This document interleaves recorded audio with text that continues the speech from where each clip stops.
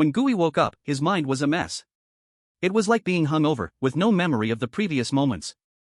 The last thing he remembered was sitting in front of a computer screen. The next second, a strange smell, a mix of blood and disinfectant, hit his nose. It was cold and damp.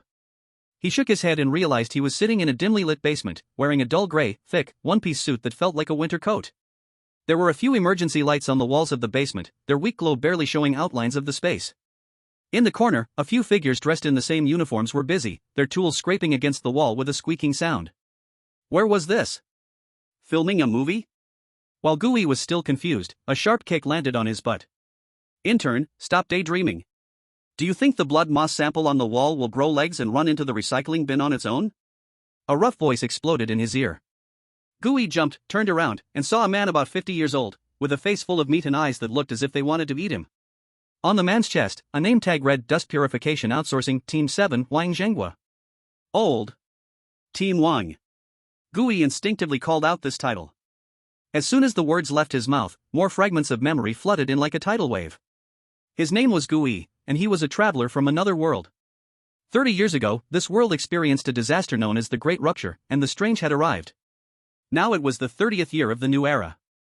And he was an orphan living in the searing area of Rustbone Street, outside the high-walled cities of the Human Union, full name, Human Civilization United Body.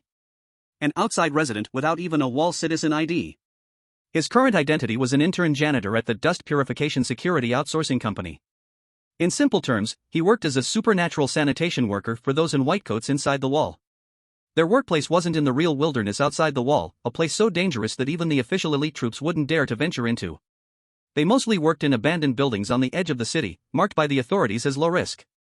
The work wasn't exactly glamorous, either, scraping walls, fishing out water ditches, catching bugs, carefully packing up those newly grown research materials that smelled strange, and returning them to the company. Occasionally, they would get easy jobs, going to a site that was supposedly cleared by big shots for a secondary safety inspection. In translation, it meant, we're not sure if it's really safe there yet, so you cheap ones, go in and test it out. So this was definitely a high-risk industry. Salary? It was considered a high-paying job outside the wall, with payments made immediately after completing a task.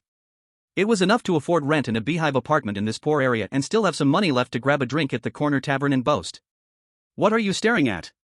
If the number of items you're recycling this time doesn't meet the standard, you can forget about getting any rating bonus this month. Old Wang cursed again and threw a small data board tied to his wrist toward Gooey. F-level pollutant recycling operation guidelines. Gooey slid the screen open, and the first page showed what they were going to recycle today. Recycling target F-level pollutant blood moss sample. Characteristics: has weak biological activity, will slowly proliferate, and prolonged contact will cause human tissue to become moss-like. Operation guidelines. Gooey stared at the rule, do not look, for more than 20 seconds, and his eyelids twitched. Is this the janitor's code of conduct? Just then, a cold, emotionless mechanical voice sounded directly in his mind. Host soul stability detected, strange illustrated, officially activated. Scanning surrounding environment. Containable objects found, F-level anomaly blood of pollution, residual body. Containment condition, the host must scrape it off with their own hands and swallow it. Gooey. He doubted whether he was still asleep. Swallow? He looked up at the thing on the wall. It was a dark red, moldy pig's blood-like thing, sticking to the wall, moving very slowly. Just looking at it, his stomach started to churn. "Aye, why are you in a daze? Hurry up and get to work." A crisp female voice came. Gooey looked up and saw a short-haired girl, agile like a sparrow, squatting on a ventilation pipe, smiling and waving at him. Her name was Lin Shochi, nicknamed Sparrow, the team scout and everyone's happy pill. "That's right, aye, if you don't move, Lufang Dama will complain again that you're slacking off." A tall and thin young man beside her also came over. His name was Li Fei, nicknamed Monkey, the team's assault unit. In the distance, a weak young man with thick glasses was crouching on the ground, meticulously calibrating the detector in his hand. That was the technician, Chen Hao. A woman in her 40s, slightly plump, was scraping the wall while complaining about the rations today, saying there wasn't even a hint of oil in them. That was logistics worker Lu Feng. Old Wang, Sparrow, Monkey, Glasses, Dama, and myself. These were all the members of Team 7. Gooey looked at his busy teammates and then at the blood moss on the wall, his heart racing like a battle. Eat, or not eat? If I don't eat, what if this sudden detailed guide is my golden finger to cross worlds? If I eat, what if it's an illusion, and something really goes wrong? He gritted his teeth. He took a gamble. In this cursed place, any chance to change fate must not be missed. Captain Wang, I have a bit of a stomachache, I'll rest in that corner over there. Gui pressed his stomach, pretending to look in pain. Old Wang waved his hand impatiently. What's with all the fuss, go quickly and come back quickly. Gui felt as if pardoned, quickly running to a corner of the basement piled with junk. He took a deep breath, drew the special scraper from his waist, and carefully approached the wall, scraping a small piece the size of a fingernail from another blood moss. The moment it detached from the wall, it twitched slightly on the scraper.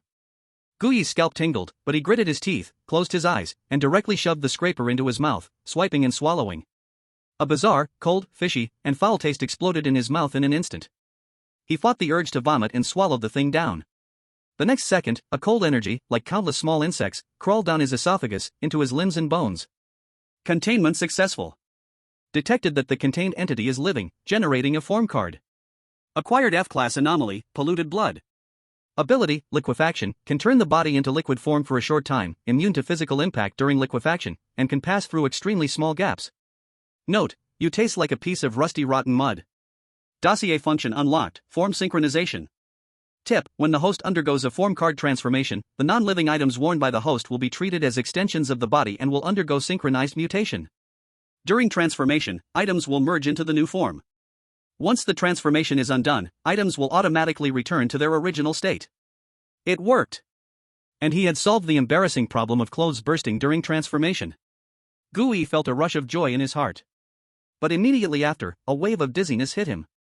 The side effects of swallowing the anomaly came on, his face turned pale, and cold sweat drenched his body. He had to hold the wall to avoid falling. You little brat, what are you dawdling around for?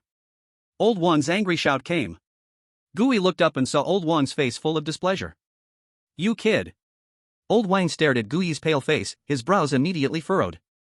He grabbed his wrist and roughly pried his mouth open to check his tongue. Damn, you've been contaminated? Gui's heart skipped a beat, and he was about to explain. Old Wang had already pulled out a military canteen from his waist, unscrewed the cap, and without saying a word, started pouring it into his mouth. Gulp. Gulp.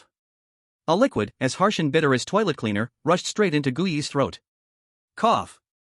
Cough. Cough. Tears streamed down Gui's face as he choked. This is the company's purification liquid, damn expensive. Old Wang angrily screwed the cap back on and cursed. Remember, in our line of work, life is more important than money. Don't hold back on using company supplies just to save a little. After cursing, he pulled out a piece of candy from somewhere and forcefully stuffed it into Gui's mouth. Get to work. Old Wang turned and walked away. The autumn wind blowing through the basement vent was sharp as a knife, cutting through the sweat-soaked back of his shirt, making him shiver involuntarily. Gui, still holding the candy with a hint of sweetness, looked at Old Wang's bear-like back, then rubbed his own grumbling stomach, feeling mixed emotions in his heart. This world, maybe it's not that bad? Chapter 2, Stealing a Bite in the First Lesson. The fruit-flavored candy in his mouth quickly melted away. Its sweetness couldn't quite mask the strange aftertaste left by the purification liquid in his throat.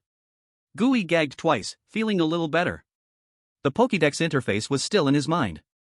It looked a bit like an old-fashioned card game, with a dull gray background and only one card glowing.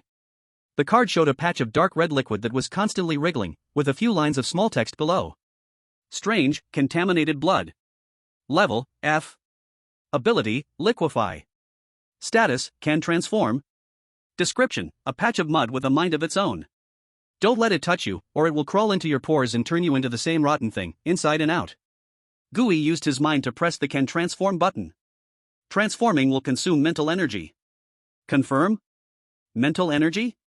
As soon as he thought this, he felt a sharp pain in his head, as if being pricked by a needle, making him dizzy. Current mental energy, 7 out of 10. Transforming into contaminated blood will consume 1 point of mental energy to initiate, with 1 point consumed every subsequent minute. So there's a blue bar limit. Gui thought to himself that he definitely couldn't try this out randomly. What if he transforms and can't change back, or worse, turns into a puddle of liquid in front of everyone? That would be a huge problem. Are you okay? The captain's purification liquid is really strong. Lin Shaoqi, like a little cat, quietly approached with her big eyes full of concern. I'm fine, just a bit nauseous. Gui quickly waved his hand, forcing out a smile that was harder to bear than crying. Here. Lin Shaoqi didn't ask and shoved something into his hand. Monkey brother gave me this anti-contamination chocolate. You should eat it, it will help suppress it. Isn't he? He didn't want to eat his own share, so he saved it for you. Lin Shaoqi made a funny face. Hurry up, don't let the captain see, or he'll scold us for slacking. Gui held the piece of chocolate wrapped in oil paper, feeling warm inside. From the memories of the original owner, he knew how precious this thing was. On the black market of Rustbone Street, a small piece like this could be exchanged for 3 packs of nutrition paste, enough food for an adult for 2 days. This is his family now. A group of people scraping by on the edge of a knife, struggling at the bottom of society. Yet they still share the little warmth they have with each other, ordinary people. He took a deep breath and stuffed the chocolate into his mouth. A strange taste, mixing cocoa and some kind of herb, spread in his mouth. Although it didn't taste good, the stormy feeling in his stomach was greatly calmed. Let's go, time to work. He slapped his face and picked up the scraper again, joining the team to clean the blood moss.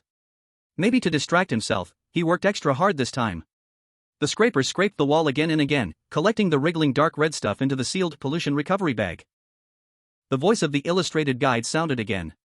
Detection of abnormal energy, should it be absorbed? Guyi's heart moved. Absorb?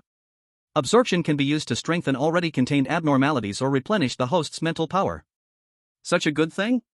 He remained calm, continuing to scrape, while silently thinking in his mind, absorb, replenish mental power. Absorbing. Mental power plus 0.01. Mental power plus 0.01. A faint but continuous cool sensation slowly seeped into his brain from the hand holding the scraper. Although the increase was pitifully small each time, the dizzy feeling in his head was indeed slowly easing. So that's how it is. This illustrated guide, not only can it eat, it can also drink soup. Gui suddenly felt confident. As long as he kept doing this work, he could quietly get stronger by handling these scraps. This was simply the perfect sneaky development path tailored for him. With this thought, he worked even harder. After more than an hour, all the blood moss in the basement was cleaned up thoroughly. Aunt Lu Fong sprayed the entire basement with a special spray, and the bloody smell in the air was finally completely gone. Work's done! Old Wang shouted, and everyone felt like they were granted amnesty, quickly taking off their heavy protective helmets, gasping for air. Each person's face showed exhaustion, but their eyes also held a bit of relaxation after completing the task. Gui glanced at his illustrated guide. Mental power, 10 out of 10. It had completely recovered. This round, a huge profit. Aye, you did well today. Quick hands and feet. Monkey Li Fei came over and slapped him on the back, almost causing him to stumble. Yeah, much better than lazy monkey here. Lin Shaoqi also laughed and joined in. Even the usually silent Chen Hao with glasses gave him a nod. Only Old Wang snorted, and no one could tell whether it was praise or criticism. Gui grinned and said nothing. He knew he was slowly becoming part of this small team. Alright, stop joking. Clean up the stuff, and let's go. Old Wang waved his hand and led the way toward the basement exit. Everyone responded, started packing up the tools. Gui stayed behind, bending over to pick up a recycling bag from the ground. Out of the corner of his eye, he suddenly caught sight of a corner blocked by some junk. There, a small patch of dark red was visible. A stray fish? His heart moved, thinking he couldn't waste it, so he called out to Old Wang. Team Wang, there's still some left here, I'll clean it up right away. He said as he lifted the recycling bag and walked over. It was a small patch of blood moss, about the size of a palm, sticking behind an abandoned iron cabinet. If you didn't look closely, you wouldn't have noticed it. Gui skillfully took out the scraper, preparing to scrape it off. Suddenly, he stopped. He noticed that the color of this blood moss was much darker than the ones they had dealt with before, almost close to black. Moreover, it wasn't moving. It just quietly stuck there, like a solidified blood scab. Something's wrong. Guyi's hair stood on end. He slowly retreated. At that moment, the center of the black blood scab slowly opened an eye.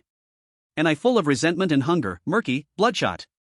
That was not a contaminant, that was the real body of the abnormality. It didn't die. Team Wang. Gui screamed with all his might. But it was too late. The moment that I locked onto him, an invisible, cold force wrapped around his throat, preventing him from making a sound. The suffocating feeling rushed in instantly. The blood scab fell off the wall, turning into a sticky black liquid, rapidly flowing towards him. Run! The only thought left in Guyi's mind. But his feet felt as if they were frozen to the ground, unable to move. It's over.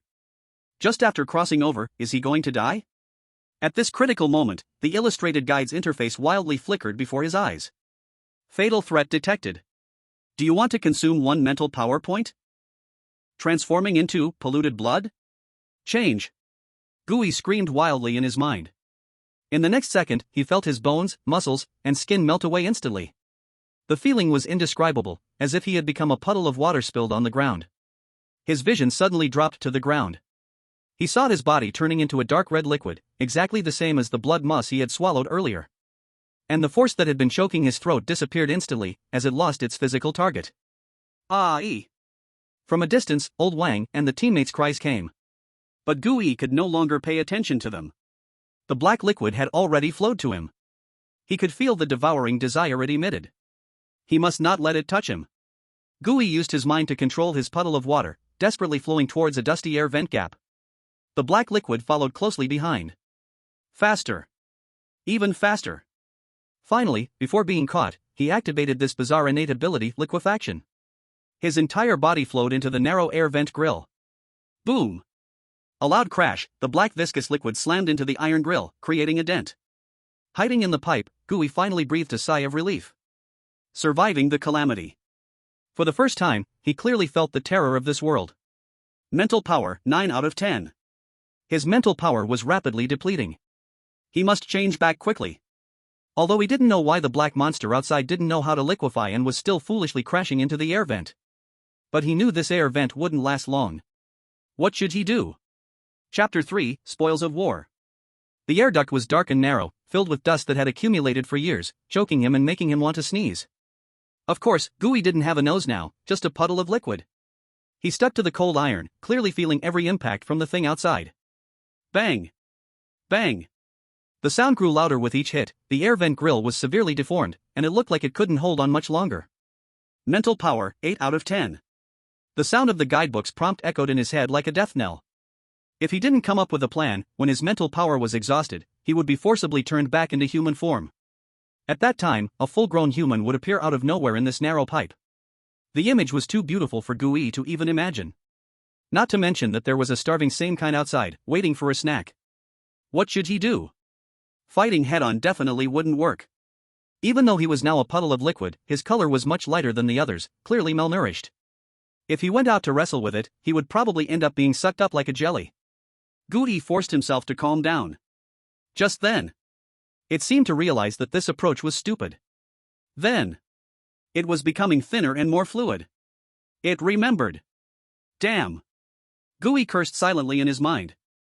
Without hesitation, he immediately controlled his liquid body and silently slid deeper into the air duct. It was like a maze with many paths. He avoided the main path and turned into a side pipe full of spider webs, heading towards the direction where his teammates were. Over there. Fire. Just then.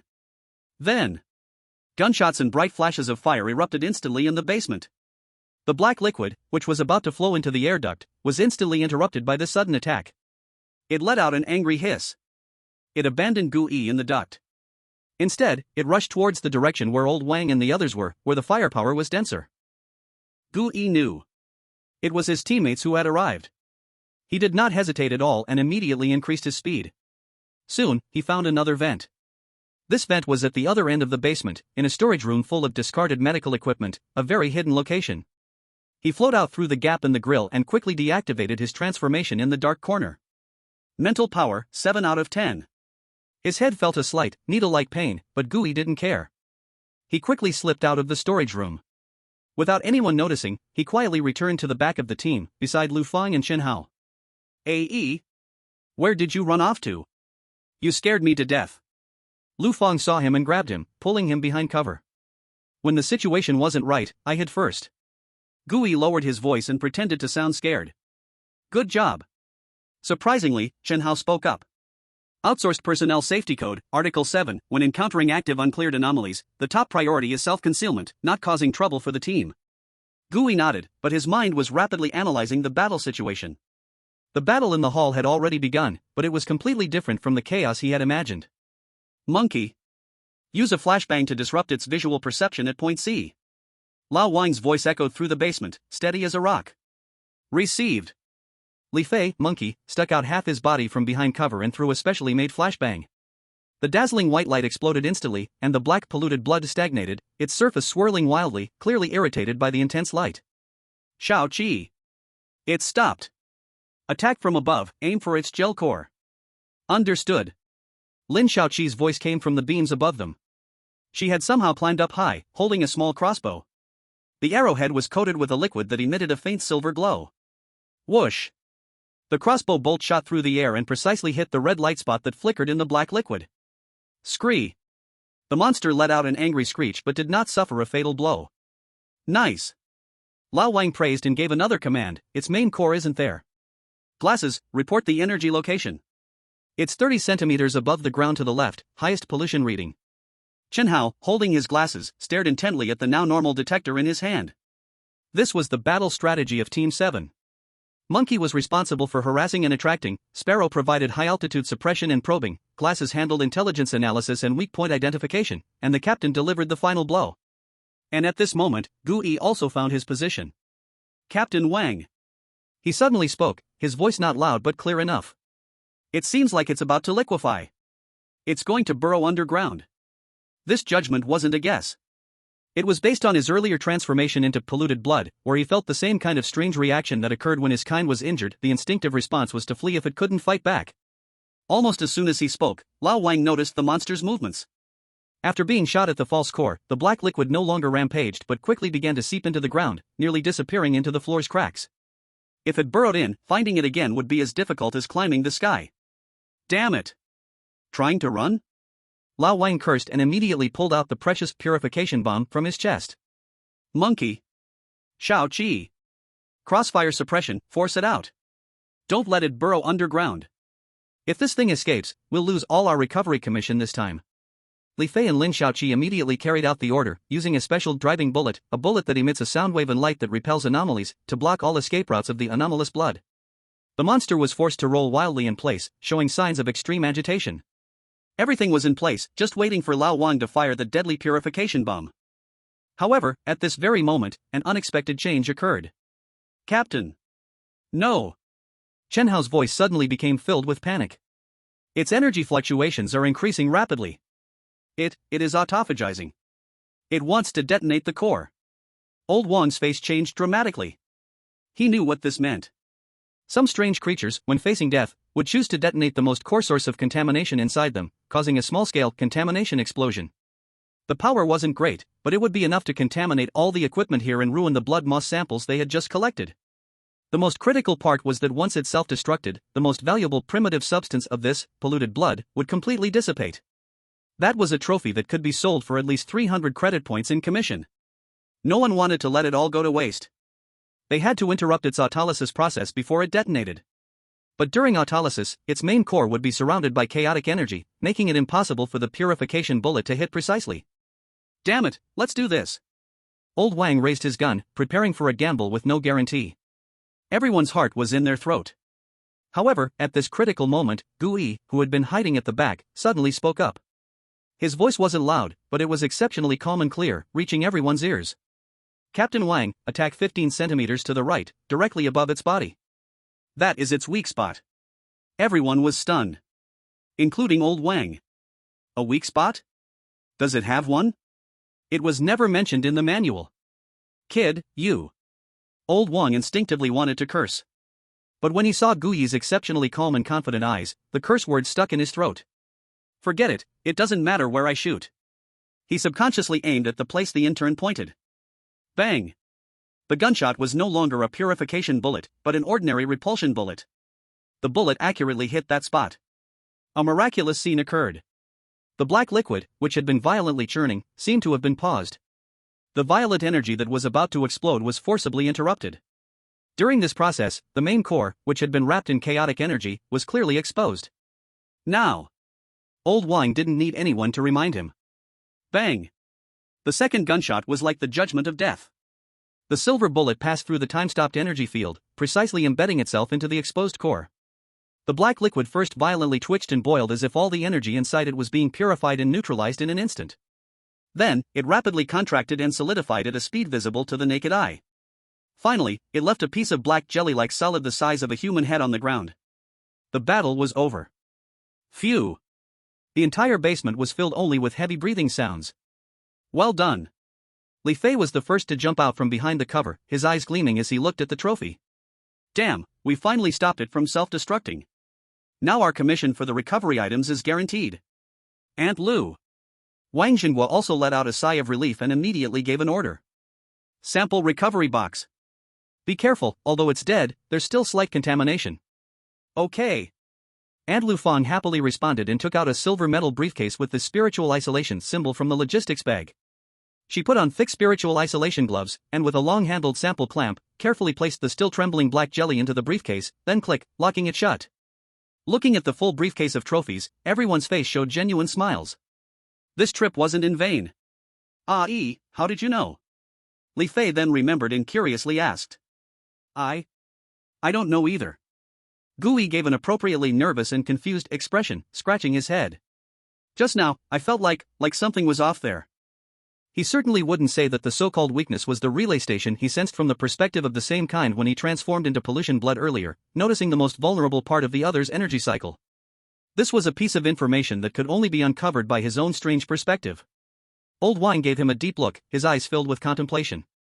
He walked over to confirm that the raw material had been properly collected before returning to Gui. Kid, not only did you save everyone's bonus for this month, but you also earned us at least 300 credit points in commissions. He paused, and his voice grew serious. According to the rules, a newbie who accomplishes a great feat can be promoted early. From today, you are no longer an intern. He pulled out 3 new silver purification bullets from his pocket and handed them to Gui. These 3 bullets are your promotion reward and also your life-saving money. Do a good job from now on. Whoa! Ai is officially promoted. The monkey and the sparrow cheered. This joy was not just for Gui but also for their own bulging wallets. Chapter 4, The Era of High Walls. The engine of the commuter car sounded like an old man wheezing, rumbling loudly. Inside the car, there was a strange smell, a mix of disinfectant, rust, and motor oil, which drilled into the nose. The smell was unpleasant, but for some reason, it felt reassuring. It felt like it could block out the deadly world outside. No one spoke in the car. Everyone was so exhausted that no one had the strength to argue. Old Wang Zhenghua sat in the passenger seat, quietly lighting a mint cigarette. The smoke swirled around, obscuring his tired face. The shadow of ruined buildings outside the window flickered, casting light and dark on his face, deepening and softening the wrinkles. Lin Shaoqi had long fallen asleep, curled up in the corner with tears still hanging on her eyelashes. Aunt Lu Fang took out her personal terminal and looked at a picture of her daughter, a rare softness appearing on her face. Chen Hao was the same as always, huddled in the innermost corner, lowering his head, fiddling with his detector. Gui sat in the middle of them. He couldn't sleep. Every time the car jolted, he felt like his bones were shaking too. He quietly raised his hand and curled his fingers. That feeling of turning into a puddle of slime sliding through ventilation pipes still seemed to linger on his body.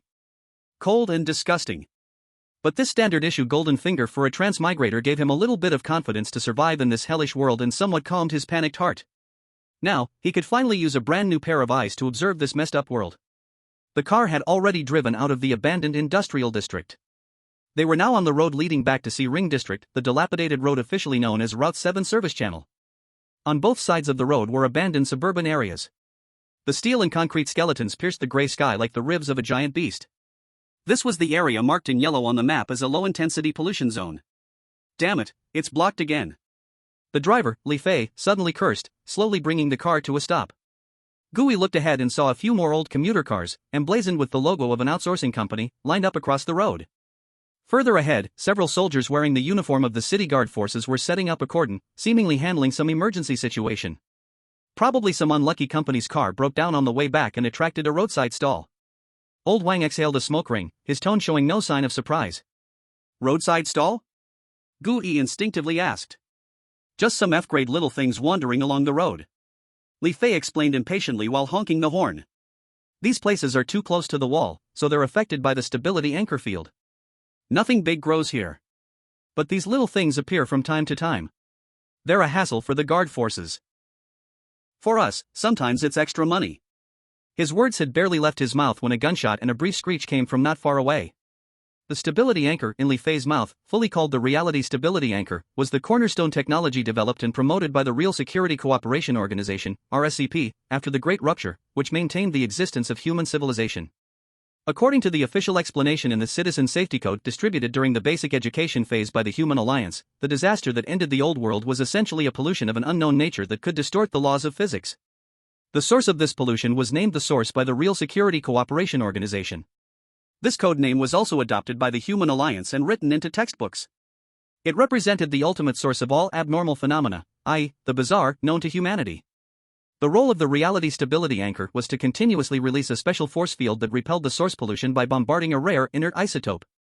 Within the range of this force field, the structural strength of reality would be greatly enhanced, thereby greatly suppressing the natural generation of the bizarre and weakening the existing abnormal features.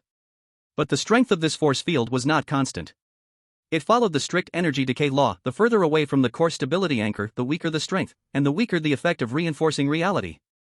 This was also the fundamental reason for the division of all walled cities into 3 rings.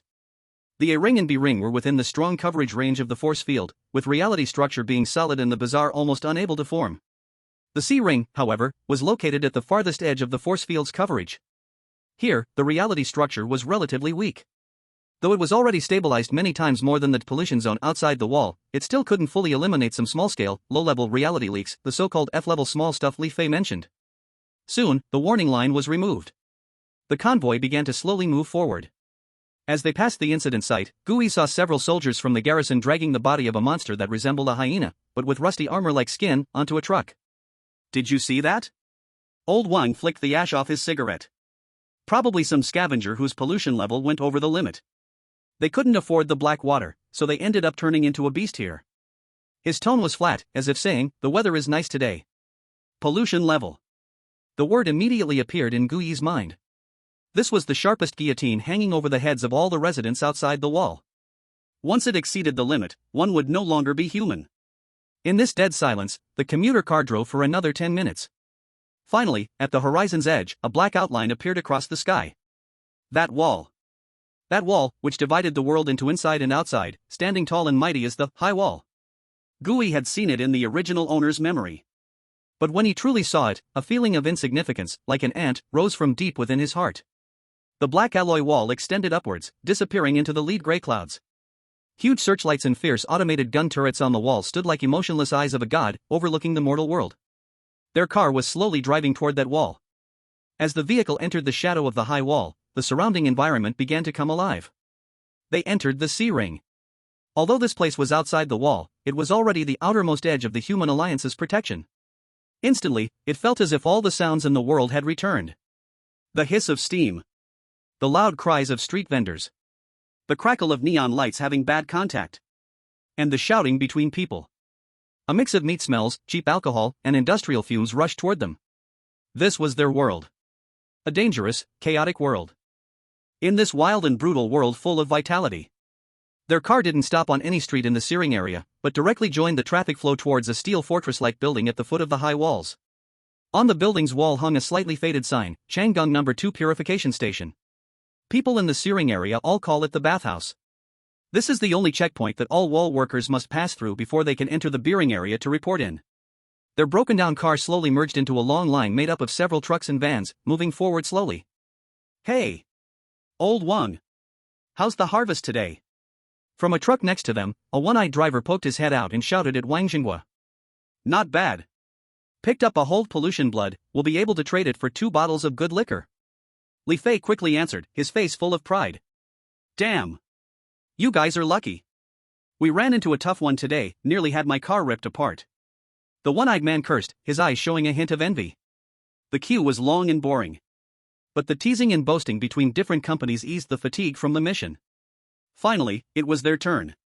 The commuter vehicle was lifted by a massive mechanical arm and sent into a channel full of purification liquid sprayers. The car was immediately filled with a strong smell of disinfectant. Next, everyone got out and entered separate compartments to be exposed to ultraviolet rays and sprayed with purification liquid. The last and most critical step, pollution value detection. Everyone lined up and passed through a glowing archway detection device one by one. Li Fei was the first to walk through, and the indicator light on the archway turned yellow. Pollution value, 35%. A sergeant in a logistics uniform from the Guard Corps glanced at the data lazily and shouted, "Alert range passed." Next, Lin Xiaoqi. Pollution value, 32%. Passed. When it was Gui's turn, he took a deep breath and walked over. He could feel that there was still that cold energy inside his transformed body, energy that didn't belong to humans. Pollution value, 28%. Passed. The sergeant didn't even raise an eyelash. Gui froze for a moment. He didn't expect his value to be the lowest among everyone. Was it because his soul came from another world? Or was it the protection of the weird pictorial? Before he could think more, it was the turn of their team leader, Wang Xinghua. When old Wang walked over, the yellow light on the archway was noticeably brighter than everyone else's, even showing a hint of dangerous orange. Pollution value, 48%. Warning, pollution value approaching dangerous threshold. The sergeant finally looked up and furrowed his brows. Old Wang, you're smoking more and more backwards. If this continues, you'll have to go to the medical room for tea. Get lost. Old Wang cursed with a laugh, pulled out a pack of mint cigarettes, and threw them over. Next time, try a different brand. The sergeant skillfully caught the cigarettes and waved his hand. All right, go on. Next team. In this way, the entire 7th squad passed the inspection safely. They got back into the commuter car, which was old but had already been cleaned spotless. In front of them, a massive tunnel gate leading to the inside of the wall let out a low hum and slowly rose. On the other side of the tunnel was the paradise that these wall outsiders dreamed of. Chapter 5, Two Worlds. The commuter car drove into the deep tunnel.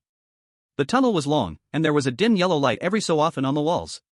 Light and shadow intertwined on the windows, as if traveling through a passage of time. No one spoke in the car. Everyone instinctively held their breath. Because they knew, the other side of the tunnel was a completely different world. After about a minute of travel, a glaring white light finally appeared ahead. The moment the car's front reached the end of the tunnel, the light flooded in. Gui felt as if his eyes were sharply pricked. Immediately after, a type of air, completely different from the one outside the wall, slipped through the car window's crack. This air lacked the industrial waste gases and faint rotten smell of the C-zone. Instead, it carried a slightly sweet and sour scent, a smell of food fermenting. It was the scent coming from the greenhouse arc of the Shinnong Institute under the Human Federation. This was the B-zone. The world inside the wall. The commuter bus merged into a wide, smooth asphalt road. Although the road had some potholes and cracks, it was clearly regularly maintained. On both sides of the street were orderly, uniform residential buildings. Though the style was monotonous, every window was intact. There were even some green potted plants on the windowsills. Their car, as required, could only drive on the outermost service lane. But even so, the scene of normal life still bombarded their eyes one after another. They saw children in uniform blue school clothes, carrying backpacks, chasing an old soccer ball on a playground surrounded by protective nets, laughing carefree. The street vendor was pulling out golden yellow fried synthetic potato cakes from the oil pot and sprinkling them with spices. That overpowering aroma, even through the car window, seemed to creep into their noses. Gurgle. In the car, someone unknowingly swallowed their saliva. A few elderly workers in gray work clothes were gathered around a stone table, playing chess, leisurely passing the time, as if all the dangers outside had nothing to do with them. These normal scenes were a silent slow torture for the entire Team 7 every time they saw them. They constantly reminded them that they were only separated from this stability by a wall. The atmosphere in the car grew even more oppressive than when they were in the polluted zone. But strangely, Gui saw only envy and unwillingness in their eyes, not hatred. He found the answer in the memories of the original owner. Because the Human Federation, the organization they called the Big Family, had done its best. It was the Human Federation that built high walls to block the strange waves that could devour everything. It was the Human Federation that provided free calm nutritional paste, which could suppress pollution and prevent people from starving, through exchange stations every week to all residents outside the wall. It was the Human Federation that gave all children in the C-zone the right to receive basic education, to learn to read and the strange survival manual for free. They couldn't make everyone live a good life, but they gave everyone a bottom line for survival. It was precisely because they knew of this best effort that they felt even more helpless. The commuter bus finally turned into a remote industrial park, almost close to the wall's edge. This was where outsourcing companies like Dust Clean Security gathered. The inconspicuous, uniform three-story gray buildings were the headquarters of these companies. Look, the building ahead with the Iron Fist logo, that's Iron Fist Security's turf. Li Fei pointed out the window, curling his lips. The one-eyed guy who boasted at the purification station, he's from their team. Gui looked in the direction he pointed and nodded. All the companies in this park, they all do the same work as us, he asked. Of course. Li Fei sneered, with a tone of self-mockery. To put it bluntly, no matter what company we work for, we're all working for one master. The pollution samples and strange organizations we recover, the company can't process them at all. They act as middlemen, sorting the stuff, packing it, and then reselling it at a high price to the Safe Alliance liaison station in the B-zone. The company eats meat, and we just get a sip of soup. Gui understood. So, the final point of their industrial chain was that mysterious and cold-blooded Safe Alliance. They were like the most insignificant scavengers at the very end of this massive war machine. So, don't be fooled by the number of companies, they're actually all the same. Our dust-clean security is the smallest and most stingy among them. Li Fei sighed and slowly parked the car in front of a small building with peeling paint on the walls. This was their company. The handover process was cold and efficient. Step 1, parking and unloading. And Lu Fang and Li Fei together carried the sample recovery box with the pollution blood, protoform, as well as the dozen or so blood moss samples in sealed bags, to the basement's materials department. They handed it over to a warehouse manager with a perpetually stern face. Old Sunday. Old Sun didn't even look at them properly. He just scribbled a few things on the datapad, then waved them off. Step 2, task report. Captain Wang Jingguo went alone to the manager's office on the second floor. Gui and the others could only wait quietly downstairs in the break area, which didn't even have chairs. This wait didn't last long. About 10 minutes later, old Wang came down from upstairs. His face showed no expression, but he was holding a settlement form. Old Wang took the form to the finance room on the first floor. Soon, each person's personal terminal received a transfer notice. Gui looked at the interface on his terminal. Task settlement, 530 credit points. Details: basic attendance fee 100, F-level on-site rating bonus 250, recovery item commission, F-level complete, 150, new employee probation reward 30. Damn! Li Fei saw the bill and was the first to shout out, his face full of surprise. Fatty Ma is really this generous this time. He actually paid us the commission for that crappy jelly according to the company's standard. Guess he knows what's good for him. Old Wang's lips also curved up slightly, a rare smile. This rare smoothness made everyone's mood lift. Although they were still rated the lowest F level, with the generous recovery item commission, this task's earnings had far exceeded expectations. At the logistics office, they picked up the purification liquid and isolation stickers they needed for the next task, and then left the gray building. On the way back, the mood in the vehicle had lightened significantly, lifting the earlier gloom. V-room. The commuter vehicle passed through the tunnel gate again, which seemed to connect two worlds, and returned to the outer wall.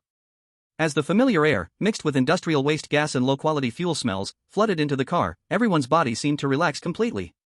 It had unknowingly started to rain lightly. The gray raindrops covered the entire gray millstone in an even more oppressive, damp, and cold atmosphere. The neon lights blurred into patches of light on the waterlogged ground. Li Fei rolled down the car window. Cold raindrops hit his face, and he shouted out in joy. Although this place was dangerous and chaotic. Here, this was their world.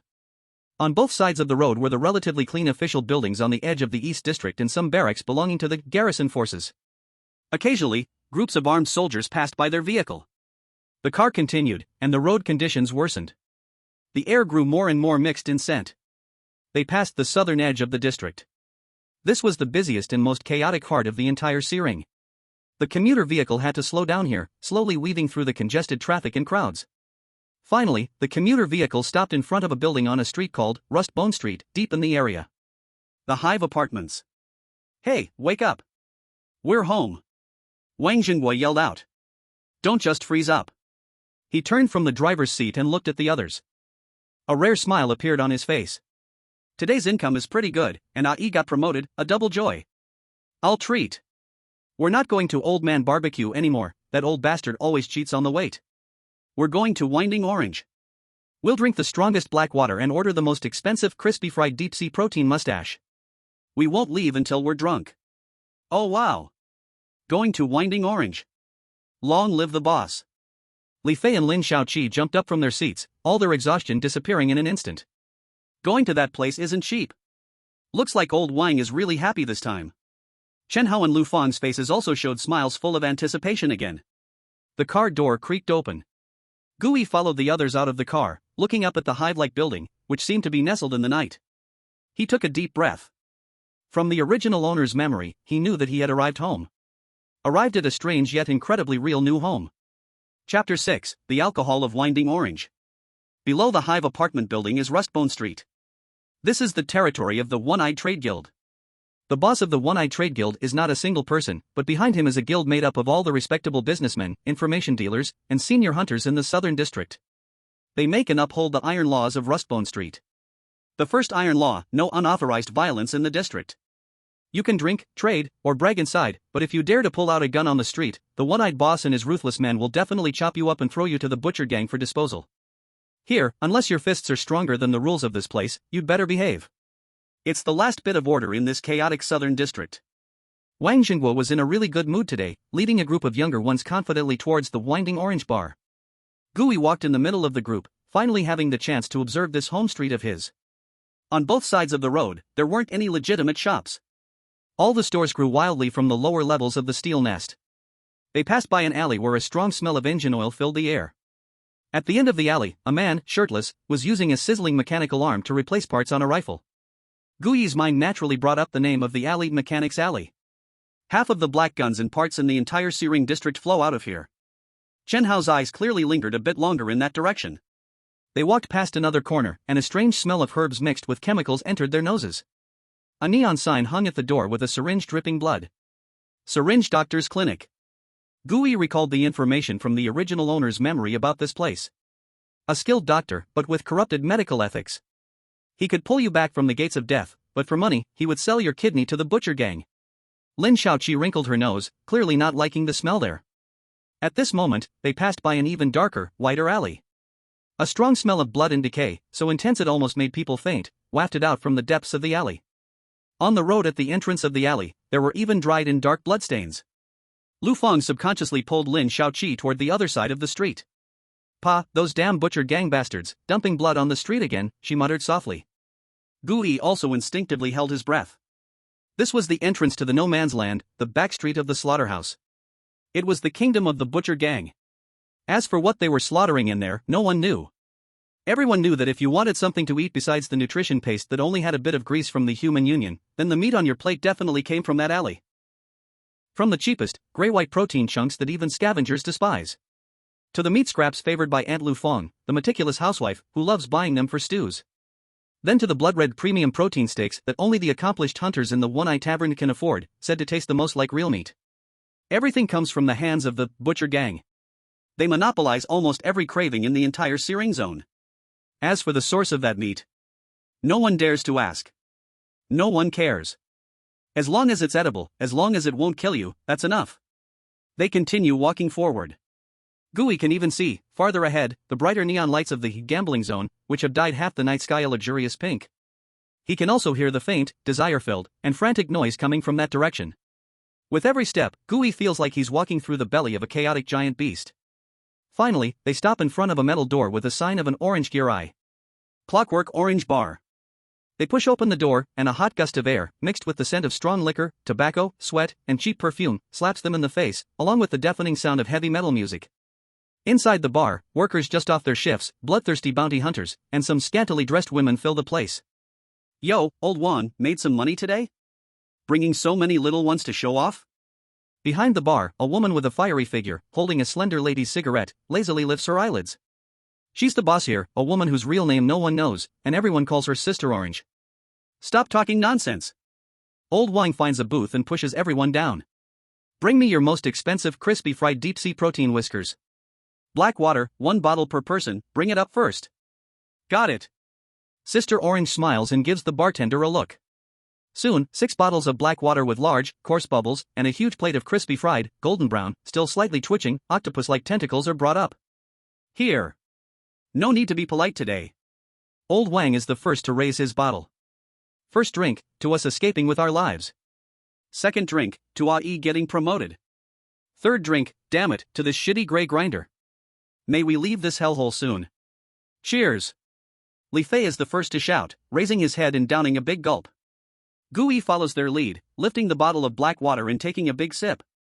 In an instant, an indescribable, spicy taste mixed with industrial alcohol, rusty underground water, and some kind of moss-like bitterness burns through his throat all the way to his stomach. Cough, cough, cough. He coughs so hard his eyes tear up, feeling like he's drinking gasoline with sugar added.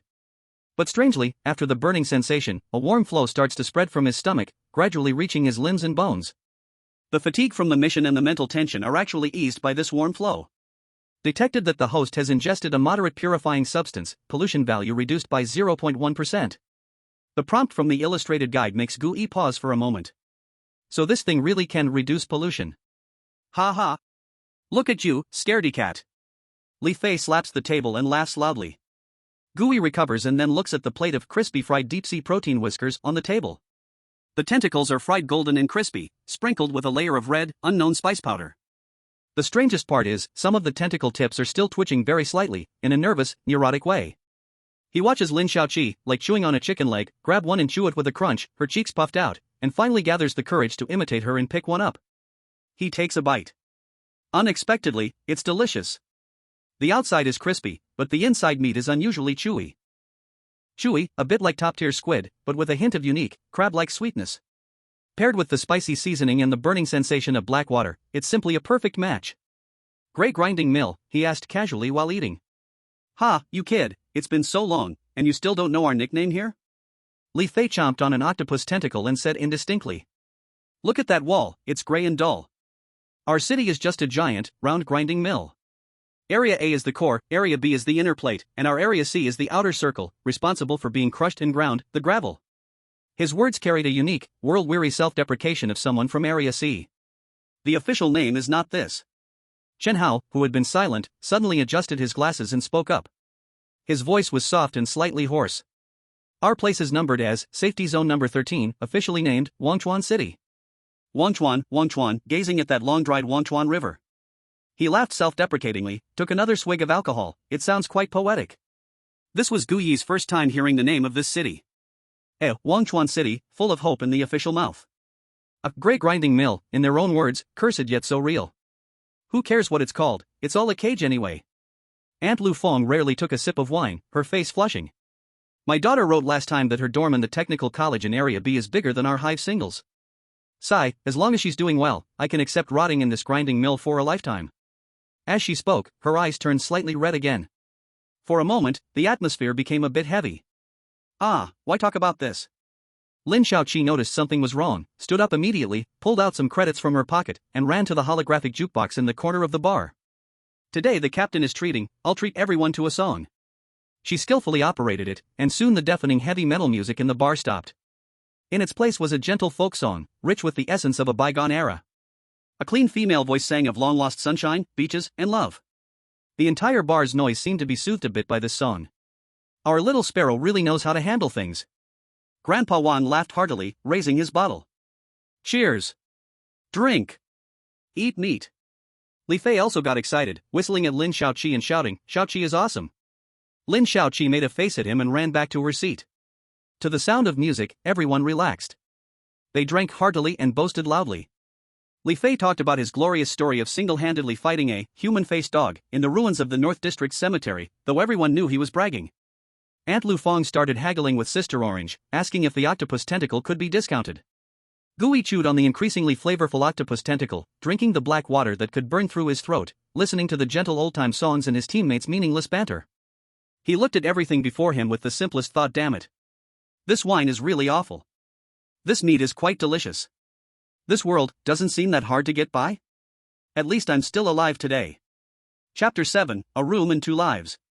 After saying goodbye to his teammates at the corridor, Gui walked alone towards the narrow iron stairs leading to the top floor. There was no elevator in the building. The old sound-sensitive lights needed him to stomp his feet, one by one, to wake them up. The dim yellow glow could only illuminate a small area below his feet, while more darkness clung to the walls and ceiling like thick oil. Grandpa Wang's shouts, Li Fei's laughter, and Lin Shaoqi's cheerful "Ai brother, see you tomorrow" gradually fell behind him, swallowed by the walls of this old hive. When he climbed to the top floor and opened the door to his dorm room, the world fell completely silent. This is the makeshift top floor, a narrow space made of thin iron sheets and composite boards, boiling in summer and freezing like an ice cellar in winter. The room is small, so small that Gui feels it looks more like a standing coffin. A single iron bed, a creaky wooden table, and a chair with a broken corner is all his possessions. The only appliance is the lonely energy-saving light bulb hanging from the ceiling. With this setup, he still needs to pay 500 credit points in rent every month. Gui closed the door behind him and didn't turn on the light immediately. He leaned against the cold iron door, listening to his somewhat rapid breathing, slowly calming down in the darkness. Until that heart, racing wildly from battles and journeys, regained its normal rhythm. Then he reached out his hand, and with a click, locked the door several times. This action felt like a ritual. A ceremony that completely isolated all the noise, danger, and prying eyes of the outside world. Now, there was only him here. He finally had time to face himself. Gui walked in the dark to the bedside and plopped down. The bed creaked under the burden. Everything he experienced during the day, the bloody scenes, the bizarre sensations of turning into mud, and the exhaustion of surviving, came flooding back like a tide at this moment. He lay back, placing his arm over his eyes, trying to clear his mind. But the more he tried to empty himself, another set of memories that did not belong to him became clearer. It felt like a life movie that didn't belong to him was playing in his mind. The protagonist was the original owner of this body. An orphan named Gui, only 19 years old. The first fragment of memory was damp. It was a place called the Runlian Hope Orphanage on the edge of the East District of Area C. Here, though dilapidated, it was still relatively clean. Uniformed staff patiently distributed free sedative nutritional paste to a group of pale and thin children. In this place, Gui was just an orphan without a surname. He named himself Gui, thinking if he became peculiar, would he no longer have to fear hunger? Like the other children, his most important task every day was to study the Eerie survival guidelines and pray he wouldn't be taken away by sudden patrols for exceeding contamination levels. He had never seen the world before the Great Break, which to him felt like a distant and unreal mythical story from the teacher's mouth. The second memory fragment was filled with despair and longing. It was the year he turned 15. He graduated from a basic education school in Area C. Then, he was thrown into the gigantic meat grinder of Area C. He became an apprentice in those nameless black factories. Every day, he breathed the choking metallic dust for 16 hours. In return, he earned a meager salary barely enough to pay the rent for a coffin room on the top floor of the hive. He relied on the free nutritional paste provided weekly by the Runlian to avoid starving to death. But that was all. All the money went to buy a roof that could shield him from wind and rain. Not a single extra credit point to buy a bottle of nerve-numbing black water or a potato cake that could taste like oil. Several times, he almost got thrown out like trash by the hive administrator for not being able to pay rent. It was during that time that a mad seed was planted in his heart. He wanted to enter the walls. At any cost, he would become a decent person in Area B. The third memory fragment was the turning point of his life.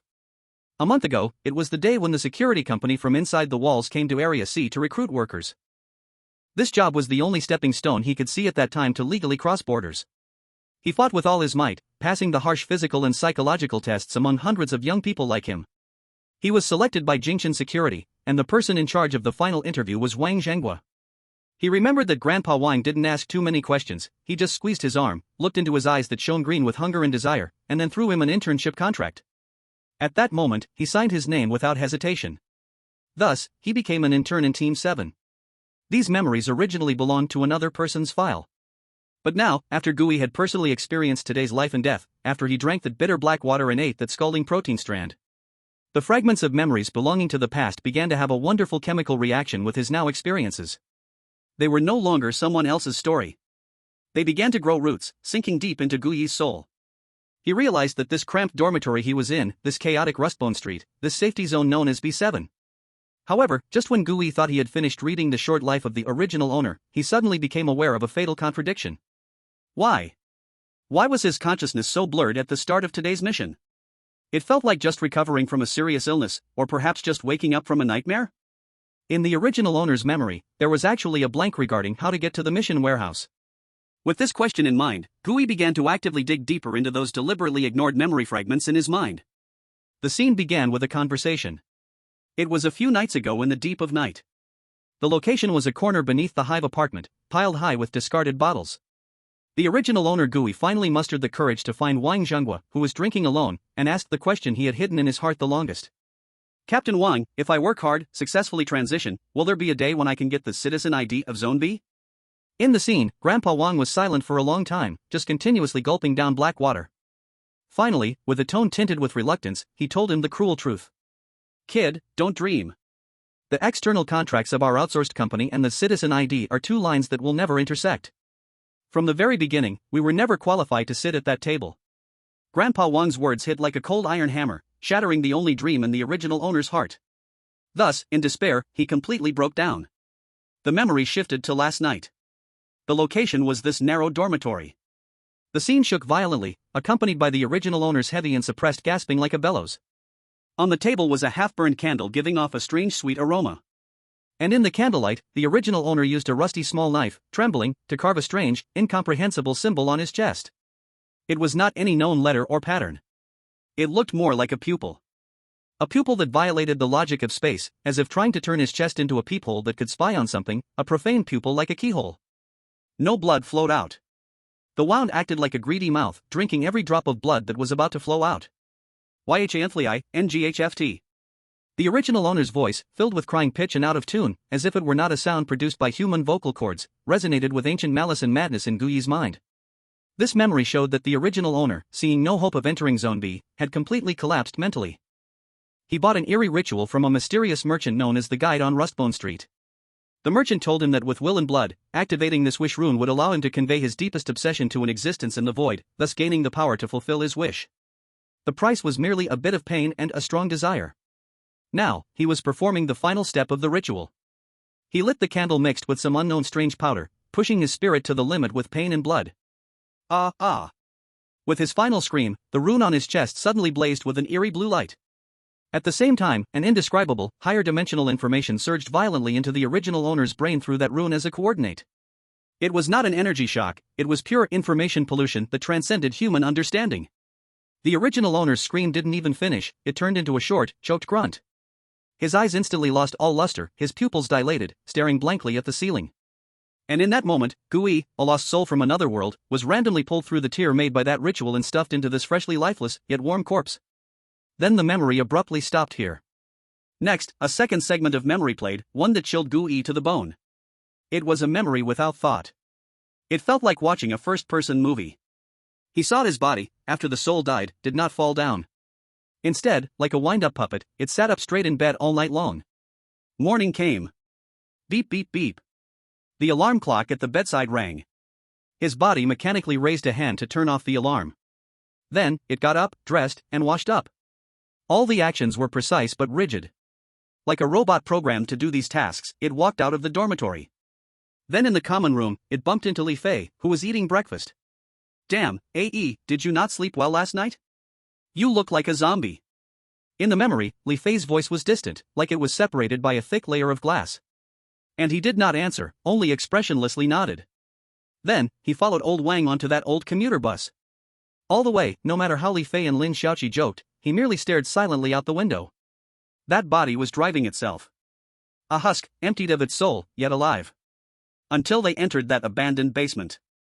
Until Gui's body touched that wall emitting a faint, strange energy, blood moss. That pollution from the outside world struck his living corpse like a jolt of electricity. It finally activated his soul, which had been trapped in the cockpit, silently observing for an entire morning. Thus, he truly woke up. Gui sat up abruptly from bed, gasping for air, his forehead drenched in cold sweat. He reached to touch his neck, where that suffocating phantom pain still lingered in his memory. He lifted his shirt to look at his chest, saw no wounds. The original owner was dead. Just last night, in this room, on this very bed where he sat now. So what is he now? A passing lost soul, stuffed into this evacuated shell? Then he drifted for a long time to adapt to this body? Does that so-called strange compendium relate to the original owner's carved wish rune? Did it kill the original owner, then choose me? Or rather, parasitize on me? That mysterious guide. Who exactly is he? Why is he selling such dangerous things? What is his purpose? A long time passed. He sat up from the bed, walked to the desk, and reached out to press the switch for the energy-saving light. Click. A dazzling yet incredibly real light instantly filled the entire room. He saw on the table an old, dog-eared book left by the previous owner, a beginner's guide to strange materials. He noticed in the corner a pair of work boots, faded from washing, that he needed to wear tomorrow. Gui lowered his head, looking at his own hands. These hands are his hands. This bed is his bed. But this life was inherited from a dead person. Along with that deadly secret. Chapter 8, The Strange Illustrated Guide. I will use your identity, using this power that doesn't belong to me. I will live well. The promise echoed in the empty room, sounding somewhat pale. Gui knew very well that just talking was useless. He must understand the only trump card he had in his hands. He closed his eyes, examining the golden finger in his mind. Strange Illustrated Guide. A book composed of faint, smoky black energy appeared directly in his mind. Like software installed directly in his brain. He clicked to open the guide. On the title page, 4 huge bookmarks radiating different lights emerged. The first one, called Book of Hundreds of Strange, emitted an ominous blood-red light. The second, named Box of Oddities, emitted a mysterious dark purple glow. The third, called Scroll of True Words, radiated an abyss-like pitch-black light. The fourth, named Curse of the Pestilence, emitted a corrupt fluorescent green light. Currently, only the bookmark 4, Book of Hundreds of Strange, was lit. The other 3 were gray, seemingly needing specific conditions to unlock. Gui's awareness focused on the lit Book of Hundreds of Strange. The pages automatically turned, revealing the first page before him. It was an exquisitely drawn card that could even be described as alive. The background of the card depicted a dark, damp ventilation pipe. At the center was a pool of dark red blood, seemingly alive, slowly wriggling, with bubbles of varying sizes forming on the surface. At the bottom of the card, there were clear lines of text like system data. Form card, number 001. Name, polluted blood. Grade, F. Type, physical/living creature. Description, a pool of mud with self-awareness. Don't let it touch you, or it will drill into your pores and turn you into the same kind of rotten thing, inside and out. Ability. 1. Form change, can transform its body into shapeless blood mud, immune to physical impact, can enter narrow gaps. 2. Corrosive slime, secretes slightly corrosive slime from its body, can be used to attack or hinder enemies. Weakness. 1. High temperature, temperatures above 500 degrees Celsius can cause it to evaporate quickly. 2. Purification concept, reacts violently to real Anshi 12 assurance purification liquid and purification bomb. 3. Dry environment, extremely dry environments greatly diminish its activity. Form card? Gui's awareness concentrated on this unfamiliar term. The information stream from the guide immediately provided an annotation. Form card generated after containing a physical/living creature anomaly. The host can consume mental energy to transform into that anomaly's form. Transform. Gui instantly understood. This, Book of Hundreds of Strange, is his transformation list. He continued to flip pages. Behind the Book of Hundreds of Strange, indeed, was a blank space. He returned his awareness to the title page, trying to touch the 2 gray bookmarks. Box of Oddities, locked automatically unlocks after containing the first armament card. Scroll of True Words, locked automatically unlocks after containing the first rule card. Curse of the Pestilence, locked automatically unlocks after containing the first meme card. Armament card? Law card? Meme card? Gui frowned. Although he still didn't understand exactly what they were, he vaguely felt that the way to use his golden finger was far more complex and powerful than he had imagined. After calming down, Gui's consciousness returned to the main interface of the illustrated book.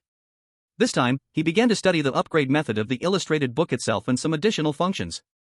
Soon, he found a progress bar locked by a chain icon and several similarly dim function areas on the last page of the illustrated book. Illustrated book level, LV.1. Upgrade conditions, contain and analyze 10 different strange beings. Current progress, January 10th. And below the progress bar, there was only one function area that was lit up. Fusion and evolution, LV.1. Gui's thoughts lingered on this feature that sounded the most amazing. A description jumped out. Fusion and evolution, LV.1 can fuse 2 cards of the same type together, with a certain probability, to create a brand new, higher grade card. Currently fusible type, limited to form cards. Basic consumption, each time the fusion program is activated, 20% of maximum spirit power is needed. Tip, fusion requires reference to compatibility. The higher the compatibility between the 2 species, the higher the success rate. The additional spirit power consumption is lower. Warning, if fusion fails, the 2 cards used as materials will enter a 24-hour deterioration state and cannot be used during this time. Gui read through all the descriptions word by word. This is such a scam. After reading this long string of explanations, Gui couldn't help but complain inwardly. This fusion function was way more expensive than he had imagined. First of all, activating it required 20% of his spirit power, and that was a precious percentage deduction, which was almost a third of his combat stamina. High risk, high reward. Gui stroked his chin, but his eyes gradually lit up. Although there were many restrictions, the temptation of creating a brand new, higher grade card was simply too great. This function was like a lifeline tailored for his poor start. Put in 2 F-grade scraps. With good luck, he might get an E-grade or even a D-grade treasure. This was truly the shortcut to breaking through class barriers. The joy of a gambler. Gui's mouth couldn't help but curl up. He suppressed the impulse to rush out and catch another strange being for a fusion experiment. He knew that right now, he only had the polluted blood card, and there was nothing else to work with. He needed more materials. After studying these, Gui found another problem. At the moment, aside from transforming, it seemed he had no abilities that could be used in human form. This meant that if an emergency occurred, he had no basic self-defense or counterattack capabilities. Is there really no other way? He carefully flipped through the descriptions in the illustrated book again. Finally, in a corner of the list of strange beings page, he discovered a tiny, almost overlooked line of gray text. Skill extraction, unlocked after illustrated book level reaches LV.2. Description, after unlocking, can choose skills from contained form cards each day and equip them to the host. After equipping, the host can use that skill in human form. So it's here. Gui suddenly realized. It wasn't that he had no abilities, it was that his level wasn't high enough to unlock them. As long as he upgraded the illustrated book to level 2, he would have a trump card to fight in human form. And the upgrading condition was to contain more, different kinds of strange beings. The path to becoming stronger was now laid out clearly before him. That is crazy containment. Contain everything strange that he could see, unlock mysterious box in true word scroll, raise the level of the illustrated book, and get more materials for fusion and evolution. Ha! Gui let out a long breath of turbid air. He opened his eyes again and looked out at the night sky, dyed bizarre by the neon lights. In his gaze, there was less confusion and fear. He first set 2 goals for himself. The first, and most important, was to survive and become stronger. Crazy collection. Collect everything weird of different kinds that he could see, to unlock the curio box, and truth scroll, to upgrade the encyclopedia level, to gain more materials for fusion evolution. Only by having enough power to protect himself could he stand firm in this damned world. The second was to find out the truth behind the original owner's death. Figure out why he had crossed over, to understand what the strange encyclopedia was branded deep in his soul. And to unveil this mystery. The one who sold the original owner the wishing ceremony, the mysterious guide. He was currently his only clue. Chapter 9, Credit Points and the Disappearing Guide. The next day, Gui was awoken by the incessant noise from the hive apartment. The sounds of arguing downstairs, children's crying, and the drunken man's vomiting in the hallway. All the sounds mixed together like a boiling pot, filled with the sour, stinking porridge of life. He opened his eyes to the familiar, ugly crack in the ceiling, feeling a moment of daze. Everything from yesterday felt like a bizarre dream. But when he opened his personal terminal and saw the clear number, 1050, in his account balance, he knew everything was real. Gui did not linger in bed. In this world, survival comes first. He first took his ID card and went to the Human Alliance Resource Exchange on the outskirts of the South District. It was an official institution filled with the smell of disinfectant, like an old-world bank. The air was thick with numbness and silence. Everyone was lined up in a long queue, waiting to receive their weekly relief food that would ensure they wouldn't starve. ID. At the window, a staff member in Garrison Logistics uniform did not raise his head. Gui handed over the card. The other person swiped it on the machine, then threw out 7 tubes of dark green calm nutritional paste from the window like throwing away trash. Next.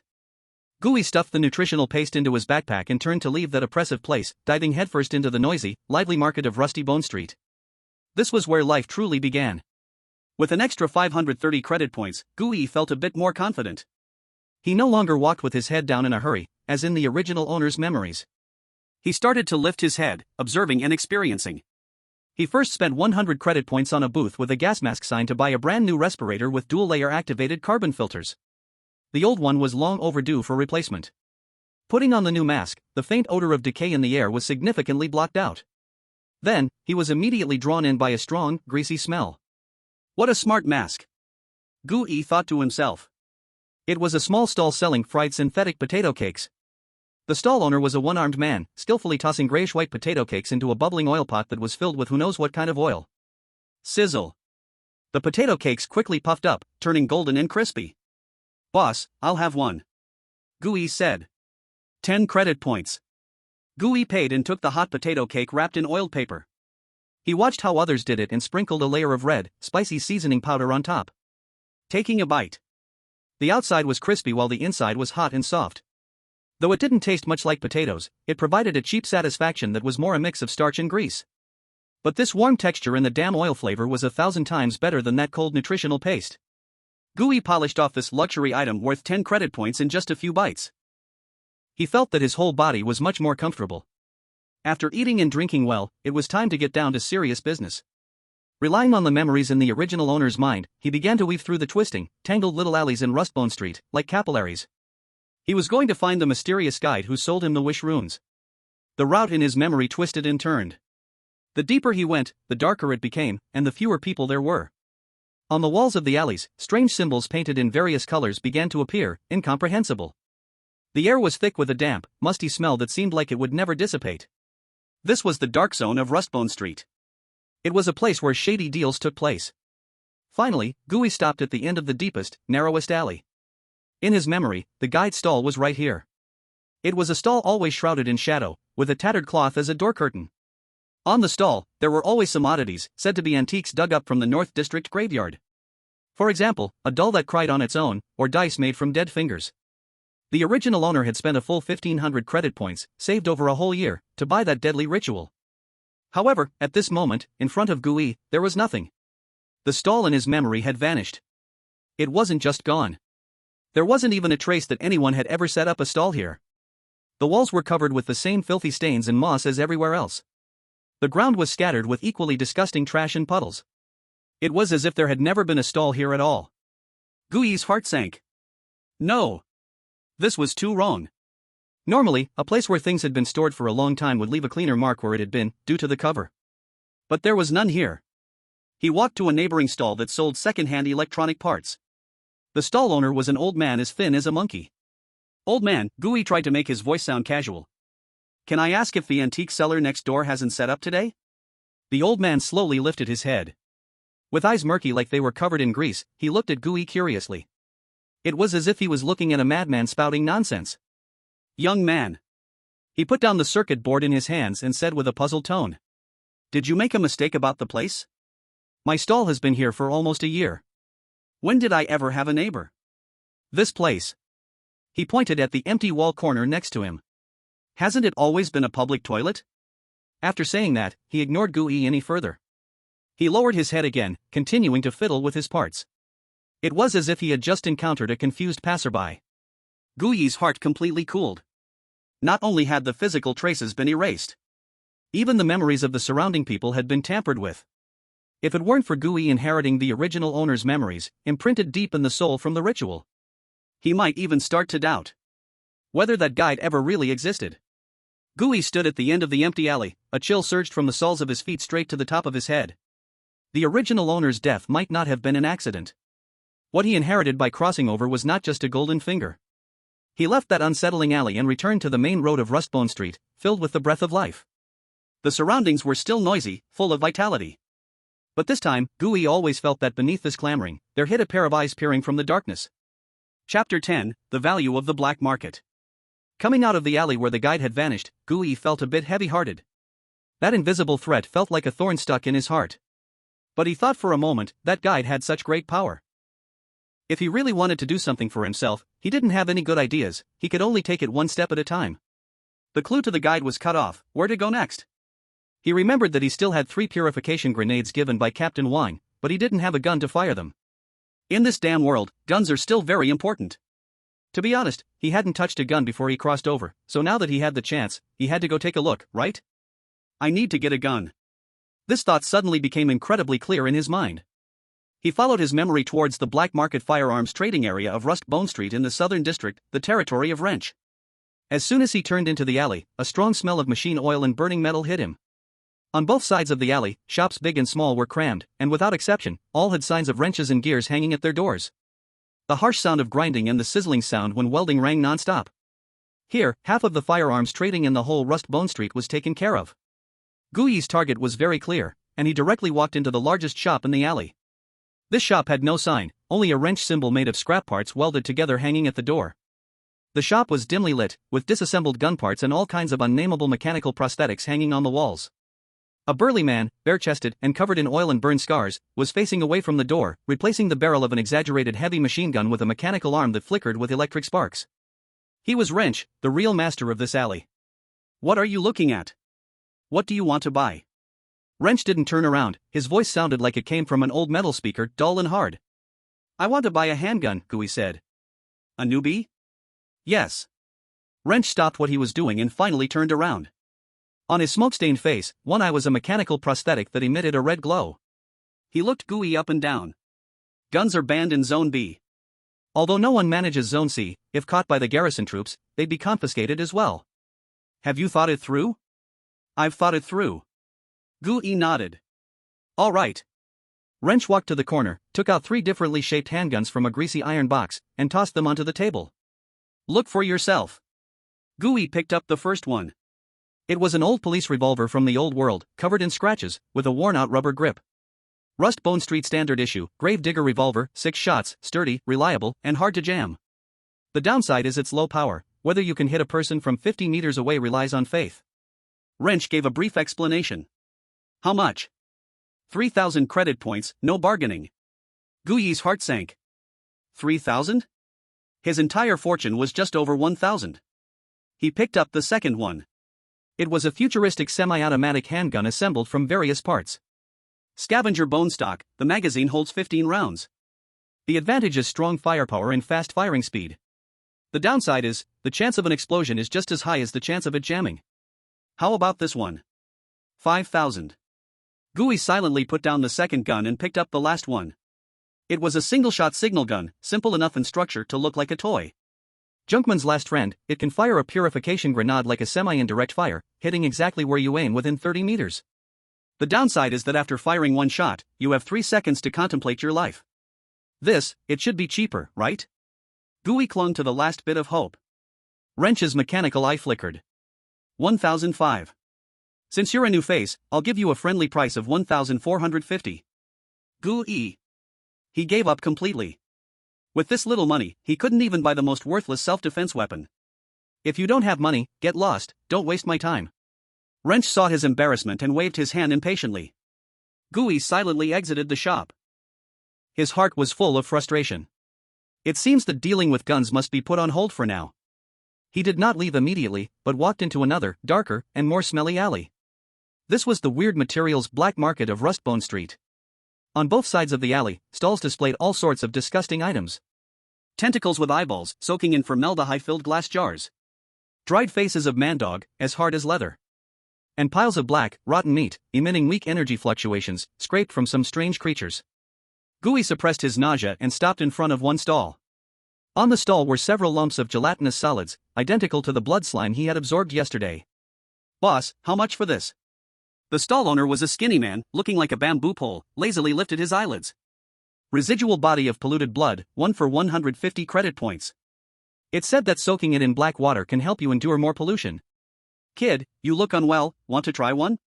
Gooey remained silent. He quietly issued a command to the weird catalog in his mind. Scan, attempt to contain. Scan successful, individual, blood slime, residue, inactive, unable to generate card. Weak homologous energy detected, proceed with absorption? Gooey was silent. He really wanted to see if he could absorb the energy from this thing right on the spot. But when he saw the stall owner's hand under the table, gripping a short-barreled shotgun, he immediately dismissed this dangerous thought. No joking around in a place like this, he might get blown to pieces before the catalog finished absorbing. "No, I'll take a look around." He asked a few more stalls, but the results were all similar. Most of the materials flowing into the black market were the lowest grade F level, expensive and not very useful. Occasionally, there were E-level items, but the price soared straight into 4 digits, completely beyond his imagination. Moreover, these various weird materials could not trigger the catalog's bizarre containment conditions, unable to unlock new entries. It seems trying to get stronger through the black market is simply unrealistic. Gooey sighed and gave up on this thought entirely. Just when he was about to leave this nauseating alley, his gaze was drawn to a stall selling junk in the corner. The stall owner was a drowsy old man, with a rusty tin box on the stall. The box was filled with various scraps dug up from the graveyard ruins of the North District. Rusty nails, broken porcelain pieces, and some animal bones. Gooey originally just took a casual glance. But when his gaze landed on a pale bone, about the length of a finger, inside the box, the cold, mechanical voice of the weird catalog suddenly echoed in his mind. Detected a special medium that meets containment conditions. Gooey's breath instantly halted. He forcibly suppressed his wildly beating heart and pretended to casually rummage through the pile of junk. Name, unknown. Grade, F. Type? Containment conditions, reshape reconstruct scattered bones into a rough likeness of its former shape. Gooey's mind raced. Reconstruct. This meant he needed to buy all these broken bones. He pointed at the pile of junk in the box and asked the drowsy old man, how much for this pile of bones?" The old man opened his eyes, glanced at him, and spoke weakly. "Not sold separately, if you want to buy, take the whole box." "How much?" Gooey tried to make his voice sound very casual. The old man extended 5 black, dry fingers. 50 credit points. Not a cent less. Gooey felt a thrill of joy, this price was practically a gift. He suppressed the excitement that was almost about to spill out. His face still maintained a calm and relaxed expression. But his actions gave him away. Deal. He almost answered in a second. He directly skipped the most basic bargaining step essential for trading in the searing area. "Ha!" The old man, who had been dozing off, suddenly sparkled with a glimmer of light in his murky eyes. He opened his eyes wide. Not even haggling over the price? Could it be, this pile of junk he considered trash was actually a treasure he overlooked? The old man's insides twisted with regret in an instant.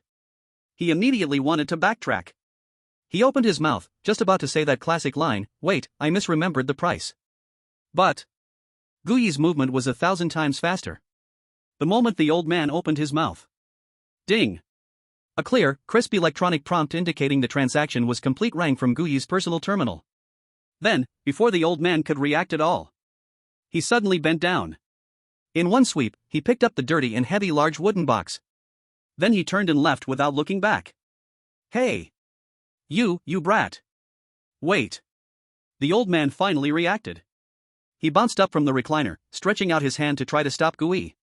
However, Guyi, holding that box nearly as tall as himself, exploded with an unprecedented speed. He darted a few times and squeezed into the crowded, noisy crowd. In the blink of an eye, he vanished without a trace, leaving the old man standing alone in place, his hand still outstretched in a gesture of trying to hold him back. In the end, he could only slap his thigh in frustration and curse loudly. "Damn! I really misjudged." As for Guyi, now holding this box of junk, he just wanted to rush back to the dormitory, close the door, and carefully study this unexpected surprise. However, just as he stepped out of the alley, preparing to return to the hive, a familiar voice called him from behind. "What the hell, AE?" Guyi turned around to see Li Fei looking at him with surprise, staring at him and the box of junk in his arms. "You struck gold, huh? Not staying in the dorm, but coming out here to dig for treasure?" Next to Li Fei was a tall woman, dressed in a black leather jacket and carrying a long weapon on her back. The woman had a stern expression, her gaze like a knife, and just a faint glance at Guyi made him feel a chill down his spine. "Oh, this is my sister, Razor." Li Fei casually introduced, then pointed at Guyi, "My colleague, Guyi." "Hello." Guyi nodded a bit awkwardly. The woman called Razor merely nodded slightly, acknowledging him, and then ignored him further. "I'll be leaving first," she said coldly to Li Fei. Okay, go on." Li Fei waved his hand impatiently. Razor said no more, turning and blending into the crowded streets of Rustbone, quickly disappearing. It was only when the suffocating sense of pressure completely vanished that Guyi sighed in relief. "Don't mind her, she always has that sour face." Li Fei seemed to breathe easier too, reverting to his loud self, throwing an arm around Guyi's shoulders. "Alright, stop holding onto that pile of junk, since you're already out, let's go. Bro will take you to a good place to open your eyes." Chapter 11, A heap of old papers from the old era. Dragged half-heartedly by Li Fei, Guyi hugged the box of junk and followed him into another, even more remote and quiet alley. The atmosphere here was completely different from that of Wrench Street. There was no harsh grinding noise, no strong smell of oil. The air was filled with the scent of dust and old paper. It felt like stepping into an old house that hadn't been lived in for decades. The shops on both sides of the alley were even more dilapidated. No signs, no shouting. Most of the shop owners were elderly men and women, lazily lounging in their chairs, seeming nearly asleep, indifferent to the passers-by. "Hee, how is it?" Li Fei lowered his voice, with a mysterious smile that seemed to say, "Let me show you the world. Here is truly a good place in our South District." People from Rustbone Street call this place the Pile of Old Papers. Everything sold here is old stuff dug up from the ruins of the graveyard in the North District. Guyi felt a bit curious. He followed Li Fei into a dim little shop, almost suffocated by clutter. The owner was an old man, so thin he looked like a dry twig, wearing reading glasses, struggling to flip through a tattered book under a dim energy-saving light. He didn't even lift his eyelids to look at them. Guyi's gaze was quickly caught by the bizarre goods in the shop. There was no practical value in any of these items. But they all came from the so-called Golden Age, before what was known as the Great Rupture. In a corner, Guyi saw an old home video game console, covered in scratches, with a handle worn down to the skin. Next to it lay a few palm-sized plastic boxes, called cartridges. In the memories of the original owner, this thing only appeared in one or two blurry pictures in history textbooks. On another shelf, there were stacks of comic books carefully wrapped in plastic, their pages yellowing. The covers depicted men and women in tight suits, flying and posing in exaggerated ways. There were even stranger things.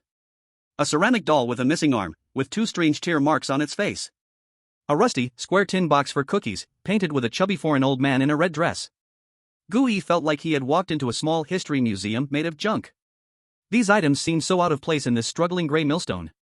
They couldn't be eaten, couldn't be drunk, and definitely couldn't be used as weapons. Their only value was to remind people. This world once was not what it is today. "Boss, do you have that thing here?"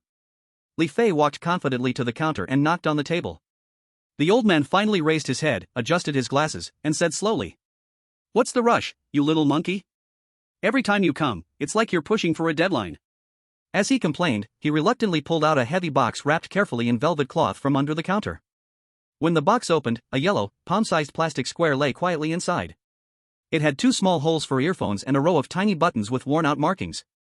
A Sony Walkman. An ancient music player long obsolete in its time. Li Fei's eyes instantly lit up. He carefully picked it up like it was a treasure of unmatched value. It's in pretty good condition, old man. Does it still work? What a stupid question. The old man snorted disdainfully. I personally cleaned it, and I even replaced the batteries for you. Here, I'm even throwing in a tape of old-world rock music. It's a blast. As he spoke, he tossed a same-age tape over. Alright, I'll take it. Li Fei played with the Walkman, unable to let go of it. Name your price. The old man extended 5 bony fingers. 800 credit points. Damn. Li Fei nearly threw the Walkman away. Why don't you just go rob someone? 800 points? For this broken plastic box?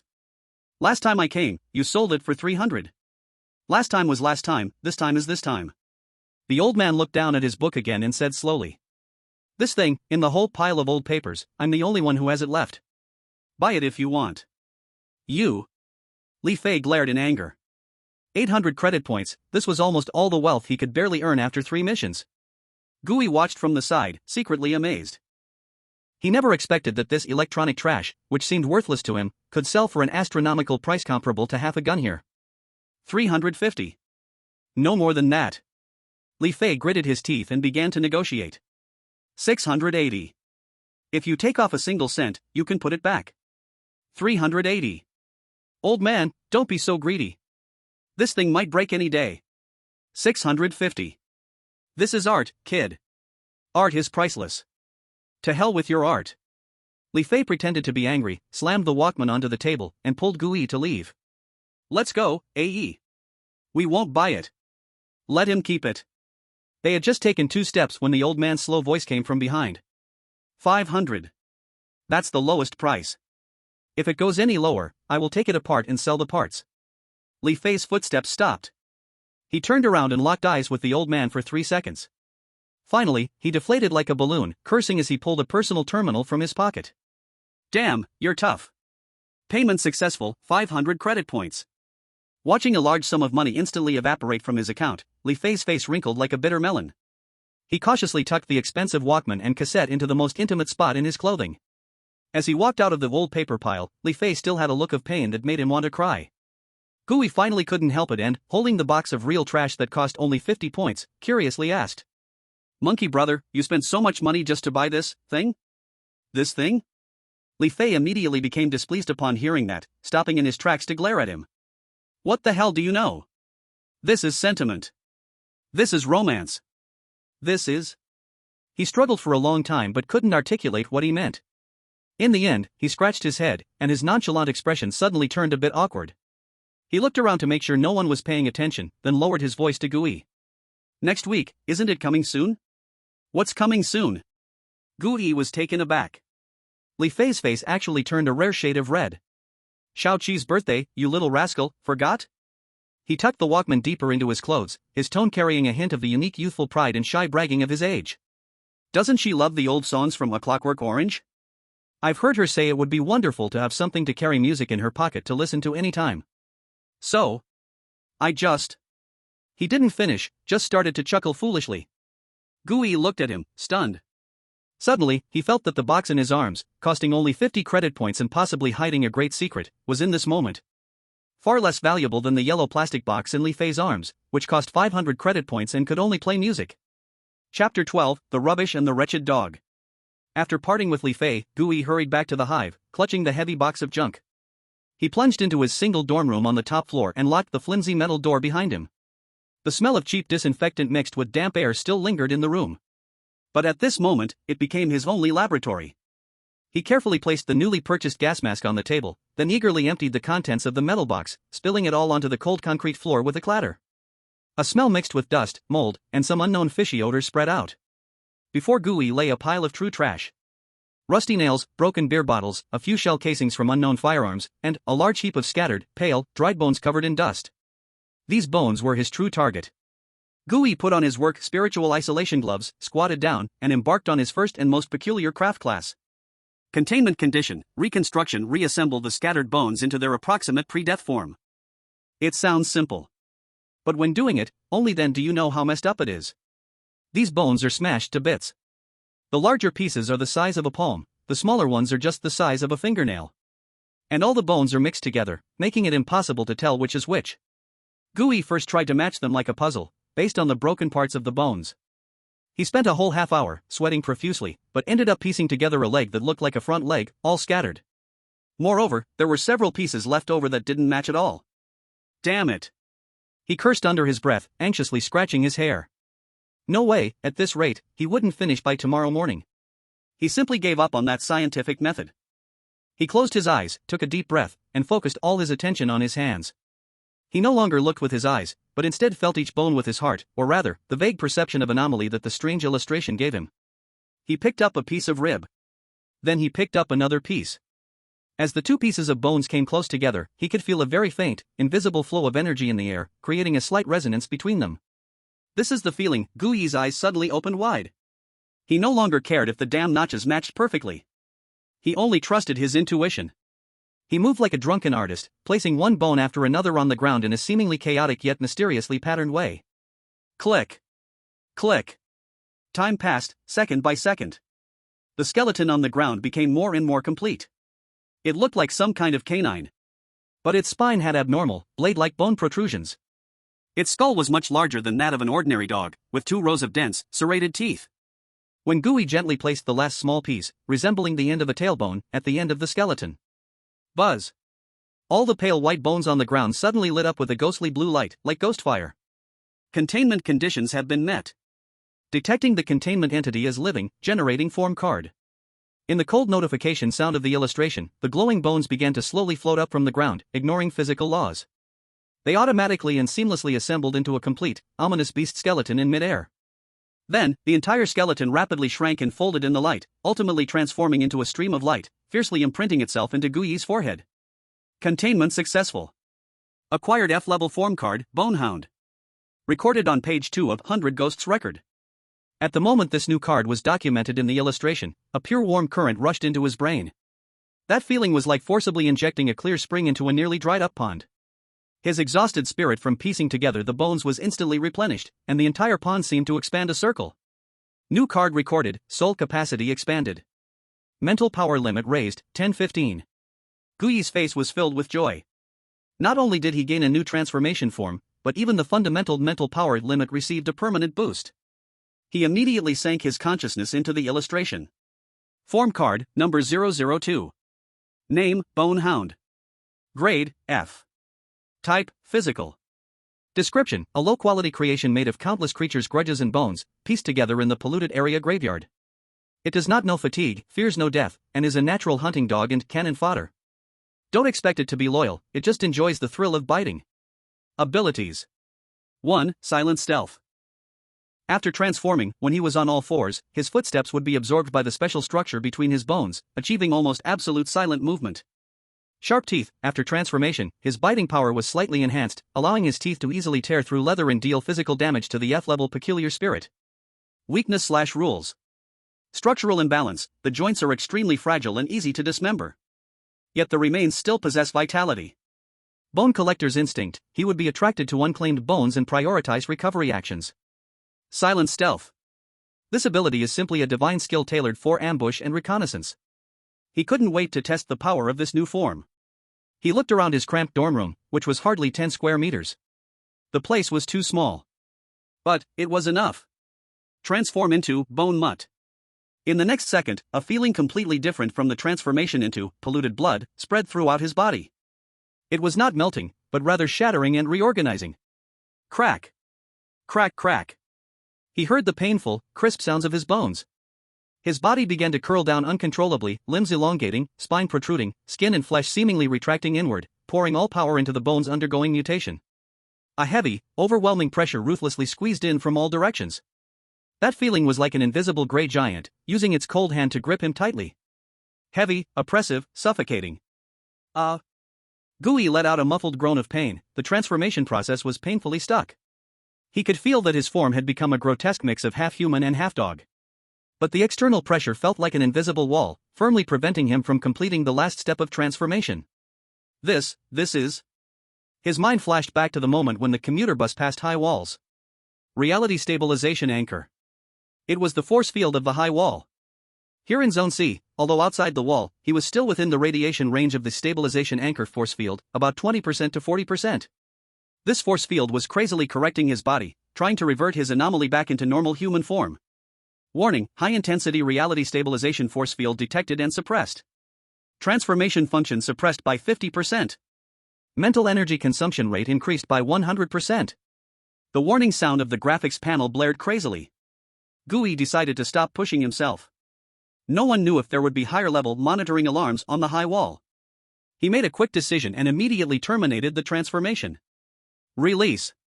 With a thud, he reverted back to human form, collapsing to the ground, his bones feeling like they had shattered, causing immense pain. He understood.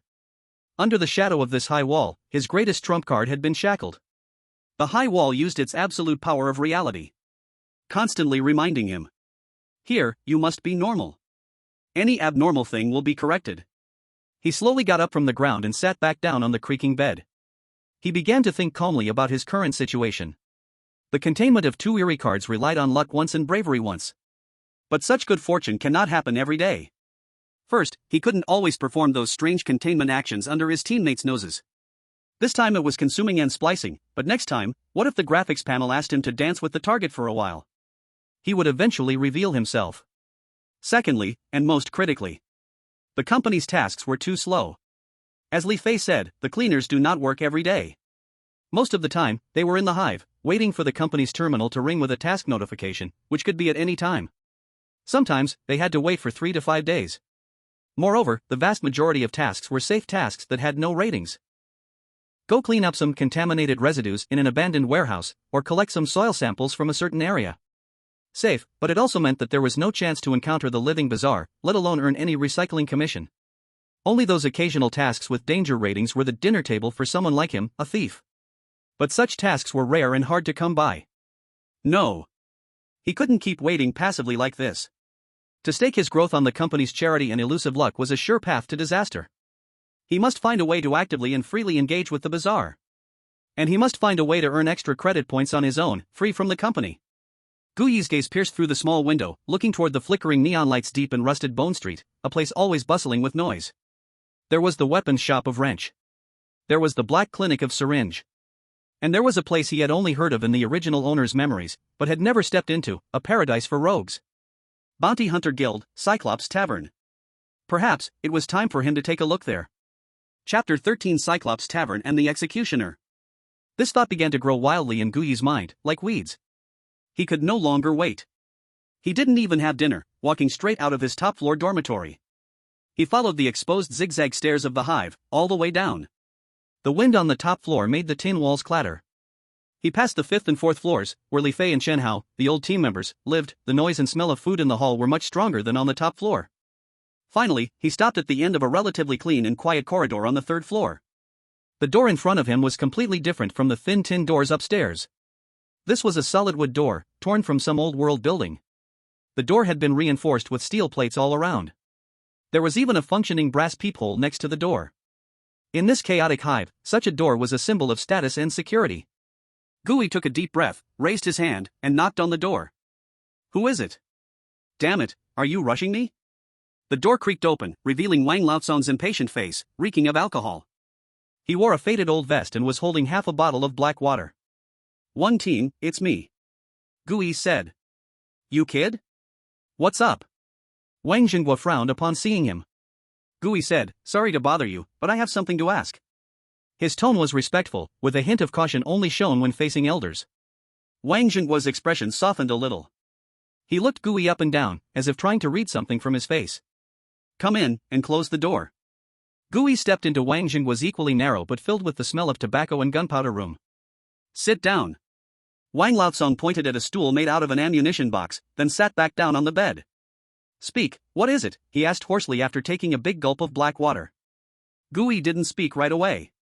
He seemed to be organizing his thoughts, also as if making some kind of resolution. One team. He raised his head to look at Wang Jinghua. The company's tasks are too few. I want to find another way to earn some extra money.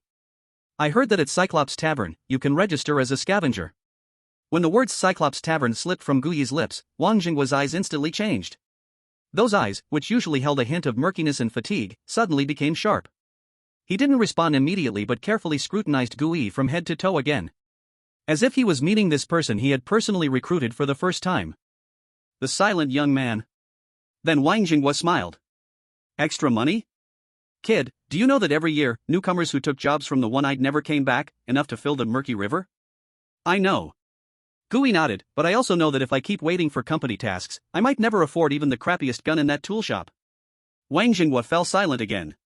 He looked at this unusually calm young man in front of him, as if seeing the same unwilling self from many years ago. After a long time, he downed the remaining half bottle of black water in one gulp and slammed the empty bottle on the table.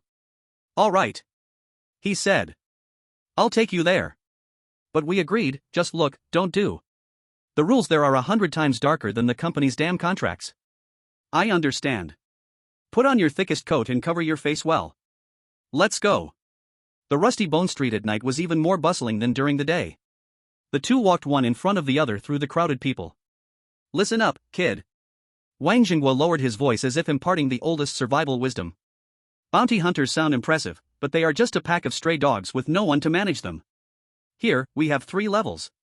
The lowest is called scavengers. Spend 100 credit points to register a name with the One-Eyed, sign a death contract, and you're one of them. They only do trash picking or running errands for the big shots. The next level is called hunters. You need to be independent or complete at least 10 F-level tasks to apply. At this level, you qualify for the jobs that can really take lives or make real money. As for the highest, they're not called hunters anymore, they call themselves executioners. Old Wang's tone held a hint of reverence. In the entire Searing area, there are no more than 50 who can call themselves that. Each one has survived the grips of D-level anomalies. They all have their private rooms at the One-Eyed Dot.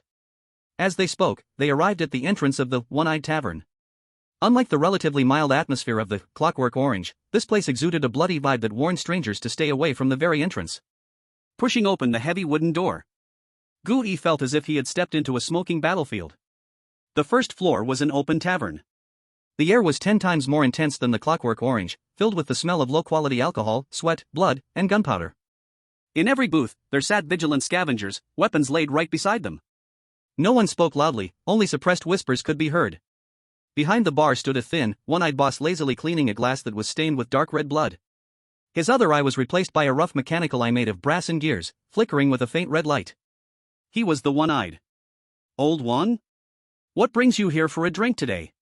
The One-Eyed saw Wang Jinghua, and his mechanical eye flickered, his mouth twitching into an ugly smile. Bringing a newcomer for a look. Old Wang scanned a few credit points with his personal terminal. 2 glasses of black water, to ward off bad luck. He led Guyi, not going to the bar right away, but instead walked to the side of the bar to a corner lined with old terminal machines. The screens of those terminals were all scratched and snowy, their greasy shells looked older than the parts in the tool shop. Look there. Wang Old Man pointed at those machines, most of the jobs are on those. Anyone can take F-level tasks. Just swipe the ID badge to view the task list. We called it the dog food bowl, specially made to feed us stray dogs. Guyi nodded, but his gaze was irresistibly drawn to the wall at the deepest part of the tavern. That wall had only a few papers nailed up, yet each seemed to carry an invisible pressure. That wall. Old Wang followed his gaze. We call it the Glory Wall, also known as the Death List. Only D-level tasks and above qualify to be personally nailed up by the One-Eyed Dot. Taking those types of jobs is not as simple as just clicking on a terminal. You have to walk up in front of that wall, in view of everyone, and rip that bounty notice down. It's a declaration. A declaration that this task belongs to you. Guyi's gaze was firmly nailed to that wall. He saw the very top notice, which had yellowed with time. Sea-level bounty, hunt the headless courier, reward, 100,000 credit points, permanent residence in Bearing Zone. That string of zeros and the glaring residence ignited Guyi's pupils like a flame. Stop fucking looking. Wang Jinghua roughly turned his head back, the force frighteningly strong. That's not something you should be looking at right now. Your world is in the dog bowl. Just as Guyi's fantasies were ruthlessly crushed by Old Wang, a familiar figure caught his eye from the corner of his vision. In a corner of the bar. Li Fei's sister, the razor, sat quietly alone. She wasn't drinking, only a glass of plain water sat in front of her. The long weapon wrapped in thick cloth rested beside her hand. She was unlike anyone else here. She didn't seem relaxed, more like a leopard in between hunts, licking her claws and ready to pounce. The one-eyed personally brought over a drink, seemingly whispering something. The razor said nothing, only shook her head. Then she stood up, placing a few black objects resembling monster teeth on the table, and turned to leave the bar without looking back. Captain Wang. Gui lowered his voice, quietly asking. Who is that person? Wang Jingguo's eyes were unusually serious. He watched the disappearing figure of the razor, slowly exhaling 3 words.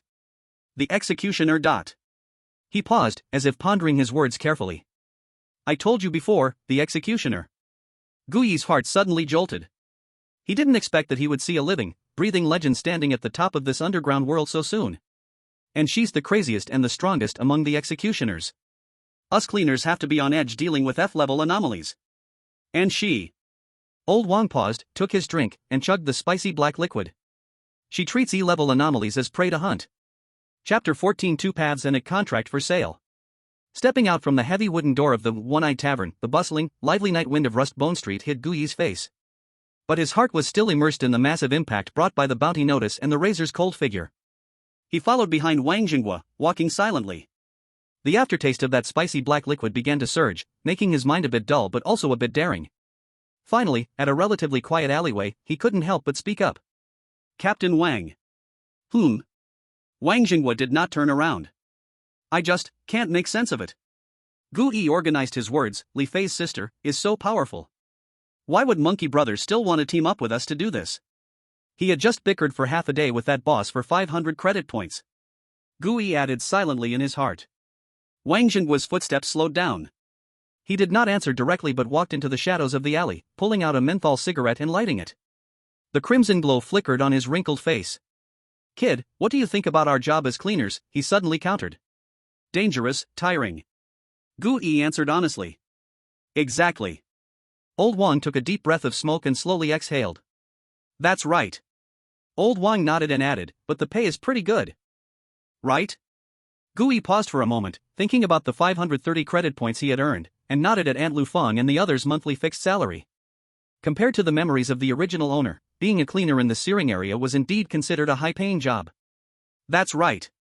Old Wang took a deep breath of smoke and slowly exhaled. You think this job is dangerous because you haven't seen anything more dangerous.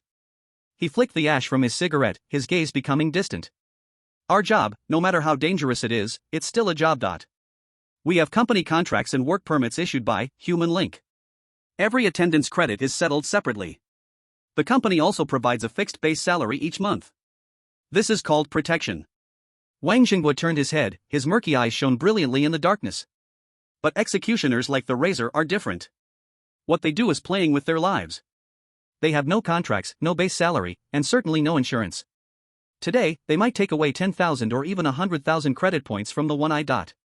Tomorrow, they could become an unclaimed corpse, rotting in some corner of the North District Cemetery. They are ghosts living in the shadows. More importantly, Old Wang's voice became extremely serious. Kid, remember this. In the searing area, being a hunter is like branding yourself with an indelible mark. Defense forces recruit specially in the searing area every year. But their recruitment policy clearly states one thing. Anyone with a bounty hunter work history will never be hired. Gui's heart sank abruptly. The little monkey is an idiot. Wang Jingguo took another hard drag from his cigarette, as if wanting to inhale all his helplessness. He curses that gray grinding disc every day, but deep down he's more naive than anyone. He still thinks he can save enough money and pass the assessment to become a glorious member of the city defense forces. He dreams of one day wearing that uniform and proudly walking into the beering area as an insider. Then, he plans to turn back and pull his sister out of what he thinks is a quagmire. So, Old Wang extinguished his cigarette slowly. He will never take the same path as his sister. As for the razor, she knows better than anyone that the place she resides is not a quagmire. It's a damn hell. She doesn't want Li Fei to get even a hint of the bloody smell here. She saw through this messed up world earlier than the monkey. Therefore, she chose a different path.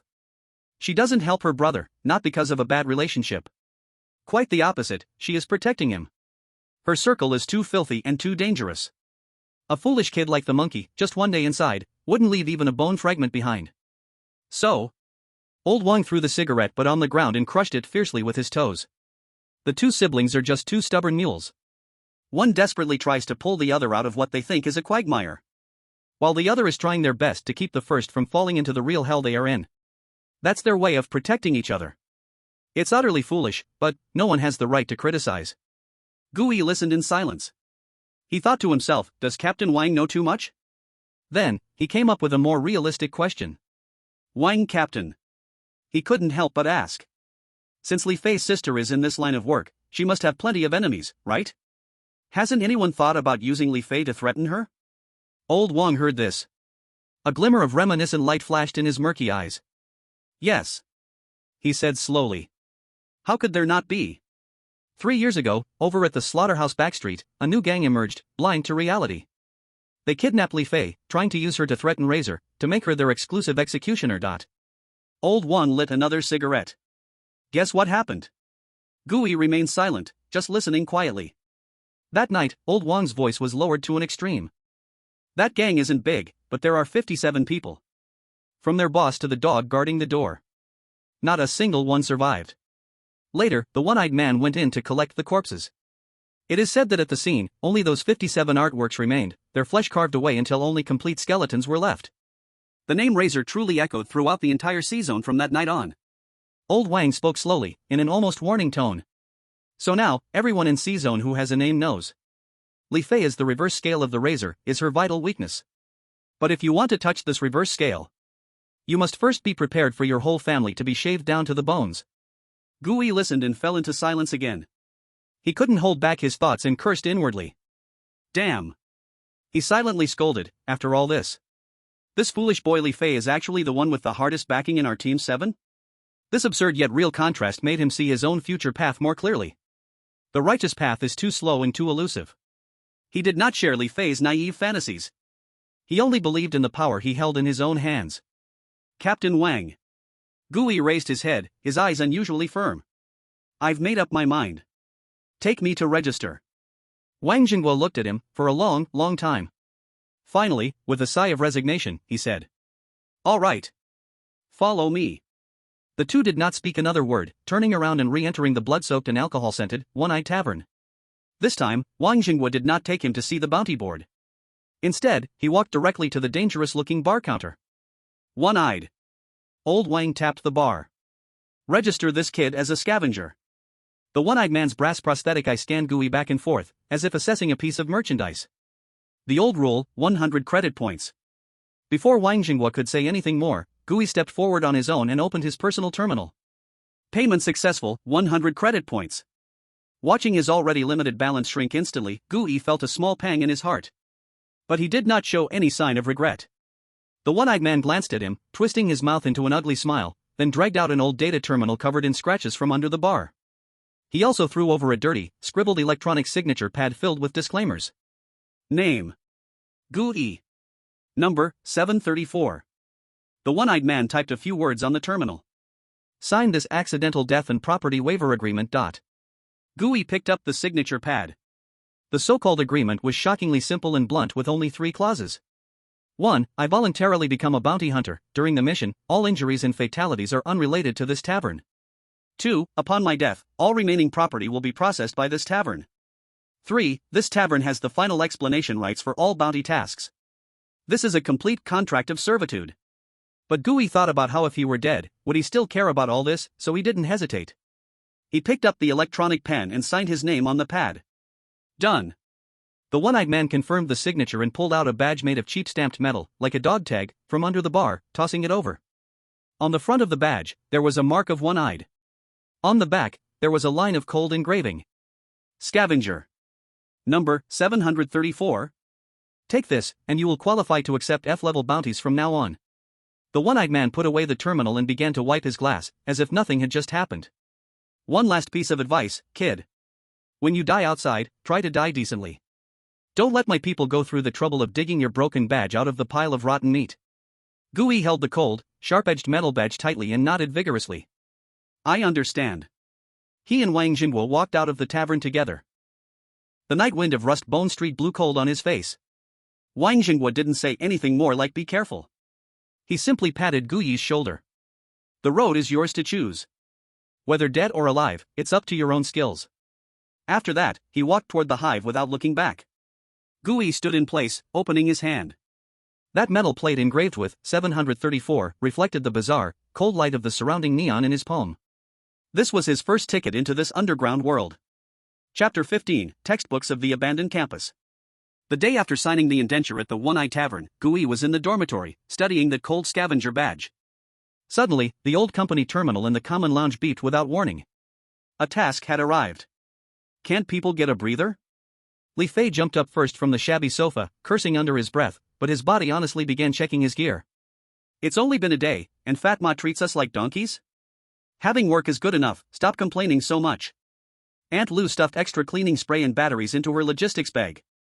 The indulgence and laughter from the Clockwork Orange just a couple days ago still lingered on their lips. But now, everyone quickly wore back their expressions of numbness and vigilance, typical of cleaners. This was their life. Warmth was fleeting, and danger and fatigue were the norm. When there were no tasks, they worried about making a living. When tasks arrived, they worried for their own lives. Stop dawdling. Hurry up and pack your things, get ready to leave. Wang Xingguo walked in, wearing his unchanged dark jacket, his voice as steady as ever. Where to this time? Chen Hao looked up and asked. Old Wang glanced at the terminal screen. West of the city, the abandoned third primary school. Task requirements: clean up residual low-level pollutants and check for any new F-class strange individuals. He paused, adding one more thing.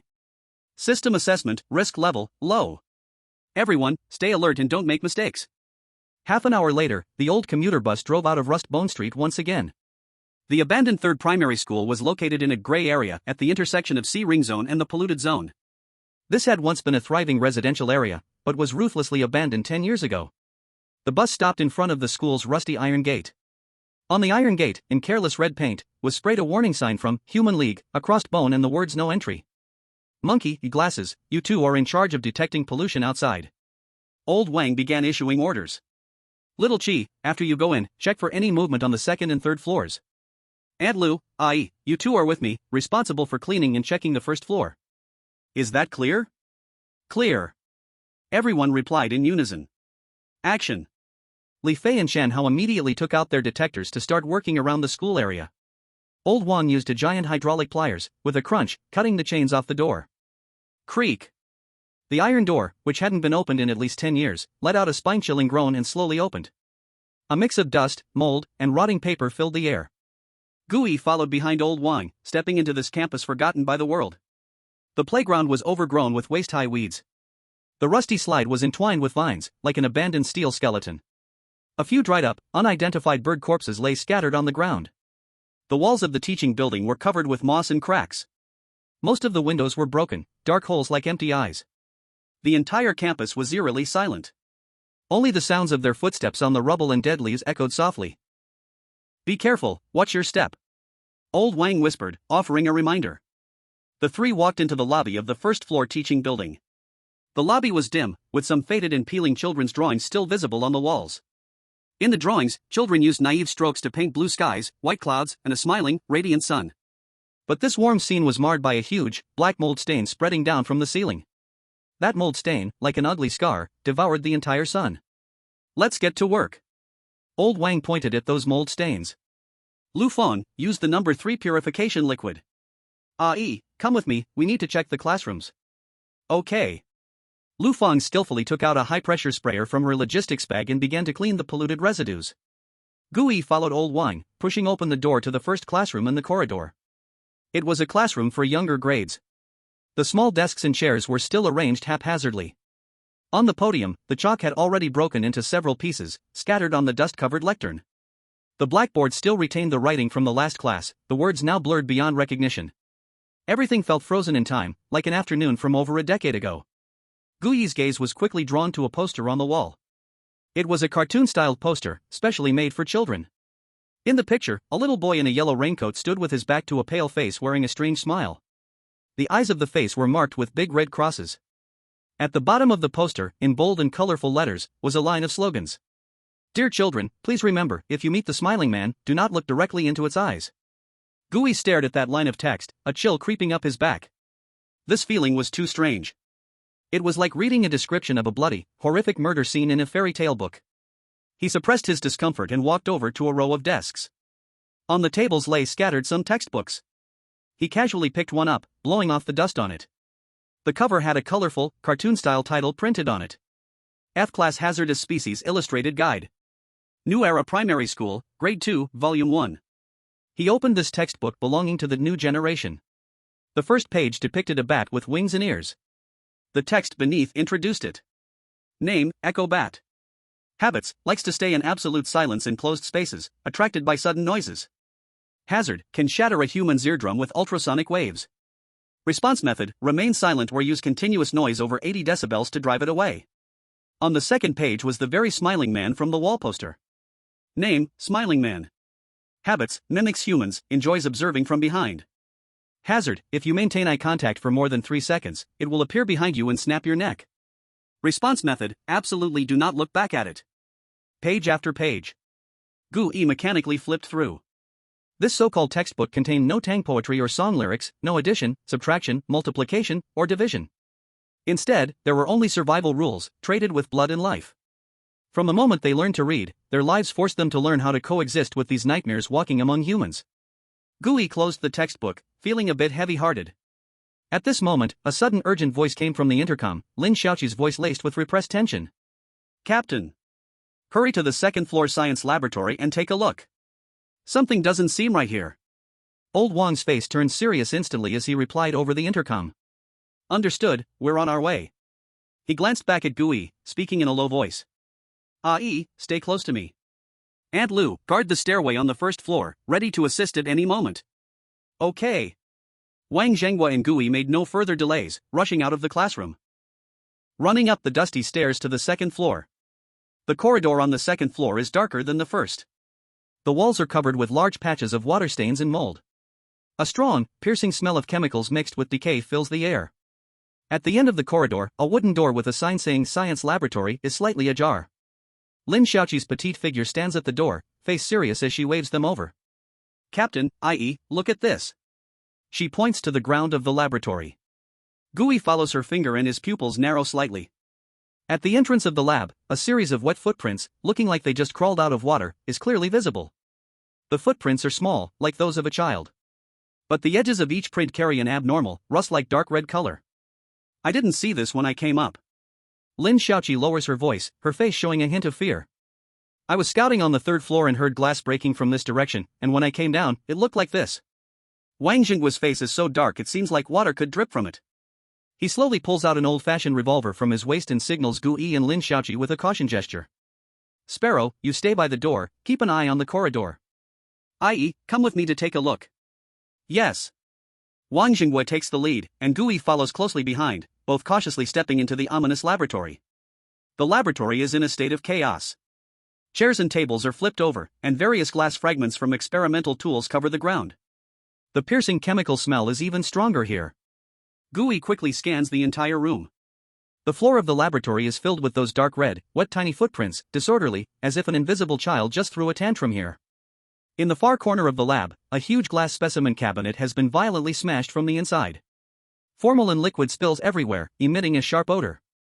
The jars originally used for soaking various biological specimens are tilted, most of them already empty. Wang Zhenghua, gun in hand, slowly approaches the shattered specimen cabinet step by step. Gu-E is responsible for watching his back. Just then, Gu-E's peripheral vision suddenly catches a glimpse of something left in the corner. It is a glass jar that is not completely broken. The jar is lying on the ground, most of the formalin has already leaked out. At the bottom of the jar, a murky liquid still holds a human hand specimen. The hand is pale, swollen from being soaked in the liquid. Its 5 fingers are in an unnatural, curled position. And in the crevices of its nails and the folds of its skin, there are streaks of dark red that look like rust. Almost the moment he sees the hand specimen, a cold mechanical voice rings in Gu-E's mind, as if from that strange catalog. Scanning for a containment individual. Name, rusted hand. Grade, F. Type, entity/inanimate object. Description, a specimen that has deformed due to a combination of resentment and chemicals. It longs to regain touch and will use its rusted, poisonous hand to touch all living things. Inanimate object? Gu-E's heart, for the first time, questions this classification. Previously, the polluted blood was categorized as living. What is the difference between the two? Before he could think further, a crucial piece of information has already surfaced in his mind. Containment conditions, kiss it, for 5 seconds. At the moment he sees this information, a wave of turmoil surged in Guyi's stomach. Kiss it? 5 more seconds? He looked at the specimen submerged in murky liquid, with swollen skin and eerie rust stains, and an intense feeling of nausea shot straight to his head.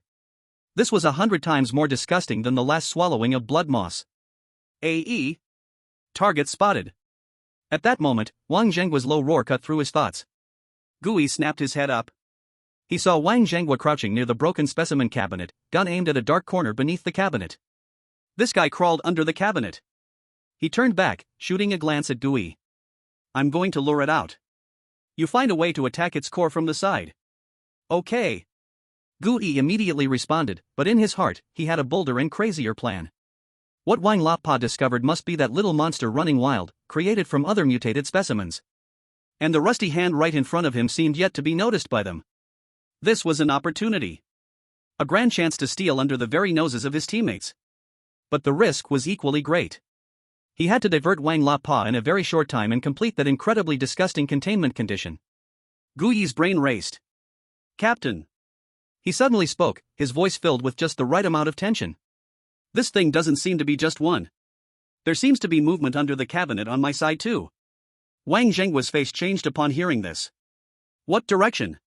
It's right under this experiment table to my left. Guyi pointed in a completely opposite direction, fabricating a lie. Damn, this is troublesome. Wang Zhenghua cursed. He had no doubt about Guyi's newbie judgment. In this environment, any minor sound or movement could be fatal. You hold steady. Don't let it get close. I'll take care of mine first and come help you. Wang Zhenghua immediately made a decision. Without further hesitation, he kicked fiercely under his cabinet. Bang! A loud crash followed by the sound of shattering glass echoed. Squeak! A small shadow, resembling a monkey, let out a piercing scream and suddenly darted out from beneath the cabinet. It was a grotesque monster stitched together from various animal bones and rotten flesh, similarly covered in wet rust. Now! At the moment Wang Zhenggua's attention was fully drawn to that monster, Guyi moved. He dashed towards the glass jar containing the rusty hand. There was no time for hesitation. He swallowed back the rising nausea and groped out the slick, cold human hand specimen from the jar. Then, he closed his eyes, held his breath, and fiercely kissed the swollen, cold back of that hand, which emitted a strange formaldehyde odor. Ugh! An indescribable stench, mixed with the smell of decay and chemicals, instantly filled his mouth and nose. The cold, slimy texture, like rotting flesh, spread from his lips to every nerve ending in his body. Guyi's body trembled violently. He felt like he was about to vomit. But he bit his teeth hard, counting down in his mind. 1 second. 2 seconds. Detection of containment conditions met. 3 seconds. Establishing containment protocol. 4 seconds. Energy link established. 5 seconds. Containment successful. At the moment the prompt sounded, the disgusting specimen in Guyi's hand instantly transformed into a dark red flash and merged into his back. Then, a series of entirely new, unexpected prompt sounds exploded in his mind one after another. Detecting dead object anomaly. Meets criteria for weapon card generation. New function module activated curio box. Generated weapon card number 001 rusty hand, automatically recorded in the first page of curio box. The new card has been added, and the soul capacity has expanded. Mental power limit increased, 15-20. In an instant, Guyi felt that his strange encyclopedia seemed to have undergone a small-scale system upgrade. The encyclopedia, which originally had only one page, now clearly split into 2 completely different pages. On the left page, it was still the record of 100 ghosts. On it, the card representing polluted blood quietly emitted a faint light. In the upper right corner of the card, there was a clear label, form card. On the right side was an entirely new page, radiating a bronze-colored glow. At the top of the page, in an ancient font, were 3 big words, oddity box. At this moment, in the first slot of the oddity box, a brand new dark red card, exuding a sinister aura, was slowly taking shape. In the upper right corner of the card, it was also labeled with its type armed card. It worked. And it even unlocked a brand new function. The huge surprise instantly washed away the bad taste in his mouth. Guyi suddenly opened his eyes, wanting to smile, but the taste in his mouth nearly made him gag. AE? How's it going over there? Not far away, Wang Zhenggu's urgent shout came, accompanied by a deafening gunshot. That deformed monster had clearly been dealt with. Gui took a deep breath, forcefully suppressing the feeling of nausea, and immediately shouted toward Wang Laodao's direction. Captain! The thing on my side seems to have stopped moving again. Maybe it got scared away by your gunfire. Chapter 17, New Card, Rusted Hand. Hearing Gui's response, Wang Zhengu had no doubts. In the polluted area, the strange behavior patterns were already bizarre. Getting scared away by gunfire or temporarily hiding were both normal situations. Let it run fast. Wang Laodao spat, stepping forward to kick the rapidly turning black water remains of the monster on the ground. Pollutant skeletal splice, a brainless and worthless little thing. He put away his revolver and said to Lin Xiaoqi, who had rushed over. Sparrow, notify the monkeys that the outer perimeter alert can be lifted. Then, bring the high-efficiency purifying solution and thoroughly clean this place. The toxin residue of this thing is very strong. Yes. Lin Xiaoqi immediately responded. Wang Laodao turned around and looked Gui up and down. You boy, are you okay? Why is your face so pale? I'm fine. Gui quickly shook his head, trying to make his expression seem normal. I was a bit nervous just now, it's my first time encountering this. Humph, you have potential. Wang Laodao snorted, but there was no tone of blame in his voice. You'll get used to it after going through it a few more times. As he spoke, he patted Gui on the shoulder, nearly knocking him off balance. Gui forced out a smile that looked worse than crying, nodding repeatedly. He certainly wasn't scared. He was feeling nauseous. Until now, the terrifying taste of formaldehyde mixed with rotten meat still lingered in his mouth, making him feel unwell. Soon, Li Fei and Chen Hao rushed in from outside. Seeing the chaos in the laboratory, Li Fei cried out. Wow, so lively? Old Wang, you guys took all the good stuff, not even leaving a drop for us. You talk too much. Aunt Lu Fang walked in with cleaning tools, rolling her eyes at him in annoyance. Hurry up and work. The sooner we finish, the sooner we can get off work. The following cleaning work became calm and steady. With a clear goal, the members of Team 7 displayed extremely professional qualities. Spraying purifying solution, scraping off pollutant residues, using UV lamps for secondary disinfection. Every step was orderly and matched in coordination. Gui also endured discomfort and joined the cleaning effort. As Gui worked, he secretly sank his consciousness into the strange encyclopedia in his mind. His consciousness? He directly skipped over the left page of the records of the 100 ghosts, pausing at the right page of the brand new mysterious object box that radiated a bronze glow. In the first square of the mysterious object box, a brand new card quietly emitted a dim red glow. In the image on the card, the background revealed a dimly lit scientific laboratory. Shattered glassware littered the floor, and in the specimen cabinet in the background, various deformed creatures were soaking. At the center of the image was a glass jar covered in stains. Within the murky, yellowed formaldehyde liquid, a pale, swollen human hand pressed hard against the inner wall of the glass jar. Between the nails of its 5 fingers and beneath the skin on the back of the hand, dark red patterns spread like rust and dried blood. Gui concentrated, and the detailed information of the card projected clearly on his retina. Armed card, number 001. Name, Rusty Hand. Grade, F. Type, entity type / inanimate. Description, a specimen that has undergone distortion under the dual effects of resentment and chemical agents. It yearns to regain touch and will use its hand, laced with rusty toxins, to touch all living things. Ability. 1. Manifest, can consume mental energy to manifest in human or transformed forms, used as equipment or items. 2. Rusty touch, after manifest, it can be commanded for remote control. The rusty toxins secreted from its palm can quickly corrode metals and cause continuous burning damage to living tissue. Note, this effect is ineffective against stable anchor alloys. Weakness.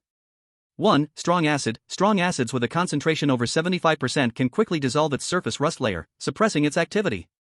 2. Dry environment, an extremely dry environment will slow its movements. 3. High temperature, continuous high temperatures can burn the corpse wax oil inside, causing irreversible damage. Looking at this brand new file, Gui's heart began to race uncontrollably. Manifest? Remote control? This is completely different from the transformation of the form card. He no longer needed to turn himself into a monster but could instead use the monster as an item or pet? This discovery made Gui's scalp tingle with excitement. This means his way of fighting would no longer be limited to hand-to-hand combat. He forced himself to suppress his excitement and glanced around. Old Wang and Lu Fang were cleaning at the other end of the corridor, while Li Fei and Lin Xiaoqi were downstairs, and Shen Hao was adjusting equipment at the door. In the laboratory, he was temporarily the only one there. An opportunity. He planned to try this so-called manifest and see what it was all about. He didn't know if this armed card could still be successfully manifested after leaving the pollution zone. Returning to the searing area, where the high walls suppressed the stable anchor force field, Gooey took a deep breath and walked to an abandoned iron lab table, pretending to clean the stains on the surface. At the same time, he focused on the rusty hand card in his mind and issued the command. Manifest. Buzz. A weak mental energy flowed from his brain, like a stream, into the illustrated guide. In the next second, an incredible scene occurred. He saw the air in front of him slightly distort. Then, a pale, swollen severed hand, identical to the one on the card, appeared out of thin air. It quietly floated in midair, its 5 fingers slightly curled, with dark red rust visible under the nails. It had no solid form, like a translucent ghost emitting an ominous aura. Gooey could even smell a faint mix of formaldehyde and rust emanating from that ghost hand. More remarkably, he established a faint mental link with this hand. It was as if he had an extra limb that he could control at will. Gooey felt a stir in his heart and tried giving a simple command. Go forward. The floating ghost hand immediately obeyed and drifted forward a little distance. Clench your fist. The ghost hand instantly curled its 5 fingers into a tight fist. So amazing. Gooey was roaring wildly in his heart. This was just like the psychic remote control from a sci-fi movie. He struggled to contain his excitement, his gaze fixed on the rusty iron lab table in front of him. The final test. Touch it. He gave an attack command to the corroded hand. The semi-transparent ghost hand quietly floated above the lab table like a trained dog, and then slowly pressed down. Sizzle. The spot where the ghost hand pressed down began to visibly darken and soften as the thick rust in the steel surface beneath it rotted away, creating a clear handprint. A wisp of blue smoke slowly rose from the handprint. What a dominating ability! Gooey felt a surge of joy in his heart. After playing for a while, Gooey cut off the psychic link. The corroded hand, in midair, instantaneously turned into specks of red light and vanished. However, the deep, smoking corrosion handprint remained clearly on the lab table. Gooey looked at the handprint and understood. The form card was his spear, used for charging into battle. And this weapon card was his dagger, his secret weapon that could let him strike a fatal blow in the most unexpected places. Stealth, lockpicking, sabotage, assassination. This tiny F-grade weapon card had already opened countless new tactical possibilities for him. He began to eagerly anticipate the day when his oddity box would be filled with all sorts of bizarre, strange equipment. The cleanup work continued until dusk. When everyone dragged their exhausted bodies back onto the old shuttle, each face was marked with fatigue. Finally done. Li Fei slumped into his seat like a pile of mud. Damn it, I never want to do school work again. It's even more tiring than cleaning the sewer. Alright, at least we got paid. Aunt Lu Fan counted the supplies list from this task, mumbling to herself.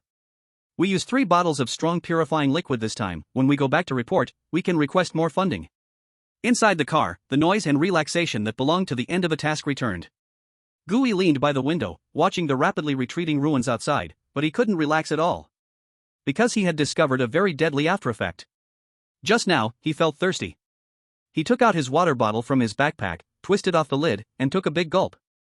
However, as the clean pure water flowed over his tongue and slid down his throat, his brows instantly furrowed in confusion.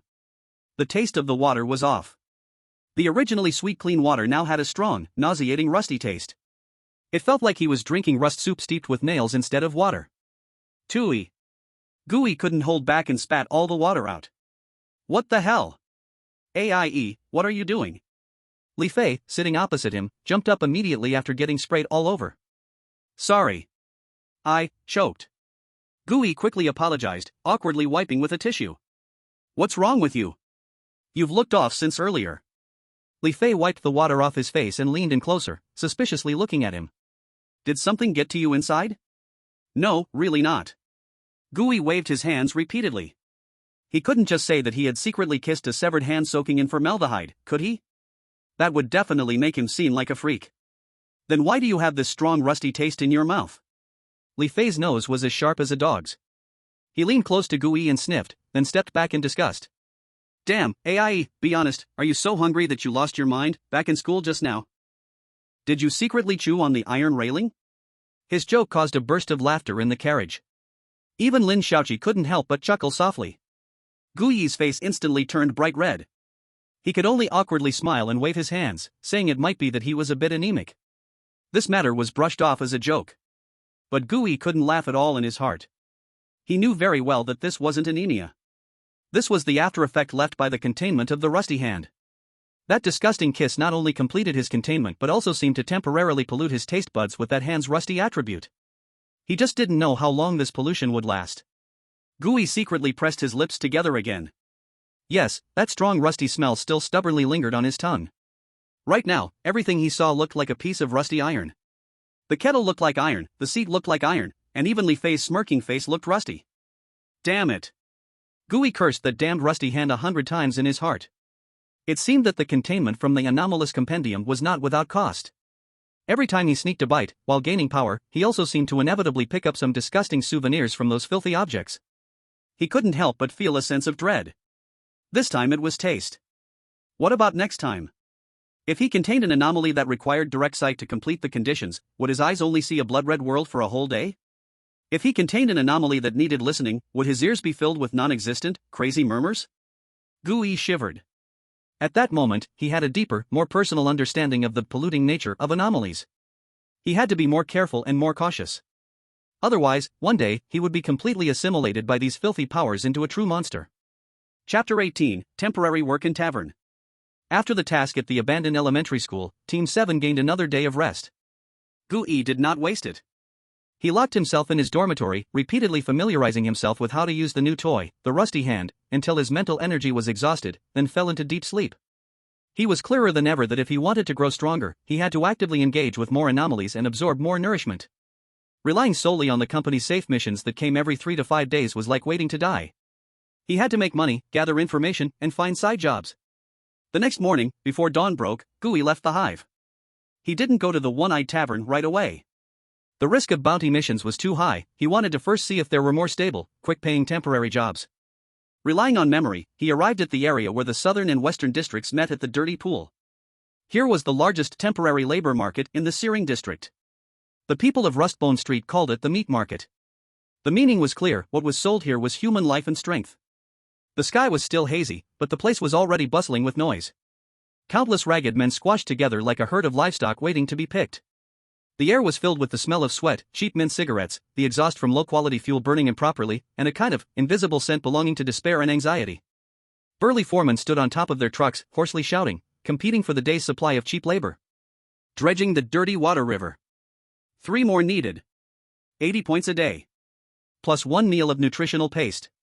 A foreman with a face full of flesh waved his data pad.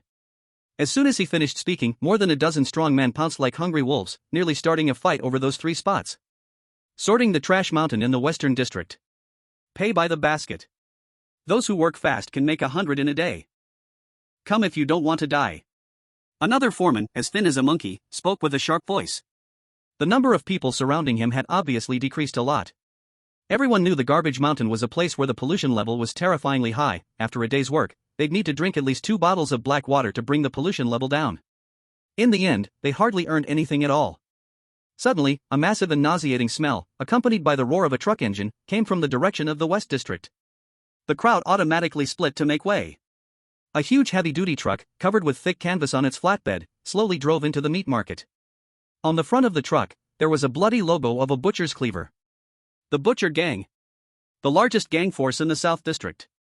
As the truck came to a stop, a muscular man with a bare chest and a fierce pig's head tattooed on his chest jumped down from the driver's cabin. He kicked the flatbed and shouted at the crowd in a booming voice. Butcher Gang is hiring laborers. Move the corpses of the mud giant pigs. Come if you're strong.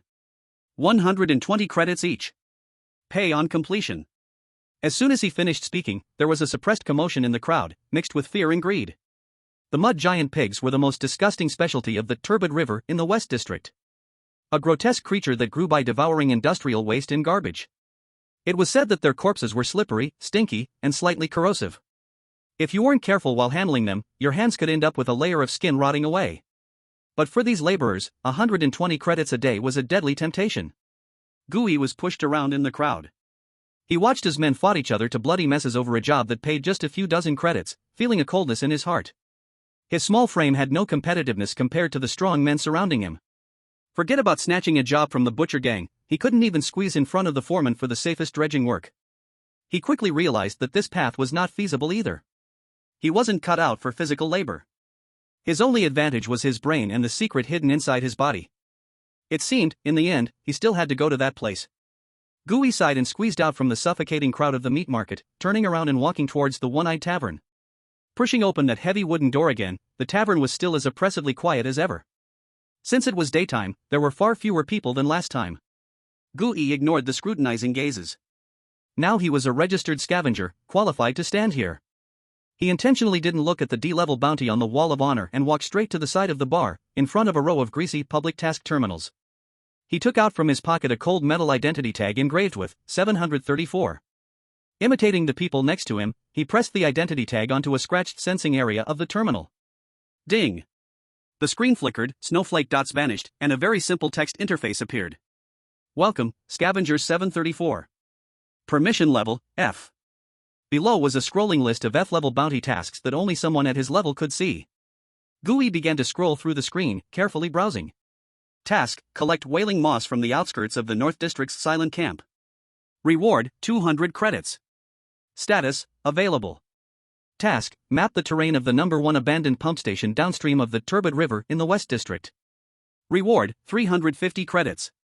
Status: already taken. Task: assist Dr. Syringe in capturing 3 mutant blood leeches. Reward: 50 credits. Status: available. Task: clear the blockages at the number 3 garbage compression station in Rustbone Street. Reward: 80 credits. Status: available.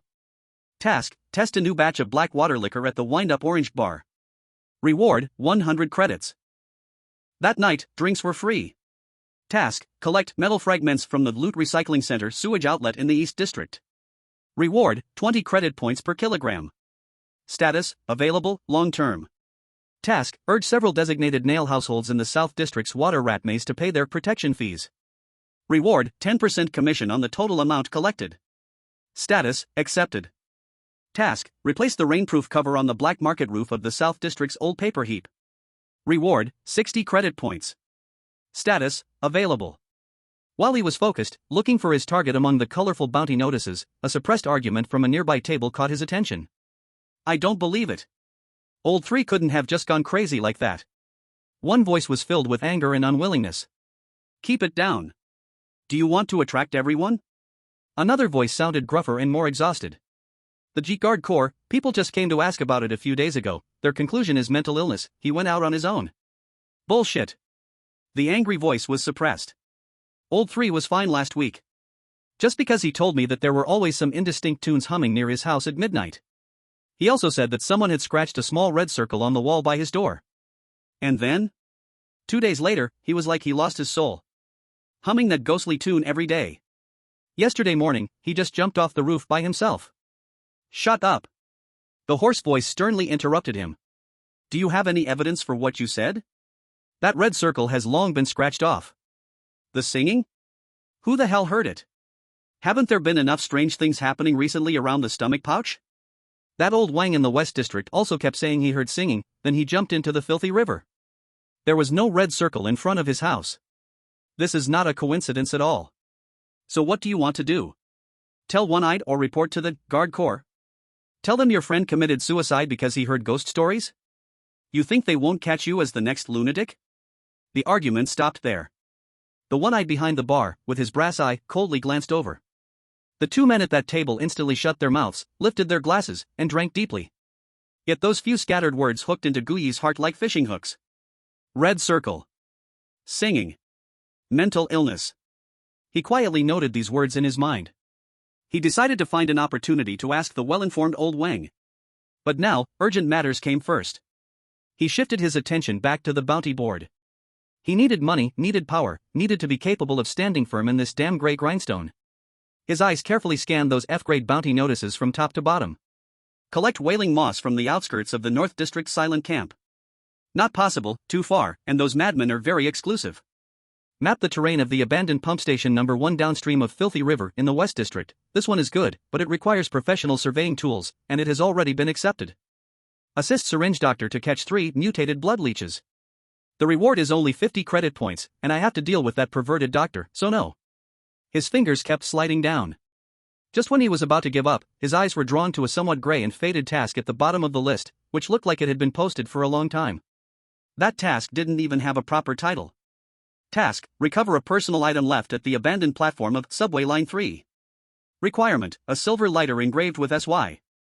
Reward: 600 credit points. Note: there may be a small number of echo bats in the subway tunnel, please evaluate the risk yourself. Publisher: Anonymous. Status: available, individual. The subway tunnel. Gui's eyes lit up in an instant. There, the environment is enclosed, the terrain is complex. The best fit for someone like him who needs to hide his abilities.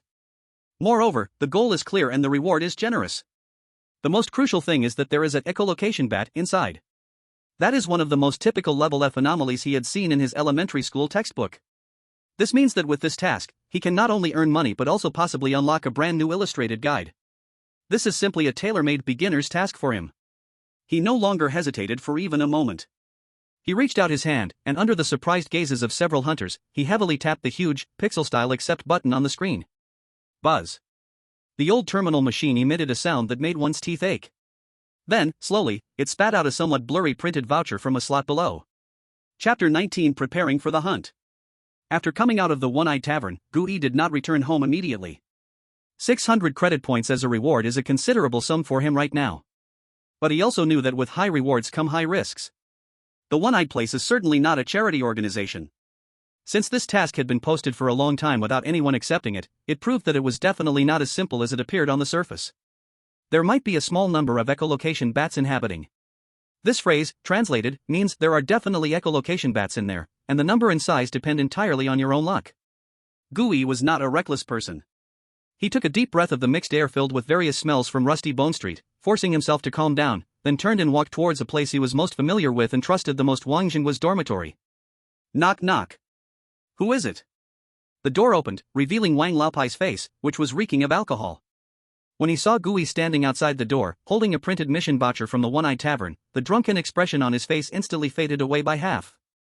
You really went and accepted it, huh? His voice suddenly became serious. Come in. Gui followed him into the room filled with the smell of tobacco and gunpowder.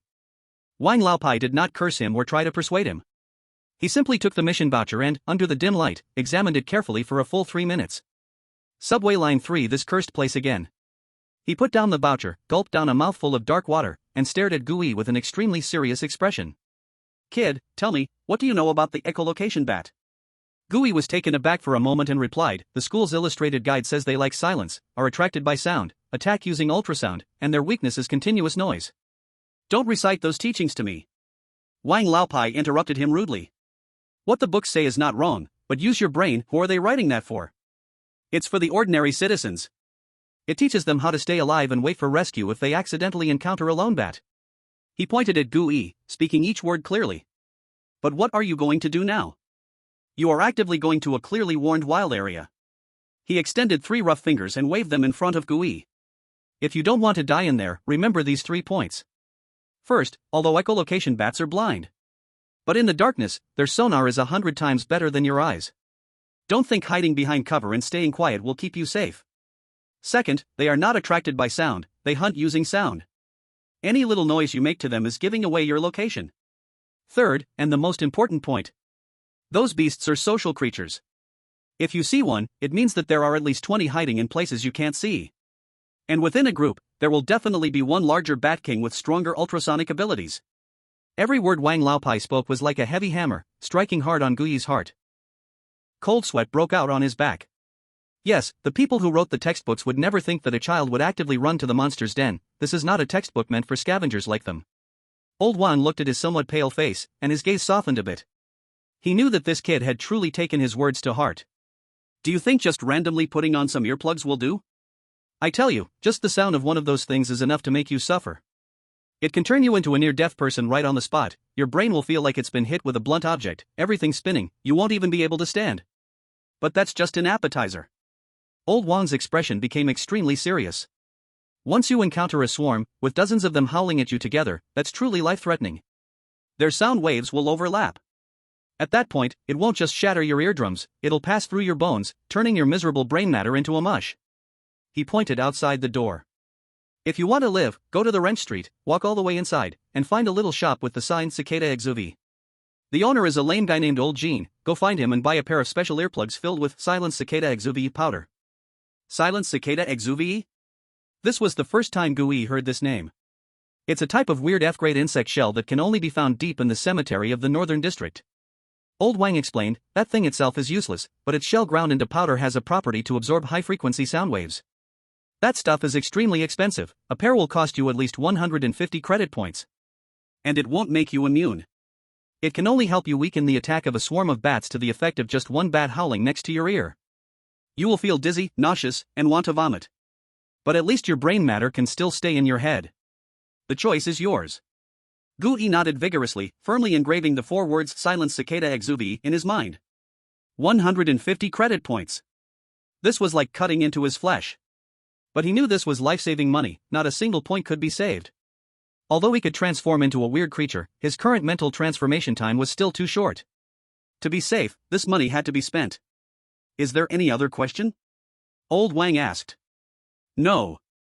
Gui shook his head. He thought this would be the end of his inquiry. Unexpectedly, Old Wang dragged an old wooden box out from under the bed. He pulled out a military dagger about half a foot long, covered in scratches, and a folded, frayed yellowed paper, throwing it onto the table in front of Gui. This knife and this safety route map of the southern ruins are borrowed from me. Old Wang's tone was devoid of any emotion. The knife requires a deposit of 100 credit points. The map requires a deposit of 200. It will be deducted from your next mission salary. If you die out there and can't bring the stuff back, then I'll just consider the money as buying your coffin. Gui was stunned for a moment and picked up the paper. It was not an official print but a hand-drawn map marked with various symbols and warnings in different colors. Don't expect this to be some high-tech thing. Old Wang snorted coldly. This is a survival map made step by an old scavenger who has long since died outside in our southern ruins. What I have here is a rubbing version. It marks all the known deadly pits and hiding spots. He pointed heavily at the marked path leading to Subway Line 3 on the map. This map can only guarantee that you can survive to reach the entrance of Subway Line 3. As for what happens after you go in, whether it will collapse or whether another wall will appear, that will depend entirely on your own luck. He paused, raising his eyes, his murky gaze locking firmly onto Gui. Remember, don't fully trust the map. Pay more attention to the walls, those scavengers who have survived will use white stone powder to mark the latest safe routes. Do you understand? Gui looked at the 2 items in his hand, then at Wang Laozu's cold face, and suddenly he understood everything. This is the human debt in the grey millstone. He didn't feign emotion, instead, he solemnly put away the dagger and the map. I understand. He stood up and deeply bowed to Wang Zhenghua. Thank you, Captain Wang. Wang Laozu did not look at him again, he simply waved his hand impatiently. Get lost. Before I deduct your 300 credit points, come back alive. After leaving Wang Laozu's dormitory, Gui's palms were drenched in sweat. This was his first solo mission. He did not go home immediately. In his hand, he tightly gripped the heavy military dagger valued at 100 credit points and the map worth even more, over 600 credit points. This 300 points of human debt felt like a mountain pressing down on his heart. He turned around and plunged into the maze-like alleys of Rustbone Street. He needed to buy equipment. Following Wang Laozu's guidance, he did not head to Wrench Street, but instead took several turns to a quieter, more secluded alley. At the end of the alley was a small shop without even a sign. A simple curtain made of dried cicada shells was the only thing hanging at the entrance. Gui pushed aside the curtain and walked in. The shop was filled with a mixed smell of herbs and insect shells. An old man with gray hair and a leg made of old mechanical prosthetics sat on a small stool, slowly polishing a piece of unknown bone. Want cicada shell earplugs? The old man didn't lift his head, his voice hoarse as he asked. Yes. Gui nodded. 160 credit points, a pair. No negotiating. The old man was brief. 160. How did the price go up? But he did not haggle. He knew, this was money for his life. Okay. He crossed out this expense on his personal terminal. The old man pulled out a small package wrapped in oil paper from under the counter and tossed it over.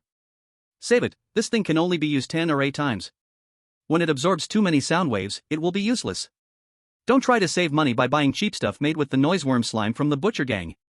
When the time comes, don't blame me for not warning you how your brain will leak out from your ears. Gui carefully put away the soft-feeling special earplugs into his chest. Account balance, 730 credit points. After leaving Old Jin's shop, Gui felt his heart bleeding. But he did not stop. He went to Old Paper Pile, where he spent 30 credit points to buy an old-fashioned wind-up alarm clock from the old man selling second-hand goods. Account balance, 700 credit points. This thing was loud and shrill, the best noisemaker. Then, he went to Wrench's territory. This time, he did not dare enter the largest store. Instead, he purchased a second-hand canvas tactical backpack for 80 credit points from a small, less conspicuous shop, and spent 20 credit points on a 10-meter length of nylon rope and a few spare batteries. Account balance, 600 credit points. In just half an hour, he had burned through nearly 300 credit points. The feeling of spending money like water deepened his understanding of the risks of this mission. Being a bounty hunter really means making money but burning it too. When he returned to his dormitory, he finally felt a hint of safety. He spread all his possessions out on the cold concrete floor. A detailed map worth 200 credit points. A sharp military dagger valued at 300 credit points. A pair of silent cicada shell earplugs costing 160 credit points. An old-fashioned alarm clock for 30 credit points. A backpack with 100 credit points, a rope, and batteries. A backpack filled with 7 tubes of nutrient paste and a pot of clean water. A company-issued, dimly lit broken flashlight. And hidden within his body, 2 F-level form cards and 1 F-level weapon card. This was all of his capital for his first hunt. And in his personal account, there were only 600 credit points left. Gooey sat on the ground, in the dim light, studying the map over and over again, memorizing every note marked on it deeply in his heart. He repeated every word that old Wang had told him in his mind, imagining all possible accidents and his responses to them. He didn't know how much time had passed.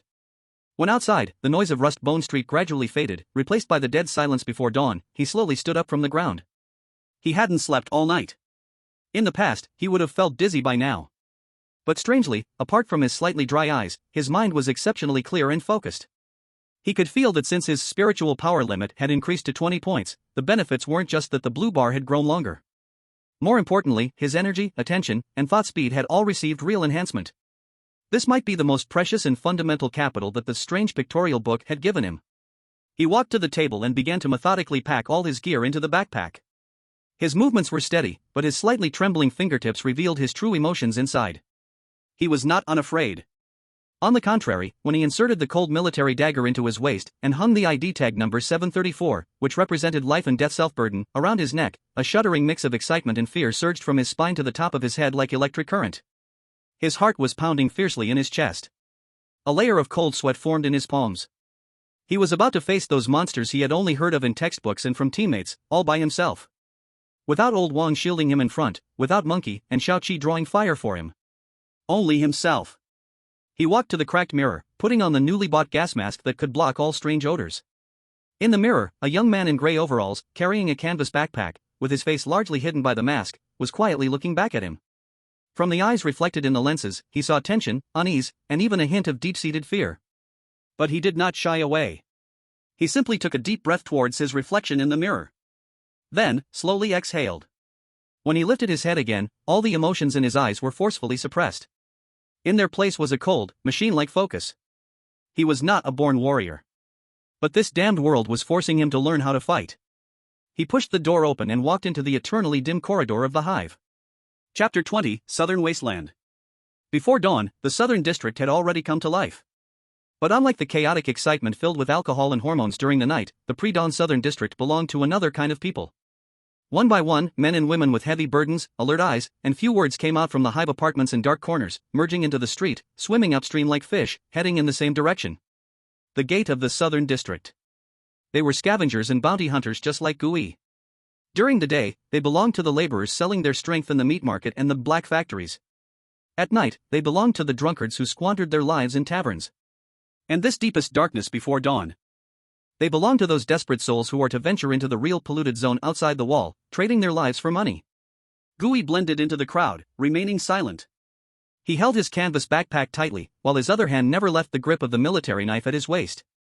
Everyone was quiet, only the sound of equipment rubbing and heavy footsteps filled the air. They did not board the rusty train connecting the 4 major sectors. Because their destination was just outside the Southern District. The crowd passed through the entire Rust Bone Street, finally arriving at the southernmost edge of the Southern District. Here, there were no heavily guarded purification stations or Iron Dragon roads like in the Eastern District. Only a relatively simple gate, known as South 6 Gate, guarded by the garrison, specifically for Searing residents to enter and exit. Ding! Gui imitated the person in front of him and swiped his ID card at the gate's turnstile. Identity, outside wall resident. Permission, allowed to enter and exit. Accompanied by the cold, mechanical prompt, he stepped through the massive barbed wire gate. The moment he stepped out, the world suddenly felt a little different. Behind him was the searing zone, the home filled with struggles and noise for everyone. Though chaotic, it at least had the protection of the reality stabilization anchor, with over 20% strength, making it hard to generate anomalies. Before him lay a desolate silence. This place was marked on the old man's map as the South Ring Wasteland. It was the outskirts of the southern district before the Great Fracture. Now, it had become a testing ground for countless rookie scavengers. Gui saw a few scavengers hunched over not far away, digging through the collapsed building ruins like hyenas searching for something. In a slightly farther place, a scavenger team, looking better equipped, surrounded the remains of a car from 30 years ago, seemingly disassembling some parts. Though safe here, it was clear that countless people had licked it clean already, leaving nothing of value. Gui took out the hand-drawn map given to him by the old man, looked up at the distant tall wall, and discerned the direction. The map showed that the subway line 3 station was not far from here, just under 2 kilometers, and the correct direction would get him there. Then, he pulled his gas mask a bit tighter, stuffed the scavenger ID badge into his clothes, and plunged into the silent wasteland. He did not take the main road. Instead, he followed the paths and shadows of buildings marked as safe on the map, moving swiftly. On the walls, there were all sorts of strange symbols drawn with white stone powder everywhere. A downward arrow represented, "There is a cellar, can hide here." A crossed bone represented, "This way is blocked, there is danger." These were the blood and tears maps drawn by countless scavengers with their lives in this wasteland. In such a tense state, he traveled for about half an hour. Gui finally stopped in front of a huge sunken square, hidden by a half-collapsed commercial building, marked on the map. In the center of the square was a large, dark square entrance. Above the entrance, a few rusty and broken metal letters were still visible. Iron, line 3. Found it. This was the destination of his journey. Gui did not descend immediately. He found a sufficiently hidden, dilapidated room on the second floor, and quietly crouched by a shattered window to observe the entrance below. After 10 minutes, confirming there were no signs of anyone or strange activities around, he slowly took out all his equipment from his backpack. The cold military knife was tucked into the most easily accessible spot at his waist. The old-fashioned alarm clock was fully wound and placed in the outermost pocket. The flashlight checked the batteries, confirming that the power was sufficient. At last, he reviewed his plan once more in his mind. Old Wang's words echoed in his ears. The Echo Bats live in groups, with a Bat King, and have excellent hearing. This time, he had 2 objectives. The surface goal was the silver lighter worth 600 credit points. Although this money wasn't enough to buy even the worst gun at the rent shop, it was enough to ensure he wouldn't have to worry about rent and food for the next half-month. This was an important startup fund in his attempt to accumulate capital. But there was another, more important true goal. Containment. He wanted to verify for himself whether he could independently complete a brand new and bizarre containment in this hazardous polluted area. This was the fundamental reason he left the company and chose this wild path. Making money was to live better. And unlocking the pictorials, gaining power, was the only guarantee that could help him survive in this damn world. I can't force it. Gui told himself. My advantage is information and stealth. His tactics were simple. Step 1, reconnaissance. First, preliminarily explore the map station. If danger arose, he would immediately transform into a skeleton hound. Using its non-living trait, he would gamble that those Echo Bats would ignore a bunch of walking bones. Step 2, if the skeleton hound could be ignored by them, he would quietly try to search for the lighter and see what the containment conditions were, wondering if he could directly contain it in one go. This would be the perfect outcome.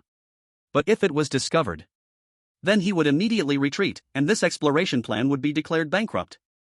After all, he had never taken any professional tactical courses. This was the highest execution, yet most cowardly plan he could come up with. At worst, he would just give up. There was no need to gamble his life for 600 credit points. He took a deep breath, forcibly suppressing the slight trembling brought by nervousness. Chapter 21, The Eyes Beneath. Gui did not immediately enter the subway station. He observed for a full 20 minutes from the second floor of the ruins across the entrance, like a patient cheetah. Confirming that there were no fellow travelers or wandering anomalies nearby, he glided silently into the darkness like a ghost. The first thing was to equip himself. He carefully took out the special earplugs containing silent cicada molt powder that had cost him 160 credit points and gently placed them in his ears. In an instant, the wailing wind from the outside world turned extremely distant and muffled. The whole world seemed to be wrapped in a thick layer of cotton. A reassuring silence enveloped him. Next, he put on the gas mask. Wearing it, the unique disgusting stench of the subway station, a mixture of rust, mold, and old filth, was mostly blocked off.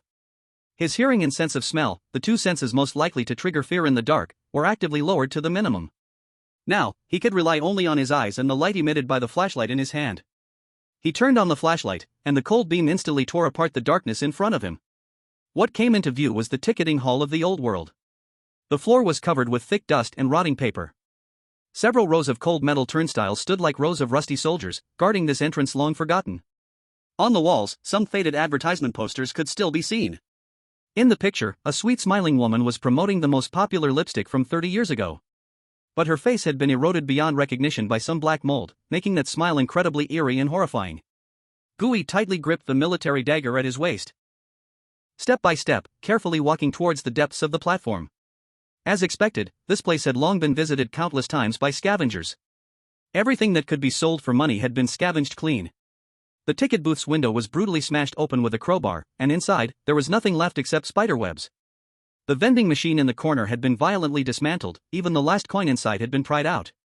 Gooey even saw a skeleton in a corner that had long turned to bones. From the tattered clothes on it and the scattered tools nearby, it should have been an unlucky scavenger who died here for some unknown reason. Gooey did not touch it. From the memories of the original owner, everything on a corpse found outside the wall belongs to nature's gift. Those who discover a corpse will, like vultures, take away everything valuable from the deceased. When a corpse has completely turned to bones, it only proves that it has been thoroughly pecked clean by countless vultures. Searching again would not only be a waste of time, but could also trigger malicious traps left by the previous cleaners. Gooey simply quietly walked around the bones. He slowly walked down the platform along the cracked stairs. An even colder and more damp breath came rushing from the depths of the tunnel. The platform was also empty. Only a few benches that had been gnawed to pieces proved that there had once been traces of civilization here. Then, he began his first and most tedious task of this trip, searching. He used his flashlight to scan every corner of the platform inch by inch. Under the benches. Inside the trash can's liner. Behind the billboards. He even crouched down to carefully inspect the gaps in the railway tracks several times.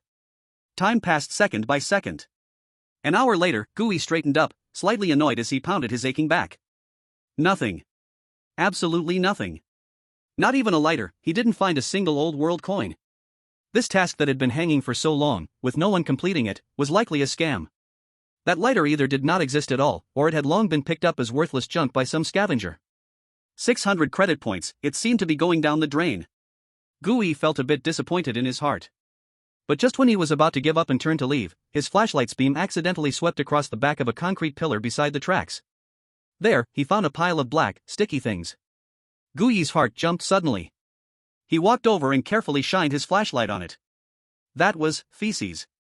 A large amount, mixed with black insect shells and the bones of unknown small animals, feces belonging to some flying creature. Moreover, judging by the thickness and dryness of the feces, this had definitely not formed in just a day or two. Echo bats. They were really here. This discovery made Gooey's heart, which had cooled down from not finding the lighter, heat up again. Money can be earned again. But an F-grade, brand new anomaly that can independently contain is a more valuable experience pack than 1,000 credit points for him now. He immediately changed his plan. He no longer searched for that damned lighter. Instead, he focused all his attention on finding the traces of the echo bats. He turned off the high-power mode of the flashlight, leaving only a faint halo of light. Then, he began to analyze the habits of the target like a true hunter. Echo bats like to stay in absolutely quiet and enclosed spaces. This open platform is too spacious. Their lair must not be here. So, where could it be? Gooey's gaze turned to the two ends of the platform. Those two black holes, as if capable of swallowing all light, the subway tunnel. Only there did the conditions of sealed and absolute silence exist. Gooey gritted his teeth. He knew that stepping inside would increase the danger exponentially. But to become stronger, he had to take this risk. He chose the left tunnel, pulling out the military dagger from behind his waist, holding it in reverse grip. Then he minimized his breathing and stepped into the pure, heart-pounding darkness, one step at a time. The tunnel was even more humid than the platform. The walls were covered with slippery moss. Under his feet were cold iron tracks mixed with stagnant water. With every step he took, Gooey paused for a few seconds to observe the surroundings, afraid to make even the slightest sound. To avoid disturbing anything that might be present, Gooey turned off the flashlight. He was instantly swallowed by darkness. In this oppressive environment, he walked about 100 meters. Gooey's footsteps stopped. Through his gas mask, he caught a whiff of something. A strong, mixed smell of ammonia from bat droppings and some unknown creature's stench. The smell was coming from ahead. He froze like a statue, pressed against the cold tunnel wall, even his breath momentarily halted. He started to move deeper into the darkness at a slower, barely noticeable pace. He was waiting. waiting for that cold, mechanical prompt sound. 1 minute. 2 minutes. Just when he was about to run out of breath, that long-awaited voice finally echoed in his mind. Detecting weak, strange energy fluctuations. Scanning. Gui's heart began to beat uncontrollably and violently. Scan complete. Found containment entity, F-grade anomaly Echo Bat, adult, X37. Found containment entity, E-grade anomaly Echo Bat King, elite, X1. Gui's pupils suddenly constricted. E-grade. There really was an E-grade elite monster hiding here. What the hell, this is not an F-grade task. The bastard who issued this mission simply wants to kill all the scavengers who take it. But immediately, a stronger feeling than fear surged up. E-grade. If he could contain it, he would definitely gain a more powerful trump card. He forcibly suppressed his excitement and continued to listen to the guide's hints. Entity classification, living being. Here it comes. Gui held his breath. The hint that would determine the success or failure of his operation finally surfaced in his mind. Containment condition, tear off and consume its vocal cords used to emit ultrasonic waves with your own hands. Chapter 22, The First Hunt. Containment condition, tear off and consume its vocal cords used to emit ultrasonic waves with your own hands. This bloody and blunt condition made him realize that today, a close combat would be unavoidable. He was very clear that with his current strength, challenging an entire clan with an E-grade elite was not bravery, it was suicide. Food must be eaten bite by bite. Anomalies must be contained one by one. His target today was those solitary F-grade small monsters. But before that, he needed intelligence. About the enemy, and about himself. He slowly retreated from the pure darkness, all the way back to the relatively safe platform. Then he took a deep breath and sank his consciousness into the Anomaly Codex. Transform, Skeleton Hound. Crack. Crack, crack. A whoa. A very weak, inhuman low growl escaped from Gui's throat. The transformation was successful. At the moment of completing the transformation, Gui froze. He felt an unprecedented lightness. The heavy pressure, as if crushing him from all directions, vanished. He could clearly feel that every bone in his body was filled with smooth, unobstructed power. Gui lowered his head, looking at his hands. They were no longer hands, but a pair of sharp claws made of pale white bones. He could feel that his current perspective had become extremely low. The entire subway station in his vision appeared incredibly gigantic. He tentatively took a step forward. There was really not a single sound. The claw made of bone stepped on the concrete floor, surprisingly silent like a cat's soft paw. For the first time, he had completely liberated the power of this form card, without any shackles. He suppressed his inner excitement, feeling the distinctly different senses brought by this new form. There was no sense of smell, no sense of pain, only a pair of eyes, burning with ghostly blue flames, barely able to see in the darkness. And the silent stealth that was like a ghost. He moved on all fours, making not a single sound, like a white shadow, slipping back into the dark tunnel leading to the Bat Colony's lair. This time, he was no longer an intruder. He felt more like a ghost returning to his own territory. Soon, he arrived outside the gigantic cavity that resembled an underground cave. He did not go inside. Instead, he crouched at a corner, carefully poking his bony head out. The sight before him made his non-existent scalp tingle. The top of the cavity was densely packed, hanging at least 30 or 40 echo bats. They looked like ugly black lumps of flesh, occasionally twitching their wings. In the center of all the flesh lumps, there hung a giant bat, clearly larger than the others, with eerie red spots on its wings. Without a doubt, it was the E-rank Echo Bat King. Gui quietly crouched there in his most peculiar skeletal form, observing the entrance to their lair. 1 minute. 2 minutes. 5 minutes. Not a single Echo Bat in the lair reacted to this uninvited guest. They truly ignored the skeletal hound. A wave of wild joy surged in Gui's heart. He guessed correctly. For these echo bats, which relied on sound waves and life heat to perceive the world, the skeletal hound, a skeleton made of dead matter and resentment, without a heartbeat or body temperature, and absolutely silent in its movements, must be like a stone by the roadside, with no difference whatsoever.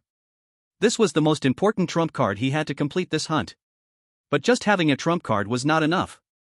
He needed to personally test how strong these creatures' attacks really were. He controlled the skeletal hound, and silently retreated from the tunnel, returning to the platform. Then, he reverted from his transformation.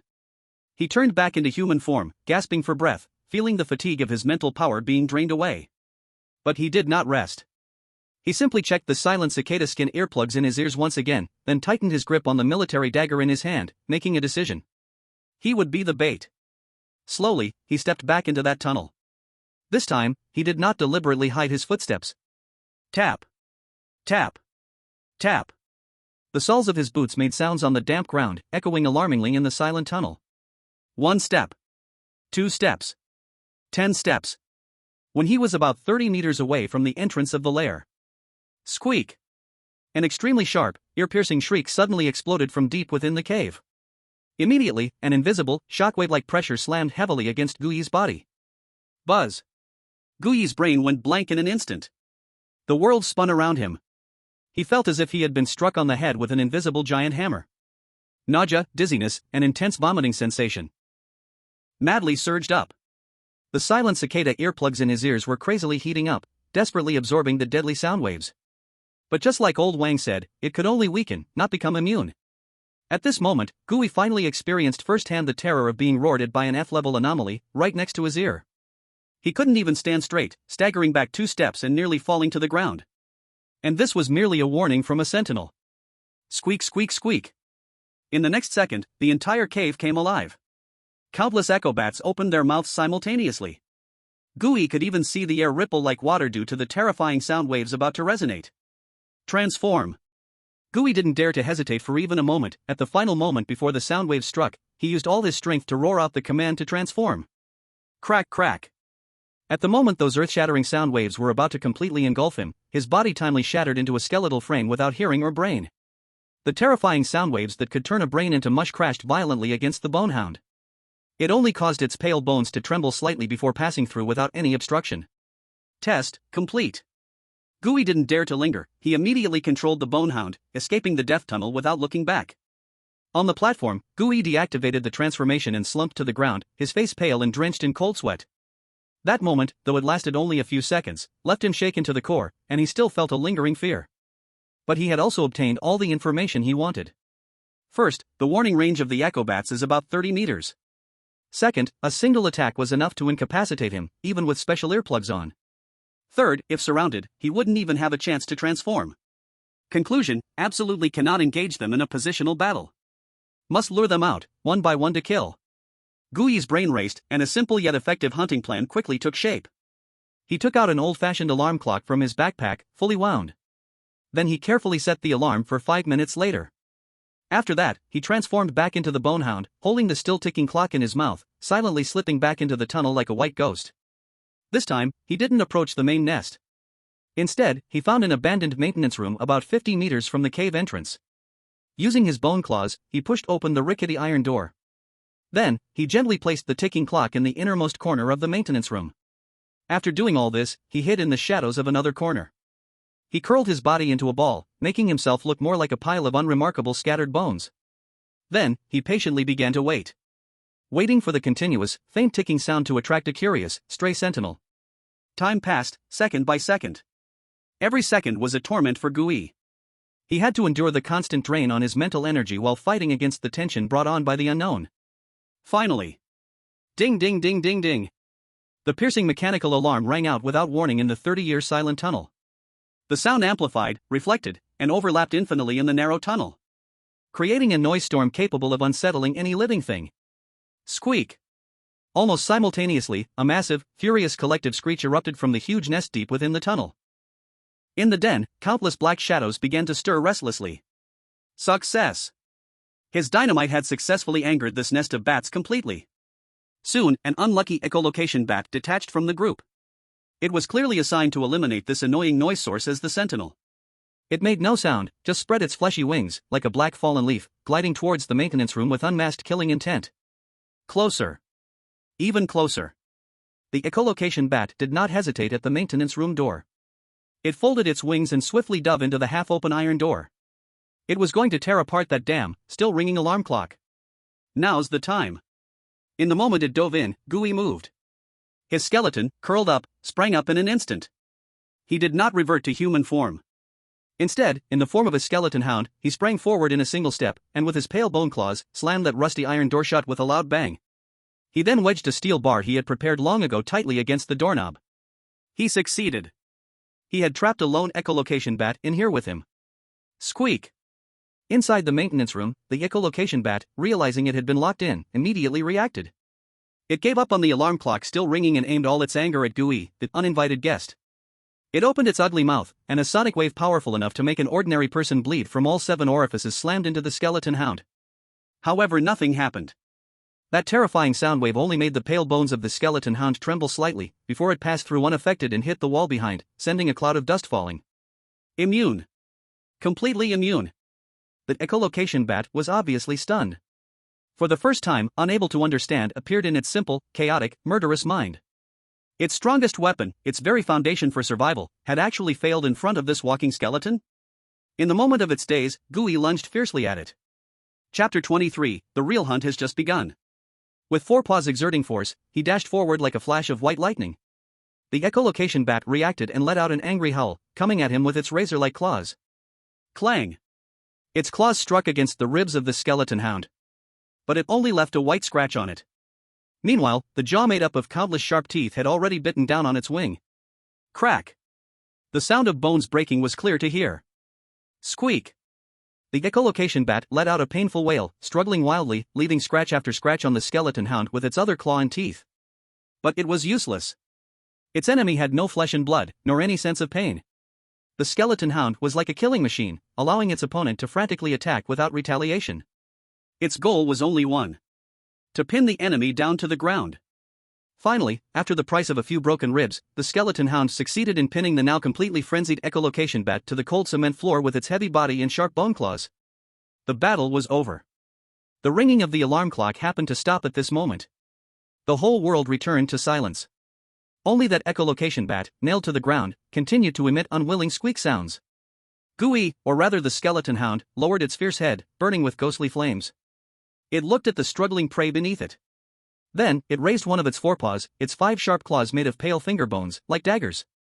Without any hesitation, he stabbed fiercely into the still trembling throat of the echo bat. Pooh! Its bone claw accurately hooked and picked inside the opponent's throat. A strange tumor crystal, only the size of a thumb, still slightly trembling, as if made of flesh and crystal mixed together, was pulled out alive by it. Vocal cord. Then, under the gradually dimming gaze of the echo bat, this silent skeletal hound opened its giant mouth, composed of countless sharp teeth, and swallowed the still lightly shaking trophy in one bite. Containment successful. Detected specimen is a living creature, generating form card. Acquired F-grade form card, Echo Bat. Recorded in Yokai Registry page 3. At the moment the strange vocal cord crystal was swallowed by the skeletal hound, an energy much purer than when absorbing the tainted blood exploded. This energy, like a long-awaited rain, instantly refilled Gooey's almost depleted mental power. Mental power upper limit increased, 20-25. Mental power fully restored. However, this joy of leveling up lasted less than 3 seconds. G. A screech sharper, more violent, filled with the rage of the entire colony, erupted from the depths of the tunnel. Not good. The echo bat he had just killed released its final scream before dying. That was a distress signal. He didn't even need to turn around to hear the countless bats, forming a tide of darkness, madly rushing toward his small inspection room with a sound wave that could destroy the world. Bang! With a huge sound, the rusted iron door that Gooey had jammed with rebar suddenly caved inward. It was the leading echo bats, charging in with their heads, as hard as steel, in a suicidal impact. Bang! Bang! Bang! Once, again. More echo bats joined the breaking down the door ranks. That poor iron door, under the repeated battering of dozens of monsters, emitted a painful, metallic groan. The rivets of the door axle burst out one by one from the wall. Run! The thought only flickered in his mind for a split second before he denied it himself. There was no time. At the speed of the skeletal hound, he absolutely wouldn't outrun the overwhelming wave of bats. Once caught in the tunnel, even if he was immune to the sound waves, he would be torn apart into a pile of fragments that could never piece together again by claws and teeth. What to do? In a moment of crisis, a thought crossed his mind. Can't beat them. Then join them. Transform, Echo Bat. Gooey dared not hesitate for a moment and issued the order to switch forms in his heart. The skeletal hound's pale skeleton suddenly disintegrated. Immediately, a new sense of mutation spread throughout his body. His skin began to become tough and cold like leather. His bones became hollow and light. His arms elongated, and huge, thin, wing-like flesh wings extended between flesh and skin. He felt his facial features collapsing and reorganizing inward, as radar-like ears grew barbarically from the sides of his head. G. A very weak but similar call to the countless screeches from deep in the tunnel emerged from his throat. Just as the tide of bats was about to flood into the inspection room, Guyi's transformation was complete. He had turned into an ugly yet deadly echo bat, exactly like those monsters outside. In the next second, a black tide surged in. Dozens of furious echo bats, like a group of emotionless black fighters, instantly filled the small room. They emitted angry screeches, searching for the murderer that killed their companion. And Guyi just blended in among them. He folded his wings, pressing himself tightly against the cold wall, not daring to move. He could feel countless of his kind brushing past him. Their blood-scented wings even grazed against him several times. But none showed him any hostility. The disguise was successful. The swarm quickly found the alarm clock that had been used as bait, now trampled to pieces by their own kind. They circled around the heap of junk, emitting even angrier hisses. It seemed they were puzzled as to why this murderer had shattered itself. They spiraled a few times, and after not finding any other signs of life, they finally began to leave the small maintenance room one by one, returning to their nest deep in the tunnel. When the last echo bat also disappeared into the darkness, Guyi felt his almost stopped heart start beating again. He dared not linger for even a moment. Imitating how those of his kind looked in his memory, he spread those unfamiliar flesh wings and flapped them suddenly. A powerful lift took him off the ground. He stuck to the top of the tunnel and flew towards the subway station exit. Splash! Under the still gray sky of the South Ring wasteland, Guyi shed his transformation and collapsed onto the roof of an abandoned building. He gasped heavily, feeling like his lungs were about to explode. That short few minutes of experience had been 100 times more thrilling than those 2 missions he had done in the company before. But he survived. And he also brought back an unprecedentedly rich trophy.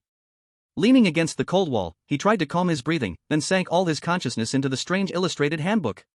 He wanted to take a good look at his new harvest. Form card, number 003. Name, Echo Bat. Grade, F. Potential limit, E. Type, entity type/living creature. Promotion condition, this species has evolutionary potential.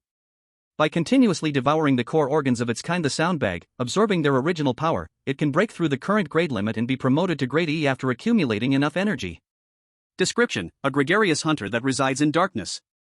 Lacking vision, it relies on ultrasound to perceive and hunt. Their vocal cords are extremely dangerous weapons, but also extremely fragile weaknesses. Don't provoke them unless you want to taste the flavor of boiled brain matter. Abilities.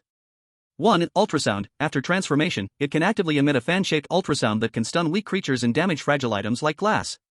2. Silent gliding. After transformation, the special structure of its wings allows it to glide silently. Weaknesses/rules. 1. Noise overload. Continuous, high decibel, irregular noise will severely disrupt their sound wave positioning, causing chaos and rampage. 2. Fragile vocal cords. Though powerful, their vocal organs are extremely weak. Once damaged by physical means, they will completely lose their attacking ability.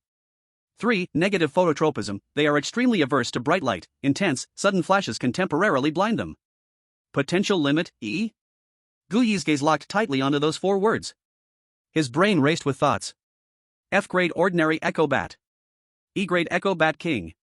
This F-grade card actually has the potential to evolve to E-grade? He instantly understood.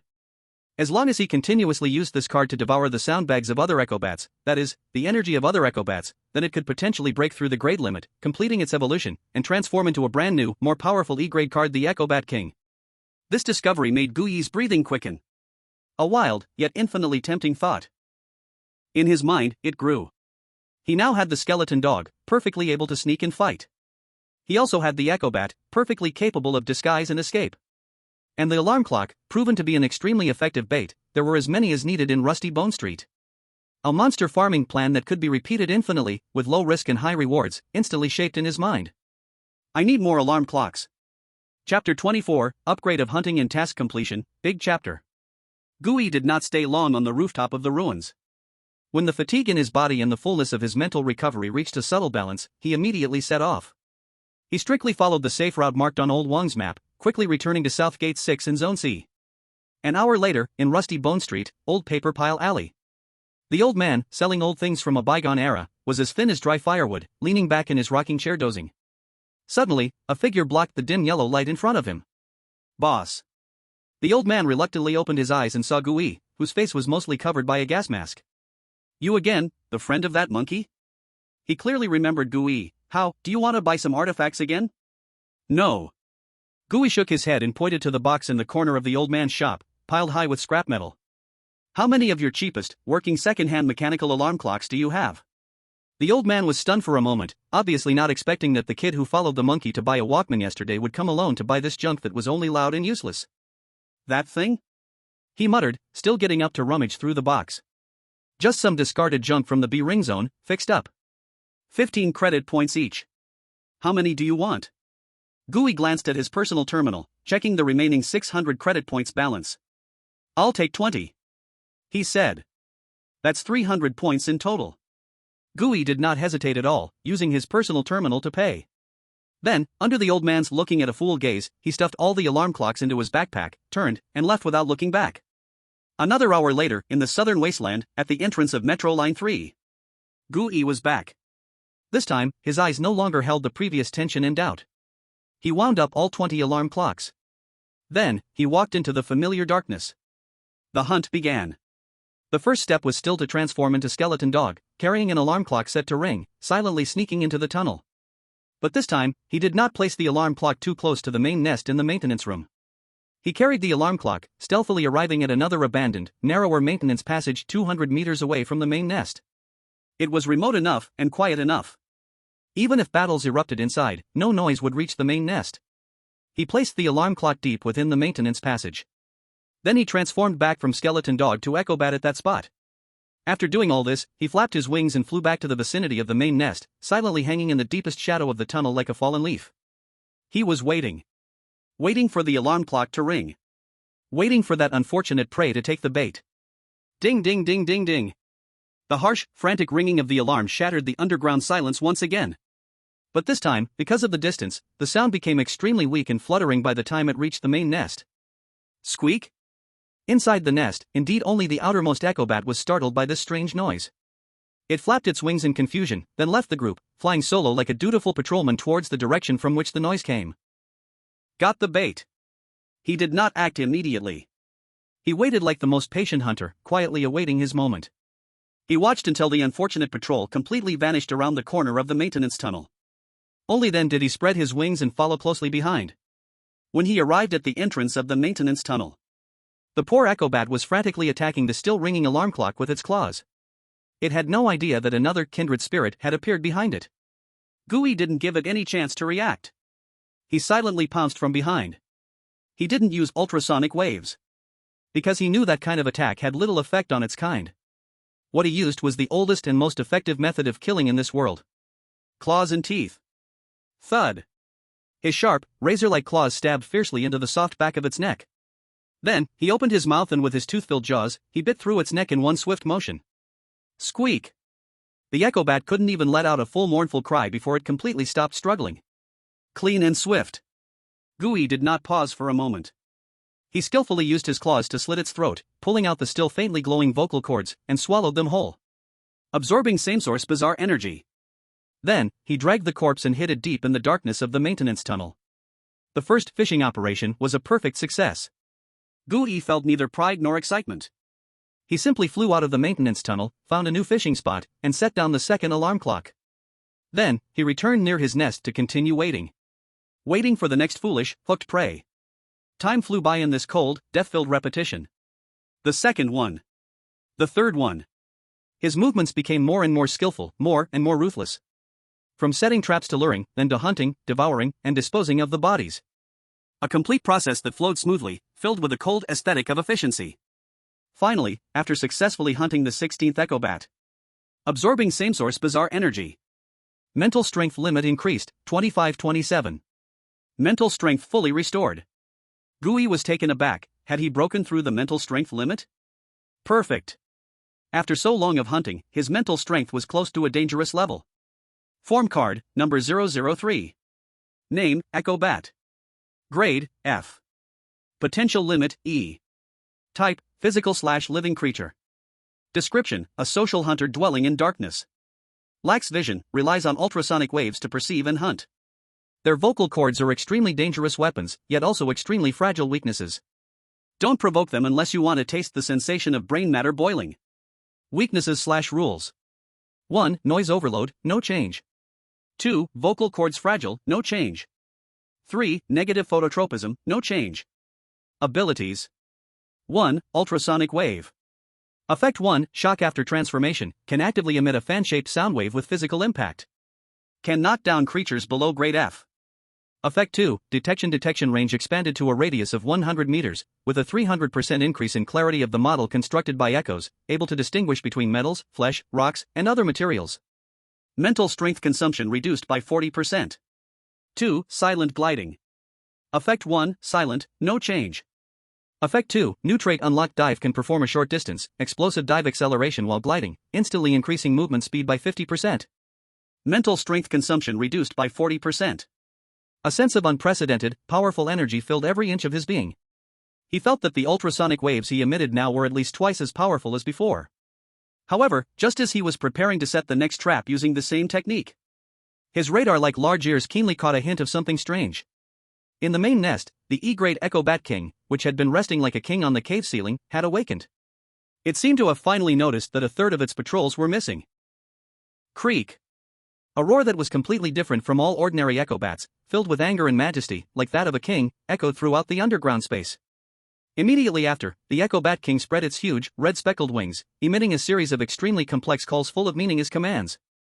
In the lair, all the remaining dozen echo bats instantly fell silent. Then, like soldiers receiving the strictest orders, they gathered tightly around the Bat King, surrounding it at the center. No one dared to leave the group again. Gui, hidden in the shadows at the top of the lair, witnessed everything. He had farmed this beginner village instance too ruthlessly. The boss had already sensed something was wrong, and had activated the highest alert mode. It seemed today's hunt was over. He did not make any unnecessary attempts. He simply took a deep look at the Echo Bat King, which was at the center of the lair, its hollow, eyeless face scanning vigilantly around. There are still many days to come. He prepared to exit this tunnel quietly and without a sound. However, just as he was ready to spread his wings and leave, a thought he had nearly forgotten resurfaced. That silver lighter. That task worth 600 credit points. He had already given up. But at this moment, a whole new idea appeared in his mind. Use eyes to find it. Using a flashlight is too dangerous. But what if I don't look? Gui looked down at his ugly, bat-like flesh wings. He now had a brand new pair of eyes. He hesitated no more, flapping his wings like a true shadow melted into darkness, silently leaving the main lair's range, and flying back to the empty platform frequented by countless scavengers. He did not turn on the flashlight. Instead, he hovered in midair and opened his mouth. Chirp! An extremely weak, high-frequency sound wave, which only he could hear, spread from his throat like ripples on the water. In the next second, the entire world transformed in his senses. No longer darkness, no longer light, but a black and white, three-dimensional model composed of countless echoes and outlines. The cold iron tracks reflected the clearest, sharpest lines. The concrete walls and ground appeared as large, blurry color blocks. The trash and rubble scattered on the ground were various-sized noise points. This is the world of the Echo Bat. A world where sound is used to see. Gui suppressed the excitement in his heart, starting to scan the entire platform inch by inch like a most precise radar. Under the benches, only some stones reflecting dull echoes. Inside the garbage can, completely empty. In the gaps of the iron tracks, only some small, sharp echoes belonging to metal parts. The entire platform was practically turned upside down by him. Yet, he still found nothing. Could it not be here? Gui frowned. Just as he was about to expand his search area, his gaze unintentionally swept across the lair of the Echo Bats. That was a dark corner located at the top of the deep tunnel, a massive tangle of ventilation pipes and cables. There, piles of various trash collected and brought back by the Echo Bats from outside were stacked up. Animal bones, broken scraps of cloth, and some shiny, little trinkets they could not digest. Like a crow's nest. Gui did not pay it any mind. But just as he was about to shift his sight away, a tiny but exceptionally clean, sharp, and dense echo highlight suddenly jumped out in his mental model. It was mixed in with a heap of animal bones and stones, unremarkable. But it was completely different from the echoes of all the surrounding objects. It was metal. And it was a dense, polished metal. Found it! Gui felt a rush of joy in his heart. He immediately retracted the sound waves, flapped his wings, and silently flew toward that nest. He pushed aside the Echo Bat blocking the entrance to the nest. The pushed-away bat let out a few unhappy cries and moved to another spot to continue sleeping. Gui then flew into the nest, cautiously using his claws to clear away the pile of rotten garbage that emitted a foul smell.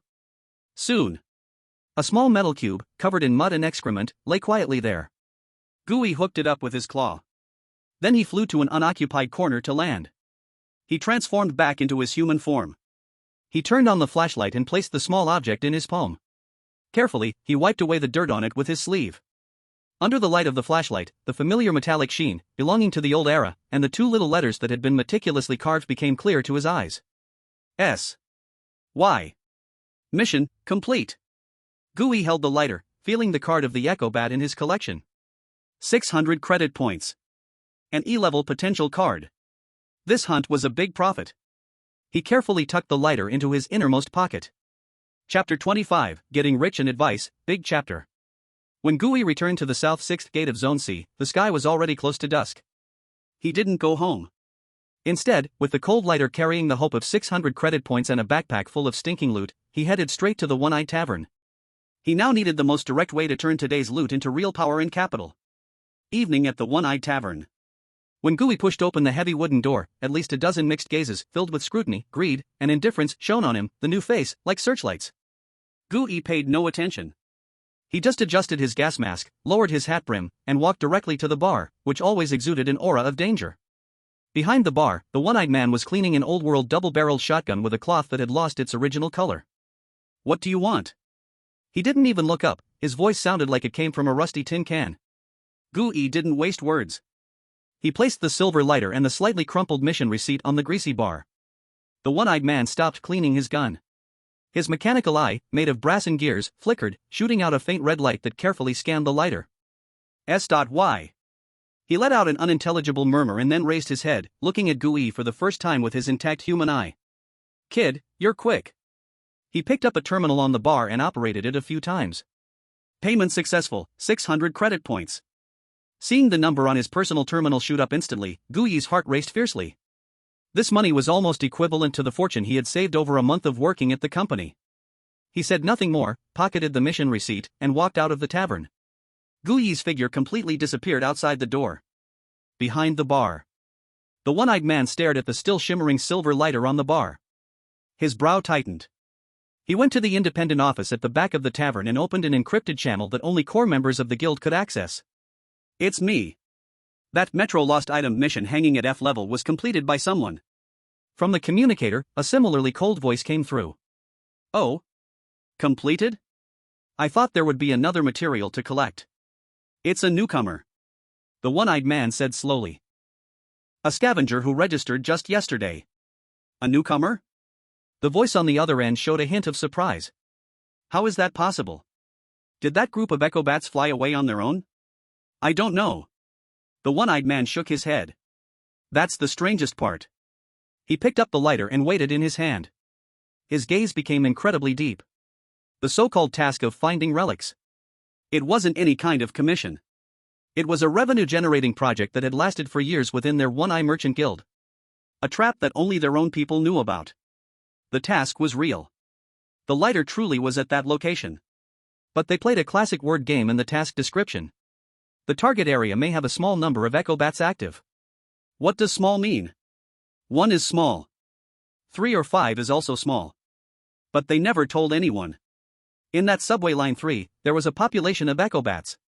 Moreover, they had deliberately thrown that lighter deep into the nest of that population. To get it, one must face the entire bat swarm. For a scavenger who could only take F-level tasks, that was a certain death situation. They used a reward of 600 credit points as bait. To lure those who needed money the most, blind in their confidence in their abilities, the fools. Letting them eagerly run to their doom. Then, the guild would send a professional cleaner squad in to retrieve the inheritance of those fools. Weapons, gear, and everything valuable on them. Of course, if they weren't killed and instead gave up and returned, that wouldn't matter, the guild wouldn't lose anything. But if greedy fools really went deep into the tunnel, it would be pure profit. After subtracting the cost of a lighter, every recovery could net them several hundred credit points. Over the years, the number of scavengers who died on this task numbered not less than 80. But today, someone actually came back alive with the item? And they were a newcomer who registered just 2 days ago? Could it be that the bats have migrated because of seasonal changes? The voice on the communicator speculated. It's possible. The one-eyed man nodded. That's the most reasonable explanation. But for some reason, he felt things weren't so simple. He couldn't shake the image of that hooded figure turning and leaving. That calm look in their eyes. Send someone to confirm on line 3. The one-eyed man finally gave the order. If that group of bats really isn't there, then we'll relocate this bait and set it up somewhere else. If... He paused, a cold light flashing in his eyes. They are still there. Then raised this newcomer to key observation, but... I want to see. When did the Southern District get such an interesting newcomer again? Gooey emerged from the tavern, carrying a heavy, foul-smelling backpack, arriving at the entrance of the slaughterhouse backstreet. Here was the official recycling point established by the butcher gang for all scavengers and hunters. A store hanging a bloody pig head sign, with 2 burly men always guarding the entrance. What do you have? A shirtless butcher, with a bloodstained leather apron around his waist, stopped him, his voice filled with impatience. Gooey didn't waste words, he directly placed his canvas backpack on the ground and unzipped it. Clang! 12 echobat corpses, precisely slit throats but still mostly intact, were dumped onto the greasy floor. The butcher stared for a moment, then squatted down to roughly inspect the corpses. He skillfully cut open one echobat's chest and pried open its throat to take a look. Damn, the sound pouch is gone? The butcher looked up, his eyes instantly turning unfriendly. Kid, you really think you can fool me with these emptied scraps? I only found these. Gooey's voice was very calm, with no hint of emotion. The butcher stared at him for a few seconds, as if judging whether he was lying. In the end, he seemed to lose interest and spat impatiently. He extended 5 fingers stained with blood. 1 body, 50 credit points. Sell if you want. Sell. Gooey nodded. He had anticipated this. The most valuable things had already been eaten by him. Soon, 12 bodies, a total of 600 credit points, were credited. In one day, his total income reached 1,200 credit points. In one day, his total income reached 1,200 credit points. In one day, his total income reached 1,200 credit points. This is the charm of the wild path. High risk, along with the crazy high returns that the company can never provide. 20 minutes later. With a pile of huge money, Gooey finally returned to Wang Jingwa's dormitory door. Knock, knock. Who's there? The door opened, and when Wang Laodad saw him, he froze for a moment. You brat, you're back? His tone carried a hint of disbelief. Gooey nodded, handing over the well-maintained military dagger, along with the sheath, with both hands. Wang team, the knife, I'm returning it to you. Wang Jingwa took the dagger, pulled it out, and took a look. The blade had no nick, and was even sharper than when he had lent it out. He looked at Gooey deeply. Where's the map? I want to continue renting it. Gooey did not hesitate, directly transferring the rent of 200 credit points to Wang Jingwa's account. That map is very useful. Wang Jingwa stared at the transfer information on the terminal in silence. After a long time, he sighed as if resigned to fate. You brat, it seems you've made up your mind. He did not refuse the rent, for that was the rule. He simply let Gooey back into the room. Sit. This time, his tone was much gentler than last time. Is the task completed? Completed. Did you get hurt? No. Very good. Wang Laodad nodded, his face rare to show a hint of what could be called comfort. But he quickly retracted that expression and became serious again. Kid, don't blame me for dousing your excitement. He gulped down a big mouthful of black water, and his voice turned serious. You remember, in our line of work, all living weird things that are seen and touched are the easiest to deal with. Because they have substance, have weaknesses, and if you throw a purification bullet, they can still get hurt, and they obey physical rules. If you find their weakness, no matter how strong, they're just a beast. In this world, the real stuff that can make you die without knowing is another 3 kinds of things. Wang Laodad extended 3 fingers. The first kind, we call curse. This kind is very eerie. They aren't mindless beasts, they have obsessions. Just like those ghost stories we heard when we were kids. For example, I previously encountered a weeping bride weirdness. If you pass by on a rainy night and hear her crying, you must not agree. Once you ask her what's wrong, she will take you as her dead husband and drag you into the wall, making you accompany her forever. Wang Laodad's tone was entirely serious, with no hint of a joke. The second kind is called rules. For example, in the North District's graveyard, there's a famous silent alley. There's nothing in that alley, but the moment you say a word inside, your tongue will drop out of your mouth by itself. You can't see it, nor touch it. It's the law there. The third kind, he raised his last finger, his eyes becoming gravely serious, is even more unpredictably dangerous, called pollution, or mean nut. Just like a virus can spread and kill through information. Sometimes, just knowing about something, and you're already dead. And you'd think, outside the wall, only those with teeth. Does something with claws really want your life? Wang Laoti's gaze became extremely cold. I tell you, more terrifying than the eerie things is the pollution value. How long have you been out this time? Half a day? Or a whole day? How do you feel? Do you feel your head a bit swollen, a little more irritable than usual? Gui was stunned, he felt nothing at all. That's right. Wang Laodai said to himself. You were lucky this time, you didn't run into a strong pollution source. If you stayed in such a place for a few more days, at that time, you won't need the eerie to act. You yourself will become eerie. Wang Laodai put down the bottle, his bloodshot eyes staring intensely at Gui. Kid, don't risk your life for a bit of credit. Scavengers don't live long, not because they're not strong enough, but because they're too greedy. They always think they can last longer than others and fish out a little more. And what's the result? Remember, every time you come back from outside the wall, it's best to honestly stay inside for 2 days. Get that excessive pollution value down. Be humble, be calm. Otherwise, you won't live long. Coming out of Wang Laoti's dorm, Gui felt a bit heavy-hearted. Those words were like a bucket of cold water, completely waking him from the heat caused by getting rich. He returned to his room and locked the door. He sat by the bed, looking at the 3 cards in his catalog that had already been lit up, glowing faintly. F-level pollution blood. F-level bone stray dog. F-level, E potential, echo bat. 3 form cards. These were all the cards he had so far. An uncontrollable thought suddenly emerged from the depths of his heart. Fusion. The most defiant and also the core ability of the Eerie catalog. He had never tried it before because he had too few materials and was reluctant to use them. But now with the stronger, Echo Bat, and the 2 basic F-level cards, Pollution Blood, and Bone Stray Dog, it seemed ready for a test. His heart started to beat uncontrollably. If successful, I can merge 2 worthless cards into one slightly less worthless one, achieving a leap in early-stage combat power. He seemed to have good luck today. Let's do it. Gui gritted his teeth and made up his mind. He fully immersed his consciousness into the catalog. He imagined forcefully fusing the mud on the first page of 100 Eerie Records, with the skeleton on the second page. Detecting fusion command. Fusion target, F-level form card pollution blood, liquid, polluted.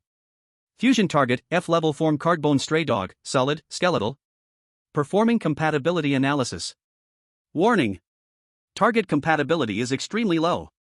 Attributes are in serious conflict. Forced fusion has a high chance of failure. A high chance of failure. Gui's brain suddenly became half awake. Damn it, once the fusion starts, it cannot be interrupted. But his mind, intoxicated by alcohol and victory, full of a gambler's mentality, kept yelling. What if? What if I'm the chosen one? In an instant. Buzz. Fusion failed. Energy conflict. Card module loading error.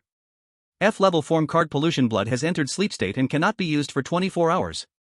F-level form card bone stray dog has entered sleep state and cannot be used for 24 hours. Accompanied by the cold, emotionless judgment of the catalog. Gui's blank mind finally resumed operation. He probed his consciousness into the catalog. He saw that the first 2 pages of 100 Eerie Records, the 2 cards he was most familiar with, had turned gray. On top, a bright red countdown, like a shackle, showed 23 hours 59 minutes and 58 seconds. Gui looked at the 2 gray cards and recalled Wang Laoti's advice, be humble, be calm. Otherwise, you won't live long. He smiled.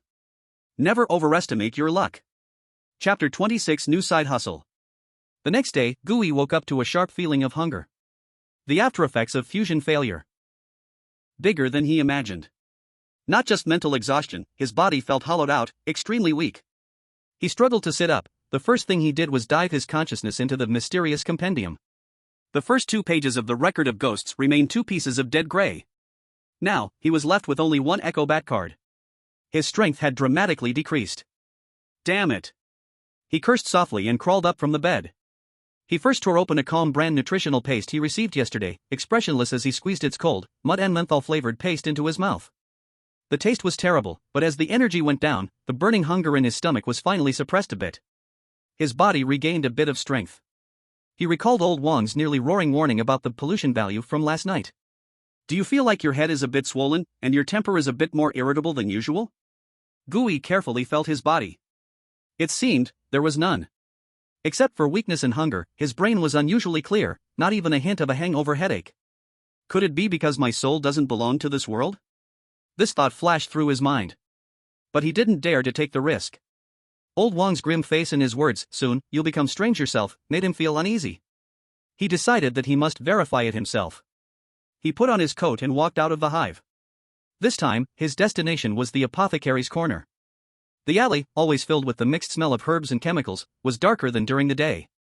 Gui bypassed a few addicts trading unknown potions and arrived in front of a black clinic with a sign saying blood drip syringe. A man, wearing a white coat, though dirty enough to be unrecognizable, and thick welding goggles, thin as a stick, was facing away from the door, dissecting an unknown six-legged mutated creature on an operating table. He was the syringe doctor. The most ruthless in Rustbone Street, but also said to be the most skilled doctor. "What is it?"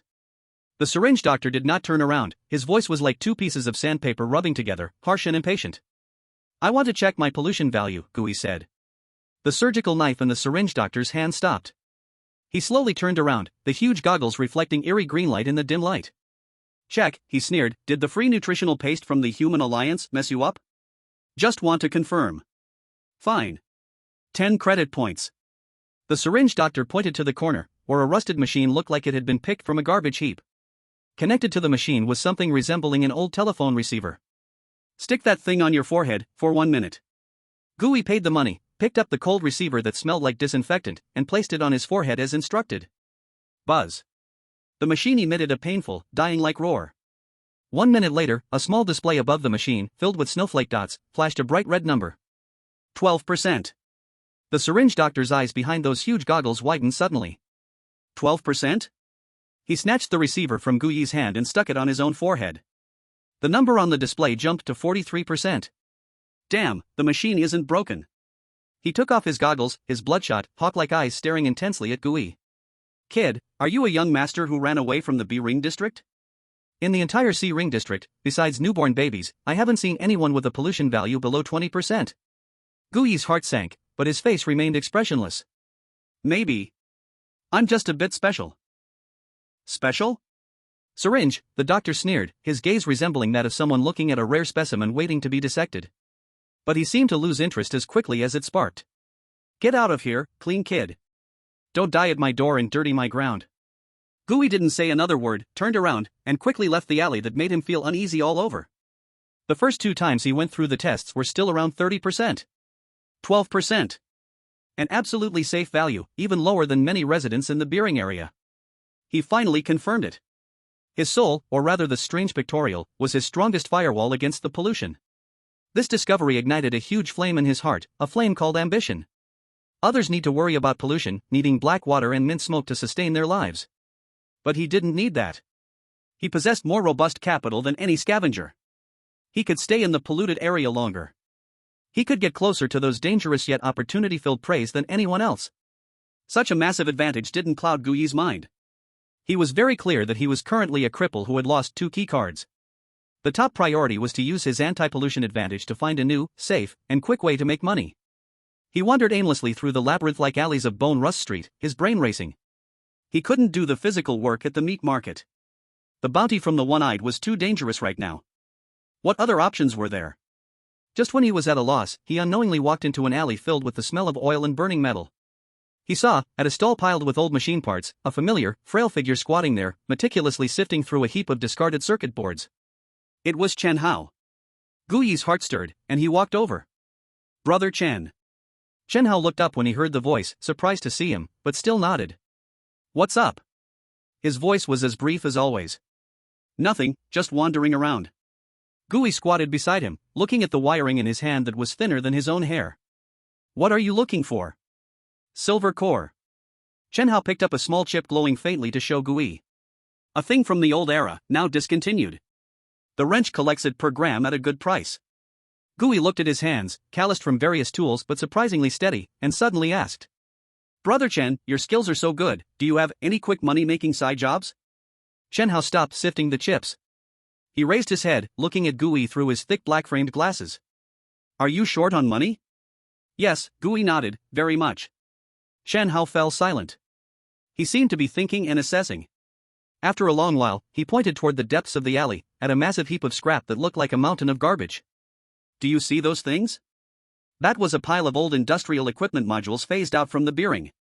The wrench got it from the MO family at a low price. He needs us to completely dismantle those energy modules that are still useful. "Sounds not difficult," Gui said. "Difficult." Chen Hao shook his head. These modules are all integrated and welded. The shell is made of high-strength alloys, and using a cutting machine can easily damage the fragile energy core inside. The only way is to use strong acid to corrode the welding points. But that stuff is hard to control. If the acid seeps in carelessly, the entire module is ruined. He glanced at Gui as he spoke. A complete module, the wrench pays 50 credit points. If it's ruined, we would owe him 20. Gui instantly understood. This was a meticulous job. It was also a high-risk, high-reward technical job. He almost instinctively recalled the card he obtained from the abandoned elementary school. It was the armed card. Rust. This is simply a divine tool custom-made to dismantle those damned alloy modules. Using strong acid is an uncontrollable face attack. While using the rusting hand, it is a point attack that can be precisely controlled by one's own will. Gui's heart instantly became boiling hot. He was originally worried about those two main cards being locked. Now he realized that he still held a golden rice bowl that he had always overlooked.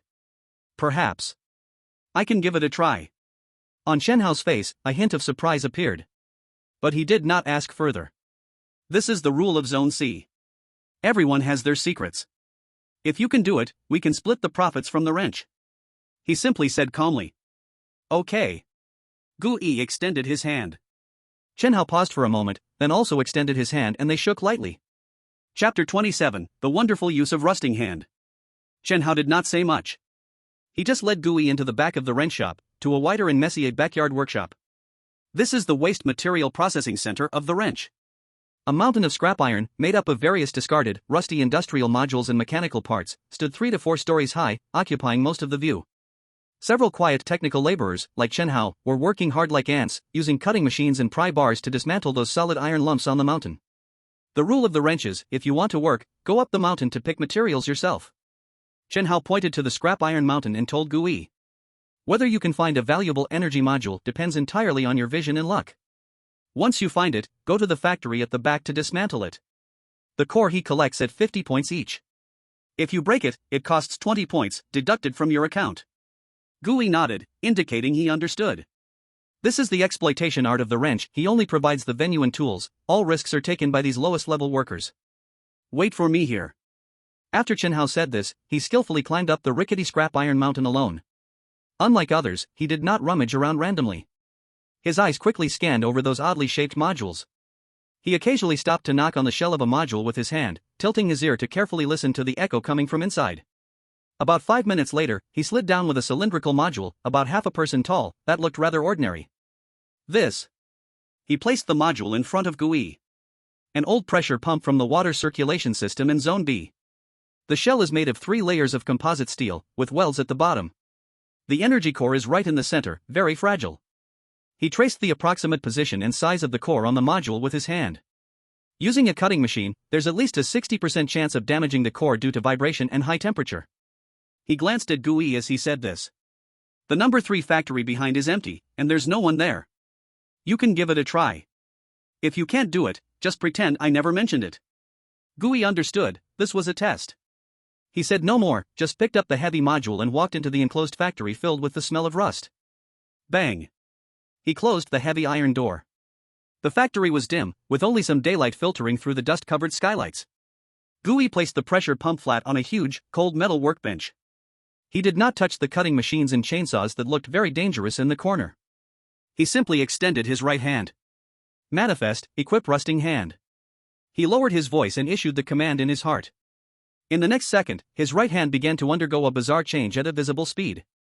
The skin rapidly lost its original color. His skin turned as pale and shriveled as corpse wax, with fine, cracked patterns emerging like dried earth. Fingers unnaturally elongated, with sharp, yellowed bone spurs piercing through the skin, exposed to the air. The entire arm looked as if it had been dehydrated, muscles twisted into hard bundles tightly clinging to the bones. In the end, it transformed into a grotesque monster arm made entirely of desiccated flesh and exposed bones. This is another form of the armed card. Not a summoning, but arming. Gui felt this new arm filled with cold power. He tried to move the 5 claw-like fingers of the rusty hand, which varied in length. They opened flexibly with his thoughts. Gui no longer hesitated. He walked to the workbench and slowly pressed the hideous monster hand against the bottom ring of solid welds on the pressure pump. Corrode. Buzz. The 5 fingertips of the rusty hand instantly shone with an extremely faint, dark red light like molten iron. A force filled with the concepts of decay and oxidation began to slowly flow from his fingertips into the strong composite steel welds. There was no piercing sound, nor violent reaction. Gu-Yi only saw the solid silver-white weld begin to visibly age under the touch of the rusty hand. The metallic luster quickly faded. A thin layer of reddish-brown rust emerged. Then came the second layer, the third layer. In less than a minute, that once incredibly sturdy weld had become like a shipwrecked anchor soaked in seawater for decades, rusty and fragile. Gu-Yi retracted the rusty hand. Then, using his intact left hand, he picked up the most ordinary pry bar and gently inserted it into the gap. Crack! A crisp sound. That once could withstand high-pressure water flow alloy base, like a crispy cookie, was easily pried open, revealing inside the energy core wrapped in countless wires, still faintly glowing blue. It worked! Gu-Yi looked at this perfect work before him, and he immediately dismissed the manifestation. The hideous monster armor turned into a stream of light and re-entered his body. He picked up the precious energy core, opened the door, and walked outside. Outside the door, Chen Hao was quietly waiting, leaning against the wall. He saw what Gu-Yi was holding, and behind the thick black-framed glasses, a moment of disbelief flashed in his always calm eyes. So fast. But he didn't ask Gu-Yi how he did it. He just silently straightened his body and solemnly extended his hand to Gu-Yi. Pleasure to cooperate. That morning became the dullest yet wealthiest morning for Gu-Yi since he crossed over. The cooperation officially began. The division of labor was incredibly clear. Chen Hao was responsible for using his eyes, comparable to precision instruments, to accurately select all discarded modules that still contained the energy core from the massive pile of scrap iron, while Gu-Yi was responsible for using his indestructible rusty hand to open these solid safes one by one without damage. The whole process turned into a silent yet exceptionally efficient assembly line operation. At first, Gu-Yi was still clumsy with the rusty hand, needing nearly 20 seconds to disassemble one module. But soon, he grasped the knack. He discovered that he could even control the speed and depth of corrosion with precise mental manipulation. His disassembly speed became increasingly faster. 10 seconds. 8 seconds. 5 seconds. By the end, it had become a matter of Chen Hao spending time selecting while Gu-Yi was left bored yawning in the factory. As noon approached, the harsh sound of the brake bell rang out, and in front of them, the metal box used to hold the core was neatly stacked with 30 intact energy cores. 30 cores. Gu-Yi looked at this immense fortune, and his heart began to race uncontrollably. One core is worth 50 credit points, so 30 cores equal 1,500 points. Damn, this was even more than what he earned fighting monsters in the subway tunnel all day long. Let's go. Brother Chen. Let's find wrench to exchange for money. Gu-Yi rubbed his hands excitedly and picked up the box ready to leave. Wait. Chen Hao reached out and stopped him. What's wrong? Gu-Yi paused for a moment. Chen Hao's expression was more serious than ever. He pointed at the box. We disassembled 30 cores in one morning. Those outside, at most, can only disassemble 5 or 6 in a full day. We are working too fast. Gu-Yi instantly understood.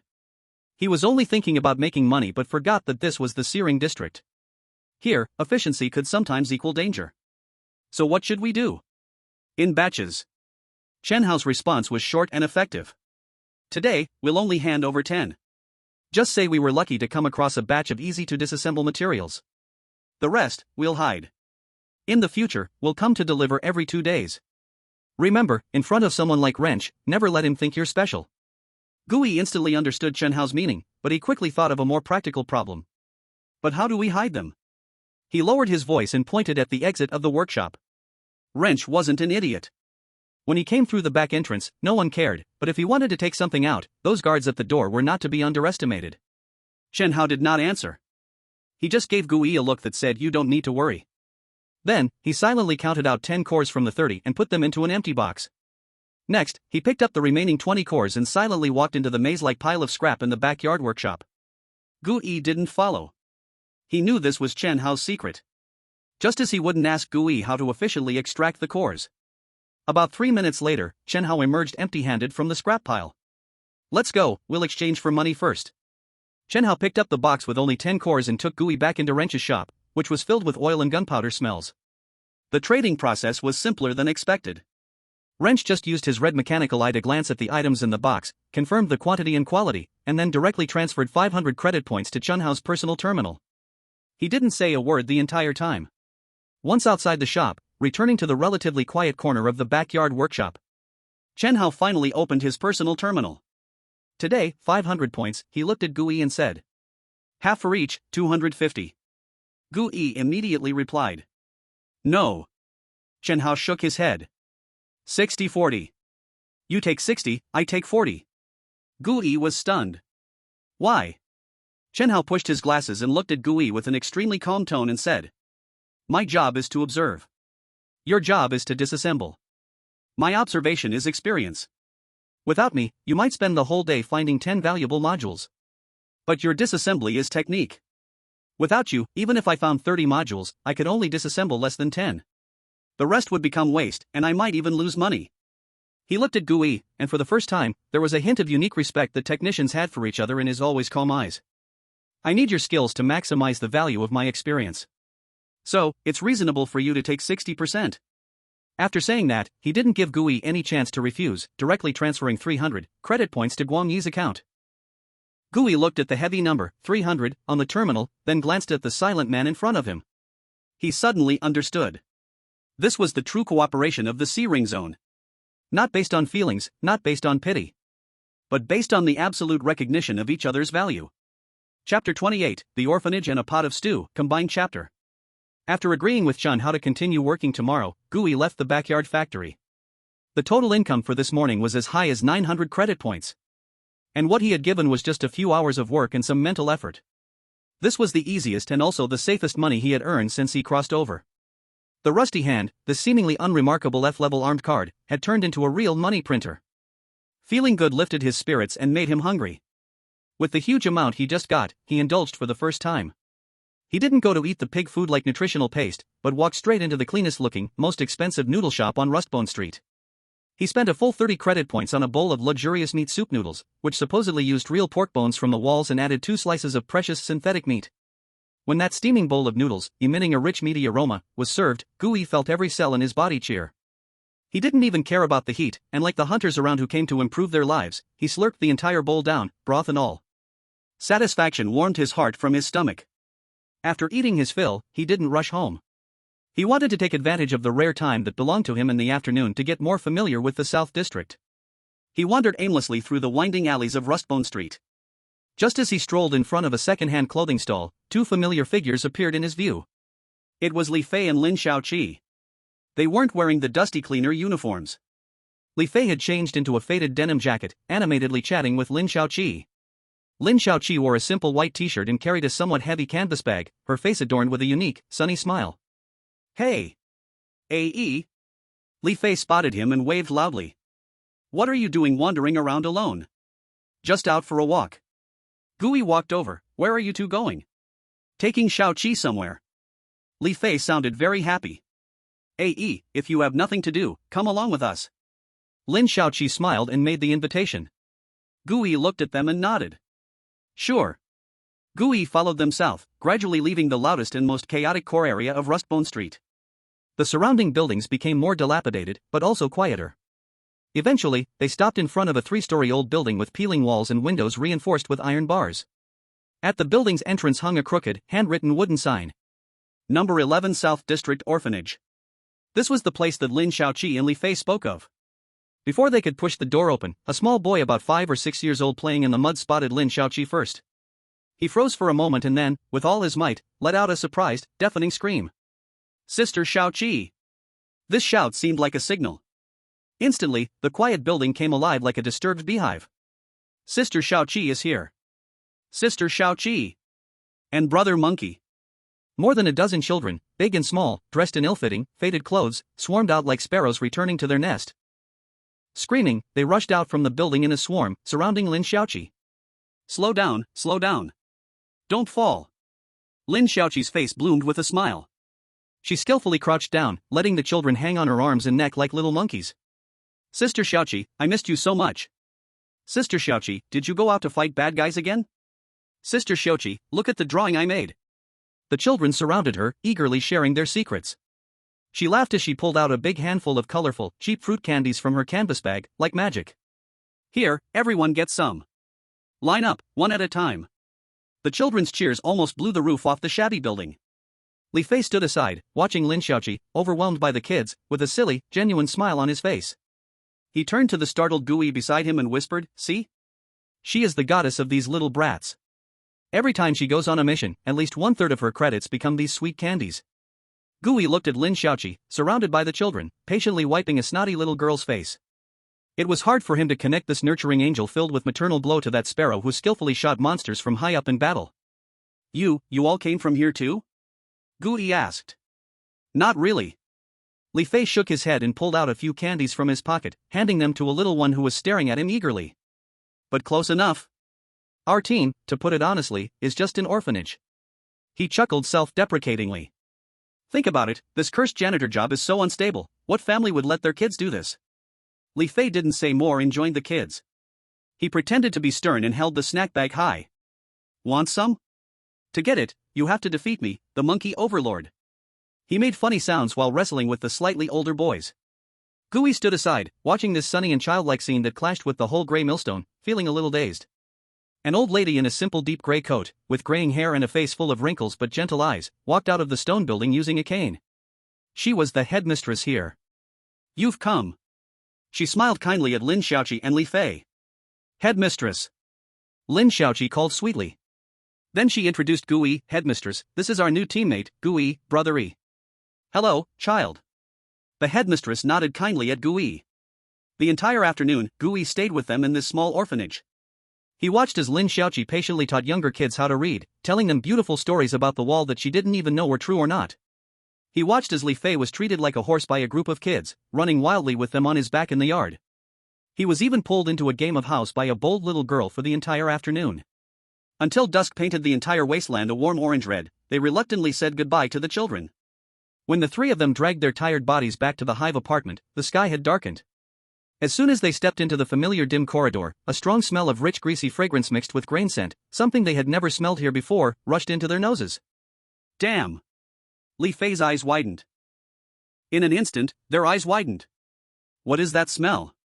Who the hell moved Dad's barbecue kitchen home?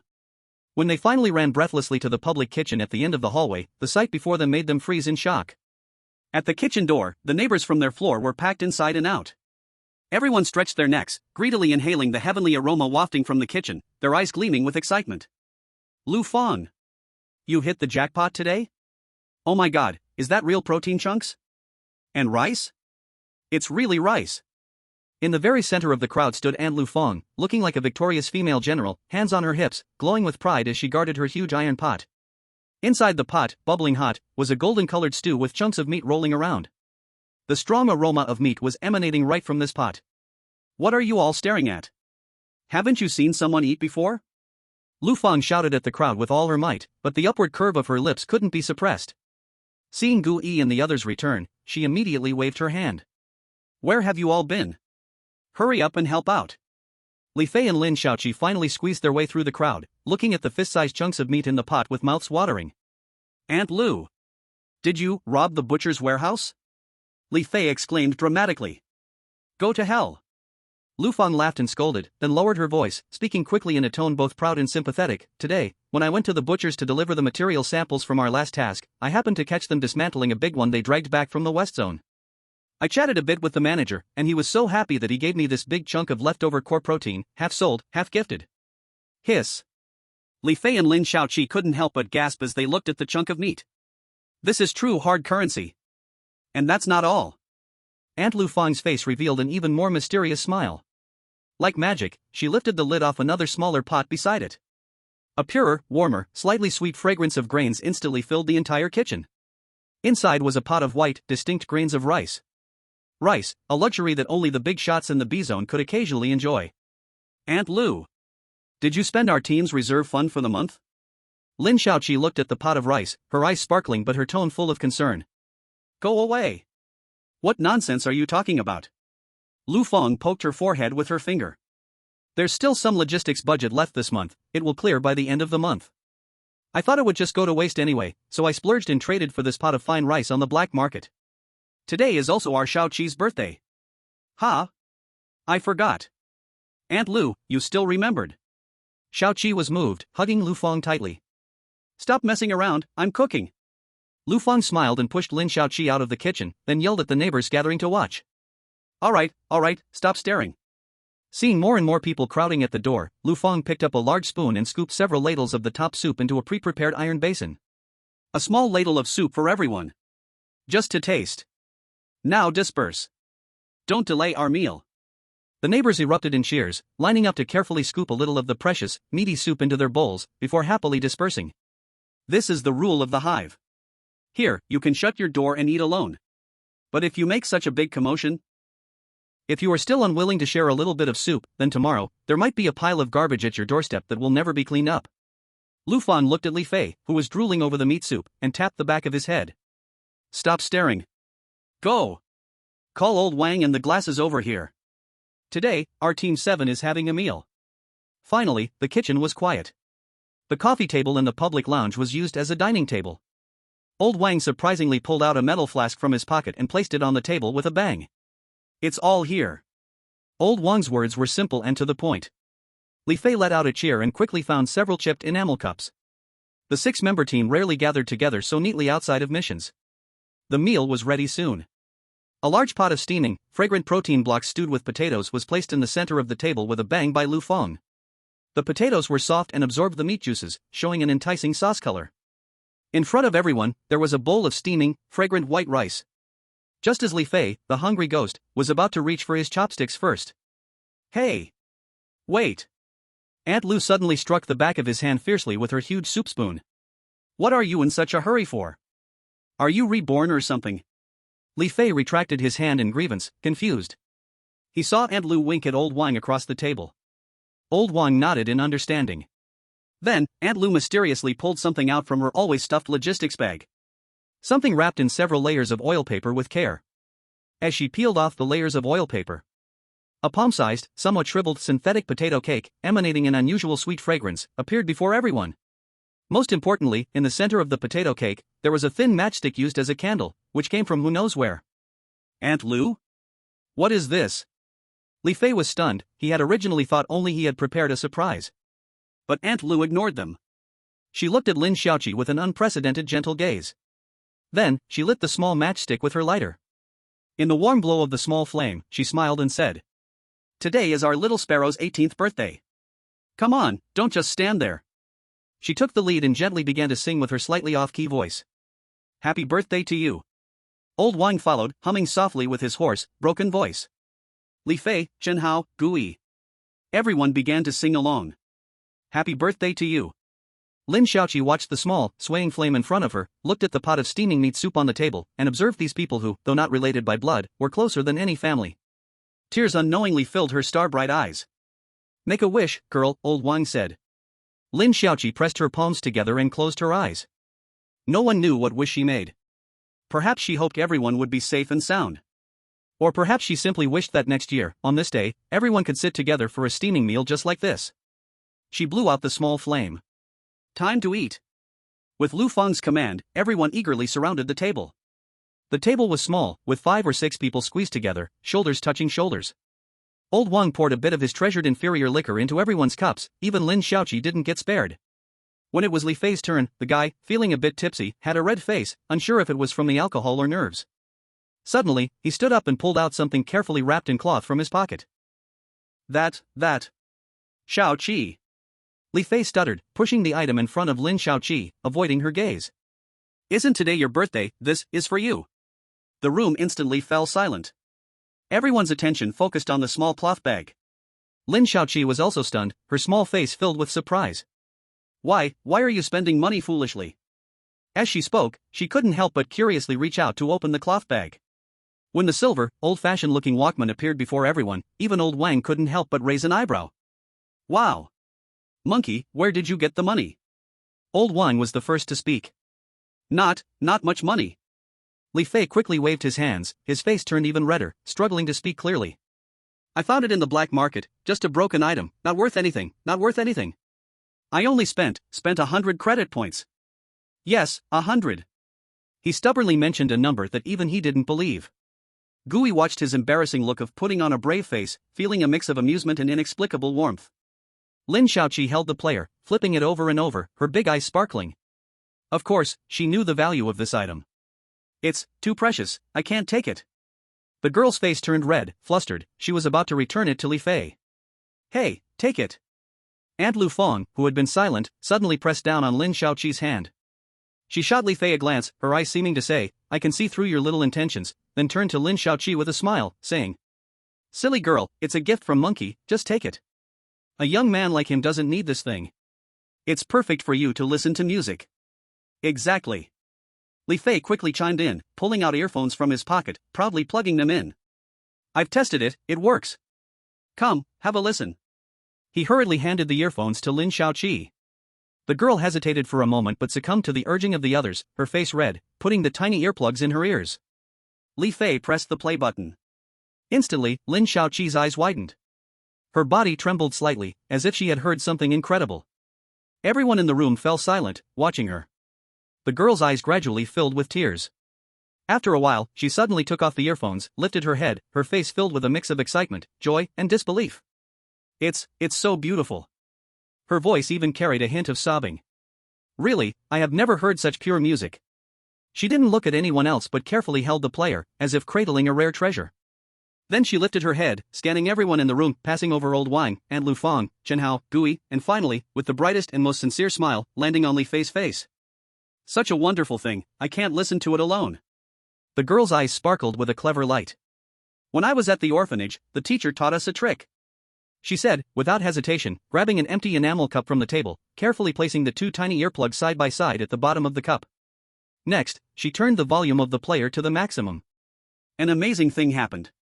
Using the resonance and amplification effect of the cup, a slightly raspy but still melodious and clear piano sound flowed from the cup, slowly filling the small break room. It was a powerful old rock song. In that moment, even the greasy air in the room seemed to become elegant. Hey! Not bad, girl. Old Wang couldn't help but compliment. Li Fei watched the scene unfold, watching Lin Shaoqi's heartfelt smile. His clenched fists finally relaxed from the tension. He grinned widely, revealing a ridiculously silly smile, then abruptly raised his glass and downed a cup of cheap liquor, as if that were the only way to hide his heart that seemed ready to leap out of his throat. Lin Shiqi made a face at him, then lowered her head, but her mouth betrayed her, curving upward uncontrollably into a brilliant arc. She lifted her foot and secretly followed the melody beneath the table, tapping her foot to the rhythm. Usually silent Chen Hao surprisingly served himself a big bowl of rice today. Eat, everyone. Eat up. Only when you're full can you have the strength to fight hard. Old Wang raised his glass, took a swig of liquor, and said with a flushed face. Eat. Everyone raised their chopsticks. Gui also picked up a piece of potato and put it in his mouth. It was hot and fragrant. The taste wasn't exactly great, the synthetic meat had a strange industrial flavor, and the potato was a bit astringent. But for some reason, as this stew went down, a warm current surged from his stomach and spread throughout his whole body. He looked at the scene before him. Old Wang's liquor, Lu Fang's dishes, Li Fei's music, Lin Shiqi's laughter, Chen Hao silently eating. He listened to that song from the old world. Eating this meal that didn't taste too good, yet contained everyone's heartfelt intentions. The original owner's kid. Gui whispered to himself in his heart. His luck is just a bit too damn good. In this cold, cruel, bizarre era where a life is worth less than a dog's. To gather with such a group of people under the same roof. The odds of this happening might be as low as his crossing into this world. Chapter 29, The Prelude to the Elegy. Scarface, a little leader of the butcher gang, was impatiently leaning against a stinking garbage truck, smoking a cigarette. In front of him stood more than a dozen underlings who had just finished their private work. Is it all fucking done? He asked. It's done, boss, replied the smartest-looking underling, nodding and bowing. Just like you said, we sprayed that bottle of special cleaner around the West District's poison pit, at those biggest sewage outlets. Not a drop was wasted. Nobody saw it, right? Don't worry, boss. That place has no shadow except for garbage and rats. We even changed into janitor clothes when we went. All right. Scarface nodded and took out his personal terminal. With a beep, he transferred a sum of credit points to the accounts of those underlings. This is your hard-earned money. 50 points each, and take the extra to drink. Thank you, boss. The underlings erupted in a suppressed cheer, looking at the numbers that had appeared on their terminals, and they left with countless thanks. Scarface watched them disappear into the darkness, disdainful, and spat on the ground. A bunch of fools. He walked to a deserted corner and pulled out an encrypted communicator to dial a number. Sister Hong. He spoke in a tone completely different from his earlier fierce demeanor, filled with reverence and flattery. The matter is taken care of. Just like you said, we sprayed all that good stuff around the West District's poison pit, at those biggest sewage outlets. Not a drop was wasted. On the other end of the communicator, Sister Hong's lazy yet dangerous voice came through. Are your hands and feet clean? Don't worry, Sister Hong. Scarface quickly patted his chest in assurance. That place has no shadow except for garbage and rats. When my brothers went, they even changed into janitor clothes. It's absolutely foolproof. Very good. Sister Hong's voice sounded very satisfied. I've already transferred your reward to your account. Remember. Her voice suddenly turned cold. Forget about what happened tonight. If I hear a word of it from anyone else. Understood. Understood. Scarface trembled in fear. Rest assured, Sister Hong. The mouths of my brothers are more secure than a safe. Tonight, we just went out for a drink, nothing else. Sister Hong hung up the call. Scarface let out a long, heavy breath. His back was soaked with cold sweat. He wiped the sweat from his forehead and looked at the enormous sum of money on his terminal, enough to drive anyone in the C-ring area crazy. A greedy smile appeared on his face. He himself did not know what that colorless, odorless liquid was. All he knew was that this was the secret mission personally assigned by Sister Hong. He looked down at the back of his hand, which had accidentally gotten a drop of cleaner on it. There was nothing there. Just the skin felt a little cool. He did not pay it any mind. Turning around, he whistled and walked toward the red light district. Tonight, he planned to find 2 of the most expensive technicians to reward himself. Joint Defense Force, C-Ring District Patrol Headquarters. Office. Young patrol team member Shaoli stood anxiously in front of his superior, Captain Zhao's desk. Captain Zhao, this is already the 5th report of unusual disappearances this week. His voice carried a hint of the kind of justice that young people have, not yet dulled by the grinding wheel of society. All the missing individuals are concentrated at the edge of the South and West districts. Furthermore, according to relatives and neighbors, they all displayed similar symptoms of hallucination before disappearing, claiming to see red circles near their homes. Behind the desk, the middle-aged man named Zhao Changping sipped his tea leisurely without lifting an eyelid. Red circles? He scoffed. Shaoli, how long have you been in the C district? 1 month? Or 2? 3 months, Captain. 3 months, and you still believe this nonsense? Captain Zhao set down his teacup and spoke in a slow, teaching tone. This is the C district. Every day, people report hallucinations from drinking fake liquor or using dirty pleasures. Before we see red circles, I have dealt with more than 10 people claiming to see gods descending. But this time is different. Xiao Wang said urgently, their disappearances are too clean. There are no signs of struggle, it's as if they evaporated from this world. Moreover, everyone mentioned red circles and singing. Such a highly uniform hallucination falls into the category of suspected mean pollution in strange event assessment standards. We must report this to the headquarters.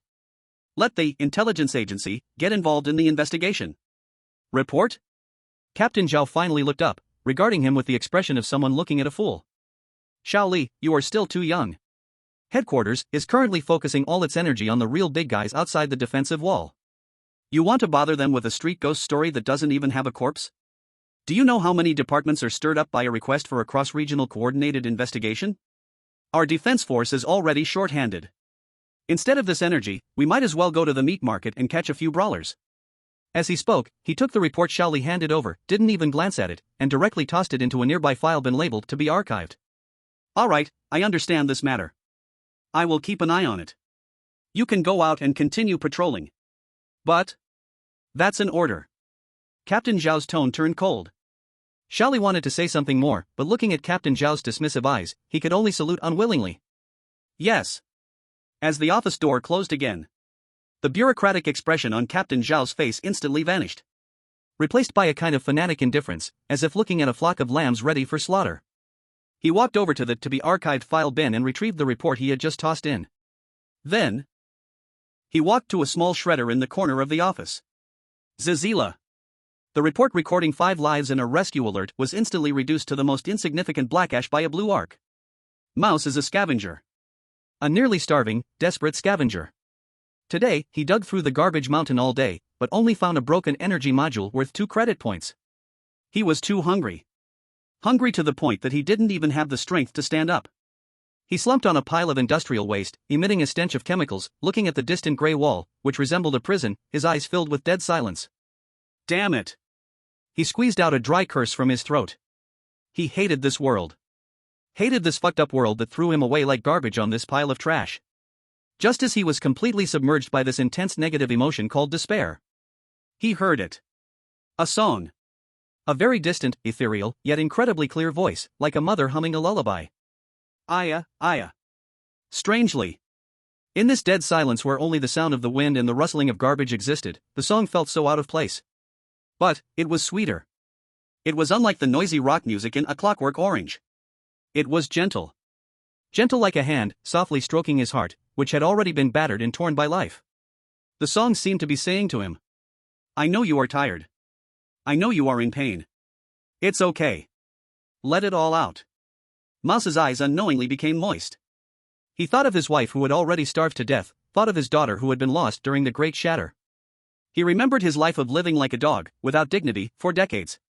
All the grievances, all the anger, all the unwillingness. At this moment, all of it was completely drawn out by that damn, gentle song. Ah! He no longer suppressed it, like a wounded beast, he let out the most mournful and painful roar of his life. He began to frantically beat the garbage beneath him with his fists. He used his head to smash against the rusty metal plates. He wanted to vent. He wanted to release all the pain of these decades. He cried, shouted, laughed, made a scene. Until he could emit no more sound. Until he could no longer shed a single tear. He collapsed to the ground, like a dead dog, leaving only the faintest breaths.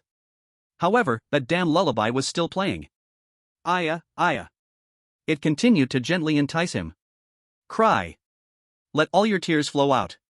Mouse truly started to cry again. But this time, what flowed from his dry eyes was no longer transparent tears. But a drop, another drop, thick, warm, with a rusty taste of blood. His throat began to convulse uncontrollably, his vocal cords twisted and reshaped by an invisible force. He wanted to call for help, wanted to scream out loud. But what he emitted was only a dissonant mournful cry, identical to that melody. Aya, yeah. His vision rapidly deteriorated, the whole world in his eyes turned into a blur, a chaotic gray. But his hearing, however, was crazily enhancing at a terrifying speed. He could hear it. He heard a cockroach 100 meters away, the sound of it crawling over rust, sha-sha. He heard another scavenger 1,000 meters away, heavy footsteps filled with the breath of living people. The sound. So noisy. He slowly stood up from the ground.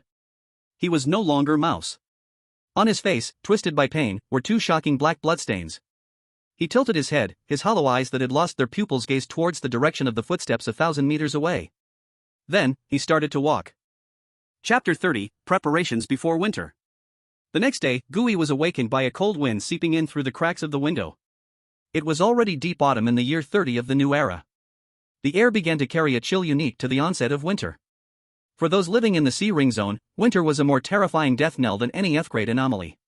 Gooey looked at the ever-gray sky outside, which seemed like it would never clear up, and instinctively wrapped himself tighter in the musty thin blanket. He glanced around his nearly empty dorm room. A creaky iron bed. A storage cabinet made from an ammunition box. That was it. He knew he had to get a stronger electric heater before winter truly arrived. He needed to buy a thicker cotton coat. He had to stock up on high-calorie nutritional paste to provide enough warmth. He opened his personal terminal and glanced at his balance. 1,800 credit points. This was the largest sum of money he had since crossing over. But this money had to pay for rent, buy weapons, and prepare for winter. Money was never enough. In the morning, Gooey went to the factory in the backyard of the wrench as usual. Chen Hao was already waiting there, with two seemingly good quality discarded modules at his feet. The two had no extra words, just nodding to each other, and began a silent yet efficient assembly line operation. However, today's harvest was far from yesterday's. The massive pile of scrap iron looked like a fishery that had been overfished. Chen Hao spent the entire morning nearly straining his eyes, and could only pick out 10 somewhat valuable modules from the real scrap metal. When Gooey disassembled the 10th energy core, Chen Hao shook his head. That's it. This mountain has been drained by us and other freelancers. The next batch of waste materials from the wrench will take at least a week to arrive. Gooey's heart sank slightly. He knew this stable source of income had temporarily dried up. 10 cores, 500 credit points. He and Chen Hao still split it 60-40. Gooey's account had an extra 300 points. After parting ways with Chen Hao, Gooey walked alone on the road back to the hive. He submerged his consciousness into the anomaly glyph. The countdowns on the two gray cards, like shackles, finally hit 0. F-grade form card, contaminated blood, has been restored. F-grade form card, skeletal mutts, has been restored. His cards were back. This good news diluted the frustration of losing his source of income. Now, he had 3 cards he could use at any time and over 2,000 credit points. He had the courage to take on bounty tasks at the Cyclops Tavern again. But not now. He looked down at his thin jacket. The urgent priority was to solve the problem of winter survival. This was a more immediate threat than any anomaly. He did not return to his dorm but took a turn and chose to go to the largest second-hand market in the C-Ring zone. Called a market, but it was really just a large open-air garbage dump. In the air, a strange smell of oil, rust, and damp earth always lingered. On both sides of the alley were shabby shacks made of scrap metal and oilcloth, with piles of junk in front of each house, seemingly salvaged from various nooks and crannies. Gooey shrank his neck, shoved his hands into his pockets, and walked in quickly. He headed straight for a stall selling electrical appliances. The vendor was a one-eyed man, leaning against a decommissioned generator stripped down to just a shell, smoking, and barely bothering to lift his eyelids as Gooey approached. "Boss, do you have any heaters?" "The powerful kind." The one-eyed man nodded towards a pile of dark iron scraps in the corner. Gooey walked over and immediately set his eyes on a half-human high behemoth. That thing looked like an engine that had taken a bullet hit. The shell was covered in scratches and peeling paint, with a tangled black wire dragging behind it that was wrapped in tape. He reached out and touched it. It was cold and sharp. "Can this thing work?" "What do you mean it can't work?" said the one-eyed man, puffing out a smoke ring. "This is a military-grade heat circulator, a treasure from the air raid shelter in the B-Ring area. Turn it up to the max, and in 3 minutes, it can turn your wet clothes into metal sheets." Gooey, half in doubt, had the boss plug it in. The next second, the metal hunk roared to life like a tractor, buzzing loudly enough to shake the entire shed. A wave of hot air with a rusty smell suddenly blasted out from the front grill. The power was truly strong, but it sounded a bit risky, making him feel it could blow up at any moment. "How much?" "250. 150. "Get lost, 200. "Take it or leave it, it's winter, and the price changes every day." Gooey haggled for a while, but in the end, he still pulled out 200 credit points, cursing in his heart. Carrying this heavy piece of metal, he squeezed into a stall selling old clothes. The smell inside was even stronger, a mix of sweat and mildew. A silent, taciturn ant was rummaging through a mountain of clothes. Gooey didn't fuss too much and headed straight for the thickest pile. After rummaging around, he dug out a winter combat suit that had been stripped off some retired soldier from the garrison. The clothes were indeed thick, with densely packed cotton layers inside. However, there were several holes on it, looking like bullet holes, crudely sewn with thick stitches. He held the clothes up and shook them. He could still smell a faint hint of gunpowder. "This one, 150, the ant said without looking up. Gooey didn't bargain, this thing could save his life. Finally, he reached the innermost stall selling food. The vendor was a young man as skinny as a monkey, standing in front of an open wooden box filled with strips wrapped in oil paper, all dark and unappetizing. "Energy bars, one can last a day, $10 each," the young man said weakly. Gooey leaned in to sniff. It reeked of caramel mixed with machine oil. He gritted his teeth and bought 10. After browsing around, 450 credit points were gone just like that. Gooey looked at his suddenly shrunken account balance and felt a pang of pain. But as he carried the heavy electric heater, wearing the thick combat outfit on his way home, a simple sense of security filled his heart. When he returned to his cold dorm room, for the first time, Gooey felt like he was setting up a new home. He placed the buzzing electric heater at the foot of his bed. Plugged it in. Bzzz. A blast of hot air, smelling of machine oil and dust, blew out. The temperature in the entire room seemed to rise several degrees in an instant. Gooey took off his jacket and felt the artificial warmth, letting out a long sigh of relief. He neatly folded the thick thermal outfit and placed it on the head of the bed. Then he carefully arranged the 10 dark energy bars like treasures in the storage cabinet he had modified from an ammunition box. He looked at this little space, which, although still simple, no longer felt as bare as before. For the first time, he felt a sense of stability that could be called peace. Perhaps, life like this wasn't so bad. During the day, he went with Chen how to earn some safe, hard-earned money at the rent shop. At night, he returned to this warm little home, studying catalogs and building his strength. When he saved enough money, he would buy his first gun and take some reliable F-level missions from the one-eyed man. Step by step, he would move forward steadily. Just as he was planning his stable future. Bzzz, bzzz. His personal terminal placed on the table vibrated without warning. On the screen, the emblem of Clean Dust Security Team 7 was flashing wildly. It was the captain's emergency call. He immediately connected the communication. Wang Jingwa's serious face, illuminated by the dim light, appeared sharply on the screen. His background was that old commuter car, the engine seemingly already started. Ah. He had no idle chatter. Emergency mission. Nighttime. Gathered downstairs in 15 minutes. Bring all your equipment, now, immediately. The communication was unilaterally cut off. Gooey stared at the screen that suddenly went dark, frozen in place. The warmth and comfort that had just risen were instantly shattered by this sudden call. He looked down at the electric heater still diligently blowing hot air.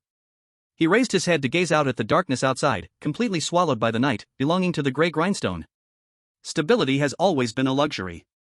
Trouble is the eternal theme here. Without any further hesitation, he turned off the heater and immediately started to put on his combat uniform that he had just taken off. Chapter 31, The Strange Kindergarten. When Gooey rushed downstairs, the old commuter car had already started with a rumble. The headlights shone like two yellow tentacles, piercing through the thick darkness of Rusty Bone Street. The other 4 members of the team were already there. Each of their faces carried a hint of fatigue and confusion, forcibly pulled from a state of rest. Get in the car. Wang Zhenghua had no extra words, directly opening the passenger door. Gooey dove into the back compartment. The door slammed shut with a bang. Captain, what's going on? Li Fei asked while steering the car out of the crowded street, unable to hold back his question. What's with Ma Fatty at this late hour? Everyone in the car looked towards the passenger seat. Old Wang lit a mint cigarette, the crimson glow illuminating his heavy face. West of the city, the abandoned morning light kindergarten. This afternoon, the garrison patrol detected abnormal E-level pollution readings nearby.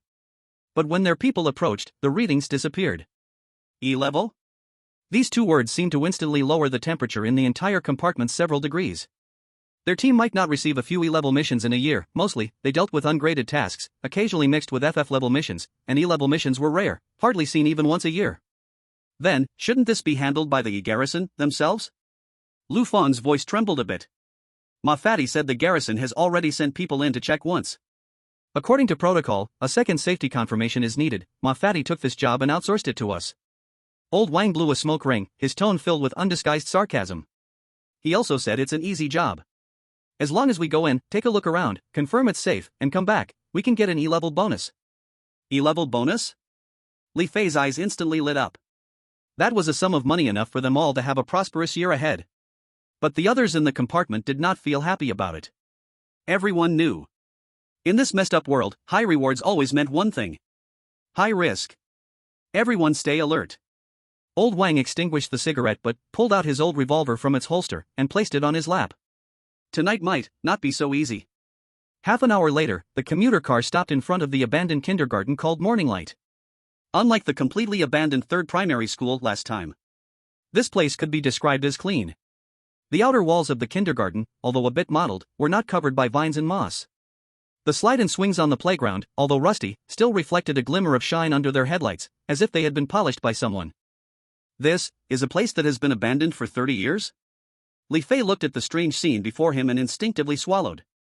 Glasses, how's the pollution reading? Wang Zhenghua asked. Chen Hao sat in the car, staring at the detector in his hand, and said in a low voice. The reading shows normal, at an extremely low safety value. Alright, let's get out of the car. Old Wan opened the car door. Click. The iron door, imprinted with a cartoon rabbit design, was slowly pushed open. There was no teeth-grinding sound of friction. The door frame seemed to have been oiled by someone. A mixed smell of faint disinfectant and chalk dust rushed at them. I feel like there were still people in class here yesterday? Lin Xiaoqi's voice trembled slightly. No one answered her. Because everyone felt the same way. They walked into the hall of the teaching building. The hall was spotlessly clean. Children's drawings on the walls were vibrant with color. In the air, there was even a trace of the faint, chalk-like fragrance. Everything here was normal to the point of making one's scalp tingle. Captain, what should we do? Li Fei's voice instinctively lowered. In this environment, even he, usually the most carefree person, felt a deep chilling fear. Wang Zhenghua showed no hesitation whatsoever. His intuition, honed through countless brushes with death, had already made the right decision for him. Everyone, stick together. His voice demanded obedience. Starting from the first floor, search each room one by one. Monkey, you're on door guard. Sparrow, you're on window watch. Glasses, keep an eye on the detector. Lu Fang, Ai, and I will be in charge of searching. This place is very eerie, we absolutely cannot separate. Yes. Everyone responded in unison and immediately formed the most compact and supportive defensive formation. Gooey followed closely behind Old Wang, gripping the cold army knife, vigilantly scanning the surroundings. They began to search one by one in the corridor on the first floor. The first room was the activity room. Inside, the building blocks were neatly stacked in the corner. On a wooden horse was a faceless cloth doll. The second room was the music classroom. An old organ sat there, its keys spotless. An open sheet music lay on top of the organ. Everything felt normal to the point of making their scalps tingle. Just as Gooey thought this truly was just a simple search task, he suddenly stopped in his tracks. His gaze was drawn to the cute-looking red plastic slide in the activity room. On the slide's handrail, a small piece of paper was stuck. Gooey walked over and, with the flashlight's light, clearly saw the words. "Little friends, remember to line up when sliding down the slide." A very normal statement. Yet beneath this sentence, there was a line drawn with red crayon, marked with a big X, looking like a supplementary explanation. "Absolutely do not slide down from the top." Gooey's heart jolted. What does this mean? Before he could think it through, Aunt Lu Fang beside him let out a suppressed gasp. "Old Wang, come look quickly." The two rushed over. They saw that on the door to the restroom at the end of the corridor, there was also a piece of paper. "Before eating, be sure to remember to wash your hands." Below it, similarly followed by that blood-red supplementary explanation. "Absolutely do not use water from the tap." A cold, indescribable chill began to creep up Gooey's spine. This was no coincidence. These contradictory and maliciously trap-filled rules were like an invisible spider web, enveloping every corner of this kindergarten. Something's wrong. Old Wang's face also turned extremely grim. He immediately yelled in a low voice. "Everyone, stop the search immediately. Return to the first floor hall to gather. Repeat. Gather immediately." However, his words had just fallen. Zila. At the end of the corridor, the loudspeaker installed on the wall suddenly emitted a harsh, grating electric sound. Immediately, all the lights in the kindergarten flickered violently. In that single moment, the whole world brightened like daytime. Also, in that moment, Gooey saw that on the empty corridor before them. In an instant, countless small, gray handprints. From the floor, to the walls, and then to the ceiling. Endless tiny handprints, as if they had seeped out from the walls, flashed and disappeared. Then, the lights went out. The world returned to darkness. The next second. Ding-dling-dling-ling-ling. That cheerful, clear school bell from the old days tore through the silence, echoing throughout the entire kindergarten. Chapter 32 Hide and Seek. The school bell, which should represent freedom and joy, at this moment felt like a death knell, painfully driven into the ears of everyone in Team 7. Then, the campus broadcast, silent for 30 years, made the electric sound again. A peculiar childlike voice, indistinguishable in gender and laced with eerie electronic tones, rang out from the speaker, word by word. Ding-dong. Dear children, please pay attention. The game of hide and seek is starting now.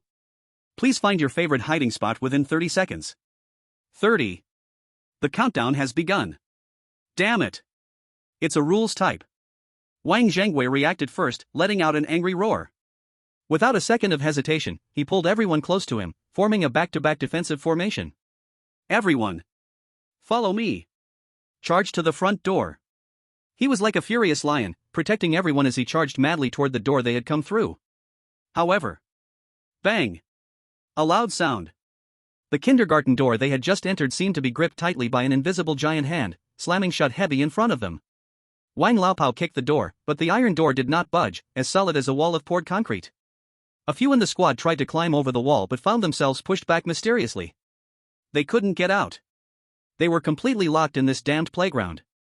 25. 24. The countdown that sounded like a death knell continued in the broadcast. Fuck. Wang Laopao decisively shouted. Plan B. Scatter and hide. Hurry. In the shortest time, he pointed out directions for everyone. Lu Fang. Go into that utility room. Monkey.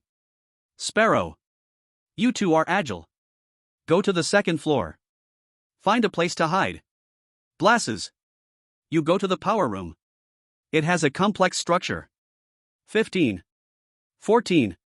Time was running out. Li Fei and Lin Xiaoqi exchanged glances, no longer hesitating, like two agile monkeys, they instantly dashed up the stairs to the second floor, disappearing into the darkness.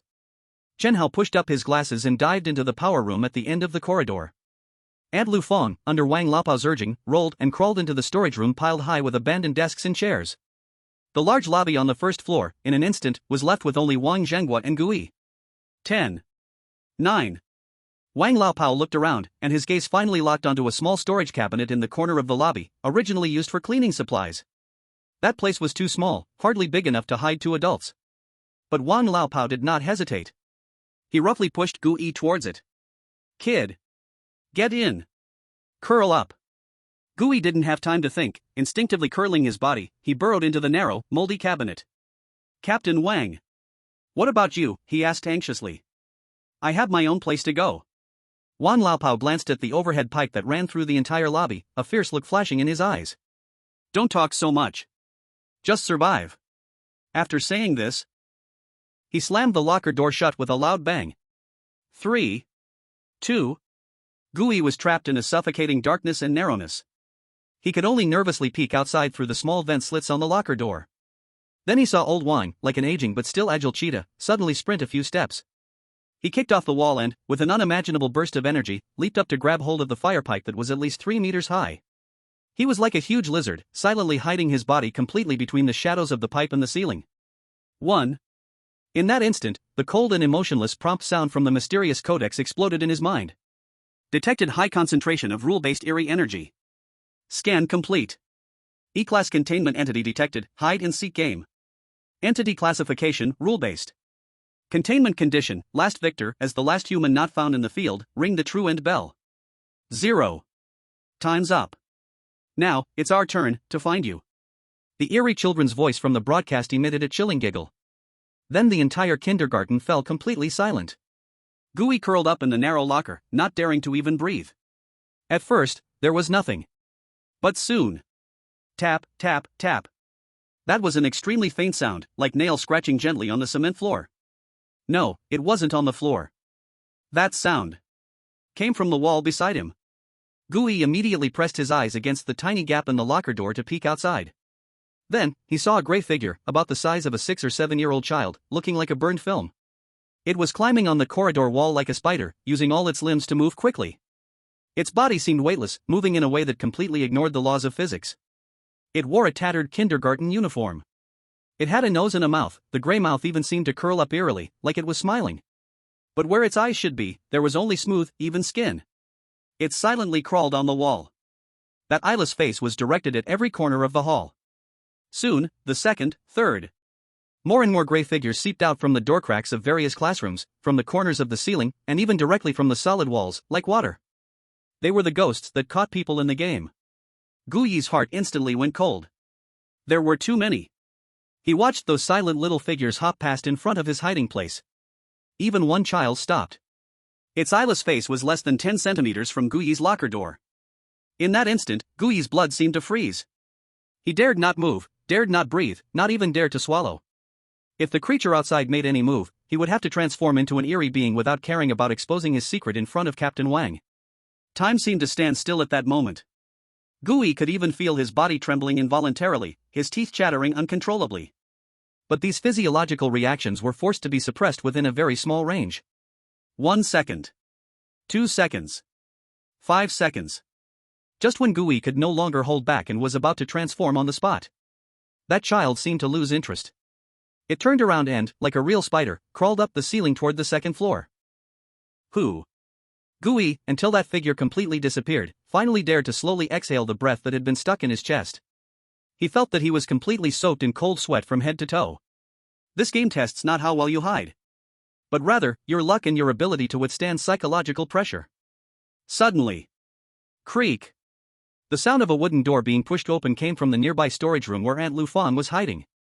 Gu Yi's heart tightened suddenly. He saw another small gray figure silently walking down from the wall, then like a curious child pushed open the unlocked door of the storage room and slipped inside. Following that, another one, and another one. There were at least 3 or 4 gray figures all slipping inside. In the locker, Gu Yi's heart immediately sank to the bottom. Aunt Lu Fang might be found. Chapter 33, The Price of Victory. Lu Fang held her breath. She hid under an old iron bed covered in dust in the storage room. It was dark, narrow, and filled with the smell of rust and mildew. She could even feel the cold iron wire bed frame pressing against her back, leaving her no room to turn. She covered her mouth with her calloused hands. She was scared. Scared that she would make even the slightest sound out of fear. The sharp ringing from outside, along with the strange child's voice from the broadcast, nearly chilled her blood. She didn't know what was happening outside. She only knew that old Wang's order was to hide. So she hid tightly away. Time passed second by second. Each second felt as long as a century. Outside was very quiet. So quiet it made her heart tremble. Lu Fang curled up under the bed, not daring to move. She could even hear her heart pounding rapidly from anxiety. Thump thump thump. She was scared. Scared that this damned heartbeat would attract those unknown things. Just then. Creak. A very faint sound of a wooden door being pushed open came from above her head. Something came in. She peeked through the narrow gap under the bed and saw a pair of small, gray, bare feet silently landing on the floor in front of her. Then came the second pair, the third pair. At least 3 or 4 indistinct little things all squeezed into the already small storage room. They were searching. With childlike movements, they searched every corner of the room. Clang. A tin bucket piled in the corner was knocked over by one of the children. It made a sound like thunder in the dead silence. Lu Fang's body trembled suddenly. But she still tightly covered her mouth. Absolutely cannot make any sound. Those children seemed to be more interested in that tin bucket. They played around the bucket for a while, then lost interest. They started to walk step by step toward the iron bed where Lu Fang was hiding. Fear enveloped Lu Fang like cold seawater. She saw pairs of small gray feet stopping at the edge of her bed. Then one child slowly crouched down. Its eyeless face leaned down slowly. Lu Fang almost fainted. But just when she thought she was done for, those children seemed not to have discovered her. They only lingered at the bedside for a moment. Then stood up and walked toward the doorway. They left. Lu Fang, until the faint sound of the door creaking closed, finally dared to slowly exhale the breath that had been held in her chest. Saved. She was saved. The immense joy of surviving washed over her nerves. She even wanted to cry. She slowly turned her already stiff neck. I want to change to a more comfortable position. However, at the moment she turned her head, her movement froze. Because, right beside her, just under the narrow bed, unknowingly, there was another child hiding there. It lay in a way that violated human structure, with limbs on the ground, face up, lying next to her beneath the bedboard like a spider. That face was less than a fist's distance from hers. A gray mouth was slightly curled upward. Like it was silently mocking her. Ah! The string named rationality finally snapped under this unbearable fear. A shrill scream erupted from Lu Fang's throat. Second floor. Women's restroom. Li Fei and Lin Xiaoqi were hiding in the corner stall. They heard Aunt Lu Fang's desperate scream from downstairs. Damn! It's Aunt Lu. Li Fei's eyes instantly turned red. He was about to push open the stall door and rush out. Don't move! But Lin Xiaoqi used all her strength to tightly hug him from behind. Monk! If you go out now, it's like sending yourself to death. Her voice had a sob but was exceptionally clear-headed. Then what to do? Just listen to this? Li Fei yelled. But he only dared to yell in a hoarse voice. Because just outside their stall door. Tap tap tap. The footsteps belonging to the children were getting closer. Gui also heard that scream. He looked out through the small crack in the cabinet door. At the moment Aunt Lu Fang screamed, all the children wandering in the entire first-floor hall suddenly stopped. Then, they all turned their faces in unison, looking towards the storage room. The next second, all the gray figures surged like a tide toward that storage room. Bang! Bang! Bang!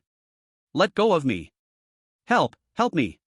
The frantic knocking and Lu Fang's incoherent cries blended together. Then, everything came to an abrupt stop. All the sounds disappeared in an instant. Creak! Not knowing how long it had been, the door of the storage room, which had just been violently shaking, slowly opened a crack. Gui stared hard at the dark crack of the door through the small gap in the cabinet. It was empty inside. No Lu Fang. Only those gray children. She just disappeared like that. A chilling mix of sadness spread through his body. His brain was working frantically at an unprecedented speed. He recalled the golden containment conditions in his mind once more. The last victor as the last undetected human on the field, ring the true dismissal bell. The last human? Gui chewed on these words, a terrifying possibility surfaced in his mind. This condition was not to save everyone. On the contrary, it forced him to witness everyone's elimination. He had to wait until Wang, Li Fei, Lin Xiaoqi, Chen Hao, all of them were discovered like Aunt Lu Fang. Only when there was only him left as a human player in this game field. Would he have the qualification to contain this weirdness? What the hell is this nonsense, Victor? This is simply the most vicious curse. Chapter 34, The Idea to Break the Game. The last, human. This sentence felt like a mountain crushing him, making it hard for him to breathe. He could find ways to avoid being discovered, as long as he transformed into a weirdness in time, then even if found by a ghost, it would not be as a human. But what about the other team members? Should he just watch as they were discovered one by one and captured? While he was lost in thought. Tap, tap, tap. That familiar sound of nails scraping against the wall sounded again. And this time, the sound was very close to him. Gooey immediately pressed his eyes back to the small crack in the cabinet door. A small, gray, eyeless figure was silently hanging from the ceiling like a spider. And its crawling direction was the fire pipe where old Wang was hiding. Captain Wang. The child slowly crawled to right above the fire pipe. Then it stopped. Its face slowly drooped down, almost touching the pipe. It's over. Captain Wang has been locked on. Gooey's pupils suddenly contracted. He had even unconsciously prepared to transform into the bone mutant and charge out to create chaos. However, just when that child seemed to have confirmed the target and was ready to pounce from the ceiling, old Wang moved. He didn't run away, nor did he fight back. He simply reached slowly into his pocket to pull something out. Something Gooey was all too familiar with, an empty black wine bottle. Then old Wang threw the bottle hard towards the other side of the hall. Crash! The sound of glass shattering echoed throughout the entire hall. In that instant, all the children wandering around, including the ghost preparing to pounce on old Wang, froze as if electrocuted. Immediately after, they surged towards the direction of the sound like a pack of hounds responding to their master's command. A distraction. It worked. At the moment they were diverted, old Wang silently slipped down from the tall fire pipe like an aged but still agile monkey. He didn't pause for a moment, darting swiftly to the storage cabinet where Gooey was hiding. Kid. He lowered his voice. Get out. Follow me. Gooey immediately pushed open the cabinet door and crawled out. Captain Wang, you. Don't waste breath. Old Wang interrupted him, breathing heavily. I figured it out, those little punks are blind. They only rely on sound to locate. And don't stay in one place too long. Otherwise, they'll sniff you out like dogs. His voice was hoarse and filled with violence. Like a wounded beast trapped in a cage. Aunt Lou, Gooey struggled to speak. I saw it. Gooey then realized that the spot old Wang was hiding in allowed him to see the entire first-floor hall and that storage room clearly. But he pushed that pain back down deep into his heart within less than a second. When he opened his eyes again, only ironclad determination remained in those murky eyes. I need to go upstairs to find the monkeys. Old Wang spoke quickly. I'm afraid those two fools will make some noise. You go find the glasses. He pulled out a crumpled map from his pocket, the architectural layout of the kindergarten. This was the only information they received from the company before the mission. He pointed firmly at a location on the first floor of the map. The glasses should be in the power distribution room now. I suspect the key to ending this damn game lies in that broadcast system. You go find him. Tell him what I discovered. See if there's a way to restart that damn broadcast from the distribution room. We need to create a louder noise to draw all those ghostly things away. Old Wang's thoughts were clear and direct. Since the enemy relies on sound to find, then make a bigger sound to lure them. Got it? Got it. Gooey nodded vigorously. Good. Old Wang said no more, just firmly patted Gooey's shoulder. Kid, don't die. After saying that, he crouched like a true ghost and silently disappeared into the darkness at the stairs. Gooey stood alone in the empty classroom. He knew this was not the time to hesitate. Everyone in the team had found their own task. And his task was to find Chen Hao. He chose not to take the risk in human form. Transform, skeleton hound.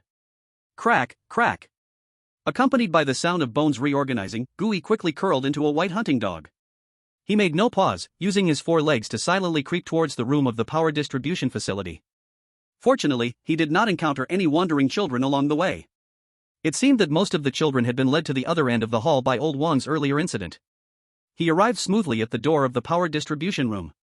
Then, he quietly listened at the door. Confirming that inside, there were no creepy crawling sounds belonging to the ghost children. Only then did he silently walk in. This was the power distribution room. The air was thick with a mix of ozone and dust. Rows of towering distribution cabinets split the entire space like a maze. Gooey knew Chen Hao's character.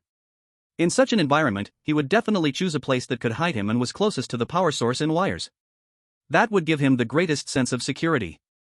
Gooey's gaze quickly scanned the entire room. finally locking onto the deepest part of the rows of distribution cabinets.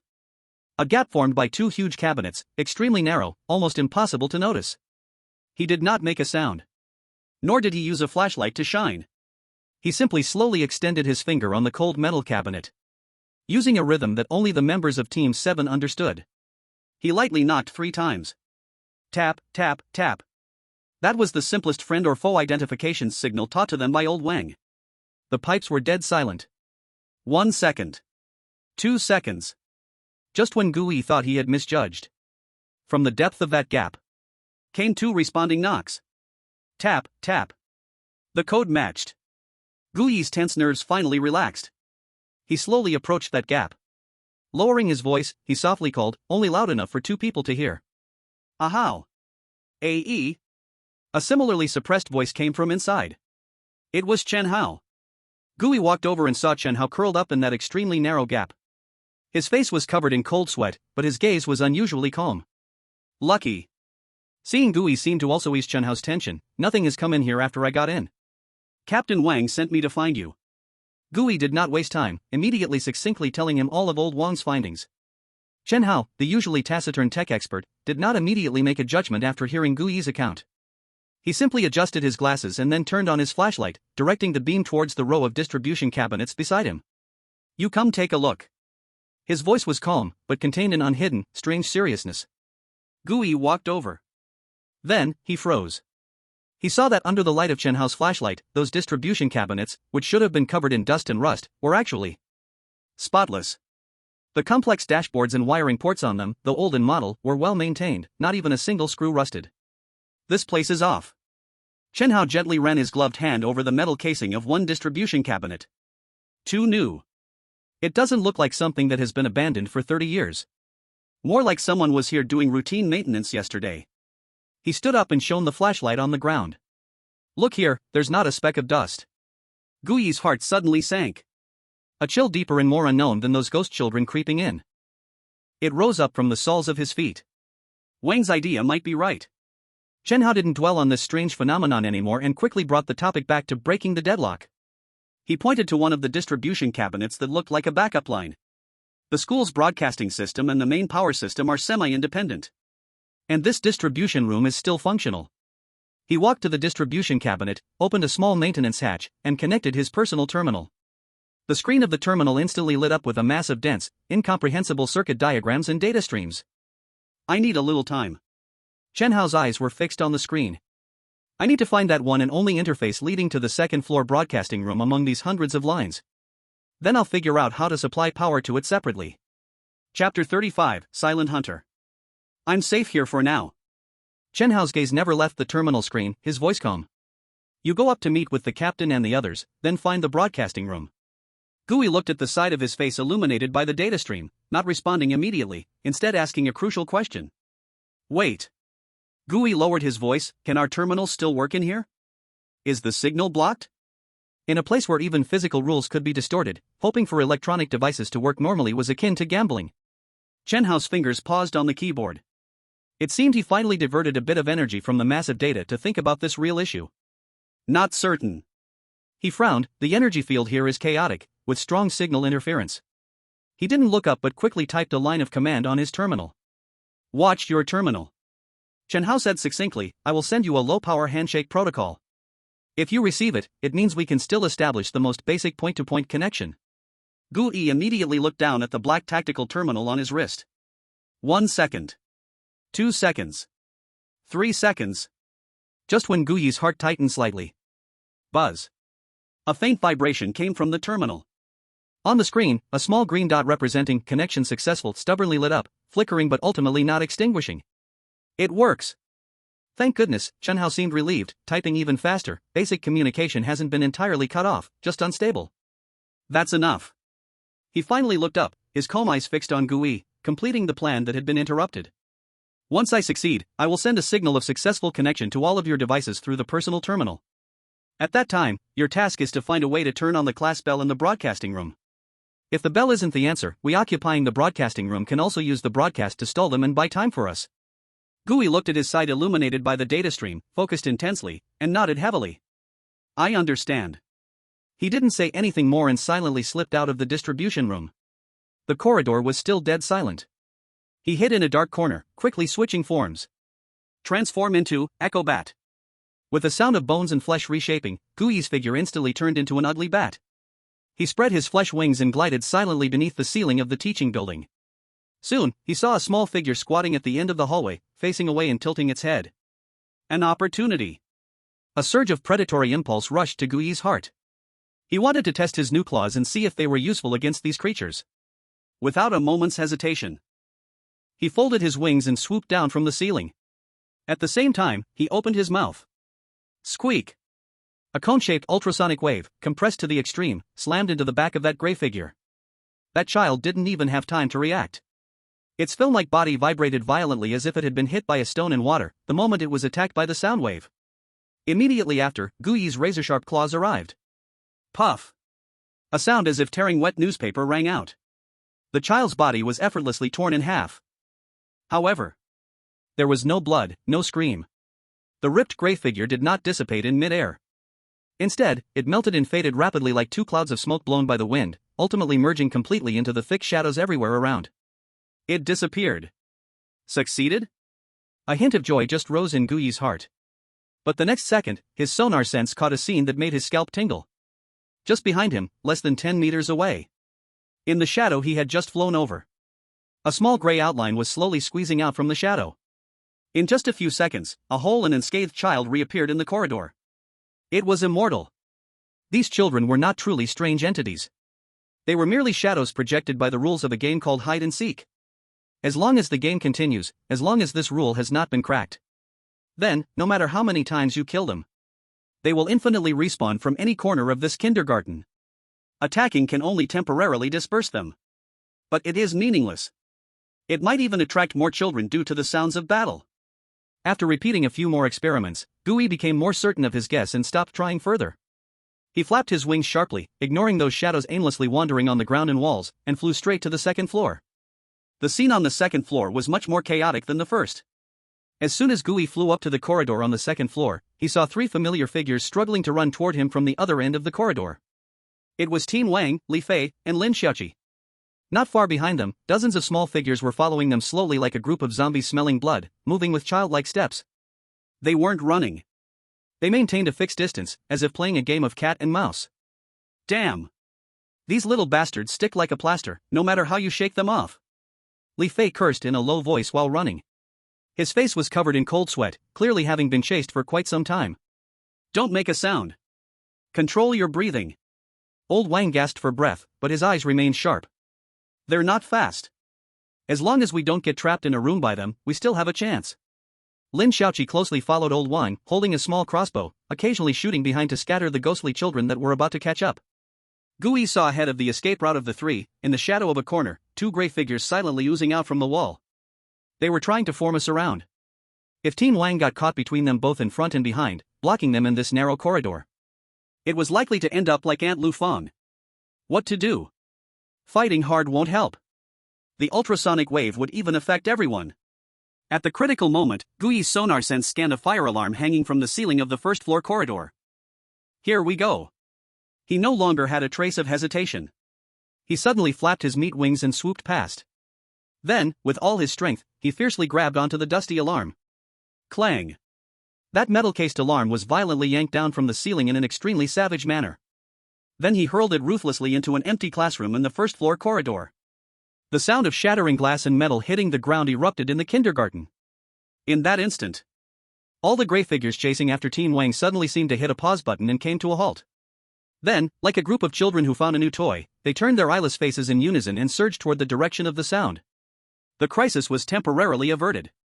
Old Man Wang's eyes sparkled with a bright light. He didn't know who did this, but he would never let this rare opportunity slip away. Go! Into this classroom. Hurry!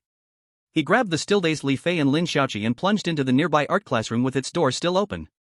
Meanwhile, Gui, after completing this diversion, showed no signs of stopping. He silently flapped his wings and flew to the end of the second-floor corridor, to a corner piled with discarded easels. After confirming that this was a visual blind spot, he slowly landed, transformed back, and became the slightly disheveled human cleaner again. Then, he held onto his dagger and pretended to have just arrived, cautiously making his way toward that art classroom. Chapter 36 Roll Call by the Teacher. Gooey took a deep breath, holding the dagger, and walked into the art classroom. The classroom was empty. "It's me," Gooey whispered. "Damn. I.e. You scared me to death." Li Fei was the first to jump out from behind an easel, grabbing Gooey's shoulder, his face filled with relief from surviving. Old Man Wang and Lin Xiaoqi also emerged from different hiding spots. Lin Xiaoqi had tear stains on her face, but she bit her lip tightly, forcing herself not to make a sound. And Old Man Wang's rock-like face showed no expression. He simply silenced wiped his old revolver, again and again. No one mentioned Lu Yi's name again. "Where's the glasses?" Wang Zhenghua finally spoke up. "He's still alive." Gu Yi immediately reported Chen Hao's discovery and plan concisely. "The power distribution room is still usable. He's looking for the broadcasting room's wiring, and needs us to wait for his signal in the broadcasting room." He said maybe, it really can ring that bell one more time. "Good." Team Wang only said one word. Then he stood up and looked at Li Fei and Lin Xiaoqi. "There's no time for sadness now." His gaze swept over everyone. "We must finish our work first." He paused, each word squeezed out as if from between clenched teeth. "Then, bring Lu Feng home." The plan was simple. The broadcasting room was on the other end of the second floor, almost in a straight line from the art classroom where they currently were. But this straight line was completely divided by countless wandering ghost children. They had to move forward. "I'll lead the way." Old Man Wang gripped the old revolver tightly. "Monkey, you bring up the rear. Sparrow, i.e., you two in the middle.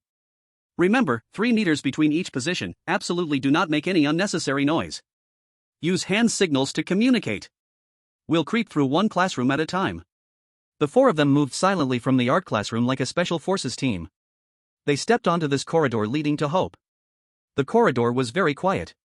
Those gray, eyeless little figures still crawling on the wall and the ceiling. The 4 of them suppressed their breaths to the lowest level. They strictly followed Wang Laoti's orders. The tips of their toes touched the ground, silent and unseen. Slowly, yet firmly, they moved towards the direction of the broadcast room. Suddenly, Wang Laodai, who was at the front, suddenly raised his right hand, forming a fist. "Stop moving forward." Everyone instantly froze in place. Gui followed Wang Laoti's gaze and looked ahead. Not far in front of them, the door of an office was ajar. And a gray child was curiously pressing its eyeless face against the door crack, as if eavesdropping on the sounds inside. Their way was blocked. Wang Laoti's expression turned extremely serious. He slowly raised his hand and signaled a few simple tactical gestures. "Create a diversion. Prepare to break in." Gui instantly understood his meaning. Wang Laodai took off an empty metal water bottle from his waist. He signaled everyone to get ready with his eyes. Then, he threw the water bottle fiercely towards the end of the long corridor behind them. Clang! The crisp, echoing sound of the metal collision exploded throughout the entire second floor. In that moment, all the children wandering around, including the ghost blocking the office door, suddenly froze. "Go!" Wang Laodai silently mouthed the words. The 4 of them hesitated no more and instantly rushed into the ajar office. Bang! Wang Laodai entered last, slamming the heavy wooden door shut behind him and bracing his body against it. "Li Fei, check the windows. Xiaoqi, pay attention to the sounds outside." Wang Laoti's reaction speed was faster than anyone else's. He showed no sign of relaxation and immediately issued the clearest orders. Gui quickly leaned against the wall to provide warning for his teammates. They were temporarily safe. But everyone knew this was only temporary. "Don't let your guard down." Wang Laodai leaned against the door, listening carefully to the dead silence outside. Yet his gaze did not linger on the doors and windows. As a veteran who had survived strange events for 30 years, he knew better than anyone that finding intelligence in such a place was far more important than finding a gun. His eyes, like a hawk, quickly scanned every corner of the office. Desks, chairs, bookshelves, scattered children's drawings on the floor. Suddenly, his gaze fixed on the corner of the desk. There was a sheet of paper, carelessly scrawled, that had been knocked over by ink. Wang Laodai didn't rush over immediately but signaled Gui with his eyes. Gui understood and quickly covered him. Only then did Wang Laodai crouch down and silently walk briskly to the desk, grabbing that sheet of paper. After just one glance, Wang Laodai's breath abruptly halted. It was a page hastily torn from a work manual. On it, in an extremely hurried handwriting, several words were misspelled due to the owner's fear, written in blood-red, shocking lines. "The monster is here. Can't stop it, children will die. The only way is to play a game. Hide and seek, their favorite game, can keep them quiet. Wait for the bell to end class. Must wait until the real class end bell. Damn it. This old soldier who had struggled through the old world could picture the entire truth of the disaster that took place here from those few short lines. Captain? Lin Shaoqi asked nervously. Wang Laodai said nothing, only handed the paper to Gui. After Gui read it, it felt like an ice-cold hand had brutally grabbed his heart. And Wang Laodai had already leaned back against the door again. A heavy, indescribable expression appeared on his weathered face. This is not an ordinary rule-based ghost story. The voice of old Wang was incredibly hoarse. This is a failed rescue. He closed his eyes and used the briefest words to tell everyone his analysis. 30 years ago, monsters invaded here. The teachers here, in order to protect the children, played hide and seek with them. They must have agreed that before the bell rang, no one could come out, and no one could make a sound. He paused here, and the entire office was dead silent. As a result, they could never wait for that bell. People died, but that unwillingness, that obsession to wait for the bell, still remains here. Their obsession and fear merged with this kindergarten. Thus, this game was born. Old Wang's words were like a key that instantly unlocked a lock in Gui's mind. All the clues, the clean kindergarten, the contradictory rules, the claw marks on the walls, and that broadcast bell that should not have sounded were completely connected at this moment. The class bell. Gui took a step forward, lowered his voice, and followed old Wang's words with excitement and nervousness. Captain. The first bell sound came from the broadcast. His brain was working at an unprecedented speed at this moment. Since the game began in the broadcast room, then the real class bell, or rather, the thing that can control the broadcast, is very likely to be there. Our direction shouldn't be wrong. At that moment, the 4 survivors finally found that one glimmer of hope to break the deadlock in this desperate game of death. After confirming that the ghost children outside had been led away, the 4 of them set off again. Fortunately, the broadcast room was not far from here. They arrived at the tightly locked door marked campus broadcast station without any danger. Monkey. Old Wang commanded. Li Fei immediately took professional door-breaking tools from his backpack. Click. With a light sound, the door opened. A heavy smell of dust, belonging to old electronic components, hit them face on. The broadcast room was small and chaotic. But the huge broadcast control console located in the center was as clean as the power distribution room, which felt somewhat eerie. Just as they closed the door and hadn't had a chance to catch their breath. Buzz. Buzz. Gui's personal terminal suddenly vibrated. It was an encrypted text message from Chun Hao.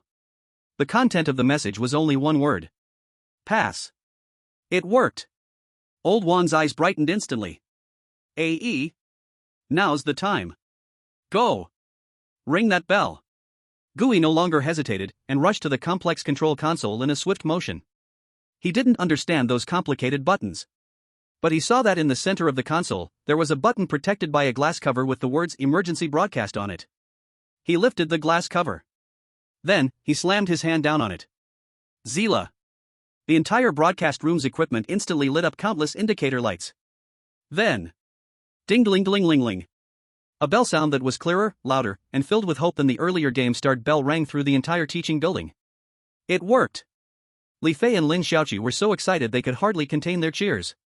Old Wang, with his eternally expressionless face, finally showed a relieved smile. However, the scene they had imagined, where the ghost children disappeared, did not happen. They only heard. From the corridor, from upstairs, from downstairs, from all directions came whispers of children, filled with fear and panic. It's the teacher. The teacher is coming. Quick, hide. It will be terrible if the teacher finds us. Immediately, all the gray figures fled like startled rabbits, with terror and silent screams, madly retreating into the walls, disappearing from sight. The whole world fell back into dead silence. But this silence was colder, heavier than before. Is it over? Li Fei asked uncertainly. No. Lin Shaoqi's voice trembled with an uncontrollable shiver. They seem to be afraid. The smile on old Wang's face froze at that moment. His eyes were locked on the small glass window in the door of the broadcast room, which was used to observe the outside. The game is not over. Gui also followed his gaze and looked outside. Then, he saw it in the silent hallway outside their door. A tall, thin figure, wearing an old, faded teacher's uniform from a past era, was standing with its back to them. It slowly turned around and stepped out from the darkness at the end of the hallway. On its face was a red chalk-drawn, stiff smile and eyes. It was holding a long wooden cane in its hand. As it walked, it rhythmically tapped its palm with the cane. Tap. Tap. Tap. The sound was like death's pocket watch, counting down their final moments. Then, the black figure stopped. The room. A cold, emotionless voice suddenly surged from the black figure's body, directly echoing in their minds. There are still children who haven't hidden well. The face, with a chalk-drawn smile but no eyes, slowly turned toward the direction of the broadcast room. Don't worry. Let the teacher help you hide even deeper. Chapter 37, The Real Bell for Class to End. Let the teacher help you hide even deeper. As that emotionless voice rang in their minds, Wang Zhenghua moved. Without any hesitation, he yanked open the fragile wooden door of the broadcast room and with a frantic roar, shouted. Run! 4 people. 4 directions. Don't crowd together. Monkey. Sparrow. You go left. To the rooftop. I.e. You go right. To the library. I'll go in the middle. To attract its attention. Hurry up. After saying that, he hesitated no more, and the first to charge out, he rushed madly into the deeper darkness of the 3rd floor. Li Fei and Lin Xiaoqi exchanged a glance and immediately reacted, sprinting toward the left stairs, running for their lives. Gu Yi's heart almost leapt out of his throat. By instinct, he dashed into the dark hallway on the right. The 4 of them, like 4 rabbits scattered by hunting dogs, instantly disappeared into different shadows. Gu Yi rushed alone into the library. Bang! He slammed the door shut behind him. Leaning against the cold door, he panted heavily. Tap. Tap. Tap. The familiar sound, like the ticking of death's pocket watch, echoed slowly from the direction of the staircase. It came up. Gu Yi held his breath, staring through the small glass on the door, watching the hallway closely. He saw it. The black, thin figure stopped in the center of the 3rd floor hallway. Its chalk-drawn smile slowly turned, like an emotionless security camera, scanning the rooftop, the chemistry lab, and the direction of the library where he was. Gu Yi's heart was in his throat. He gripped his knife tightly, ready for the inevitable door-banging sound at any moment. However, the black figure didn't choose any direction. It just stood there quietly in the center of the hallway. Then the black figure began to slowly dissolve, like ink blown by wind. Immediately after, from the dissolved shadow, split out 4 identical black teachers. Gu Yi's heart instantly turned cold. The 4 black figures, without any hesitation, like 4 robots receiving commands, they turned simultaneously, stepped forward, and walked slowly toward 4 different directions. One walked toward the rooftop. One walked toward the chemistry lab. One headed down to the distribution room on the 1st floor. And the last one was taking a step, with a pace that was neither rushed nor slow, filled with a sense of death suppression, straight toward the reading room where he was. Coming over. Damn. Only this one word remained in Gu Yi's mind. Run. Must run immediately. This broken door could not possibly withstand that thing for even 3 seconds. He glanced back at the shattered window behind him, that was his only chance of escape. Without any hesitation. Transform, Acrobat. Just 1 second before the shadow's hand was about to touch the doorknob of the reading room. Gu Yi's body instantly transformed into a black lightning bolt. He spread his icy flesh wings, without making a single sound. Whoosh, he surged out of the broken window violently, like a gecko's shadow, sticking tightly to the cold outer wall of the teaching building. Bang! Almost at the same time he flew out, the weak wooden door of the reading room was effortlessly smashed to pieces by a tremendous force from outside. Gu Yi clung to the outer wall, not daring to even breathe. He had temporarily escaped, but what about the others? The relief of surviving only lasted less than a second before being replaced by a deeper despair and anxiety. Why? What exactly went wrong? All the clues, the bloody last words, pointed to the broadcast room. All pointed to the class bell. Why hasn't the game ended? He forced himself, under that pressure capable of driving a person insane, to frenzy his thoughts. Personally, ring that true class bell. The conditions of the containment in the manual flashed through his mind like lightning again. Ring it. Knock. This word hit deep into his soul like a heavy hammer. Gu Yi's pupils suddenly shrank to pinprick size. He finally understood. The broadcast bell that they had pinned all their hopes on was, from the very beginning, a damn trap.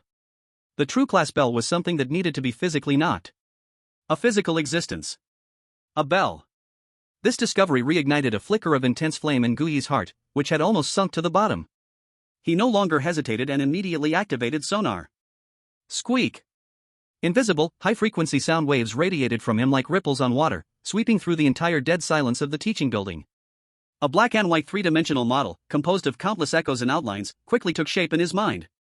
He He saw on the left rooftop entrance, Li Fei and Lin Shaoqi were back to back, nervously resisting the shadow that was continuously slamming against the iron door. He also saw on the other end of the chemistry lab on the third floor, old Wang was like a silent lone wolf, hiding behind a ventilation duct, motionless, while another shadow was knocking over the lab tables one by one. He also saw in the first floor distribution room, the third shadow had blocked the doorway. And Shen Hao was curled up behind a large distribution cabinet, tightly gripping a small handgun, his last line of defense. But his target now was not to save people. It was to find the bell. It was a metal, hollow, round thing that fit the concept of a bell. He turned up the sonar power to the maximum, scanning each corner of this building over and over again. First floor, nothing. Second floor, nothing. Third floor. Suddenly, just as he directed his sight to the long-abandoned attic at the very top of the teaching building, a minuscule point, reflecting an exceptionally clear, standard, and round echo, suddenly leaped out in his mental model. It is completely different from the echoes of all the surrounding objects. That shape. That size. That material. It is it. A copper handbell hanging from a wooden beam, needing to be shaken by hand. That is the true class dismissal bell of this kindergarten 30 years ago. Found it. Guyi's heart surged with wild joy. However, just as he locked onto the target, preparing to rush over without hesitation. Ah! A scream filled with pain and terror came suddenly from the distribution room on the first floor. Then, bang! A crisp, resolute gunshot shattered all the silence. Then everything stopped abruptly. Chapter 38, The Last Bell. That single gunshot, and Shen Hao's halted scream, struck Guyi's heart like an invisible heavy hammer. There is no time. Shen Hao is in trouble. He dared not hesitate any longer. He knew that he was now the last hope of this small team. His fleshy wings belonging to the Echo Bat flapped fiercely. Like a bolt of black lightning, without a hint of detour, he rushed straight toward the highest point of the teaching building, where the attic he had just locked onto with sonar was. The attic window was already shattered. Guyi, like a gust of wind, dove directly through that dark hole. The attic was filled with a suffocating smell of dust. With the faint pale moonlight that fell from the broken rooftop, Guyi saw in the center of the attic, on the thickest wooden beam covered in cobwebs, a hand-sized copper handbell, long hidden beneath layers of dust and time, quietly hung there. Found it. Guyi did not hesitate for a moment. As he landed, he released his transformation back to human.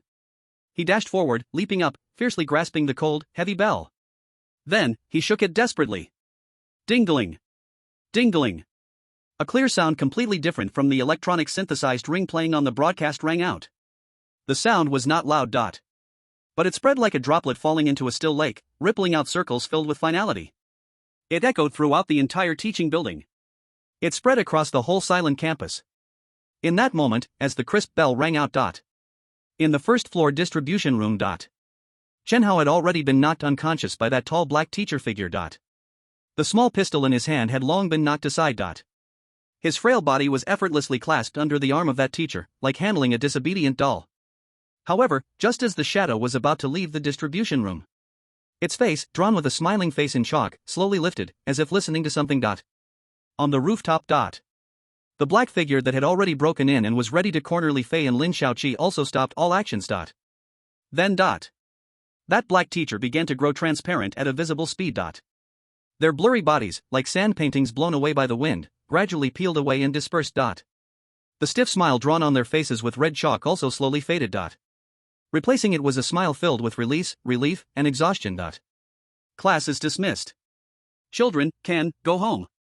A final obsession belonging to the desperate teachers 30 years ago flashed through everyone's mind. Then, the two black figures completely turned into countless black specks of light, disappearing without a trace. And those great children who had originally vanished reappeared in the corridors, in the classrooms. But this time, they were no longer cold and filled with malice ghosts. They transformed back into ordinary children, each with a naive smile on their faces. They waved in unison toward the direction of the attic, toward the place where the bell sound came from. It was like a farewell that had been delayed for 30 years. Then, just like that, it turned into countless gray light spots, merging into the moonlight. The game is over. Ding-ling. Guyi slumped onto the dusty floor, exhausted, until the bell in his hand could no longer make any sound. He succeeded. He bet right. At that moment, in his almost blank mind, the cold sound of the final judgment prompt from the strange compendium arrived as expected. Detected rule-based strangeness. Rule card generation conditions met. New function module opened, truth scroll. Generated rule card number 001, hide-and-seek game, has been automatically recorded on the first page of Truth Scroll. An invisible gray light, representing rules themselves, flew out from the already dull copper bell, imprinting itself into Gui's back mind. Containment successful. Obtained E-grade rule card, hide-and-seek game. Mental limit raised, 2737. Gui gasped for breath, the waves of emotion leaving him with no strength to immediately check this powerful card. He just wanted to lie here until dawn. But he couldn't. Chen Hao and Lu Feng. He struggled to probe his consciousness into the compendium. He wanted to see what this damn card, which had cost him such a heavy price, actually was. Number 001. Name, hide-and-seek game. Grade, E. Type, rule card. Description, a game created by love and despair, lasting for 30 years. The player who is found will not die but will be taken by the lonely children as a new companion, dragged into their initial and final shelter. Ability. Hide-and-seek can consume a large amount of mental strength to forcibly designate a wise living being to play a hide-and-seek game. If the other party is found within the specified time, they will be temporarily assimilated, obeying your commands for 10 minutes. The final shelter? Gui's gaze locked tightly on that description. The player who is found will not die. Instead, they will be dragged into the shelter. His heart was instantly seized by an incredible joy. Aunt Lu Feng. And Chen Hao. They might still be alive. Gui didn't know where the strength came from. He suddenly jumped up from the floor. He rushed out of the attic, madly running toward the third floor, the room where old Wang was hiding. Captain Wang. He pushed open the slightly ajar door. Old Wang was leaning against the bookshelf, but his eyes were warily fixed on the window. Is it over? He asked hoarsely. It's over. Gui nodded, but Aunt Lu and the glasses guy might still be alive. He described the compendium's message as a new clue he had discovered, then combined it with his own guess, telling Wang Xinghua at the fastest speed. Old Wang's eyes, which had already dimmed, erupted with a glint of light again. Shelter. He chewed on these 3 words and suddenly slapped his thigh. Damn it. It's the basement. All the old campus buildings have a basement for civil defense against war. That place is the most solid and concealed spot in the entire kindergarten. Soon, the 4 surviving members regrouped in the hall on the first floor. Li Fei and Lin Xiaoqi, though they had a face full of the aftermath of survival, also wore expressions filled with uncontrollable hope. Where's Chen Hao? Lin Xiaoqi's voice was filled with tears and urgency. Something happened to him in the distribution room. Save the person first. He decisively ordered without hesitation. Monkey. Follow me to the distribution room. Sparrow. You're fast. Go to the supply room on the first floor. See if there's an entrance to the basement. Remember. If anything seems off, open fire to alert. Yes. Gui closely followed behind old Wang and Li Fei. Without the obstruction of those ghost children, they soon dashed back to the distribution room on the first floor that was filled with the scent of gunpowder. The door was slightly ajar. Old Wang kicked the door open. The scene before them made the hearts of the 3 sink sharply. They saw Chen Hao, lying motionless in the corner by a row of massive distribution cabinets. A small pistol lay beside him, still emitting a faint wisp of smoke. Glasses. Li Fei was the first to rush over, lifting Chen Hao's cold body into his arms. Damn it. Don't scare me. Wake up. He shook Chen Hao's shoulders frantically. Old Wang quickly stepped forward, extending 2 fingers to check Chen Hao's carotid artery. Then, a hint of relief finally appeared on his rock-like face. There's still a pulse. He just fainted. Gui also breathed a sigh of relief. It's good that he's alive. Let's go. Li Fei stopped wasting words and threw the frail Chen Hao onto his back. We need to find Xiao Qi. When the 3 of them rushed into the familiar storage room on the first floor, Lin Xiaoqi was anxiously standing in the center of the room. Captain. I found it. She pointed at a heavy old desk that she had just managed to move halfway. Under the desk, a square trapdoor with an iron ring was revealed. Damn it. Old Wang cursed, immediately stepping forward to help Li Fei and Gui completely move the heavy desk aside. Old Wang took a deep breath and pulled open the iron door leading underground. A wave of air, sealed for 30 years, mixed with the smell of dirt and decaying bodies rushed at them. The 4 turned on their flashlights and slowly descended the narrow, moss-covered stairs step by step. The basement was small, oppressive. Then, they saw it in the far corner of the basement. Dozens of small skeletons, belonging to children, were quietly curled up together, comforting each other in their embrace.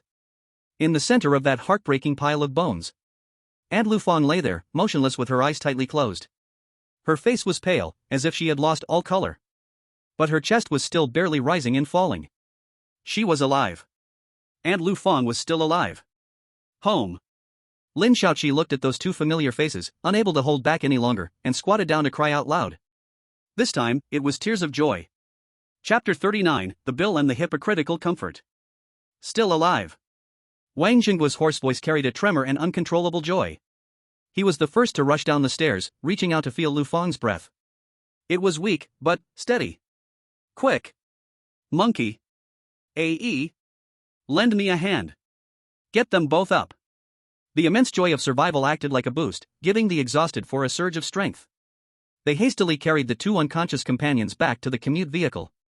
The kindergarten once again fell into a dead silence. But something was different. Suddenly. Creak. A sound like rotting wood came from inside the door. Then, the changes began.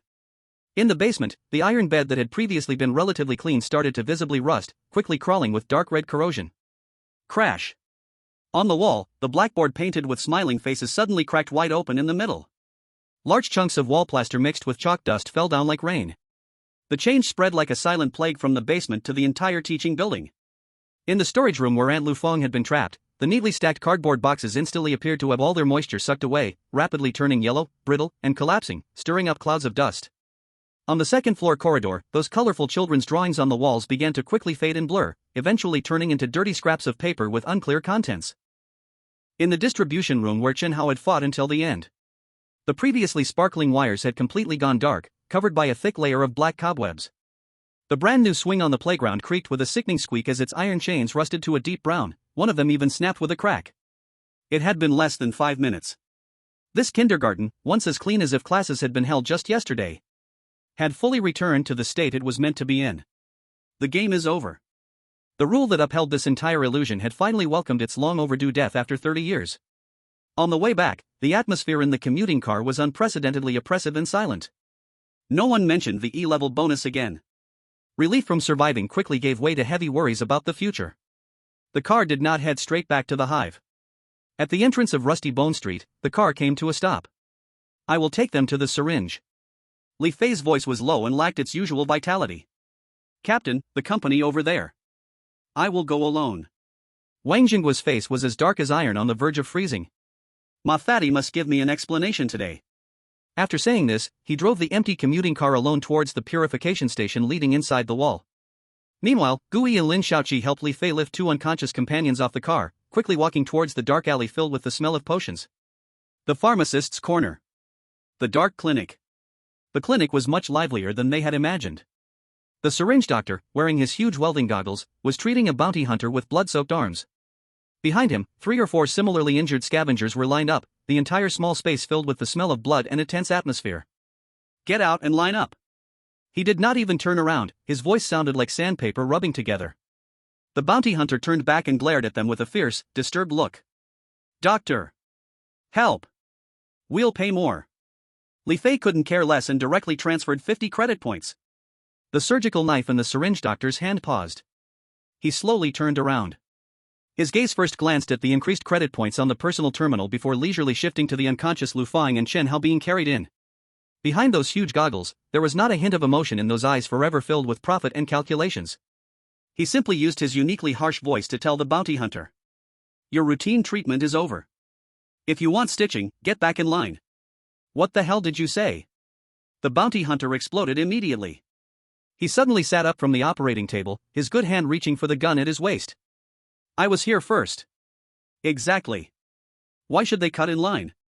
The scavengers behind him also began to stir up trouble, instantly making the atmosphere in the clinic tense. But the syringe doctor didn't even raise his eyelid.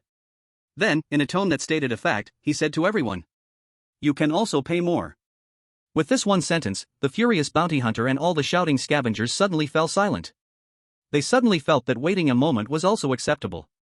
This is the rule of the gray grinding wheel. Here, credit points are the reason. The bounty hunter finally cursed as he crawled down from the operating table, holding his still bleeding arm, retreating to the side with a murderous glare directed at Gui and the others. Only then did the syringe doctor point to the freshly stained metal operating table that had just become available. Put him up. The cutting in line fee is 200 credit points. First payment.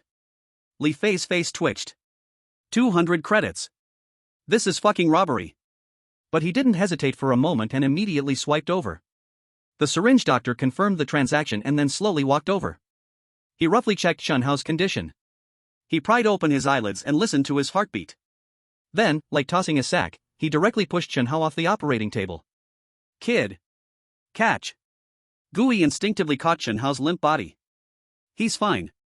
Mental exhaustion, plus excessive fright, he just fainted. Go back, get some sleep, drink 2 bottles of black water, and he'll be lively again. Then, his gaze turned to Aunt Lu Fong, who was still lying on the operating table, her face pale. This time, there was a slight change in his expression. He took out an old, rusty contamination detection device and pressed the probe to Lu Fong's forehead. V-room. The machine emitted a sound that made everyone's teeth ache. A minute later, a bright red number popped up on the display, chilling everyone present's hearts. 68%. Damn. Li Fei couldn't help but curse softly. This value far exceeded the 50% warning line. It was an absolutely dangerous number that would cause an ordinary person to start showing symptoms of mental erosion. We're in trouble. The syringe doctor took off his goggles, his voice finally carrying a hint of excitement. It was a pathological excitement, seeing a difficult case that could lead to a sky-high bill. Her body is fine. But her mind is contaminated by high concentrations of rules. Like a computer infected with a virus, the hardware is fine, but the operating system is crashing. Is there any hope?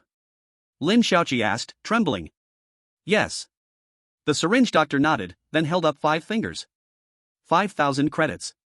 Pay a 30% deposit first. What? Li Fei's eyes turned red instantly. Why don't you go rob someone? I am robbing. The syringe doctor sneered, putting his goggles back on. You can choose to carry her back.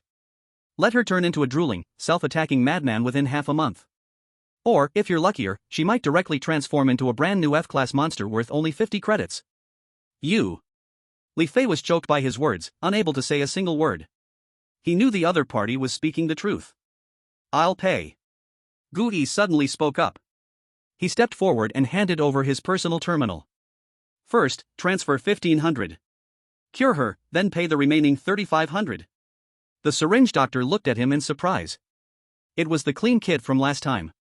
As expected, he was a young master from the B-ring area, generous as ever. All right. He nodded. But she can never take on missions again. Not a single time. She must stay in bed for at least a month. Every day, she needs to use my mumbled magnetic tapes and special sedatives to slowly reduce her contamination levels. And even when she's healed, her mind will be much weaker than before. One more scare, and she could completely transform. This verdict hung like a heavy rock over everyone's hearts. No more missions. For a cleaner from the C-ring area, which relied on selling life for survival, this was no different than a death sentence. B-ring. Clean Dust Security Company. Manager's office. Ma Wenbin, Manager Ma, was leisurely reclining in his soft leather chair, savoring a cup of instant coffee he had allegedly procured from the black market, said to originate from before the Great Rupture. Bang! The office door was forcefully slammed open. Wang Zhenghua stormed in like a furious, bloodshot-eyed beast, exuding a cold-killing aura. Old Wan? Manager Ma frowned, putting down his coffee cup and forcing a hypocritical smile. Mission completed? You've worked hard, you've worked hard. I knew that this little matter couldn't trouble you guys from Team 7. Ma Wenbin. Wang Zhenghua interrupted him, each word seemed to be squeezed out from between clenched teeth. You better give me an explanation. His hand pressed down on the holster at his waist. What easy work? What simple inspection? E-level anomalous rules. Do you know what that means? I almost left a whole team of people in that damned place. Manager Ma's smile froze on his face. But he was a clever person after all. He quickly regained his composure, shrugged his shoulders, and feigned helplessness. Old Wang, don't get agitated, let's sit down and talk, sit down and talk. This incident was an accident. I admit, my intelligence work had a flaw. But, you can't blame it all on me. He sighed, completely pushing the blame away. The original intelligence came from the garrison unit. They said it was suspicious. Who would have expected that there really was such a big fellow hiding in that place? Garrison unit? Old Wang sneered, his gaze like he was looking at a clown. Ma Wenbin, have you forgotten where I came from? He pointed heavily at his own already gray, scarred head. I worked in that unit for 10 years. From a rookie to a squad leader. I know their operating procedures better than my own son. He suddenly stepped forward, a fierce aura erupting from the old soldier, causing Manager Moth's plump face to pale instantly. A vague suspected report that hasn't undergone secondary verification, they dare to directly hand it to us as an outsourced company? Do you think their safety regulations are written on toilet paper? Unless. Every word from Old Wang was like a nail, driving deep into Manager Moth's heart. Someone deliberately omitted that step. They disguised a report that should have been marked as high-risk pending as a low-risk garbage contract. Manager Moth's expression finally grew a bit ugly. He didn't expect that Old Wang Zhenghua would be such a tough opponent. But he still did not admit it. Old Wang, meals can be eaten randomly, but words cannot be spoken randomly. Are you accusing me? I am accusing you. Wang Zhenghua slammed the table, the huge sound made the coffee cups on the table jump. One of my men is still lying half dead in the clinic. Another one was nearly scared out of his mind. How do you account for this? The office fell into a dead silence. The two stared each other down fiercely. One was a beast filled with killing intent and anger. The other was a cold-eyed, hypocritical serpent. In the end, it was Manager Ma who backed down first. He knew that if he didn't let this mad old dog chew off a piece of meat today, he would never give up. Fine. He let out a long sigh and leaned back in the chair again. This time, I'll take it as my bad luck.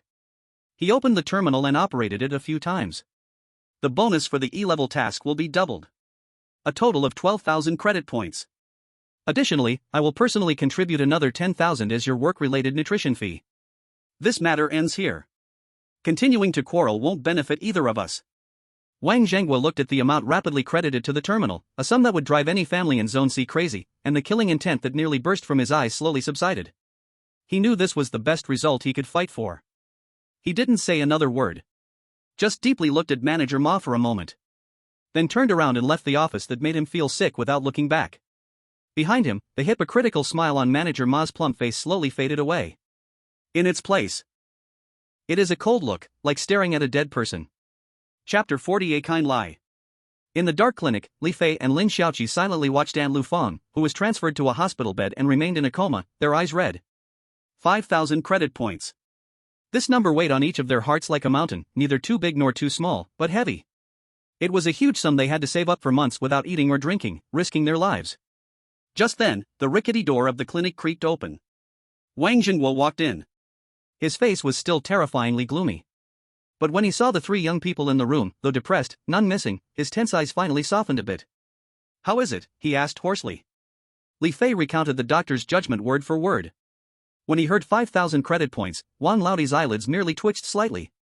He showed no anger, no surprise. It was as if this price was already expected by him. He simply walked over to Gui. You have some guts. He looked at Gui, and in his murky eyes, a trace of what could be called approval emerged. Then, he opened his personal terminal. Payment successful, 1,500 credit points.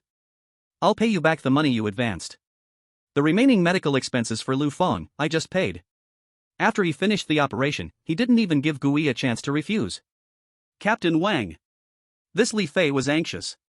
He knew that this money was definitely not a small amount for Wang Laoti. Shut up. Wang Laoti stopped him. Then, looking at the worried faces of the young people in the room, he finally squeezed out an explanation from his teeth. Fatima gave a hush money. His voice was filled with undisguised disgust. The reward for this mission is doubled, plus 10,000 points for injury nutrition. I took it. So this money should come from me. He paused, each word seemed to be chiseled out of ice. This is what we earned with our lives. The clinic fell into a deathly silence. Everyone understood. Wang Laoti had definitely just caused a scene in Manager Ma's office. And in a way they couldn't have imagined, he had forced a bloody piece of meat from that cannibalistic fat man. Immediately after, he operated several times. Payment successful, 2,400 credit points. Payment successful, 2,400 credit points. Payment successful, 2,400 credit points. Gui, Li Fei, Lin Xiaoqi, and even Chen Hao and Lu Feng, who were still in a coma, all received a transfer of 2,400 points. This is the double reward for this E-level mission. Wang Laoti's voice was calm. The remaining nutrition fee, I'll hold it for Lu Feng. We'll give it to her when she wakes up. 2,400 points. This huge sum was enough to drive any scavenger in the searing area crazy. But at this moment, no one felt even a hint of joy. They only felt that this money in their hands was hot and heavy. It was stained with Lu Feng's blood. Don't act like you're dead. Wang Laodi couldn't help but curse at their expressions. She's still alive. That's a huge blessing. Money can be earned again. If life is gone, then you fucking lose everything. At that moment, the door to the ward was pushed open again. A girl, dressed in a faded school uniform, looking only 16 or 17, timidly peeked in. Her face still bore a trace of innocence and cleanliness, untouched by the gray grinding disc. But her eyes were reddened with anxiety and fear. "Excuse me." Her gaze quickly scanned the clinic, finally landing on the familiar figure lying in the hospital bed. "Mom?" The girl's voice instantly carried a tone of crying. "Xiao Ya?" Lin Qiqi and Li Fei both froze. They knew this girl. She was Lu Fang's daughter, the one Lu Fang regarded as her only pride, Li Jingya. The one who, with her own efforts, fought out from countless children in Zone C and got into the technical college in Zone B, the top student. A genius in the top 1%. "Mom! Mom, what happened?" Li Jingya could no longer hold back, crying as she rushed to the bedside, gripping Lu Fang's hand tightly. Old Wang silently stepped forward, draping a coat over the shivering girl's shoulders. "I informed her to come," he softly explained to the others. "Such things cannot be hidden. And her mom in this state needs her the most." Li Jingya cried for a while, as if suddenly remembering something. She shot her head up, looking at Wang Zhenghua with her red-rimmed eyes. "Uncle Wang, my mom, didn't she say she found a job in Zone C managing accounts in a warehouse? Why is she hurt like this?" This question was like a knife, sharply cutting into the hearts of everyone present. Easy? High salary? Everyone knew that was a soft, but also a cruel lie a mother told to keep her daughter from worrying.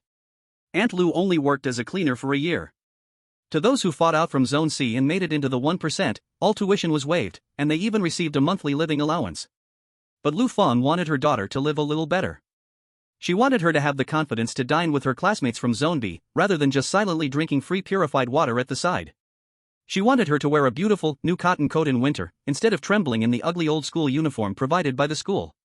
She wanted her to have a carefree and hopeful future just like all the children from Zone B. So, she chose to exchange her life for that little extra, yet incredibly precious dignity for her daughter's life. Old Wang's lips moved. His mouth, which could roar at manager Ma and scream at the bazaar, couldn't say a word at this moment. He didn't know how to reveal this bloody truth to the somewhat innocent girl in front of him. In the end, Gui stepped forward. He looked at this girl, about the same age as Lin Qiqi, but with a much cleaner gaze. He knew that sometimes, lies are kinder than the truth. "Your mom is fine." Gui's voice was soft but exceptionally firm. "She was hit on the head by a falling shelf while counting goods in the warehouse, that's why she fainted. The doctor said it's nothing serious, just needs to rest for a while. We are her colleagues from the same warehouse. We happened to pass by and brought her here."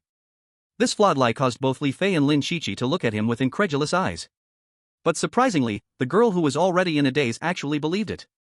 Perhaps Gui's unfamiliar face and his calm tone were more persuasive than the familiar faces of Wang and the others. Or perhaps, subconsciously, she was more willing to believe this less frightening version. Really, she asked through sobs. "Really?" Gui nodded. Then about the medical expenses. Li Jingya's face again showed a hint of worry and embarrassment. She knew how expensive medical care was in Zone C, especially with syringes. Before Gui could say anything more, Wang Zhenghua stepped forward. On his rock-like face, a slightly ugly expression, worse than crying, that could be called comforting, squeezed out. "You don't need to worry about money." His voice was hoarse, yet it carried an undeniable strength. "I have already received the compensation from the company. It is enough to cover all your mother's medical expenses and the nutrition fees for the next month. You don't have to worry about anything. Just stay here peacefully with her, waiting for her to wake up." After saying this, he no longer looked at the girl who was completely stunned. Instead, he turned to Li Fei and Lin Shaoqi and said, "You both stay here and lend a hand. I'm going out for a smoke." Gui quietly retreated outside as well. He knew it was best to give space to these real family members at this moment. Outside the clinic, the night on Rusty Bone Street was very cold. Old Wang didn't walk far, leaning in the shadow at the alley's entrance, lighting a menthol cigarette, silently puffing out smoke. Gui did not leave. He just found a less conspicuous corner to lean against, quietly observing this small, yet never resting, black clinic in front of him. He saw the bounty hunter they had cut in line for grumbling as he sat back down on the operating table. The syringe doctor showed no sign of apology, nor did he say anything unnecessary. He only used his machine-like speed to perform the most brutal yet effective stitching on the deep wounds.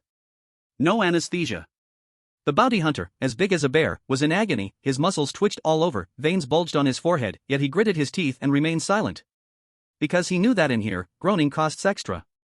Soon, the next patient was brought in. It was a handyman whose stomach had been cut open by a shattered wine bottle during a brawl at the meat market.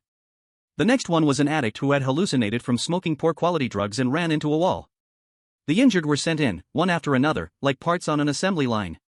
Then, under the syringe doctor's repairman-like methods, they were hastily patched up. They then dragged their half-dead bodies back out. Compared to a clinic, this place felt more like a meat and blood repair shop. A marketplace with clear pricing, measuring your worthless life with cold credit points to decide if it was worth repairing.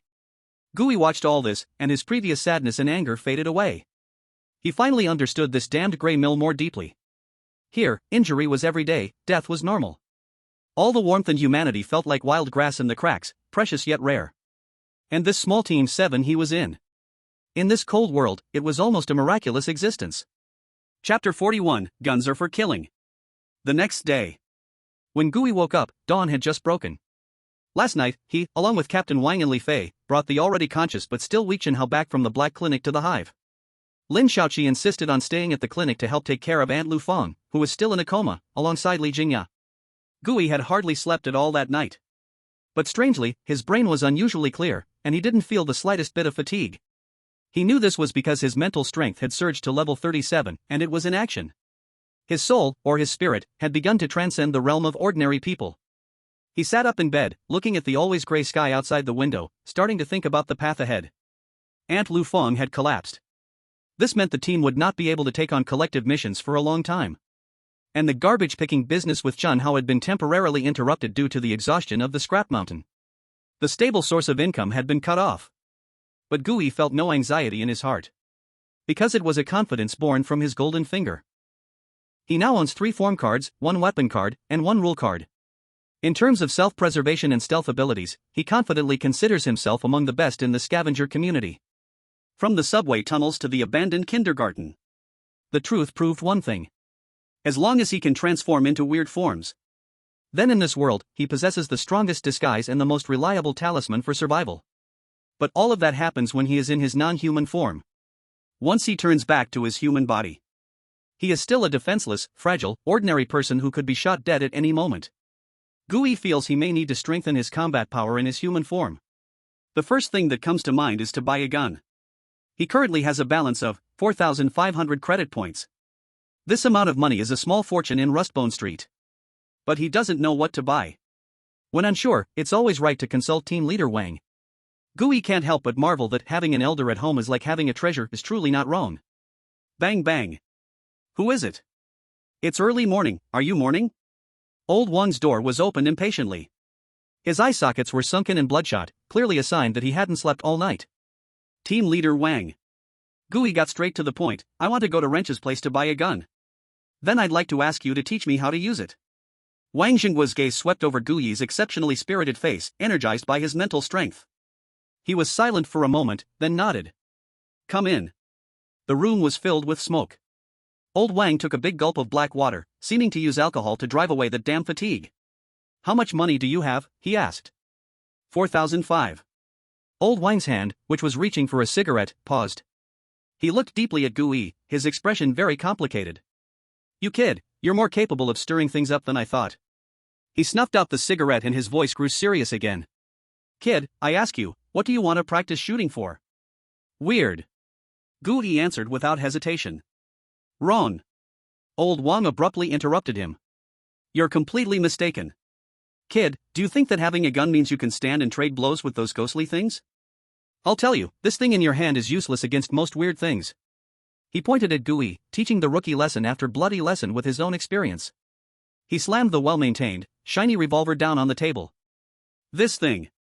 He tapped the cold gun body with his finger. Is not meant for killing ghosts.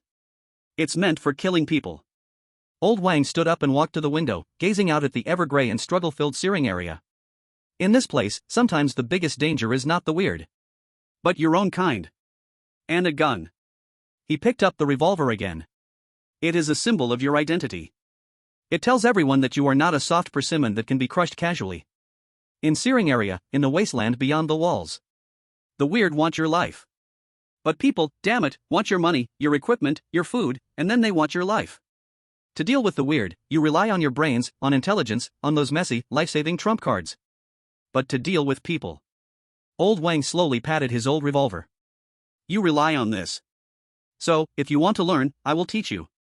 But remember, unless absolutely necessary, never use it against a weird. That's a waste of bullets. And never, don't casually use it against a person. Because once you pull the trigger, you can never turn back. Old Wang's hoarse voice fell like a heavy stone on Gui's heart.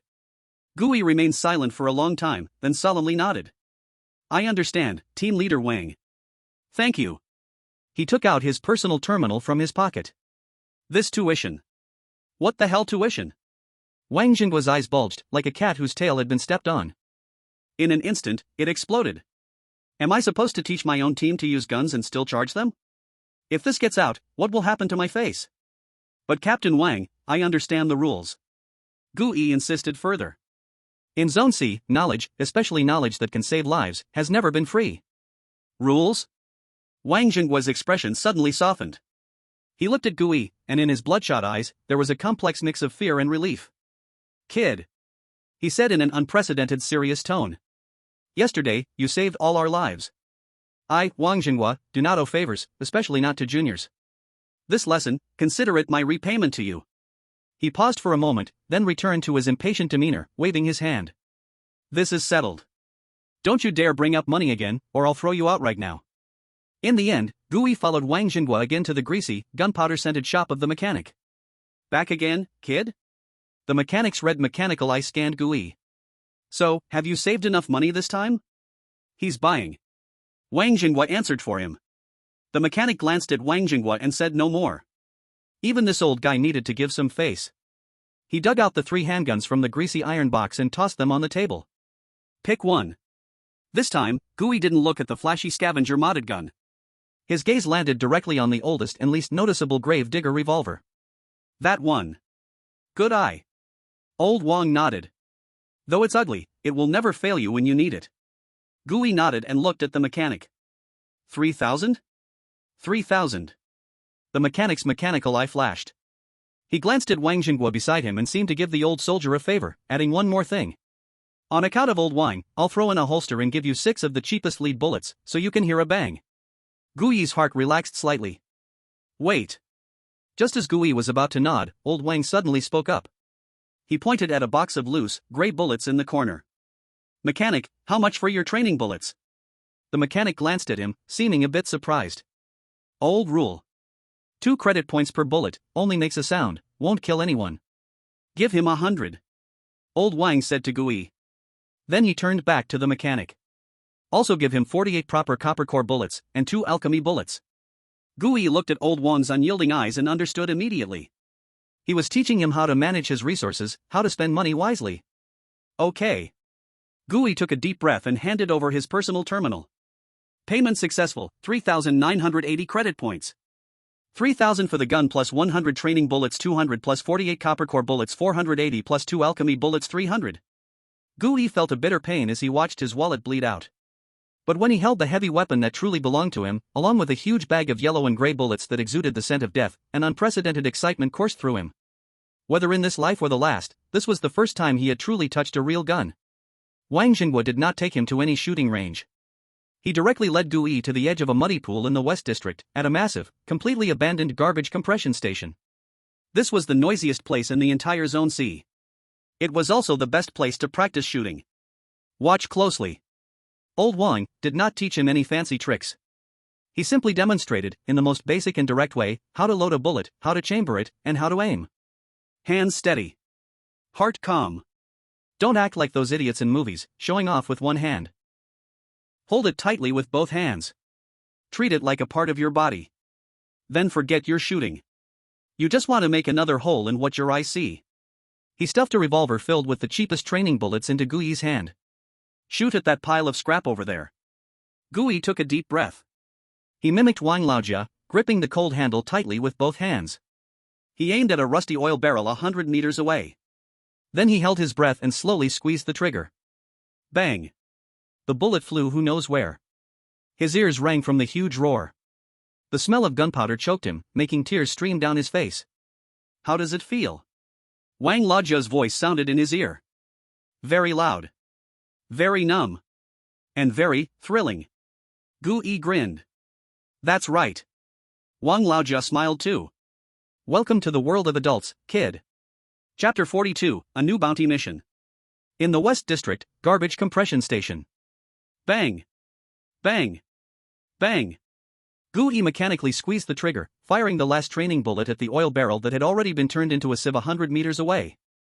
The huge recoil made his entire right arm ache. His ears were filled with the buzzing sound of tinnitus.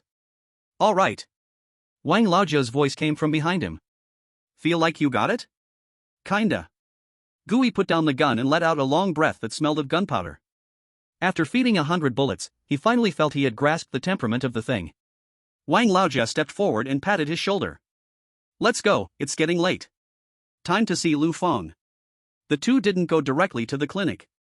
Wang Zhenghua first led Gu Yi down the slaughterhouse back street, filled with the stench of blood and decay. He skillfully navigated around several butchers dealing with unknown materials and found the highest-ranking one, sitting on a pile of cargo boxes, smoking a cigar. Wang Laojia got straight to the point, sweeping 100 credit points to the other party. Old rules, give me the best. The boss glanced at the credit points and then at Wang Zhenghua, seemingly recognizing his old face. He nodded and took out a small piece of premium protein block sealed in a vacuum bag from a locked, cold storage box behind him.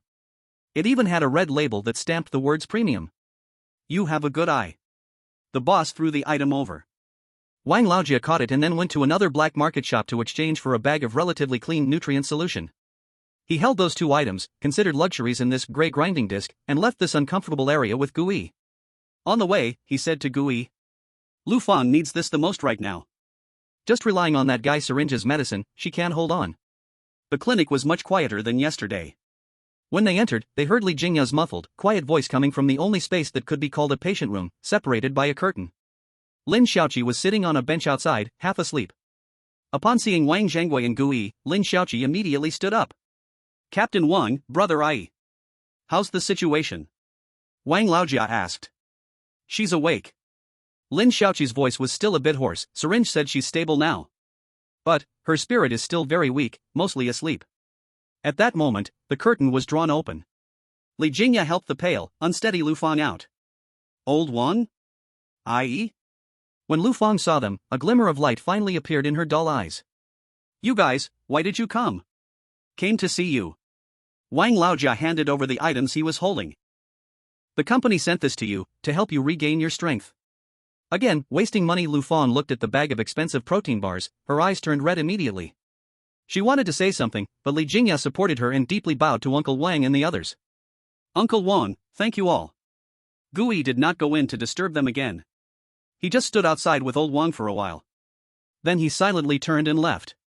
He opened his personal terminal to take a look at his balance. He had turned back into that poor soul who could be kicked out of the hive anytime for not being able to pay rent. And just now, in the clinic, that heavy oppressive atmosphere gave him a sense of unprecedented, strong crisis. No, this cannot go on. He must take action. He grasped the cold, heavy revolver at his waist. He felt again the card in his inventory. Now he had a gun, a trump card, and experience. He was no longer that rookie who had just arrived. It was time to continue taking on missions. One-Eyed Tavern. This time, when Gu Yi walked in here, his steps were much steadier. He no longer paid attention to the faint gazes around him and walked straight to the bar, in front of a row of old public mission terminals covered in scratches. He took out his scavenger ID card marked with 734 and lightly swiped it in the terminal's sensing area. Ding. Identity, scavenger. Number, 734. Permission, F-level mission. On the screen, a technologically advanced, but somewhat lagging green mission list instantly popped up. Gu Yi's gaze quickly swept over it. He first filtered out all missions located in the C-ring area. In the C-ring area, his greatest trump card transformation ability would be greatly diminished, and his mental energy consumption would double. Moreover, most of the tasks in Area C were trivial chores, with pitifully low rewards. Little money, with risks not proportional for him. Not worth it. His goal this time was very clear. First, the location must still be in the South Ring Wasteland. That 300 credit point map must not go to waste. Second, the mission description must have clues about suspected new anomalies. Third, and most importantly, he now had a flying, Echobat, card. Many missions that he previously dared not even think of, needing to cross complex terrain, could now be put on the agenda. Soon, his gaze locked onto 3 tasks he marked with a red circle. Task 1, recover the filtering components of the air purification station. Location, South Ring Wasteland, A2 zone. Requirement, 3 sets of intact carbon crystal filtering components.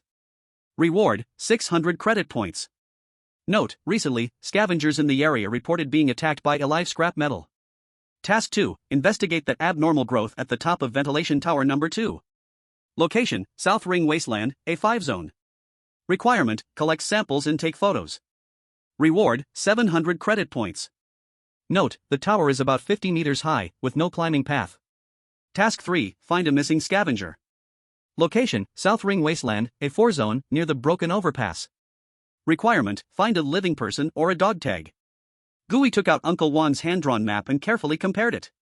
A2, A5, A4. These 3 places are all within 5 kilometers of each other. If he plans the route well, he could complete all of them in one day. Especially the second task. No climbing path? That would have been an insurmountable barrier for him before. But for him now, who could transform into an ecobat, it was simply a gift. Now he was not like last time, afraid to take on just one task at a time. He took a deep breath, stretched out his finger, and heavily tapped 3 times on that scratched, greasy touchscreen. Task recover components has been accepted. Task investigate abnormal growth has been accepted. Task find the missing person has been accepted.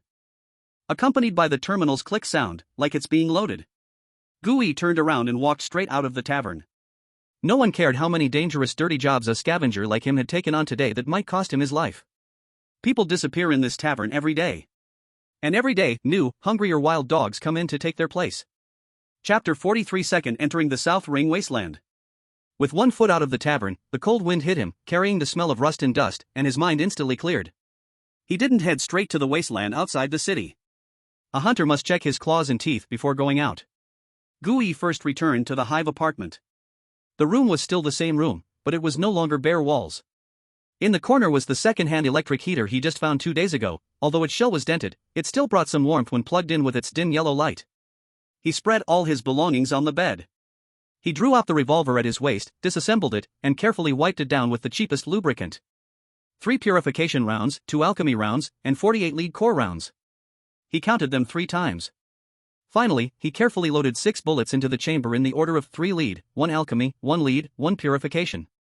Lead core rounds pave the way, alchemy rounds break defense, purification rounds save lives. He remembered where each bullet was placed clearly. This was taught to him by old Wang. At a critical moment, that 1 purification round is worth more than your whole life. He touched the map he bought for 300 credit points in his pocket and checked the newly bought breathing mask and filter. Lastly, he dragged out half a box of Tranquil brand nutritional paste from under the bed. This stuff tasted as horrible as mud, but now it was his only food. He broke off 10 tubes and stuffed them into his backpack, filling an entire military canteen with water. He also tossed in the sample recovery box obtained from the mission voucher, along with some scattered life-saving gadgets like a mirror, a fluorescent marker, a compass, and so on. After doing all this, he glanced at the balance on his personal terminal. 520 credit points. So poor he could barely make a sound. But this time, he wasn't worried at all.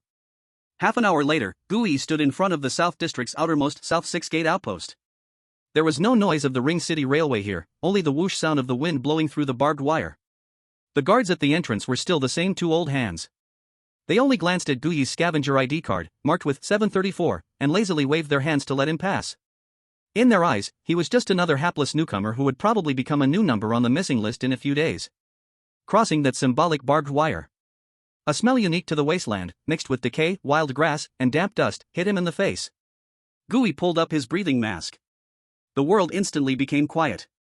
The perpetual noise from the gray mill was cut off behind him. Before him was still the gray sky and the vast, undulating wasteland. This time, his mindset was different. There was still tension. But it was no longer fear. Instead, it was a focus of a hunter entering the hunting ground. Gooey took a deep breath and pulled out the map that old Wine gave him from his pocket. The edges of the map had become worn from his touch. His fingers carefully confirmed his position and the location of the first target on it. This time, the 3 task points, A2, A5, and A4 areas, were deep in the South Ring Wasteland. About 5 to 6 kilometers away from the South 6 Gate outpost, behind him. There, it was almost the boundary of the safe zone marked on the south ring wasteland by scavengers. Moving further was the real hunting zone. With a red pen, 3 circles were marked. The first place he was going to was the air purification station in Area A2. There lay his main target for this mission, 3 sets of carbon crystal filter components. It was also the only place among the 3 missions with clear monster sighting reports. A live scrap iron. Gooey put away the map and did not follow the relatively safe tire tracks left by vehicles on the wilderness. Instead, he unhesitatingly plunged into the nearby, waist-high, withered yellow grass. The hidden habits brought by transforming into a bonehound made him more accustomed to an environment where he could conceal himself and launch surprise attacks at any moment. After walking a few dozen meters, a faint, prickly sensation appeared on his back. Someone was following him. Gooey's heart sank suddenly. He didn't turn back. He merely glanced back with the corner of his eye. In the distance, 3 thin figures trailed behind him. Not far, but not close either. Like hyenas waiting behind a lion to pick up scraps in the wilderness. They were scavengers. Or rather, they were cleaners who targeted solitary newbies. Gooey tightened his grip on the military dagger hidden under his coat. Last time he came, he was lucky not to run into any trouble. But this time, with a bulging backpack on his back, he looked just like a fat lamb that had just left the nest. Trouble had come knocking. Gooey stopped in his tracks. He didn't choose to speed up, nor did he choose to confront. He simply leaned casually against a half-human tall, discarded concrete block. Like an ordinary scavenger who was tired of walking. He unbuttoned his coat, letting that worn-out coat hang open. In an absolutely unintentional manner, he revealed that cold, heavy revolver strapped to his belt. The 3 figures in the distance also halted. Their eyes were fixed tightly on that gun. In their expressions, there was greed, surprise. But more importantly, there was caution. And a fear of power. In Area C, someone who could whip out several hundred credits to buy food was a rich person. But someone who could take out thousands of credits to buy a gun was definitely a ruthless person. Such a person was either crazy or a true skilled outlaw. No matter which one, they were not something these trash who could only rely on sneak attacks and outnumbering could afford to provoke. A few seconds later, they exchanged glances. Then, without a word, turned and left. They quickly disappeared into the grass on the other side. Gooey fastened his coat again. He did not leave immediately. He just stood quietly for a moment. Grandpa Wang's words echoed in his ears once more. A gun is meant for killing. He took a deep breath, his gaze becoming colder and more vigilant. Then continued to move toward Area A2. The rest of the journey was free from any disturbances. About 40 minutes later, he passed through a sparse, already dead forest. A massive, square concrete building appeared before him.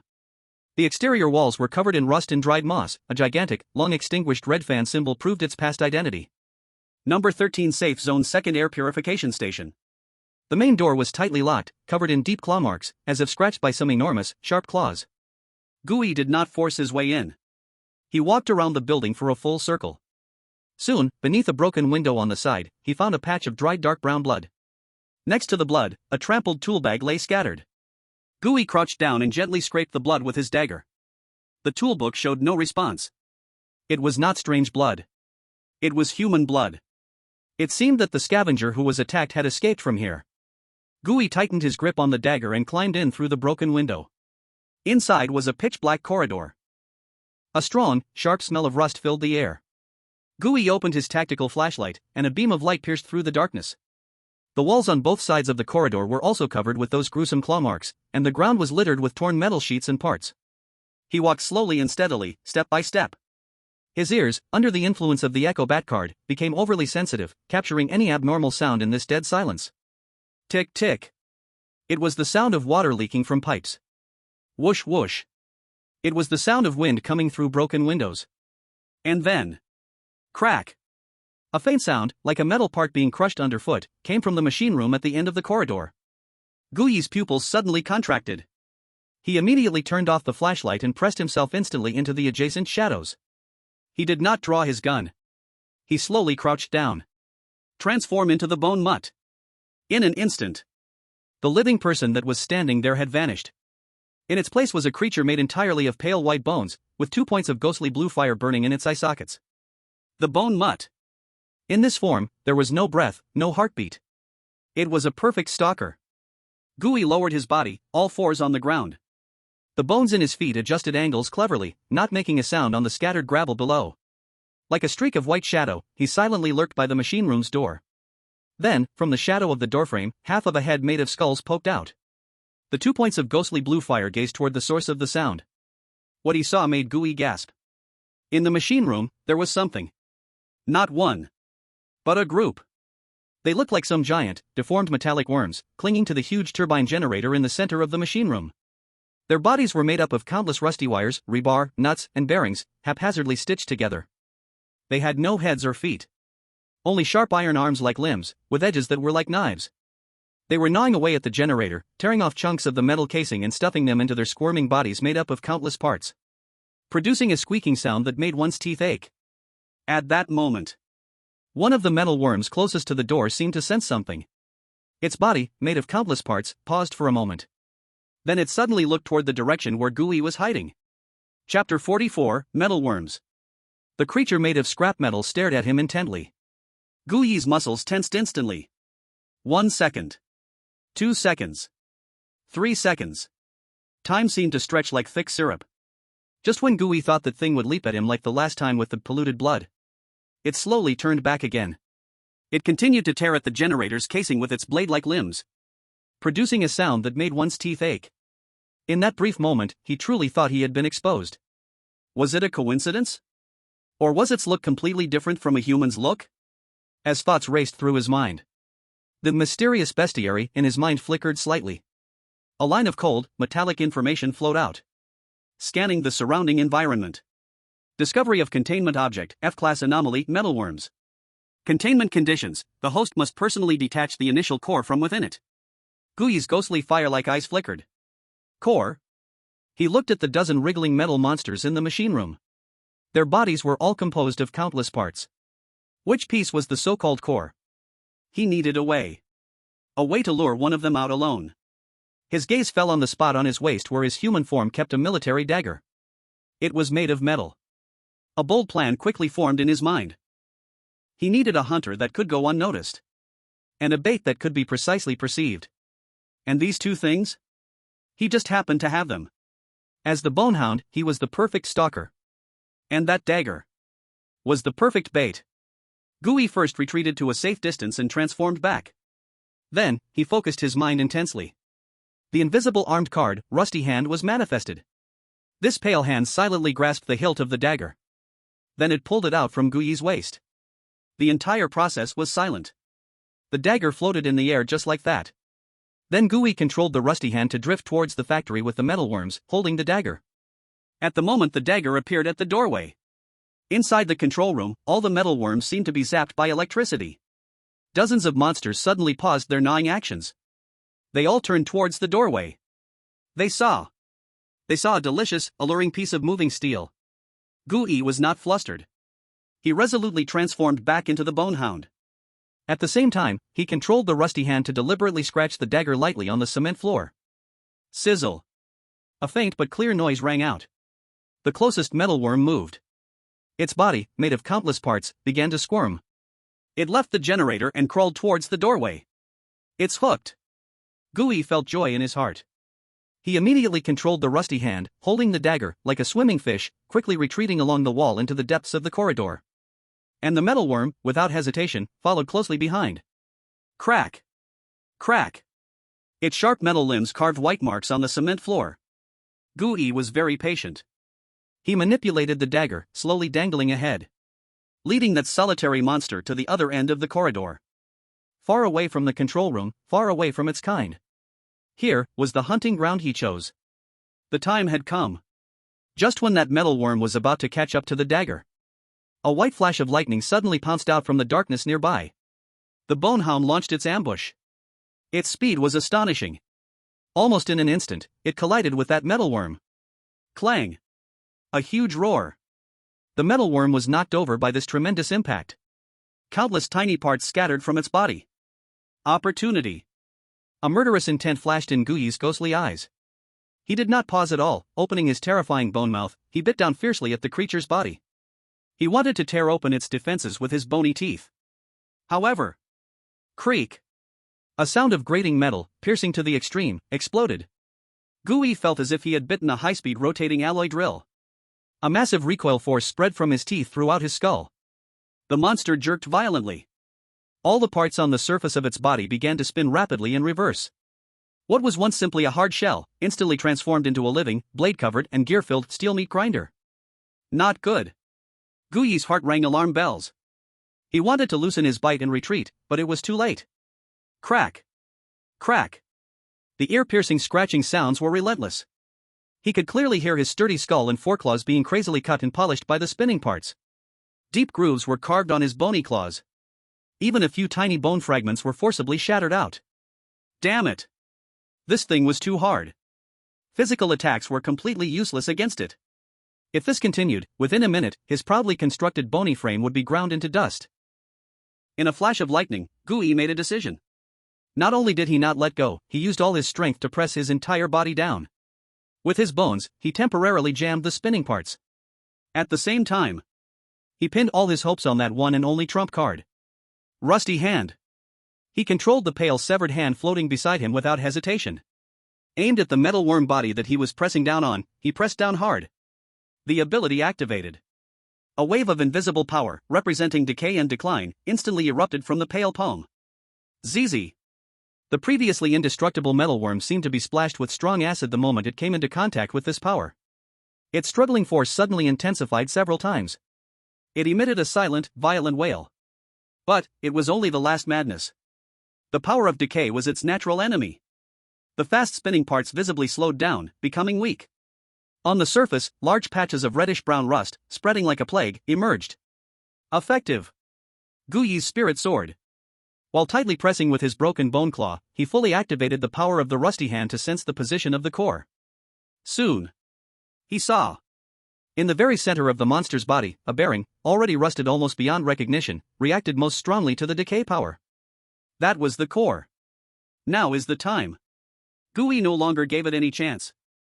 The broken jaw of the Yi bone wretch suddenly loosened, then at a more tricky angle, clamped tightly around several parts surrounding the core. Like the most precise vice, it fixed them completely. At the same time, the rusty hand, deeply embedded in the monster's body, opened its fingers, transforming into the coldest scalpel. Aimed at the rusty bearing, it viciously plunged in. Poochie. No blood. Only the unsettling sound of parts shattering. The fingers of the rusty hand precisely grabbed that core. Then, it yanked outward with all its might. Slop. With a sharp sound of metal breaking. That rust-covered bearing was forcibly pulled out of the worm's body by Gui. Slop. With a sharp sound of metal breaking. That rust-covered bearing was forcibly pulled out of the worm's body by Gui. Containment conditions met. The cold voice from the illustration finally rang in Gui's mind. Contain. Gui issued the command without hesitation.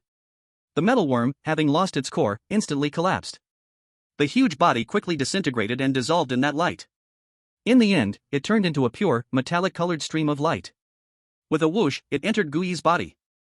Weapon card metalworm has been recorded. Recorded on page 2 of Curiosity's box. New card recorded, soul capacity expanded. Mental power limit increased, 37-42. Mental power fully restored. Done. Gui breathed a long sigh of relief. He undid his transformation and returned to human form. The intense fatigue and emptiness of mental power were quickly washed away by the recovery brought by each recording. He leaned against the wall, panting heavily. At the other end of the corridor, in the control room, those metalworms, due to the sudden disappearance of their companions, became noticeably restless. Gui took a glance. He did not become greedy. The hunt was successful, there was no need to continue fighting desperately. He came this time not only for hunting but also for a task, for money. He opened the illustration, taking a look at the brand new card. It was a bronze-colored card. On the card front was a grotesque metalworm made up of countless parts. Weapon card, number 002. Name, metalworm. Grade, F. Potential limit, E. Living armor. Gui's eyes lit up. This was precisely what he needed right now. This was a life-saving artifact tailor-made for his fragile human body. And moreover, another potential card. He turned the flashlight back on and looked towards the room still filled with a dozen monsters, his gaze filled with greed. Is the risk too great? To hell with the risk. Fight for it, and a bicycle can turn into a motorcycle. This isn't greed, it's investing in oneself. He didn't move again. Instead, he found the safest corner, leaning against the cold wall and sitting down. He pulled out a tube of Calm brand nutrient paste from his backpack, twisted it open, and expressionlessly squeezed it into his mouth. The awful taste spread in his mouth. But his brain was racing. Plans needed to be redone. Money-making and card upgrading. He wanted them all. Chapter 45, Battle. Thrill. About 10 minutes later. Gooey stood up, not heading towards the machine room. Instead, he turned and walked into an abandoned storage room next door. It was piled high with various rusty, abandoned metal parts. There were scrapped ventilation pipes, broken steel bars, and scattered nuts and iron plates. To others, this was a pile of garbage. But to Gooey, this was feed. He extended his right hand, his mental power surged. That bronze-armed card, metalworm, was activated. Buzz. A faint light flickered. The metal monster that had just been contained appeared out of thin air. As soon as it landed, it instinctively curled into a ball. The parts on its surface made a wary, subtle rubbing sound. But soon, it smelled the rich food scent around. It stopped being cautious. Like a snake that had been hungry for a long time, it lunged at the pile of metal garbage. Crunch! Crunch! Creak! The sound of grating teeth echoed in the small storage room. Gooey could clearly see. That pile of metal garbage was being devoured and absorbed at a speed visible to the naked eye. And the rusty worm's body also. Subtle changes were happening. The gaps in its body were filled with new metal. The surface's luster grew thicker and more solid. On the card of the manual, the value in the metal reserve section was rapidly jumping upward. 10%, 30%, 60%. Until it had completely devoured all the edible metal in this storage room. Its metal reserve finally reached a full value of 100%. Very good. Gooey nodded, his eyes sharpening. Now, it's time to eat. He did not recall the metal worm. Instead, he issued a new command. Living armor. Crash. The massive body of the well-fed metal worm instantly disintegrated. It transformed into thousands of small, flowing metal components. Like a living, viscous, rust-colored liquid. In the next second, this torrent of metal surged violently towards Gooey's body, completely swallowing and enveloping him from head to toe. Cold, hard, heavy. This was Gooey's first feeling. He looked down. His body was entirely covered by a fierce, industrial-style, dark red metal exoskeleton. The surface of the armor was covered with layered plates mimicking biological muscles. At the joints, complex mechanical structures were exposed. He looked like a steel monster that stepped out of a steampunk nightmare. This is the power of the armed card. Gooey clenched his fist. The metal armor emitted a dull humming sound. An unprecedented, powerful sense of safety enveloped him. But he knew, it was still not enough. His gaze fell on his right hand. What if I could do this? A crazy thought flashed through his mind. He wanted to use two armed cards at the same time. His mental energy surged again. Armed card, corroded hand, was activated. Buzz. Another flash of light. That pale, eerie severed hand did not materialize independently like usual. Instead, it transformed into a grayish-white liquid that resembled flesh. Suddenly, it merged into his right arm, which was covered by metal armor. Sizzle, sizzle, sizzle. Two completely different and bizarre powers began a violent, painful fusion. The armor on Gooey's right arm twisted and deformed uncontrollably. Dark red metal plates were stretched and torn apart by the grayish-white flesh. Bone, muscle, metal, nerve. Everything was being forcibly spliced and reorganized in the most primitive, savage manner. Ugh! A heart-wrenching pain surged from his right arm. It made Gooey let out a low roar. His mental energy was also being consumed at a double speed. But he held on. A few seconds later, the reorganization was complete. His right arm had completely transformed into another appearance. It was a grotesque, asymmetrical monster armor that was a full circle thicker than the left arm. One half was the thick, dark red metal armor of the metalworm. The other half was the pale, twisted flesh of the corroded hand, still seeming to hold traces of blood. Metal and flesh twisted and fused in an extremely bizarre manner, forming an ugly yet powerful hybrid that would make anyone who looked at it lose sanity. The back of this hand extended several sharp claws made of pale finger bones and rusted metal. It worked. Gooey panted, raising this brand new arm. He could feel. This arm contained two powers at once. The strength of the metalworm and the decay of the corroded hand. Although his mental energy consumption had doubled, the power was absolutely worth it. He no longer hesitated. Dragging his heavy armor, he walked out of the storage room. Then picked up the dagger on the ground, used as bait. Using the same trick again. He controlled the fierce monster arm, gripping the dagger at the door of the machine room. Gently shook. Ding! A crisp sound rang out. In an instant. In the control room, all the over a dozen metalworms went wild. They surged towards the door like sharks smelling blood, crazily charging forward. This time, Gui did not retreat. He even lazily ignored drawing the aggro. Now, the powerful strength within him gave him unmatched confidence. He simply stood still, like a statue. He let the leading metalworm pounce fiercely towards him. Clang! Another loud crash. The worm crashed hard against Gui's chest armor. Its rapidly spinning meat grinder body madly sliced into Gui's armor. In a moment, sparks flew everywhere. The piercing sound of friction almost pierced the eardrums. But, this time, Gui stood firm. That attack, capable of grinding skeleton curs to dust. When it met the fully functional, living armor, it couldn't even leave a proper scratch. The same kind can't break the defense. It's my turn. A cold, metallic voice came from under Gui's helmet.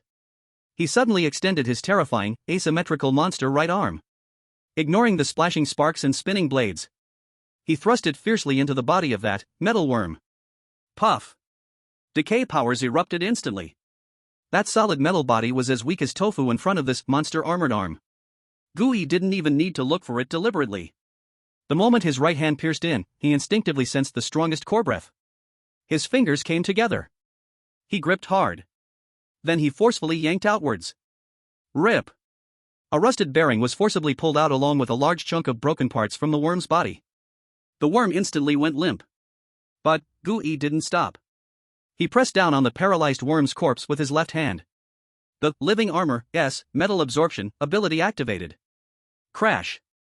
That relatively intact worm corpse rapidly disintegrated like quicksand, collapsing. It turned into a pure metallic torrent, merging into Gui's armor. He was being devoured on the spot. And the core he held in his right hand emitted a pure energy. It was directly absorbed by the data book. The whole process was smooth and flowing. From the impact, to counterattack, then to devouring. In less than 10 seconds. Clean. Efficient. At the door of the control room, the other metalworms seemed to be stunned by this bloody scene. A brief chaos occurred. But Gui gave them no chance. A cruel smile appeared on his face, covered by the metal helmet. Next, he actively stepped forward, dragging the heavy, buzzing armor. Step by step, he walked into that control room, which had turned into a dining hall for him. Next, it would be a one-sided, cold slaughter. Clang! A worm crashed in from the side. Gui didn't dodge, let it slam into him. Then he stretched out his right hand, accurately extracting its core. Left hand pressed down, devour. Clang! Another one, pouncing down from the ceiling. Gui didn't even bother to lift his head. With a backhand claw, he tore it mid-air. Core absorbed. Remains devoured. Killing. Feeding. Killing. Feeding again. This monster nest, which once terrified scavengers, at this moment, turned into the most efficient canned food processing plant. Gui was that cold, unceasing can opener. His mental strength was rapidly depleting. But his living armor became more solid and stronger with each meal. On the armor plates, dark red patterns, resembling veins, began to emerge. Finally, when the core of the 13th metalworm was crushed and absorbed by him, the entire control room fell silent. Only Gui's heavy, beast-like breathing remained. He disarmed himself. The heavy metal armor retreated like a tide. It revealed his sweaty body, pale as a ghost. With a thud, he could no longer hold on and knelt on one knee. His mental strength was completely exhausted. His brain throbbed like it was being pierced by needles. Yet, he smiled. He opened the encyclopedia. The card of the metalworm had undergone earth-shattering changes. The card's border remained the bronze color of F level. But the face of the card seemed to have been injected with life. The image of the worm appeared several times more solid than before. On it, a faint layer of silver light seemed to be on the verge of breaking free from its cocoon. Gui could clearly feel. This card was thirsting for more similar power. It was just a step away from the threshold known as E level. He looked at the card's description, his heart racing. The original entries had been strengthened. After the description of living armor, there was an additional line of small text: current state, metal reserve sufficient, defense increased by 30%, and gained low-level self-repair ability. After the description of metal absorption, there was also an extra line: current state, consumption efficiency increased by 50%. Moreover, there was an entirely new entry. New feature: same kind suppression. When manifested as living armor, it will exert a powerful deterrent against similar, low-level metalworms. It's worth it. Gooey wiped the blood from the corner of his mouth, murmuring to himself. Chapter 46, The Hunter's Game. Gooey knelt on the cold ground. Surrounding him were dozens of hollowed-out metal remains, digested clean. He gasped heavily. Each breath tugged at his skull, which felt like it might crack. The feeling of exhausted mental power was more painful than any physical injury. It was like someone had put your soul in a juicer and squeezed out the last drop. He understood very well that his current state was extremely dangerous. He struggled to stand up. Dragging his heavy steps, he walked to a corner of the control room. There was a huge, long-abandoned distribution box. With his last bit of strength, he pulled open the heavy iron door. It was hollowed out inside, leaving only a few broken wires. The space was just enough for one person. He squeezed inside and closed the iron door. Click! A soft sound echoed. Darkness and absolute silence enveloped him. Only a faint light seeped in through the crack of the door. He was safe. At least for now. He leaned against the cold iron wall and closed his eyes.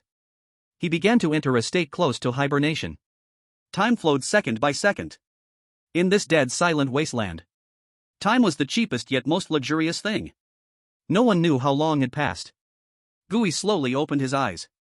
The needle-like headache had eased a lot. His mental power had recovered by about 30%. He glanced at the encyclopedia. Mental power limit, 42. Current mental power, 13. With this little mental power, wanting to activate living armor again and face off against dozens of monsters was tantamount to suicide. But it was enough.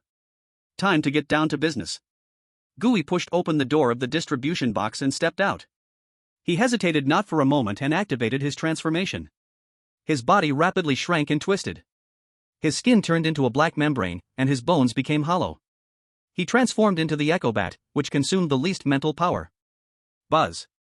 He flapped his wings and silently flew up. Gliding along the ceiling, he exited the workshop. Then, he opened his mouth. An invisible sound wave, inaudible to human ears, spread out from him. Sonar detection. In the next second, the entire world changed in his vision. There were no longer colors, no longer light or shadow. Only a black and white 3D model precisely constructed from countless echoes. He flew while detecting. This huge air purification station had no secrets in his eyes. The thickness of the walls, the direction of the pipes, the structure of the rooms. And those moving hotspots. More than 40 white dots emitting a strong metallic signal, slowly moving, clearly presented in his mind. Metalworms. They were entrenched in many corners of this building. Gooey took note of the locations of these spots one by one. Then, he began to search for his target. In the mission briefing, those few images of the carbon crystal filtration components emerged. He started a keyword search on this huge 3D map. Soon, one by one, the target machines that met the criteria were marked by his mental force. Found, 20. But the result made him frown. Among these 20 machines, 8 had their components already taken by someone. 6 had components still in place, but were severely damaged and rusted. And 2 were even gnawed down to mere empty shells by the metalworms. No wonder this mission had been hanging for so long without anyone completing it. This was simply a garbage heap that had been sifted through by countless scavengers. In the end, only 4 target points remained with a chance of recovery. Gooey zoomed in on these 4 points. The situation became even less optimistic. First point. In the power core area on the first floor. The components there were intact. But at least 5 metalworms were lurking around that machine. Second point. At the bottom of a completely submerged underground reservoir. 3 worms were also sleeping underwater. Third point. On an aerial exhaust platform at the top level of the purification station. There were also 2 worms nesting there. Fourth point. In the exhaust processing duct on the 3rd floor. It was safe there, no monsters. But the duct's diameter was only 30 centimeters. The Echobat's body couldn't fit in at all. More than 40 monsters. 4. Being guarded by layers or hiding in desperate situations, task targets. This was far from an F-level task. If any ordinary scavenger saw the situation, they would probably have given up long ago. But Gu did not. The huge 3D map in his mind slowly rotated. 4 red dots and more than 40 moving white dots formed a complex chessboard. His first target was the one that seemed the least likely. The 30-centimeter diameter duct on the 3rd floor. Gu flapped his wings, like a black shadow, and ascended along the corner's ventilation duct. Soon, he found the entrance to the exhaust processing duct. It was a rusted round iron grate, only the size of a wash basin. He landed in front of the grate. Activated another card. Morph card, Blood of Pollution. His body began to melt. Flesh, bones, skin. Everything turned into a thick, dark red sludge bubbling away in just a few seconds. This sludge casually flowed through the gaps of the iron grate, entering the narrow, pitch-black interior of the duct. A choking dust smell hit him. Gu, or rather this sludge, didn't mind at all. He slithered forward. In this environment, the form of blood of pollution was like a fish in water. Before long, he found that small gas analyzer deep in the duct. The task target, carbon crystal filtration component, was in the slot of that machine, secured by several already rusted screws. Gu had no hands. But he had something more convenient. He divided a small part of his body into a stream of slime. Covered those screws. Corrosive slime. Sizzle. A faint, teeth-gritting sound rang out. Those solid screws rapidly corroded and dissolved at a visible speed. Click. A soft sound. That palm-sized black filtration component loosened. Gu again divided another part of his body. Like a tentacle, carefully wrapped around that component. Using his body, he formed the most perfect buffer layer. Then, he retraced his steps. When that puddle of muck finally flowed out again from the gap in the fence, only then did he undo his transformation. He reverted back to his human form. He opened his hand, and the component wrapped in slime was perfectly intact. He carefully wiped it clean with his clothes. Then he placed it in his backpack. The first one, in hand. Clean. Neat. Not a single monster was disturbed. Gu felt a surge of joy in his heart. He immediately transformed again into a Echo Bat. He flew toward the next target. The power core area on the 1st floor, guarded by 5 worms. This is a tough nut to crack. He still didn't plan on direct confrontation. He flew above the power core area. There, in the ceiling, was a huge, long-dead exhaust fan. Between the blades, there were enough gaps. He hovered in the air, like a drone. Looking down, he surveyed the battlefield below. 5 metal worms, like loyal guards, stood near the core machine. And the task component was right beside the machine. Gu did not act immediately. He was searching for the right bait. Soon. His eyes locked onto a huge, abandoned ventilation pipe, suspended in midair, not far away. That thing, thick and long, made entirely of metal. It was simply the perfect bait. He silently flew over. He landed on the pipe's support bracket, connecting it to the wall. Then, he activated Rusting Hand.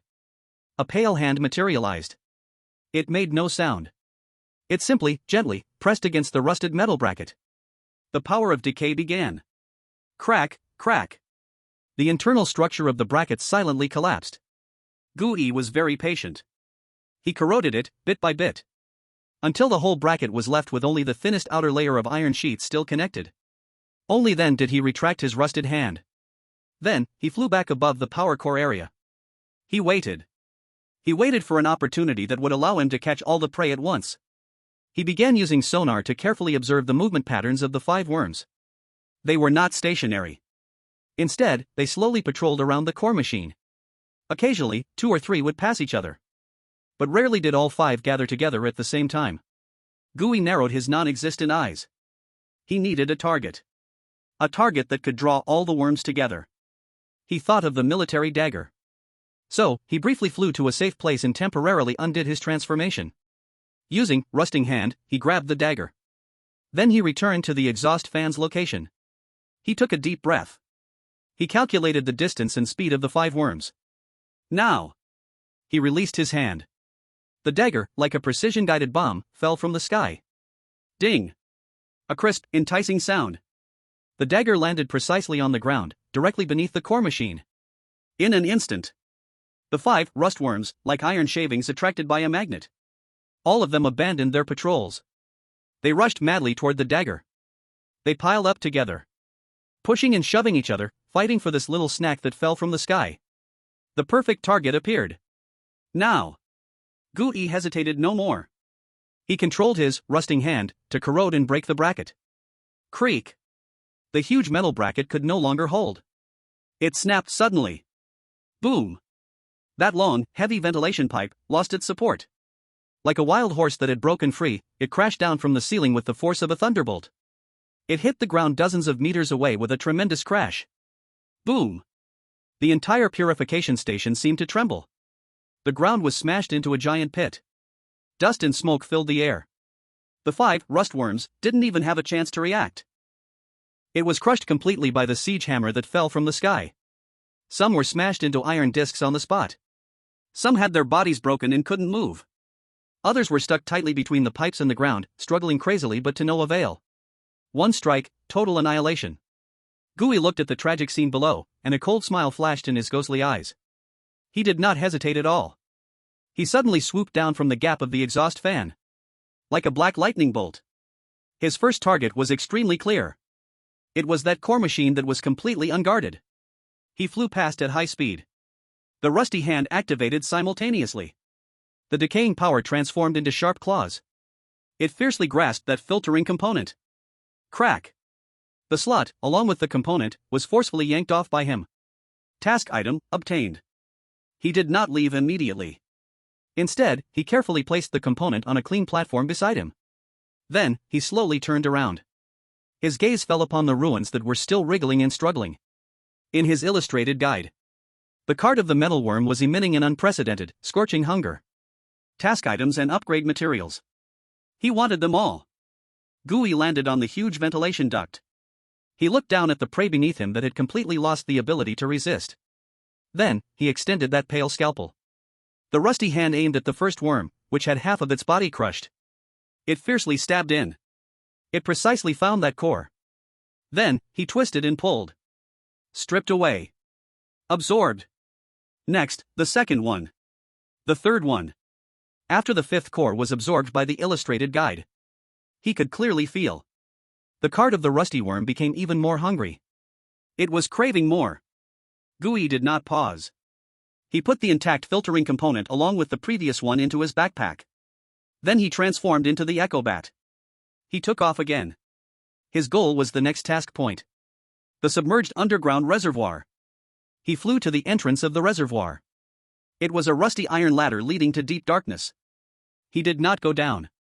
Instead, he landed on a huge, long-abandoned water pump nearby. This machine was also metal. His plan was simple and brutal. He used the rusty hand to corrode the bolts fixing the bottom of the pump. Then, with all his strength, he pushed this heavy iron lump weighing hundreds of kilograms down. Splash! A loud sound. The heavy pump smashed into the pool. It created huge splashes. The 3 rusty worms sleeping at the bottom of the water were instantly awakened. They sensed the huge metallic impact. Like 3 crocodiles smelling blood, they crazily pounced towards the sinking pump. Opportunity. Gooey instantly transformed into polluted blood. Turning into a puddle of muck, he silently slipped into the water. He avoided the 3 monsters that were fighting for food. He directly dove to the bottom of the water. He found the filtering device that had long been covered by water plants. Corrode the screws. Wrap the component. Then, silently slipped away. The 3rd component, obtained. The 3 cores were also obtained. The final target. The top level of the purification station, that suspended exhaust platform. On it, there were the last 2 worms. Gooey was even too lazy to use schemes. He flew up. Then, dozens of meters away, he found the rooftop of another building. He found a long metal flagpole that had been blown down by the wind. He used the rusty hand to pick up this flagpole. Like picking up a javelin. Then, he hurled it fiercely towards the 2 worms that were building a nest. Whoosh! The flagpole flew by with a whistling sound. Clang! It precisely landed on the empty ground on the other side of the platform. The 2 worms showed no hesitation. Instantly, he gave up guarding and crawled toward that flagpole. While Gooey, like a wraith, descended from the sky. He took away the last intact filtering component. By the way, he also harvested those 2 cores. At this moment, the first task was completed beyond expectation. 4 components in hand. The task only required 3. 20 cores added to his account. In his collection, the card 4, Rustworm, was already radiating an unprecedented, burning light. That hazy silver light grew brighter and brighter, as if, at any moment, it would break free from its cocoon. But it was still a little short. Just one last push. The final step. Guyi's eyes sparkled with an almost crazy obsession. He did not stop here. Instead, he unfolded that map, covered in white spots, once again. He wanted to turn all the rustworms in this purification station into fuel for his promotion. In the time that followed, Guyi completely transformed into a ghost wandering through this steel wasteland. He became a heartless, highly efficient killing machine. He used Echo Bat for reconnaissance. Used polluted blood for infiltration. Used Rusty Hand to set traps. Used Bone Biter for the final ambush. He pushed all of his abilities to the limit. When his mental strength was exhausted, he would find a corner to hide and recover. When hungry, he nibbled on a tube of tasteless nutrient paste. When thirsty, he took a sip of cold water. He completely forgot the time. Forgot that he was still a person. In his mind, only one thought remained. Hunt. Devour. He used a piece of metal to lure a worm into a narrow passage, then attacked from behind with Rusty Hand. He corroded the steel bars of the ceiling, causing concrete blocks to crash down and incapacitate another one. He even used the form of polluted blood to disguise himself as parts inside a scrap machine, waiting for prey to come to him. 1. 5. 10. The number of his hunts kept increasing. The card 4, Rustworm, also grew brighter. Hotter and hotter.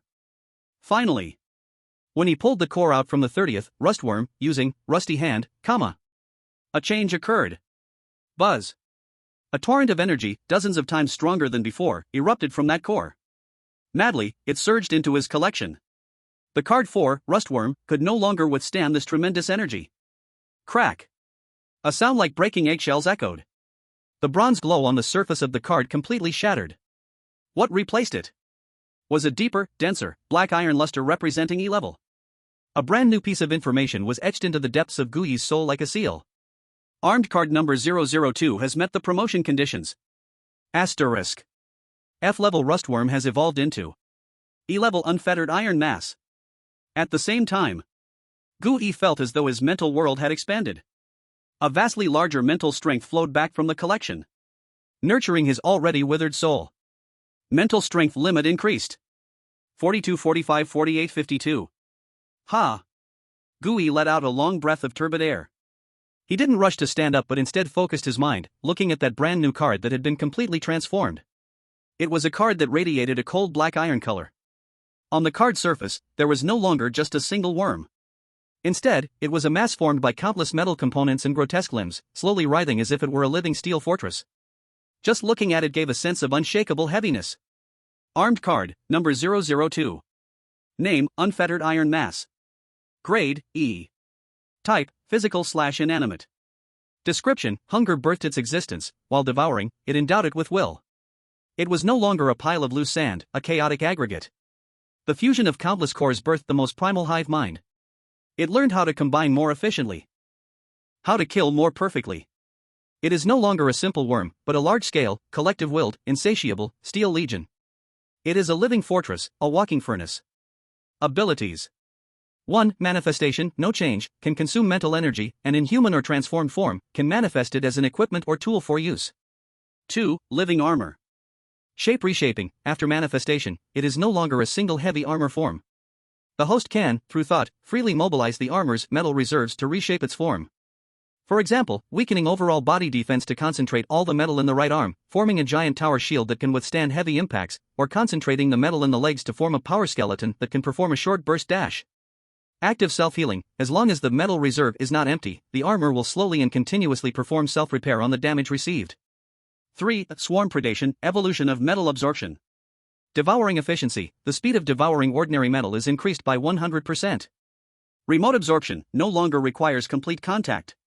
It can extend multiple absorption tentacles made of tiny metal components from the armor's surface to perform remote absorption within a 3-meter range, slowly stealing the metal substances from designated metal targets.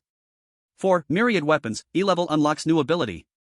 Weapon forging, the host can consume metal reserves to command the Unbound Iron Legion to forge an F-level, non-special ability, single-use cold weapon from any part of the armor. For example, extending a sharp blade from the arm, covering the fist with a heavy gauntlet, or generating several bone spears from the back for blocking or stabbing. The strength and size of the weapons depend on the amount of metal reserves consumed. Weakness, resistance enhancement. 1. Strong acid, resistance to acidic corrosion is enhanced. A higher concentration of acid is needed to cause effective damage. 2. High voltage, the internal structure has become more stable. Ordinary currents will merely charge it, only true ultra-high voltage instantaneous currents can overload it. 3. Strong magnetic field, the emergence of hive mind gives it certain resistance to magnetic field interference. A stronger magnetic field is needed to restrict its movement. Note, it is full but has become picky. Ordinary scrap metal can no longer satisfy its appetite. It instinctively craves to devour rarer, stronger alloys that contain special energy.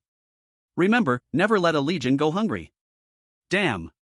Even Gooey, after seeing this brand new card, couldn't help but curse silently in his heart.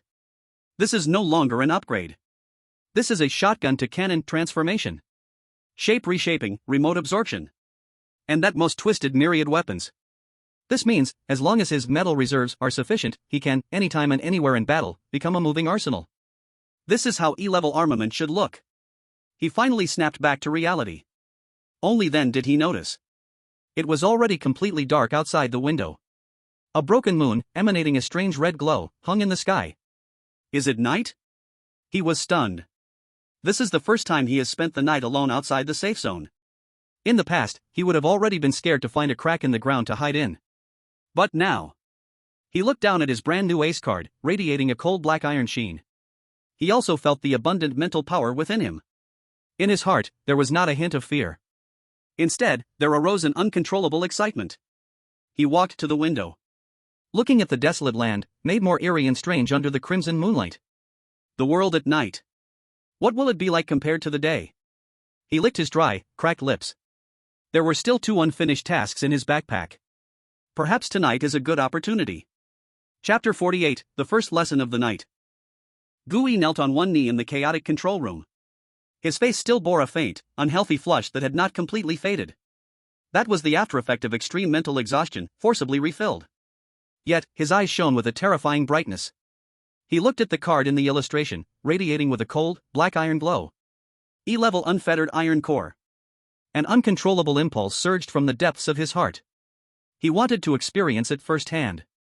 This ace card made of the corpses of 30 worms. Just how strong is it? Living armor, equip. He shouted in a low voice, activating this brand new card. Buzz. A tremendous amount of mental power, far greater than any previous materialization, was instantly drawn from his body. A slight dizziness washed over his brain. But in the next second, he was utterly shaken by the scene before him. A stream of black iron-colored light erupted from the imprint of the illustration. No longer the chaotic flow of metal from before, but an army formed by countless tiny metal components. Steel Legion. They swiftly circled and danced in the air, producing a uniform, buzzing sound like the fluttering of a bee swarm. Then, like knights who found their king, with a sense of ritual almost akin to pilgrimage, piece by piece, they covered Gooey's body. Crack. Crack. Snap. The plates fit together precisely. The gears and levers meshed perfectly. Cold. Heavy. Yet carrying an indescribable sense of life that felt almost connected to his very blood. In just 3 seconds, the equip was complete. Gooey slowly straightened his body. He looked down. Before him was a steel body he had never imagined. This was no longer that rough, industrial-style tin can, but a smooth, powerful, and aesthetically destructive. True steel armor. The surface of the armor was no longer a rusty red, but a profound black iron formed after countless hammerings and fusions. It still bore scars from previous battles, like menacing metals. In the chest was a heavy, solid breastplate capable of withstanding a heavy blow. The shoulders were like fierce beast fangs, rising sharply in jagged armor. The joints were no longer exposed mechanical structures, but layered with more precise, biologically muscular metal fiber bundles. Even his head was protected by a wide vision, yet tightly secured, full-coverage helmet. He looked like a dark knight emerged from ancient legends, full of cold, undeniable oppression. This is the power of E-level. Gooey clenched his fist. Buzz. A power so strong it made his heart race buzzed back from every corner of the armor. He even had the illusion that if he wished, he could punch through this concrete wall right now. But he immediately sensed the cost. His mental power was being consumed at an unprecedented speed. Every 12 seconds, a little was drained. That meant maintaining the Legion armor form for a minute would consume 5 whole points of mental power. 5 times what it cost him before to maintain the F-level transformation. With his current mental power cap of 52 points. Even in peak condition, he could maintain this armor in battle for at most 10 minutes. Indeed. The greater the power, the greater the cost. Gui felt a chill in his heart. He immediately cancelled the equip. That breathtakingly handsome armor retreated back into his body like a tide. A faint sense of emptiness surged up. He looked at his hands, which had turned back to an ordinary person. The powerful feeling as if he could control everything still lingered at his nerve endings. It was intoxicating. He glanced out the window. The scarlet crescent moon hung there. Half of it had been covered by dark clouds, unknown when. The night grew deeper. He shouldered the backpack containing 4 filtering components. Then he transformed into the Echo Bat. Silently, he flew out of the purification station that had given him a new life. With an E-level weapon, Gui now felt terrifyingly powerful. His heart, which had been anxious since he crossed over, could finally relax a little. He felt he could be less timid now. To be honest, he had always been curious about this world. With his previous strength, he had to suppress this curiosity. Now, it was time to find some satisfaction in it, right? He wanted to see what secrets the night in this wasteland held. He flew straight towards the second mission target, the tall tower, while continuously observing on the way. He wanted to see what secrets the night in this wasteland held. During the day, this area was lifeless and dull. Besides the metalworm, a creature that gnawed on iron, not even a mutated rat could be seen. Now, he had the unfettered iron mass as his trump card. His courage had grown more than just a little. Under the night, the wasteland. No longer was it merely dead silence. Instead, it added a hint of vitality. Though it was a twisted kind of vitality. Memories of the original owner revealed knowledge that only existed in the textbook Survival Rules of the Strange, now vividly appeared before his eyes for the first time. We can imagine the high-walled city of Human Union as a gigantic heating rod sticking into the ground. But it emanates not heat, but reality stability. The area within 0 to 10 kilometers of these high walls is known by locals as the Withering Zone. This is the radiation zone with the strongest stability anchor field, where the field intensity ranges between 20% to 40%. The C-ring area, Rust-Tooth Ring, is built atop this relatively safe Withering Zone. Like planets too close to the sun, the reality here is too hard, making it difficult for the Bazaar to generate and survive. However, the cost is that the land here is barren, with plants growing skewed, and even mutated rats are seldom seen. There are no dangers, but also no value. Now, this purification station, outside the Withering Zone, has already broken free from that barren land. Into a brand new territory. The Hunting Zone. Here, the stability anchor field has decayed to a just right level. Reality has become soft. Thus, life began to prosper in a twisted form. The textbook divides the Bazaar outside the walls into 2 main categories. One category is called phenomenon-level Bazaars. They are pure anomalies born from the direct distortion of reality rules by source pollution. They are not life forms, they are a phenomenon, a curse, a piece of information. The other category is what he saw before his eyes. Living Bazaars. They did not appear out of thin air. They are the evolutionary products of the old world's biosphere. Animals, plants, insects have undergone adaptive mutations under the pollution of the source. These beings, though twisted and terrifying, still follow the most basic biological instincts. They need to feed, they need to reproduce, they have their own territories. In this brand new dark forest, they each occupy their unique ecological niche. There are producers, consumers, and decomposers. Together, they form a complete food chain. Now, this food chain was vividly playing out before his eyes. He saw some mushrooms emitting faint phosphorescence sprouted from the cracks in the cement ground. They dotted the wasteland like ghostly flames at a graveyard. He also saw a few palm-sized beetles, dragging rat-like tails, were gnawing on those mushrooms. Suddenly, a claw composed of several pale bones, lurking nearby, shot up from the ground. It grabbed a beetle in a flash and dragged it underground. He also saw some creatures he had never seen before, with more bizarre forms. There were giant moths with human faces. There were scorpions dragging half a human corpse, crawling on the ground. And some huge shadows hidden deep in the ruins, that even his sonar could only detect as a vague outline. The weak are prey to the strong. Nature selects the fittest. This is a dark forest as cruel and real as the primitive jungle of the old world. Gui's pictorial guide flashed frequently. Discovered containment object, F-level anomaly cursed mouse. Containment conditions. Discovered containment object, F-level anomaly corpse beetle. Containment conditions. Discovered containment object, F-level anomaly skeleton mutant dog, juvenile. Containment conditions. A series of prompts flooded his mind. Interesting. Gooey was not afraid at all, instead, he felt even more excited. Now it felt like a real adventure. This was a living, danger-ridden world. At that moment, he noticed something even stranger. In the ruins ahead, a small, warm point of light appeared, like a firefly's glow. Those light points were faint but very clear. They gathered to form a winding path, extending into the distance and the darkness. It seemed to be guiding him along a safe road. Discovered containment object, F-level anomaly guiding firefly. Containment conditions, reach the end of the path before its light extinguishes. The prompt from the pictorial guide sounded again. Reach the end? Gooey looked at the path made of light points. This containment condition sounded like a benefit stage. There was no danger. His confidence was surging. Plus, his curiosity about this world. He thought little of it. He descended from the sky. Untransformed, he returned to human form. Then he stepped onto the path of fireflies. Underfoot was soft sandy ground. It felt very comfortable to walk on.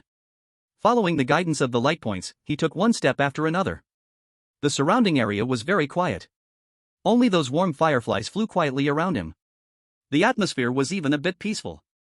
He walked deeper and deeper. Having already ventured nearly 100 meters into the ruins, surrounding scenery was swallowed by darkness. Only this path of light remained bright. Suddenly, the pictorial guide in his mind unexpectedly lit up again. But this time, the prompt was completely different. Discovered containment object, E-level anomaly corpse eater vine. Containment conditions, cut off its deeply buried mother root. Gooey's footsteps abruptly halted. His back instantly soaked with cold sweat. E-level? How could there be E-level anomalies here? He quickly lifted his head, looking around. But all around him was just those flying fireflies and the endless darkness. Where is that, corpse eater vine? An invisible fear gripped his heart instantly. Without hesitation, he transformed again into Echobat. Sonar detection set to maximum. Buzz. In the next second, the whole world presented in his black and white vision showed its most real and terrifying appearance. He was standing at the very edge of a massive quicksand pit. And what he thought was soft sand under his feet wasn't sand at all, but a layer made of countless tiny, thorny vines disguised as sand grains, forming a carpet. As long as he took a few more steps forward, this carpet would tighten instantly, dragging him into the bottomless quicksand. And at the bottom of that quicksand lurked an incredibly huge, twisted outline. That thing had no fixed shape. Like a huge plant heart formed from countless tangled tendrils and vines. It was slowly pulsing. Each pulse caused the surrounding quicksand to ripple. And those seemingly warm, harmless, guiding fireflies were hovering right above his head. Like a group of eager guides holding lanterns, silently enjoying his self-sent dinner. Damn it! He no longer dared to stay for even a moment. Suddenly flapped the wings, ready to soar into the sky. However, those guiding fireflies, although they won't attack actively, but their task is to confuse their prey. How could they easily let him go? At the moment he was about to take off, all the fireflies' glow suddenly brightened intensely. A strong, dizzying light exploded in an instant. At the same time, a strange, soothing fragrance spread. Gooey's mind went completely blank in an instant, as if soaking in a hot spring in the middle of winter. His whole body felt lazy, not able to muster even a hint of strength. Even the thought of flying became blurred. So comfortable. Just stay here. His wings stopped flapping. His body began to uncontrollably fall toward that gentle sand. Chapter 49 E-level armed first battle. His body was falling. Consciousness seemed to sink into warm syrup.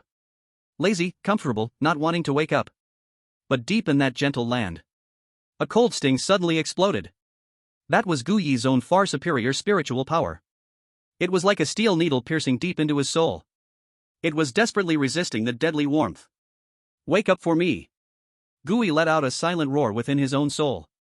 A fierce headache surged like a tide, instantly scattering that false comfort. He suddenly opened his eyes. In front of him was the death carpet disguised as sand. And his body was irreversibly falling toward it. Damn! A flicker of determination passed through Gooey's eyes. There was no time to escape. Then, don't escape. Living armor, engage. He activated that transform trump card in midair. V-Room. A massive spiritual force was instantly drained. A cold, black iron stream erupted from his chest. Like a well-trained steel army. Rapidly reorganizing and assembling in midair. Just 1 second before his body touched the spiked carpet of the ground. A set of smoothed grim armor, full of destructive beauty, completely enveloped him from head to toe. Boom! A heavy muffled sound. Gooey crashed down like a black meteor onto that sand. The ground trembled violently. Countless vines and thorns, disguised as grains of sand, were sent flying into the air by this impact. But they couldn't pierce anything. They merely scraped against the solid black iron armor, making a harsh screeching sound. Roar! As if sensing the prey's struggle. The lurking corpse-eating vine under the ground let out a silent roar. The next second, the entire quicksand pit came to life. Whoosh! Countless arm-thick black vines, covered with barbs and slime, like devilish tentacles reaching up from the depths of hell, suddenly burst forth from the ground, blocking out the sky, forming a giant cage woven from vines, completely sealing Gooey inside. Then, like a black tsunami, it surged toward the only tin can at the center of the cage.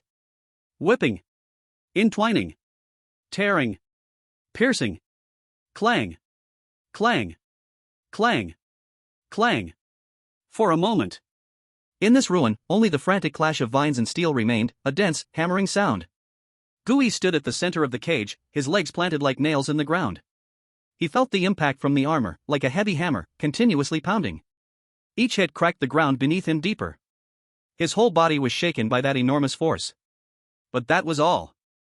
These vines, capable of shredding a small car into pieces, fell upon the Legion armor. Other than making him feel that brutal impact, not even a decent scratch could be left. Unbreakable. E-level. This is E-level defense.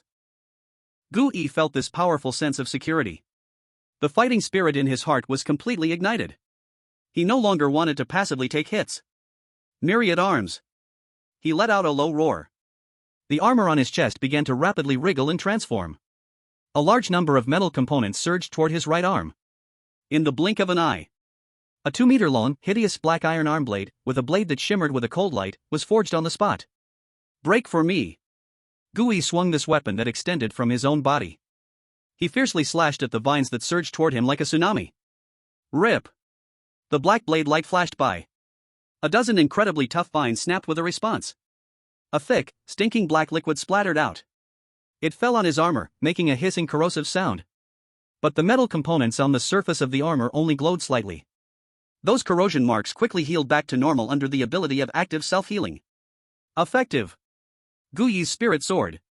He began to swing the arm blade frantically, like a tireless meat grinder, cutting down every vine that came close to him, shredding them. For a moment, black liquid and broken vines flew everywhere. He actually resisted this wild and storm-like assault of E-class bizarre creatures with his own strength. But soon, Gooey noticed something was wrong. There were too many vines. For every one he cut, 2 or 3 would regrow from the ground. Endless. As long as the ground beneath their feet existed, they had infinite troops. And himself. Gooey glanced at the panel of the illustration. Mental power, 36 of 52. Metal reserve, 87%. No. He couldn't wear himself out like this. This thing was clearly a blood cow.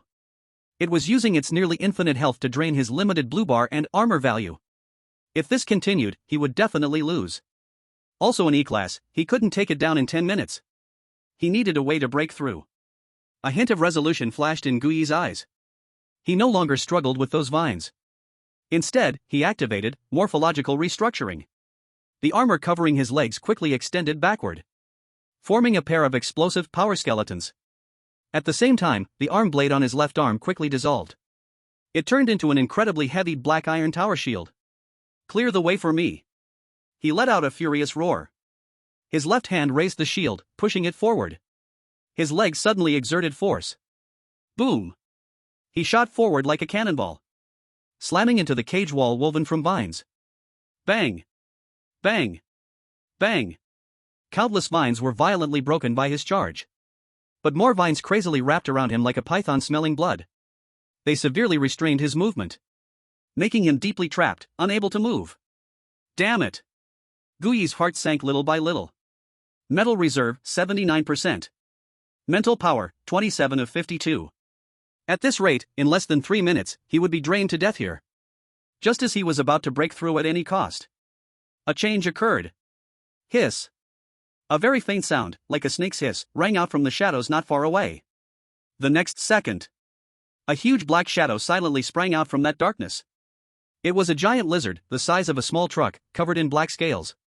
Its eyes had no pupils. Only two pure black masses like an abyss.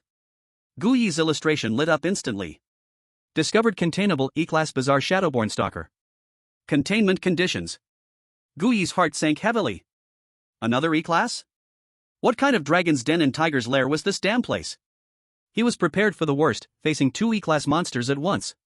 However, the newly emerged, shadowborn stalker didn't even glance at him. Its target was not Guyi. Nor was it the corpse-eating vine that was attacking madly. But instead, those glowing and fragrant beings floating in midair. The guiding fireflies. Puff. The shadowborn stalker opened its enormous maw, large enough to swallow a cow. It did not spout fire, nor did it spew venom. Instead, it released a gigantic web made of pure, sticky shadows. The web grew in the wind. In an instant, it covered the entire sky. It captured all those guiding fireflies who were still dutifully playing the role of bait. Then it suddenly retracted. Those thousands of still glowing, fragrant flying insects were like fish caught from the water. Wrapped tightly by the shadowy web, they were dragged back. It swallowed them all in one bite. Burp. The shadowborn stalker let out a satisfied burp. Then it lazily ignored the fight of gods below in the E-grade arena. It turned around, dragging its plump body, and re-entered the shadows, disappearing from view. As if it had only come out for a midnight snack. The corpse devouring vine, having lost the guiding fireflies, felt like a warship stripped of its radar. It instantly fell into a bizarre state of chaos. All the vines stopped their attacks. They began to twitch wildly in place, aimlessly, as if searching for their suddenly vanished eyes and nose. Opportunity. Guyi's eyes sparkled. He hesitated no longer. Seizing this rare moment of chaos, he pushed the power of his leg augmentations to the maximum. Break for me. He slammed into the now uncontrollable vine prison. Boom. This time, nothing could stop him. He successfully burst out of that death trap. Without looking back, he ran wildly towards the distance. Chapter 50 The Principle of the Fist, Combined Chapter. Guyi sprinted onward, not looking back. He ran at least 3 miles without stopping, until the area behind him was completely swallowed by darkness. He could no longer sense the chaotic and agitated aura of the corpse-devouring vine. He suddenly came to a halt. Release. The vicious armor that had saved him but nearly exhausted him retreated back into his body like a tide. An overwhelming sense of weakness instantly swept over him. He gasped for breath. Each breath felt like pulling a worn-out bellows. He opened his compendium. The numbers on the panel were dismal. Mental power, 18 of 52. Metal reserve, 79%. That last battle looked impressive. But in reality, he hadn't even touched the opponent's true form.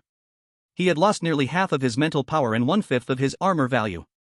This was the horrifying terror of E-grade behemoths. I was too careless. Guyi leaned against a cold rock, smiling bitterly. The inflation and confidence brought by his promotion were slapped hard in the face by the Wasteland's Knight in the most direct and cruel manner. He understood now. He was still just a lowly newbie struggling to survive in this dark forest. He could no longer afford to be reckless.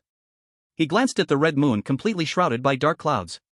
Then he made the most rational decision. Withdraw. To retreat to the relatively safe buffer zone. He hesitated no more, activating his transformation again. This time he chose the Echobat form, which consumed the least mental power. He wanted to leave this place of trouble as quickly as possible. As he flew, he carefully scanned his surroundings with sonar. But soon, he fell into a new dilemma. His mental power still wasn't enough. In his current state, flying at full power would last at most half an hour. He wouldn't make it back to the safe zone.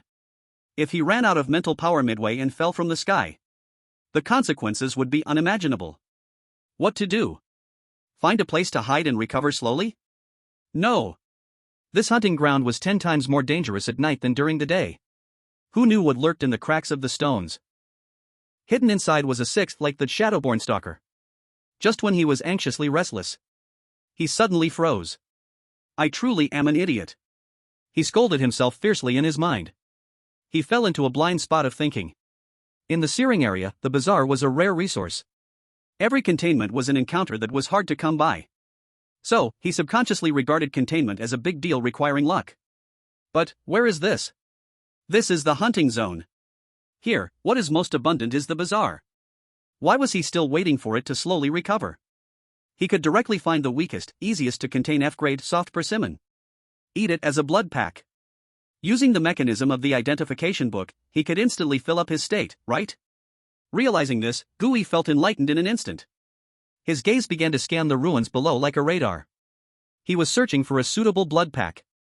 Soon, his gaze locked onto a collapsed house ruin not far away, which only had a few broken walls left. On the most complete broken wall was a crying stick figure face painted with dark red paint that had already dried up. The identification book lit up slightly. Found a containable object, F-grade bazaar crying wall. Containment condition, make it laugh in any way. A flash of brilliance appeared in Gooey's eyes. This is it. He slowly descended from the air, landing not far from that broken wall. Then he deactivated his transformation. He didn't approach immediately. Instead, he activated living armament first. This time, he didn't equip his whole body, but concentrated the metal reserves from form restructuring into his right arm. Buzz. The black iron-colored metal components quickly wriggled, forming a heavy black iron tower shield that could block half his body. This was the strongest defensive form he could think of. After doing all this, he took slow, steady steps toward that broken wall. He walked very slowly, very steadily. His eyes fixed intently on that strange crying face. 10 meters. 5 meters. 3 meters. The moment he stepped within 3 meters of the wall, a strange change occurred. That crying face painted on the wall seemed to come alive. A drop of crimson bloody tear seeped from its corner of the eye. Then it fell. Plop. There was no sound. But Gooey felt as if his heart was intensely squeezed by an invisible hand. An indescribable, immense sorrow instantly drowned his rationality.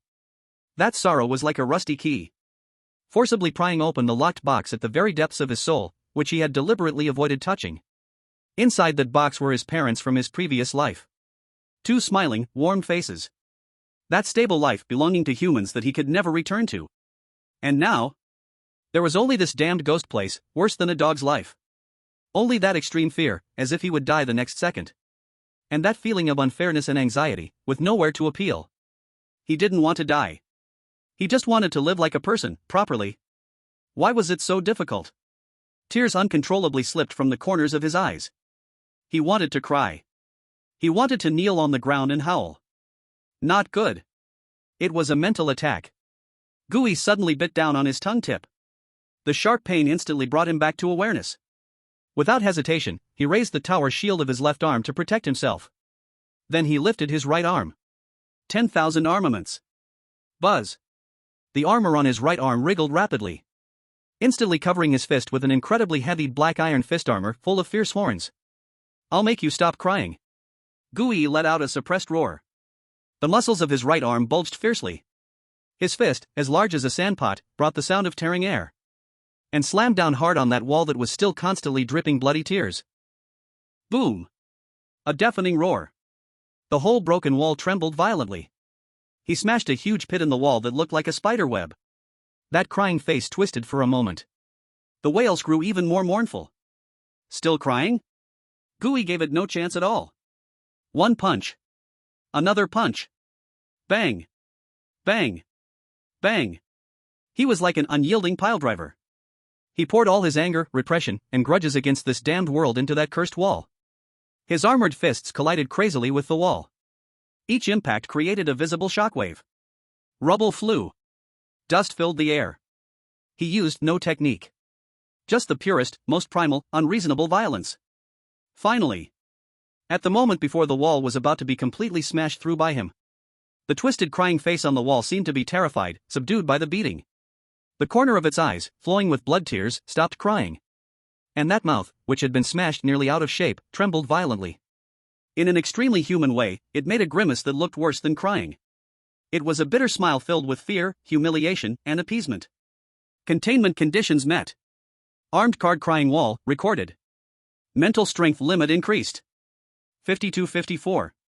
A pure, warm energy flowed back from the compendium, instantly filling his long-dried mental strength to the brim, even overflowing a bit. Mental strength, 54-54. Ha! Gui exhaled a long breath of murky air. Full state revival. He slowly lowered his still slightly trembling fist. That nearly uncontrolled violent outburst did not make him feel weak. On the contrary, he felt like a cold, hard stone that had been lodged in his heart had been smashed to pieces by his own hands. Since he mysteriously arrived in this hellish place, he had not truly relaxed for a single day. Calm, positive, desperately trying to grow stronger and adapt. All of that was an act. It was a thick shell he put on to avoid being scared to death and eaten alive after falling into a den of wolves. Underneath the shell, repressed fear, grievances, and rage had been building up. Today, with the help of this wall, with this exhilarating beating, he finally released this pent-up, long-held evil fire all at once. After this fire was released, his entire spirit felt even brighter than before. The tight string inside him loosened. It was not a slackening, but a true sense of acceptance and resilience. He was no longer passively struggling to survive in this damned world. For the first time, he actively raised his fists and defiantly flipped the middle finger to the malice of this world.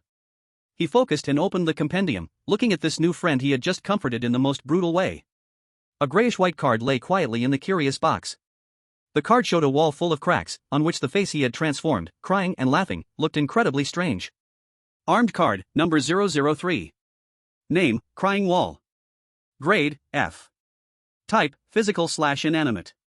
Description, a wall that carries too much sadness.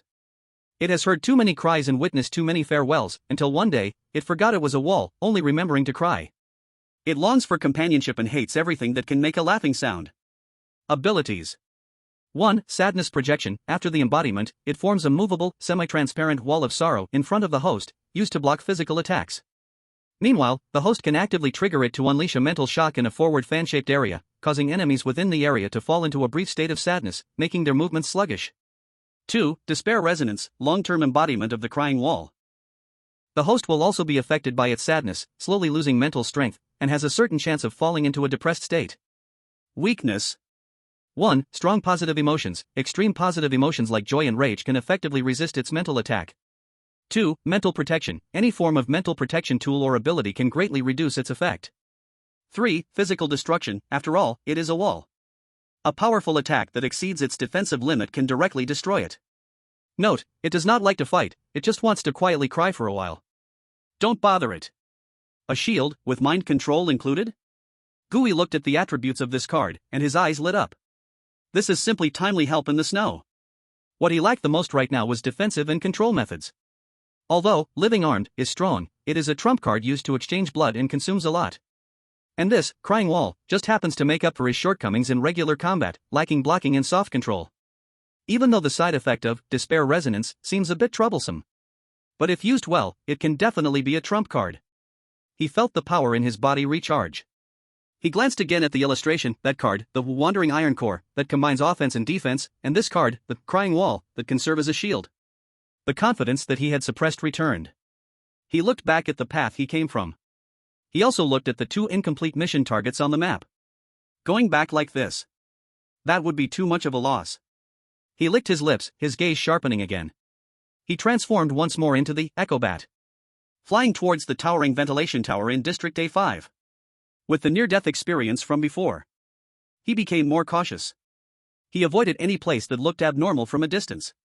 He would rather take a longer route, and would never again put himself in an unknown danger. Just as he was about to reach the area of the ventilation tower, he sensed a flickering light in a distant abandoned factory. There were also oppressive, intense sounds of battle. Is someone there?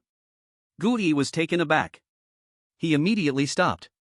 He concealed all his presence. Like a real bat, he glided silently past. He landed on the highest water tank of the factory. Then he broke his transformation. From his high vantage point, he looked down. Then he saw a battle that made his mind stall. In the factory's open area, 3 people were attacking a monster the size of an elephant, covered in thick bone armor. That creature was something Gui had never seen before. It was obviously much stronger than the metalworm. Every charge could plow a deep trench in the ground. Definitely an E-grade strength. But what shocked Gui was not this monster, but those three people. One of them was a tall man. His right arm was fitted with an arm armor made from some monstrous skull and several thick metal pipes. That thing looked like a part of a monster, forcibly transplanted onto him. He let out a furious roar. The front of the arm armor suddenly shot out sticky green flames several meters long. Another was a woman with extremely agile movements. She wore a pair of peculiar boots, resembling gecko feet. Those boots allowed her to completely ignore gravity, speeding up and jumping on the rusted vertical walls of the factory. The woman had what looked like a huge heart, a constantly writhing tumor strapped to her back. Countless translucent veins extended from the tumor. They were inserted into her spine. It seemed to pump some strange energy into those boots. And the last one was a man shrouded in a tattered black cloak. He stood at the edge of the battlefield. In his hand, he held an ancient, swaying lantern. Wherever the light reached, the movements of that bone-armored giant beast became clearly slow and stiff, as if it was trapped in an invisible quagmire. But the lamp seemed to burn not lamp oil. Rather, it was some black substance, like oil, flowing from that man's wrist, resembling blood. Gui felt his scalp tingle while watching from the water tank. What the hell is this? He instinctively compared himself to these people. He was transformed into something strange. And these people? They seemed to have taken apart the strange pieces and worn them on themselves? The battle below looked more like a real monster melee. One side was purely monsters, while the other side was crazier monsters dressed in human skin. Chapter 51, This Prey is Mine. In the open space of the factory, the battle had reached a fever pitch. The E-grade giant beast, like a bone tank, was completely engulfed in rage. It suddenly opened its massive mouth filled with sharp teeth. Poo! A thick, dark green, highly corrosive acid sprayed out like a high-pressure water gun. The man who breathed fire couldn't dodge in time. He was splashed by the acid on half of his body. Ah! The protective suit made of special material was instantly corroded with countless holes, exposing the bloody flesh beneath. Damn it! He roared as he pulled out a bladder made from some creature's tissue from his waist. He crushed it fiercely. A foul-smelling liquid splashed back. Smoke began to rise from where the beast's bone armor was hit. The woman racing along the wall seized the opportunity. The heart-like tumor on her back was pumping crazily. Like a phantom, she leaped down from the wall. The double blades in her hand stabbed fiercely into the pit made by the man. Roar! The giant beast roared in pain, letting out a deafening roar. It activated its most disgusting ability. The thick bone armor on its back suddenly opened dozens of gaps like gills. Poocha! Poocha! Streams of yellow-green corpse poison mist surged out from those gaps, instantly enveloping the surrounding area for several meters.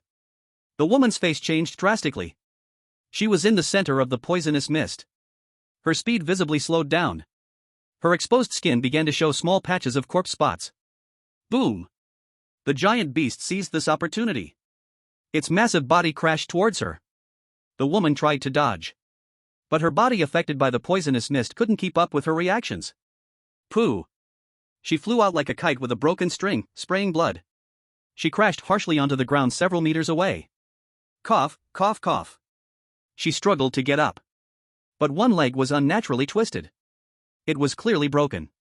Seeing this scene, the fire-breathing man and the cloaked man exchanged a glance. A hint of cold determination flickered in their eyes. They were just a temporary team. They had no obligation to risk their lives for an already incapacitated burden.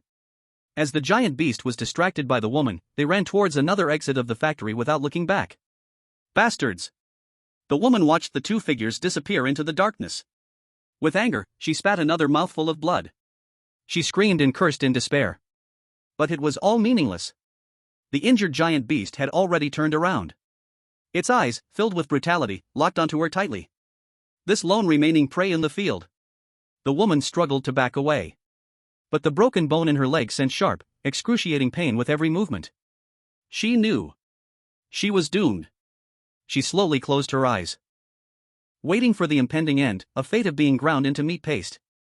However, the expected death did not come. Instead, there was a sharp whistle that tore through the air. Whoosh! The woman opened her eyes wide, just in time to see a pitch-black, grim black iron spear falling from the sky. With an unmatched force, it shot violently towards the back of the skeletal beast. Puff! The bone spear hit the beast's back, right at the weakest, eroded spot. The entire spear instantly penetrated halfway. Roar! The skeletal beast screamed in pain, a deafening roar filled with agony and rage. It frantically twisted its body, trying to shake off the damned nail on its back. At that moment, boom! A heavy sound, like a meteorite crashing to the ground. A monster completely covered in a sinister, black iron armor fell from the sky, landing precisely in front of the skeletal beast. What is that? A new weirdness? The woman's already desperate heart sank even deeper into despair. One could not be beaten. Now another one has come? And this one looks even more terrifying, more ominous than the skeletal beast. Is this a battle between two monsters fighting for the right to feast on her as dinner? She smiled bitterly. However, what happened next left her completely dumbfounded. The newly appeared black iron monster did not pay any attention to her. The black iron monster went straight for the frenzied skeletal beast, charging ferociously. Its right arm's armor transformed into a 2-meter-long, menacing black iron blade. Puff! The blade, with a whistling sound tearing through the air, hacked into the skeletal beast's already ragged neck. Black blood gushed out. A more primitive and bloody monster brawl began. The skeletal beast writhed in pain, trying to shake off this annoying flea with its massive head. But the black iron monster clung to it like a bad rash. The blade in hand constantly sliced at its fragile wounds. The woman lay on the ground, utterly stunned. This Eerie monster, which had made all three of them use their utmost strength to fight, was clumsy before this mysterious black iron monster, like a bull being toyed with. While the two monsters tangled madly, a glimmer of hope flashed in the woman's eyes. Run! Now is the best opportunity. She gritted her teeth, enduring the searing pain. Using her hands to push her body, she crawled desperately towards the exit of the factory. However, she had barely crawled out a couple of meters. Whoosh! Whoosh! Whoosh! 3 piercing sounds rushed past her ears. Puff! Puff! Puff! 3 sharp black iron spears were precisely embedded in the ground ahead of her in a W shape, less than 10 centimeters from her head. The spear tails still quivered violently, making a buzzing warning sound. The woman's body instantly froze. A cold, bone-chilling wave surged from her tailbone up to her skull. She slowly turned her head to see the black iron monster riding on the beast, gradually tilting its head. Those eyes, glowing like ghostly fire through the helmet's gaps, were coldly gazing at her. The woman completely gave up. She collapsed on the ground, too weak to move even a finger. Meanwhile, the skeletal beast was also thoroughly scared. It wanted to run, but that metal can on its back couldn't be shaken off. Instead, it kept leaving deep wounds on it with various bizarre weapons. Finally, the skeletal beast was terrified. It realized it was not at all a match for this metal can before it. If he continued to fight, he would definitely be torn apart piece by piece. He suddenly howled at the sky. Then his massive, skeletal body began to disintegrate in an unbelievable way. Crack! Crack! Crack! Countless fragments of bones fell from his body, scattering on the ground like gravel. And his core, a toxic sac heart wrapped in flesh and blood, instantly turned into a yellow-green, foul-smelling liquid. That liquid swiftly seeped into the ground through existing cracks, disappearing without a trace. It bizarrely used some kind of cicada shedding its shell ability to escape directly. The black iron monster looked at the liquid seeping into the ground, then glanced at the rapidly weathering bone fragments scattered everywhere, ultimately giving up the chase. He slowly turned around. The heavy footsteps, accompanied by a buzzing sound. One step at a time, he walked towards the woman who had already collapsed on the ground. It's over. The woman looked at the shadow, which was like a demon, coming closer and closer. The last glimmer of light in her eyes extinguished. She was filled with despair. When those fierce steel boots stopped in front of her, she did not hear any questions or threats. A chilling consciousness. Without warning, it descended directly into her mind. That was not a voice. That was a rule that was as undeniable as a program code. Hide and seek game starts. You have 10 seconds. Hide. The woman instantaneously became dazed. Hide? She glanced at her broken left leg, twisted at a strange angle. Then she looked at the shadow above her, like a mountain, looming over her. How could she hide? How could she play a damned hide and seek in front of a ghost that had already caught her? Her mind went blank. But that cold rule had already begun the merciless countdown in her soul. 10. 9. The black iron monster just stood there quietly, like a patient hunter, watching the prey's last futile struggle. 8. 7. The woman finally collapsed. She crazily propped her body with her hands. Dragging her broken leg, she desperately crawled backwards on the ground, leaving a long, humiliating trail of blood behind. 6. 5.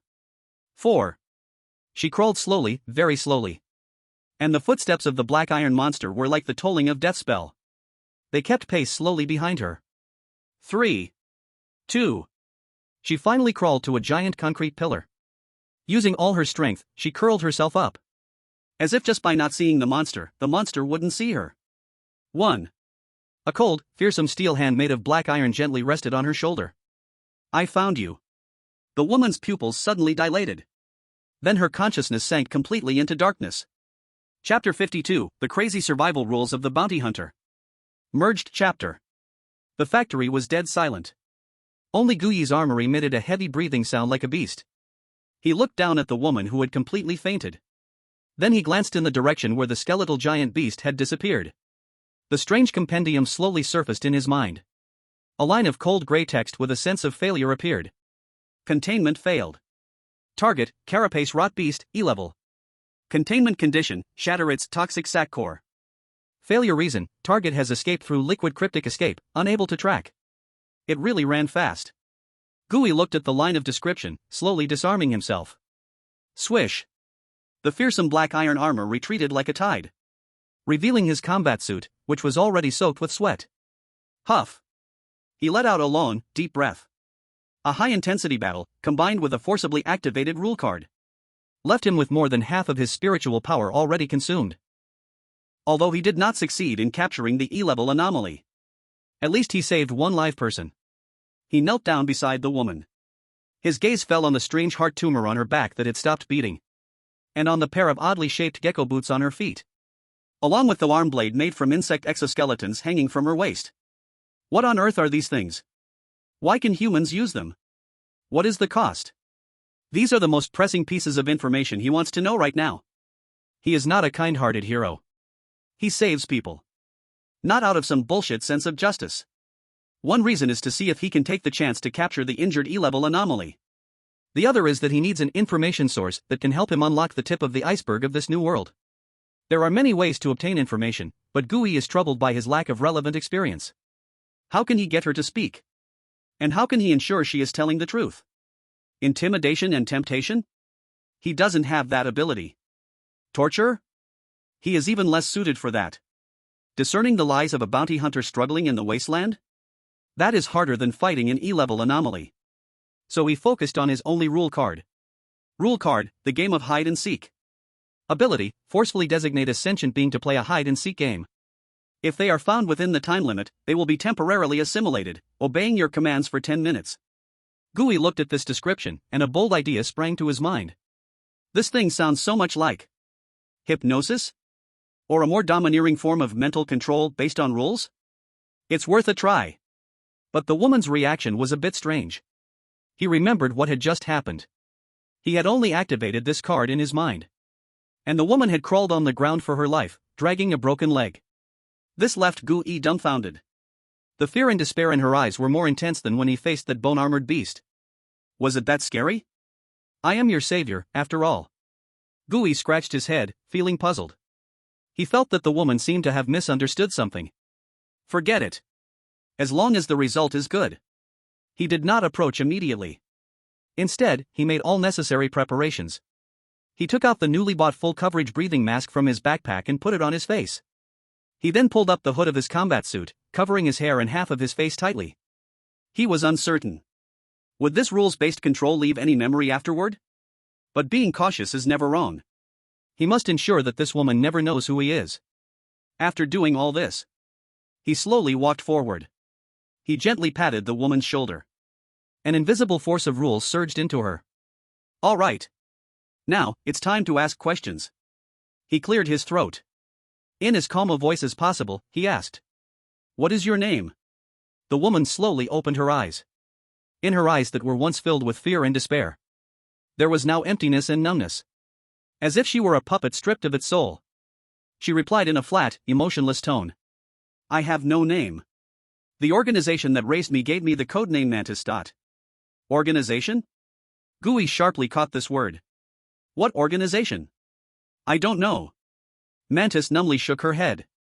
I grew up in the organization's nest. I only know to obey orders and learn to kill. Guyi's heart sank. It seems that the water in this world is deeper than he imagined. He changed the question. Okay, Mantis. Where did all these strange pieces of equipment on you come from? Bot. Where did you buy it? Rustbone Street? No. The Mantis denied his question for the first time. Rustbone Street is too clean. There, they only sell some ordinary firearms and unremarkable scraps. The real good stuff is in the West District. West District? Guyi was taken aback. The murky pool? Yes. The Mantis nodded. The deepest part of the forgotten mechanical cemetery. There, you can find the craftsman of the Stitcher. Guyi pressed on. How do they make these things? What's the source? Or can they do it themselves? It's not him. The Mantis slowly shook her head, revealing a surprising word that left Guyi astonished. It's them. Stitcher is not a single person, but rather an underground organization that specializes in modifying and selling artificial armaments hidden in the deepest part of the West District's murky pool. No one knows how many of them there are, and no one knows who their leader is. We only know. In the entire Grey Millstone, over 80% of artificial armaments come from their hands. The Mantis slowly lifted her already broken leg.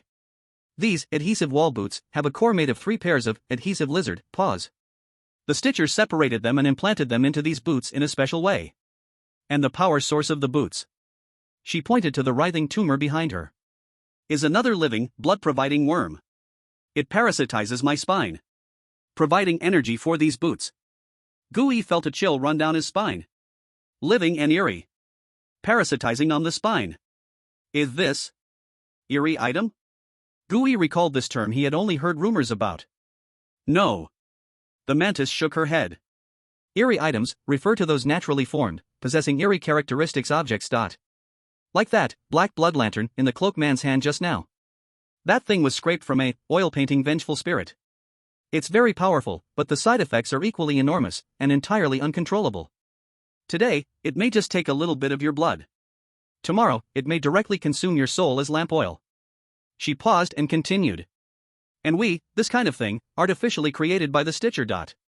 We call it artificial armament. Its advantage is that the effects are relatively stable. The side effects are also predictable. Just like I can keep using these boots as long as I can endure the erosion they cause to my body. Until the day I am completely drained by them. Guyi felt a chill in his heart. These bounty hunters struggling to survive in the wasteland. What kind of method are they using to become stronger? They are on a path paved with their own blood, flesh, and even souls. To exchange for power little by little, a road of no return. Each person is engaging in a gamble on their own body that is destined to fail. Gambling whether they can earn enough money before being completely consumed by these armaments. To buy the ticket that lets them escape this wasteland. Guyi finally began to understand why old Wang spoke of those true bounty hunters with a mix of admiration and pity. Because these people can no longer be considered purely human. He then asked, can anyone go find them? No. The Mantis shook her head again. Stitcher doesn't do business with the living. If you want to get something from them, you must have a referrer. Or bring an armament made by them with their unique mark as proof. Without proof, you can't even find their operation room hidden in the forgotten mechanical cemetery. Guyi fell silent after hearing this. His gaze slowly fell on the insect limb polished arm blade at her waist. That arm blade had displayed astonishing sharpness in the previous battle. It was clearly not an ordinary item. This arm blade of yours? Guyi said in a similarly emotionless tone. She asked softly. Was it also him? Yes. Is there a mark? There is. Very good. Guyi stretched out his hand, laying it flat in front of the Mantis. Then they are mine now. His voice was calm. It was as if he were stating a simple fact. Treat it as you're buying a life money. The Mantis showed no hesitation. Under the rules of the hide-and-seek game, Guyi's order was absolute truth. She simply used her still movable hand. Mechanically, she untied the strap around her waist. She handed over the pair of ferocious-looking arm blades, along with their sheath. Guyi accepted them. The cold touch felt eerie, like something neither metal nor stone. On the back of the sheath, he saw a small imprint, resembling a combination of suture and spider. This was the proof. Gooey put the arm blades into his backpack. This was an extremely closed, extremely mysterious underground circle, which nearly monopolized high-end power in the entire C-ring zone. And now, he had gained the key to open this door. He then asked, "Is this how you bounty hunters operate?" "Most of the time." "How does it work? How do you take jobs?" "The bounties from the One-Eyed Tavern are the most basic. The real money comes from big clients' private jobs. Targeted eliminations, arrival of a gang. Or to clear away a certain resource point targeted by a major power. Like today, it was a task posted by an anonymous client on the second floor of the tavern. He wanted us to hunt that carapace rot beast and take its poison sac. The reward is 30,000 credit points, to be split among the three of us." 30,000. Gooey's heart skipped a beat. He asked a question that had always been on his mind. "You've been active in the hunting zone 4 years. You're all armed with contamination. How do you deal with your contamination value?" "Deal with it?" The mantis's hollow gaze revealed a hint of almost mocking strangeness for the first time. "Why would we need to deal with it? Contamination value is not a disease for us. It is fuel. Gooey was completely stunned. "Fuel?" "Yes." The mantis's tone remained flat, but its content completely overturned Gooey's understanding. "The higher the contamination value, the higher our synchronization rate with these parts on us. This blood-supplying worm on my back gets excited, and my adhesive boots can run faster and jump higher. When that fire-breathing guy's contamination value exceeded 70%, the fire he breathed could even melt steel. Contamination value is our power. Gooey felt his worldview had been violently shaken. Then, what about mutation? What about that critical line? Everyone knows that line. The mantis said dully. Each person's critical point is different, but most are around 85%. Once you exceed that line, you can never become human again. So we control it. The mantis stated the real survival rule of this circle. When we're on a mission, we allow our contamination value to rise to gain stronger combat power. When the mission is over, we go to the black market, drink the strongest, black water wine, smoke the harshest, men cigarettes, using the cheapest and most harmful methods to press the contamination value back to around 60%, which is a safe level.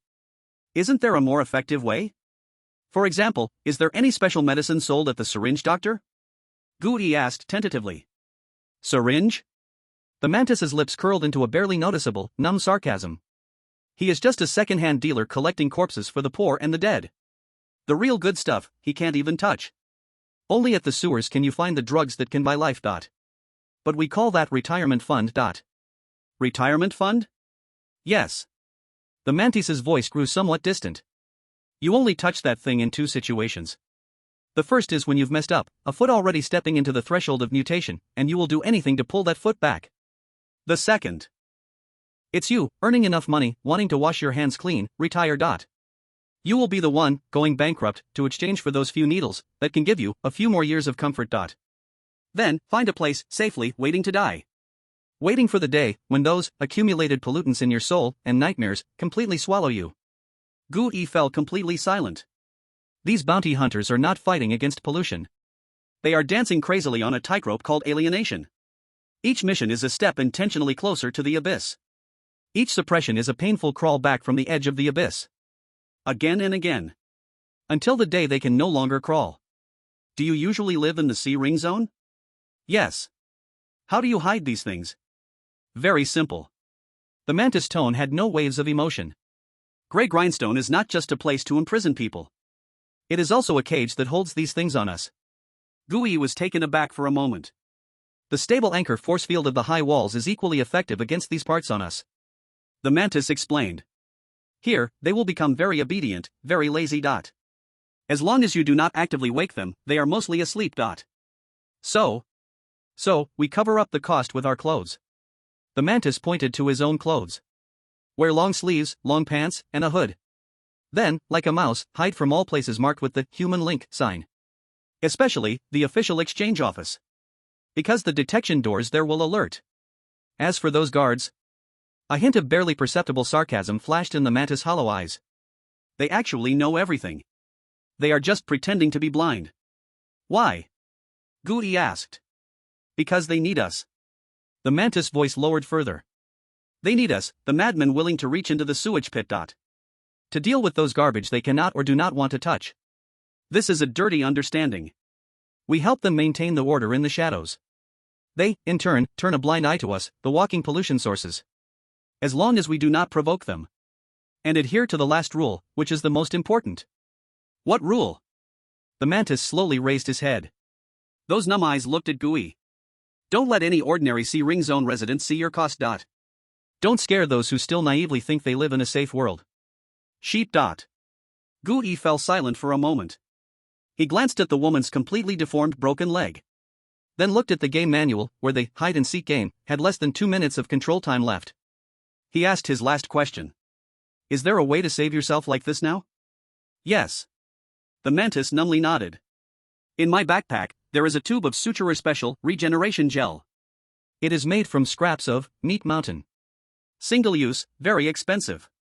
It can temporarily restore the mobility of my leg. Chapter 53, Midnight Tea. The night grew deeper. The never-ending noise in the sea ring zone finally quieted down a bit. Only the faint sound of commotion from the direction of the One-Eyed Tavern remained. Wang Jingguo was wide awake. He sat on that creaky single bed, taking one drag after another of the cheapest mint cigarettes. The smoke swirled. His gaze didn't look at the false neon lights of Rust Bone Street, but slightly rose through the tangled wires and pipes, looking at the rooftop of the apartment completely swallowed by the night. There was a makeshift pigeon cage built with iron sheets and asbestos tiles. That was Gui's place. At this moment, that place was pitch black. There was not a glimmer of light. Little bunny. Old Wang cursed quietly. The whole day, and still no news of whether he is dead or alive. Although Wang Jing was said to let that kid venture out on his own. But the worry in his heart, like that of an old father, could not be suppressed at all. The Knight of the Wasteland is hungry for flesh. Especially for fat meat like Gui, who hides a body full of secrets. Damn it! He cursed softly. He forcefully extinguished the nearly burned-out cigarette but in a metal can that was already full of cigarette stubs. His leg, which had old wounds, started to ache faintly again. A storm was coming. Whether it's the weather or the sky of the Searing district. He stood up. He dragged out a locked wooden box from under the bed, one that looked older than him.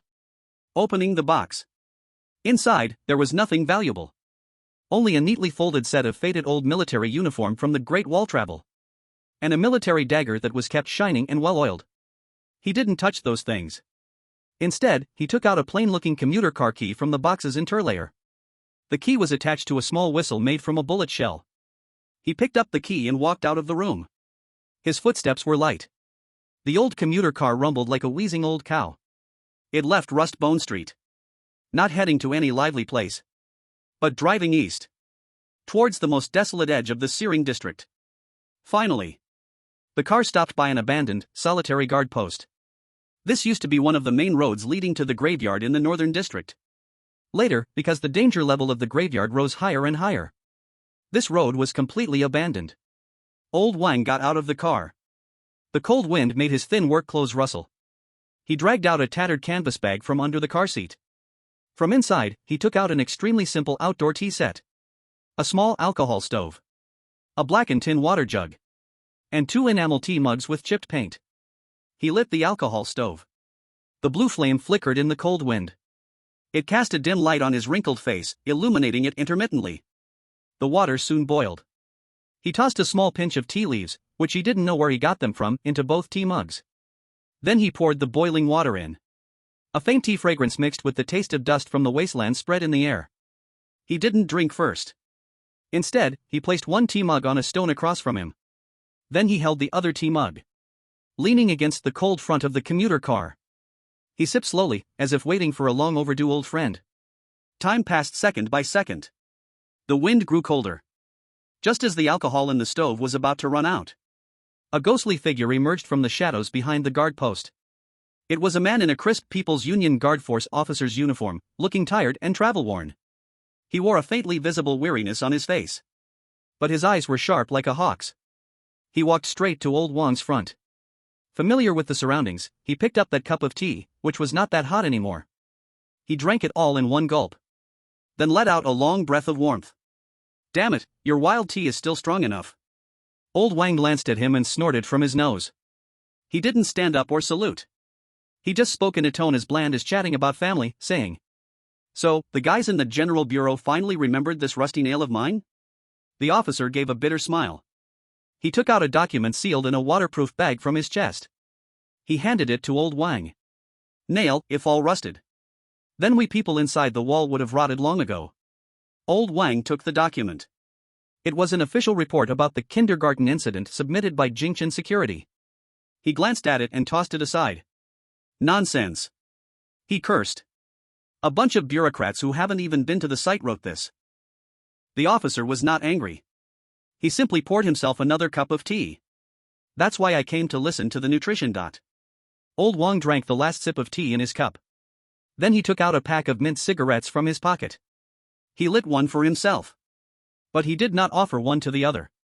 Taking a deep puff, he slowly said. The searing area isn't clean lately. Someone is spreading a song. A very bizarre song. Those who have heard it can't help but hum along. Then the person disappears.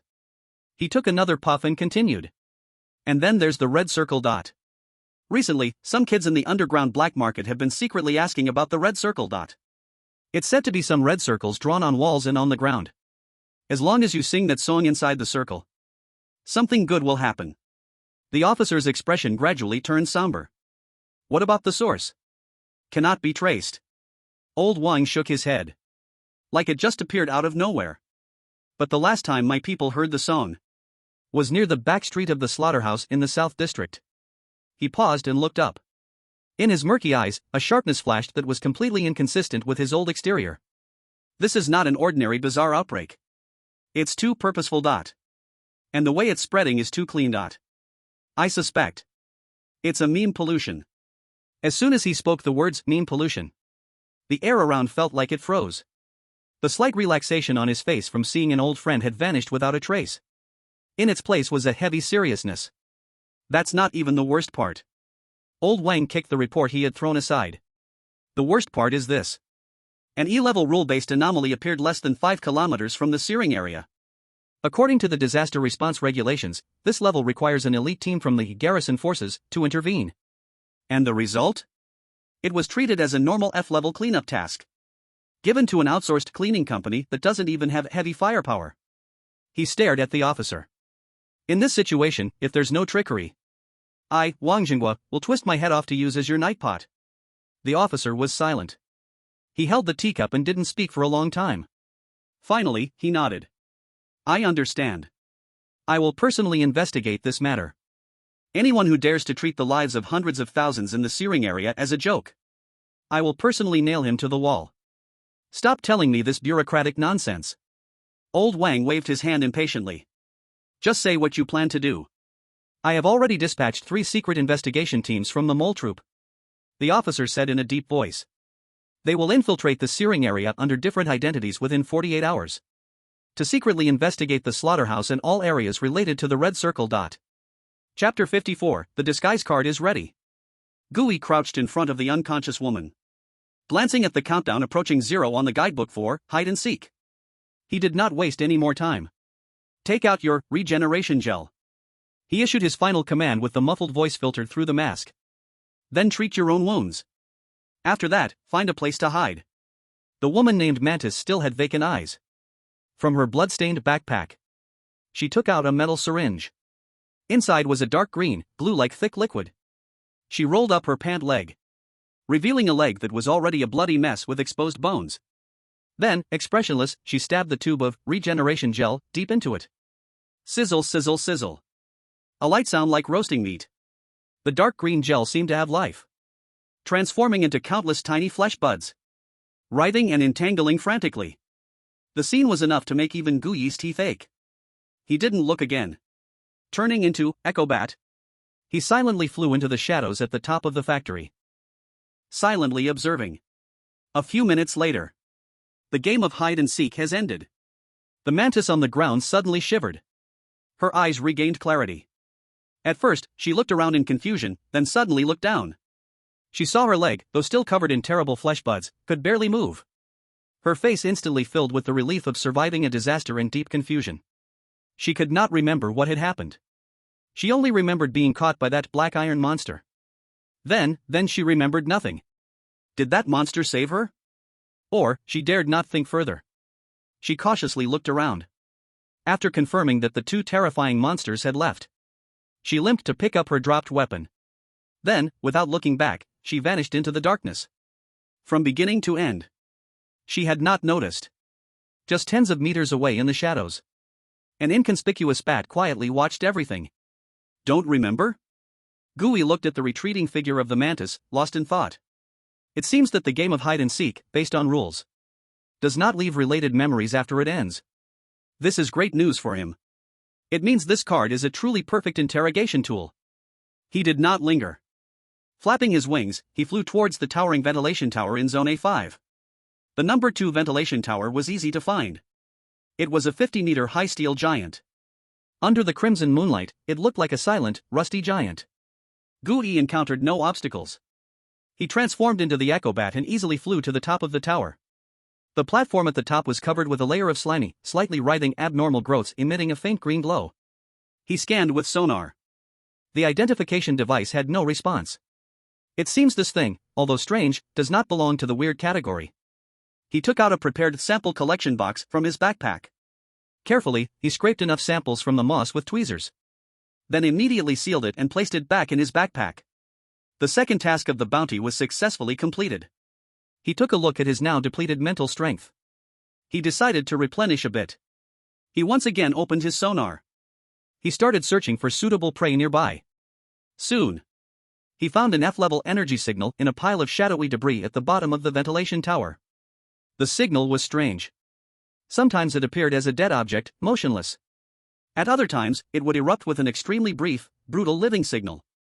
Gooey felt a hint of caution arise in his heart. He silently flew closer, landing on a steel beam above the pile of debris. He looked down.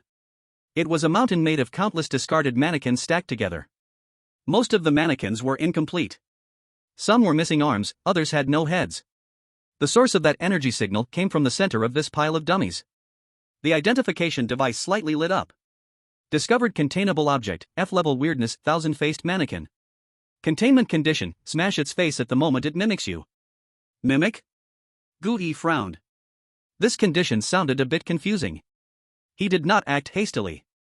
Instead, he released his transformation and returned to human form. Then he picked up a fist-sized stone from the ground. Aiming at the pile of mannequins, he threw it hard. Smash! The stone hit a plastic mannequin's head and bounced off. No reaction. The entire pile of mannequins remained lifeless. Gooey narrowed his eyes. He slowly drew the cold revolver from his waist. Then he walked towards the pile of dummies, step by step. He moved very slowly and steadily. The gun muzzle slightly lowered, but his index finger was already lightly resting on the trigger. The moment he stepped into the 5 meters range of the junkyard, a change occurred. That pile of lifeless mannequins, the only complete female model at the very top. Its neck suddenly turned with a non-human twist of 180 degrees, making a crack sound. That smooth plastic face, without any features, was now facing Gooey. Then it moved. It raised its right hand. The hand was empty. But its motion was identical to Gooey's earlier gun-drawing action. It was imitating. Gooey's pupils suddenly constricted. Containment conditions triggered. Now is the time. He didn't hesitate at all. The gun barrel instantly raised. The index finger pressed down fiercely. Bang! A gunshot shattered the night sky. But in that thousandth of a second when he pulled the trigger, that mimic mannequin also raised its hand. A wave of writhing liquid plastic surged out from its palm, instantly solidifying into a revolver exactly like the one in Gooey's hand. Then it aimed at Gooey's forehead. It too pulled the trigger.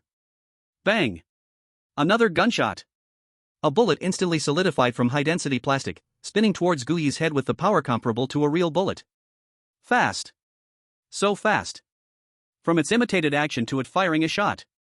The whole process had almost no delay. If it were any ordinary scavenger, at the moment of the gunfire, they would have already been shot dead by this deadly mimic bullet. This is its true killing move. However, Gooey had been betting on another thing from the beginning. He bet it couldn't imitate the power it could not understand. At the very same instant Gooey pulled the trigger, he also activated his strongest defense. Living armament. He didn't fully suit up. Instead, he activated form reshape, concentrating all his scarce mental power on his head. Buzz. In that fleeting instant, A fierce, heavy, destructively beautiful black iron helmet covered his entire head in an instant. Dong! A crisp sound, like metal clashing, rang out. That deadly plastic bullet slammed into Gui's helmet, creating a spray of dazzling sparks. Then it weakly bounced off and shattered. E-class defense. It was simply beyond what an F-class mimic could shake. On the other side, the lead core bullet shot out with the strength and determination of Gui behind it. It precisely struck the smooth, featureless face of the mannequin. Crack! A sharp sound of shattering glass. That face was instantly covered in cracks. Containment conditions achieved. Form card mimic mannequin recorded. Mental strength limit increased. 54-56. A surge of pure energy flowed into his body, instantly replenishing all the mental power he had consumed. Gui let out a long sigh of relief.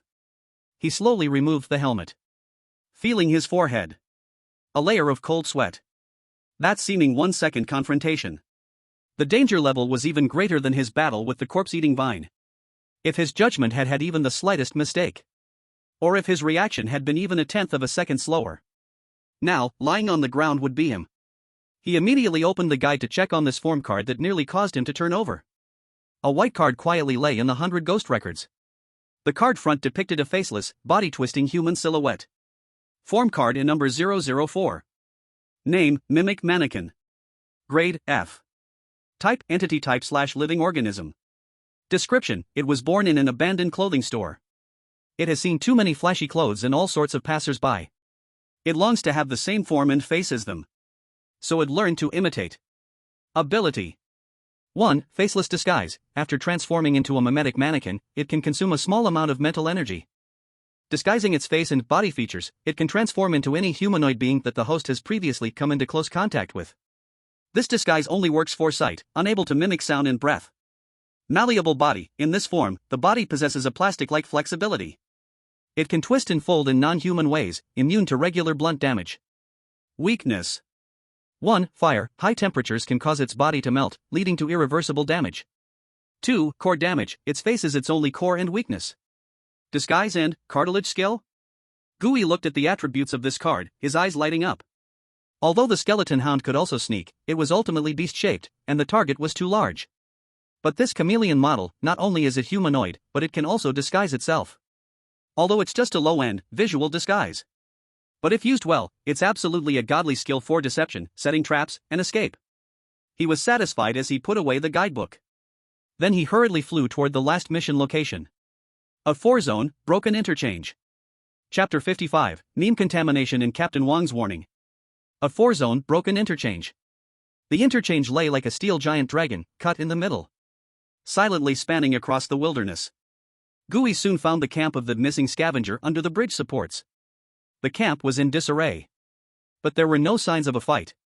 All food and water had been exhausted. He found the scavenger's corpse in the tent. It was a completely shriveled dry corpse.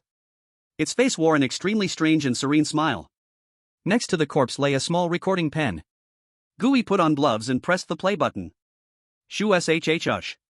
After a burst of electrical noise, a young voice, filled with excitement and trembling, came forth. It's the third day. I'm still here. I can't leave. That song is so beautiful. I've never heard such a beautiful song in my life. I don't want to leave. I just want to stay here and keep listening. Hee hee hee hee. The recording ended with a bizarre laughter full of happiness. Then it abruptly stopped. Song? Gui furrowed his brows. This description somehow sounds a bit familiar? He remembered the strange tales mentioned by some drunken hunters in the One-Eye Tavern. It seemed related to some singing, red circle. Could it be? He felt a jolt in his heart. The situation might not be that simple. He cautiously approached, preparing to take the dog tag off the corpse first. However, at the moment his hand was about to touch the corpse, that corpse, with no signs of life left, suddenly opened its eyes wide.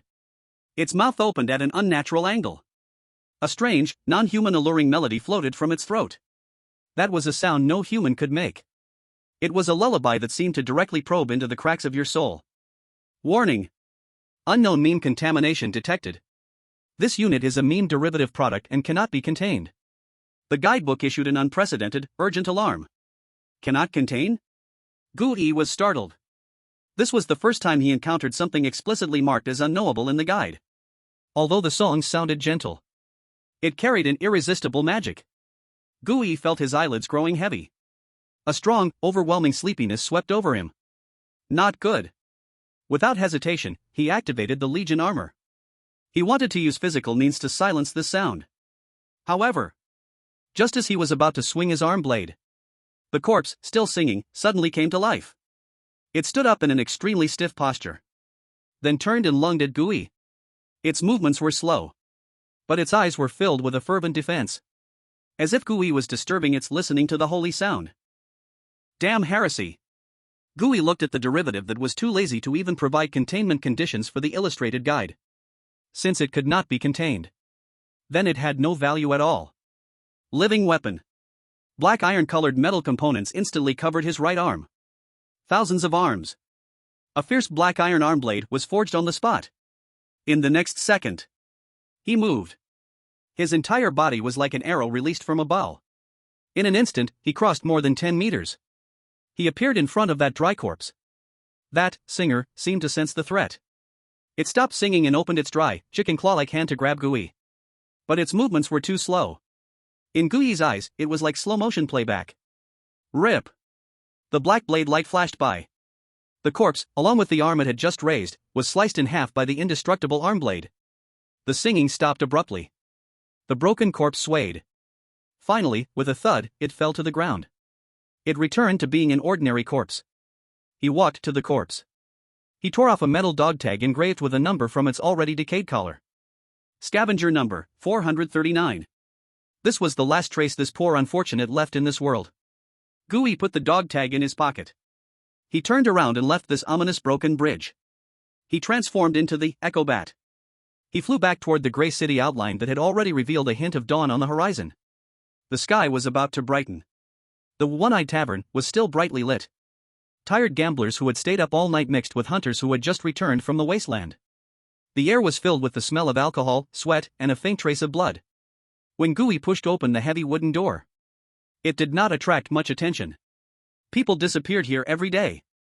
And every day, someone like him returned from the outside, exhausted. He walked straight to the bar. The one-eyed owner, who was always wiping glasses, lifted his only eye. He glanced at Gui's battlesuit, which was covered in dust and dried blood. A hint of barely perceptible surprise flashed in his gaze.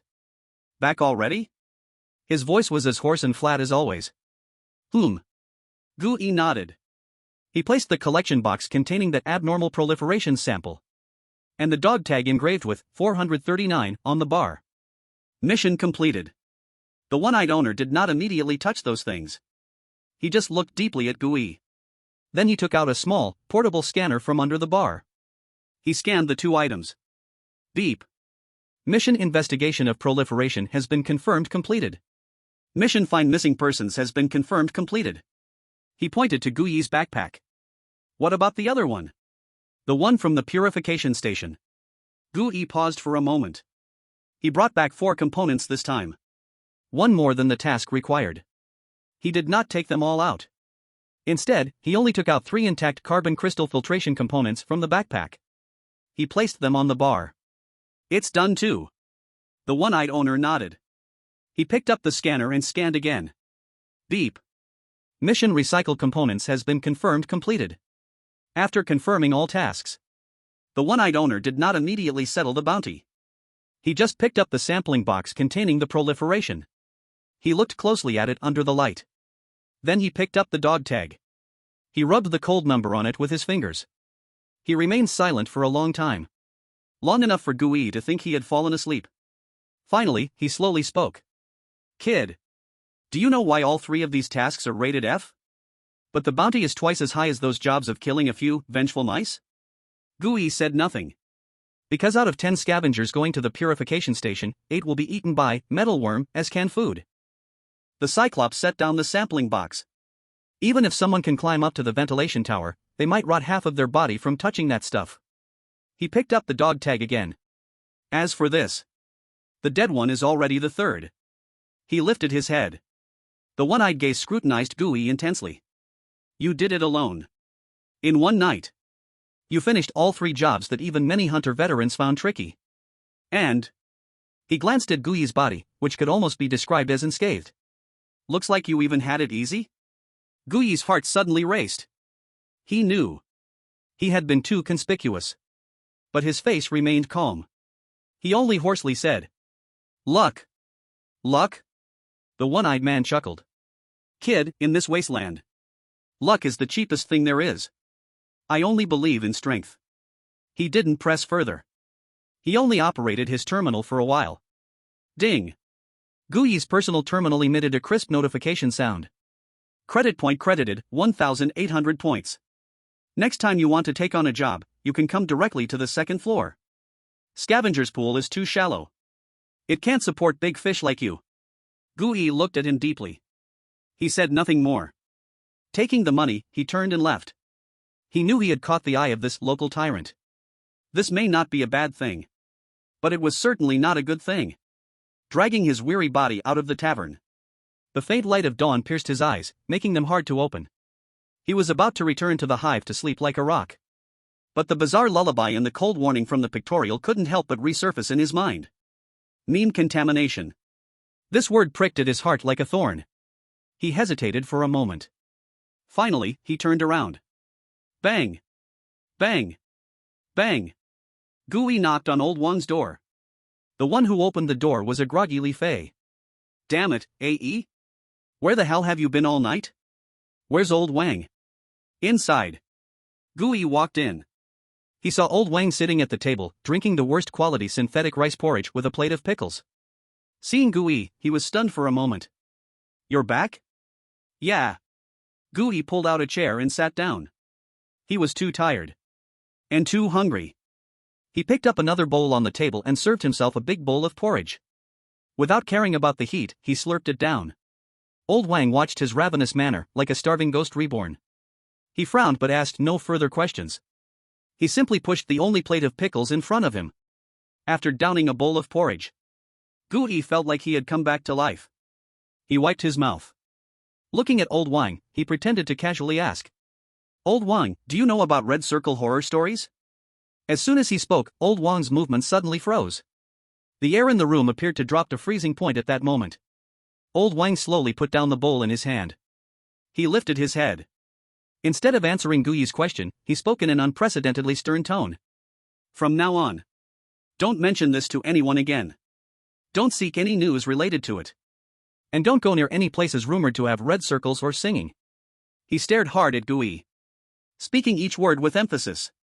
"That thing is not for you or me. Not for rotten people like us who scrape by in the mud." Chapter 56: A Hidden Web. Old Wang's tone was too serious. It instantly made him understand the weight of this matter. He was not like Li Fei, a fool who didn't know when to shut up. He knew when to keep quiet. "Understood, Captain Wang."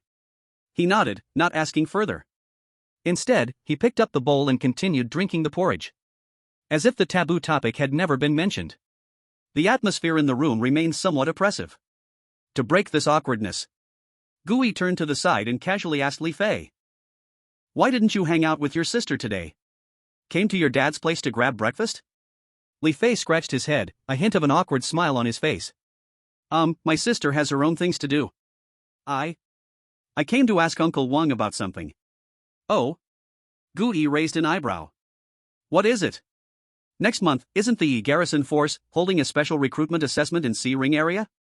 Li Fei's eyes sparkled with a light cold longing. "I want to give it a try.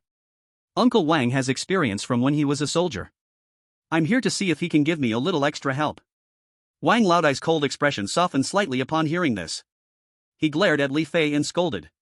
"With your impatient nature, your physical fitness might be okay. But for cooperative combat and discipline, if you can pass, I'll eat this table." He. Li Fei didn't argue but just kept grinning. Gui smiled at the scene. The gloom in his heart because of the meme faded a little. He finished the porridge in his bowl. Standing up, he said to Wang Laodai, "Uncle Wang, I'm heading back now. I haven't slept all night, need to catch up on sleep." Go ahead." Wang Laodai nodded. "Spend your money wisely. Don't forget your surname just because you have a couple of coins." "Got it." Gui replied and walked out the door. The hive apartment began to buzz with activity in the morning. Workers finishing night shifts mixed with scavengers getting ready to head out for food. The hallway was filled with the smell of various foods and the low murmur of conversations. As Gui climbed the stairs, he saw a familiar figure coming down from above. It was Chen Hao. He looked like he was much better now. Still the same thin, always half-asleep appearance. Ahau! Gui greeted him. Ae. Chen Hao pushed up his glasses and nodded. You're back. Yeah, just got back. Gui casually asked. Heading out? Yeah. Chen Hao answered succinctly. Going to Scrap Mountain to see if there's any new stuff. He paused and pulled out his personal terminal. After a few taps, he heard a beep. Gui's terminal chimed. Credit points received, 600 points. Gui was taken aback. This is? From the last batch of goods. Chen Hao explained. It's all sold out. I held back my share. The rest is all yours. Gui looked at the money. Warm feelings surged in his heart. He knew Chen Hao must have calculated it as 60 to 40. He patted Chen Hao on the shoulder. Thanks. At that moment, he remembered the extra trophy in his backpack. By the way, this is for you. He took out the thing wrapped in oilcloth from his stained backpack and handed it to Chen Hao. Chen Hao froze for a moment, then accepted it. It felt heavy in his hands. He opened the oilcloth in confusion. Inside lay a completely black, precisely structured carbon crystal filter component, quietly emitting subtle energy fluctuations. Exclamation point. Chen Hao's eyes widened behind his thick glasses. He carefully held the component, turning it over and over. His fingers gently stroked the precise slots and heat sinks on it. His gaze held a near devout focus. Military grade. He murmured, his voice only audible to himself. Then he looked up at Gui. Where did you get this? Found it on the way. Gui said nonchalantly. I saw you were always tinkering with your junky air purifier, right? So this is perfect for you as a part. Chen Hao fell silent upon hearing this. He knew that this thing couldn't possibly be picked up. This kind of thing was priceless on the black market. Its value could even rival a well-maintained used rifle. He opened his mouth, wanting to say something. But in the end, he just quietly opened his terminal. It seemed he wanted to transfer money to Gui. It's fine. Gui reached out to stop his wrist. I said it's a gift for you. Just a part. Chen Hao raised his head to look at Gui's calm eyes. He hesitated for a moment. In the end, he still put away the terminal. He hugged that component tightly in his arms. As if he was holding the most precious treasure in the world. Then, he said in an extremely serious tone. Thank you. I will remember this favor. Gui smiled. He knew for someone like Chen Hao. I will remember carried more weight than any fancy words. Alright, I'm going back to catch up on sleep. He waved his hand and turned to enter his room. Chen Hao adjusted his glasses and turned to leave. Oh, right. He seemed to remember something and stopped again. Aunt Fong and Xiaoqi have also returned. They are downstairs. Okay. Gui nodded and turned to go downstairs. Indeed, in the small open area in front of the apartment building, he saw two familiar figures. Aunt Lu Fong was sitting on a long bench soaking up the rare, gentle sunlight. Her complexion was still a bit pale. But her spirit seemed much better. Lin Xiaoqi squatted beside her, humming an off-key song while fiddling with a half-dead mutated cactus she somehow got. Aunt Fong, Xiaoqi. Gui walked over with a smile. Ah, Gu. Lin Xiaoqi's eyes lit up when she saw him and immediately stood up. You're back. Did the mission go smoothly? Not bad. It was no secret that Gui had become a scavenger in the team. Then he looked at Aunt Lu Fong. How are you feeling, Aunt Fong? Much better, much better. Just that I still can't use my strength. That scoundrel syringe made me stay in recovery for another month. Though she complained with her mouth. The relief of surviving the disaster was something that couldn't be hidden in her eyebrows and eyes. Gui chatted casually with them for a while. Listening to Aunt Lu Fong ramble about her daughter Li Jingya at the academy. Listening to Lin Xiaoqi excitedly talk about how she found some old world tapes again. The cold killing intent from fighting all night in the wasteland. Gradually melted away by this warm, smoky atmosphere. Returning to his small single room. Gui locked the door. He unloaded all his gear. Then he threw himself heavily onto the bed. He wasn't actually tired. His mental strength was full. But his body and soul needed a sleep to rest. To temporarily seal away those cold memories belonging to monsters. to let himself become human again. At the same time, C-Zone East District Gate. Underground Level 3 of the Changgung No. 1 Purification Station. In a temporary, highly guarded Human Federation secret action base. The atmosphere was so oppressive it felt like it could drip water. The third squad has also gone dark. A young operative in an intelligence department uniform reported to the mission leader, the officer who once drank tea with Old Wang deep into the night. The officer stood in front of a giant holographic map of Zone C. His brow furrowed tightly. The points representing their 3 secret investigation squads on the map. 2 had already gone out. The remaining one was flashing wildly in a red area representing heavy pollution, signaling for help. What happened? The officer's voice was as cold as ice. The first squad, disguised as scavengers, was probing the slaughterhouse, only to encounter an unexpected gas explosion, and they were wiped out. The second squad, disguised as gang members, tried to infiltrate the casino district and ended up caught in a bizarre shootout with heavy casualties. And now the third squad. The young operative pointed to the flashing light on the map. They disguised as pollutant recyclers from the Shinong Institute and just entered the edge of the turbid pool in the West District. It's like they stepped in dog crap. They just happened to run into a migrating burrowing worm. Now trapped in an abandoned sewer, there's nowhere to go. The officer fell silent after hearing the report. He stared intently at the map. Gas explosion. Gang shootout. Strange migration.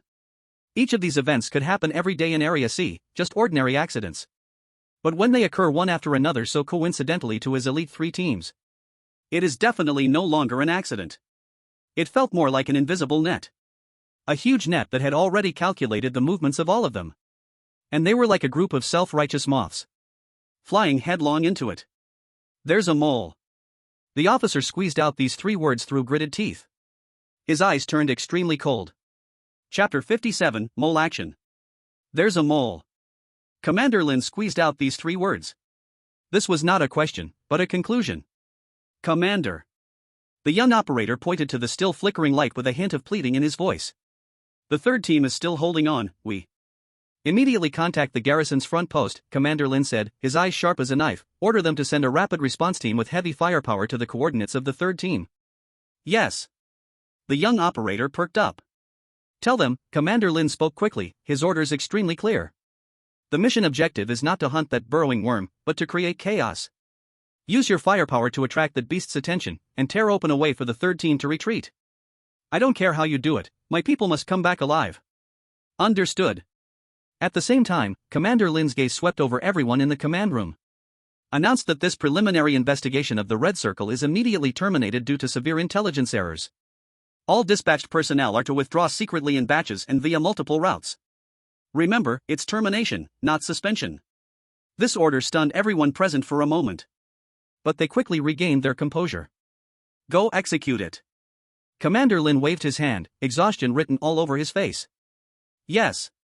Everyone immediately sprang into action. The entire command room was enveloped in a tense yet orderly atmosphere. Commander Lin turned back to look at the blue arrow moving rapidly from the eastern post towards the western murky pool on the map. He knew this was still a gamble.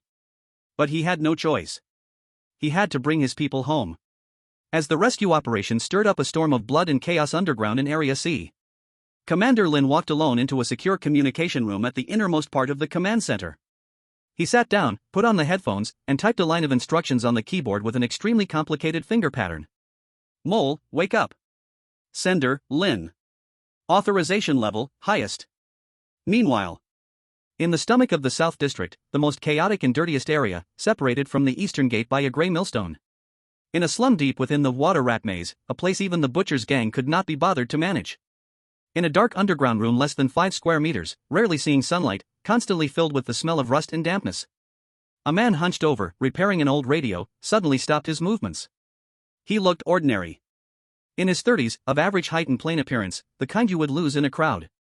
But just now, the radio, which he had taken apart, emitted an extremely faint buzzing sound from a mini receiver disguised as a capacitor, hidden deep in the circuit board. The man remained silent for a moment. He leisurely placed the screwdriver beside him. Then dragged out a toolbox covered in grease from under the bed. Opening the toolbox, inside was not wrenches and pliers, but a similarly old yet well-maintained personal terminal. He connected the terminal to a hidden interface on the radio. Soon, the terminal's screen brightened. There was no complex interface, only a progress bar continuously flashing encrypted data. A few seconds later, the data was fully received. A file package marked top secret appeared on the screen. The man clicked to open the file. Inside were the complete action logs from the 3 secret investigation teams of Human Alliance, from their departure to their total annihilation. And Commander Lin's theories about moles and an invisible web. The man flipped through the pages without any change in expression. It was as if he was reading a weather forecast completely unrelated to him. But his brain was operating at a terrifying speed, wildly processing all the details of these 3 seemingly independent accidental events. He was searching for the only inevitability hidden beneath countless coincidences. 10 minutes later. He closed the terminal. Leaning against the cold, damp wall behind him, he let out a long, heavy breath. He already had the answer. Commander Lin's judgment was correct. There truly was a web. This web was invisible and intangible, yet omnipresent. It monitored all the new faces entering Zone C from the official channels of Human Alliance. It infiltrated the information chains of major gangs in Zone C. It could even predict and dispatch certain areas' accidents in advance to serve its purpose. This was no longer something a mole could accomplish. Behind this was undoubtedly a tightly organized, vast underground force that knew Zone C like the back of its hand. All investigations clearly marked official from the outside. Were like moths drawn to a flame in the night with their torches lit. No matter how well you disguised yourself, your light would be detected by the web immediately. And then it would leisurely prepare you the most reasonable trap, making your death look like a true accident. At this thought, a cold smirk curled at the corners of the man's mouth. Since being a moth won't work, then, let's transform into a wood-boring insect instead. From within this already decayed rotten wood, he would gnaw it clean bit by bit. He stood up. From a dark corner, he took out the cheapest, roughest, and pungently bloody slaughterhouse worker's uniform. Then he began to take off his relatively clean jacket. He looked at his ordinary face in the mirror. His eyes gradually changed. The calmness and sharpness belonging to a top agent, originally buried deep in his gaze, were being pulled away bit by bit. In its place was a numbness, desperation, and a wild dog-like brutality that would sell everything to survive. Finally, he took a sharp bone-scraping knife from the toolbox's compartment. He left a not deep but sufficiently vicious scar on his face while looking in the mirror. Blood flowed down his cheek. Yet he didn't even blink. Now, the agent codenamed Mole had died. Standing here was merely a desperate worm ready to use his last bit of strength for a meal in the back alley of the slaughterhouse in the South District. He pushed open the door and merged into the eternal, dim twilight of the slums. Chapter 58, The Silly Suite of Zone B. C-Zone Garrison Headquarters. The archives room was brightly lit. The air had a dry smell, a mix of disinfectant and coolant. Wang Xiaoming sat in front of the terminal. His back was straight like a newly sharpened spear. Around him were tall archive shelves filled with cold and neatly arranged data boards. This was his world, a world made up of rules and order. His job was simple: organize and archive the security reports of Zone C into the system. Number C754 accidentally slipped. Number C781 gang clash. Number C802 alcohol poisoning. He typed on the keyboard, with meticulous care, ensuring every piece of data was accurate and precise. But today, he paused. His brows slightly furrowed. His fingertips hovered above a report that had just been transmitted to him, needing his final review and filing. Deceased, Ma San, a scavenger. Cause of death, alcohol poisoning. The report was very concise, and the scene photos were also clean, meeting the case closure standards. But Wang Xiaoming noticed a procedural flaw that an ordinary person would overlook but was glaring to an archivist. In the report's Site Environment Assessment section, the preliminary contamination value reading that should have been filled out by the on-site investigation team was empty. Following it was a note: on-site survey instrument temporarily malfunctioned, data could not be uploaded. Again? Wang Xiaoming instinctively said out loud. Instrument failures in the harsh environment of Zone C were not uncommon. But as an archivist very sensitive to data, he vaguely remembered having seen several similar fault reports this month. This was illogical. The surveying instruments used by the garrison, though not military grade, had high stability, with a repair rate consistently below 3%. A purely instinctive thought flashed through his mind. He immediately set up a filter command in the system backend. Retrieve all reported malfunctions of on-site surveying instruments for deaths in Zone C this month. Enter. Data streams flashed quickly across the screen. Seconds later, a list popped up. A total of 14 cases. Wang Xiaoming's heart sank suddenly. 14 coincidences? This was impossible. He took a deep breath and began to carefully compare each of the 14 files one by one. Gang clashes, accidental slips, gas explosions, mechanical accidents. Causes of death varied widely.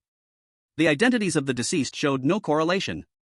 The only common point was that the preliminary contamination value readings for these 14 cases had mysteriously disappeared due to instrument malfunctions. What made him feel even more chills down his back was that he discovered an extremely similar trait in the case closure processes of these 14 files: unusually fast. According to standard procedure, a report lacking critical data should be returned for re-examination or await the technical department's instrument repair report. However, all 14 were signed off with case closure permission directly by a higher-level supervisor, despite lacking data. The reasons were always the same: saving administrative resources, case nature is clear, no need for review. As if there were an invisible hand eagerly trying to hurriedly shove these imperfect files into a grave. Someone is deliberately covering something up.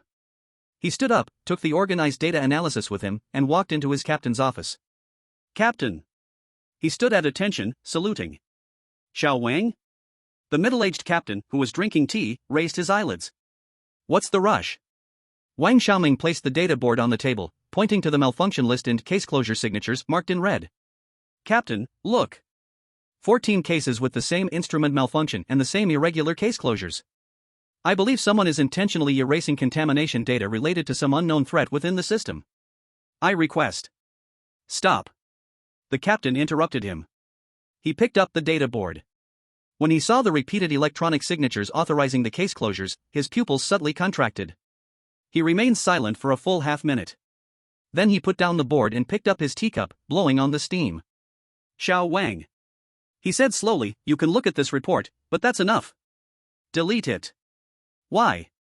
Wang Xiaoming could not understand. There must be a huge conspiracy behind this.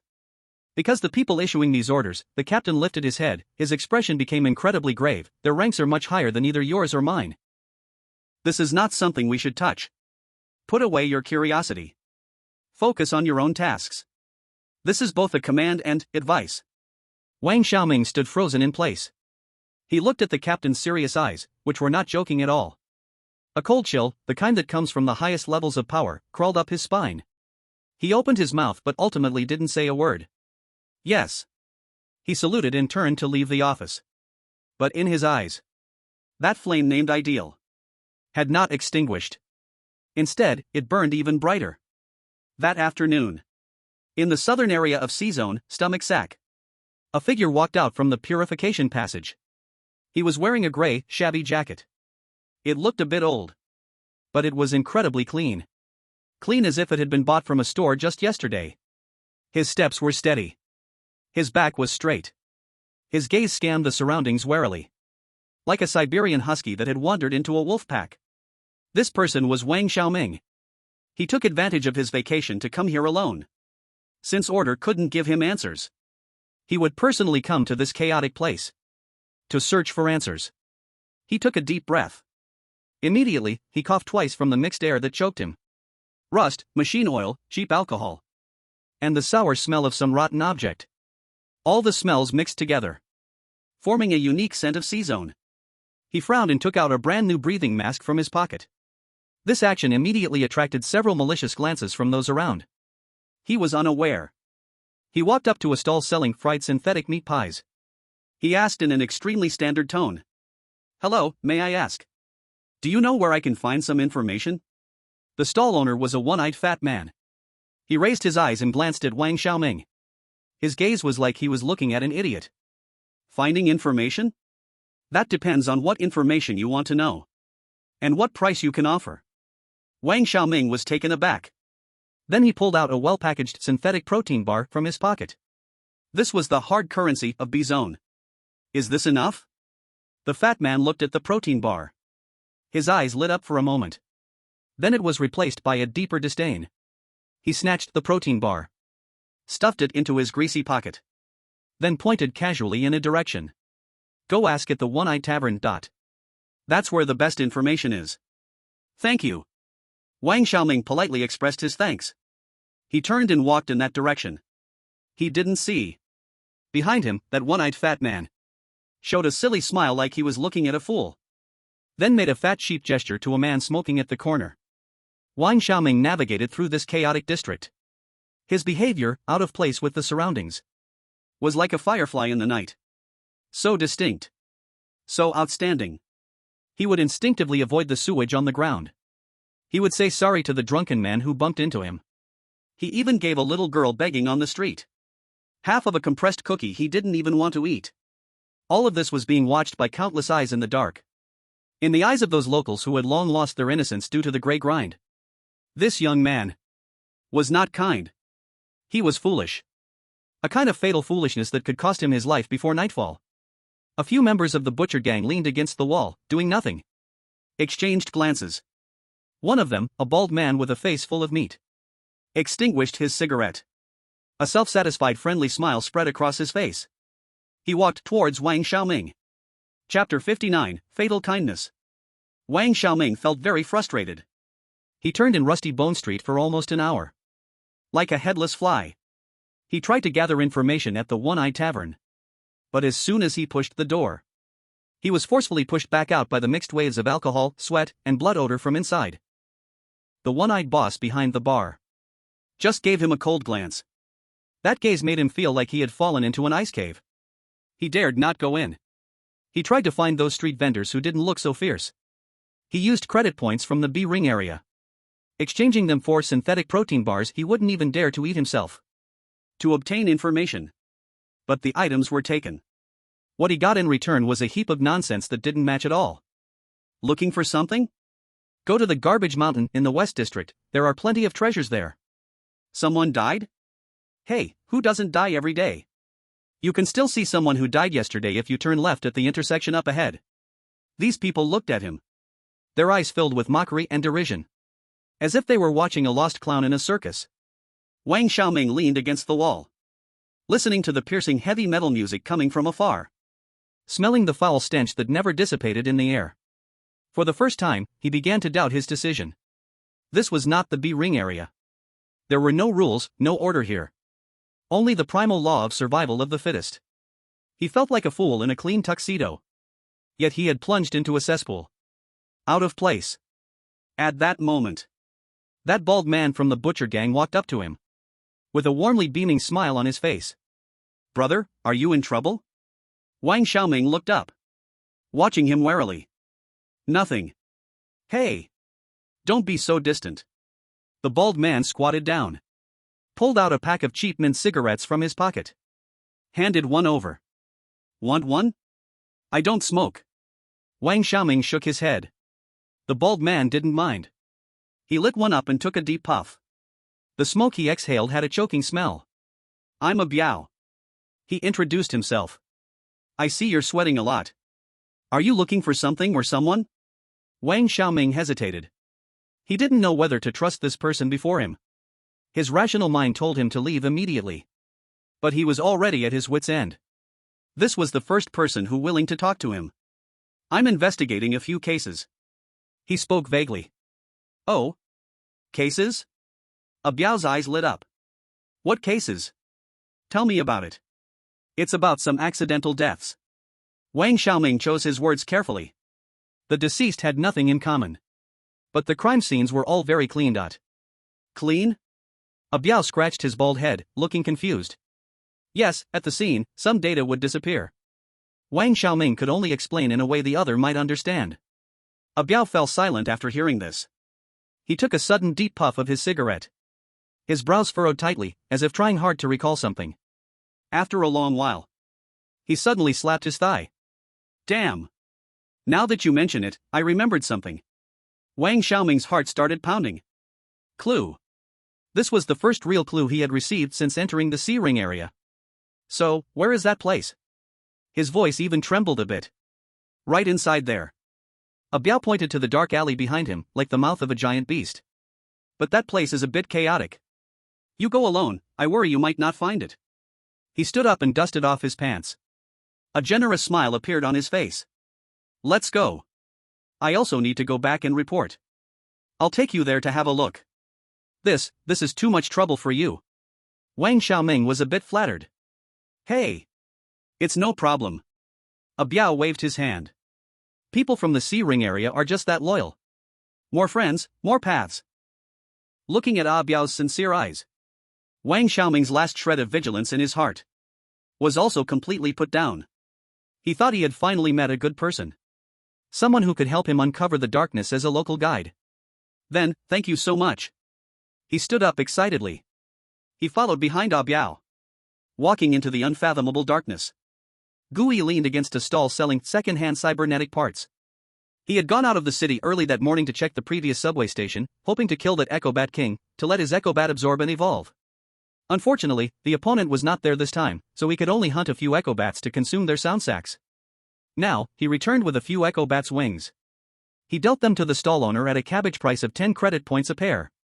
He watched Wang Xiaoming's clumsy investigation with keen eyes. There was no expression on his face. But a complex emotion surged in his heart. A rookie from the B-ring area. As soon as this thought popped up, Gui let out a self-deprecating laugh. What qualifications did he have to judge others? Counting from when he entered this damned world. It had not even been a month. Not long ago. Wasn't he just like this guy? Completely unaware of the rules of this world. Frantically testing at the edge of death. Relying on a bit of luck and the gift of his golden finger. He had barely survived to the present day.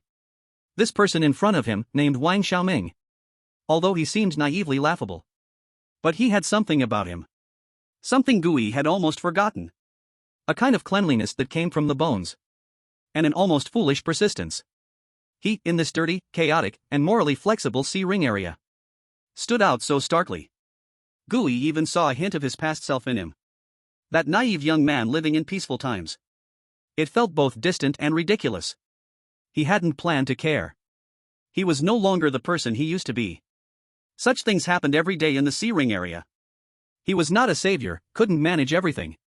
The first lesson this world taught him was: take care of yourself. Don't meddle in others' affairs.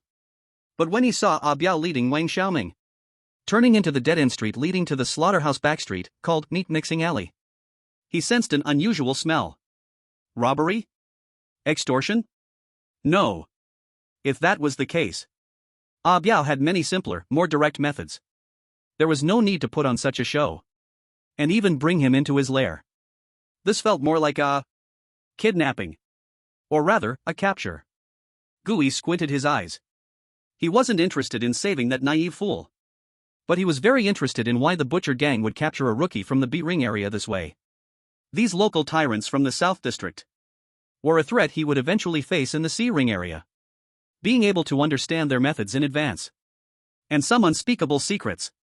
This intelligence was far more valuable than the few pairs of bat wings he had just sold. Gui squinted his eyes. He stuffed the remaining parts into his backpack. Put on his hood. Like a ghost merging into shadows. Quietly and silently, he followed far behind. The alley was getting narrower. The light was getting dimmer. The faint bloody smell in the air began to grow incredibly thick. Sticky like an unyielding fog. The walls were slippery. Covered with dark red, already dried stains. Wang Xiaoming followed behind Biao. Doubts began to rise in his heart. It was too quiet here. So quiet it made him feel uneasy. Brother Biao. He couldn't help but ask. How much farther is it? Almost there, almost there. Biao replied without turning his head. Right in front, that cold storage. The place where we found the body is there. He pointed to the end of the alley. The large rusty iron door coated with dark, congealed blood. The door was still hanging with long-dried blood clots. Then they both walked into the cold storage. But at that moment, Wang Xiaoming's soldier instinct sounded the alarm in his mind. He suddenly stopped in his tracks. No, something's wrong. You. But it was already too late. The two members of the Butcher gang who had been following him had blocked his escape. And Biao slowly turned around. The enthusiastic smile on his face had completely vanished. In its place was a cruel tease, like a cat playing with a mouse. Kid. He grinned, revealing a set of yellow teeth stained by tobacco. Welcome to the slaughterhouse. The heavy iron door slammed shut behind him. Chapter 60, The Interrogation Room of the Slaughterhouse. Bang! The huge iron door crashed shut. It completely swallowed the last trace of light from the alley. The cold storage was pitch dark. Only a flickering emergency light on the ceiling. It flashed constantly, making a buzzing sound. The strong smell of blood in the air, mixed with an indescribable stench of decay. It fiercely invaded Wang Xiaoming's nostrils, making his stomach churn violently. What do you want? Wang Xiaoming suppressed his nausea. He stepped back and assumed a standard fighting stance. His eyes fixed intently on the three people before him. What do you want? Ah Biao laughed. The laugh rang harshly in the enclosed space. Kid, you have some guts. Daring to sneak into our butcher gang's territory? He pulled out a blood-dripping bone knife from behind his waist. With his rough thumb, he slowly wiped the blade. Speak. Who sent you here? Was it the people in uniforms from the Human Union? Or the One-Eyed Merchant Association that eats inside and spits outside? Wang Xiaoming's heart sank. He didn't expect his identity to be exposed so quickly. No, wait. They were just trying to trick him. I don't know what you're talking about. He gritted his teeth and said. I'm just an ordinary person looking for my sister. Looking for your sister? Ah Biao laughed as if he had heard the biggest joke. Ha, that's a good excuse. Much more creative than the last one who said he was looking for his dad. The smile on his face instantly disappeared. His eyes turned extremely sinister.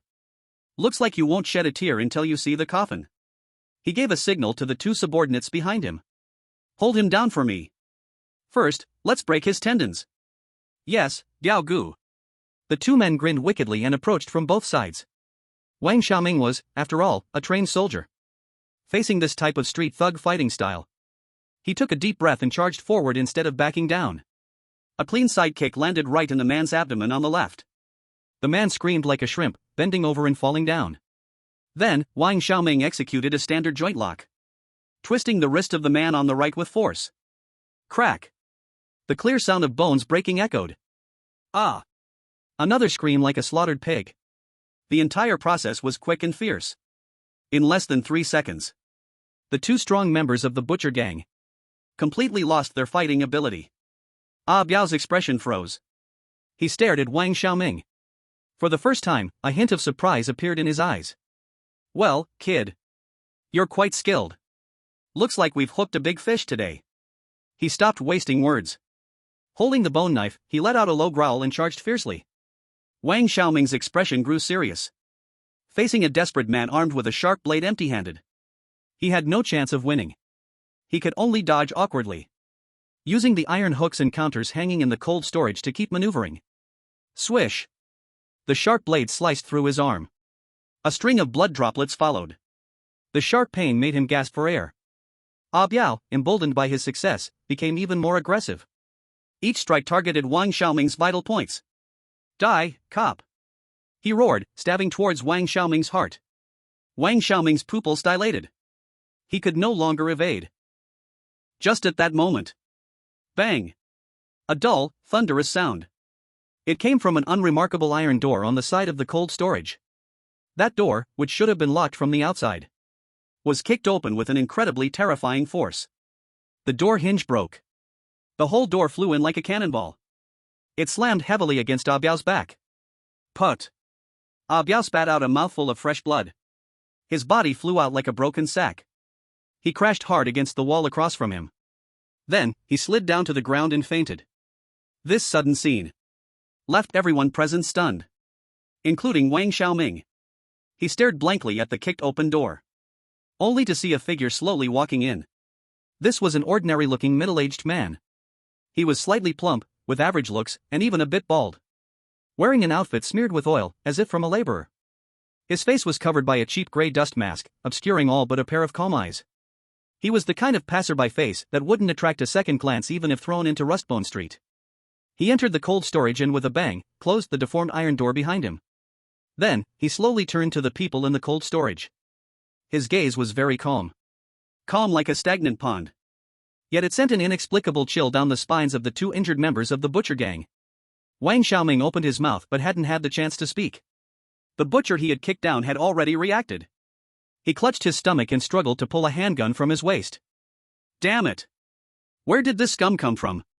How dare you meddle in our butcher gang's business? He roared, pointing the dark muzzle of the gun at the middle-aged man. This middle-aged man was Gui. On his way here, he activated the ability of the chameleon model. Using up mental energy, he transformed into an unknown corpse he had seen while hunting in the South Circle wasteland. A dead person was the safest disguise. It would never attract unnecessary trouble. He knew that the force field of the stabilizing anchor was constantly suppressing his powers. Using abilities here burned his mental energy at twice or even 3 times the rate of the wasteland outside the wall. But just a short-term disguise was more than enough for him. Gui looked at the gun. His eyes revealed not a single ripple. He simply raised his right hand. His fingers spread wide. In his palm, a fearsome black metallic arm made up of countless tiny bones and carapaces instantly formed. That was currently his strongest form. Living armament. But he chose not to transform fully. Instead, he only armed his right arm with the armor. Bang! The sound of gunfire rang out. The bullet spiraled toward Gui's face. Gui moved.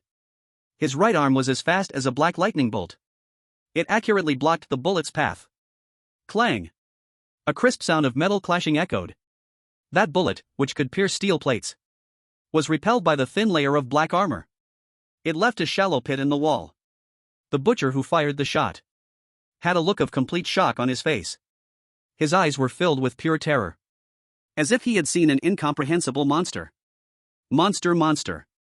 He screamed as he was about to pull the trigger again. But Gui had no intention of giving him that chance.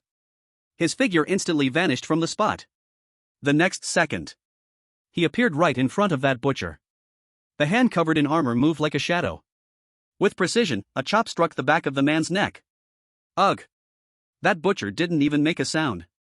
His eyes rolled back and he fell limp, completely unconscious. Gui didn't even glance at him. He slowly turned towards the last surviving man, who had lost his hand. That guy was already too scared to stand, crumpled on the ground. A damp heat lingered in the crotch. Muttering, don't come over." Gui stepped in front of him. He crouched down. He deliberately lowered his voice. With a rasping tone, like sandpaper grinding, he slowly asked, "Why capture him? Speak." The man trembled all over like a sieve. It was ordered by Sister Hong. She said, recently some mice from Zone B might sneak in. She told us to pay more attention. If caught, bring them here, to interrogate. Gui's gaze turned cold. Sister Hong? It seems she is a high-ranking member of the Butcher Gang. Interrogate what? I don't know. The man almost cried. I'm just a guard. I only know Sister Hong is very interested in these mice. She said they have good stuff on them. Gui fell silent. It seemed that asking further wouldn't yield more answers. He stood up. Thank you for the information. Then you can. A glimmer of hope appeared in the man's eyes. Gui didn't wait for him to finish. He lifted his foot and gently tapped the man's head with his shoe tip. The force was minimal, but enough to make this mentally broken guy tilt his head and faint. After finishing all this, he slowly disarmed his right arm. Then he turned to the only sober one, who had been dumbfounded all along. Wang Xiaoming. Now. Gui looked at him calmly and said, "It's your turn." Chapter 61, Information Trade. It's your turn. These 4 words were very plain. There was not a shred of murderous intent. But to Wang Xiaoming, they felt more heart-stopping than Biao's earlier words, sever his tendons. He stared at the mysterious person before him. He looked at the black battle armor that seemed to appear and disappear like magic. His mind was blank. What is this? Strange? No, that's not it. He didn't carry that nauseating pollution aura. A bounty hunter? Who are you? Wang Xiaoming clenched his still bleeding arm. He forced himself to calm down. Why did you save me? Gui did not answer his question. He simply walked over to the unconscious Biao and squatted down. Then he began to search his body in a very clumsy manner. He first removed the revolver and spare ammo pouch from Biao's waist. Then he pulled out a half-worn wallet from his pocket. Inside was half a pack of mint cigarettes and a folding knife that looked reasonably sharp. Gui unceremoniously stuffed all these items into his own pocket. He did not touch the cheapest and personal terminal Biao had, because any online operation would leave traces. After finishing all this, he did not stop. Instead, he went to the other 2 Butcher Gang members he had knocked out. In the same way, he searched them completely for all valuable items. Wang Xiaoming stared blankly at this scene. His mind was blank. He had never seen such a natural black eats black. After finishing the loot, Gui stood up, satisfied. He roughly estimated the loot collected from these 3 men. 2 guns, dozens of bullets. Its total value had far exceeded what he painstakingly earned as a cleaner and scavenger. Damn it! He couldn't help but mutter a curse in his heart. This is still quick money. He had already thought of a fixed time to fight for justice and harvest a wave of leaks in the future. After calculating his profit-risk assessment, he finally turned to Wang Xiaoming. I am not saving you, he slowly said in that raspy, disguised voice. I'm just collecting my trophies. And you? His gaze scanned Wang Xiaoming up and down, as if evaluating the value of a piece of merchandise. Barely counts as one. Wang Xiaoming felt uncomfortable under his stare. What exactly do you want? Make a deal, Gui Yan said concisely. A deal? That's right. Gui walked up to him. The first deal. He raised one finger. Your consultation fee.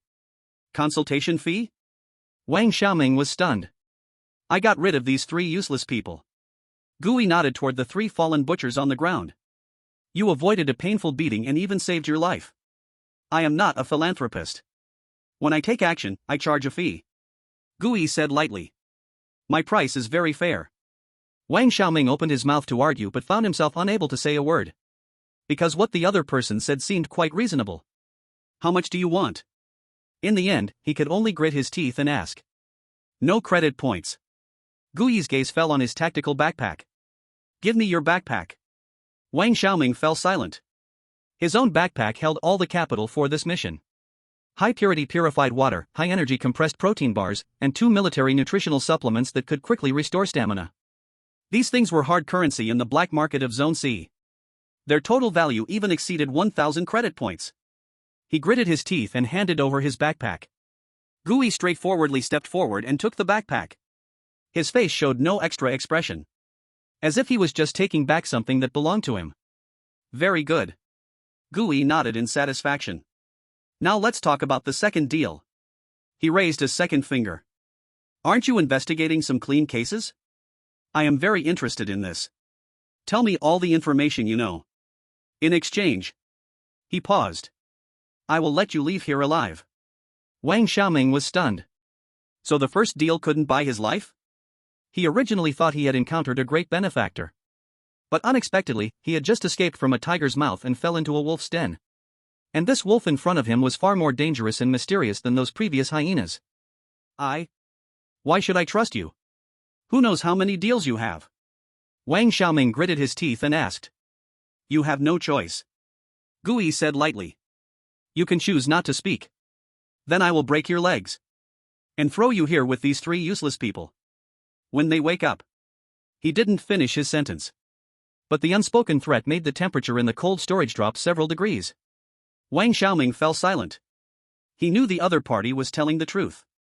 In this lawless place, killing may require some caution. But crippling you so you can't live or die is as simple as can be. He glanced at the 3 unconscious butcher gang members on the ground. And looked again at the deep and unmeasurable mysterious man in front of him. Ultimately, he chose to compromise. All right. He squeezed out this word between his teeth. I will talk. Go ahead. Gui leaned against the wall. He assumed an attentive posture. Wang Xiaoming organized his thoughts. He spoke of the anomalies he discovered in the archives. And the higher-ups' deep secrets regarding the matter. Of course, he concealed his true identity. He only said he was an information dealer with channels to access official files. Gui listened quietly. But his brows knitted tighter and tighter. Anomalous data. Instrument failures. Some higher-ups were forcefully suppressing the news. These bits of information were like pieces of a puzzle. Slowly piecing together a disturbing picture in his mind. This was definitely not a singular bizarre incident. There must be a larger conspiracy hidden behind this. And this conspiracy is likely connected to the red circle tale that old Wang had strictly prohibited him from investigating. With countless threads tied to it. That's all I know. Wang Xiaoming finished speaking. He looked at Gui, waiting for his judgment. Gui pondered for a moment. Then he nodded. Good information, he said. Very valuable. He reached into his pocket and fumbled for a long time. Then he pulled out something. It was half a pack of mint cigarettes, just searched from a member of the butcher gang. He tossed the half pack of cigarettes to Wang Xiaoming. You? Wang Xiaoming was utterly confused. What does this mean? I said, it's a trade. Gui said flatly. I don't like taking advantage of others. This half-pack of cigarettes is worth 5 credit points on the black market of Rusty Bone Street. Consider it your information fee. He turned and walked toward the door. Get lost. While those 3 guys are still unconscious. Leave Area C. This is not a place for someone like you. Wang Xiaoming stared blankly at his back. His heart was a mix of emotions. He couldn't understand. What kind of person is this ruthless man before him, who walks the line between good and evil? Wait a minute. He couldn't help but call out to Gui. Who are you? Gui stopped in his tracks. But he didn't turn back. Me? An old line suddenly appeared in his mind. I'm just a passing masked knight. Remember that. After saying this, he walked out of the cold storage without looking back. He vanished into the deep, maze-like alleyway, leaving Wang Xiaoming alone. He stood there, dazed. What is this? Bald Knight? He looked at the half-pack of cigarettes in his hand. He didn't know how long it took. He suddenly shivered. Glancing at the 3 butchers who could wake up at any moment, he ran off in another direction. He didn't want to stay in this damned place for another second. Chapter 62, the second floor of the One-Eyed Tavern. Coming out of the dark alley, Gui returned to Rusty Bone Street. The deafening music, the noisy voices, the burning smell of food instantly wrapped around him. He didn't go home. He looked up at the tavern with the one-eyed sign not far away. He remembered the invitation from the one-eyed boss last time. Gui pulled his hood tighter and walked over. He pushed open the shaky wooden door of the tavern. The familiar heat rushed toward him. Everything was as usual. Drunken scavengers, loud customers bragging, the smell of cheap black water liquor in the air. Gui walked straight to the bar. The one-eyed boss was bowing his head, wiping a glass full of chips. He didn't lift his head and asked, "What would you like to drink?" "No alcohol," Gui said in a deliberately lowered, hoarse voice. "I came for an appointment." The one-eyed boss stopped wiping the glass. He slowly lifted his head, and his single eye sparkled with hawk-like sharpness in the dim light. He looked Wang Xiaoming up and down, the man tightly wrapped in his cloak. He sniffed and then smiled. "The smell of blood," he said softly, mixed with a bit of rust and fear. "Looks like you just had a very full afternoon." Gui remained silent and calmly met that single eye. "Follow me." The one-eyed boss set the glass down and stepped out from behind the bar. He didn't ask another question or verify anything. He led Gui through the noisy first-floor hall, arriving at a narrow wooden staircase by the side of the bar that led up. "Welcome." The one-eyed boss made a gesture to invite. "To the second floor." The stairs were old, creaking with every step. In stark contrast to the noise of the first floor, the second floor was very quiet, even a little oppressive. There was no deafening music, no drunken shouts, only brief conversations and lowered voices and the soft sound of metal and leather rubbing together. Gui stepped onto the last step. This place felt more like a temporary military outpost than the second floor of a tavern. The space was smaller than downstairs, and the light was dimmer. About a dozen people sat scattered around, but none of them were drinking. In a window seat, a woman in a camouflage vest was sitting with her eyes closed, gently wiping a piece of exaggeratedly designed sniper rifle parts with a piece of deer skin. In the corner booth, a man as muscular as a bear is replacing the energy module of his power-armored arm. These people are completely different in aura from the scavengers downstairs. Their eyes are colder, more focused, and the faint killing intent surrounding them is purer. These are the real hunters who live by hunting and killing, with their lives depending on putting their heads on the line. Gui's gaze swept across the room. Then he paused slightly. In an inconspicuous corner, he spotted a somewhat familiar figure. The bounty hunter who he once saved and then drained information from Mantis. Her legs seemed to have been reattached, but her walking posture was still stiff. At this moment, she was sitting alone at a small table, head lowered, studying an old map. It seemed that she had sensed the gaze.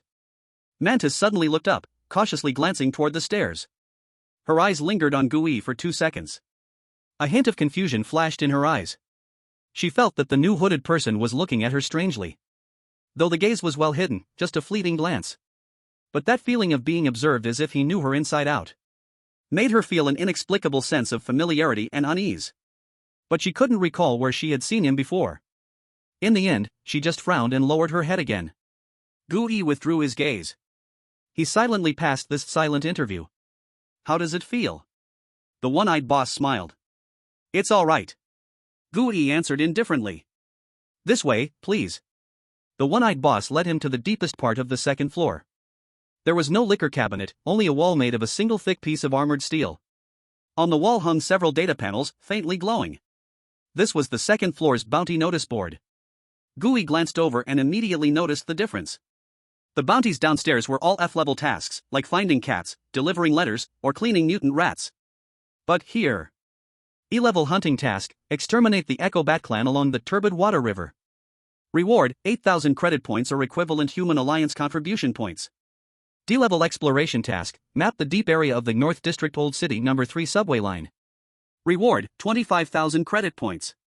Additional reward, a VIP invitation from the Stitchers organization. Invitation effect, with this letter, enjoy a private customization service at 20% off material costs. E-level hunting task, hunt the meat locker butcher in the South Rim Wasteland food processing plant. Reward, 12,000 credit points, the client additionally buys its undying heart. Every task here is filled with deadly danger, but also with deadly temptation. Gooey's gaze finally stopped at the task regarding the meat locker butcher. According to the intelligence in the task description, it was an E-level entity type anomaly, formed by the resentment of butchers in abandoned slaughterhouses fused with large amounts of rotten flesh. It possesses great strength and some regenerative abilities. Weaknesses unknown. Capturing a strong E-level shape card is exactly what he needs now. This fits perfectly. Good eye. The one-eyed boss's voice sounded from beside him. This task has been up here for almost half a month. 2 hunter teams with considerable strength have been defeated by it. That guy is tough. Not only is he frighteningly strong, but as long as he's still in that blood-soaked factory, it's hard to completely kill him. Gooey remained silent for a moment, then asked, "What conditions are required to take this task?" The one-eyed boss smiled. "It's simple. Prove you have E-level strength. Or..." His one eye deeply stared at Gooey. "Let me acknowledge your strength. Now. I acknowledge you." He extended his hand. "Welcome, Hunter. You can call me One Eye from now on." Gooey also extended his hand and gently shook his. He needed a code name that could represent his abilities. After thinking for a moment, he spoke 2 words. Black box. Black box? The one-eyed man chewed on this word. A mysterious object that only knew its input and output but not its internal structure. This code name was quite interesting. Good, black box. The one-eyed man nodded. Then I wish you a pleasant hunt. He turned and left, leaving Gooey alone, standing in front of the cold bounty wall. His gaze was like a predator locking onto its prey. He stared intently at the line that read Meat Cabinet Butcher. The hunter had already found his prey. Chapter 63, Pieces in Place. After accepting the hunting mission, Gooey did not leave the tavern immediately. He found the darkest corner on the second floor and sat down. He ordered the cheapest drink, black water.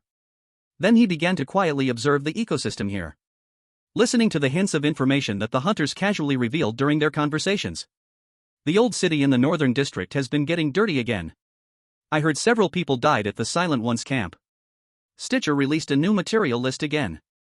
This time they want the vocal cords of the weeping banshee. Who the hell dares to mess with that thing? Gooey was like a sponge, greedily soaking up this free information. An hour later, he finished his drink. He got up and left the tavern. He did not go home directly. Instead, he took a detour to the scrap mountain in the Western District. The Unbound Iron Collective was strong. But each time it reshaped, each time it blocked an attack, it would consume the metal essence stored in the compendium. And the replenishment of metal essence. Gooey looked at the mountain-like pile of garbage before him. Here was his cheapest refueling station. Gooey stretched out his right hand, and a constantly changing, liquid metal-like, Unbound Iron Collective appeared in his palm. He pressed his hand against a piece of discarded armor plate. Activating Swarm Predation. The sturdy special alloy began to break down and soften as if splashed with strong acid.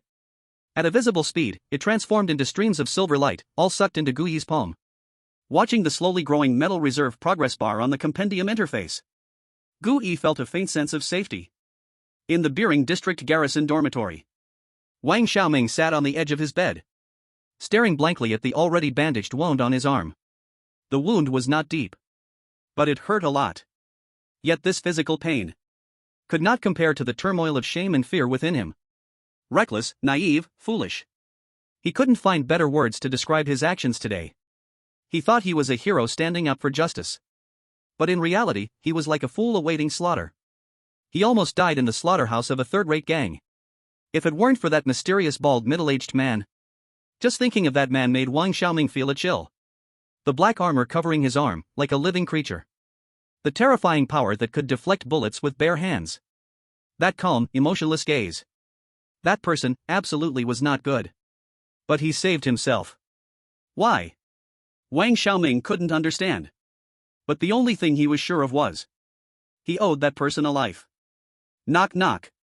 There was a knock at the door. Come in. His captain walked in. Holding a thermal food container. How are you feeling? The captain placed the container on the table. Captain. Wang Xiaoming suddenly stood up. I'm sorry. Enough. The captain waved his hand. No need to say any more for self-criticism. I've held back your disciplinary report. Think of this as a lesson for you. He opened the food container. Inside was steaming synthetic protein porridge. Eat? You young people are just too impulsive. Always thinking you can change the world. Wang Xiaoming did not move. He lowered his head, his voice was a bit hoarse. Captain, am I useless? The captain was silent for a moment. He walked to the window and looked at the gray sky outside. Slowly he said. Xiao Wang, do you know how the wall is built? Wang Xiaoming was taken aback. It's built with stable anchor concrete. No. The captain shook his head. It's built with countless people like you, useless rash youths. Built up piece by piece with their blood and bones. Having drive is good. But having just drive is foolish. You need to learn to use your brain. He turned and looked at Wang Xiaoming. You want to continue investigating that case, right? Wang Xiaoming suddenly raised his head. Yes. Good. The captain nodded. From now on, forget that you are a soldier. Learn to think like someone from Area C. Find their rules, their language. Use all the resources you can to see and to listen at. And not rush in like a fool. That is real investigation. Wang Xiaoming looked at the captain's serious yet encouraging eyes. His confusion began to fade away. Replaced by an unprecedented firmness. He picked up a spoon and began to drink the porridge eagerly. At the same time, near the gate of the East District of Area C, in an inconspicuous tea house on the second floor, old Wang sat upright. Across from him sat Commander Lin, changed into casual clothes. 2 cups of hot tea on the table were steaming. Everyone has been recalled. Commander Lin spoke first, straightforwardly. Old Wang nodded and picked up his cup, blowing on it. He didn't ask about casualties. Veterans like them understood. The word recalled itself explained everything. The net is larger than we thought. Commander Lin continued. We have a mole on our side. Old Wang's tea-drinking motion paused for a moment. But it only paused for a moment. He drank the tea in one gulp. Then looked at Commander Lin. What do you need me to do? He didn't waste words and went straight to the point. Commander Lin looked at his weathered face. A hint of compassion flashed in his eyes. But it was soon replaced by deeper resolution. He dipped a finger in the tea. Drew a circle on the table. Then pointed at several dots outside the circle. Official people going in are targets. His voice was heavy. I need a pair of eyes not on the list. Help me watch this circle. Find those dots we can't see. Old Wang looked at the few slowly drying water stains on the table. He fell silent. He understood the weight of this task. A mole among our own. This meant Commander Lin had few people he could use. He, as a pawn that had long been dead, became the safest choice instead. Okay. He only said one word. Commander Lin took out something that looked like a lighter from his pocket and placed it on the table. This is a single-line communicator. Do not activate it except in emergencies. Then he added. You are not fighting alone. I've sent another pawn into action. Codename, Mole. You don't need to actively find him. No contact, each fighting their own battles. Just know that such a person exists. Mole. Old Wang savored this codename. Nodded. Got it. All that needed to be said was said. Commander Lin stood up. Take care, old friend. You too. Old Wang did not rise. He simply picked up the teapot and poured himself another cup. Looking out at the forever gray sky. His gaze became incredibly deep. South District, Slaughterhouse Backstreet. This is the bloodiest place in the entire Area C. The ground is always slippery and greasy. The air is filled with the stench of rotten flesh and organs. A man with a hideous scar on his face was dragging a nearly equally heavy unknown mutated creature's hind leg, struggling to walk to the slaughterhouse's purchasing point. He was ragged and smelled foul. His eyes were numb, with a hint of wild dog-like ferocity. This was the mole in disguise. Stop. At the entrance of the purchasing point, two burly butchered gang members blocked his way. His eyes were filled with open disdain. Where did this water rat come from? This thing isn't fresh, at most it'll give you 30 points. 50. Mole lifted his head, his voice hoarse. Otherwise, I'll drag you to the black market. Damn. Are you still daring to negotiate? A butcher glared and was about to take action. Wait. Another person stopped him. He looked up and down at Mole. What happened to your face? Got bashed while fighting for territory. Mole replied expressionlessly. Are your hands and feet still quick? I can kill. Ha! The butcher laughed. He leaned close to Mole and whispered. Recently, there's a lack of a cleaner in the venue. It's to deal with those disobedient meats. Are you in? Is there food? Enough to fill you. Then I'll do it. Mole showed no hesitation.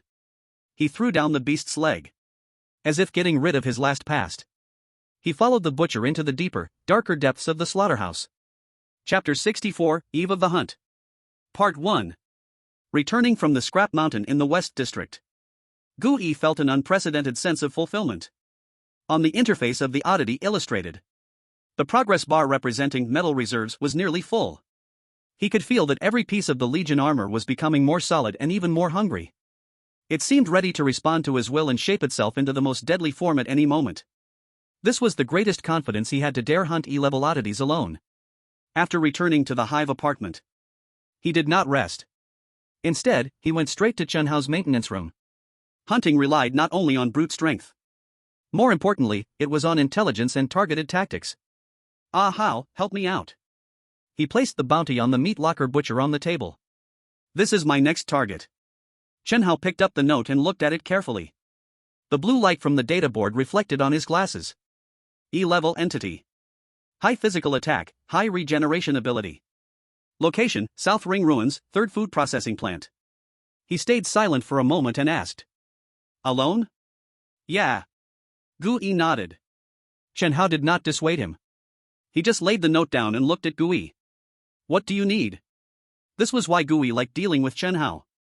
No nonsense, always getting straight to the point. Information. Gui said a word that surprised Chen Hao a bit.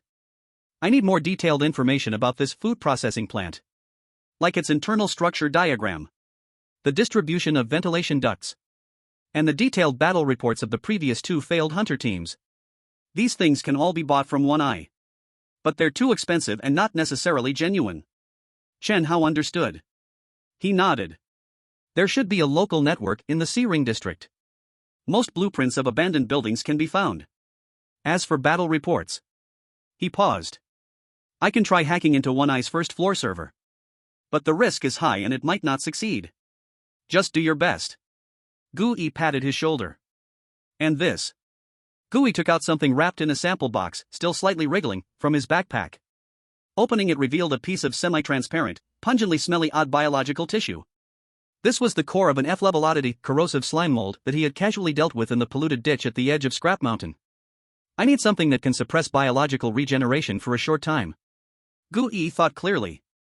The most troublesome thing about the meat locker butcher was its regeneration ability. As long as he could find a way to suppress it for even a few seconds, it would be enough to create a deadly opportunity for himself. Chen Hao put on goggles and gloves. Cautiously, he picked up a small piece of tissue with tweezers. His eyes sparkled with the excitement and focus of a tech enthusiast seeing new materials. He dripped the tissue on a piece of discarded metal. A slight sizzle sound rang out. The metal quickly corroded into a small pit. Highly acidic. Chen Hao murmured to himself. But the activity is unstable, using it directly is very ineffective. He pondered for a moment. Then from his pile of precious garbage parts, a few empty small high-pressure gas cylinders were taken out. Okay. He raised his head to look at Gui. I can purify and catalyze its core tissue. Then fill it into these high-pressure cylinders. Make a disposable, corrosive bomb. As long as you throw it, it should explode with a coverage area of 3 meters. Spraying on flesh and blood targets can instantly cause a large area of tissue necrosis. Enough to interrupt its regeneration. How many can you make? 3. Chen Hao adjusted his glasses. Purifying such unstable biological materials has a large loss. Put the money on the account. Okay. Gui smiled. A logistics officer who could provide information and technical support at any time. Its value is immeasurable. At the same time, in the maze of the South District water rat, in a dark and damp alley, Old Wang was with 2 ragged scavengers. They were around a burning pile of garbage, drinking the lowest quality black water liquor. Damn, things have been bizarre lately. A scavenger with missing teeth spat into the fire. The slaughterhouse is acting crazy. In the past, we could still go to their backstreet to pick up some discarded bones. Now we can't even get close. Who says no? Another skinny one chimed in with complaints. I also heard they've been recruiting cleaners everywhere. And they won't take us experienced hands. They specifically hire those bottomless water rats. They pay pretty high wages. Old Wang quietly listened. His face remained impassive. But he mentally noted each piece of scattered information. He didn't ask about any words related to the red circle. He simply picked up his wine bowl and sighed like a true old scavenger worrying about his livelihood. The world is getting harder to survive in, he said hoarsely. Who knows what those big shots are up to with their dirty tricks? The man with missing teeth leaned in and whispered. Old Wang, I must tell you. You'd better not go to the slaughterhouse to join the fun. A distant nephew of mine went in last month. Up to now, I haven't seen him alive or found his corpse. I suspect. He made a gesture of cutting his throat. They've all been handled as materials. Old Wang's eyes suddenly sharpened. But soon, this was covered by muddled drunkenness. He patted the shoulder of the man with missing teeth. Thanks, brother. Come, let's drink. At night, Old Wang returned to his small room. After confirming that no one was around, he took out the single-line communicator that looked like a lighter from the bed slats. He hesitated for a moment. In the end, he didn't turn it on. The information was still too sparse. Contacting Commander Lin now was pointless. He just repeatedly chewed over and analyzed all the information he heard today in his mind. Recruiting cleaners. No living or dead people seen. The end of the missing persons cases is around the slaughterhouse. A blurred net full of blood was slowly taking shape in his mind. And the center of this net seemed to point to some unknown corner of the slaughterhouse. He needed an opportunity to go in and take a look. Cold storage number 3 at the back street of the slaughterhouse. This is a forbidden area of the entire slaughterhouse. At this moment, the iron door of the cold storage slowly opened. A smell of blood, 10 times stronger than outside, mixed with formalin, rushed out. Sister Hong wore a tight red leather outfit. She twisted her voluptuous waist and walked in. Behind her, a few expressionless strong men carried a human-shaped thing wrapped in black cloth and followed her in. In the corner, a man with a scarred face was washing the bloodstains on the floor with a high-pressure water gun. He lifted his head and glanced with the corner of his eye. It was Mole. He saw. The black cloth slipped down a corner because of the bumps, revealing a young girl's arm, pale and devoid of blood. The girl's nails were painted with pink nail polish. Mole's eyes showed no change. He expressionlessly lowered his head and continued washing the floor, as if seeing nothing at all. Chapter 65, The Eve of the Hunt, Part 2. On the outskirts of the Scrap Mountain in the West District, in a piece of abandoned land used as a training ground. Bang! Li Fei's body was once again slammed to the ground like a broken sandbag. Dust mixed with rust and grease flew up in the air. Cough, cough. He coughed violently, feeling like his internal organs were all misplaced. Get up! Old Wang's thunderous voice echoed in his ears. Your enemies won't give you any time to breathe. Li Fei gritted his teeth, using his already trembling arms to push his body up. He looked at the man in front of him, as immovable as a mountain. His eyes were filled with unwillingness and stubbornness. Come again! He roared like an injured cheetah charging forward once more. Straight punch. Sweep leg. Elbow strike. His attacks were fierce and swift, filled with the momentum of a young man charging forward. But in front of Old Wang, all of this seemed so childish and laughable. Old Wang didn't even move his feet. He simply sidestepped, blocked, and neutralized Li Fei's attacks easily. Then, with a seemingly slow yet incredibly fast close-range move. Boom! Li Fei was sent flying once more. This time he couldn't get up again. He could only lie on the ground, gasping for breath. His whole body felt like it had fallen apart. Is this all you've got? Old Wang stood in front of him, looking down at him. There was no trace of sympathy in his eyes, only cold disappointment. Even this old man with half of his body in the ground can't be defeated by you. Do you still want to join the garrison? Go deliver food to those strange beings? Li Fei wanted to rebut but couldn't say a word. He was unwilling. But he also knew that everything old Wang said was true. At that moment, a calm voice came from not far away. Old man, that's enough. If you keep this up, your precious disciple will really fall apart. Gui was leaning against a broken truck, arms crossed. He had been watching for almost 10 minutes. Li Fei's eyes lit up when he saw him. Struggling to sit up. When did you arrive? Old Wang glanced at Gui. Just arrived. Gui walked over and tossed a bottle of water to Li Fei on the ground. Then he looked at Old Wang. I'm going out for a while. Got a job. Just wanted to let you know. Old Wang nodded, not asking more. He knew Gui had his own path to follow. After drinking a few sips of water, Li Fei also recovered a bit. He sat up and looked at Gui, his eyes filled with envy. You're already starting to take on missions. Just luck. Gui smiled. What about you? Do you have confidence in the assessment? Li Fei scratched his head, excitement fading a little. He appeared a bit unsure. I don't know. Uncle Wang is too strong. I can't even go through 10 moves in front of him. Nonsense. Old Wang glared at him and scolded. The skills I taught you are life and death abilities. Not some fancy tricks that rookie soldiers learn in the garrison. He paused, his tone softening a bit. Remember, kid. Use that reckless spirit in the right place. Sometimes, surviving on the battlefield is more important than winning. Gui, hearing this, glanced thoughtfully at Old Wang. He patted Li Fei's shoulder. Did you hear that? The experience of an old soldier is more precious than anything. Learn well. After saying this, he turned to leave. Li Fei suddenly called out to him. Wait for me. Wait until I get into the garrison. He shouted with all his strength. In the future, I will protect all of you. I will make sure you all live in the B-ring area. Gui paused for a moment. He didn't turn around. He just raised his hand and waved it backward. All right. I'll be waiting. In the Southern District Orphanage. The afternoon sun was lazily shining. Lin Xiaoqi was sitting in front of an old organ missing several keys. Playing an old-world children's song. A group of malnourished children were gathered around her, singing loudly. A song ended. The children cheered and rushed out in a swarm. The activity room instantly fell silent.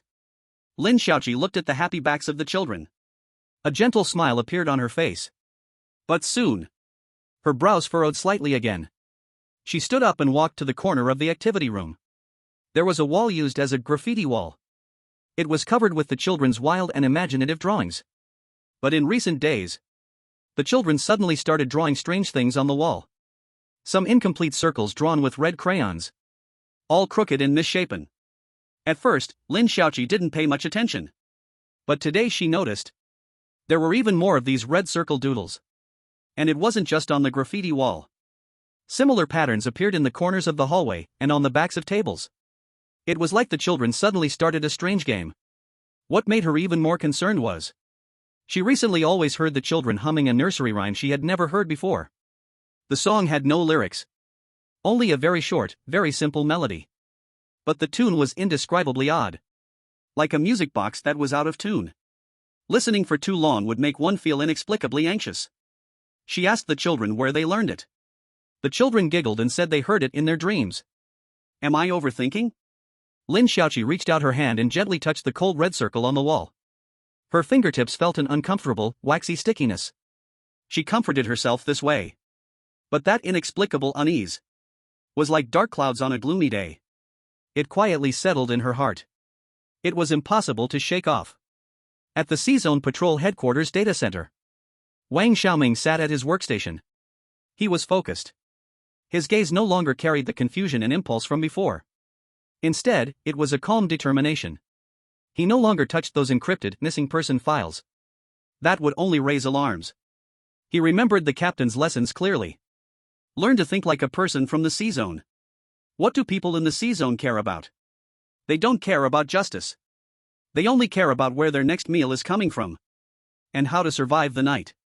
So, Wang Xiaoming began to approach the problem from a different angle. He accessed the supply flow data for the C-zone over the past 3 months. This was an extremely large, tedious database.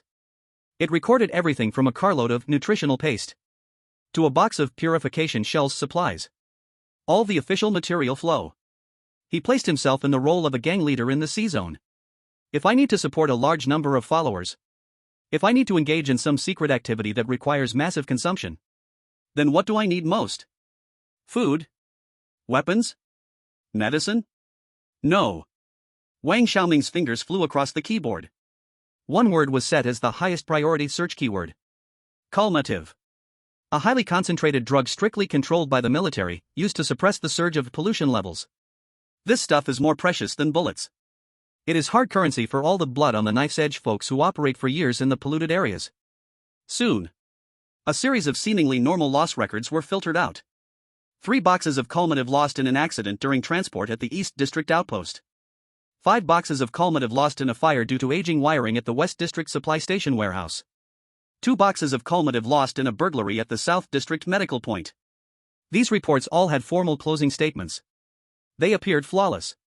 But when Wang Xiaoming cross-referenced the time and location of these accidents with the sealed missing person cases, his pupils constricted sharply.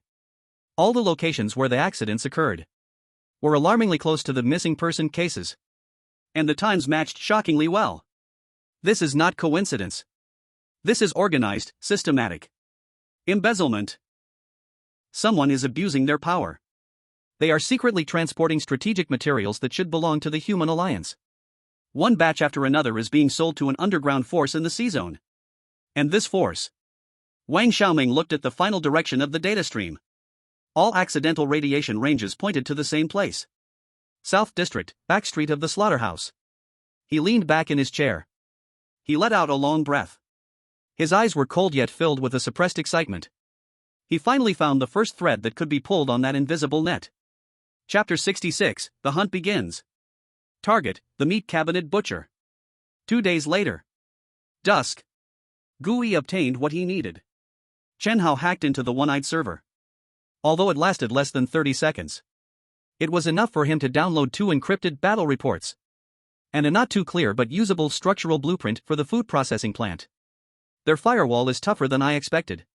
Chen Hao pushed his glasses, looking a bit tired. I almost got traced back. Thanks for your hard work. Gui gazed at the dense information on the data board.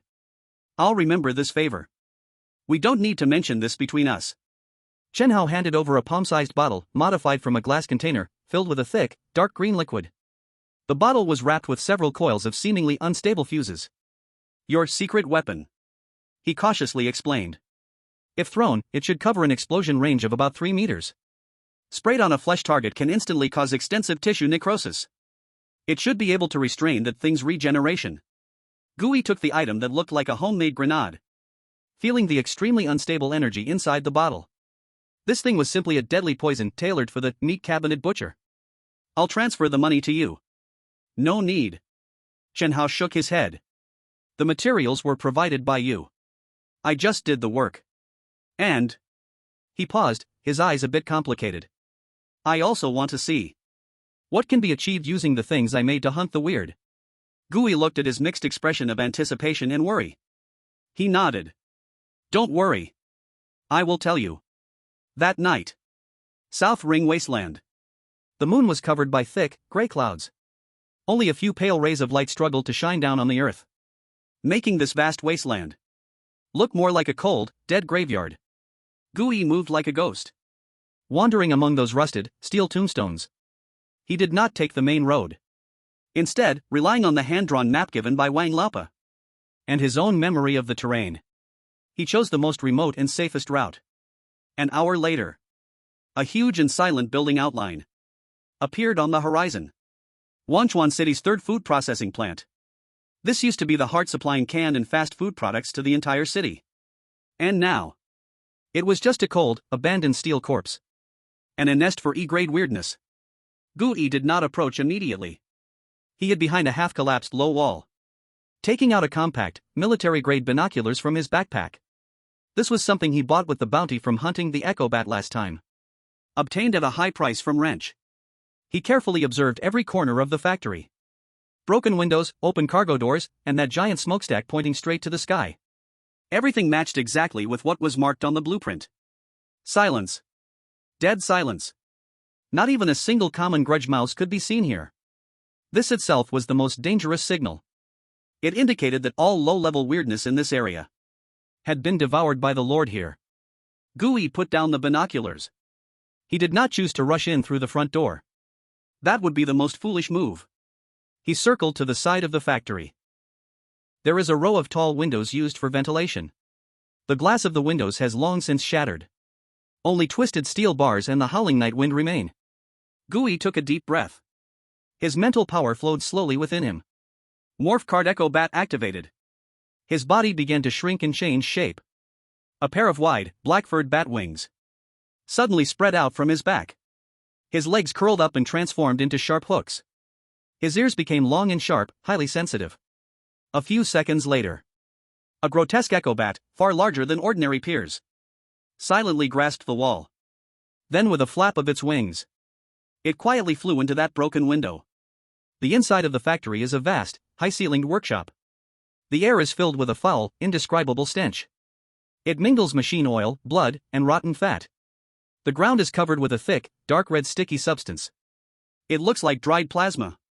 Stepping on it makes a disgusting pft sound. Lines of production equipment long since ceased operation. Like the ribs of a giant beast, they lay across the workshop. They are covered in coagulated, unknown chunks of meat and entrails. Gooey hung upside down on a steel beam at the top of the workshop. Using the perspective of the Echo Bat to overlook this hellish scene, he did not immediately seek out the meat locker butcher. Instead, he first activated the Echo Bat's signature ability. Sonar detection. Buzz. An invisible wave, inaudible to humans, instantly expanded outward from him, scouring every corner of the workshop. The next moment, a three-dimensional, black and white map made of countless sound waves clearly appeared in his mind. He saw it all. The layout of the workshop, the direction of the production lines, the obstacles strewn on the ground. Even the depth of every crack in the walls. Everything was crystal clear. At the same time, he also saw several blaring red clusters representing high-density biological reactions. One in the cold storage at the end of the workshop. It is massive. It should be the true form of the meat locker butcher. And three smaller ones, dispersed in different corners of the workshop, hiding in the shadows of the production lines. Motionless. Like cunning crocodiles lying in wait for prey. A trap? Gooey's heart trembled. Those two battle reports never mentioned it had clones or companions. It seems this guy has evolved after his previous two hunts. Gooey did not act rashly. He was like the most patient hunter. Silently observing. Waiting for the perfect moment to strike. Time ticked by second by second. Half an hour later, one of the smaller red clusters moved. It seemed to have grown impatient. It started to slowly move through the workshop. Gooey's eyes suddenly brightened. Opportunity. He suppressed all his breath. With a flap of his wings, he glided silently towards the moving light cluster like a leaf merging with the darkness. He aimed to take out one of its minions first, testing its strengths and weaknesses. Soon, he approached the target. It was a small mountain made up of discarded sheets of metal and conveyor belts. The light cluster was hidden inside. Gooey slowly descended to the top of the hill. He switched from Echo Bat to another form more suited for battle. Morph card Skeleton Hound activated.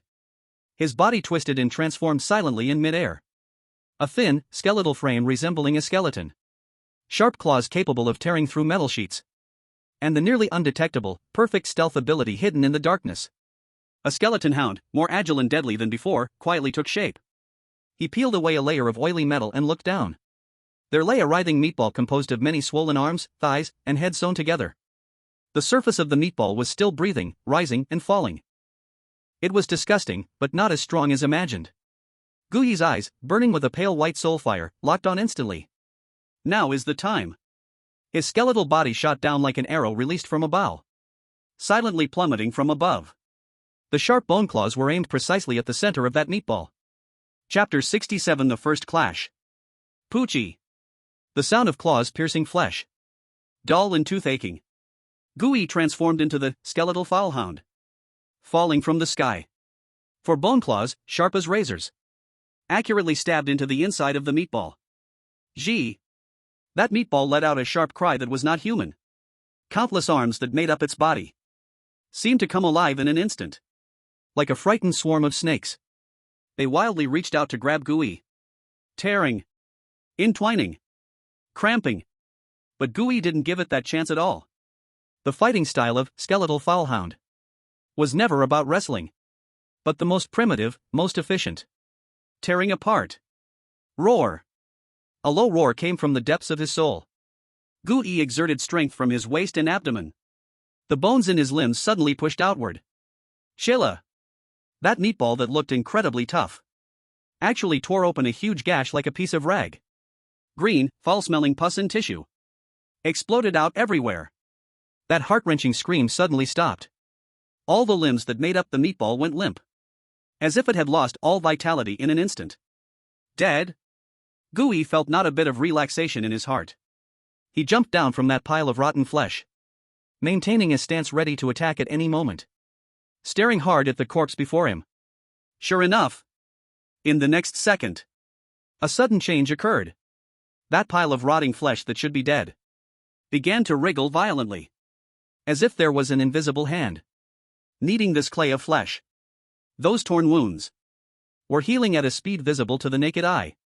Not only that, from that surging blood and flesh slowly grew a brand new thing. It was an enormous, tooth-filled mouth. The battle report mentioned this was the predatory form of the meat locker butcher. Who? That giant mouth suddenly opened wide. A powerful suction force erupted instantly. The broken meat, iron plates, and even some small parts on the ground were all sucked up by this force. Gooey was already prepared. He plunged his bone claws deep into the ground, securing his body firmly, letting the gale rush past him. After that giant mouth devoured a large number of nutrients, it grew larger than before. And its target was never Gooey from the beginning, but rather those pieces of flesh scattered on the ground, belonging to it. It was recovering. Regenerating. Cannot delay any longer. Must eliminate it before it completely recovers. Gooey's murderous intent was decided. He braced against the suction. His hind legs pushed hard against the ground. His skeletal body shot forth like a bolt of white lightning, charging against the inflow of air, straight towards that continuously devouring giant mouth. Roar. That giant mouth seemed not to expect this prey to be so fearless. It gave out an angry roar. The suction became stronger. 2 rows of dagger-like sharp teeth snapped shut, ready to bite this skeleton frame into pieces. But Gooey was faster. At the moment those teeth were about to close, his figure had already charged to the front of the giant mouth. He did not charge straight in to meet death, but performed an extremely agile sidestep. The sharp bone claws grazed against the Gooey teeth. Seela. A spark flew up. Immediately afterwards, his whip-like bone tail smashed out fiercely, striking precisely at the side of the giant mouth. Pa! A crisp sound. That giant mouth was knocked sharply aside by this tremendous force. The closed action also showed a moment of rigidity. Now is the time. Gooey opened his mouth, spitting out the gift that had long been prepared, the one made in Chinhout. Corrosion bomb. He spat it out. The glass bottle filled with dark green liquid drew a perfect parabolic arc, accurately flew into the giant mouth that hadn't completely closed yet. Not good. In the huge cold storage at the end of the factory, a hoarse roar filled with anger and shock echoed out. That was the voice of the meat cabinet butcheress true body. It seemed to realize danger, wanting to command its minions to spit out the bomb. But it was too late. At the moment Gooey spat out the bomb, his body suddenly slammed backward, creating an absolutely safe distance from that meatball. The next second, bang! A dull explosion sound came from within the meatball. There was no earth-shattering explosion, not even a flash of fire. Only the once arrogant meatball. Its body suddenly froze. Then, streams of dark green smoke rushed out from its 7 orifices and every seam of its body. Hiss hiss hiss. That was the sound of strong acid corroding flesh. The meatball began to tremble violently. It emitted a silent wail. Its body was rapidly melting in a terrifying way. Skin, muscle, fat, all turned into bubbling, stinking sludge. In just a few seconds, the once fierce predator had completely turned into an unrecognizable, continuously corroding mud. Gooey stood at a distance. The pale flame of his soul silently danced in his eye sockets, watching the sufficient death that he directed by hand. His heart had no ripple at all. He only more clearly realized one thing. Hunting relies on brains, not brute force. And a deadlier, venomous fong. However, he hadn't had the time to enjoy the joy of victory. A will 10 times stronger, filled with brutality and hunger, instantly locked onto him. Rumble. The whole factory began to shake violently. The heavy, cold iron door at the end of the workshop was slowly opening. A massive, suffocating figure made purely of malice was stepping out from that endless darkness. The true Lord, Meat Cabinet Butcher, had awakened.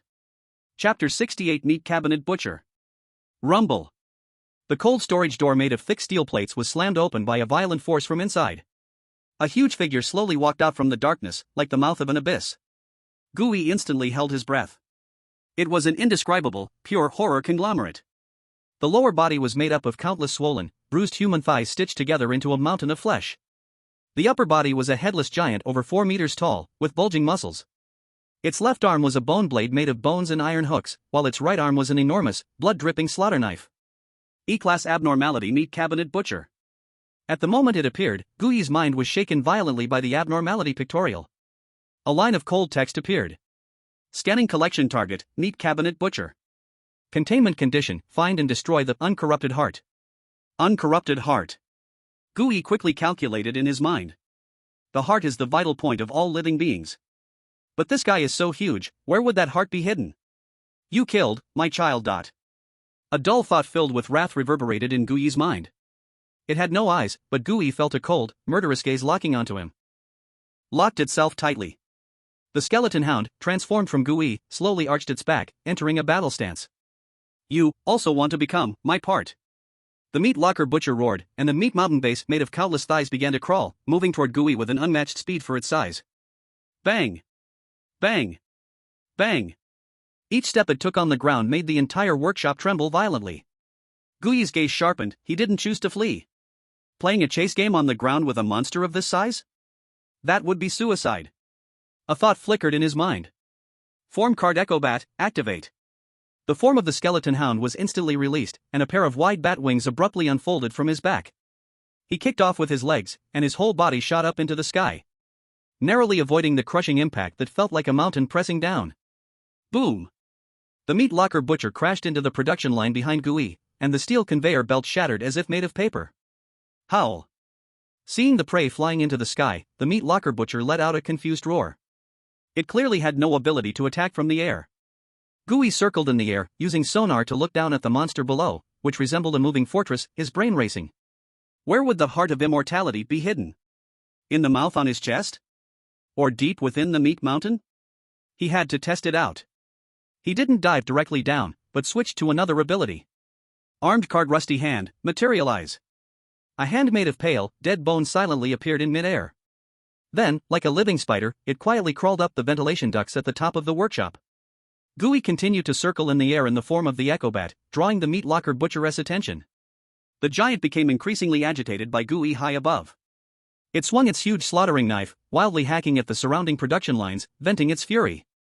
At that moment, the rusty hand that had long been in position moved. It suddenly leaped down from the duct above the meat locker butcher. Its target was the giant's huge neck. Put! The 5 bones of the rusty hand pierced into the butcher's neck like steel nails. Corrosion, activate. Sizzle sizzle sizzle. A cloud of black smoke rose. Roar! The meat locker butcher let out a roar of extreme pain. It suddenly swung its left arm, made of bone blades, reaching back to grab its own neck. It wanted to crush that flea. But the rusty hand immediately retreated after landing its hit. It let go of its fingers and allowed itself to fall. In midair, it transformed into a flash of light and returned to the catalog. And Gooey witnessed it all from above. He discovered that the corroded neck, although bloody and mushy, was slowly writhing and regenerating. It seemed the heart of immortality was not in the upper body. So the answer was left with only one possibility. Inside that largest meat mountain. But that meat mountain had thick defense. How could he break through it? It was easier said than done. He must restrict its movement. A cold light flashed in Gooey's eyes. He dived down from the air. But this time, his target was not the meat locker butcher, but the giant production line parts split on the ground. Using the claws of Echo Bat, he grabbed a huge, triangular steel plate. Then he flew up high and released it suddenly. Whoosh! That steel plate, under the influence of gravity, flew down like a guillotine. Whistling down, it smashed towards the meat locker butcher's feet. Clang! The meat locker butcher instinctively swung its knife to block. It deflected the steel plate away. But just that moment of distraction created precious time for Gooey. He replicated the action, continuously using various giant trash from the factory to rain bombardment on the meat locker butcher from above, forcing it to merely wave its knife passively in defense, unable to advance a step further. Just as the meat locker butcher was endlessly disturbed. In a fit of rage, Gooey stealthily threw the most powerful corrosion bomb at its feet. Boom! The bomb shattered on impact. A dark green acidic liquid instantly exploded. Like a strong glue, it firmly stuck the countless legs of the meat locker butcher to the ground. Roar! The meat locker butcher let out a painful and furious roar. It tried to lift its foot but found its sole welded to the ground. With each struggle, it tore away large pieces of flesh and tissue. Success! Gooey felt a surge of joy. However, he still underestimated a truly terrifying E-level anomaly. Suddenly, the trapped meat locker butcher stopped its pointless struggles. Its chest's vertical giant mouth opened to an extreme angle. Then it emitted a sound, not a roar, but more like a declaration hiss. Buzz! An invisible, bloody wave instantly expanded from its center. In the next second, Gooey was horrified to discover all the flesh in the factory had come to life. Those chunks of meat hanging on the production line. The blood smeared on the ground. Even the remains of the earlier meatball. All began to wriggle and multiply wildly in an instant. They surged like a living tide. From all directions, they rushed towards the meat locker butcher. In just a few seconds, the entire factory transformed into an enormous, ever-churning sea of blood and flesh. A blood and flesh kitchen. Here, all ingredients would actively rush towards the chef. Welcome to my kitchen. The malicious voice of the meat locker butcher echoed everywhere. Its injuries were recovering at a terrifying speed. Its size was even larger than before. Here, I am the only butcher. Chapter 69, The True Heart. Active kitchen. Gooey circled in the air, overlooking the hellish scene below. A chill rose from deep in his heart. This was environmental assimilation. In this kitchen belonging to it, the meat locker butcher enjoyed nearly limitless supplies. It was immortal. No more delays. Must end this quickly. Find that non-decaying heart. Gooey's scarlet eyes, belonging to the Echo Bat, locked onto the writhing meat mountain below. The heart must be hidden inside. But how to break through that thick, despairing defense? Charge headlong? No way. That would only trap himself in the pit of flesh and blood, helplessly worn down. Must create a one-hit kill opportunity. Gooey's brain raced with all his cards, abilities, and information swiftly sorting and combining in his mind. A bold plan took shape in an instant. Gooey no longer hesitated. He folded his wings like a black fighter jet and dove straight down from the sky. Roar! The meat locker butcher clearly didn't understand what this flying bug was up to, but instinctively, it separated two massive tentacles made of countless arms from the meat mountain and struck fiercely at Gooey like two bloody giant pythons. Gooey didn't even look. In midair, he executed an extreme sideways roll, narrowly dodging the tentacle's strike. Then he performed an action that the meat locker butcher completely couldn't comprehend. He didn't attack. Instead, he hurled the corrosion bomb made by Chen Hout fiercely towards an ordinary-looking exhaust fan in the corner of the workshop. Boom! The bomb shattered on impact. The dark green acidic liquid erupted instantly, corroding a massive gap in the already rusted exhaust fan, revealing a dark, hollow vent leading out to the outside world. Having completed all this, Gooey plunged into the vent without looking back. Did it really choose to run away? Roar!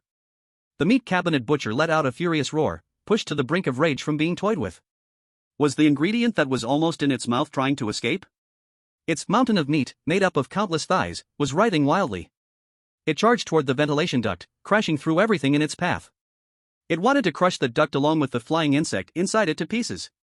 However, in the instant before it was about to slam into the wall, its massive body suddenly came to an abrupt stop.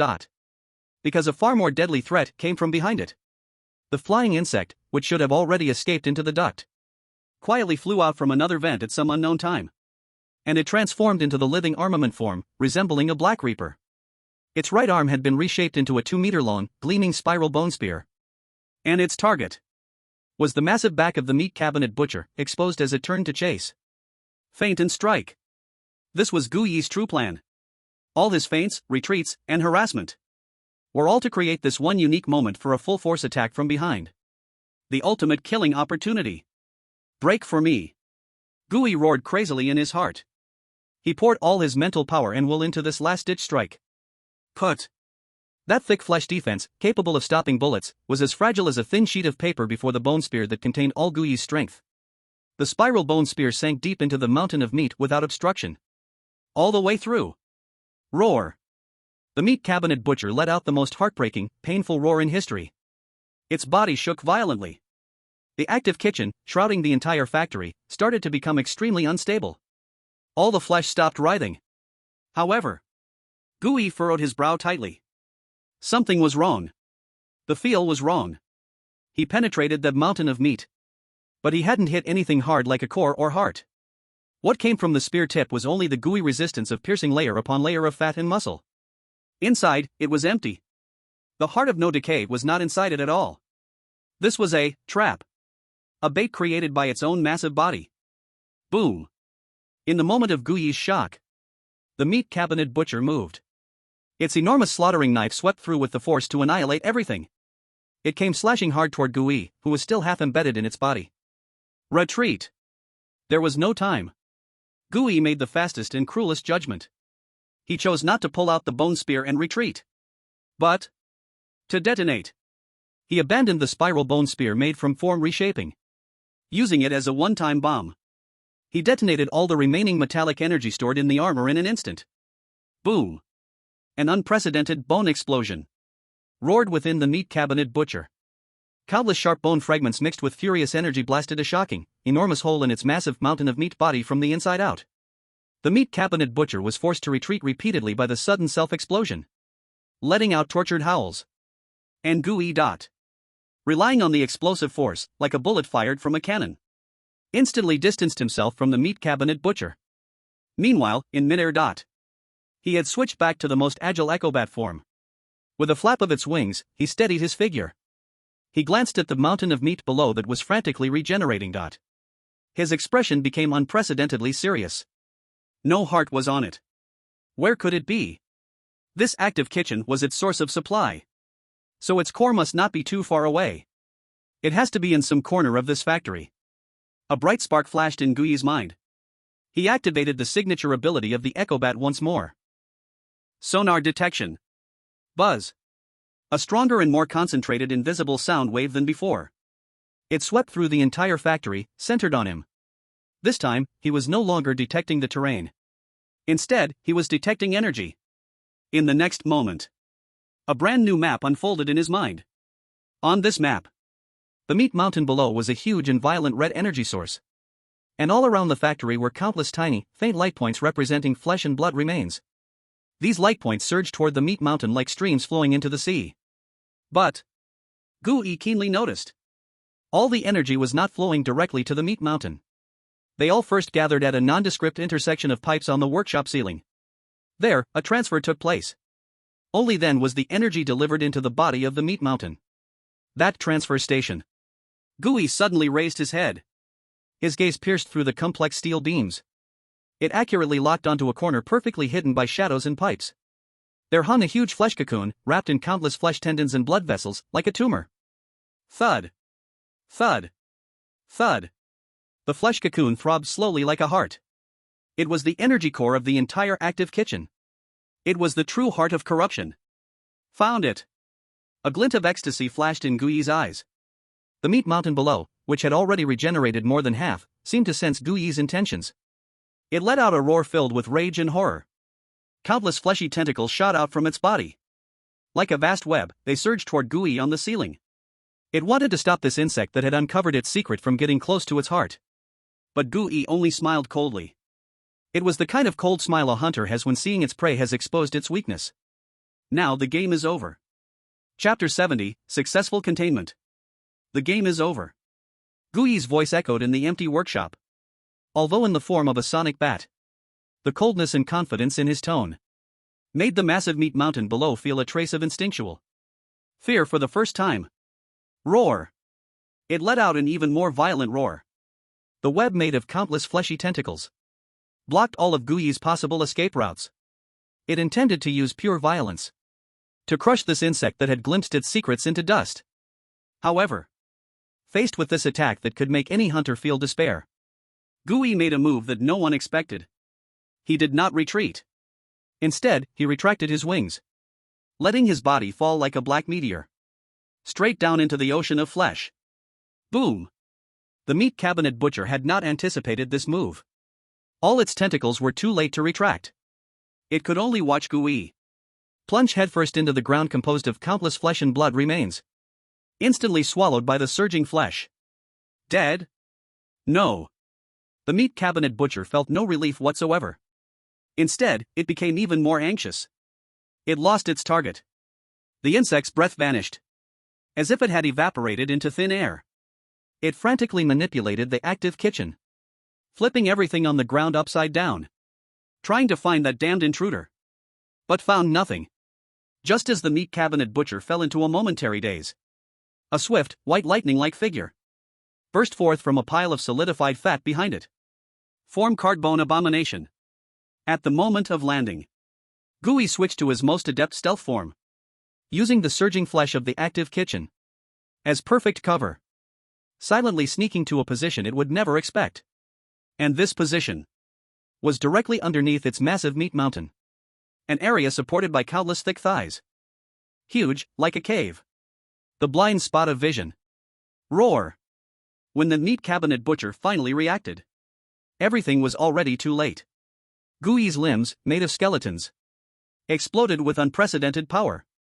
He was not jumping up, but like a lizard, sticking against those constantly wriggling, disgusting inner thighs. In a bizarre, anti-physical posture, he rapidly climbed up. In the blink of an eye, he had already rushed to the top of the meat mountain. Less than 10 meters remained to the pulsing heart on the ceiling. Roar! The meat cabinet butcher was completely driven mad. Of course, it would not chop its own heart. But it had a more direct way of defense. The thick meat tendons hanging with the heart suddenly began to contract.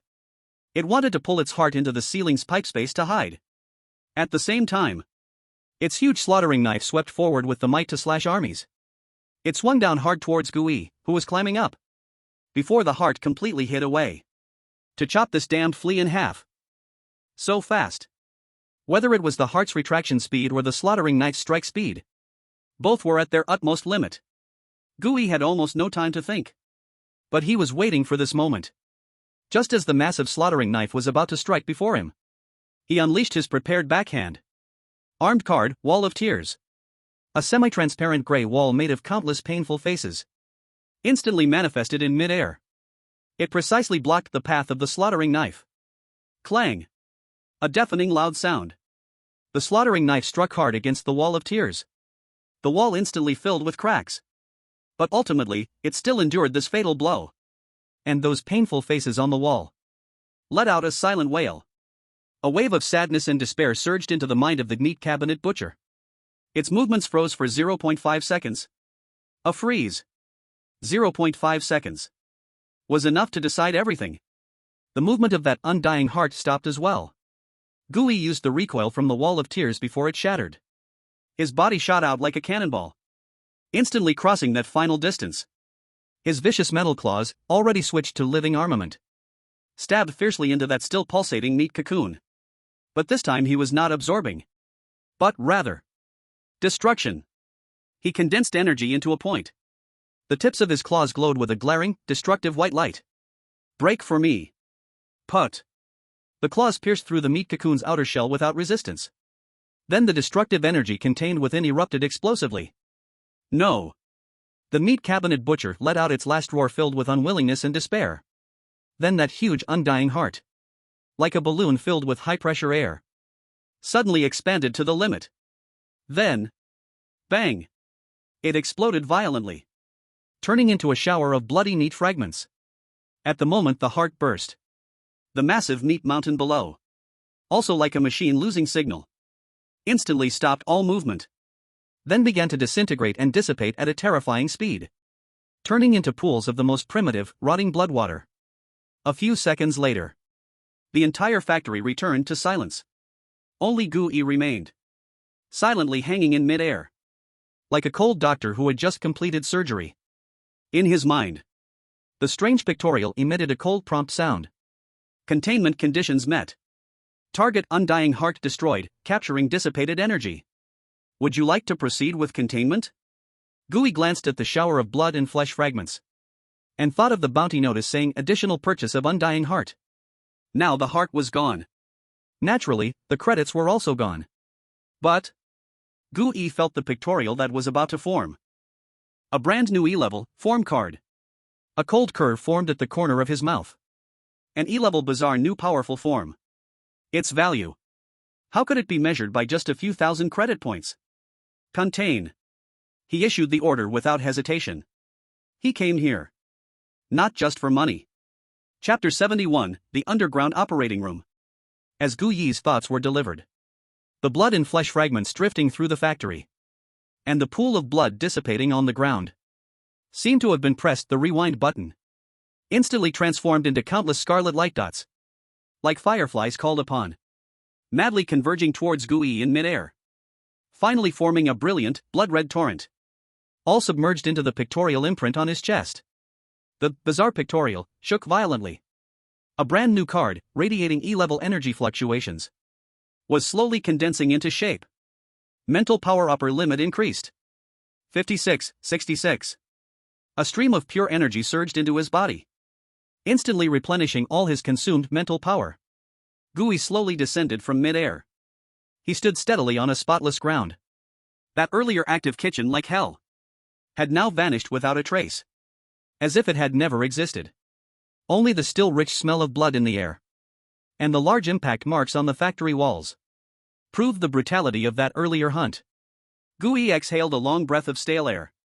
Close to 70% of his mental power was consumed. Several trump cards had also been used up, but the harvest was enormous. He closed his eyes, sinking into his thoughts, checking that newly acquired card. Form card, number 005. Name, Meat Locker Butcher. Grade, E. Type, entity type / living creature. Description, a killing machine stitched together from resentment and flesh. It longs to turn all living beings into ingredients in its kitchen. Abilities. 1. Body control, can manipulate corpses and flesh to gather into controllable flesh puppets. 2. Active kitchen, can designate an area to transform it into a main field that slowly regenerates for itself and its puppets. Note, this ability requires a large amount of flesh materials to be laid out in advance to take effect. Weaknesses. 1. Energy dependency, the Meat Locker Butcher is extremely reliant on the energy supply from the heart of undecomposed. If it is in transformation mode and stays away from flesh materials for a long time, its power and regeneration ability will significantly decline. 2. Cognitive defect, core weakness, because it is a creation stitched together, it has a huge cognitive defect. It defaults its set, active kitchen, area as an absolute safe territory. Once its main body is let out of this area, it will fall into a brief logical chaos state, greatly reducing its combat ability. 3. Fear of flames, the flesh materials that make up its body have an instinctive fear of high temperatures and flames. Continuous fire damage can effectively suppress its regeneration ability. Gu-Yi looked at this brand new, form card.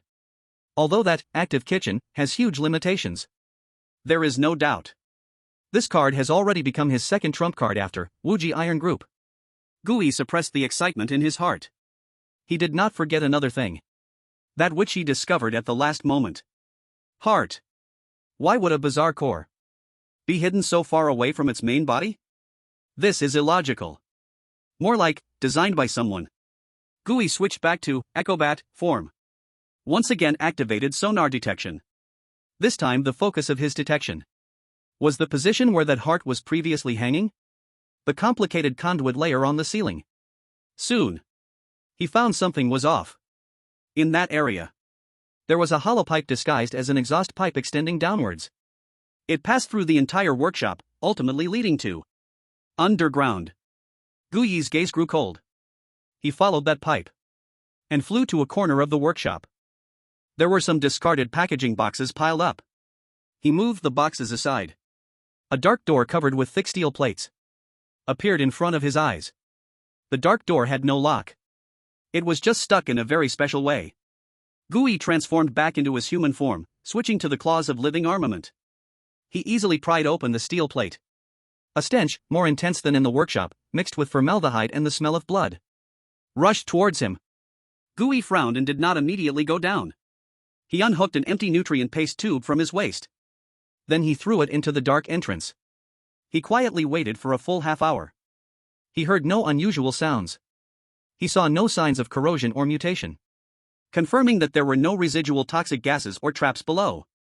He cautiously walked down the narrow metal staircase, step by step, carefully. After walking for about 10 meters, he felt a solid touch beneath his feet. He opened the tactical flashlight he always carried. A bright beam of light instantly pierced the darkness. It also illuminated the scene before him that made his scalp tingle. This was a huge underground basement. But it was not a warehouse. Rather, it was a surgery room. An abandoned, cold surgery room. In the center of the room stood a huge metal surgical table, clearly marked with washing and scraping traces. The table was bare. But under the light, one could still see the dark red stains that had long seeped into the metal surface and could not be cleaned away. Around the room stood a dozen huge, empty glass racks. From their shape, they seemed to have been used to hold petri dishes. In the corner lay some shattered, unknown-purpose instrument remains. This place had undergone an extremely thorough cleaning.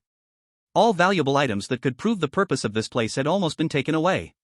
But they seemed to have left in a hurry. Guyi walked slowly. With a hunter's gaze, he scanned every corner of the room, searching for traces that the cleaners might have overlooked. Soon, he found something in a drainage ditch beneath the surgical table. It was a torn fragment of a fireproof document, reduced to just a small piece. It seemed to have accidentally fallen in during destruction. Guyi carefully picked it up. The fragment had been soaked in liquid. The writing on it had become blurred and unclear. Only a few broken words could barely be made out. Experiment, body. Fusion. Loss, control. Guyi's pupils suddenly shrank. Although the information was extremely incomplete, these few keywords were enough.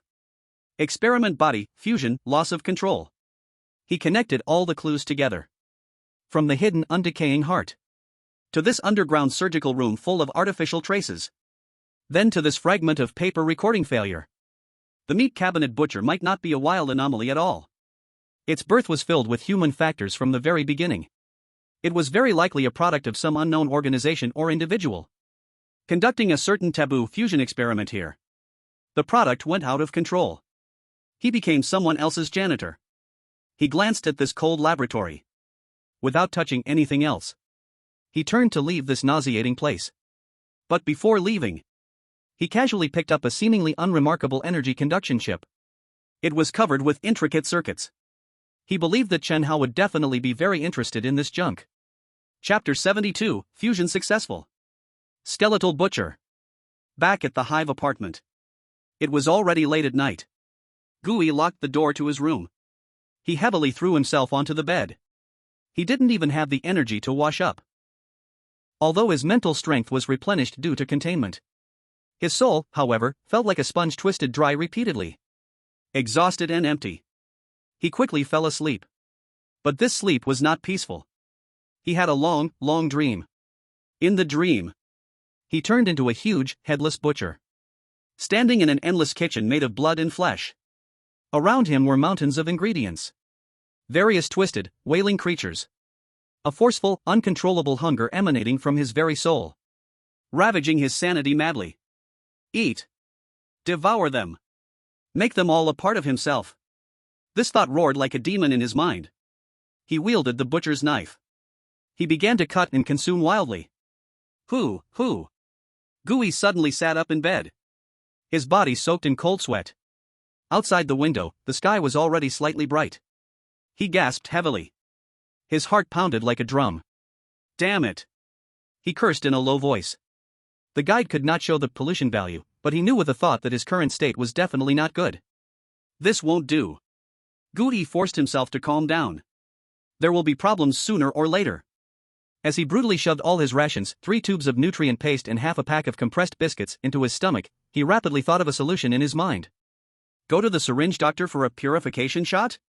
It's only treating the symptoms, not the root cause, and it's too expensive.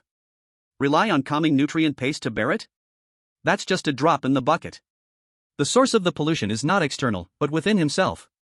More precisely, it lies in the strange guide. I must upgrade the guide as soon as possible. Gui opened the guide interface, his gaze landing on the unassuming text in the upper left corner. Guide level, LV.1. Upgrade conditions, contain and analyze 10 different strangeness. Current progress, September 10th. From polluted blood to meat locker butcher, he had contained 9 completely different strangeness. He was just one away. Only one more to meet the upgrade conditions. Upgrading the guide might enhance my resistance to the strange pollution. This thought became clearer in his mind. The enhancements from upgrading the guide were definitely comprehensive. And this suppression of a strange pollution could very well be one of them. Just need one more. Gui's gaze swept over the glimmering cards. Polluted blood, bone inferior hound, rusty hand, echobat, hide and seek game, crying wall, thousand-faced model, unshackled iron group, plus, meat locker butcher. Exactly 9 cards. Where could he find a completely new F-level strangeness now? The southern ruins?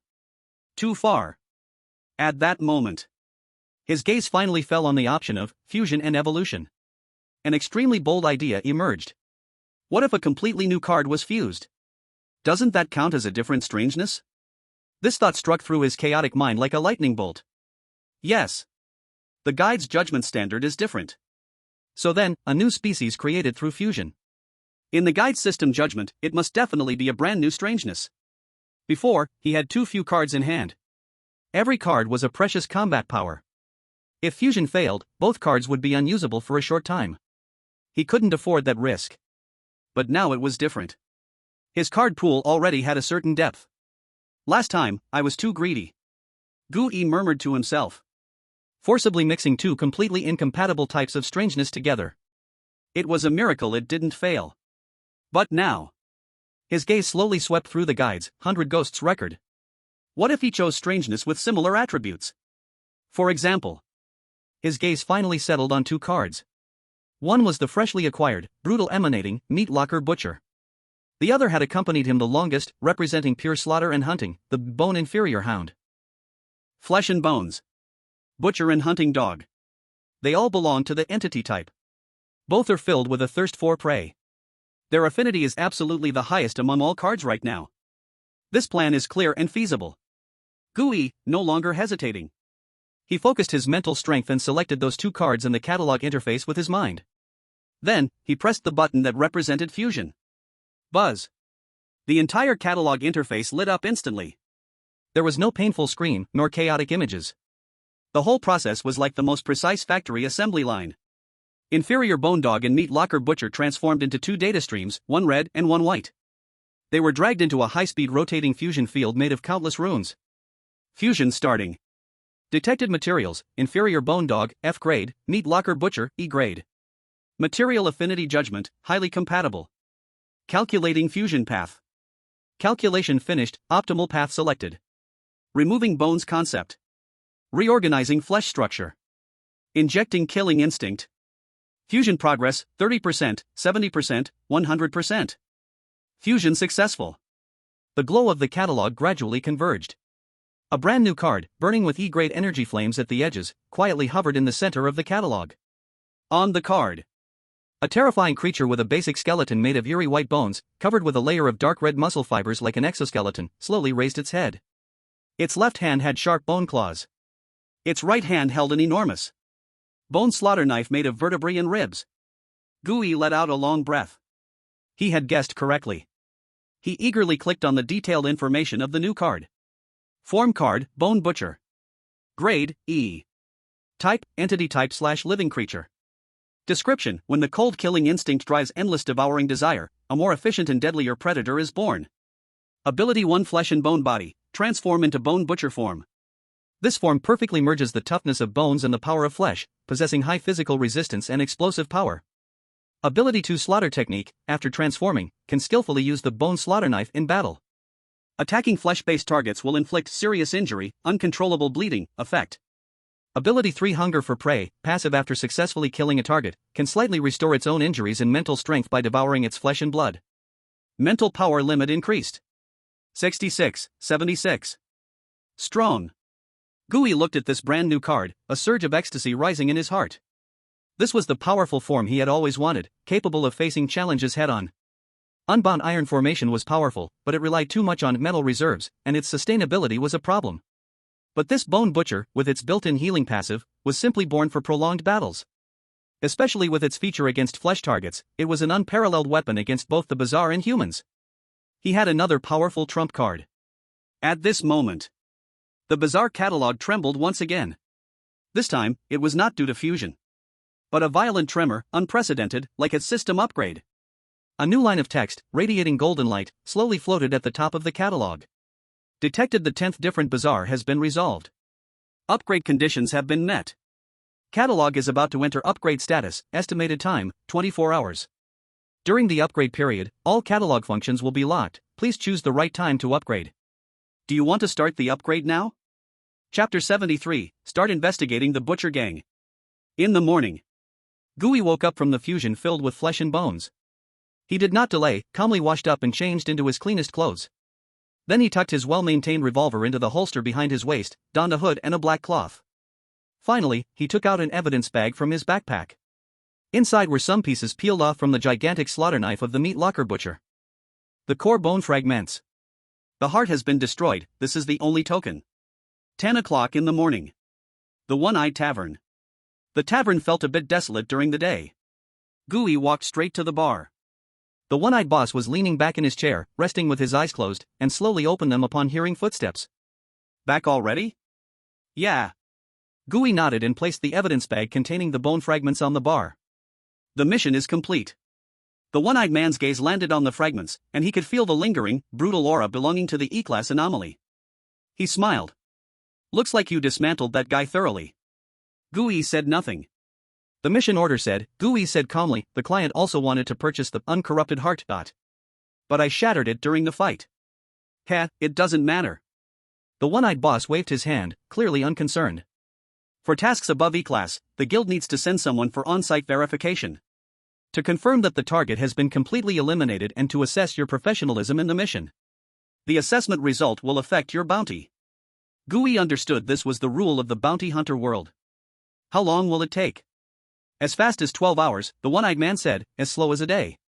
During this time, you can go do something else. Okay. Gooey nodded. He didn't leave the tavern but found a spot directly at the bar to sit down. Give me a glass of the cheapest black water. Then he closed his eyes in front of the one-eyed man as if entering a state of false slumber. But in his mind, the anomaly compendium was silently leveling up. Estimated remaining time, 18 hours and 59 minutes. Leveling up was the compendium's own matter, he just needed to wait quietly. The one-eyed man looked at the hooded figure before him, always surprising in behavior, with a glint of amusement in his eyes. He picked up the communicator beside him and pressed a secured channel. Is this the suturer? It's me, One-Eyed. Your failed product has been dealt with. A newcomer with the codename Blackbox. I've already sent your people to evaluate. But let me remind you. This black box is not simple. The one-eyed man said slowly. His mission completion efficiency is shockingly high. And he carries many secrets. If you want to take advantage of him, you'd better think twice. At the same time, the maze of the water rat in the southern district. In a room even more rundown than Gooey's single room. Old Wang was sitting at the table.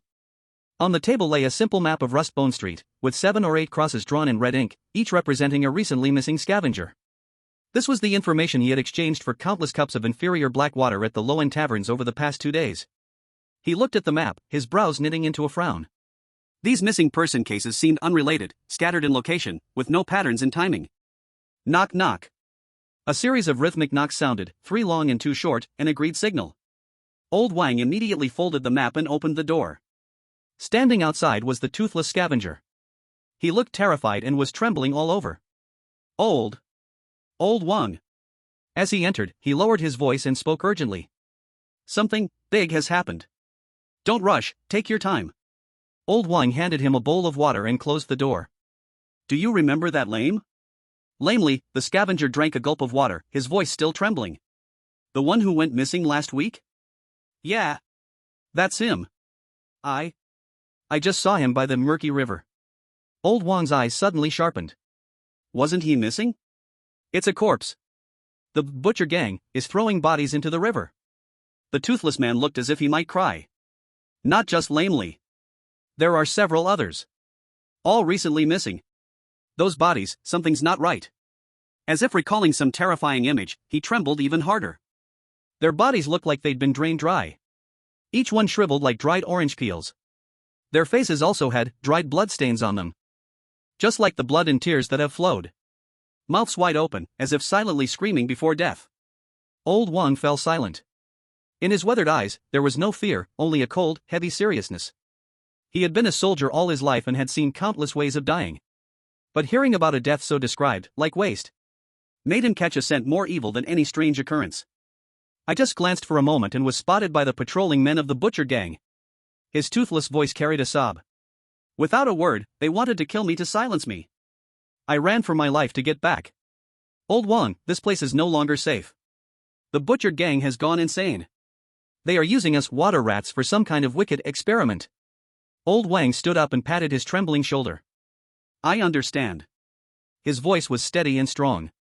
It was as if he carried a power that could instantly put someone at ease. You find a place to hide. He scanned and transferred some credits from his personal terminal to him. Don't come out in the next few days. He sent away the terrified informant. Old Wang spread open the map once again. Disappearances, the butcher gang, and this inhumane human experiment. All the clues connected at this moment. Behind the butcher gang definitely hides a larger, more sinister secret. They are using the most overlooked lives in the sea ring area as materials for some horrific experiment. Old Wang looked out at the always gray sky. All the murkiness and disguise in his eyes disappeared, replaced by a cold, piercing gaze belonging to a veteran. He knew. The danger of this matter far exceeded that of the hunters in the sea ring area. He must solve it in his own way. He took out a grease-stained communicator from the bed's hidden compartment. After a moment of hesitation, he ultimately did not contact Commander Lin. The intel was not enough to mobilize the big troops. He dialed another number. A number he hadn't contacted in many years. Hello? On the other end of the communicator came a hoarse, old voice. It's me, Old Wang. Old Wang said slowly. Old Scorpion. I need an identity that can get into the butcher gang's kitchen. You name the price. Chapter 74, Everyone Takes Their Places. There was silence on the other end of the communicator. Only the faint sound of electrical static hissed. As if the person on the other end had already died. Old Wang did not urge him. He just quietly waited. After a full half-minute, that hoarse voice, as if sandpaper had rubbed against his throat, finally spoke again. Wang Jinhua. You're still not dead, huh? If you're not dead, how could I dare to die? Old Wang pulled at the corner of his mouth, revealing a smile uglier than crying. Ha! The old scorpion on the other end chuckled dryly. Speak. So many years without contact. You want to enter the butcher gang's kitchen as soon as you open your mouth. Are you tired of living, looking for a place to get yourself chopped up and turned into fertilizer? I heard the butcher gang has been very lively lately. I have my own reasons. Old Wang said slowly. I just ask you, will you help with this? Another long silence followed. What's in it for me? Old Scorpion finally showed his nature as an informant. What kind of risk am I taking? The benefit is that you owe me a life. Old Wang enunciated each word carefully. 20 years ago by the dirty water river. If it weren't for me, you would have long been dragged into the sewer by that sludge monster and turned into a snack. There was silence on the other end again. This silence lasted even longer. Damn. Old Scorpion cursed under his breath. I knew there was no good coming from finding you. I'll help this time. He gritted his teeth and said. But, only this once. Next time, even if you die at my doorstep, I won't look at you twice. Agreed. Old Wang nodded. Speak up, what should I do? Tonight, at 10. The voice of Old Scorpion was very low. Go to the intersection garbage station at the border of the South District and the West District. There is a wine cellar named Rotten Eye. He is responsible for delivering spices to the back kitchen of the slaughterhouse.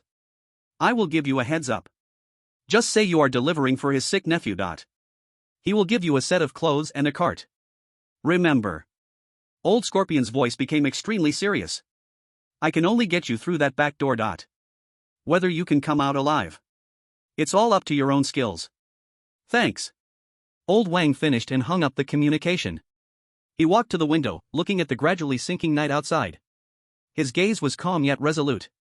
But he did not set off immediately. A true old soldier always prepares for the worst before entering the battlefield. He first took out the oil-stained communicator from the bed's compartment. After hesitating for a moment, he dialed an encrypted short-line channel. It's me. On the other end of the communicator, the voice of the toothless scavenger came through, tinged with nervousness. Old Wang? Listen, Old Wang's voice was steady and strong. I have some business to attend to tonight. If I am not back by 8 tomorrow morning, you go to the Beehive apartment, Building B, room 703. Look for a girl named Lin Xiaoqi. Tell her old dad went fishing, the fishing rod broke by the river at the slaughterhouse. The compass points to home at the old place. Don't say anything else, understand? Understood. Repeat it. If you're not back by 8 tomorrow morning, I'll find a girl named Lin Xiaoqi and tell her, old dad went fishing, the fishing rod broke by the river at the slaughterhouse. The compass is at the old place, pointing home. Good. Old Wang nodded. This was his first insurance. A way to notify the family in case he ran into trouble. After that, he took out the single-line communicator given to him by Commander Lin, which looked like a lighter. He also did not activate it. Instead, he took out a small voice recorder wrapped in oilcloth from under the table. This was an old relic he brought from the old world. Simple in structure, singular in function, but the most reliable. He pressed the recording button. He recorded all the clues he had investigated over the past 2 days. Missing persons cases, drained bodies, suspicions of human experiments by the Butcher Gang, and his infiltration plan for tonight. After finishing the recording, he placed the voice recorder and the single-line communicator into a waterproof metal box. Then he walked to the corner, pried open a loose floor tile. He carefully placed the metal box inside. Then restored the floor tile to its original state. This was his second insurance. A last marker left for human union that points to the poison of the Butcher Gang. If he died, Commander Lin would definitely send people to search here if he couldn't get in touch with him. And this box hidden under the floor tile was the last intelligence he had bought with his own life? After doing all this, Old Wang finally breathed a sigh of relief. As if he had lifted the last burden off his body. He placed the brass military compass on the table. As a final thought left for his small room. Then he picked up the military dagger that had been with him for many years. Checked the revolver in the holster. Finally, he put on the hood. Like a ghost who had made up his mind, he merged into the shadows, disappearing into the vast night. At the third cold storage in the back street of the slaughterhouse, Mole was dragging a freshly processed body, heading to the huge, ever-running meat grinder. His movements were numb yet efficient. Over the past few days, he had processed no less than 20 such waste materials. With a ruthless style and a silent personality, he had initially gained the trust of the person in charge here. Just as he was about to throw the body into the meat grinder. Wait a moment. A cold voice came from behind him. It was the little boss known as Scarface, who managed this place. He crossed his arms and leaned against the door, coldly staring at Mole. Meat, no problem. Scarface walked over and circled around Mole. The problem is you. Mole felt a heavy weight in his heart. But on his face, he still wore an expressionless mask. I don't understand what you mean. Ha! Scarface smiled. You've been working hard these days, and your hands are clean. But... Suddenly, he leaned close to Mole's ear and whispered. Your eyes are too bright. Bright enough not to seem like a water rat just trying to make a living. Mole's pupils shrank suddenly. But he did not move. Because he knew that if the other side really wanted to kill him, they wouldn't be saying so much nonsense. As expected. Scarface stepped back, revealing an inscrutable smile. Don't be nervous. I'm not interested in your past. I'm only interested in your future. He pulled out a black token from his pocket and tossed it to Mole. The token was engraved with a fierce bullhead emblem. Sister Hong wants to see you. Scarface said slowly. She said a good material like you with a story. Staying in this stinking meat place is too wasteful. She wants to give you a chance to eat your fill. Mole caught the token, it felt cold in his hand. He instantly understood. This wasn't a test. This was a promotion. He had successfully caught the attention of a higher level. When? Mole pocketed the token and asked hoarsely. Now. Scarface turned to the side, clearing the way to a hidden passage deeper into the cold storage. Sister Hong is inside, waiting for you. Mole didn't say another word. He simply turned calmly and walked into the deeper darkness of the unknown. In the Beehive apartment, Squad 7's common activity room. Lin Xiaoqi was sitting on the sofa, hugging her knees, gazing out the window. Her face was filled with worry. Uncle Wang hasn't returned all day. She whispered to Chen Hao beside her. I can't reach him on the communicator. Could something have happened? No. Chen Hao was focused on studying the energy transmission chip brought back by Gui, not looking up. Captain, he's a veteran. He knows how to protect himself. He might just be drinking with some old friends. That's what he said. But for some reason, an inexplicable anxiety still hung over both of their hearts. In the corner of the room, Gui sat quietly, motionless, like a lifeless statue. But in his mind, the upgrade progress bar for the strange image book was slowly, yet steadily, moving towards the finish line. Estimated remaining time, 6 hours 59 minutes.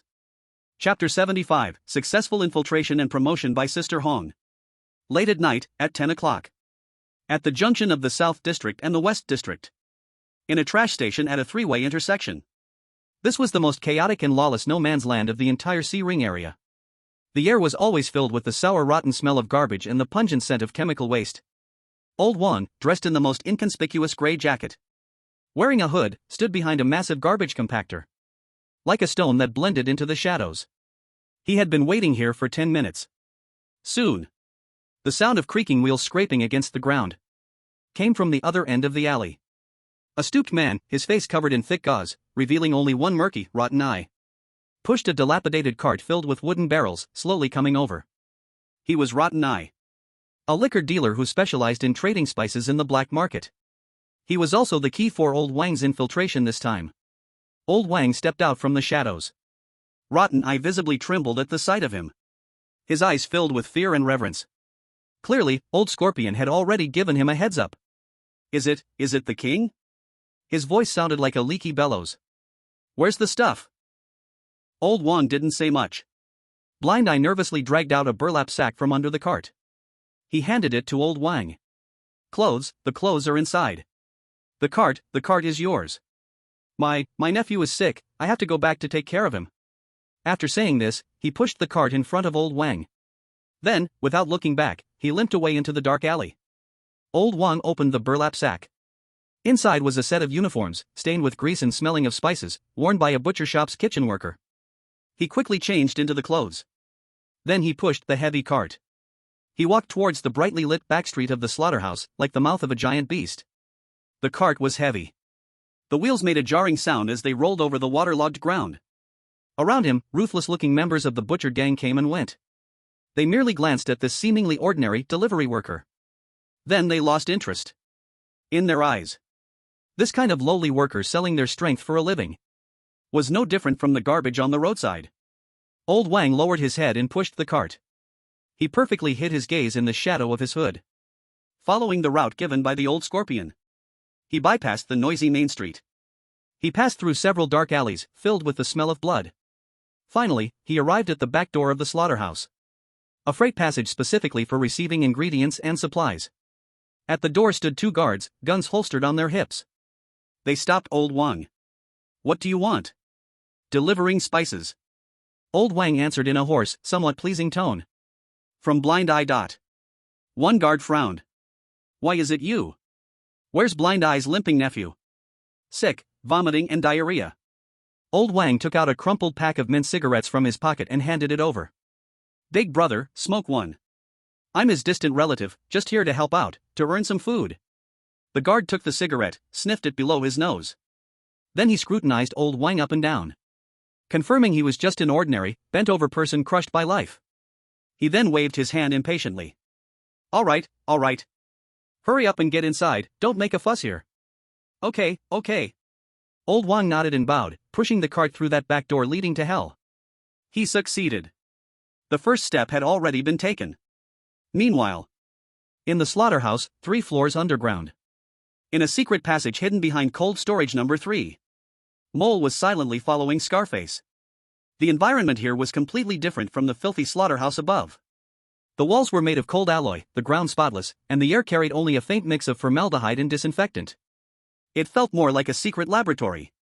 At the end of the passage was a heavy alloy door needing both iris and fingerprint verification. Scarface verified his identity, and the door slid open silently, revealing a private, oppressive space. Red Room. This was the secret lounge of the Butcher Gang, accessible only to the highest core members. Inside the room, there were no luxurious crystal chandeliers, only a few industrial lights giving off a crimson glow. The walls were painted dark red, adorned with artworks made from the skulls of unknown creatures. 7 or 8 fierce-looking men sat quietly on the sofas, cleaning their weapons. The entire room was so quiet that you could hear the ice melting in the glasses. In the center of the room, behind a massive black rock table, Red Sister was sitting in a high-back leather chair, her eyes closed, meticulously trimming a pot of striking blood-red orchids with a slender silver needle. She was the one, next in rank to the gang leader, responsible for all the dirty work and secret dealings. Red Sister. Sister Hong. The scarred face respectfully stepped forward and whispered a few words into her ear. Sister Hong's pruning movement didn't stop. She didn't even open her eyes. She simply said in a faint voice, "Let him come." Yes. The scarred face waved his hand at Mole. Mole walked through the group of muscular men who were casting scrutinizing glances, and approached the large stone table. Click. Sister Hong clipped the last unnecessary branch and leaf, then placed the silver needle down and slowly opened her eyes. Those captivating phoenix eyes were not lazy in the slightest, only cold, surgical-like focus. Her gaze landed on Mole. "You are the good stuff?" Her voice was soft and charming, yet carried an unsettling penetrating power. Mole didn't speak, only slightly lowered his head. "Ha!" Sister Hong smiled. She stood up, walked around the table, swaying her waist like a water snake, step by step toward Mole. A thick, pungent perfume mixed with a faint, eerie smell of blood rushed into Mole's nostrils. "Lift your head." Sister Hong stretched out her cold fingers and pinched Mole's chin, forcing him to raise his head. She carefully examined the scar on his face and his pair of calm, emotionless eyes. "Not bad." She nodded in satisfaction. "You're a tough, hard, and ruthless stone. Scarred Face said you want to eat a full meal?" "Yes." Mole finally spoke, his voice hoarse and short. "Good." Sister Hong smiled, her laughter causing the flowers to tremble. She let go of his chin, walked to the wine cabinet, poured herself a glass of blood-red wine, and gently swirled it. In the Butcher Gang, people are divided into 2 kinds. She stared at the liquid in her glass and spoke slowly. "One kind is the meat thrown into the meat grinder. The other is the hand that holds the meat grinder switch." She turned her head, her sharp eyes fixed on Mole. "You handle meat well. Now, I want to see if you're qualified to become a hand." She took a sip of wine and continued. "Starting tomorrow, you won't have to go underground anymore. Scarred Face's men, that outer patrol team at door number 3, is missing a deputy. You will take that position. This is a small but crucial promotion. From an invisible cleaner to a little boss who can openly carry weapons and has authority. This is your chance." Sister Hong walked back to the table and put down her glass. "It's also your interview. Let me see if you can handle living people, not just dead ones. Do well, and there will be a place for you next to this table. Do poorly." She extended her finger and gently stroked the blood-red orchid's leaves. "My flower happens to be lacking fertilizer. Naked pie in the sky and an unmasked threat." Mole accepted this interview. "Thank you, Sister Hong." His voice was still calm and without a ripple. As if what he received wasn't a chance to change his fate, but just an ordinary job. Sister Hong looked at his indifferent expression.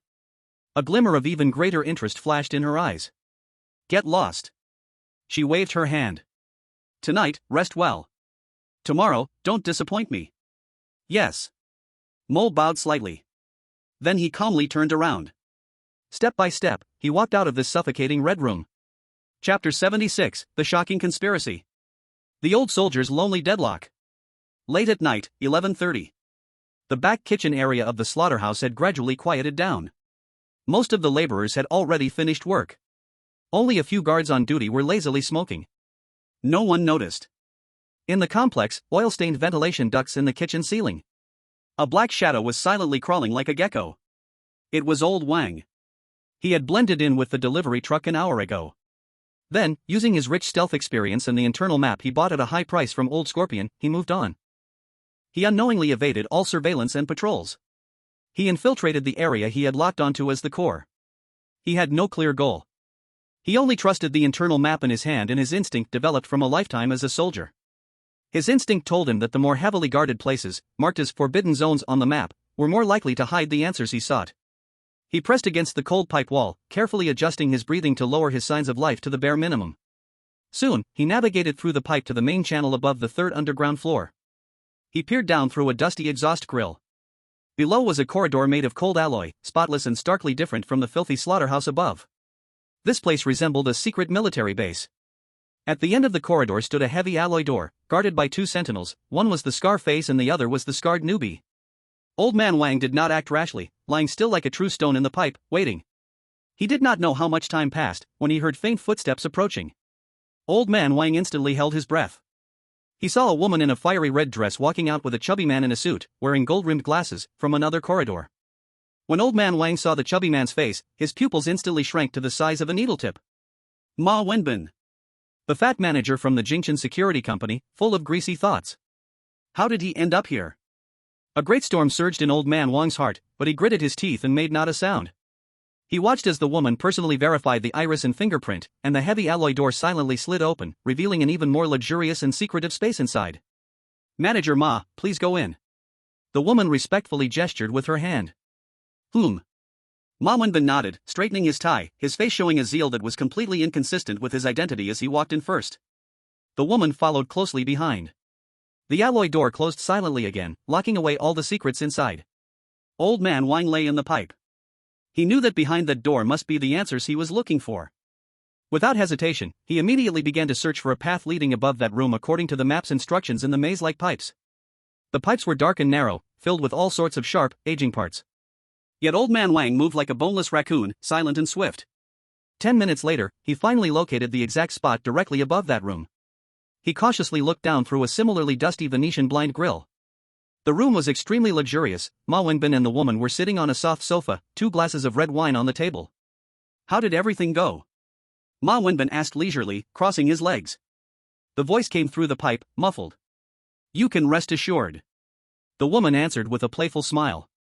All the hotbeds have been arranged perfectly. The waste materials from the experiments have also been cleaned up. We are just waiting for the bishop to initiate the final ceremony. Bishop ceremony. Old Man Wang's heart sank suddenly. Though he only caught bits and pieces, he was certain that there was a tightly organized, religiously linked evil organization behind the Butcher Gang. That scoundrel Ma Wenbin was a pawn they had placed within the Human Alliance system. Just as Old Man Wang prepared to continue eavesdropping, a strong man who had been standing behind the woman suddenly moved like a bodyguard. He abruptly raised his head, his nose sniffing the air wildly like a dog. Sister Hong. His voice was very hoarse. Something is wrong. In the air, there is a smell that does not belong here. The smile on the woman's face instantly vanished. What smell? The man closed his eyes to carefully distinguish, then suddenly opened them with a gaze like a beast. It's the smell of rust and old machine oil. And a hint of gunpowder's nitroglycerin smell. He stretched out his hand and abruptly pointed towards the vent where Old Wan was located on the ceiling. There are rats. The alarm was instantly triggered. Old Wang silently thought to himself, this is bad. The moment the other party raised the gun, he immediately turned in like a frightened python, wildly retreated through the narrow pipe. The bullets from the submachine gun below had already begun to wildly sweep the ceiling. The bullets penetrated the thin metal, whistling past Old Wang's body. Sizzle! A piece of metal shattered by a bullet cut through his arm, bringing up a string of blood droplets. Catch him. Don't let him escape. The room echoed with Sister Hong's furious scream. Old Wang endured the intense pain without saying a word. His only advantage now was, the enemy is clear, I am hidden. He had to use this complex pipe system to shake off his pursuers. He applied all the pipe sneaking skills he had learned while in the army to the fullest, using every corner and every junction to continuously change his position. At the same time, he had no time to waste. He used a dagger to pry open the screws at the pipe connections, using his body to crash into those already aging support structures. Clang! Boom! Heavy ventilation pipes fell from the ceiling due to his actions. They crashed down into the corridor below. Not only did it create a huge noise that disrupted the enemy's hearing, but it also formed temporary obstacles that hindered their pursuit. The entire underground of the slaughterhouse instantly turned into a chaotic mess. A crazy cat-and-mouse game in a steel maze had begun. Chapter 77. Two mice. Catch him. Don't let him escape. The furious scream of Sister Hong came from below. Old Wang ignored it completely. He was like a boneless python in the narrow, dark vent filled with oil and dust. He crawled forward madly in a nearly instinctive posture. The footsteps behind him grew closer and closer. The beams of the flashlights were like crossing swords. They pierced in through the gaps of the exhaust grates, illuminating the steel maze in flickering light. Day. Occasionally, scattered bullets would shoot through the thin metal, whistling past his body. But the gunfire quickly thinned out. Clearly, the people below were cautious. They didn't dare to conduct indiscriminate shooting at the ceiling. No one knew whether they would hit an important steam pipe or a high-voltage cable, destroying the entire underground base. This gave Old Wang a precious chance to catch his breath. He did not flee aimlessly like a headless fly. His brain became exceptionally calm under extreme danger. The incomplete underground structure map he had etched in his mind slowly unfolded in his consciousness, transforming into a zoomable, three-dimensional map. On the left was the exhaust pipe leading to the number 1 cold storage. The path was wide, but lacked cover. Once blocked, it would be a dead end. On the right was the abandoned old duct leading to the staff lounge. Narrow and filled with obstacles. But it was full of intersections like a maze. Old Wang chose the right side without hesitation. He slammed his shoulder against a rusted connection valve, diving into the darker side pipe that only allowed one person through. Damn it! Is this mouse some kind of loach? Came the furious curse from the butcher gang members below. Sister Hong has ordered. A small leader's voice rang out. Seal off all exits to the ground. Team A to the east. Team B to the west. Block all the vents and sewer entrances. Not even a fly should escape from here today. Yes. The chaotic footsteps began to turn orderly, spreading in different directions. A silent catching the turtle in a pot began. At the same time, at the east gate of the slaughterhouse, door 3. The mole was leaning against the cold wall. In his hand was a newly issued submachine gun. His face wore the same numb expression as always, as if he did not care about the sudden chaos that had just occurred. But his ears were like radar, catching every piece of information coming through the communication channel. The target is an unknown expert. The pipeline connection from Area A to Area C has been cut off. Sister Hong is personally leading a thorough search in Area B. All outer patrols immediately seal off their district exits. The mole's pupils slightly constricted. An intruder? An expert causing such a commotion right under Sister Hong's nose? Could it be one of their own? Sent by Commander Lin? Or some unwitting bounty hunter who accidentally stumbled in? He needed to confirm. He glanced at the guard beside him who was anxiously looking around. He slowly opened his mouth to ask. Hey! How long do you think that mouse upstairs can hold out? Hold out? What the hell? The guard spat. If he falls into Sister Hong's hands, he's doomed. I heard that last time a blind spy from the One-Eyed Merchant Association was caught like this. Guess what? He was made into fertilizer for orchids. So ruthless? The mole appropriately showed a bit of fear. Of course. The guard replied with a look of course. But tonight, this mouse really does have some skill. I heard over the walkie-talkie. He's almost dismantled the pipelines in Area B. Sister Hong is almost going crazy. The mole nodded without saying anything more. But in his heart, he already had a rough judgment. This was not an ordinary gang member.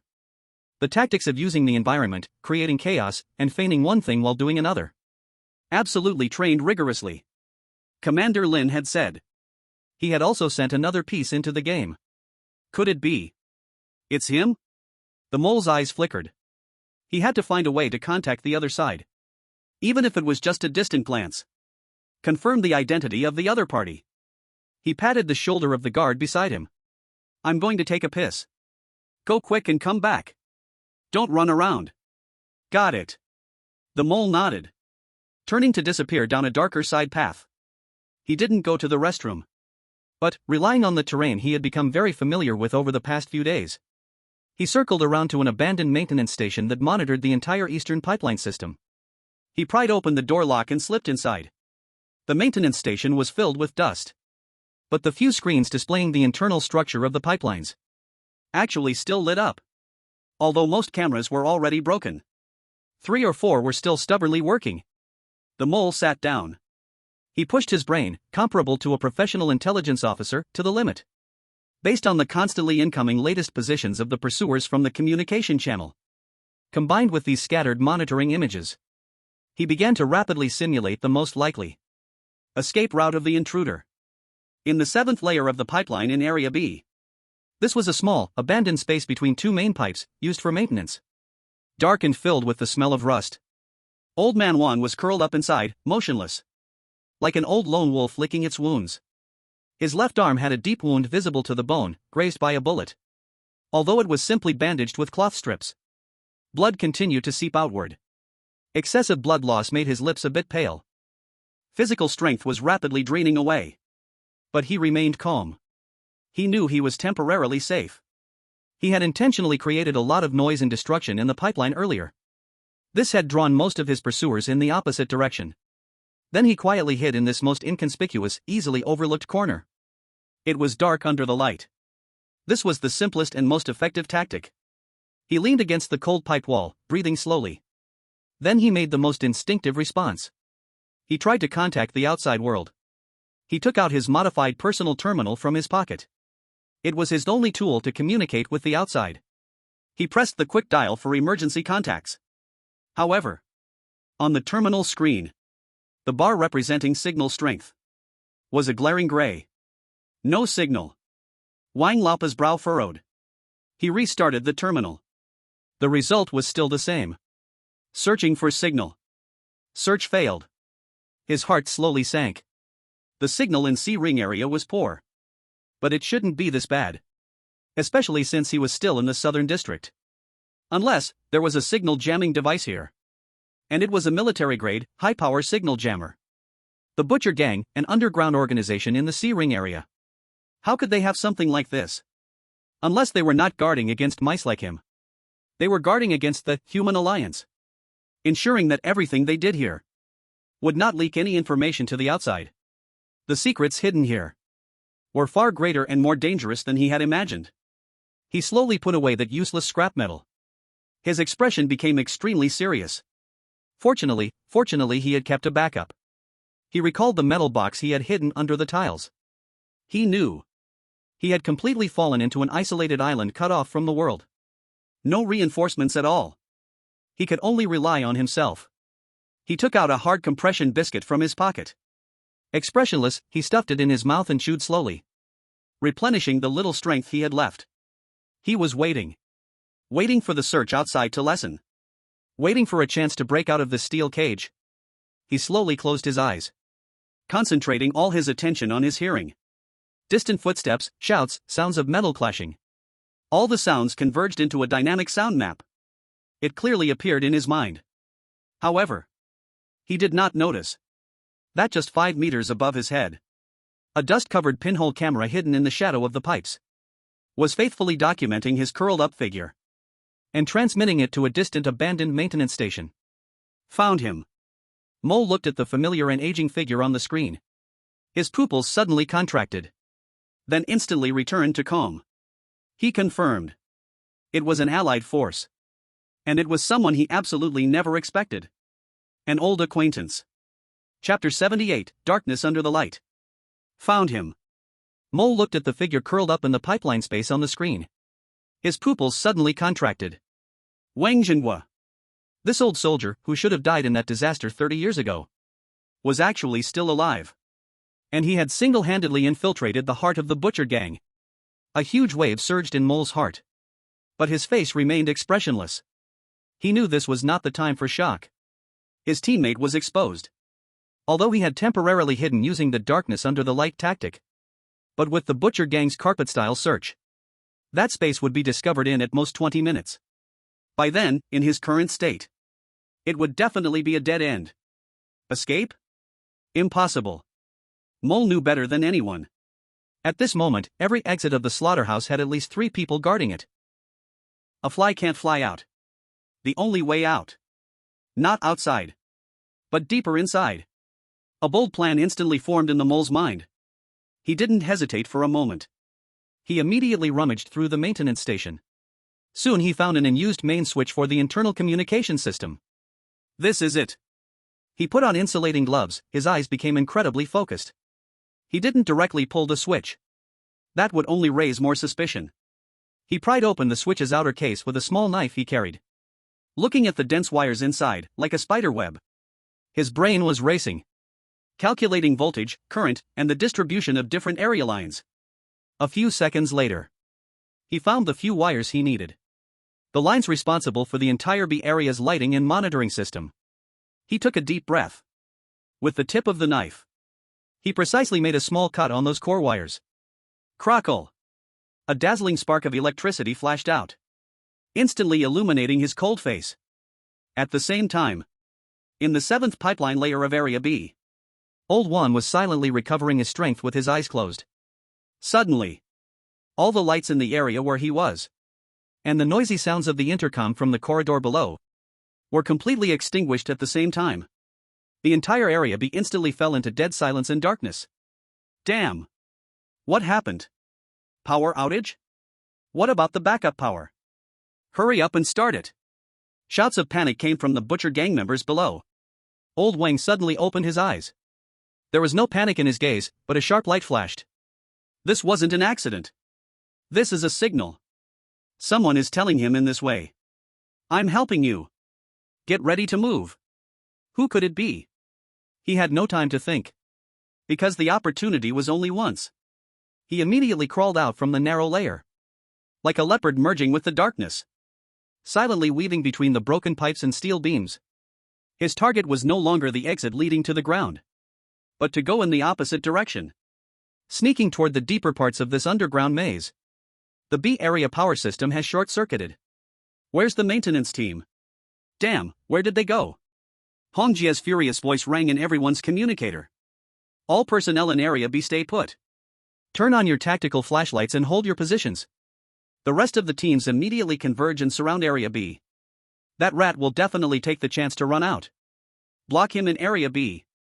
In the abandoned maintenance station. The mole listened to the orders in the communicator. The corners of his mouth curled into a cold arc. This is exactly the effect he wanted. To keep everyone's attention firmly on Area B. Creating a perfect vacuum period for Old Wang to escape to other areas. He turned off the monitoring screen. Restored the switch he had tampered with to its original state. Then he calmly walked out of the maintenance station. As if he really just went to pee. When he returned to his original position, the guard from his team was nervously holding a gun. Damn, you scared me. I thought that rat came out. Where did you go? Took so long? Stomach didn't feel well, so I squatted for a bit longer. The mole replied in his usual hoarse voice. Then he casually asked. By the way, isn't the cold storage number 3 Hong Jie's forbidden area? Now that such a big incident happened, is there no one taking care of it? Take care? Hell no. The guard curled his lips. Scarface had long taken people to Area B to catch the rat. Now there's probably not even a ghost over there. Oh. The mole nodded. He didn't say anything more. But his heart already had the next step planned.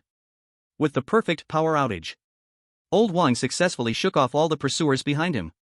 He moved like a true ghost, crossing through the weakest defenses of Area C. Finally, he had crept into a place he never expected. Behind the number 3 cold storage. A vast garbage disposal area used for piling up experimental waste.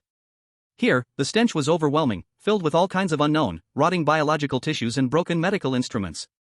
It was the dirtiest and most easily overlooked corner of the entire slaughterhouse underground. He squeezed into a metal box half his height, packed with medical waste. Only a tiny gap was left for him to observe the outside world. He knew he was temporarily safe. But he was also trapped. All the exits were sealed. He was like a mouse hiding in a jar. Though he had temporarily evaded the cat's claws, he had also lost all his escape routes. He was losing more and more blood. His consciousness began to blur. If this continued, he would faint and die before being found. Just then, a faint sound of a cart rolling, coming closer and closer. Old Wang immediately held his breath.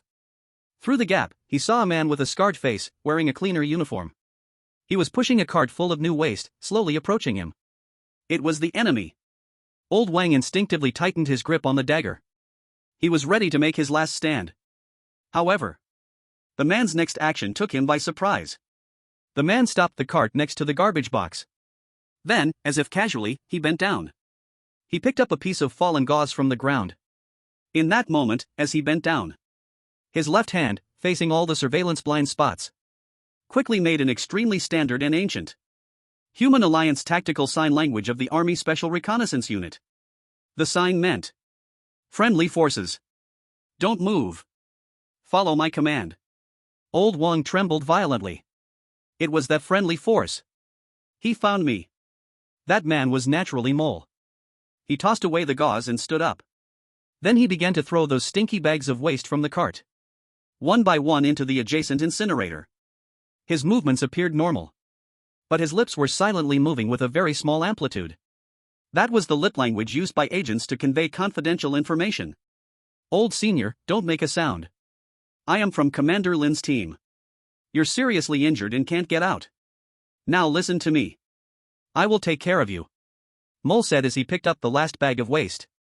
It was a huge black, opaque body bag. He walked to the garbage box where Old Wang was hiding. Then, facing the distant and barely visible surveillance gaze, he threw the empty body bag, along with a few pieces of bloody torn clothes, into this garbage box. He closed the lid.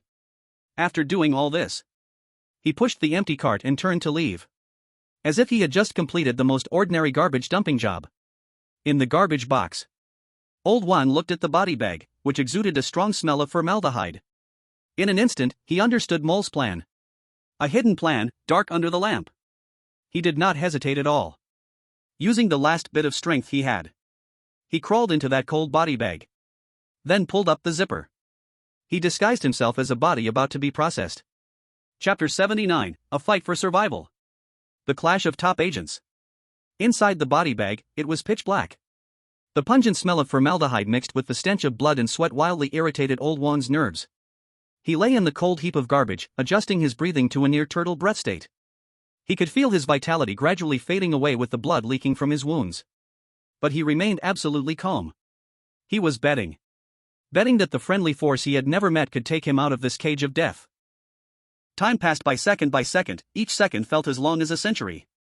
Just when Grandpa Wang's consciousness was about to fall into a trance, bang! The lid of the trash can was suddenly thrown open from the outside.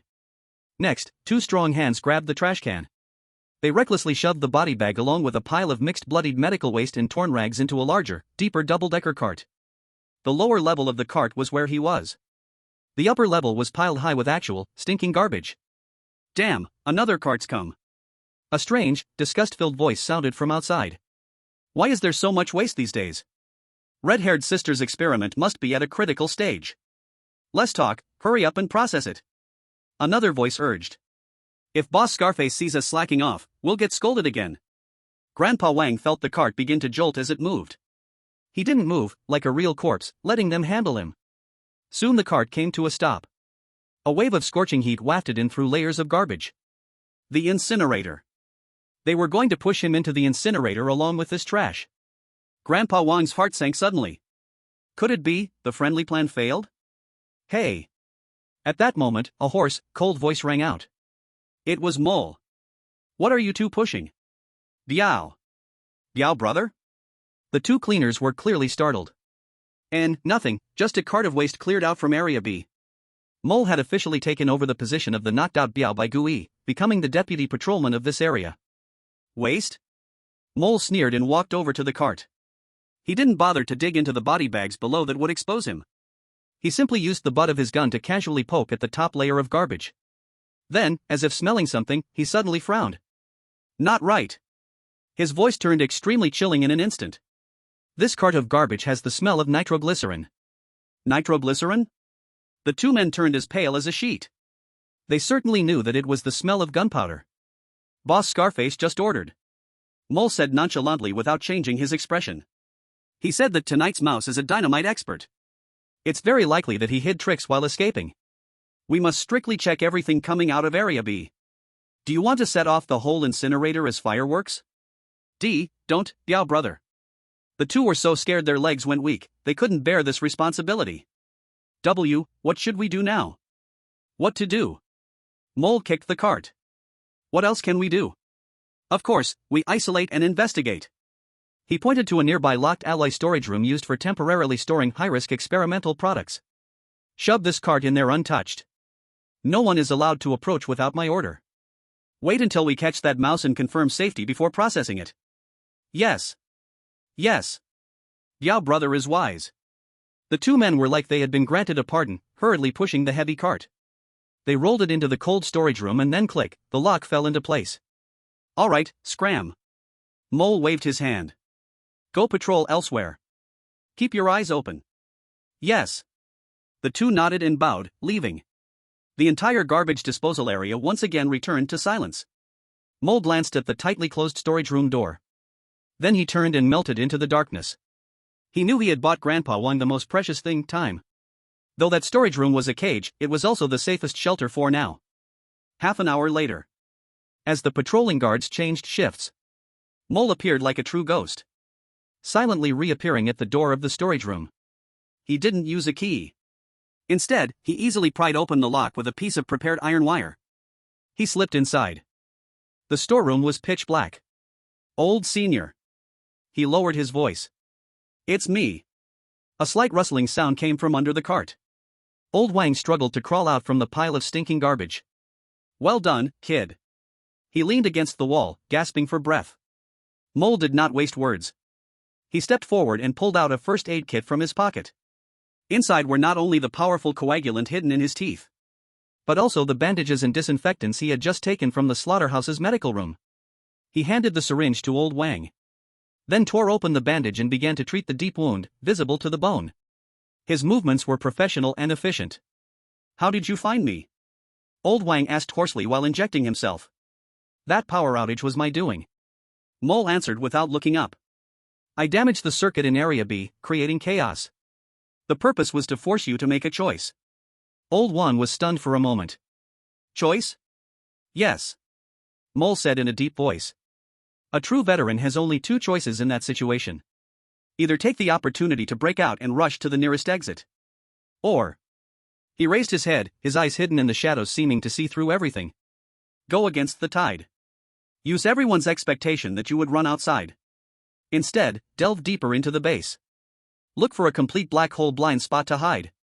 And the dirtiest, most chaotic, and most easily overlooked corner of the entire underground slaughterhouse is right here, waste disposal area. Old Wang fell silent. Professional, calm, and meticulous. Commander Lin sent a real expert this time. What's going on outside? All exits are sealed. Mole said as he finished bandaging Old Wang's wound. Red Sister has turned the entire underground upside down. We can't get out. Then what's your plan? Wait. Mole said just one word. Wait? Yes, wait. Mole stood up and walked to the door, listening attentively to the sounds outside. This is the most tightly guarded place in the entire underground. At the same time, it is also the place they least expect. I will forbid anyone from approaching here in the name of quarantine review. Red Sister is focused on Area B right now. She won't realize that the mouse is actually in the evidence room right under her nose. We just wait here. Wait until they search in vain and let their guard down. Wait for a chance to truly escape. Old Wang leaned against the cold wall, feeling the power of the medicine restoring his body, and the strength that was slowly recovering. He looked at this young man before him, whose face he couldn't see clearly but was incredibly reliable. Slowly, he nodded. He knew. His life could be temporarily saved. Chapter 80, Secret Symbol Remnant and Double Last Words.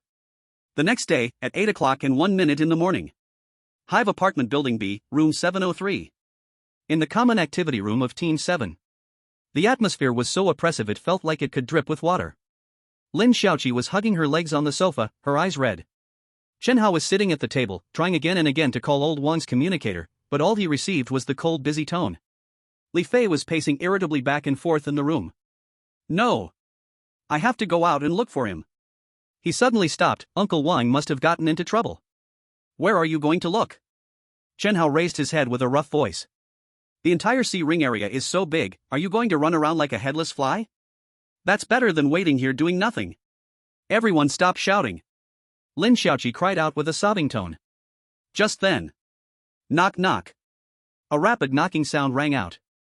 The three of them exchanged glances and saw a hint of vigilance in each other's eyes. Who? Chen Hao pulled out a wrench from under the table and asked in a deep voice. I'm looking for Miss Lin Xiaoqi. A strange, trembling voice full of fear came from outside the door. Lin Xiaoqi was stunned for a moment, then looked through the peephole and recognized it was that toothless person who had drank with old Wang. She opened the door. Is it you? Shoo. The toothless man didn't wait for her to finish, darted in, and slammed the door shut. He leaned against the door, gasping for breath, his face filled with the terror of surviving a disaster. You, what do you want from me? Lin Xiaoqi was startled by his appearance. The toothless man took a moment to catch his breath, then lifted his head to look at Lin Xiaoqi and said quickly in a tone almost like reciting. Dad went fishing. The fishing rod broke by the river at the slaughterhouse. The compass is pointing to home in the usual place. After finishing, he looked as if he had accomplished a monumental task and felt utterly exhausted. What?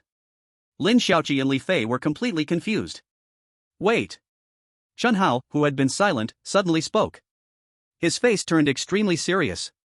Say that last line again. The compass is pointing to home in the usual place. Chen Hao's body shook violently. Xiaoqi, Li Fei, he turned to look at the two, his voice trembling slightly. Do you remember? The captain once taught us the code. Lin Xiaoqi and Li Fei immediately recalled. Fishing represents, Lin Xiaoqi's lips began to quiver, represents executing the highest risk level infiltration mission.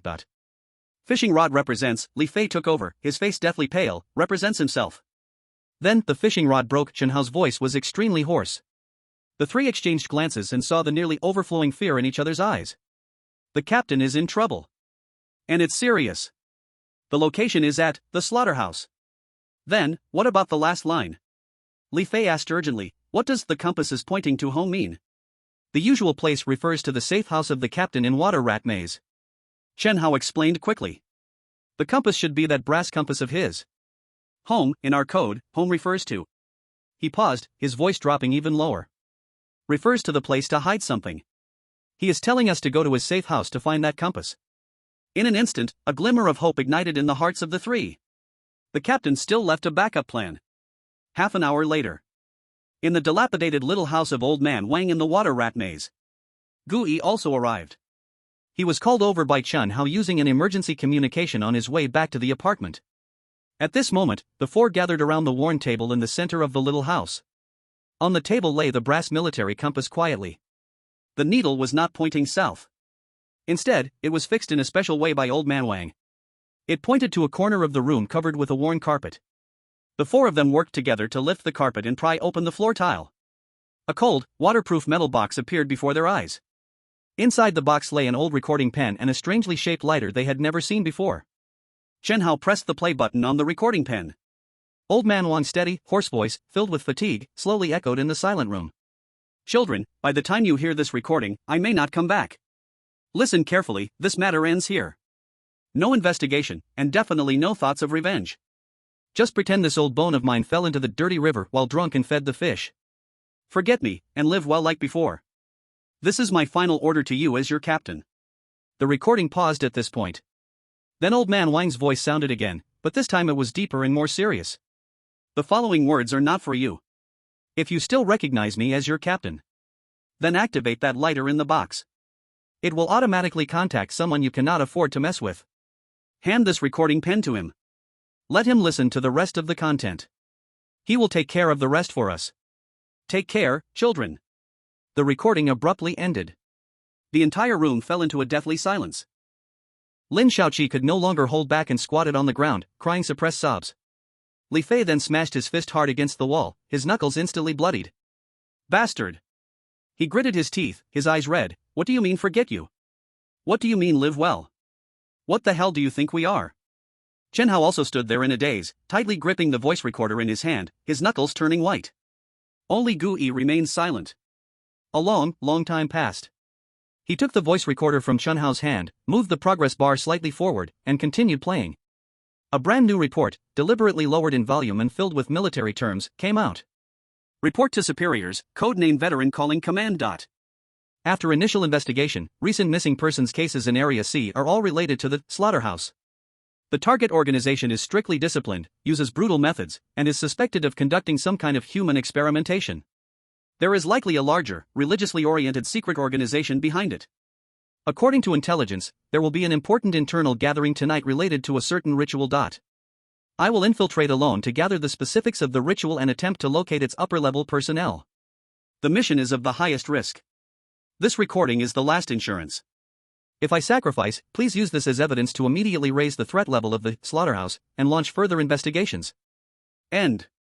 After listening to this recording, everyone present was completely stunned. Command code name Veteran.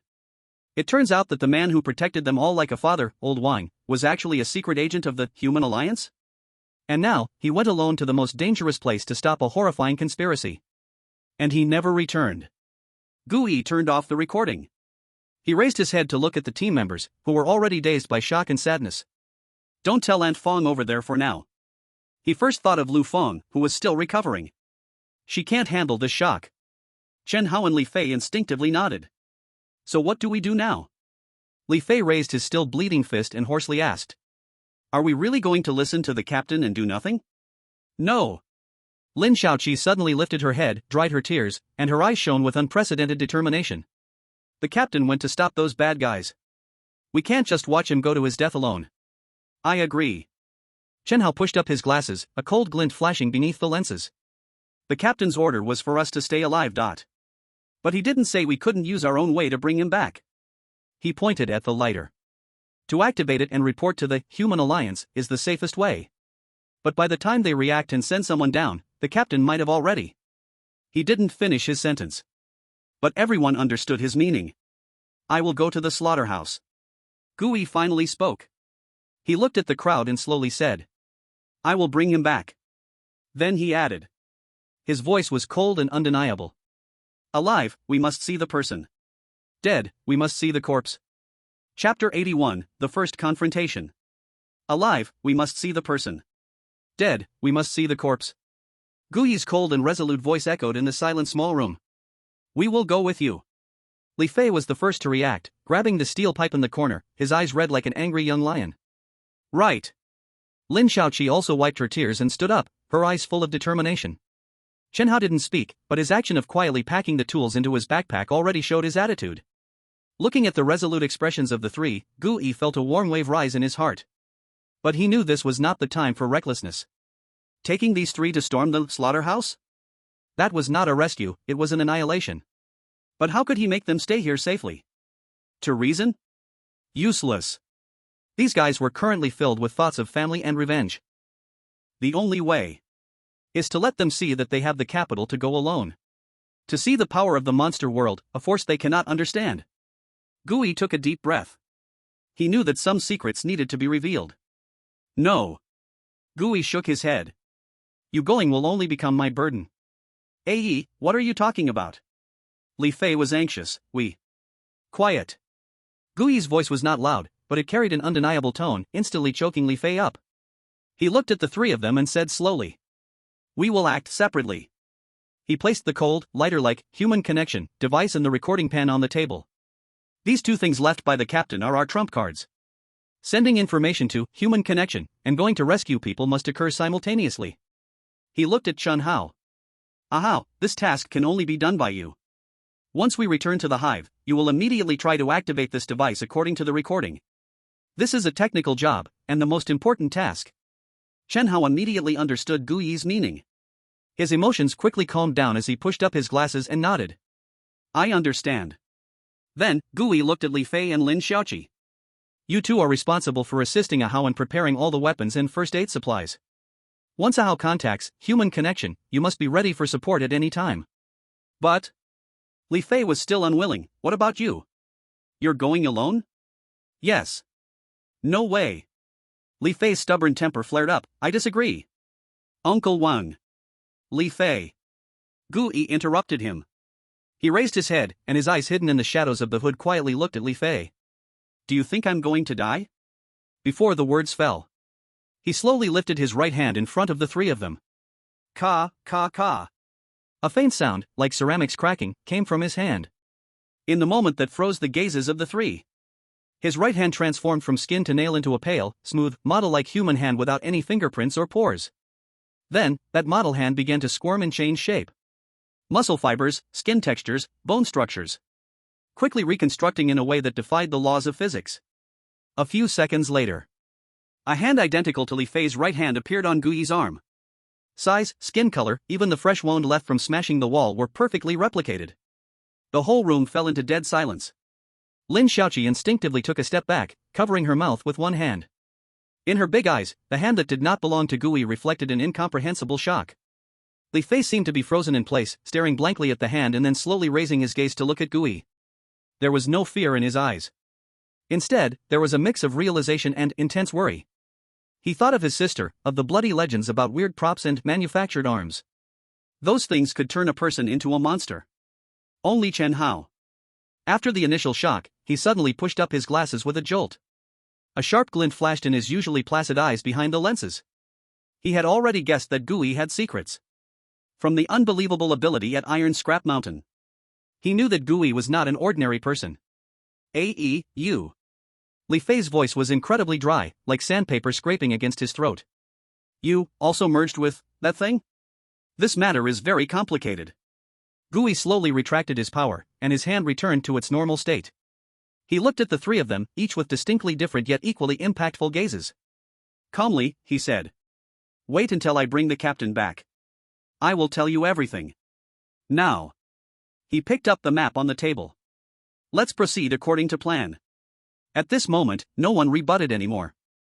For the first time, they directly understood where Gui's confidence came from. They also realized that this perilous infiltration perhaps only he was qualified to participate in. After explaining everything, Gui did not waste another second. He left the small cabin alone. He vanished into the twisted darkness of the water rat maze. After explaining everything, Gui did not waste another second, leaving the small cabin alone, vanishing into the complex shadows of the water rat maze. On the way, he finally had the time to carefully examine his upgraded Eerie Compendium. Eerie Compendium LV.2. Upgrade requirement, contain and analyze 50 different Eerie's. Current progress, 10/50. New function skill extraction, unlocked can solidify the core abilities of contained Eerie's into a-keepable modules. Current skill slots, January 1st. Note, skills in the skill slot can be reset and changed once daily. 50 kinds?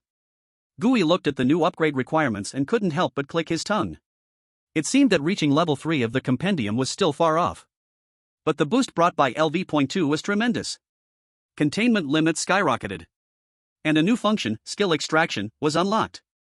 Moreover, the previous psychic pollution caused by containing Meat Cabinet Butcher had completely vanished after the compendium upgraded. It was as if the compendium's firewall upgraded too. This was the biggest surprise. Skill extraction. Gui focused on that new function. He noticed that below each form card, a new extract option had appeared. Polluted blood extract skill, liquidation, passive, can slightly liquefy when receiving physical impact, exempting part of the damage. Bonehound extract skill, stealth, passive, greatly reduces noise when moving. Echobat extract skill, sonar, active, consumes mental power for a range detection. Thousand-faced model extract skill, disguise, active, can change the shape and color of oneself or clothing for disguise. Meat Cabinet Butcher extract skill, desire to feed, passive, can restore oneself by swallowing flesh and blood. Bone Butcher extract skill, brutality, passive, greatly increases one's explosive power and pain tolerance. Looking at this row of dazzling skills. For this infiltration and rescue mission, he chose sonar. Half an hour later. Back street of the slaughterhouse periphery. Gui, like a ghost, lurked on the rooftop of an abandoned building, coldly observing the slaughterhouse below that resembled a fortress. It was now morning. The sky in Zone C was always that gray color. He could clearly see that every exit of the slaughterhouse had doubled its guards, the atmosphere loose outside but tight inside. Clearly, last night's mouse had made them exceptionally alert. Mixing in through the front or back door? Impossible. Gui's gaze slowly moved up, finally locking onto the maze-like complexity of the slaughterhouse's main building. The drainage and ventilation pipe system. There was the only blind spot of this fortress. Gui took a deep breath. Form card polluted blood, activate. He could clearly feel the reality-stabilizing anchor suppressing the eerie power within him.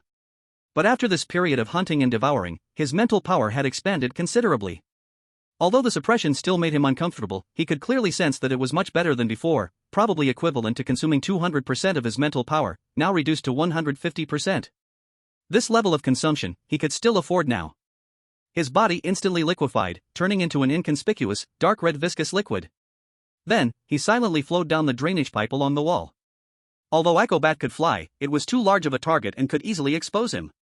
But the liquefied form of polluted blood was truly the perfect infiltration form. He effortlessly seeped through a gap in a drain and entered the underground of the slaughterhouse. Then, he clung to the inner wall of the pipe. Start moving fast. Soon, he arrived at the main sewage pipeline on the second underground level. Here is the transport hub of the entire building, connecting all areas. Just then, a slight sound of metal rubbing came from a fork in the path below. Someone. Gui immediately stopped moving, perfectly flattening his liquefied body into a layer of stain on the wall of the pipeline. He saw. 2 patrolling members of the butcher's gang were hunched over, cursing as they crawled painfully through a narrow maintenance passage that could only accommodate 1 person. Damn it, Hong Jia must be crazy? We've searched all night and not even a ghost shadow.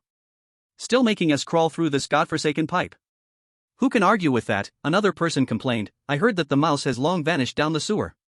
We're just wasting our time here. Alright, keep your mouth shut. Up ahead is the initial processing area. It's the most pungent there, let's finish the patrol quickly and go back to drink. As they spoke, the 2 crawled toward Gui's direction below him. Gui held his breath. The 2 men passed beneath him with their flashlights, completely unaware that a layer of deadly stain was silently watching them on the wall of the pipeline above their heads. Their conversation gradually faded away. But the information they revealed was extremely critical. The captain is still alive. He hasn't died. These people are looking for him. Must find the captain as soon as possible. After the 2 walked far away, he didn't go to where he guessed might be the higher levels. Instead, he turned around and silently followed behind the 2 guards. Heading toward the unknown initial processing area, he stealthily moved forward. Chapter 82, The Truth About Synthetic Protein. The 2 patrolling members disappeared into the end of the passage, still cursing. Gui closely followed them. He pressed his liquid body of polluted blood against the cold wall of the pipeline. Carefully, he inched toward the source of the sound and light. Soon, a vast underground space, enormous like a factory workshop, appeared in his sight. Although polluted blood had no eyes, he could feel the rumbling machines below. And the pungent, mixed smell of blood and rot. He flowed out through a gap at the exit of a sewage pipeline. Flattening himself on the ground, he became a piece of inconspicuous oil stain. Then he saw a scene he would never forget. The entire workshop resembled an efficiently running slaughter line. But what was being processed here was not livestock. Instead, it was the cheapest garbage from Zone C.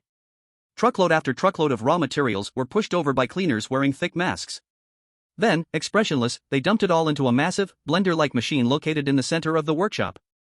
Among those raw materials, there were mutant mosses scooped from the murky pools of the Western District. There were also mutant mice caught from the graveyard in the Northern District, still squeaking. Even Gui's body suddenly contracted. He saw several incomplete, clearly human corpses were tossed in without hesitation. Rumble, rumble, rumble. That huge iron beast left over from before the Great Rift roared deafeningly. Sharp alloy blades and high-pressure centrifugal rollers started to operate wildly. Grinding, crushing, separating, and then compressing all the raw materials that were thrown in. Whether it was moss, mice, or human corpses. Finally, a thick, gray-brown protein slurry with a bizarre fishy smell flowed out from the machine's other end. Gui lay on the ground, watching this hellish scene. His stomach was churning. He finally understood. In the black market of the Searing, those synthetic meats that even Aunt Lufan coveted. Those fried mutated octopus tentacles served up by the Clockwork Orange bar. Their source? It is these. These made of garbage, monsters, and even their kind mixed together. Meat slurry. A wave of extreme disgust and cold anger instantly filled his chest. But he ultimately held it in. Rationality told him, now is not the time. Old Wang is still missing. And this is not the end. Gui forced himself to calm down.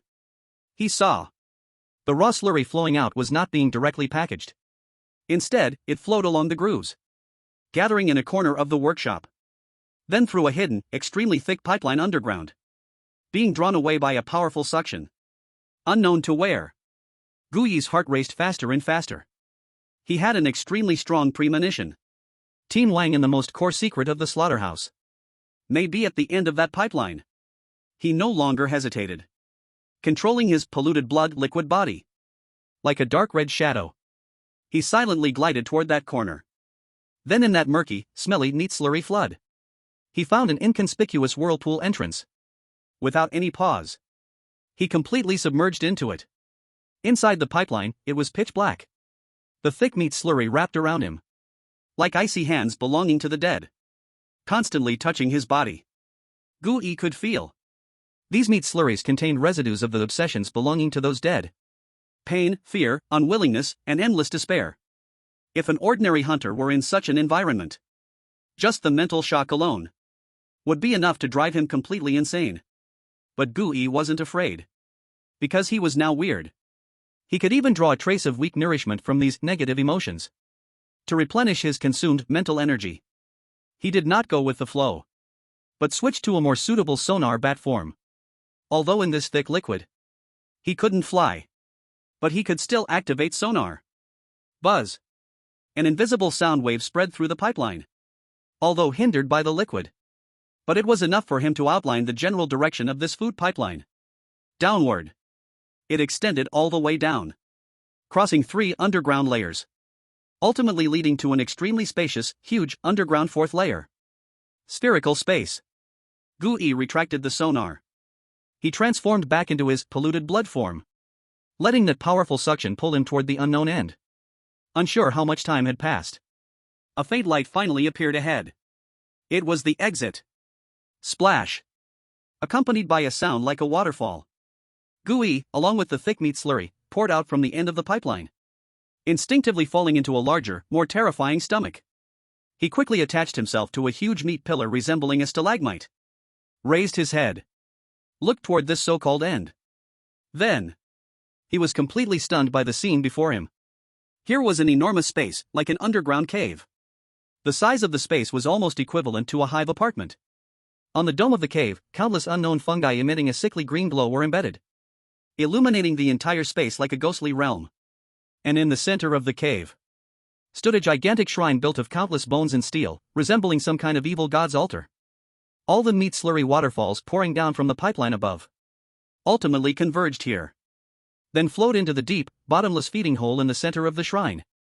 In the deepest part of the shrine, Gu-yi saw that which the butcher gang worshipped like a god. It was a mass. A mass with a diameter of over 20 meters. Like some giant sea anemone of the deep sea, slowly wriggling. A living chunk of meat. It displayed a translucent, nauseating pink color throughout. Its surface was covered with deep purple patterns, like blood vessels. It had no facial features, no limbs. Only a gigantic mouth that opened and closed, located at the center of its body. And countless translucent tentacles, extending from its body, like blood vessels. Those tentacles were deeply rooted in the feeding mouth, like the root system of a plant, greedily absorbing the nutrients formed from corpses and garbage. And at the other end of this monster's body, a thick pipeline connected there, continuously flowing out a milky white, seemingly pure and flawless, viscous protein matrix, then transported to unknown areas by another set of pipeline systems. Seeing this, Gu-yi instantly linked everything together. Those expensive synthetic meats on the black market in the searing area. Those so-called delicacies that countless low-income people flock to. Turns out all of it was the feces of this unknown monster. Chapter 83, Damn. An unfair and sneaky attack. A wave of extreme nausea, like cold tide instantly drowning Gu-yi's sense of reason. He wanted to vomit, but the form of the polluted blood had no stomach. He could only feel his body uncontrollably churning violently. He remembered Aunt Lu Fang's satisfied smile when she went to buy those cheap scraps at the back street of the slaughterhouse to save money. He recalled Li Fei's proud expression when he generously ordered a plate of fried mutated octopus tentacles at the Clockwork Orange bar. He remembered himself, after getting his first bounty, treating himself to a crispy on the outside, tender on the inside synthetic meat pie. Gag. He finally couldn't hold it in anymore. Though he didn't vomit anything out. The spasm that came from the depths of his soul was more intense than any vomiting. After a wave of nausea, Gu-yi forcibly suppressed that physical discomfort. In its place was a colder, more scrutinizing gaze. He remembered the residents on Rusted Bone Street queuing up for a small piece of synthetic meat. This food chain composed of garbage, corpses, and monster excrement. Though disgustingly extreme, but in an extremely twisted way. It nourished the fragile, deformed prosperity of the searing area. Gui could understand the survival logic behind this. But that didn't mean he could accept it now. He estimated that he would avoid such things for a while. His attention quickly shifted away from the chunk of meat, back to his original goal. Find Team Leader Wang. He switched to the Echo Bat and activated sonar detection. This time, he expanded the detection range to the entire cave. A black and white, three-dimensional sonar map instantly formed in his mind. A gigantic chin altar, a web-like piping system, and the massive energy-like mass representing the pink meat chunk in the center of the cave. But Gui's heart suddenly sank. No. Still no. Aside from that disgusting meat chunk, there were no signs of any second living creature in the entire cave. Did he go the wrong way? Is Team Leader Wang not here at all? Gui forced himself to calm down. Since the core restricted area wasn't here, then it indicated that Team Leader Wang was likely still trapped somewhere else in this underground base. He couldn't keep running around like a headless fly. He must adopt a more efficient and safer search method. No longer hesitating, Gui gave up the idea of going back the way he came. Rush back against that meat slurry like a waterfall? He wasn't that foolish. Gui turned his gaze to the intricately connected exhaust and maintenance pipes on the cave ceiling. Then it transformed into the most flexible echolocation bat form. Silently flew upwards. 10 minutes later. On the second underground floor, in a forgotten corner by a sewage outlet, a pool of dark red, viscous liquid quietly flowed out. Gui successfully navigated through the complex maze of pipes. He circled back to the upper level of the base. He found an absolutely safe blind spot in the surveillance. He removed the polluted blood form and turned back into human shape. Then, the form card, thousand-faced model activated, accompanied by a faint sound, like porcelain cracking, of caca. His figure, appearance, and clothing began to change rapidly. A few seconds later, a man of medium build, with an ordinary face, dressed in a filthy cleaner uniform appeared in the same place. This was one of the two patrol team members he had eavesdropped on in the pipes. Perfect and without a flaw. After finishing all this, Gui stepped out of the shadows like a true insider. He started to stroll through the maze-like underground base. This was his true exploration of the slaughterhouse. In the huge initial processing area, the roar was deafening. The dazed cleaners worked like worker ants, mechanically pushing carts of mixed raw materials towards the steel beast. On another production line, the strong smell of chemical fragrances was overwhelming. A milky protein matrix flowed through the pipes, injected with various bright red dyes and tender meat powder, finally pressed into pieces of realistic-looking synthetic steak, exuding a false aroma of meat. A wave of crude curses and the screams of gambling came from a half-open door. The stench mixed with alcohol, sweat, and cheap cigarettes formed an invisible wall, causing Gui to instinctively hold his breath. He didn't linger and continued forward. Immediately, a suppressed, beast-like whimper caught his attention. He turned his head and looked through a half-open, iron door marked medical room. A man in a white coat was slowly inserting a probe, flickering with weak arcs of electricity, into the temple of a person bound to the operating table. The bound person was twitching violently but couldn't make a sound. "Don't be afraid, it will be over soon." The man in the white coat chanted softly, his tone eerily gentle. Gui averted his gaze and continued walking with a blank expression. This is the daily life of the slaughterhouse. Gui maintained a numb expression like the other cleaners.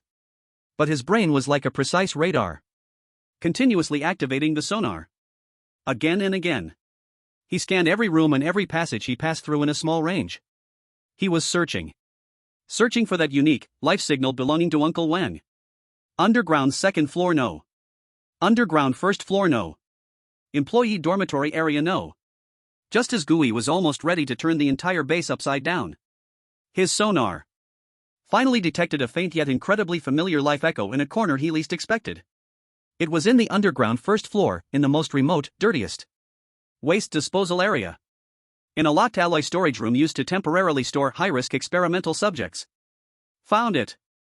A wave of wild joy surged in Gui's heart. He immediately adjusted his direction and walked quickly to that location. However, just as he turned a corner of a passage, his steps suddenly halted.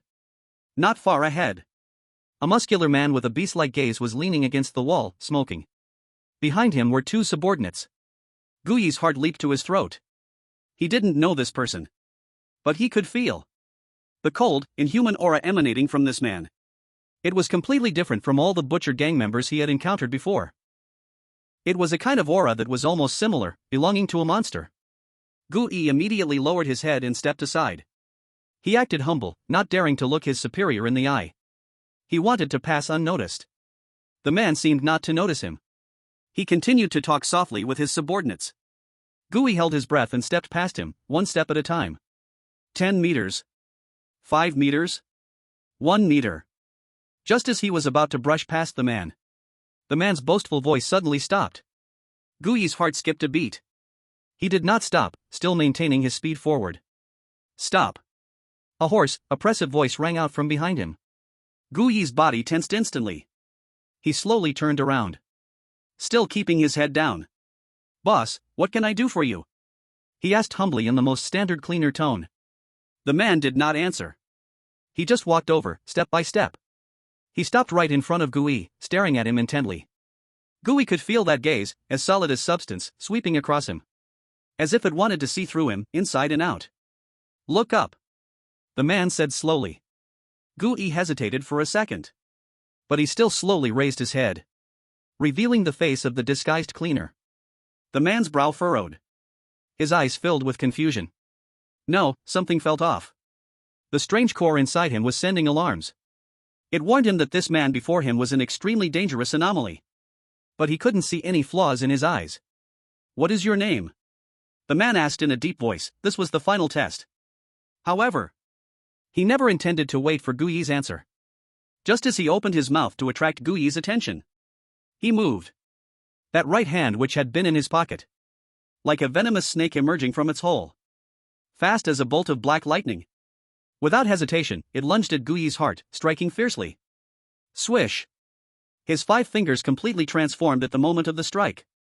They turned into claws half a meter long, like black blades. Strike first and ask questions later. This is the rule of the slaughterhouse. Chapter 84, is this it? Then I'm going to make a scene. Swish! The black blade-like bony claw, with a piercing scream that tore through the air, instantly reached Gooey's chest. Fast. Too fast. This strike, whether in speed or angle, was filled with lethal intent. If it were any ordinary cleaner, they would definitely be split open on the spot. But Gooey was not. Just as the claw was about to pierce his heart, the ability of the thousand-faced model plastic body revealed itself to the fullest. His disguised body was like a piece of plastic without bones.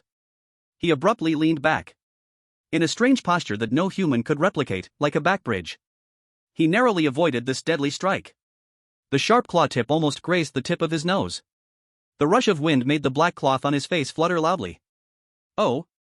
A flash of surprise crossed the man's eyes. Clearly, he hadn't expected this cleaner to be able to dodge. But his offensive did not wane. Twisting his wrist, he unleashed an even more brutal upward slash, aimed to split Gooey from chin to crown. However, Gooey's body, leaning back, did not fall. But like a weeble, he erupted with terrifying core power from his waist, and shot back upright. At the same time, his right hand, which hung at his side, was instantly covered in a layer of shiny, liquid metal-like substance. The renegade iron group's shape restructuring. That layer of liquid metal quickly reshaped under his will, transforming into a fierce-looking claw, flashing with cold, eerie light. Metal claws. Bang! A black bone claw and a silver metal claw collided violently in the narrow alloy corridor. A burst of blinding sparks erupted. Thud. Thud. Thud. The man was actually knocked back 3 steps by this immense force. He steadied himself and raised his head. He looked at his bone claw, which was slightly numb and even had a few cracks. For the first time, horror appeared in his beast-like eyes. Power. The power of this freak in front of him was actually above his own? But Gooey stood firmly in place, not moving an inch. He maintained the disguise of an ordinary cleaner using the thousand-faced model. However, the transformed metal claw looked extremely bizarre. Who are you? Gooey looked at the man in front of him, who also had the ability of transformation, and couldn't help but ask. Are you also weird? Seeking death. The man seemed to take Gooey's question as an insult. He let out a low growl. His other hand instantly transformed into a bone claw. Like a completely enraged cheetah, he lunged fiercely at Gooey once more. This time, his attack was even more intense and faster. Both bone claws turned into 2 dark shadows, sealing off all of Gooey's escape routes. Ha! Gooey sneered. Since he couldn't get answers, then he would fight until the man spoke. He stopped holding back. The bone butcher was fully activated. Crack. Crack. Crack. Accompanied by a series of teeth-gritting bone-cracking sounds. His body began to crazily swell and transform in an instant. The layer of disguise belonging to the thousand-faced model shattered like a fragile eggshell. Chilling white bones broke through his skin, forming a tough skeleton. Dark red muscular fibers twisted over it like twisted ropes. In just 2 seconds, a terrifying monster over 2.5 meters tall, with a bone claw for a left hand and gripping a bone cleaver in the right hand, completely replaced Gui's position. A brutal rage and killing intent, stemming from deep within his soul, began to uncontrollably spread in his heart. That pure, terrifying aura, filled with the desire for slaughter and devouring, belonging to the weirdness, instantly enveloped the entire corridor. What the hell is this thing? The 2 butcher helper members by the side, already scared silly, watching this horrifying scene of a human turning into a monster, finally collapsed. They screamed and turned to run. But it was already too late. So noisy. Gui's inhuman, cold voice echoed in the corridor. That brutal killing intent urged him to clear out all the unnecessary noise. The bone butcher casually flicked his left hand's bone claw. 2 bone spikes, formed from bone buildup, shot out like darts. Thud. Thud. They accurately pierced through the hearts of those 2 men from behind, nailing them firmly to the wall. After doing all this, the eyes of the bone butcher, made of pale soul fire, slowly turned to the clawman who had abruptly halted midway. At this moment, this man, who was once so arrogant, had only endless fear left on his face. He could feel that this monster before him was not on the same dimensional existence as himself. He was merely a modified human who had transplanted parts, whereas the other was a pure, perfect predator born for slaughter. Run! This thought instantly occupied his brain. He turned around and ran without hesitation. But how could Gui give him this opportunity? The bone butcher propelled his skeletal legs violently. The hard alloy ground instantly cracked. His figure shot forward like a cannonball, quickly catching up to the man. Then that giant cleaver, made of spine and rib bones, carried enough power to split mountains and shatter rocks. With a fierce strike from above, the man unleashed all his potential at the brink of life and death. He crossed his arms, placing 2 bony claws above his head, trying to endure this blow. Clang! A sound loud enough to shatter eardrums erupted throughout the underground slaughterhouse. Sparks flew everywhere. The man's clawed arms were bent downwards by the overwhelming force, letting out a mournful cry of unbearable strain. The powerful impact made his knees buckle, and he thudded to the ground. It's not over yet. Gui's inhuman voice rang above him. The left claw of the bone butcher swiftly descended, like a venomous snake striking, seizing his shoulder accurately. Then his right knee shot up. It violently crashed into his chin. Boom! The man's head jerked back from the fierce knee strike, teeth mixed with blood spraying out. His entire body flew back like a broken sack. He slammed heavily against the wall before sliding down to the ground. He completely lost consciousness. Gui slowly withdrew his slaughter knife, looking at the clawman who lay unconscious on the ground. A hint of disdain flickered in his eyes that burned with the fire of a soul. I thought he was impressive. In the end, is this it? All my caution was for nothing. But the loud sound had already utterly alarmed the entire underground base. Alarm! Alarm! Intruder detected in Sector A, Passage 3. Requesting support. The piercing alarm echoed in every corner in an instant. Dense and chaotic footsteps were rushing from all directions. Gui knew he had been completely exposed. It was impossible to rescue anyone quietly now. The brutal obsession from the bone butcher surged in his heart once again. Now that he had been discovered, why hide like a mouse anymore? A cold madness flickered in his eyes that burned with the fire of a soul. Let's make a scene. Meanwhile, in the underground waste treatment area, in the cold alloy storage room, Old Wang was also woken up by the sudden loud noise and shrill alarm. He struggled to get up. Pressing against the cold door, he listened carefully to the sounds outside. Hurry! Go to Sector A for support. Hongjia has ordered. Capture the intruder alive. Damn it, who is the blind fool daring to cause trouble here? That noise just now sounded like a bomb explosion. Numerous members of the butcher gang were hurrying down the hallway, running with hurried footsteps. Their suspicious murmurs echoed. Old Wang furrowed his brow tightly. Intruder? Could it be that friendly force? No, that's not right. His style wouldn't be so flamboyant. Who is it? Who would forcefully break in here in such a nearly suicidal way? And further away, in another patrol passage, the mole also heard that enormous noise. He immediately halted the original rescue plan, his expression becoming extremely serious. Plans can't keep up with changes. A third-party force had entered the scene. And from the looks of it, its strength was beyond imagination. This is a crisis. But at the same time, it is an opportunity to take advantage of the chaos. An excellent chance. Chapter 85, The Butcher's Frenzy. Alarm! Alarm! The screeching red light pulsed like a frantic heartbeat. It dyed the entire underground slaughterhouse a foreboding shade of blood red. Dense footsteps and furious roars echoed from all directions. A net of gun muzzles and knife blades was rapidly closing in, centered around Passage 3 in Sector A. And Gui stood right in the center of this net.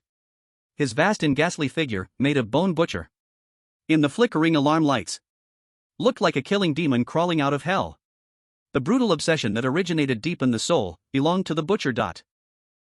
Screaming madly. Kill. Devour.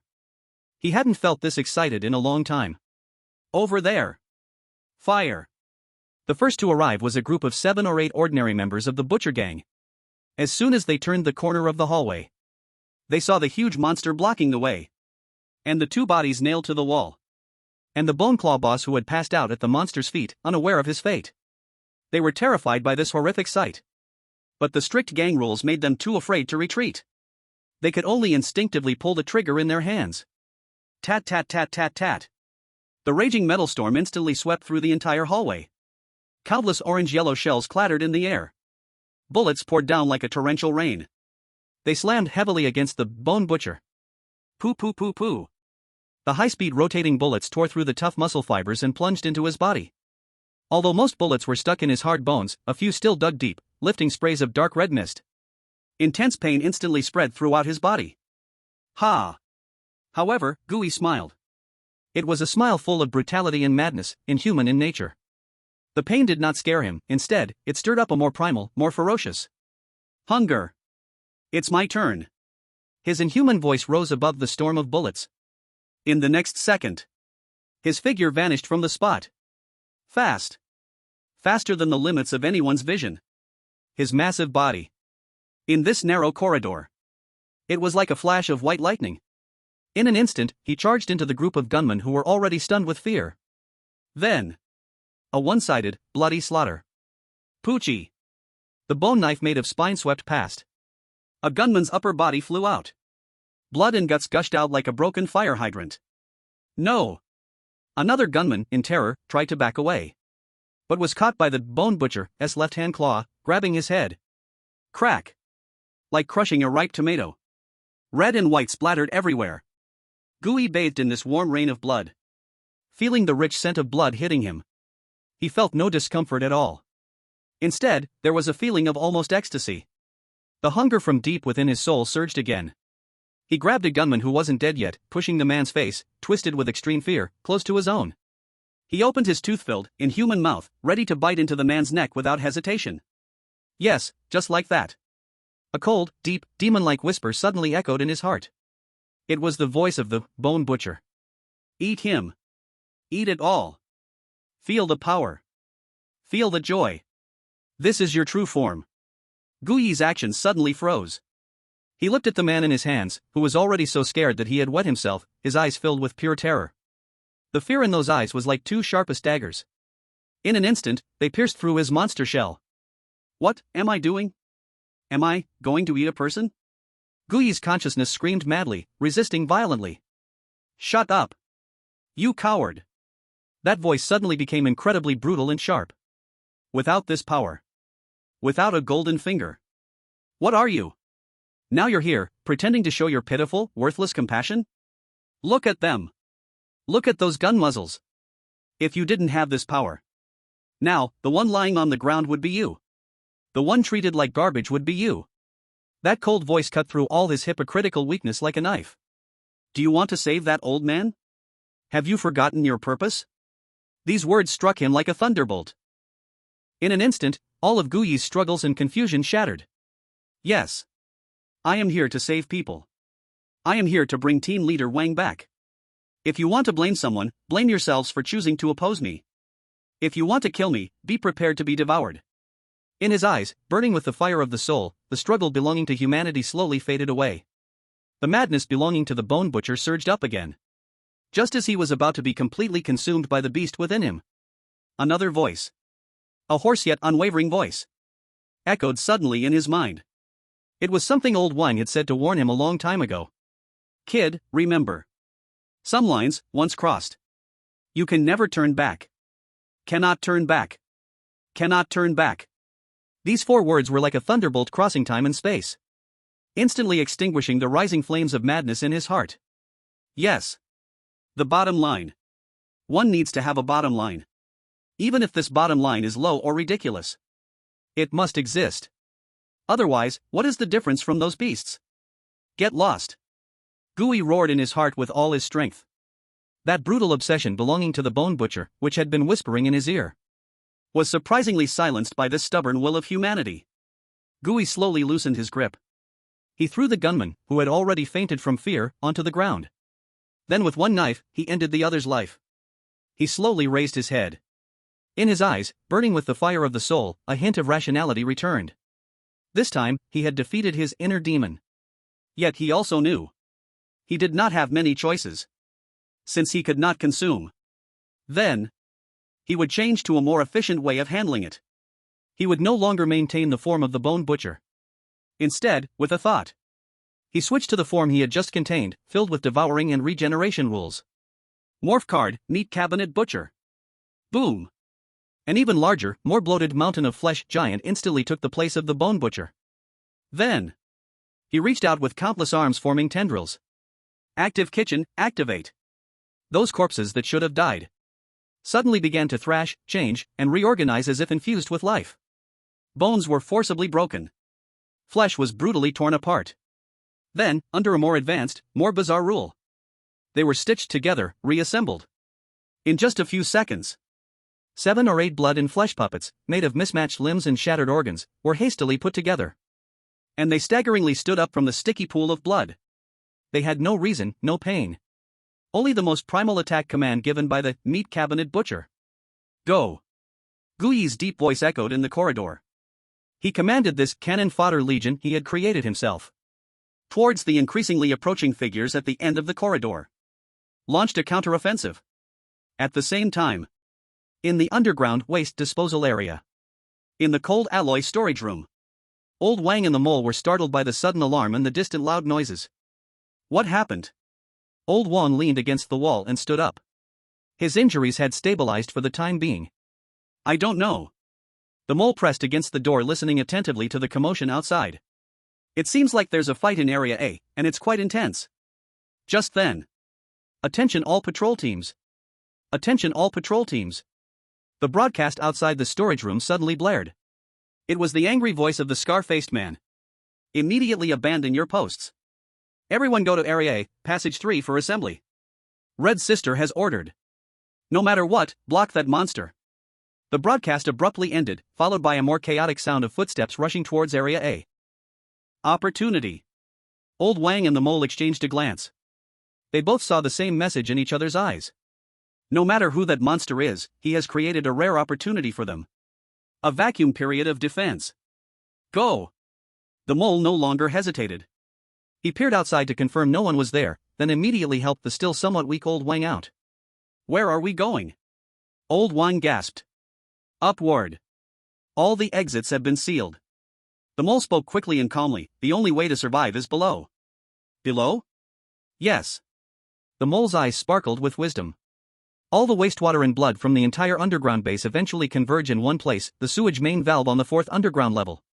That connects to the most complex sewage system in the searing area. Usually, there's at least a squad of people guarding it. But now they must have been assigned to the A area. That is our only door. Old Wang instantly understood. This was a risky but feasible plan. Okay. He nodded. I will go with you. No. However, the mole shook his head. He handed a map with a hasty route sketched on it into Old Wang's hand. You go by yourself. Old Wang was stunned. You won't come with me?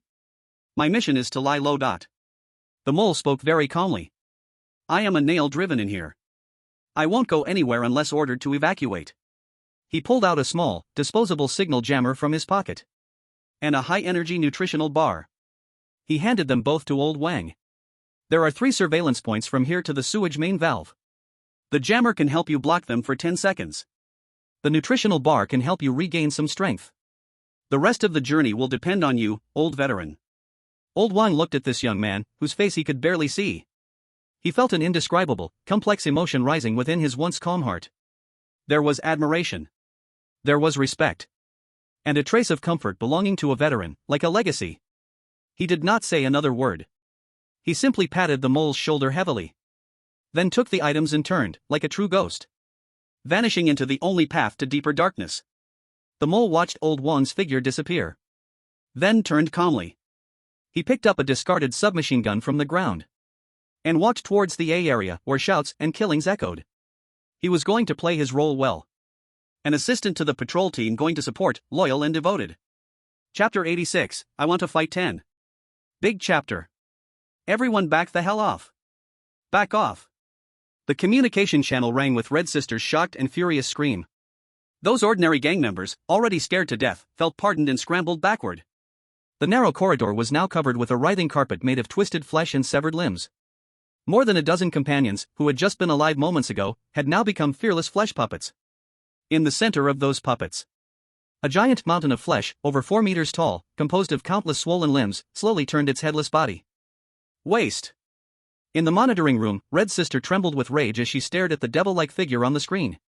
She suddenly slammed a communication device hard onto the ground. What the hell has happened these past few days? Her usually charming face was now filled with twisted fury. First, a cunning rat sneaked in. Now a monster has emerged. When did our slaughterhouse's underground base become a public toilet open for everyone? She kicked over a chair beside her, her chest heaving violently. The man beside her, with a centipede tattoo on his face, lowered his head and dared not speak. After venting her frustrations, Hong Jia barely managed to suppress her anger. But her gaze remained as icy as if she wanted to kill. Hong Jia, centipede face, cautiously opened his mouth. No more ordinary people can be sent up. That just increases their numbers. I know that. Hong Jia slammed the table fiercely. Nail. Ghost. And mirror woman. She shouted into the communicator, "You 3, bring your toys. Go meet him." Received. The communicator echoed with 3 brief and cold responses. In Area A, Channel 3. Gui was enjoying the thrill of controlling an army like a death wizard. Although the meat cabinet butcher form didn't have the direct combat power of the bone butcher, the ability to turn enemies into his own soldiers was practically a bug on the battlefield. At that moment, he felt 3 stronger auras than those previous small fries. They were rapidly approaching him from 3 different directions. Here they come? The real appetizer. Gui controlled his dozen blood puppets, forming a makeshift defense line.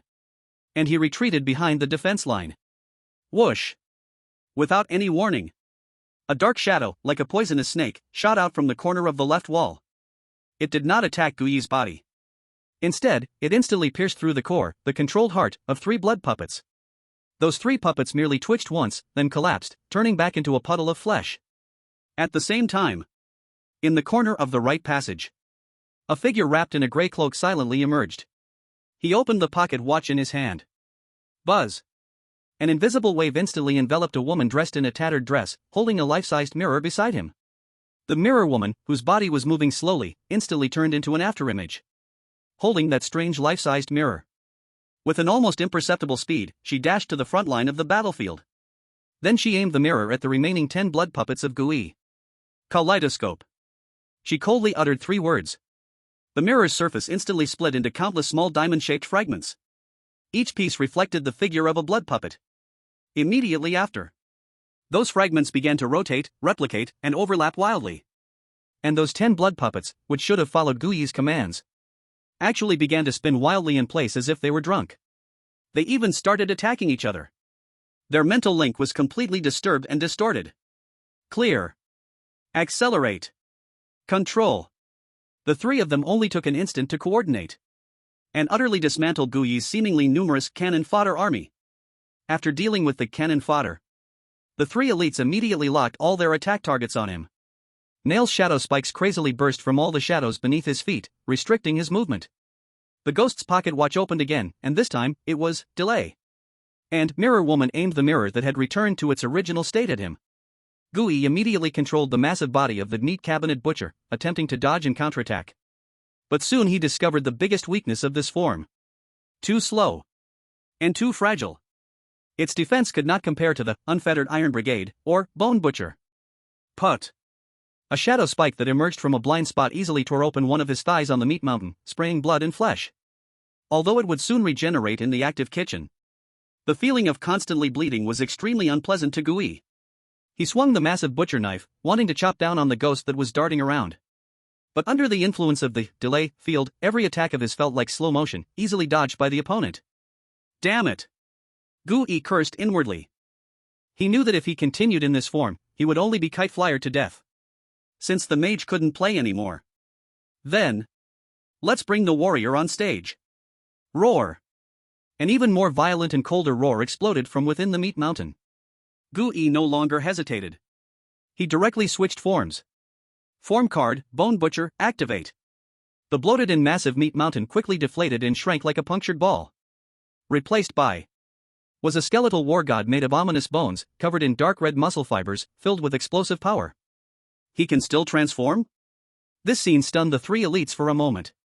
Their intel didn't mention that this intruder had a second battle form. And Gooey seized this moment of distraction. He instantly locked onto the most troublesome Mirror Woman. Then his leg made of bones kicked violently. Boom! The hard alloy ground instantly cracked. His figure shot forward like a fired cannonball, instantly breaking through the slowing force field and charging towards the Mirror Woman. The three elites had high combat skills and instantly reacted. Nail immediately controlled the shadows, trying to intercept. And Ghost raised the pocket watch again. A chaotic battle among monsters officially began. Whoosh! Without any warning, a dark shadow, like a poisonous snake, shot out from the corner shadow on his left, aiming directly at his ankle. Gooey reacted quickly, thrusting the huge butcher knife down. Clang! He accurately blocked the shadow's sneak attack. It was a sharp spike made of shadows. However, this was just a feint. At that moment he blocked, a figure shrouded in a gray cloak like a ghost silently emerged to his right. In his hand was an ancient, ticking pocket watch. He opened the pocket watch and spoke in a tone devoid of emotion, like a sleepwalker. Buzz! An invisible, eerie wave instantly spread from the ghost as its center. Gooey felt his body suddenly become heavy, as if he had sunk into a thick swamp where every movement became incredibly slow. But at that moment, the Eerie Codex seal on him suddenly warmed slightly. A higher level, more dominant rule power instantly flowed throughout his body. The slowing effect imposed on him was actually forcefully weakened by nearly half. Although his movements were still somewhat sluggish. But it no longer affected the battle. Now is the time. The voice of Nail came from the shadows. Dozens of sharp shadow spikes shot out simultaneously from shadows in every direction, forming a cage to completely trap the sluggish Gooey. But that wasn't the end. At the end of the corridor directly in front of Gooey, the third figure, a woman in a tattered dress holding a life-sized mirror, the Mirror Woman, slowly walked out. She aimed the mirror at Gooey. The mirror's surface rippled like water. Immediately, a bone butcher identical to Gooey stepped out from the mirror. Holding a similarly ferocious bone butcher knife, it roared as it charged towards him. Slow down. Encircle. Mirror image. Three eerie abilities instantly formed a perfect combination. They aimed to completely strangle Gooey here. Heh, interesting. Facing this deadly situation, Gooey let out a cold laugh full of brutality. Outmatching rules? Outmatching the Eerie? You found the wrong person. Armed card, unfettered iron core, activated. He even bothered not to switch forms. Just a thought. Countless shiny liquid metal instantly seeped out from his body, forming monstrous shields covered with vicious bone spikes to block all those shadow spikes. Ding! Ding!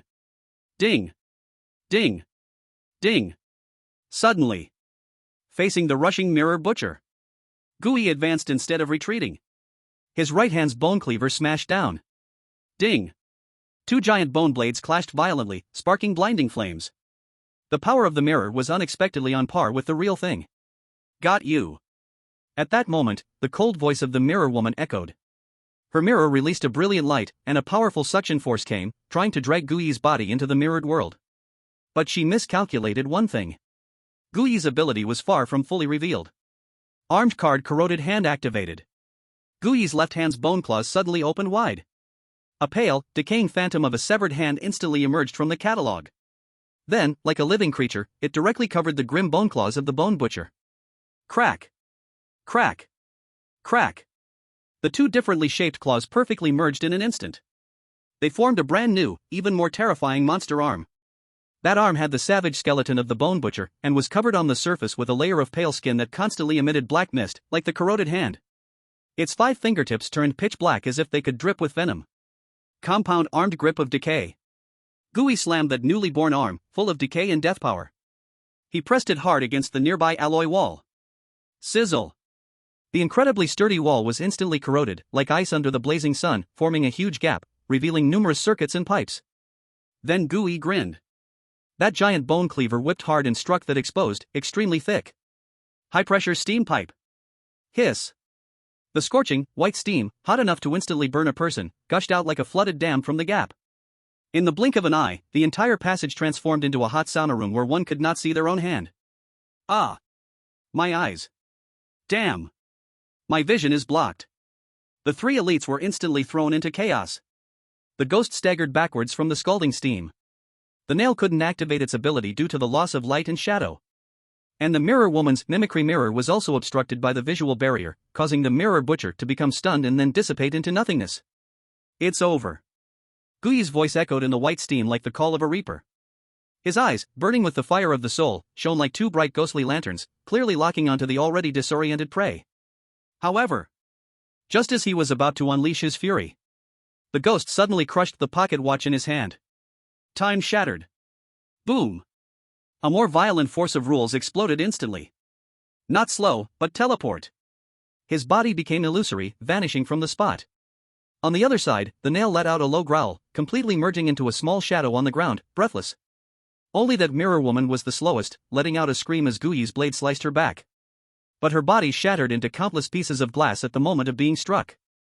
Her real body appeared at a corner of the passage several meters away, spitting blood and fleeing without looking back. All 3 elites saved their lives in their own ways. They run pretty fast. Gui slowly retracted the cleaver as the steam gradually dissipated.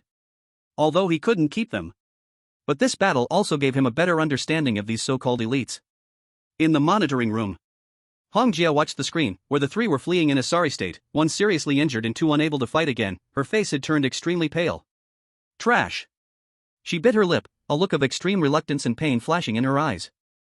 But she knew that there was no other choice now. She took a deep breath, picked up the red, encrypted communicator, and pressed the call button. Surgeon. Her voice was filled with a suppressed awe. Area A, Passage 3. There's a very fresh waste. I need you to come and clean it up personally. There was silence on the other end of the communicator for a moment. Then a hoarse, chilling voice that sounded like it hadn't spoken in a long time came through. Okay. Chapter 87, The Surgeon. Okay. That hoarse, chilling voice echoed in the communicator. Although it was just one word, it instantly silenced the previously agitated atmosphere in the monitoring room, as if an invisible chill had seeped out. Hongjia slowly put down the communicator, the rage and unwillingness on her face vanished, replaced by a near devout, icy anticipation. She looked at the still arrogant figure of the bone butcher on the screen, her lips curling into a cruel arc. She whispered to herself. Let you see. Our butcher gang, is true. Monster. Area A, Passage 3. Gui still maintained the form of the bone butcher. His eye sockets, burning with the fire of the soul, scanned the surroundings calmly. The cruel obsession of the bone butcher was still roaring in his heart. But a deadly weakness was arising from the impending exhaustion of his mental power. It was like a basin of ice water had temporarily doused all his madness. I must withdraw. Gui made a judgment in his heart. Staying here was meaningless, it would only lead to his own demise. He had already drawn the attention of the entire base. No matter what Team Wang wanted to do, he had created the best opportunity. Now it was time for him to escape. That earlier wave of seemingly effortless 1 against 3. With corrosive touch, living armament, and steam explosion. Various abilities took turns, looking incredibly cool. But only Gui knew. Stacking armed cards inherently doubled the consumption of mental power, and with the suppression of stabilizing anchor, it left him with nearly half of his already limited mental power drained in that instant. Now his blue energy bar had entered the warning line. If he fought another battle of equal intensity, he would be completely out of mental power. At that time, let alone fighting, even maintaining his transformation would become extremely difficult. However, just as he prepared to break through the wall for another escape route, an unprecedented sense of threat slowly approached from the end of the passage. That aura was as cold and dead as a moving gravestone. Guyi's burning eye socket suddenly constricted. It seemed the Butcher Gang's trump card had arrived. He couldn't stay any longer. He no longer hesitated. The huge bone butcher knife swung down fiercely at the alloy wall beside him. Boom! The wall was forcefully split open with a massive gap. Guyi didn't pause for a moment and directly crashed inside. He started to make a path in the most savage way between the walls, running wildly toward the direction completely opposite to Area B, heading to Area D. Thinking of running? In the monitoring room, Hong Jia watched the huge figure rampaging on the screen and sneered. The surgeon has never let anyone escape. Guyi was running wildly in the passage. The powerful explosive force of the bone butcher made his speed as fast as an out-of-control truck. He could feel the deadly sense of crisis behind him was rapidly closing in like a parasite. Just as he was about to burst out of Area D into a more complex maze of pipes. On the ground ahead of him, a dark, coffin-like shadow suddenly rose from the ground without warning, blocking his path. At the same time, a tall, slender figure dressed in an elegant black suit, with a pale ceramic mask on its face appeared. Like a silent teleportation, he appeared behind the black coffin shield. He still held an old, dark leather suitcase in his hand. He was the only executioner of the Butcher Gang. Codename, the Surgeon. He gently placed the suitcase on the ground. Click. The suitcase opened, revealing rows of surgical tools, neatly arranged and radiating a chilling aura. New ingredients? The surgeon slowly raised his head, peering through his pale mask at the skeleton butcher in front of him with a gaze like a lab experiment. A combination of bones and flesh. An interesting structure. It could make a nice collection. His voice was hoarse, filled with a sickly focus as if he were dissecting a corpse. Guyi came to a sudden stop. He looked at the man before him, who exuded a deadly aura. The brutal obsession from the skeleton butcher surged up again. But he knew. He had to make a quick decision. Roar! A roar! The huge bone cleaver came down with the force to split mountains and rocks. It struck fiercely at the man in front of him. However, the surgeon did not flinch or dodge. He slowly took out a gleaming dissection knife from the suitcase. Then, facing the oncoming, violent force, he gently slashed forward. SZZ. There was no earth-shattering sound. Just a light sound like cutting paper. The seemingly indestructible skeleton butcher. At the moment of contact with that seemingly fragile dissection knife, it was split in half like tofu. The cut was smooth as a mirror. Then, the surgeon's figure suddenly became illusory. He directly merged into the shadows on the ground. Vanished without a trace. Guyi's pupils shrank sharply. A deadly sense of crisis surged from behind him. Without a second thought, he immediately turned. He crossed the broken cleaver in front of his chest. Clang! The surgeon was unknown when he had appeared behind him. The strange dissection knife was precisely stabbing on the spine of the broken cleaver. An invisible, cutting force erupted instantly. Guyi felt a piercing pain radiating from his arm. His entire body was shaken back by this immense force. He looked down. On his hard, skeletal arm, a deep crack appeared that revealed the bone beneath. Before he could catch his breath, the surgeon's attack came again, shadowing him. His steps were slow and graceful, as if strolling in his own yard. But the dissection knife in his hand transformed into a deadly silver line. Swish! Another cut. The target aimed directly at Guyi's heart. Guyi rapidly darted to the left. With an extreme twist, he barely avoided the fatal blow. But the dissection knife still cut through his right shoulder, like a hot knife through butter. It effortlessly sliced open the firm defense made of bones and flesh, leaving a wound deep enough to see the bone. Guyi yelled in pain. The massive bone claw swung wildly toward the opponent's head. However, the surgeon merely sidestepped, as if toying with a bull. He elegantly avoided this powerful strike. At the same time, the dissection knife in his hand launched another upward slash. The target remained aimed at Guyi's neck artery. Guyi was forced to lean back in a panic. The blade barely grazed his throat and left a gruesome gash beneath his ribs. In just 2 encounters, Guyi's strong skeletal body, in front of this strange surgeon, seemed as fragile as paper. Utterly weak, Guyi gritted his teeth to suppress the pain, pulling back. He gasped for breath, staring intensely at his opponent. For the first time in a head-on battle, he felt a kind of all-encompassing oppression. The surgeon's seemingly fragile dissection knife seems capable of slicing through all matter in this world. No matter how hard the white bones are, or the thick muscles, there is no difference before it. Guyi's mind flashed with the image of the white bone butcher knife that had been split in two before. He looked at the two deep wounds on his body where bones could be seen. A conclusion rose to the surface of his mind.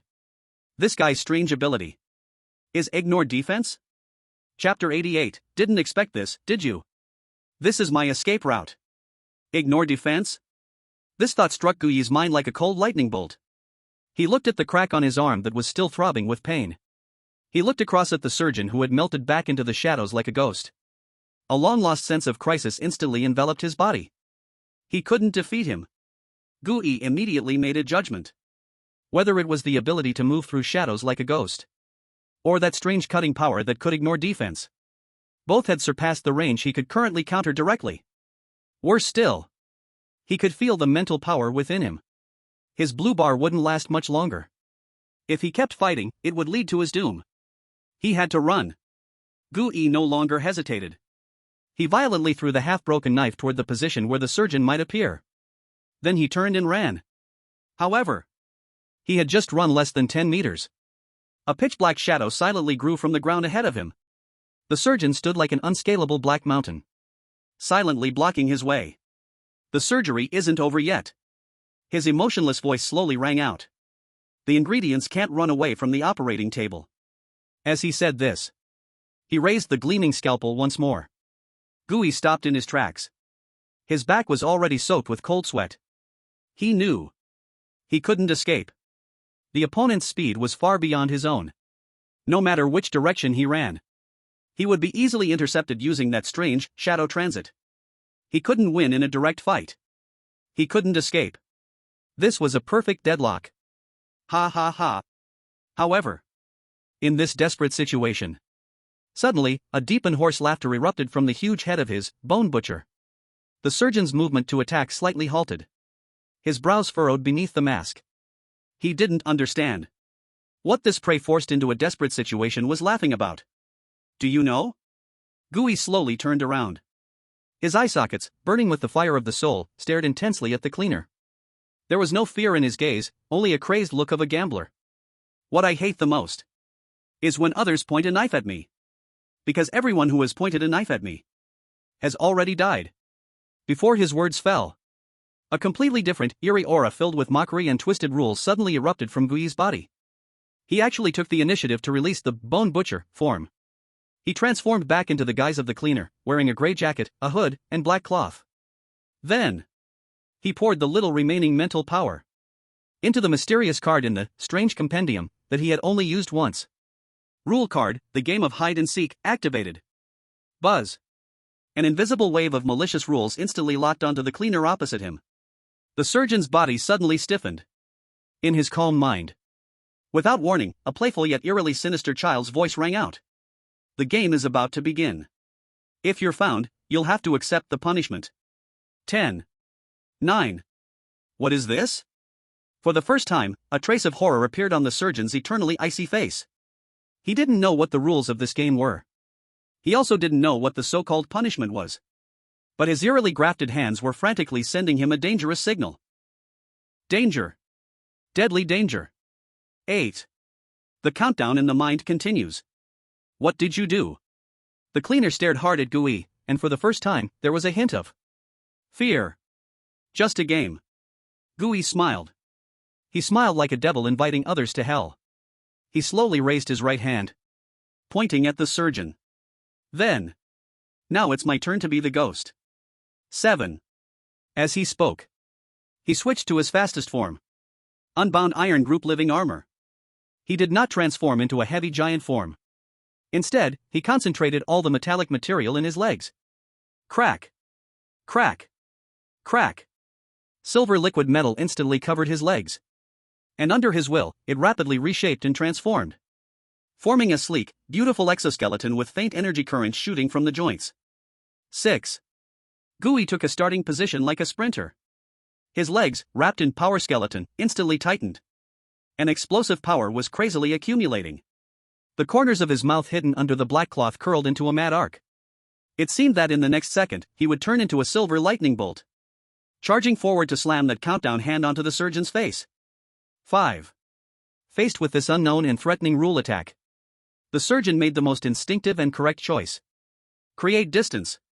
Without hesitation, he activated Shadow Traverse.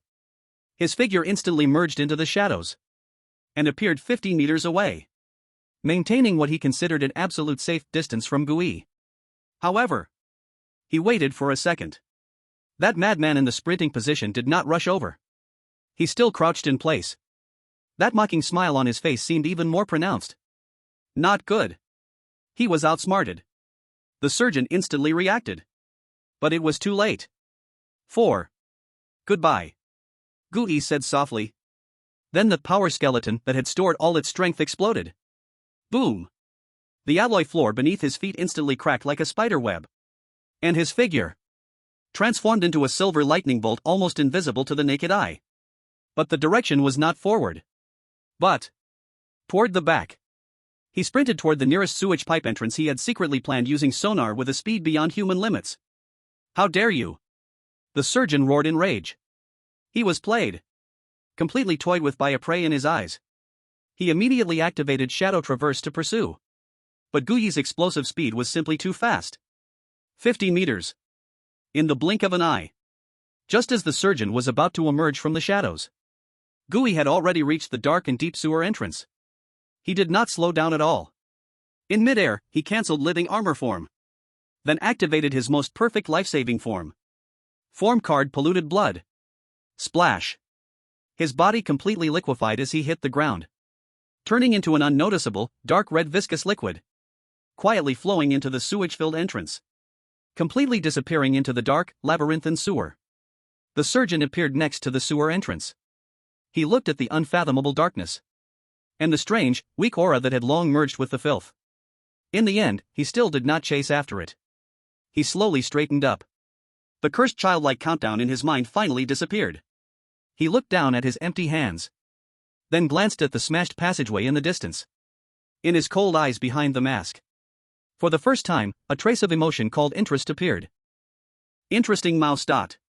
He said slowly in a voice only he could hear. Next time you won't be so lucky. Chapter 89, Strange Submission Post. Everyone is welcome to submit their ideas for the author to use freely /amazedface/.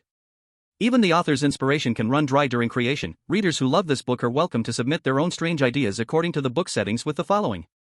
1. Description. 2. Ability. 3. Weakness/rules. 4. Background story, optional. To help everyone understand better, I will share my strange level settings. Strange power system, pollution spread level. F level, cannon fodder level. Threat range, a single room, a small alley, inside a car. Manifestation. Entity type, physical abilities slightly above humans, but their core abilities are deadly. They can easily kill 1 to 3 ordinary people alone, but a team of well-trained armed police has a chance to eliminate them at a cost. Rule type, the rules are very simple, with a clear safe zone. For example, in this restroom stall, you must not say the word red dot. As long as you do not enter, or if you enter and do not speak, you are absolutely safe. Pollution type, the pollution range is very small, with poor transmission. For instance, touching this rusty fruit knife will give you the impulse to cut off your own finger. Official definition, wandering individual threat. They are the background noise that constitutes the collapse of the world, most numerous but also the primary targets for lower-level executors. Main character's perspective, the perfect newbie experience pack and composite material. E-level, dangerous level. Threat range, an entire floor, a street, a small convenience store. Manifestation.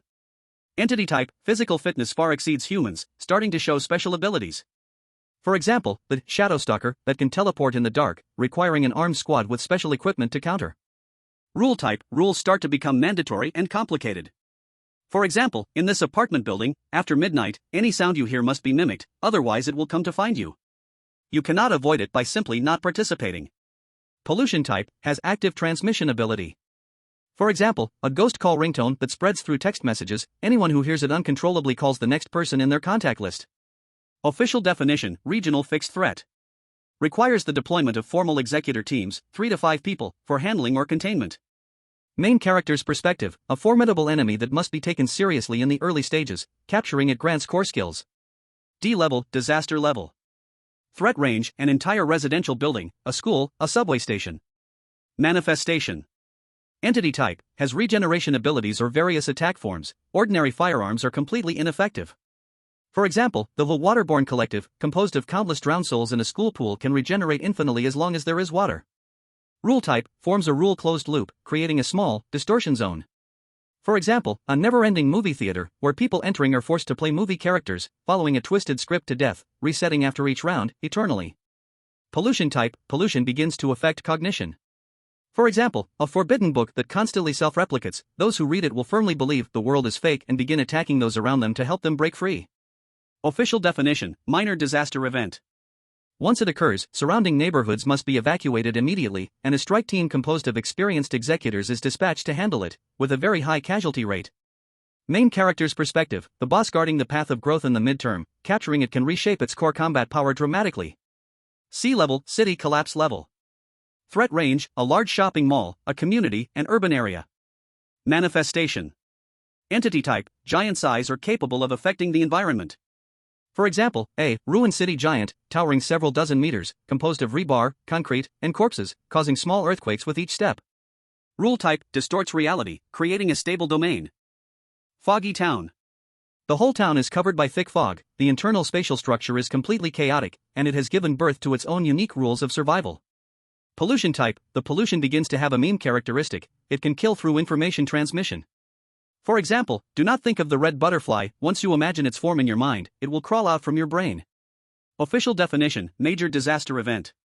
Military forces need to intervene for large-scale lockdown. Officially called the abscess of the city, if not handled properly, the entire urban area may be abandoned. Main character's perspective, the challenge is immense. If successful in containment, they will gain a powerful transformation or ability that can be used as a trump card. B level, city destruction level. Threat range, a large city. Core feature, phenomenon level, irreversible. The strangeness of B level is less of a monster and more of a terminal illness or natural disaster rooted in the city. Its existence is deeply tied to the city itself, and the only way to deal with it is often to cut out both the city and the strangeness together. Expression forms.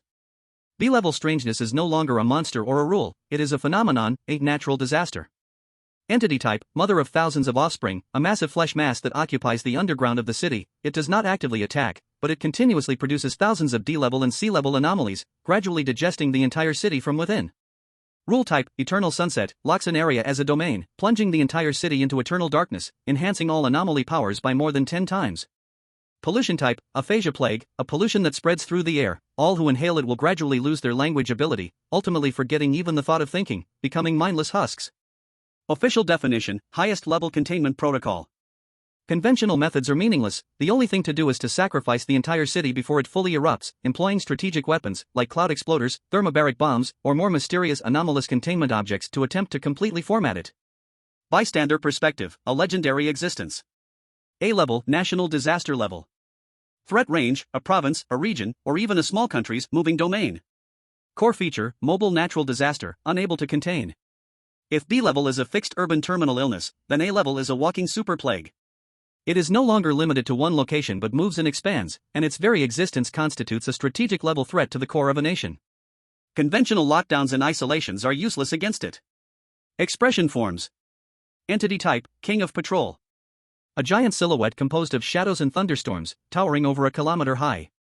It moves at a slow yet unstoppable speed along a fixed route, like a national highway or a mountain range, to patrol. All cities swept by its gaze will witness all signs of life wither and decay within 24 hours. You cannot attack it, it is itself a climatic phenomenon. Rule type, country of reflections. A rule that cannot trace its source begins to spread nationwide. All mirrors, including water surface reflections and glass reflections, can potentially become gates for them. This rule pollutes a concept, rather than a location. As long as the concept of reflection exists, this A-level anomaly will never be eradicated. It can ignite war in any corner of the country. Pollution type, logic plague. A thought virus that spreads through networks and information. It has no entity and does not kill directly. But all humans who come into contact with its information, whether they see a piece of text or an image, will have their logical thinking irreversibly distorted. For example, they will firmly believe that flames are safe to touch or jumping from high places allows you to fly. This pollution will internally dismantle the entire societal order of humanity. Official definition: strategic level mobile disaster. Once confirmed, it means the country enters the highest state of emergency. The military's goal is no longer to exterminate, but to guide and evacuate, trying to lead it into uninhabited areas, or at all costs, delay its advance to buy time for a mass national retreat. Old world practice. Traveler's perspective: walking deities. At this stage, merely appearing within its area of influence requires exhausting all efforts to survive. To contain it is simply a delusion. S-class apocalypse level threat. Threat range: the entire world. Manifestations: myths, legends, taboos. They only exist in the highest level files of the Real Security Association. They are no longer phenomena, but the root that rewrites reality itself. For example, truth fallacy, a rule that is beginning to spread globally, which randomly alters a universally recognized truth, like 1 + 1 = 3, or gravity is mutually repulsive. For example, the sound of everything silent, an unknown fluctuation, causing all civilizations that receive it to lose all signs of life activity within 24 hours. Official definition: humanity's doomsday plan. Uncontrollable, uncontainable, incomprehensible. Chapter 90, The Veteran's Qualities. Time: back to the moment when GUI just caused a commotion. The figure of Mole re-merged into the darkness. Old Wang did not hesitate at all, turning and disappearing like a true ghost into the path leading deeper underground. The powerful coagulant had been working in his body. A warm and strong energy spread from his abdomen to all his limbs and bones. The coldness and dizziness caused by blood loss had been greatly dispelled, although the wound on his arm still ached faintly. But his condition was rapidly warming up at an abnormal speed. The pain remained, but it was no longer enough to affect his movements. This was a race against death. He did not know how long the monster in Zone A could hold off the main forces. He had to reach the gate before the alarm was lifted and the Butcher Gang patrols returned to their posts. The map marked the fastest but also the most dangerous path. It required crossing the main corridor in the center of Zone C. Old Wang pushed his speed to the limit. Every corner, every dodge, was executed with textbook precision. However, an accident still happened. Just as he was about to dash out of the corridor in Zone C, a camera responsible for monitoring the warehouse ahead suddenly flashed a red light. Then it aimed at him. He was discovered. Old Wang's heart sank. Without any hesitation, he immediately dashed into a narrower side path. He knew, at most 30 seconds, the nearby patrols would come running. He had to shake off their tracking and return to the correct path within these 30 seconds. He charged into the side path. But ahead was a dead end. There was only a closed door leading to some unknown room. And a rusty steam pipe above, dripping water continuously. The hurried footsteps from behind were getting closer. Old Wang glanced at the door, then at the pipe above. An extremely risky plan rapidly formed in his mind. He did not try to open the door. Instead, he violently kicked off the wall. His whole body climbed up that steam pipe like a monkey with agility. Then he pressed his body tightly into the narrow shadow between the pipe and the ceiling. With the fastest speed, he took off his gray worker's coat, revealing the deep gray lining that was almost identical in color to the pipe. He wrapped himself like a chameleon, perfectly concealed. Almost the moment he finished all this, 2 members of the Butcher Gang, armed with submachine guns, rushed into this dead end. No one? They used tactical flashlights to survey the area. They found nothing. Damn it! Could it have gone into that room? It's possible. Kick the door down. The 2 immediately focused their attention on the tightly shut metal door. They began to slam against the door with brute force. Yet neither of them looked up for even a moment. Just above their heads, less than 2 meters away, a breathing pipeline was silently looming over them. Old Wang held his breath, feeling the scorching steam pipe roasting his back. Sweat dripped down his forehead and into his eyes. It was both stinging and painful. But he remained completely still, like a lifeless statue. Boom! Finally, the door burst open. The 2 rushed in with their guns. Now's the time. Old Wang no longer hesitated. He silently slid down from the pipeline. Then, like a true ghost, he turned and bolted down the side path. He was back on the main road leading to salvation. 5 minutes later, he finally reached the endpoint marked on the map, the main sewage valve on the 4th underground floor. It was a heavy, round metal gate that required a password and key to open, next to which was a small control room with a dim, yellow light shining through. Old Wang pressed himself against the cold wall, like a crouching lizard. He could clearly hear the voices coming from the control room. Damn it, what kind of monster is there in Area A?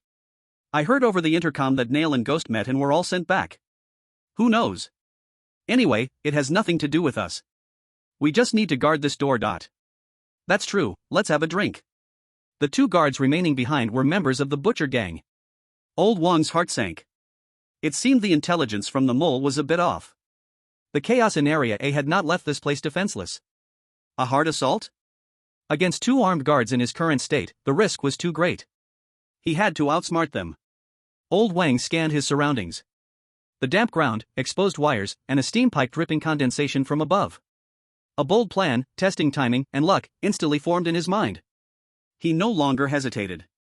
He took out a small screw cap he'd found earlier from his pocket. Then, taking a deep breath, he hurled it towards the dark hallway opposite the control room. Clink, bang. The screw cap hit the metal wall, producing a series of crisp and loud sounds that echoed sharply in the silent underground space. Who? The 2 guards in the control room instantly became alert. Damn it, could it be that mouse coming over to our side? Go check it out. One of them cautiously peeked out of the control room, gun in hand. He moved toward the source of the sound. Now's the time. Old Wang sprang from the shadows like a leaping cheetah. The moment the man stepped out of the control room, turning his back to him, he leapt forward. His uninjured right hand gripped the other's neck and mouth tightly from behind like an iron clamp, not allowing a single sound to escape. At the same time, the military dagger in his hand struck like a bolt of icy lightning. It pierced through the gap between the ribs, all the way to the hilt. A fatal blow. Old Wang slowly laid the twitching body down on the ground without a sound. Not a single extra noise was made throughout the process. But he did not rush into the control room right away. Because he knew the other person must have become alert. He picked up the submachine gun from the floor and glanced at the magazine. Then he made a move that no one could have anticipated. He didn't rush in. Instead, he moved toward the dark, empty corridor. Da-da-da. He fired a short burst. At that moment, he shouted in a completely different, panicked voice. Over here. Hurry. He ran to Zone C. The remaining guard in the control room, hearing the gunfire and his companions shout, instantly made a wrong judgment. He thought the intruder had really appeared at the end of the corridor. Without a second thought, he rushed out of the control room. Holding his gun, he was ready to support his comrade. However, just as he burst out the door, what awaited him was not a comrade, but a shadow, like a ghost, already waiting in the blind spot of his vision. And a cold, venomous, like a snake's fang, military dagger. Put. The dagger precisely cut through his throat. The guard covered his neck, looking in disbelief at the bloody old man in front of him. He slowly collapsed. Clean and lethal. Old Wang took a breath. Decades of combat experience turned into the most perfect art of killing at that moment. He walked into the control room, found the key and password to activate the main valve. With the piercing alarm and the loud roar of rushing water, he opened the big door leading to survival. Looking at the rushing, murky flow leading to the sewage maze of Zone C, he looked back one last time at this evil underground base. Then he leaped and disappeared into the endless darkness. Chapter 91, The Mysterious Card Revival Coin, You Deserve It. In the sewer, it was pitch black. The cold, muddy waters mixed with filth rushed violently against Gui's body. He was in the liquid form of the polluted blood. Was swept far away by the roaring water flow. Until a relatively calm tributary finally washed him up in a dirty pipe. Splash! Dark red liquid slowly gathered on the ground, eventually reconstituting into Gui's disheveled human form. Cough, cough, cough. As soon as he transformed back into human form, he started to cough violently, spitting out a few mouthfuls of foul-smelling sewage. Then he collapsed, exhausted, onto the cold, filthy ground, gasping for air. On the interface of the catalog, the blue progress bar representing mental power had turned into an incredibly glaring red. The value was less than 5%. This was the weakest moment since he traveled here. Every cell in his body was screaming fatigue, let alone fighting against a monster like the surgeon. He now felt he couldn't even transform back into polluted blood. Any one of the lowest grade F-level abnormalities could very well take his life. I must find a place to hide. A strong sense of crisis pierced through his nerves like countless steel needles. Forcing him to struggle up from the cold ground, dragging his legs as if filled with lead. He stumbled through this maze-like sewer, searching for a nest to catch his breath. Fortunately. Not long after, he found an abandoned, half-human high-maintenance tunnel entrance at the end of a tributary. The entrance was half-blocked by some messy trash. It looked like no one had been here for a long time. Gui was overjoyed. Using his last bit of strength, he pushed aside the garbage and crawled in difficulty. Inside was a narrow, square passage that could only accommodate one person. Although the air was still filled with a musty smell, it was at least relatively dry and sufficiently concealed. He leaned against the cold wall. The tightly stretched nerves finally relaxed a little. A wave of overwhelming fatigue hit him like a tidal wave. It made him almost faint on the spot. But at that moment, a faint, scratching sound of scratching at the moss on the pipes came from the depths of the passage. Gui's almost closed eyes suddenly opened wide. In that originally scattered gaze, a terrifying light burst forth in an instant. That was the gaze a hunter has when he senses his prey. He did not act immediately. Instead, he activated a skill that had long since become ingrained in his body. Sonar. Buzz. An extremely weak, nearly exhausting sound wave, the last bit of his mental energy spent, spread out from him as the center. In the next second, he saw it. At a corner 50 meters away at the end of the passage. A faint red light point, representing low-level weirdness. It was unsuspectingly gnawing at the wall. That characteristic, slender body. It was the grievance mouse. The weakest, almost powerless F-class weirdness. Ha ha ha ha. Gui laughed. He leaned against the wall, releasing a series of suppressed, deep laughs. It was a laugh filled with ecstasy and greed at seeing hope in the face of despair. The sky does not completely close off a person's path. He slowly stood up. He drew a military dagger from the holster at his waist. He took off his shoes, barefoot, adjusting his breathing to the faintest state. Every step fell on the most stable ground, making not a single sound. Like a top-notch assassin, he silently approached that unsuspecting bloodbag still enjoying its dinner. The battle was without suspense. That unfortunate grievance mouse, it didn't even sense danger, was precisely struck from above by Gui as the dagger pierced through its neck. Nailed firmly to the ground. It only twitched symbolically a few times, then lay completely still. Gui squatted down, looking at this still warm corpse. Detected a capturable target, grievance mouse, F-class. Containment condition, must swallow its grievance condensate, eyeball, orally. The hint from the guide was cold and direct. Although disgusting, Gui was already used to it. Without a moment's hesitation, he used the dagger to dig out that eyeball, like a black glass bead, swallowing it whole while enduring strong physiological discomfort. Cold, fishy energy exploded in his esophagus. Containment condition met. Beginning containment successful. The guide has recorded the reward, mental energy cap +5, current mental energy fully restored. A huge and pure mental energy, like a floodgate bursting open, immediately surged from the guide, crazily flooding into his previously desiccated mental energy ocean. In just a few seconds, his originally depleted blue bar was completely restored to full. Even the limit was raised. Gui slowly stood up. He moved his neck and wrists, producing loud pop sounds. All previous feelings of fatigue and weakness vanished. He transformed once again into that monster at the peak of his state. Feeling the abundant power within him, even stronger than before. A cold curve uncontrollably formed at the corner of Gui's mouth. He had done it again. It made him feel an impulse to instantly return and fight that surgeon for 300 more rounds.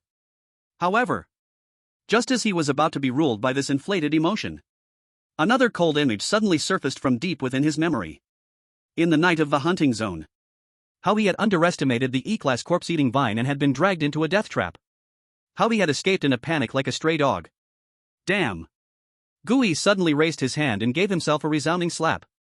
Gui, are you fucking stupid? He muttered harsh curses at himself. The sky is clear, the rain has stopped, and you think you're okay again? Can't have that behavior. He let out a long, deep breath. His eyes regained the calm and rationality a hunter should have. Gui opened the guide, looking at the newly lit. A faint F-grade glow emanated from the card, stirring a strange feeling within. Name, Grudge Mouse. Grade, F. Type, Morph card. Description, the lowest level carrion type anomaly formed by a combination of intense grudges and rodents.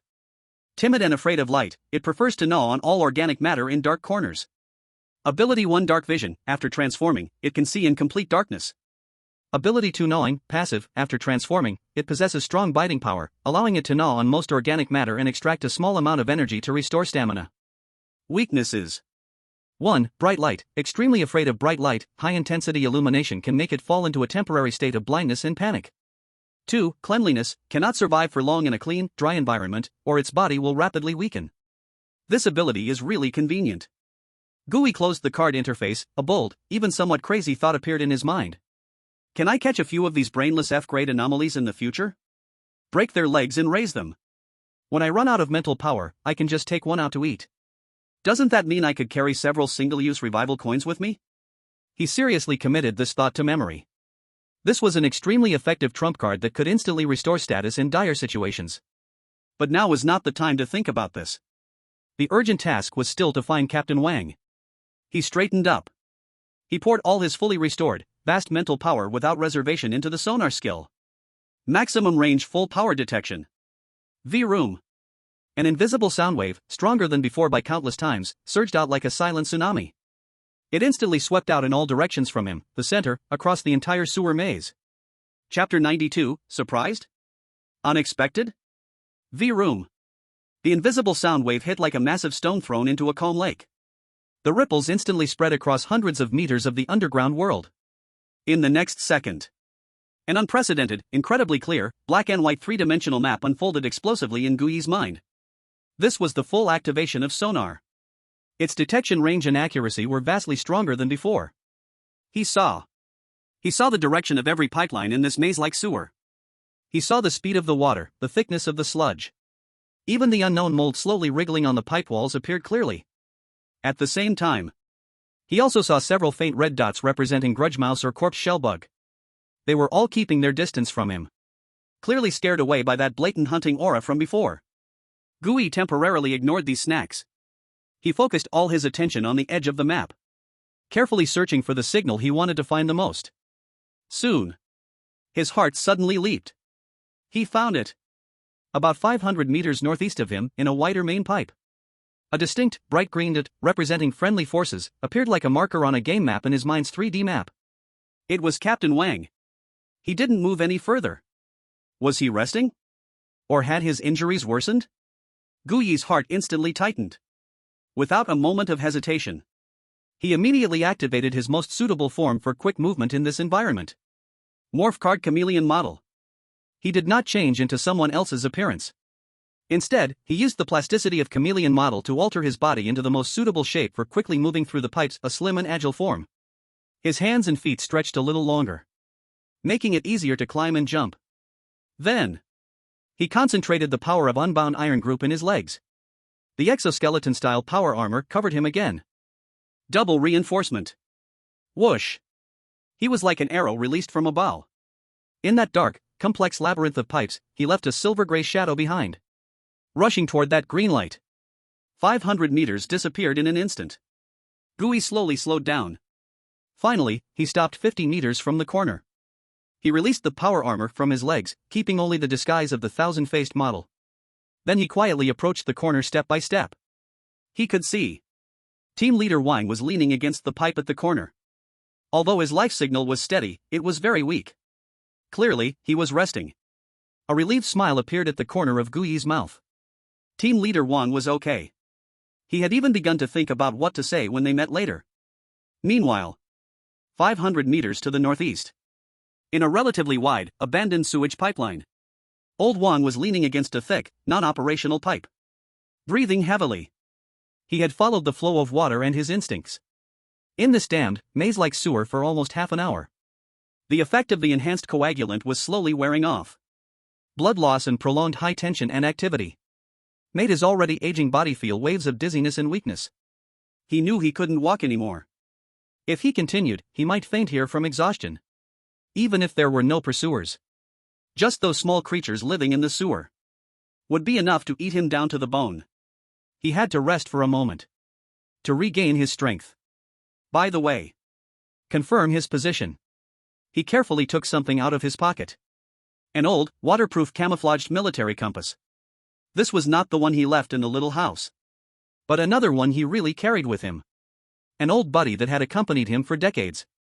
He opened the oilcloth and wiped the muddy glass cover of the compass, then laid it flat in his palm, watching the needle that still emitted a faint glow in the dark slowly turning. finally pointing in a determined direction. North. Old Wang looked at that direction with a complex expression. He surely knew that in this underground filled with steel and magnetic interference, the compass had long lost its meaning to discern direction. The reason he took it out was not to find north, but to find heart. This had become his habit over the years. Whenever he felt lost, exhausted, or even desperate on the battlefield, he would take out this compass, look at the needle that always pointed to north, and then tell himself, home is in that direction. His faith, his troops, everything he wanted to protect is in that direction. He couldn't fall. And he wouldn't allow himself to fall. Old Wang slowly exhaled a breath of turbid air. His gaze, once scattered by fatigue, became sharp and firm again. He stuffed the high-energy nutrition bar that Mole had given him into his mouth, chewing expressionlessly, forcing himself to replenish that precious energy. At that moment, a very faint sound of footsteps, almost blending with the sound of the flowing water, came from deep within the pipe he had come from. Old Wang's chewing instantly stopped. His gaze, dulled by exhaustion, instantly became sharp as an eagle's. He immediately stuffed the remaining half of the nutrition bar into his pocket, gripped his dagger tightly, and pressed his body deep into the shadows of the pipe. Pursuers? No. No way. Old Wang immediately negated this guess. The footsteps were too light, and the rhythm was steady, carrying no hint of killing intent. Even the slightest sense of tension was absent. It was completely unlike executing a search mission. It felt more like a person walking in their own backyard. This made Grandpa Wang even more vigilant. Something strange must be going on in this damn, perilous sewer. To walk like this. Definitely not a human, but a more terrifying being, with absolute confidence. A predator. Grandpa Wang's heart sank to the bottom.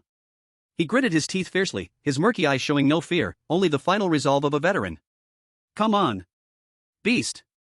If you want to bite my old bones, you better have a good set of teeth. Finally, that figure appeared at the corner of the pipe. It was an extremely skinny, seemingly ordinary man in a gray jacket. He was walking step by step towards this side. There seemed to be a hint of a smile on his face. At the moment he saw that smile, Grandpa Wang, who had gathered all his strength, suddenly erupted. He hesitated not at all. He put all the last bit of explosive power he had as a top special reconnaissance soldier into this strike. The military dagger in his hand struck like a lightning bolt surging upstream, with his strongest killing intent. It stabbed fiercely into the heart of that still smiling monster. Captain, I'm coming. Gui had just turned the corner. The relaxed smile he had prepared was only halfway shown. A cold light, carrying the aura of death, instantly magnified in his pupils. Crap. He had no time to react. He could only watch helplessly as that familiar military dagger stabbed fiercely into his own chest. Put. However, Grandpa Wang's face showed not a trace of joy from success. Because the feeling he had expected, of the blade cutting through flesh and bone, did not come at all. The sensation from the dagger felt more like stabbing into an extremely tough, high-density silicone. Though the blade had pierced in, it was firmly bitten by a resilient and powerful force, unable to go deeper by even a fraction. Damn. Gui looked down at the dagger that was left with only the handle in his chest, gritting his teeth in pain. The model with 1,000 faces, non-human body, although immune to most physical damage, was still enough to make him dizzy from this one. He removed his facial disguise, revealing the young face that Grandpa Wang was incredibly familiar with. Then he looked up, his gaze filled with deep resentment, staring at Grandpa Wang, who had long been dumbfounded. One team, he said weakly. Do we have such a huge grudge? You brat. Grandpa Wang looked at Gui, then at the dagger still embedded in his chest, his brain completely malfunctioned. He opened his mouth for a long time before managing to squeeze out a few words from his throat. How are you here? I still want to ask you. Gui replied irritably, then grabbed the dagger handle and, under Grandpa Wang's shocked gaze, pulled the dagger out forcefully from his own chest. No blood flowed from the wound. Only some white substance that resembled ceramic fragments and the skin that was rapidly writhing and healing. You? Grandpa Wang pointed at Gui, completely unable to say anything more. Gui sighed at the look on Grandpa Wang's face as if he had seen a ghost. He knew that this thing couldn't be hidden any longer today. Alright, stop with the you, he said while checking his wound. Wang team, you look unwell, let's find a safe place and get out of here. However, Grandpa Wang suddenly seemed to remember something. He grabbed Gui's shoulder fiercely. His murky eyes burst with a terrifying light. He stared at Gui, using a tone filled with shock and disbelief, asking word by word. Kid. You tell me honestly. Just now that noise almost took apart the whole slaughterhouse. Was it you who caused it, you bastard? Chapter 93, divided into 3 paths. Time rewinds to 10 minutes after Gui left Grandpa Wang's cabin. Li Fei looked in the direction where Gui disappeared, his lips moved as if he wanted to say something, but in the end, he said nothing. He clenched his fists tightly. His nails dug deep into his palms. A sense of unprecedented helplessness and anger at his own weakness gnawed at his heart like a venomous snake. Uncle Wang's life or death is unknown. Gui went to the meeting alone with a knife. And he, Li Fei, could only stand here like a useless person, doing nothing. Shao Qi, ahow. He suddenly turned around to look at the 2 people who were also in shock and sadness. We can't just wait here. I know. Chen Hao lifted his head, a nearly obsessive calmness flashing behind his thick glasses. Gui is doing what he needs to do. We need to do what we must do. He carefully picked up the device on the table that looked like a lighter. And that voice recorder which recorded Grandpa Wang's last words. We cannot return to the hive. He analyzed calmly. There are too many people there, and any unusual move we make might expose us. And we cannot be sure if the Butcher Gang has infiltrated there. Here, he pointed at the ground beneath them, is the captain's secret base, and currently, I think it's the safest place in the entire Sea District. We will contact the Human Alliance, here. Lin Shaoqi and Li Fei were stunned, they never expected Chen Hao's thoughts could be so clear at such a time. The captain said very clearly in the recording. Chen Hao continued. This thing can connect to his superior. This is our only channel that can solve the problem from the official level. I will try to crack its encryption protocol now. I need to know its communication frequency and the location of the target receiving terminal.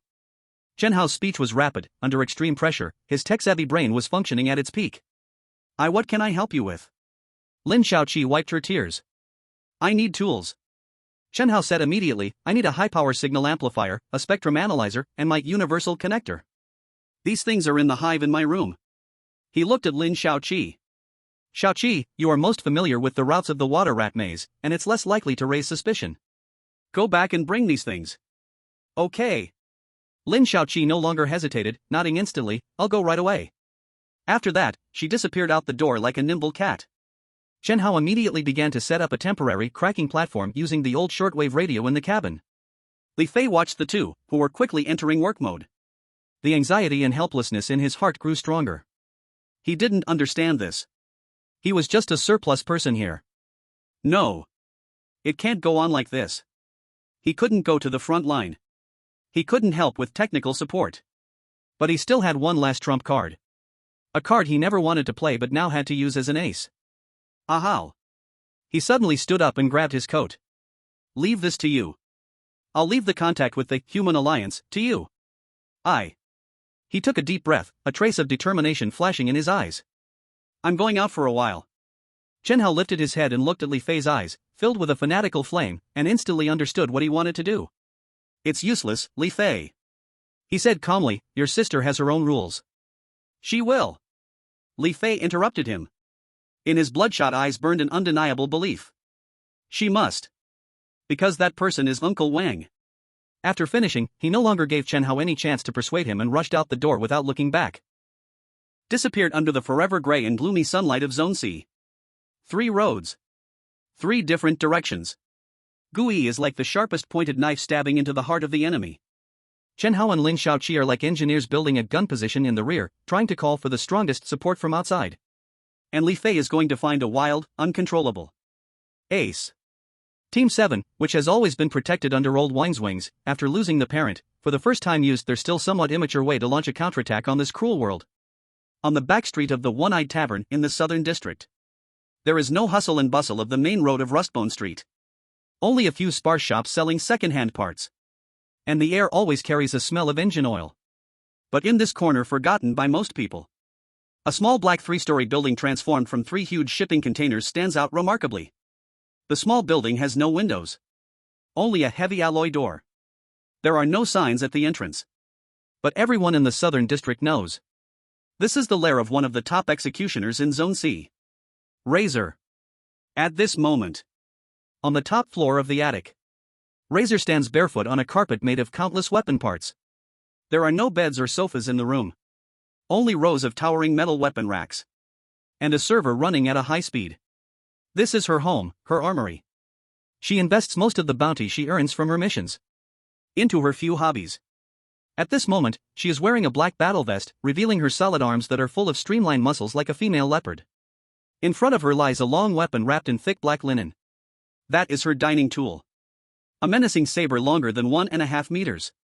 She is using a strange deer hide soaked in special maintenance oil. Extremely focused, she is wiping the blade inch by inch. As if what is wrapped inside is not a weapon, but her most intimate lover. She is one of the top executioners in Zone C. Her blade is drawn only for the richest bounty. Human feelings, brotherhood are, in her eyes, the most worthless and useless things. Bang! The heavy alloy door of the attic was violently slammed open from the outside with great force. Razor's wiping motion instantly stopped. A bone-chilling murderous intent filled the room like a tangible cold wave. But when she saw who it was, the murderous aura that would scare an ordinary person into pee their pants slowly receded. Li Fei. Her voice showed no ripples. Calm like a frozen lake. Did I teach you to knock before entering? Sister. Li Fei rushed in, panting and his face full of urgency and panic. I beg you. He looked at his sister, who always resembled an iceberg. His voice even carried a hint of pleading. Please save Uncle Wang. Razor put down the deer hide in her hand. Slowly stood up straight. She looked at her brother, who was usually fearless, now like a child about to drown. His face written with a look of pleading she had never seen before. But her eyes remained as cold as a knife. Wang Zhenghua? She raised an eyebrow. Isn't he your guardian deity? What? Does even a god need mortals to save him? Sister. Li Fei's eyes turned red from her mocking tone. Uncle Wang is doing this for. He recalled Team Wang's agent identity and that terrifying ritual. He knew these things could not be said. In any case, he is trapped by the Butcher Gang. Now only you can save him. Me? The Razor smiled. Her laughter was filled with cold, unmasked mockery. Why should I save him? He is your captain, not mine. You know my rules. She picked up a towel nearby and wiped her hands. I only take tasks, not human feelings. Human feelings? Li Fei looked at his sister's cold, unapproachable profile. He smiled too, a smile more pitiful than crying. Sister, you talk to me about rules and human feelings? He stepped closer to the Razor, staring deeply into her eyes and asking word by word. A year ago. Who was it that found Uncle Wang when I was foolishly insisting on becoming a cleaner? Who was it that pleaded with him to let me join Team 7? Do you dare say there are no human feelings involved? The Razor's wiping motion suddenly stopped. A ripple appeared in her usually calm eyes. A feeling of embarrassment from being exposed flashed across her cold face. Her voice suddenly became much colder. Did that old man Wang Jingwa tell you? Unexpectedly, that seemingly honest fellow Wang Jingwa is actually a big mouth. That's not important. Li Fei shouted, his neck strained. He pulled something out of his pocket. A small, flat metal piece wrapped in oilcloth. He slowly opened it in front of the Razor. Inside lay a piece of a once clear D-class Thunder Beast electrospinal fragment. Where did you get this? The Razor's gaze sharpened. This was exactly the trade item she had given to Wang Jingwa years ago. She remembered it clearly. Wang Jingwa had locked this piece of spine in his metal box right in front of her. Uncle Wang gave it to me. Li Fei's voice was a bit hoarse. On the night I was officially made a cleaner. He found me and gave this to me. He said this was what you originally wanted me to trade at the Stitcher for, an arm that could save my life. Li Fei looked up at his sister with complicated eyes. Then Uncle Wang told me. In the Searing area, human life is cheap. Surviving is the only truth. Exchanging an arm raises my chance of survival by at least 30%. But if I choose this path, I may never be able to turn back. I will become less and less like myself. In the end, he shoved the thing at me and told me to choose for myself. The Razor listened to her brother's recounting. She was stunned. She never expected that old fellow Wang Jingwa would return this trade unaltered. And in this way, he would help her foolish brother. Ha! After a long time. She smiled self-deprecatingly. She put down the towel in her hand. That old fox.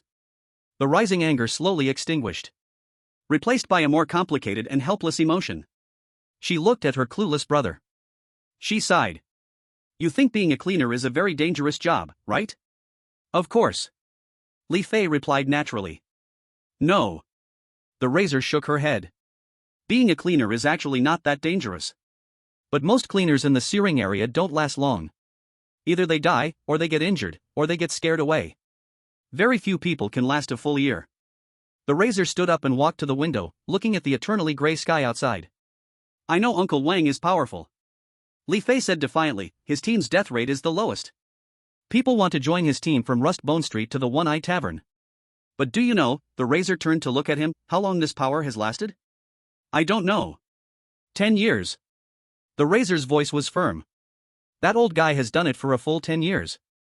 10 years? Li Fei was completely stunned by this number. He knew that team leader Wan was a legend, but he didn't know that this legend had lasted a full 10 years. 10 years, for a cleaner, was no longer a resume. That was a myth. Yes, 10 years.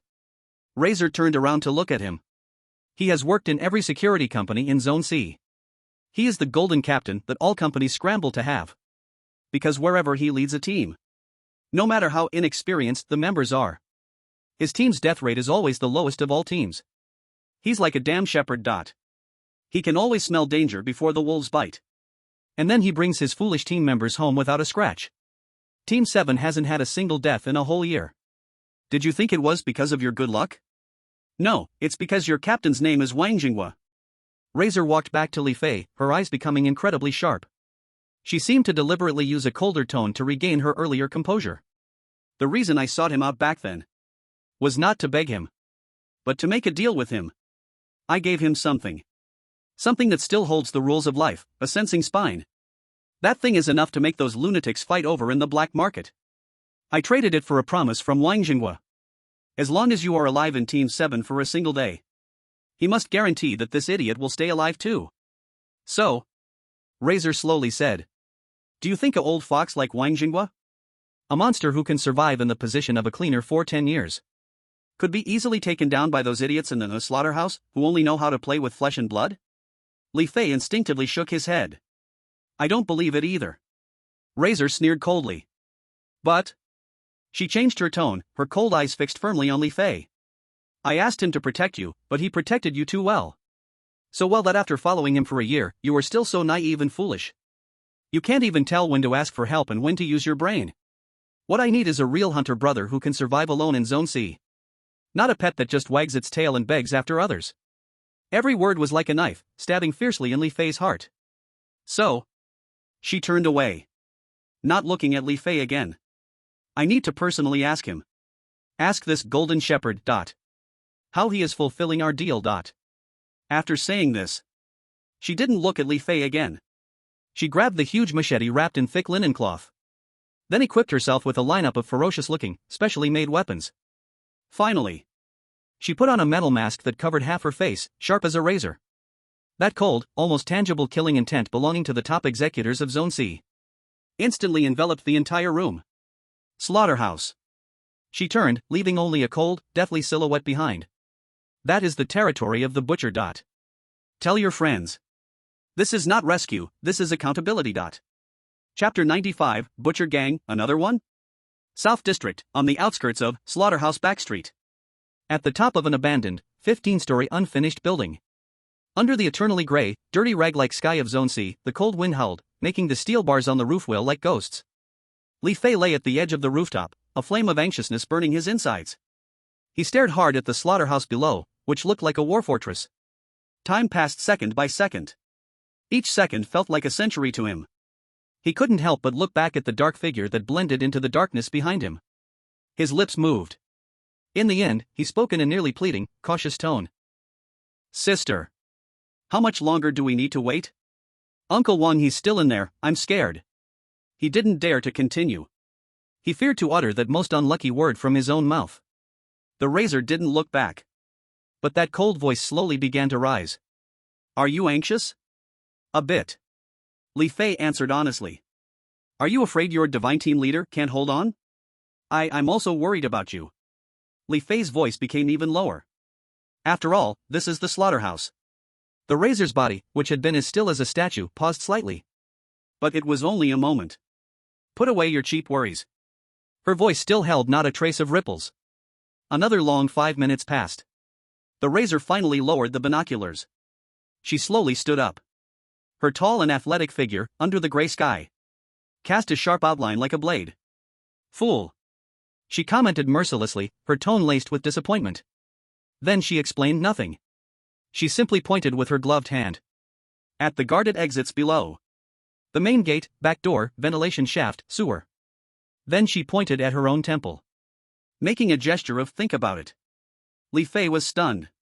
Following his sister's finger, he stared hard below. He saw the defenses clearly strengthened several times. He saw those rat holes being guarded by additional personnel. His mind, already a tangled mess of anxiety and fear, under the cold, oppressive gaze of the razor, started to operate wildly. Uncle Wang had taught him urban warfare, stealth, counter-surround. If the enemy captured your teammate, what would they do? Shrink defenses, internal interrogations, lie in wait. But now, the slaughterhouse's defensive stance was loose outside, tight inside, guarding all exits. They were not waiting in vain.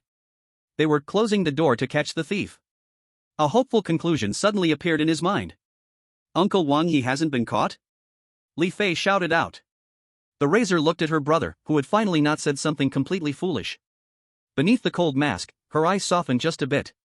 But it was only a bit. Then what should we do? Li Fei asked excitedly. Shouldn't we go to those exits to meet him? Hearing this, the razor's briefly softened gaze turned ice-cold again. She couldn't even summon the energy to scold him. She just looked at Li Fei with the eyes of someone looking at unrecyclable trash. Then she slowly turned around. She looked back at the brightly lit slaughterhouse. That gaze seemed to say, Wang Zhanghua, is this the good soldier you trained? Li Fei felt as if he had been stabbed by his sister's gaze, wanting nothing more than to find a hole to hide in. He knew he had said something foolish again. But he genuinely couldn't think of a better way. Just then, the razor moved. The corner of her mouth hidden beneath the mask curved into a cruel and crazy arc. She couldn't be bothered to give Li Fei any explanation. Instead, she used the most direct action to answer his foolish question. She reached out her hand, gently touching the massive battle axe wrapped in thick linen behind her. Then her whole body, like a bow drawn to the limit, suddenly leaped from the top of the 15-story unfinished building. Sister! Li Fei let out a suppressed gasp. He lunged to the edge of the rooftop to look down. He saw the razor's figure rapidly descending, suddenly pulling out a specially made grappling gun from her waist. Bang! The grappling hook hit the wall of a building across the street accurately. Her agile figure drew a breathtaking arc in the air, like a black falcon spreading its wings, accurately landing on the roof of a low building less than 50 meters from the slaughterhouse's main gate lookout. Immediately, she did not pause at all. From the tactical pack at her waist, she pulled out 3 highly sticky bombs made from the fluids of explosive beetles. Then, in an extremely professional manner, she hurled them violently towards the most heavily defended and powerful gate watchtower. 3 black beetles soared through the air in 3 deadly parabolas and accurately stuck to the watchtower's load-bearing columns and the heavy machine gun. The guards in the watchtower hadn't even reacted to what was happening. Razor had already pressed the detonator in her hand. Time to feast, you old hags. Her cold and maniacal voice echoed amidst the explosive firelight. Boom! A massive explosion instantly ignited the entire sky over Slaughterhouse Backstreet. Chapter 96, The Meat God. You tell me the truth. Did you make that almost demolished the entire slaughterhouse noise just now? Is it you who did this? Old Wang's voice was hoarse, filled with extreme disbelief. Gui looked at his ghostly expression and then down at the wound on his chest that was still slowly writhing and healing, knowing he couldn't hide it anymore. He sighed. Old man. If I say that noise above was not caused by me, would you believe me? Old Wang fell silent, staring intently at Gui. The emotions in his murky eyes were extremely complex. Damn kid. After a long while, he squeezed these 3 words out from between his teeth. What the hell are you? Gui smiled bitterly. This question has a long answer. Shouldn't we find a safer place first? He pointed at the surrounding stink of sewage. I don't want to take a bath while having a heart-to-heart talk with you. Only then did old Wang react, nodding his head. Follow me. Using his veteran instincts and understanding of the water flow direction, he led Gui through the maze-like sewer, finally finding a relatively dry and sufficiently hidden abandoned maintenance platform. The two slumped down on the cold, rust-ridden platform, both exhaling a long breath of turbid air in unison. Can we talk now? Old Wang took out the half-eaten nutrition bar from his pocket and expressionlessly took a bite. Gui knew he couldn't reveal the secret of the mysterious compendium entirely. He needed a half-true, half-false explanation that could justify everything. Captain Wang. He organized his words, speaking slowly. Have you heard of the rumor that humans and the mysterious can coexist? I've heard. Old Wang paused in his chewing, his eyes becoming somewhat profound. Gui was taken aback, not expecting there to actually be some truth to it. But I've never seen it. 30 years ago, during the Great Fracture, there were similar rumors. They said there was a group of people who did not turn into monsters but instead gained strange powers. Why are you asking about this? Old Wang's sharp eyes turned to Gui. It's possible that I am one of them. Gui did not directly admit it. The first time I went out of the city on a mission, I almost died. At that moment, something crawled into my body. He extended his right hand. Then, in front of Old Wang, activated, armored card, unfettered iron core. A layer of shiny liquid metal instantly covered his arm, quickly reshaping it into a fierce-looking metallic claw. It has parasitized in me. Gave me the ability to mimic and devour other mysteries. But Gui's gaze turned somewhat dark. There is a price. I must constantly feed it with the flesh and energy of other mysteries. Otherwise, one day, I will be devoured by it in return. This explanation was half true, half false, showcasing power while providing a reasonable cost. Old Father Wang stared at Gui's inhuman claw, silent for a long, long time. He didn't ask any further questions, just took another bite of the nutrient paste in his hand and said lightly, as long as you're alive. Gui was taken aback for a moment, then smiled. He knew that no matter whether Captain Wang believed it or not, at least he had accepted him as this monster. Alright, my story is finished. Gui retracted his metal claw. Now it's your turn, Captain Wang. The secret agent of the Human Alliance? Codename Veteran? And what about the secret organization and human experiments you mentioned in the recording? What's going on? As soon as the serious matter was mentioned, Old Father Wang's face became incredibly grave. He looked at Gui, a flicker of hesitation in his eyes. He shouldn't involve this child in such a deadly whirlpool. But then he thought again. The child in front of him had just turned the underground base of the slaughterhouse upside down. He was no longer the lamb needing his protection. He had become a stronger and more lethal young lion than himself. He was qualified to know everything. Realizing this, Old Father Wang no longer felt conflicted. He told Gui everything he had discovered from his previous investigations: the missing scavengers, the drained corpses, and what he had just overheard in the underground of the slaughterhouse. I suspect, Old Father Wang said solemnly, that the Butcher Gang is cooperating with an extremely dangerous cult. They are using these missing people in the Sea Ring area as materials for some inhumane human experiments. And that Ma Wenbin is their spy planted beside us. After hearing this, Gui fell into silence. Then he shared what he had seen deeper underground, that terrifying, gigantic writhing mass of flesh, and that system that transformed meat slurry into synthetic meat, the Hell's Kitchen. When Old Father Wang heard the truth about synthetic meat, there was no surprise on his face, but when Gui detailed the shape and size of that massive flesh mass, his weathered face suddenly became extremely grave. Over 20 meters in diameter? Old Father Wang interrupted him, his voice carrying a hint of suppressed shock. Yes. Gui nodded. It might even be larger, that was just my estimation. Old Father Wang fell silent. He slowly stood up, pacing back and forth on that narrow platform, the expression on his face dark enough to drip water. Old man, what's wrong with you? Gui frowned. Do you know that thing? I know. Old Father Wang stopped, looked at Gui, and spoke each word clearly. Its codename is Meat God. In the Human Alliance archives, its number is E074. It's an E-grade anomaly secretly farmed by the Human Alliance in the Sea Ring area. A long time ago, the Human Alliance tacitly allowed the existence of the Butcher Gang, using them to feed various biological waste to the Meat God. Then they collect the purified proteins as strategic material reserves for the Sea Ring area. The stabilizing anchor force field of the high walls can suppress its aggressiveness and contamination to the lowest level. As Old Father Wang said this, his gaze turned cold and sharp. But before I left the army, the last assessment report I saw clearly stated the diameter of the Meat God, under the suppression of the stabilizing anchor's force field, had been strictly controlled to within 5 meters. This is an absolute safety red line that cannot be crossed. He stared fiercely at Gui. And now you tell me it has grown to 20 meters? This is definitely not a mere oversight. This is serious dereliction of duty. With its current size and energy response, it is already a genuine D-grade disaster. Old Father Wang began to connect all the clues together. He looked at Gui, and instead of explaining, he seemed to be muttering to himself while deducing. It seems that the Butcher Gang is no longer satisfied with just being a farmer. They are feeding it. They are trying to break the stable anchor's force field suppression, allowing the meat god to break into level C. Level C. Old Wang chewed on this word, and a hint of an emotion called fear showed in his murky eyes. The city-crushing disaster. A level C disaster, while not enough to deal a devastating blow to the entire Grey Mill, is sufficient to create unprecedented chaos and panic in the C-ring zone. He paused, his brows tightly knitted together. But why? His eyes filled with deep confusion. What is their purpose in doing this? Is it just to create a disaster that could destroy the C-ring zone? After the intel exchange, both of them saw the almost overflowing seriousness in each other's eyes. The gravity of the situation had far exceeded their imagination. We need to find a way to leave here. Gui stood up, and then report the information to the Human Federation.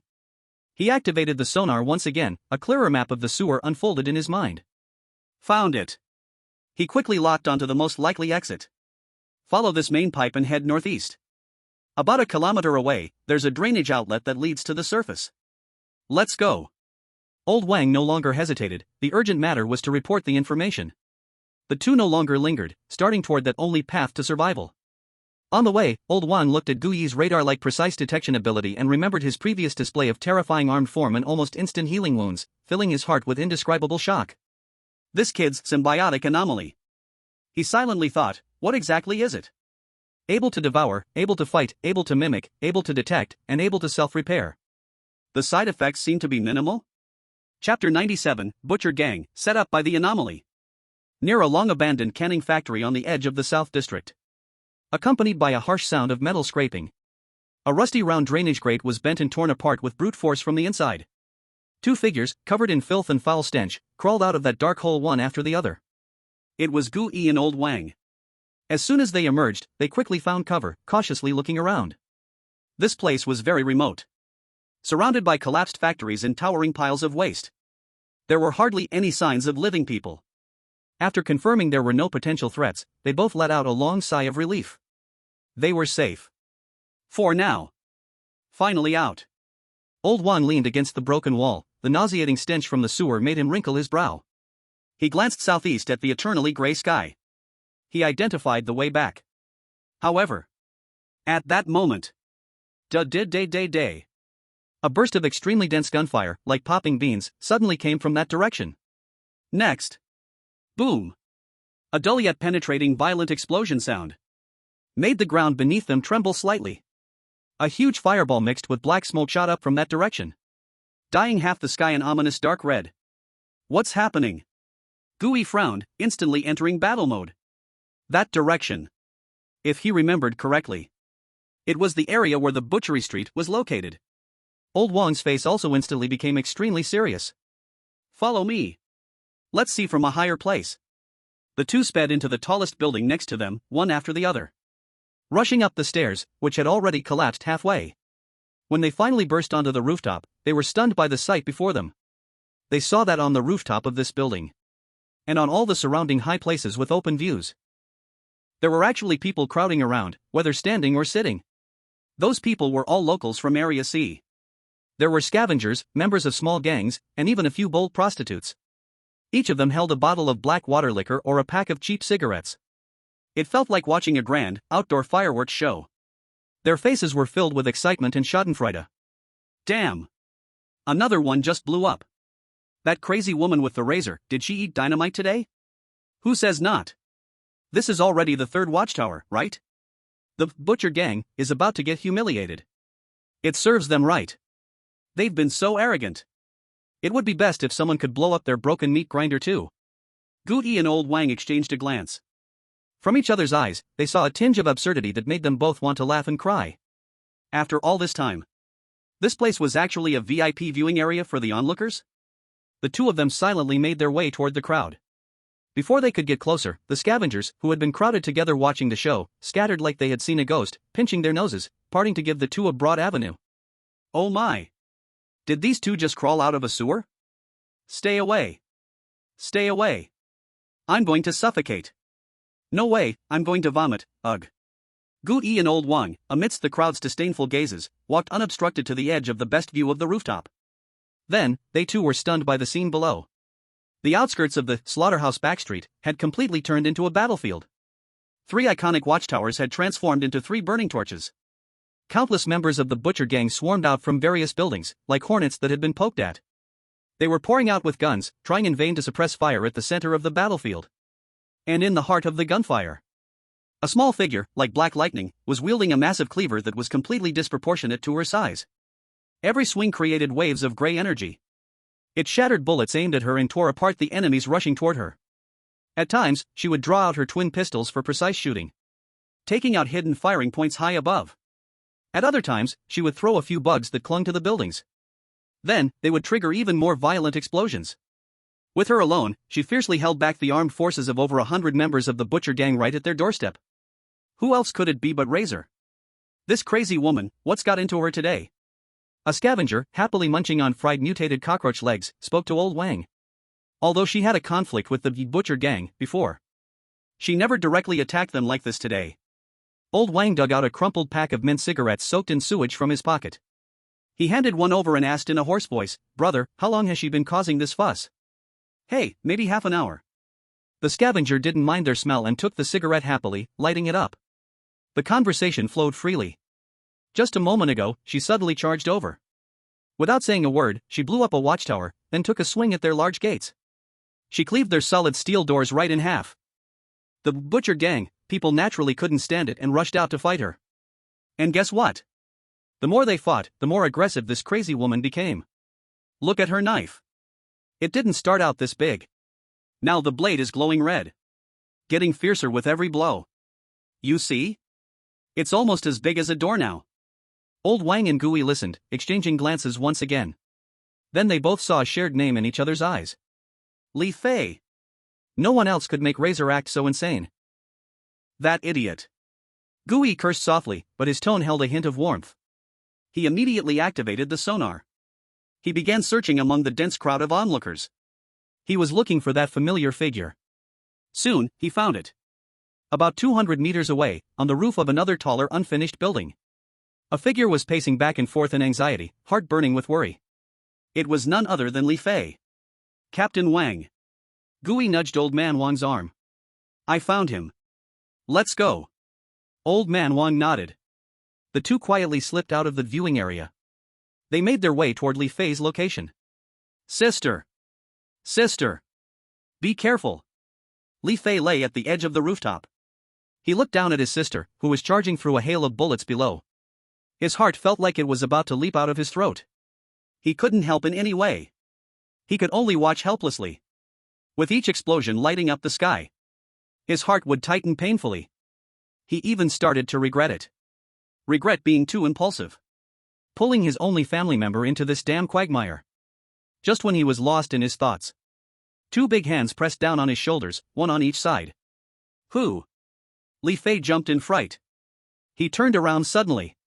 Then, he was completely stunned. Uncle Wang? He looked at the face, though stained with blood and exhaustion, it was incredibly familiar. Tears welled up in his eyes instantly. Gui? What are you guys doing here? He excitedly lunged forward, wanting to give them both a big hug. However, as soon as his nose got close, an indescribable, mixed smell of rot, fermentation, and chemical waste slammed into his nostrils. Ugh. 1 second, Li Fei was teary-eyed, the next, he was on the ground, throwing up everything he had eaten at noon. Gui and Old Man Wang looked at the heaving Li Fei, falling into an awkward silence. What are you shouting about? Gui gave him a light slap on the back of the head. Do you think the butcher gang can't hear you? So good, so good. Li Fei said incoherently between heaves. You are all safe, that's really great. Old Man Wang felt warmth in his heart, patting Li Fei's shoulder, he said in a low voice. You did well. Then, he turned to Gui. Where are Shaoqi and Ahao? They are at your secret base, Gui replied. Ahao is trying to contact Human Alliance. Hearing this, Old Man Wang's face showed a look of relief, which was instantly replaced by a soldier's resolute determination. No way, he said decisively, we can't delay any longer. I must go back immediately. I need to talk personally. He looked at Gui and said. Kid. It's up to you here. Find a way to notify that crazy girl Razor. Tell her the mouse is out of the hole. No need to tear down their roof anymore. Get her to withdraw immediately. I heard from one of the onlookers that the garrison's rapid response team is on the way. They will arrive in at most 10 minutes. Don't let her get trapped here. Do you understand? Understood. Gui looked at Old Man Wang's eyes filled with trust in duty, nodding heavily. Don't worry, Captain Wang. I guarantee I'll complete the mission. Chapter 98 Surgeon, I don't know why attendance is so high today. I guarantee I'll complete the mission. Gui looked at Old Man Wang's eyes filled with trust in duty, nodding heavily. Old Man Wang didn't say another word. He just gave Gui's shoulder a firm pat.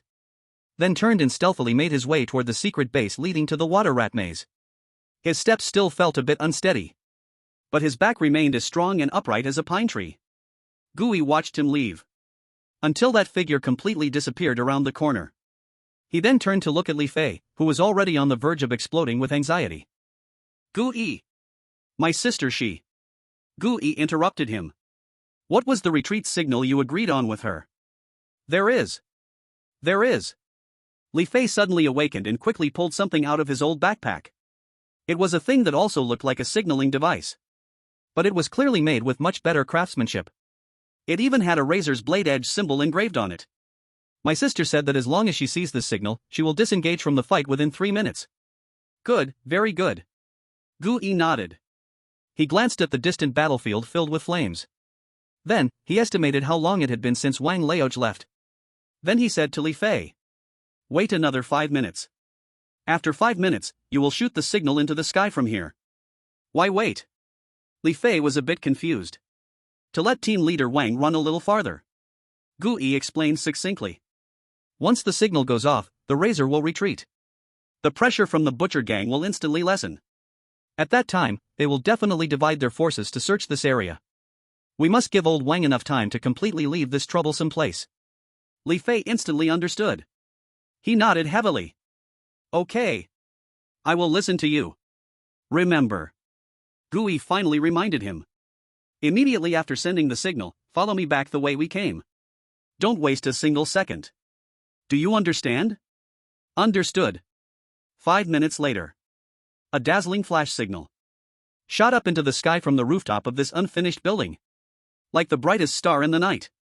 And at the moment the signal flare launched into the air, Gui had already pulled up the still-dazed Li Fei. Let's go.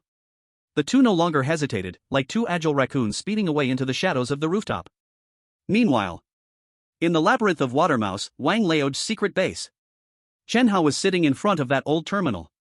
His fingers were typing on the keyboard so fast that they almost left after images. Countless complex data streams, enough to give any hacker goosebumps, were wildly scrolling on his screen. He was trying to trace the signal sent by the lighter communicator. He wanted to know who that so-called superior really was. And Lin Xiaoqi was nervously guarding the door with a small and delicate hand crossbow. Although its power wasn't great, it was silent and precise, her only self-defense weapon. Lin Xiaoqi was alertly listening for any sign of movement outside. At that moment. Creak. The old wooden door slowly creaked open from the outside. Who? Lin Xiaoqi's body tightened instantly. The dark arrow of the crossbow immediately aimed at the doorway. However, when she clearly saw the figure stepping out from the darkness, she froze completely. Uncle Wang. Her voice was filled with joy. Chen Hao also suddenly stood up from the terminal, looking at the man who, despite being disheveled, was still standing before them. That thick-lensed glasses hiding his usually calm eyes were now filled for the first time with a layer of boiling mist. Captain. I'm back. Wang Laoj looked at the two shocked children before him. His heart, once as hard as steel, had also softened immeasurably at this moment. He tugged at the corner of his mouth and revealed a weary smile. What's wrong? Don't recognize me? From the looks of you two, I thought you were preparing to hold a memorial service for me ahead of time? Wah! Lin Xiaoqi could no longer hold back. She suddenly jumped up and embraced Wang Laoj, bursting into tears. A terrible stench nearly caused her to choke and faint. But she didn't let go. Instead, she hugged him even tighter, as if she wanted to pour all her worries and fears into this embrace filled with odor. So good. Uncle Wang, woohoo, gag, you're okay, it's really great, gag.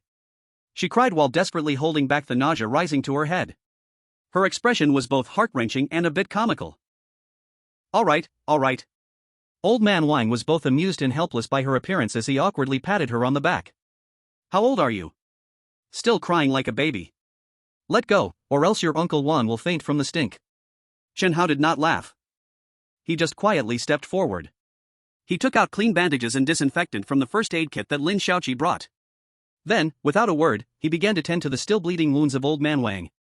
Old Man Wang looked at these two children who had worried about him for a whole day and night. His heart was filled with warmth and a hint of indescribable guilt. He knew. His agent identity had completely dragged them into a storm that did not belong to them. Ah, how? He looked at Chen Hao, who was bandaging him, and asked in a deep voice. Did you use that lighter? Used it. Chen Hao nodded.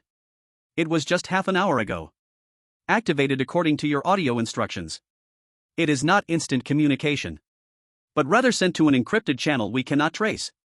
A brief message was sent containing meeting time and location coordinates. He glanced at the records on the terminal. The message content is 1 hour later, under bridge number 3 on Iron Dragon Road in the Eastern District. 30 minutes. Old Man Wang's eyes suddenly became incredibly sharp. He glanced at the wall clock. Xiaoqi, help me up. He struggled to stand despite Chen Hao's objections. Captain. Your injury. It's nothing serious. Old Man Wang said emphatically. I must go myself. He understood the seriousness of the matter. The recording was only evidence. But only he, the living person, can report to Commander Lin directly. This would raise the threat level of the matter to its highest. This would allow Human Alliance to respond correctly in the shortest time possible. Ah how, Xiaoqi. He looked at the two before him and spoke with a commanding tone. You two stay here, and don't go anywhere. Wait for news from Gu Yi and Li Fei. He walked to the door, took the clean spare jacket from the corner rack, and changed into it. He hastily wiped his face with water. He cleaned off the blood and the foul smell from the sewers. Finally, he turned around and looked deeply at these two teammates who were like his children. Wait for me to come back. As soon as he finished speaking, he blended back into the deep night once more. And this time, he was no longer the old soldier fighting alone. Backstreet butchery. The flames of war were getting fiercer and fiercer. Razor had fully entered the state. A layer of gray flame ignited on the blade of her gigantic saber. Each swing carried the terrifying power to melt steel. Just as she severed a watchtower with one swing, an extremely bright signal flashed high into the sky from the highest abandoned building in the distance. Razor's already reddened pupils focused. The mouse has come out of its hole. She no longer hesitated. Suddenly, she aimed the tip of her knife at the advancing pursuers in front. Then, she unleashed the accumulated gluttony energy in the blade without reservation. Roar! A terrifying gray energy breath engulfed the entire street in front of her, exploding in an instant. It pushed all enemies and buildings back fiercely, creating a vacuum zone lasting 5 seconds. And she took this opportunity. Suddenly turned around. She shot the grappling hook towards the high rise in the distance. Her whole body shot up like a black hawk ready to disappear into the jungle of steel. However, just as she was about to plunge into the darkness, a pitch-black, ghostly figure appeared on the wall in front of her without warning. It was a tall, thin man in a meticulously tailored black suit with a pale ceramic mask on his face. Surgeon. Only to see that seemingly fragile scalpel in his hand aimed at Razor's taut. The hook made of special alloy. A gentle sweep. Hiss. Without any obstruction. That hook strong enough to lift a truck was silently cut like a fragile spider's silk. The razor lost its anchor and rapidly fell to the ground from over 10 meters high. But after all, she was the top executioner in the C-Ring district. In midair, she twisted in a limit-defying maneuver, using her feet to touch the wall several times to lessen most of the impact. Finally, she landed steadily in a half-squatting position. She raised her head, her icy gaze fixed on the surgeon who had slowly emerged from the shadows of the wall, blocking all her escape routes. Around, the butcher gang members who had already been frightened of battle, upon seeing this man, fell silent like mice seeing a cat, instinctively backing away to clear a large space. The razor slowly straightened her body, hoisting the massive broadsword that burned with gray flames onto her shoulder, tilting her head to scrutinize this uninvited guest. On the face covered by a metal mask, a curve filled with brutality and excitement appeared. Oh? Isn't this the most efficient guard dog trained by the butcher gang? What? Finally willing to crawl out from your doghouse? The surgeon ignored her mockery. With an emotionless gaze, he looked at the razor. He slowly spoke. Do you think this place is somewhere you can come and go as you please? Turns out it isn't? The razor smiled broadly. Chapter 99, The Bell of Death begins to toll. In the East District, under bridge number 3 on Iron Dragon Road. This is one of the most desolate corners of the C-Ring district, under the bridge is a vast shadow area piled with construction waste and household rubbish. Old Wang stood alone against a graffiti-covered bridge pier, looking like an ordinary laborer waiting for a job. After an unknown time, a nondescript black old-fashioned four-wheeled commuter vehicle slowly drove into the shadow under the bridge, stopping less than 10 meters away from Old Wang. A tall man dressed in plain clothes got out of the car. It was Commander Lin. He cautiously looked around, confirming that there were no potential threats, then took steady steps and quickly walked over. The two men did not exchange unnecessary pleasantries. Time was pressing. "How's the injury?" Commander Lin asked in a serious tone, looking at Old Wang's pale face. "I won't die." Old Wang replied hoarsely. "What about the stuff?" Old Wang did not answer, only took out the recording pen that recorded everything from his pocket and directly handed it to the other man. Commander Lin took the recording pen, immediately inserting it into his encrypted terminal he always carried, putting on a single-ear headset. Old Wang's hoarse voice, filled with military jargon, began to report in his ear. "Reporting to superiors, codename Veteran. Slaughterhouse. Human experiments. Behind it, exists a larger, religiously oriented secret organization. Ritual. Bishop." Listening to the shocking words in the recording, Commander Lin's expression grew more and more somber, the storm gathering in his eagle-like eyes. When he heard Old Wang's inference that, meat god, had grown to D-level and was being fattened to C-level, the veins in the hand holding the terminal bulged. The recording finished playing. Commander Lin removed the headset, his gaze as cold as Siberian permafrost. He looked at Old Wang, his voice carrying a hint of undeniable command and fear. "Old Wang, you have truly achieved great merit this time. I know. You need to return to B District with me immediately." Commander Lin stated firmly, "The rest is up to us." No. Old Wang shook his head. "My family is still in C District. I won't go anywhere until this matter is completely resolved." Commander Lin looked at the stubborn and resolute look in his eyes, knowing he could not persuade this old stubborn bull. He took a deep breath and heavily patted Wang Liapapa's shoulder. "All right. Then you make sure to live well. I'll return now to mobilize the quick reaction force. In half an hour, I will completely seal off the slaughterhouse." With that, he showed no more hesitation and turned to walk quickly back to the car. The black commuter car let out a low roar and instantly vanished into the darkness. Zone C, East District. In a children's education center called Morningstar, which seemed somewhat old but was kept very clean. Afternoon sunlight poured in through the shiny glass windows, bringing a rare warmth to this bleak apocalyptic city. In the classroom, a dozen children dressed in clean old clothes sat upright, focusing intently on the elegant man speaking at the podium. "So, let's look. The history of the old world is very interesting. It tells us that every progress of civilization comes with sacrifices. Just like we can now use stable anchors because countless predecessors used their lives to explore the path for us 30 years ago. They are great." The man wore a washed-out white shirt and a pair of gold-rimmed glasses. He always had a gentle, encouraging smile on his face. His voice was calm and magnetic, like the best scholar, always able to make the driest knowledge lively and interesting. He was one of the teachers of this education center and also the favorite and most respected one among the children. "Teacher Xia."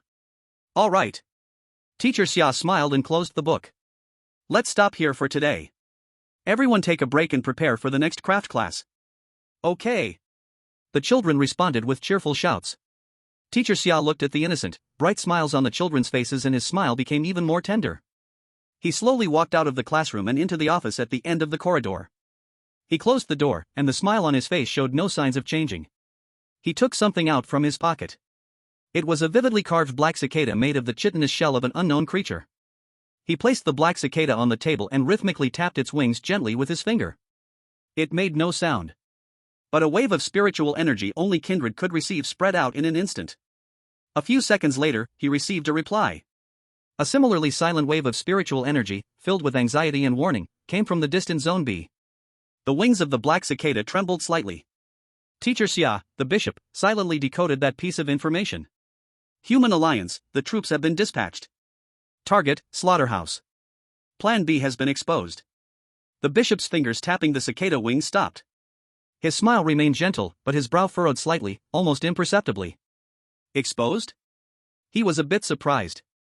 According to his plan, the slaughterhouse, this most useful white glove, should have been able to buy a bit more time. But it's okay. What a pity. He looked at the gray sky outside the window and softly spoke to himself. The growth of the meat god is better than expected, and those loyal tools from the butcher gang. I originally wanted to use them for a little while longer. But a gentle and compassionate smile returned to his face. Since the chessboard has been disrupted. Then let's stir the waters a bit more. After all, the experimental data has been collected enough. It's time for them to give off their last heat. He picked up the black cicada again, no longer in a rush, but with a strangely elegant touch as if playing a lullaby. That invisible wave of spiritual energy penetrated through layers of walls and steel, accurately reaching the depths of the slaughterhouse underground. Clean up order. The dining table is already dirty. Dump all the kitchen scraps. Don't let the noise of the guests disturb the real preparation for the banquet. After doing all this, the bishop placed the black cicada back into his embrace. Then he turned and walked to his desk, starting to leisurely prepare the materials for the next handicraft class. Colorful cardstock, safe scissors, and a can of non-toxic glue. He picked up a piece of red cardstock, a gentle and encouraging smile returning to his face. Today's lesson is to fold morning glories, he said softly. The children will surely love it. Chapter 100, Butcher's Gang, what the heck, FO, it's gone.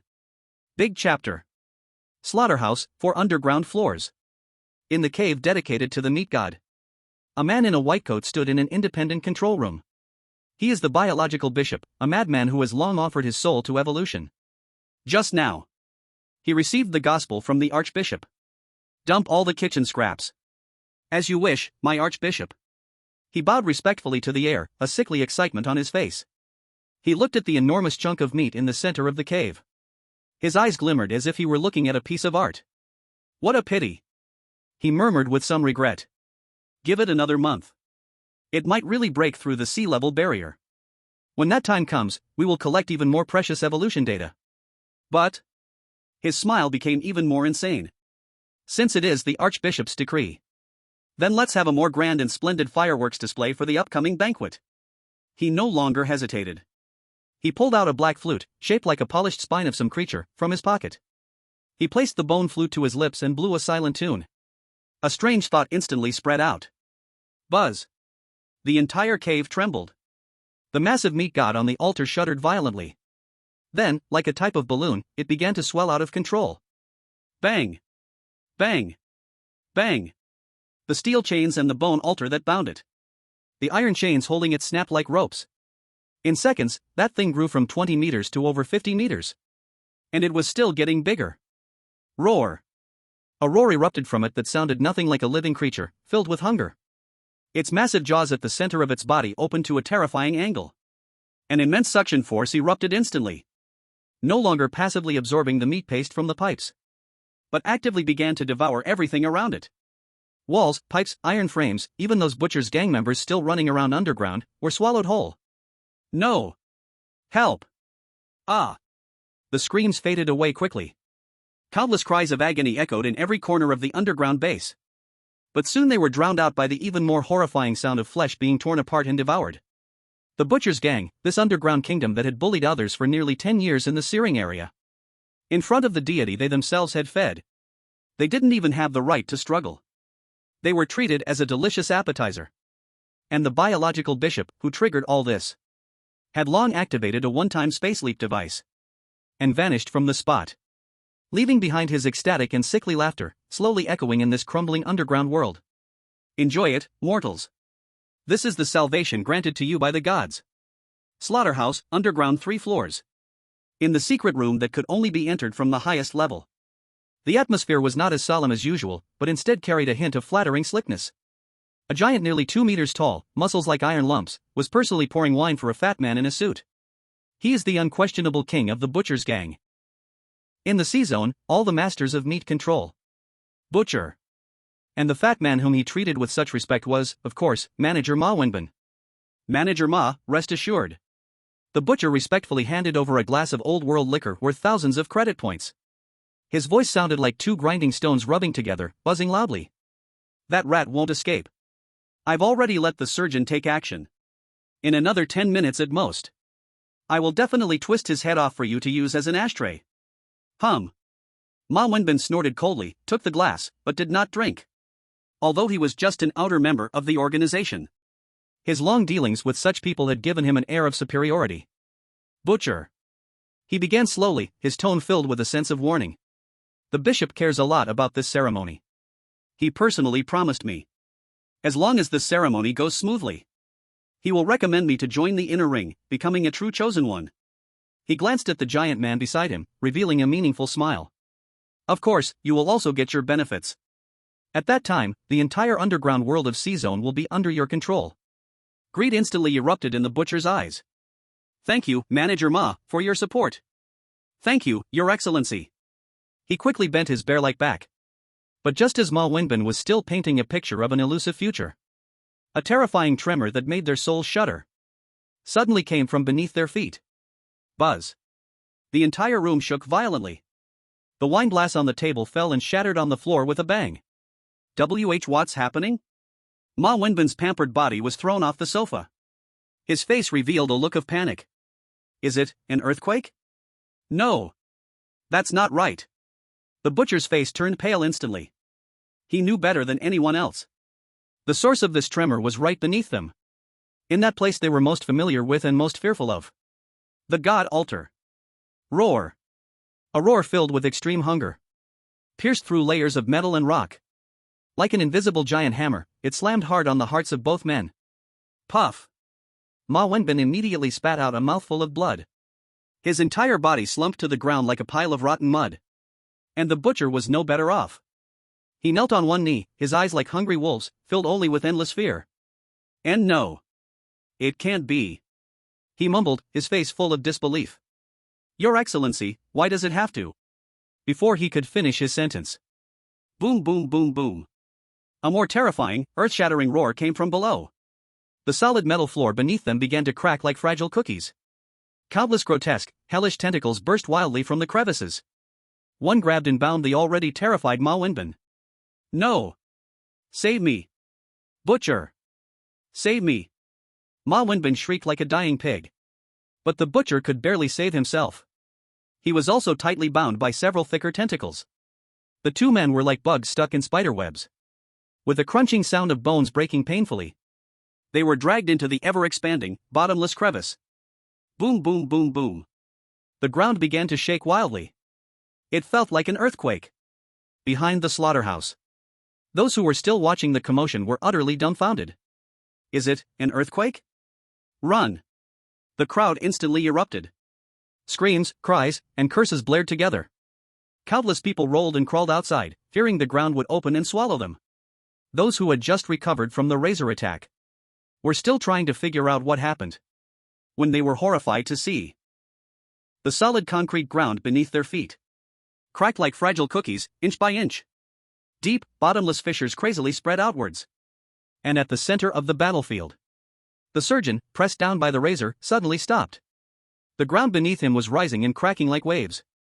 He couldn't believe it as he looked back. Home, just gone like this? And his opponent, the razor, also stopped. She didn't flee like the others around her. She simply, slowly lifted her head. On her face, half covered by a metal mask, no expression could be seen.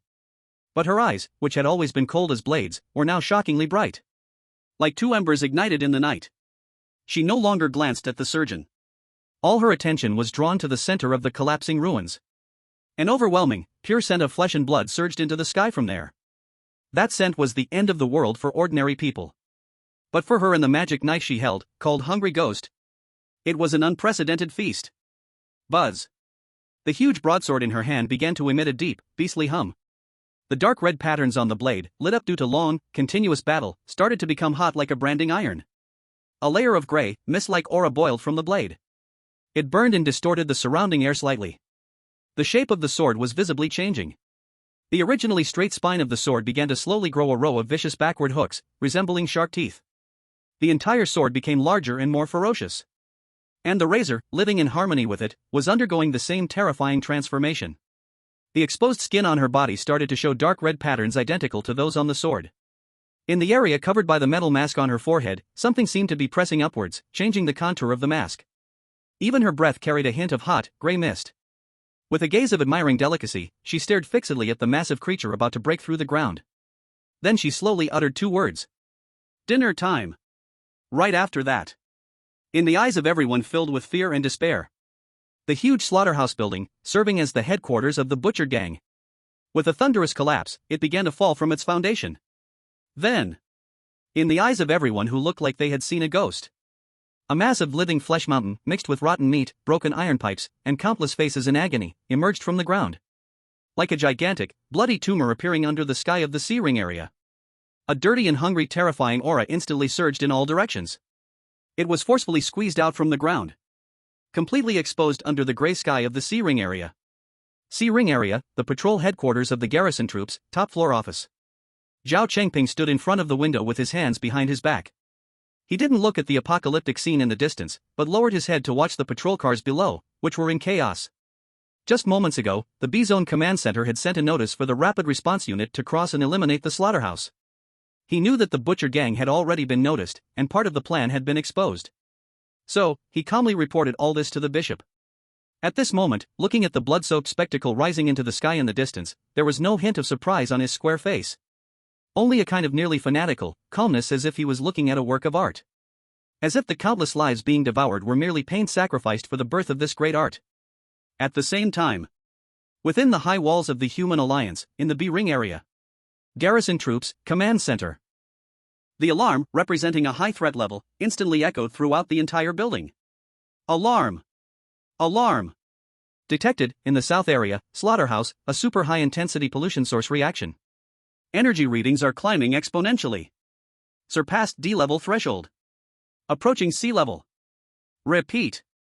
This is not a drill. Threat level quasi-sea level disaster. The command center fell into dead silence. Commander Lin stared intensely at the screen, where a light point had instantly changed from green to deep red, fire burning in his eagle-like eyes. He knew he was still one step too slow. But now was not the time for self-blame. He was the overall commander here, responsible for the entire city. He stepped forward, picking up the red, highest authority communicator. Taking a deep breath, he commanded in a voice as strong as steel. Connect to Central Rapid Response Unit, White Crow direct line. The communications officer's hand trembled slightly, but he immediately made the connection. White Crow. Commander Lin's voice directly reached a secret hangar atop a high wall. Mission start. Target, South Area Slaughterhouse. Threat level, quasi-sea level. Authorization, use of Snow Kingdom. There was a moment of silence on the other end, followed by a similarly cold, youthful response. Received. Commander Lin put down the communicator and picked up another channel. Order. All rapid response unit teams on the perimeter of Area C. Immediately establish a quarantine zone around the disaster area. Block all sewer and traffic intersections. Prepare to support White Crow at any time. The next second, a secret hangar disguised as a weather station slowly opened atop the high wall. A snow-white, sci-fi-shaped vertical takeoff and landing fighter jet. Like a awakened raptor, it soared into the sky from the darkness. In an instant, it broke the sound barrier, leaving behind a white tail flame. Heading towards the south area, already completely submerged in blood and chaos. It flew over. Chapter 101, Mole, did my target just blow up? Time rewinds to when team leader Wang and Mole parted ways. Old Wang's figure disappeared into the dark tunnel leading to safety. Mole calmly turned around. He picked up an abandoned submachine gun from the ground. Walking slowly towards the thunderous sounds of battle in Area A. He was going to play his role well. A devoted patrol team assistant heading to support. He did not take a straight line. Instead, he chose a more remote maintenance passage that would allow him to circle to the battlefield's flank. Soon, the corner of channel number 3 in Area A was in sight. However, before he could get closer, a pure, brutal monster aura crashed against his senses like an invisible wall. Mole's footsteps suddenly stopped. He pressed himself against the cold wall. Only half of his head peeked out. The passage was littered with corpses.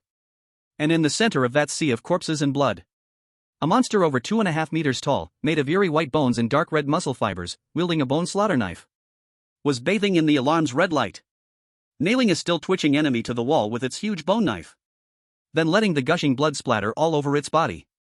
What is this thing? Mole's pupils contracted sharply. He was sure. This was definitely not any known modified person from the Butcher Gang. Those mad dogs that Hong Jie treasured like jewels. Though strong.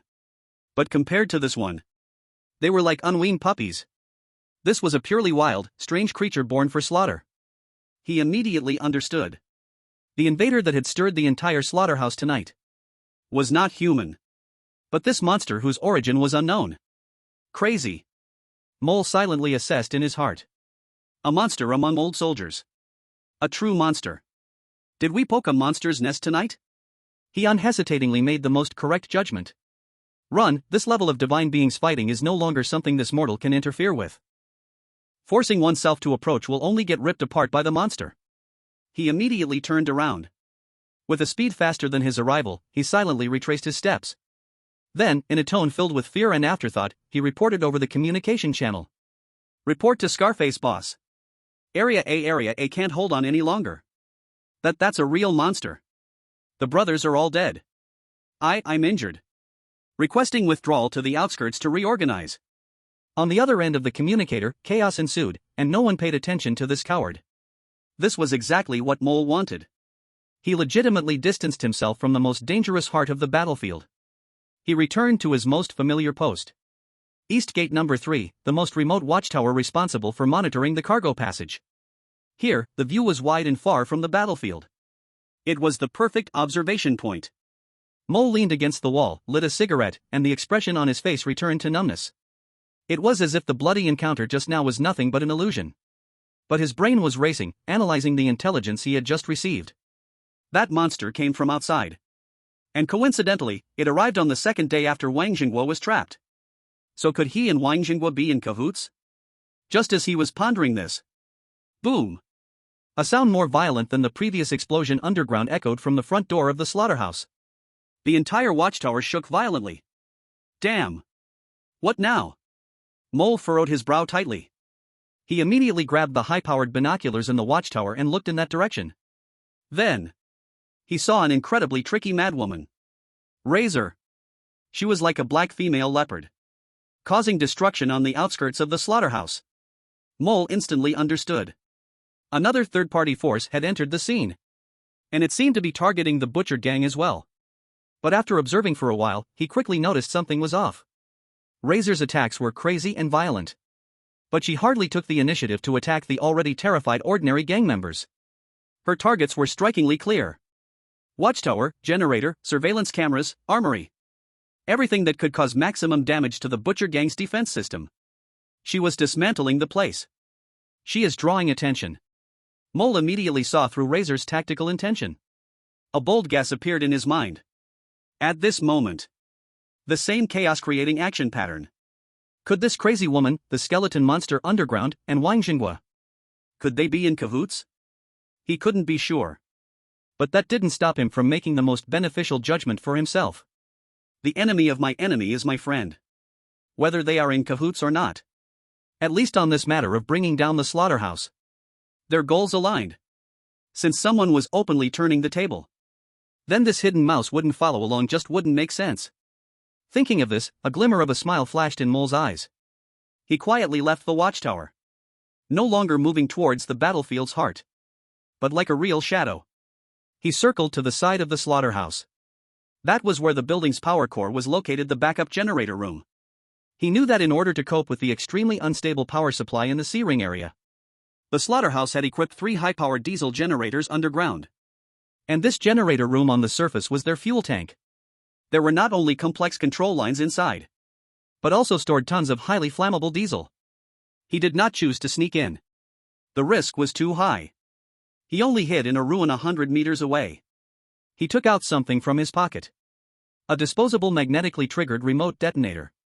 This was one of the insurance specially made for him by the technology department of the Kyushu Intelligence Agency before entering the C-ring area. The power is not great, but it is enough to ignite a great fire. He glanced at the razor in the distance, causing havoc. Then he looked at the cold toy in his hand. And then he smiled. Since it's going to be lively, let it be even livelier. He activated an extremely weak thermal sensing mode on the detonator. Then, with an extremely precise, throwing knife-like technique, he threw this small iron piece toward the half-open louver window of the generator room for heat dissipation. Thud. The detonator silently adhered to the inside of the louver window, perfectly hidden in the shadows. After doing all this, the mole turned and left without looking back. He knew. At most in 5 minutes. When the generator, due to long hours of high-load operation, reached the critical heat point, this small surprise would automatically explode. He needed to leave this troublesome place completely. Above the ground. Just when the surgeon appeared and confronted the razor, attracting everyone's attention. No one noticed that the generator room, which should have been heavily guarded on the side of the slaughterhouse, suddenly erupted with a dull bang. And then, boom! A detonation more intense and terrifying than all the previous explosions caused by the razor. A deafening roar.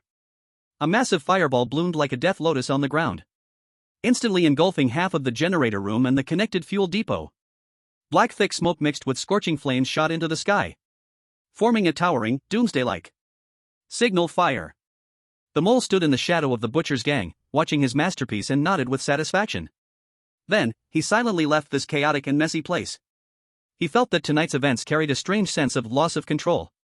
Whether it was that mysterious skeletal monster, or this suddenly crazed razor, both were beyond his original expectations.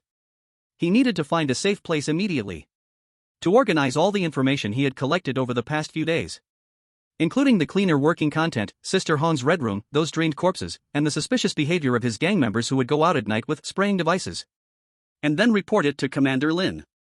However, just as he had barely left the slaughterhouse less than 500 meters, a terrifying vibration that made the hair all over his body stand on end came from the ground behind him. Rumble, rumble, rumble, rumble. That was not an explosion, but a sound of something even bigger and heavier arching up from the ground. The mole suddenly turned around. Then he saw an unforgettable scene for the rest of his life. The slaughterhouse, which was just bright with lights. Its foundation actually rose up like a cookie crushed by an invisible giant hand. Countless pieces of steel and concrete scattered and splintered. Then, a huge mass of flesh tentacles, made up of pure blood, flesh, and tumors, not just one but hundreds of thousands. Like hellish vines breaking through the earth, tearing the ground and pointing toward the gray sky. They twisted and writhed madly, entangling and merging, finally gathering into a grotesque, expanding living mountain of flesh in the center of the ruins. The mole was completely stunned. He stood there, staring blankly at the ever-expanding meat mountain. His mind was a blank. An undercover, blowing up right in front of his eyes? What the hell is this? Mission failed? Chapter 102, Razor, Dinner Time, Family. Above the ruins of the slaughterhouse, the living mountain of flesh made purely of blood and meat is still growing and writhing. Its diameter has exceeded 50 meters. And its height exceeds 30 meters. Like a bloody hill that rose abruptly from the ground, the once tall remnants of the slaughterhouse building appeared like child's blocks. Countless thick, fleshly tentacles, like giant pythons, extended from its surface, wildly whipping everything around. Each swing carried the terrifying power to easily smash concrete walls into pieces. Under the gray sky of Zone C, it seemed a storm made of flesh and whales had descended. Run, run fast. What the hell is that thing? The scavengers who had been happily munching popcorn on the rooftop were now completely stunned. They threw away their bottles and scrambled down from the upper floors, screaming and crying, wishing they could grow 2 extra legs. Some of the slaughterhouse guards nearby, who were still unclear about the situation, became the first batch of ingredients. They didn't even have a chance to raise their guns.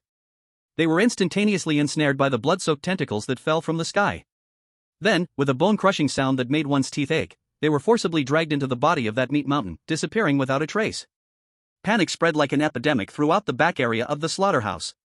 Countless residents living nearby were awakened by the earthquake-like sound. They peered out of their windows in terror. Then they saw the terrifying meat mountain, like a doomsday monster from a myth. In an instant, the entire southern area was thrown into chaos. But in this apocalyptic escape, there was one exception. The razor. Even the butcher's surgeon, upon seeing this creature, instinctively thought to flee. Yet she did not run, instead, she charged forward. She stood on the rooftop of a low building less than 50 meters from the meat mountain. On her face, half hidden by a metal mask, no expression could be seen. Then she moved. She shot down from the rooftop like a fired bullet. The sword in her hand, the magic blade known as Hungry Ghost, emitted an unprecedented, beast-like excited hum. The gray mist on the blade suddenly swelled. It enveloped the entire sword, transforming it into a 3-meter-long, fearsome energy blade. Roar! The meat mountain seemed to sense this daring little bug that was provoking it. Dozens of massive tentacles made of flesh, like battering rams, screamed through the air as they violently slammed down towards the razor. The razor was not foolish enough to take it head-on. She swiftly weaved and dodged among the deadly tentacles flying everywhere. Her target was not the body of the meat mountain, but those tentacles that fell to the ground without time to retract. The moment one tentacle missed its target and slammed onto the ground, revealing a half-second opening, the razor's figure appeared beside it in an instant. The gray giant blade in her hand traced a deadly arc in the air. Zzzzz. That blood-soaked tentacle, thicker than her waist, was effortlessly sliced in half, like a hot knife through butter. The severed tentacle wriggled wildly on the ground. But before it could be retracted back into the meat mountain, Hungry Ghost's blade had already, like a shark smelling blood, leapt into action. The gray mist around the blade surged dramatically. It wrapped around the severed tentacle, which weighed hundreds of kilograms, in an instant. Then, amid a bone-grinding chewing sound, it was completely digested. Converted into the purest flesh and blood energy, all of it was devoured by the greedy magic sword. The razor could distinctly feel powerful and wild energy pouring into her body through the connected hilt of the sword. It felt like a starving person diving into a grain store filled with food. So satisfying. An unprecedented satisfaction. Every cell in her body was cheering. They are all roaring. She could even feel her strength, which had long reached its limit, showing faint signs of loosening. But such stealing does not come without a cost. Boom! Just as she had just eaten a tentacle. Another tentacle silently attacked her from behind and hit her back hard. Puff! Razor's entire body was struck as if hit by a speeding truck. A mouthful of blood spurted out wildly. She flew out like a broken doll. She crashed heavily into a collapsing wall. However, before the meat mountain could let out a victorious roar, the woman, who should have been severely injured, actually stood up slowly from the ruins. Her back, which was struck, was a bloody mess, and one could even see her eerie white bones. But the massive energy she had just devoured was crazily repairing her body. Those horrifying wounds were wriggling and healing at a speed visible to the naked eye. In just a few seconds, only a shallow scar remained. Not only was she not severely injured. Instead, because of the thrill of life and death and the rush of that tremendous energy, the beast within her was completely awakened. Ha! Ha ha ha ha ha! She let out a suppressed, crazed, and joyful laugh. The dark red patterns that had merely appeared on her skin from the fierce battle. At this moment, they seemed to be deeply branded into her flesh like a glowing branding iron. They became deeper and more enchanting. As if those were no longer patterns, but new blood vessels wildly pulsating within her body. The small bony horn on her forehead, which had already pushed up the outline of the mask. Under the catalysis of this energy, it actually cracked and broke through the hard metal mask. Two curved, jet-black demon horns, covered with strange patterns, were completely exposed to the air. Those already crimson eyes were now even redder, like two rubies about to bleed. Even the shape of her pupils elongated from round to beast-like, cold vertical slits. At this moment, her entire presence underwent a complete transformation. From a powerful human to a demon draped in human skin. Not enough. Still not enough. She let out a beastly low growl. After clearing the first wave of tentacles, she charged without stopping, like a black meteor, fiercely colliding with the meat mountain itself. She wanted to eat more. 1 kilometer away from the battlefield, in the shadow of another unfinished building, Gui was tightly holding down Li Fei, who was already so scared his legs felt weak, preventing him from making a sound. Is that my sister? Li Fei looked at the distant figure crazily chopping at the meat mountain, resembling a demon, his voice trembling. Is that really my sister? It is her. Gui's expression was equally serious, as he stared intently at the battlefield, his mind racing.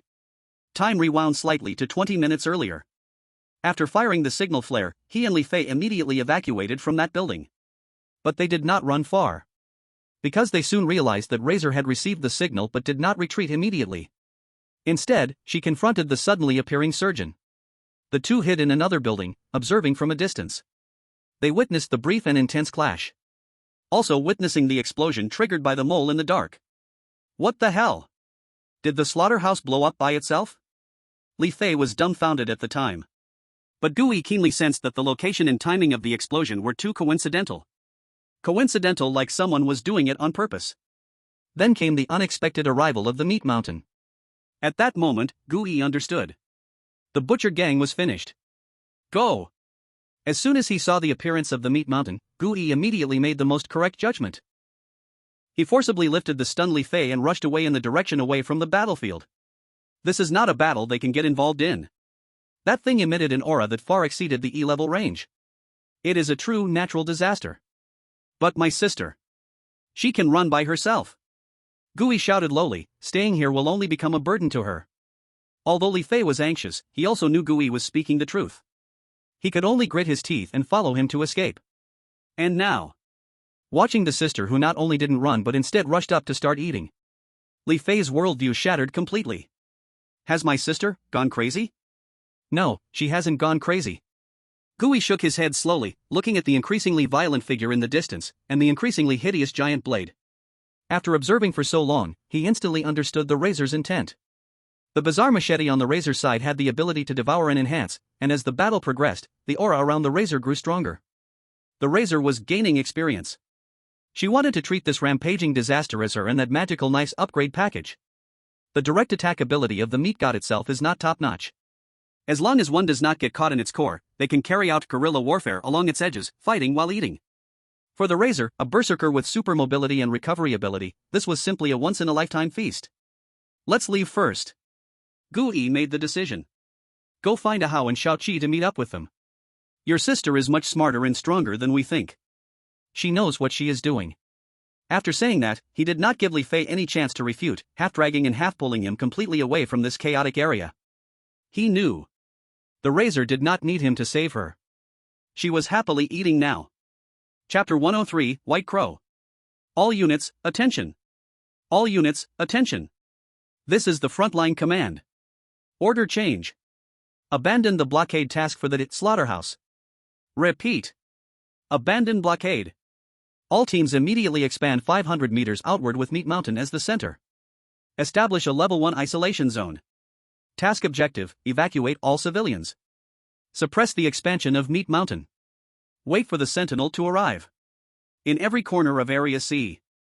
The squads of the Human Federation Rapid Response Team, who had just received orders and were preparing to head to the slaughterhouse, all received this new order that made their hearts sink at the same time. They are the experts of the Human Federation dealing with strange incidents. Every member is an elite veteran selected from the garrison. They have seen life and death and handled countless tricky strange incidents. But they know more clearly. When the word Sentinel appears in the mission briefing, it means something. Damn it, we hit the jackpot. Inside a speeding black riot armored vehicle. Team leader Hammer looked at the deep red light spot on the terminal that represented the growing Meat Mountain. He couldn't help but curse softly. Boss, is the Sentinel coming? A young team member, Newbie, who was changing magazines for his assault rifle, asked nervously. He replaced it with a specially designed bullet, crystal-like in appearance, stabilizing Anchor 7 type, armor-piercing enhanced round, the standard configuration of the Rapid Response Team. Of course. Hammer took a square black metal box that looked like a compass from his tactical vest. He attached it with a click to his belt. The command headquarters would not let out White Crow unless that lump of meat was something we could not handle. Is the strange object really that powerful? Newbie looked at the metal box with complex patterns etched on its surface at the captain's waist, his eyes filled with awe and curiosity. That box is codenamed the Gravity Well Portable Force Field Generator. It was the only mass-produced equipment derived from the artifact by their team. It is said that as long as it is activated, it can simulate the supergravity field of the artifact weightless core within a small area, greatly limiting the target's movement speed. But every use places a tremendous burden on the user's bones and internal organs. Impressive? Upon hearing this, Iron Hammer wore an extremely complex expression. It was a mix of mockery and reminiscence. Kid, remember. He glanced at the approaching, apocalyptic flames outside the window, his voice becoming incredibly serious. That thing cannot be described with the word impressive. He knocked on the gravity well at his waist.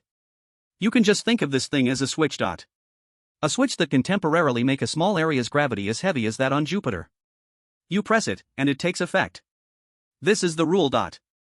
It doesn't reason with you, nor does it talk physics. It just works this way. Iron Hammer pointed again at the Meat Mountain that was rampaging outside. And that pile of crap out there. Its rule is to eat and to grow larger. It doesn't reason with you either. So? He turned his head and stared at the still confused eyes of the rookie. What we need to do now is to use this unreasonable switch in our hands to press down on that unreasonable madman. Make it run slower, grow slower. Got it? Why yes, I understand. The rookie, feeling a shiver from the oppressive gaze of the captain, hurriedly nodded. As for the Sentinels. Iron Hammer sighed, his expression becoming even more complex, filled with admiration and a hint of reluctance. They are not like us. We are the ones who press the switch. And they. He paused, explaining in the simplest way possible for the rookie to understand. They are the switch itself. They have turned themselves into a walking artifact. So don't dare use impressive to describe them. That is an insult to them. 5 minutes later. The first batch of the Rapid Response Force arrived on the scene. They did not attack the still rampaging meat chunk. Instead, they spread out in a well-trained manner. They began to establish a quarantine zone as quickly as possible, setting up the gravity well field generator to form an expanding supergravity field, slowing the expansion speed of the meat mountain.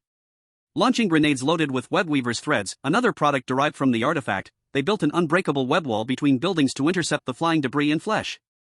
Using stabilizing Anchor 7 bullets, they accurately shot at the flesh tentacles trying to break free from the quarantine zone, suppressing their regenerative ability. The entire process was orderly, professional, and efficient. At that moment, someone noticed an incredible scene. "Boss! Look over there!"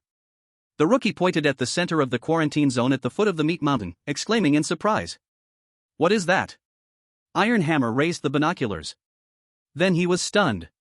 There, amidst the onslaught of countless flesh tentacles like a landslide or tsunami, a tiny yet incredibly ferocious black figure was wielding a giant blade taller than herself. She was crazily hacking and charging at the meat mountain. Every time she swung her knife, she tore a large chunk of flesh from that meat mountain. Then it was instantly devoured by the burning gray aura on the blade. Wounds continuously appeared on her body, yet they healed repeatedly. Her form, which should have been human, was also transforming into a more savage demon shape. It's razor dot. Iron Hammer lowered the binoculars. Just as everyone was stunned by this insane scene, the sky suddenly darkened. No. It wasn't dark. Something was blocking the already dim light of the sky. Everyone instinctively looked up. Then they saw it. I saw a snowy white figure flying at high speed from the direction of the high wall. The vertical takeoff and landing fighter jet. It made no roar from its jet engine. Like a majestic and silent giant bird soaring in the sky. The cabin door silently slid open. A figure, equally pure and flawless, leaped down from hundreds of meters high. No parachute. No flying wings. She let her body fall freely. The white special operations suit traced a straight line in the air, like a divine punishment. And behind her, a flurry of crystalline, ethereal snowflakes began to fall from the gray sky without warning. The temperature plummeted. A chill filled with silence and finality instantly enveloped the entire earth. "It's coming," the Iron Hammer murmured. He put down his gun. All members of the Rapid Reaction Force stopped shooting at the same time. They silently watched the falling white figure, their eyes filled with a complex emotion mixed with awe and compassion. The Sentinel White Crow had arrived at the battlefield. Boom! White Crow crashed into the center of the quarantine zone like a meteor. The ground cracked. But she stood up slowly from the human-shaped pit unscathed. Her bird-like white mask turned towards the howling meat mountain. No extra movements. She just gradually extended her slender right hand, gloved in white. Palm up. In her palm floated a small, snowing crystal ball.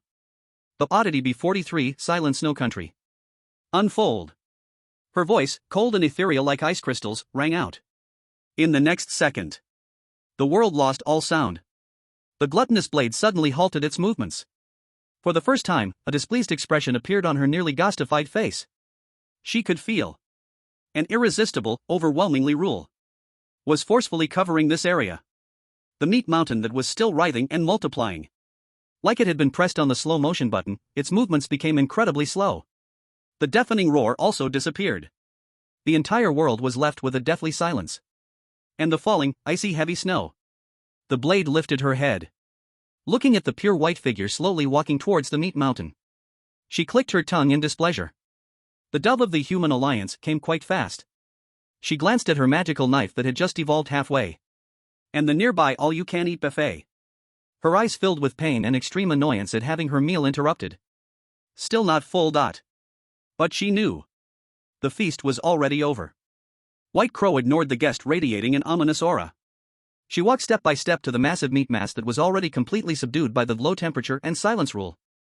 Then raised the crystal ball in her hand. Contain.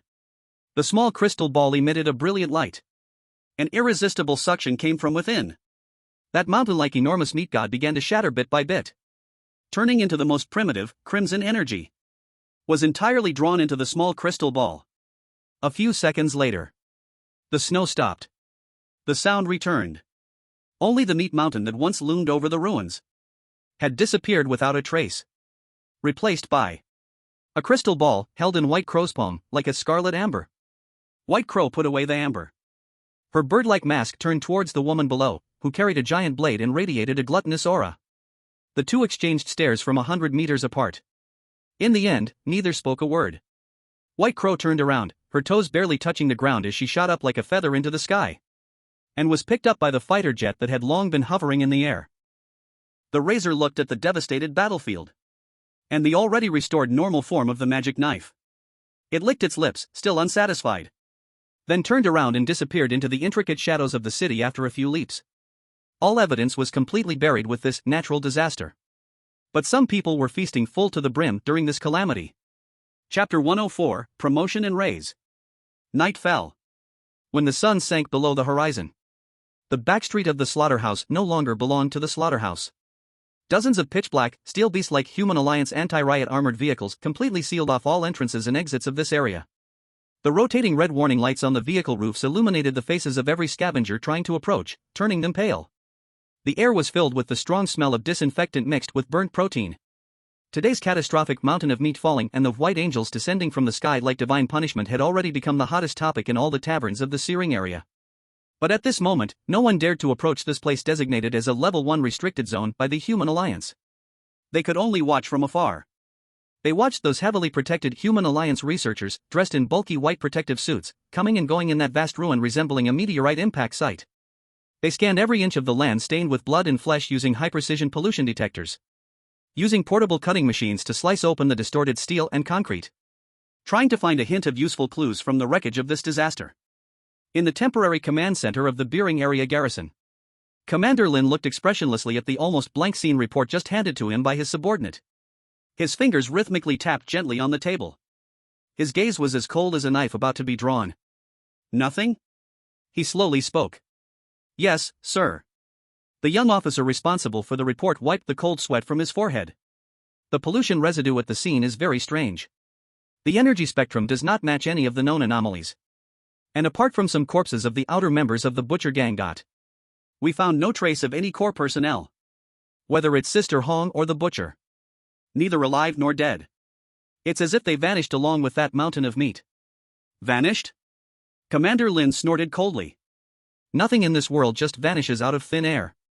He stood up and walked to the giant electronic map, turning back to look at the officer, his eyes sharp as an eagle. Where's Ma Wenbin? That manager from the Jingchen Security Company. According to the informant's preliminary verbal report, he was clearly very suspicious. Report, sir.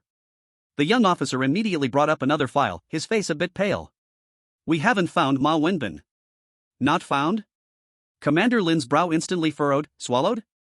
Very likely. The officer nodded, then continued, however, we searched his apartment and company office. We found some very strange things. Speak. His apartment and office looked very normal. The officer's voice was a bit hesitant, there were no signs of struggle, nor any signs of document destruction. We checked all his electronic devices and communication records, and reviewed all his work logs and financial transactions from the past 6 months.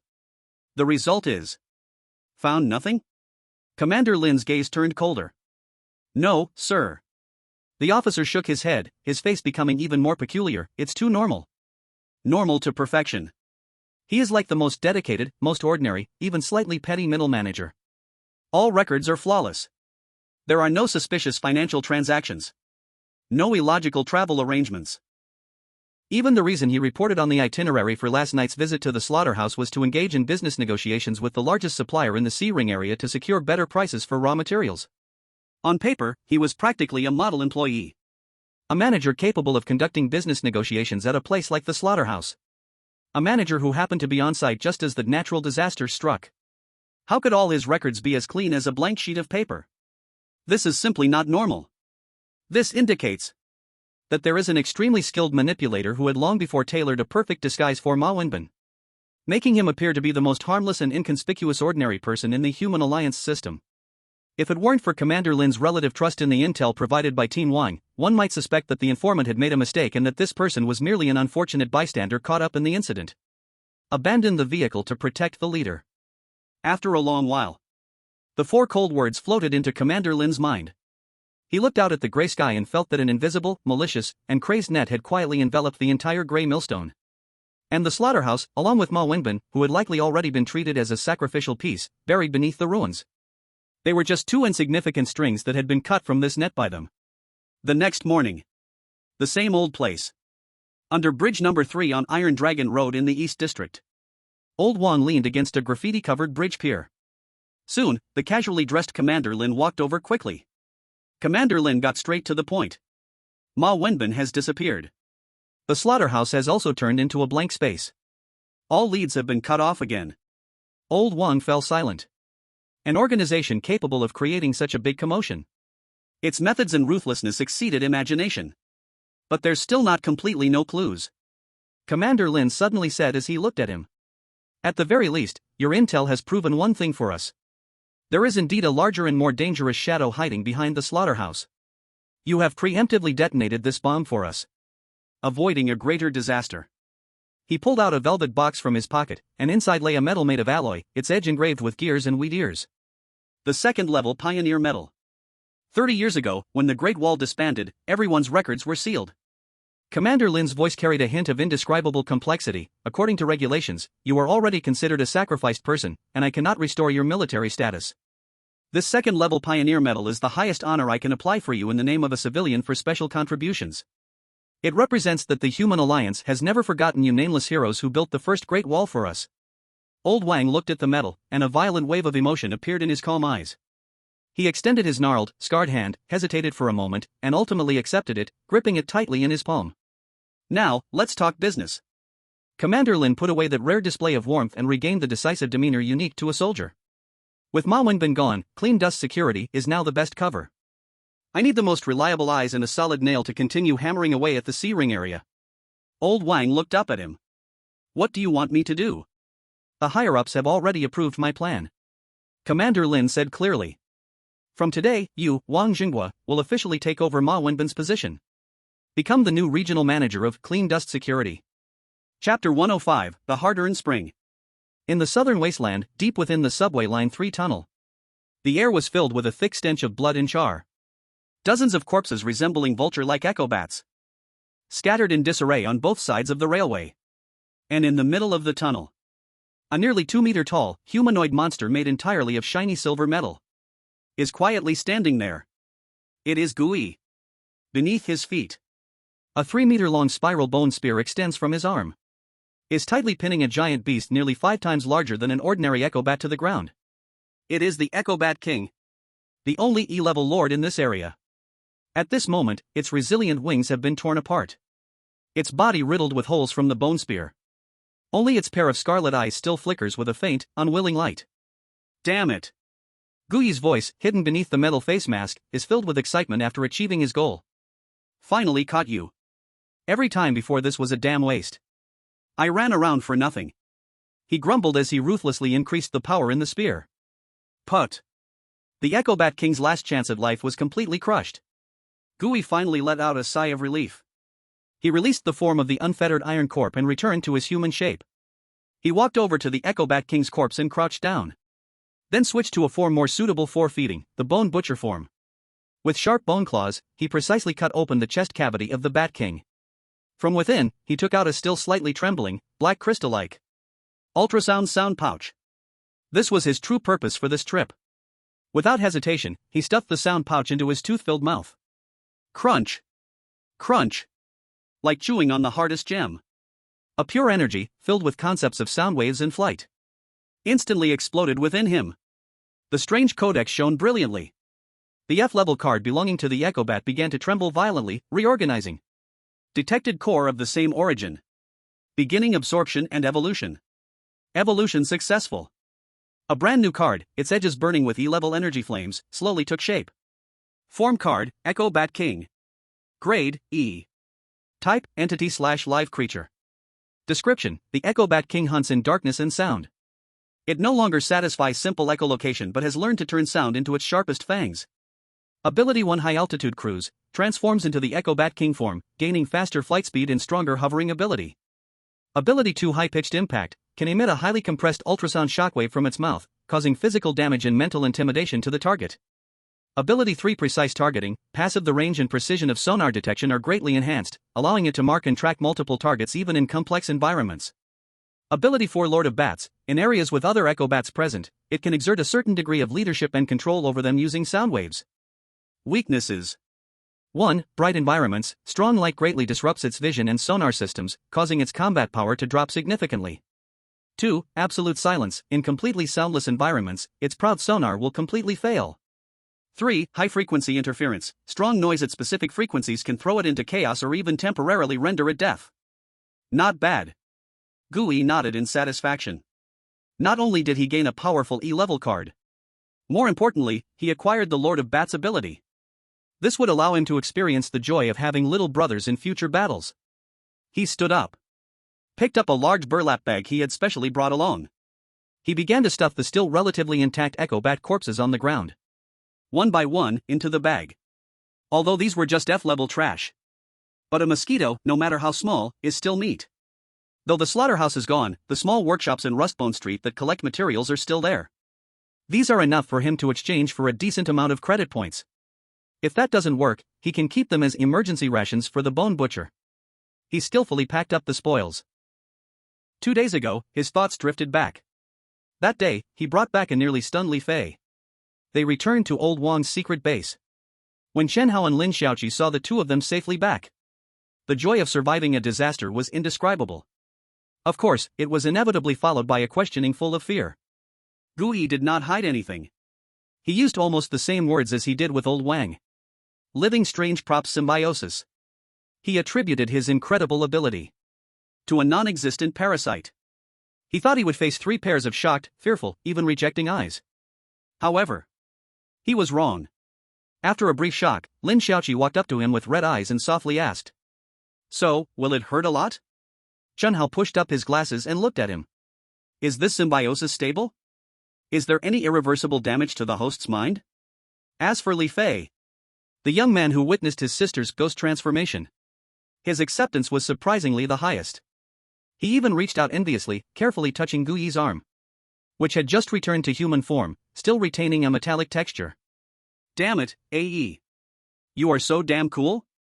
Much better than my sister's transformation, which makes her look like a madwoman." No one disliked him.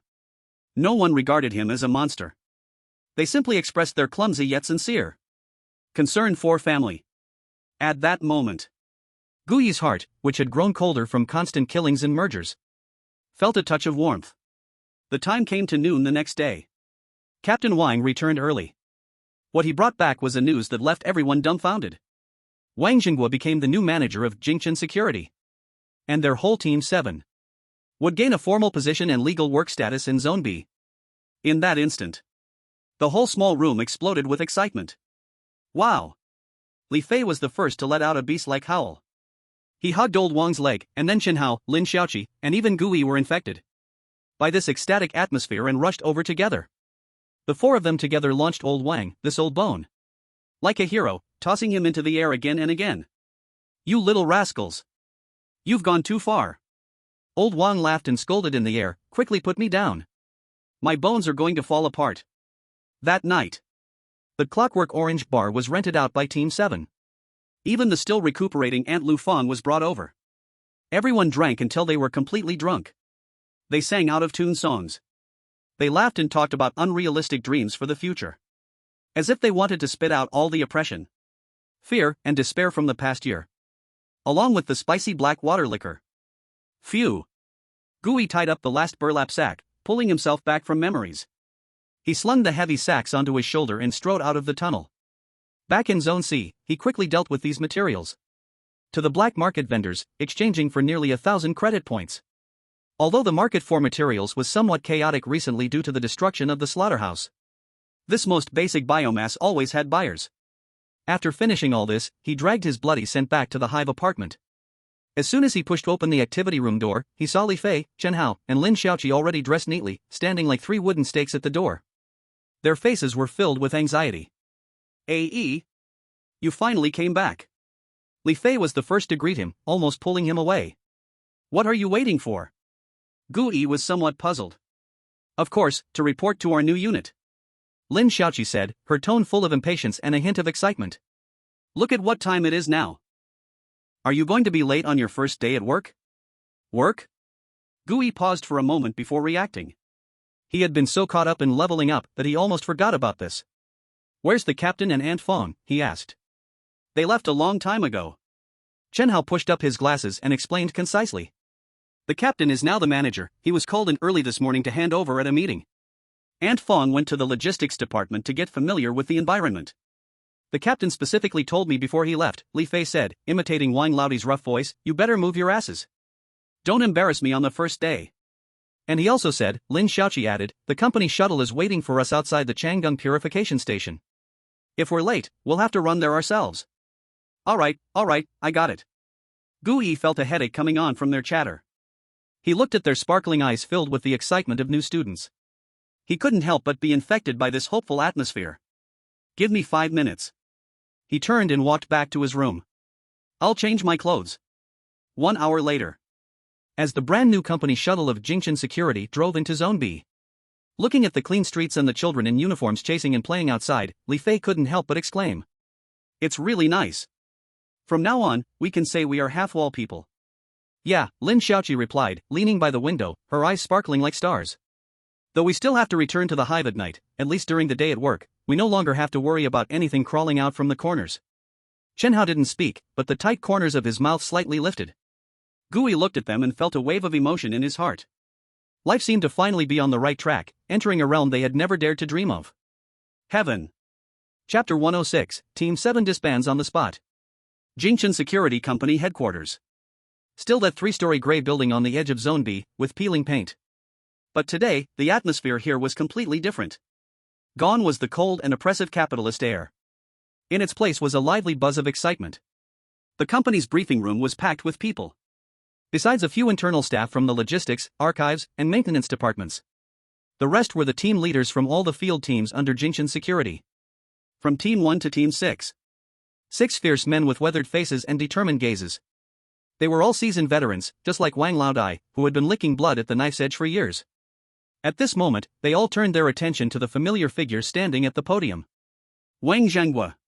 Beside them stood Gu Yi, Li Fei, Lin Xiaoqi, Chen Hao, and Ad Lu Fong, who had rushed from home. Team 7 was all present.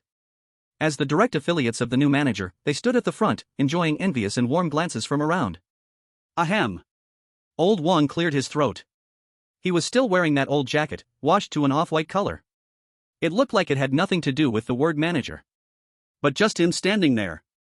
The aura of an old soldier who crawled out from a mountain of corpses was enough to make all the rebellious men present instinctively close their mouths.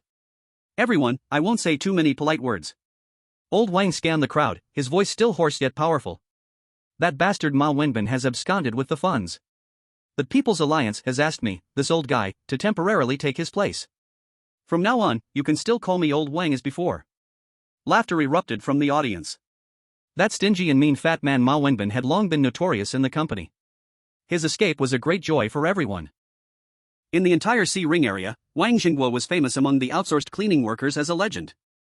He was capable, loyal, and protective of his own people. When he became the boss, no one dared to oppose him. Everyone knows the company's structure. Old Wang continued speaking. "Our type of outsourcing company is just a transit station. There are 2 big bosses above, Rinlian and Shirinxia. We recover pollutants and weird materials from the site. Sort and package them, then hand them over to the research department of Rinlian. Or sell them to Shirinxia at a higher price. We earn just hard money and life-risking money. I know how that bastard Ma Wenbin cheated everyone out of their bonuses. Today, I'm going to make things clear to everyone." He raised a finger. "Starting next month, the commission on all recovery materials for field teams will increase by 10%. Wow. The entire briefing room exploded in excitement. What the hell? Is that for real? Old Wang is amazing. Damn it. Finally, we don't have to be exploited like grandkids by that fatso. All the captains showed genuine joy on their faces. 10%. That was enough to add a few hundred or even 1,000 credits to their monthly income. That could be turned into real meat and better weapons. Old Wang raised his hand for silence. As the noise gradually faded, his expression grew serious again. But I will give the money. Rules must be established anew. His eagle-like gaze swept over each captain's face. I don't care how you completed missions in the past. From today onwards, all teams must conduct double risk assessments before actions. All equipment wear and tear will be covered by the company, guaranteeing that every mission is in the best condition. And the information for each mission must be absolutely shared and transparent. I don't want to see stupid things anymore that almost cost lives due to lack of information. Under me, Wang Jingbo doesn't raise lone heroes. I only support brothers who come home alive with the money. Do you understand? Understood. This time, the answer was a unified, respectful roar filled with admiration and trust. Good. Old Wang nodded. Then his gaze fell on a few team members who were looking at him with admiration. Next is the personnel adjustment.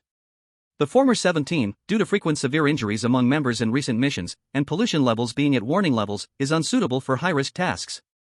It has been decided by the company to temporarily transfer them from the front line for internal rest. He looked at Aunt Lu Feng. Lu Feng. Yes. Captain. Oh no. Manager. Aunt Lu Feng stood up straight nervously. From today, you will be transferred to the logistics support department. Old Wang's voice softened. From now on, you will manage the warehouse and distribute supplies, no longer needing to go on field work. Aunt Lu Feng's eyes instantly turned red. She knew this was old Captain taking care of her. Yes. Thank you, manager. Then he looked at Chen Hao and Lin Xiaoqi. Chen Hao, Lin Xiaoqi. Present. Chen Hao, you will go to the technical maintenance department as deputy supervisor. From now on, all equipment maintenance for the company will be your responsibility. Lin Xiaoqi, you will go to the archives management department to organize and file all mission information. Chen Hao pushed up his glasses, and his eyes sparkled behind the lenses. Lin Xiaoqi was so excited she almost jumped up. Finally, he looked at Li Fei, but his expression turned solemn. Li Fei. Present. You have repeatedly disobeyed orders and rushed into tasks recklessly. The company has decided to punish you with a half-month paid leave. Go home and reflect well.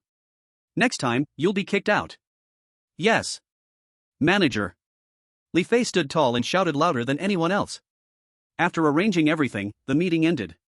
All the captains gathered around, smiling and congratulating old Wang. Members of the 17 were also warmly taken away by their colleagues from different departments to familiarize themselves with their dreamy new positions. Only Gui remained at the original spot. Gui, come with me. Old Wang said to him. Then he turned and walked into the spacious manager's office that once belonged to Ma Wenbin. In the East District of Zone C, in an abandoned warehouse disguised as a second-hand goods recycling station. Mole was meeting Commander Lin, who had also changed into civilian clothes. Here's what happened. Mole handed over an encrypted data board, which recorded all the intelligence he had gathered during his undercover period and his own conclusions. The fall of the slaughterhouse seems too deliberate. He said hoarsely, it's like covering something up. Moreover, from my observations, a small team from the Butcher gang secretly leaves every few nights with some sprayers I have never seen, their whereabouts unknown. I originally wanted to continue tracking this line, but before I could act, they disappeared. Commander Lin quickly browsed through the content on the data board, his expression becoming increasingly grave. Spraying devices, he chewed on the words, connecting them to the ritual and breeding ground mentioned by old Wang, a terrifying suspicion forming in his heart. I agree with your judgment. He put down the data board and looked at Mole. A specialized investigation team has been established above. Commander Lin's voice carried a hint of self-mockery. Meat God losing control has been classified as a major regulatory negligence incident. All departments and individuals with previous cooperation records with the Butcher gang are now under the strictest scrutiny. Mole listened in silence, he knew this was just a show. Indeed. Commander Lin's gaze suddenly became extremely cold.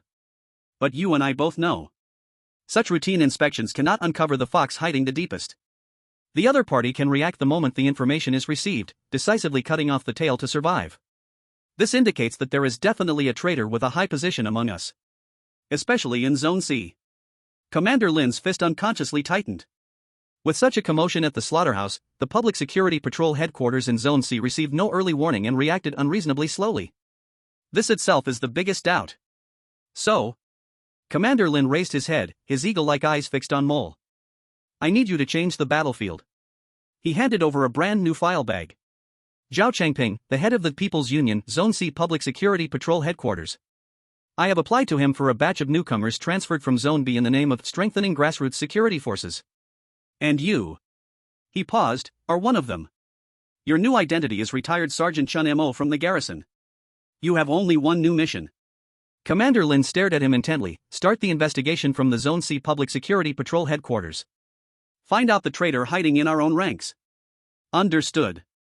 Mole took the file bag. The next morning. People's Union, Zone C Public Security Patrol Headquarters. A group of newcomers transferred from Zone B came to report. Most of them carried the unique scrutiny and a subtle sense of superiority common among Zone B residents towards Zone C. Among them, a man in his early 30s, tall and with an ordinary appearance, stood out a bit, though his face held no expression. His eyes, however, were calm, filled with curiosity towards the new environment. His face was clean without any scars. He was Mole, who had undergone simple disguise. His current identity was retired Sergeant Chun Mo from the garrison, tasked with leading these newcomers to familiarize themselves with their surroundings. Was a somewhat youthful-looking civil servant, but his eyes were exceptionally steadfast. It was Wang Xiaoming. After the last lesson, he had been temporarily reassigned from the core archive room to experience grassroots work on the front line. Next, Chen Mo. Wang Xiaoming looked at the file in his hand and raised his head. 2. The mole immediately stepped forward, standing firmly in a standard military posture with a loud voice. That sharpness, which emanated from the core of a retired soldier, made him stand out among all the newcomers. Wang Xiaoming was stunned for a moment, then a hint of a kind smile appeared on his face. He naturally felt a good impression towards those with a military aura. Welcome aboard. He took the initiative to extend his hand. From now on, we will be colleagues. My name is Wang Xiaoming, and I am responsible for familiarizing you with the environment here. The mole looked into his kind and clean eyes. His face immediately broke into a simple and enthusiastic smile. The gloom and numbness he had when he was in the butcher gang were completely gone. He extended his hand, rough and covered with calluses, a hand belonging to a soldier. He shook hands firmly with Wang Xiaoming, whose hand was relatively fair and belonged to a civilian employee. Hello, Brother Wang. My name is Chen Mo. His voice was loud and filled with enthusiasm. I hope to rely on you in the future. Chapter 107, Special Consultant Gui. In the manager's office. It was still that office, but the furnishings inside had changed completely. The cigar cabinet and liquor cabinet used by Ma Wenbin to display his status were cleared out. In their place were rows of iron cabinets filled with repair parts and tactical manuals. The entire room was filled with a sense of simplicity and efficiency. Old Wang sat in the leather chair that originally belonged to Ma Wenbin. There was no hint of promotion joy on his face, only a deeper seriousness. He poured a glass of pure water from the B area for Gui and himself. Then he pushed a brand new document in front of Gui. Take a look. Gui picked up the document. The cover bore the emblem of Human Federation. The title read, Secret Instruction on the Appointment of Comrade Gui as Special Consultant for Ningchen Security in C Area. The document content was simple. From now on, Gui will gain secret peripheral status from Human Federation, administratively under Ningchen Security Manager Wang Jinghua, with the authority to investigate and handle special situations in C Area. In other words, it was an official certificate to work issued by Human Federation. This is the maximum authority and freedom I could get for you. Old Wang took a sip of water, speaking slowly. You're different from them. He glanced at the former members of the 7th team outside, who were eagerly familiarizing themselves with their new roles. Their strength is still not enough. Whether in psychological quality or combat skills, they are still too far behind. He turned to look at Gui. But you are different. You have the ability and have long been involved. Instead of letting you flounder around like a headless fly outside, it's better to give you a legitimate identity. At least when you encounter those guards again checking your credentials, you can slap this document in their faces, and no one will dare to trouble you. Gui put down the document. He knew that this seemingly light document was backed by Old Wang's credibility for him. He didn't say any pretentious thanks, just nodded. I understand, Team Wang. If there's anything you need me to do in the future, just say it directly. Good. Old Wang smiled. What he wanted was Gui's words.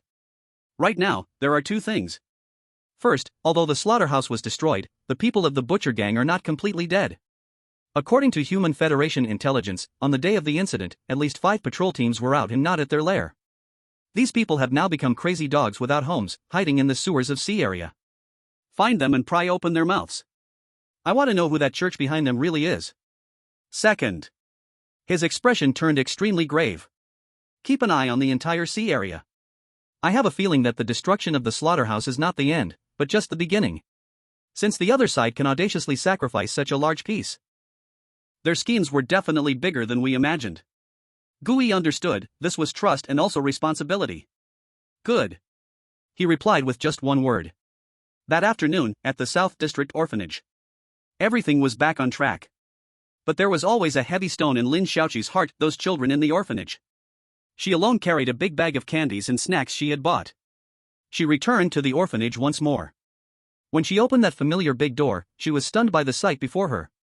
The inexplicable oppression and strange atmosphere from before were completely gone. The entire orphanage was filled with the joyful laughter of children. Everything was back to normal, even more so than before. Sister Xiaoqi. A sharp-eyed little girl was the first to spot her. She immediately let out a surprised cheer.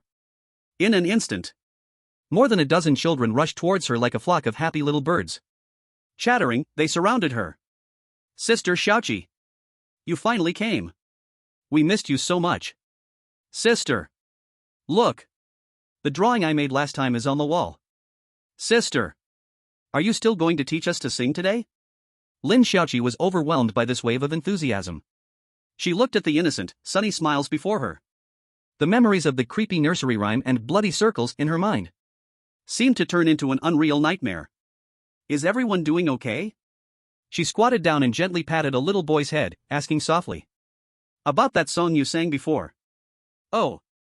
You mean that one? Before she could finish, that little boy waved his hand in disdain. Sister Xiaoqi, the song you mentioned was so awful, we don't sing it anymore. Lin Xiaoqi looked into the pure, unclouded eyes of the children. She looked up again. At the walls, which had been cleaned sparklingly. Her heart, which had been hanging in the air. Finally, completely settled down. Perhaps she had indeed been too nervous recently. Creating some terrifying illusions. No matter what. The children were fine. This was more important than anything else. She let out a long sigh of relief. A radiant smile, like the sun, returned to her face. All right. All right. We will talk about singing later. First, let's see what good things Sister brought you today. She opened the bag filled with snacks. Amidst the thunderous cheers of the children, she distributed the hard-earned sweetness to everyone's hands. At dusk, the setting sun dyed the sky of the sea ring area a warm orange-red. Morning Star Children's Education Center. The day's classes were over, and Teacher Xia was playing the eagle-catching chicks game with the children in the yard. Teacher Xia. Teacher Xia. After the game, a breathless, innocent little girl ran up to him, looking up with an eager face. Teacher, the red flower that looks like a trumpet flower you talked about in the story. When will it truly bloom all over the city? It must be so beautiful, right? Teacher Xia stopped in his tracks. He squatted down to meet the little girl's gaze, wearing his usual gentle smile. He reached out and gently touched the little girl's head. In a soft voice, he slowly said, "It will, child. As long as there is enough sunlight, rain, and fertilizer. Then the most beautiful flowers." He smiled while looking into the girl's innocent eyes. "Will surely bloom quietly at the right time." Chapter 108, I Want to Challenge My Weakness, large chapter. Coming out of the gray small building of Jingchen Security, it was already afternoon. Gui walked alone on the way back to the C ring area. The sky in the B ring area was gray just like in the C ring area, but at least the air didn't have that familiar stench of industrial waste and decaying matter. It was just filled with a kind of oppressive calm called order. Gui had no mind to appreciate this hard-earned peace. His head was still replaying the brief clash with the surgeon. His power and defense as the skeletal butcher were not low. But in front of the other party's surgical knife that could ignore defense, he still suffered a big loss. The strange world really cannot just be seen on the panel. Gui silently thought in his heart. The surgeon's strength did not lie in his physical qualities, but in his elusive movement and true damage.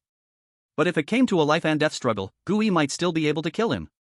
Whether it was the Echo King ultrasound or the hide-and-seek rule card that he had never used, both could create miracles at critical moments. But Gui did not dare to gamble. Because his biggest problem at that time was lack of blue. His mental energy reserves were severely insufficient, and his endurance was too poor. Once trapped in a prolonged battle or faced with the opponent's hidden cards, he would undoubtedly die. This was also the fundamental reason he chose to flee instead of risking a counterattack. He touched the well-maintained revolver at his waist and couldn't help but laugh self-deprecatingly. Indeed, this time is different from the last. Not long ago, he had been excited to have a gun. And now? This former partner now seemed no different from a fire stick to him. Simply having increased firepower could no longer satisfy him. What he needed was a more strange weapon. Thinking of this, a word floated up from the depths of his memory. Suturer. Perhaps I should go see. Gui made the decision. He no longer hesitated and turned to the heart of the Southern District One-Eye Tavern. In the evening, on the first floor of One-Eye Tavern. The atmosphere was still cold and deadly as always. Gui, wearing his signature hood and black cloth, walked directly to the bar.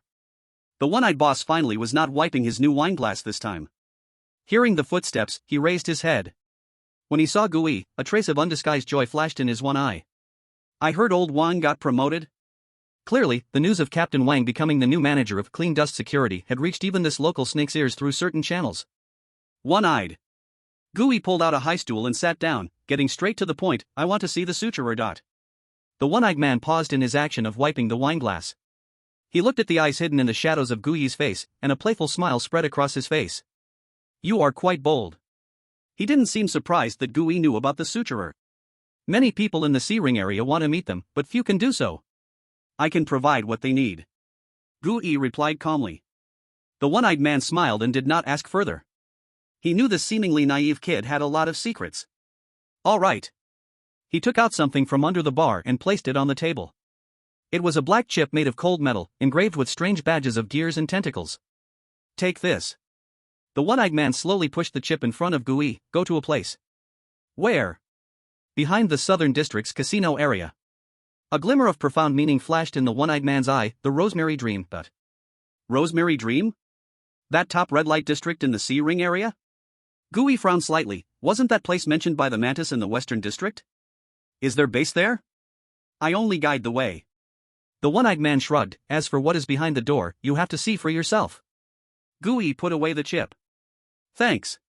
Then he got up and turned to leave. As night fell, the entire C-ring area fell into a noisy and dangerous revelry. Gui walked through the chaotic casino area and no longer avoided trouble as he had before. Since the last time he earned more than his own salary from those unfortunate members of the Butcher Gang, he felt that he had opened a brand new door. He suddenly understood a bit why so many people in Area C like to be bounty hunters.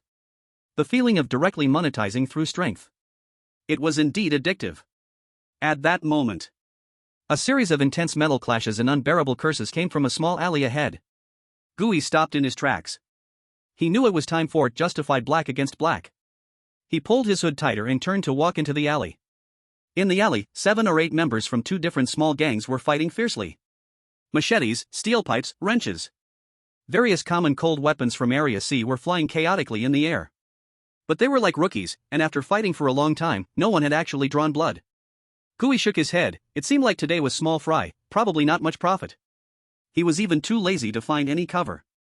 He swaggered right to the mouth of the alley. Then he switched to the disguise form of thousand-faced model. His body began to grow taller and expand. Muscles swelled up like a balloon.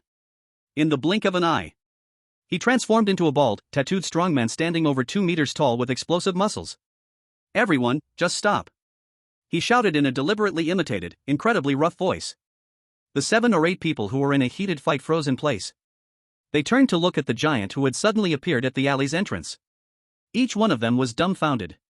Who the hell are you? A yellow-haired thug asked, trying to sound tough but shaky.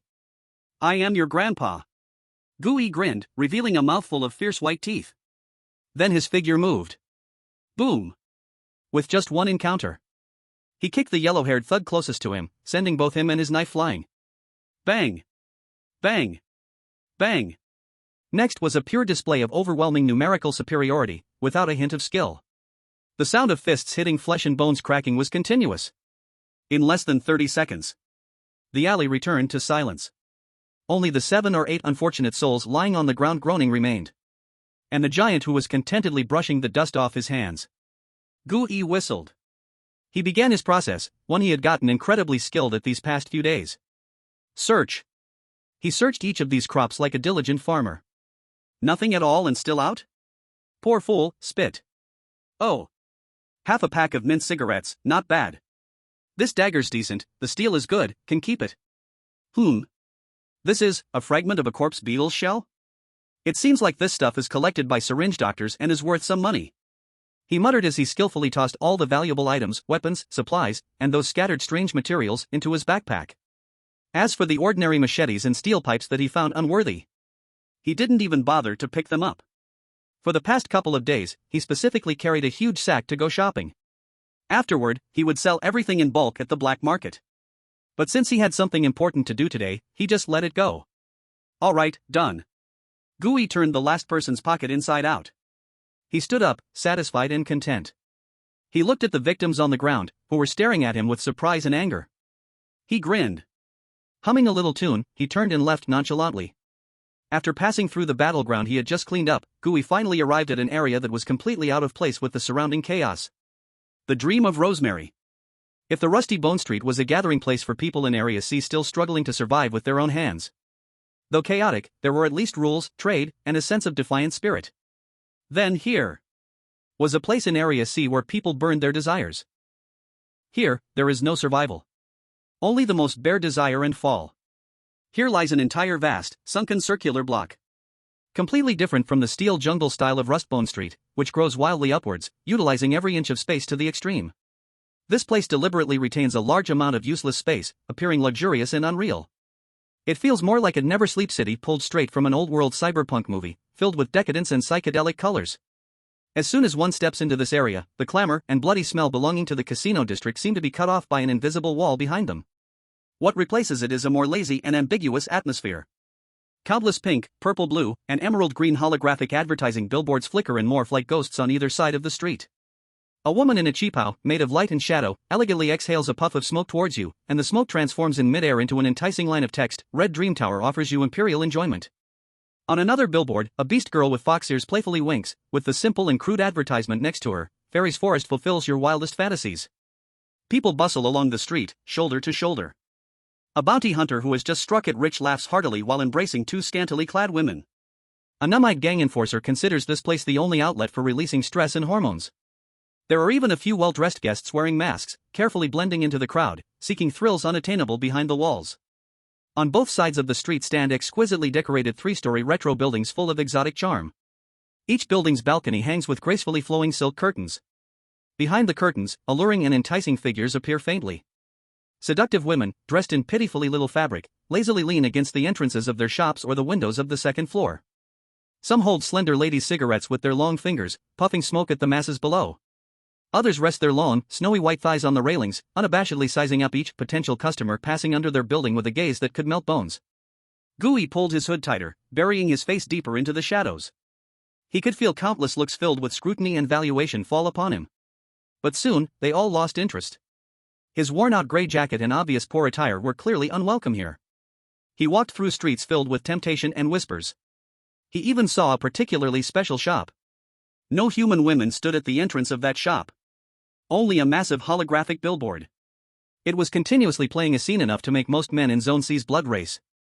A woman with an angelic face and a devil's body, but with a pair of pitch-black bat wings behind her, performs various alluring actions for the camera.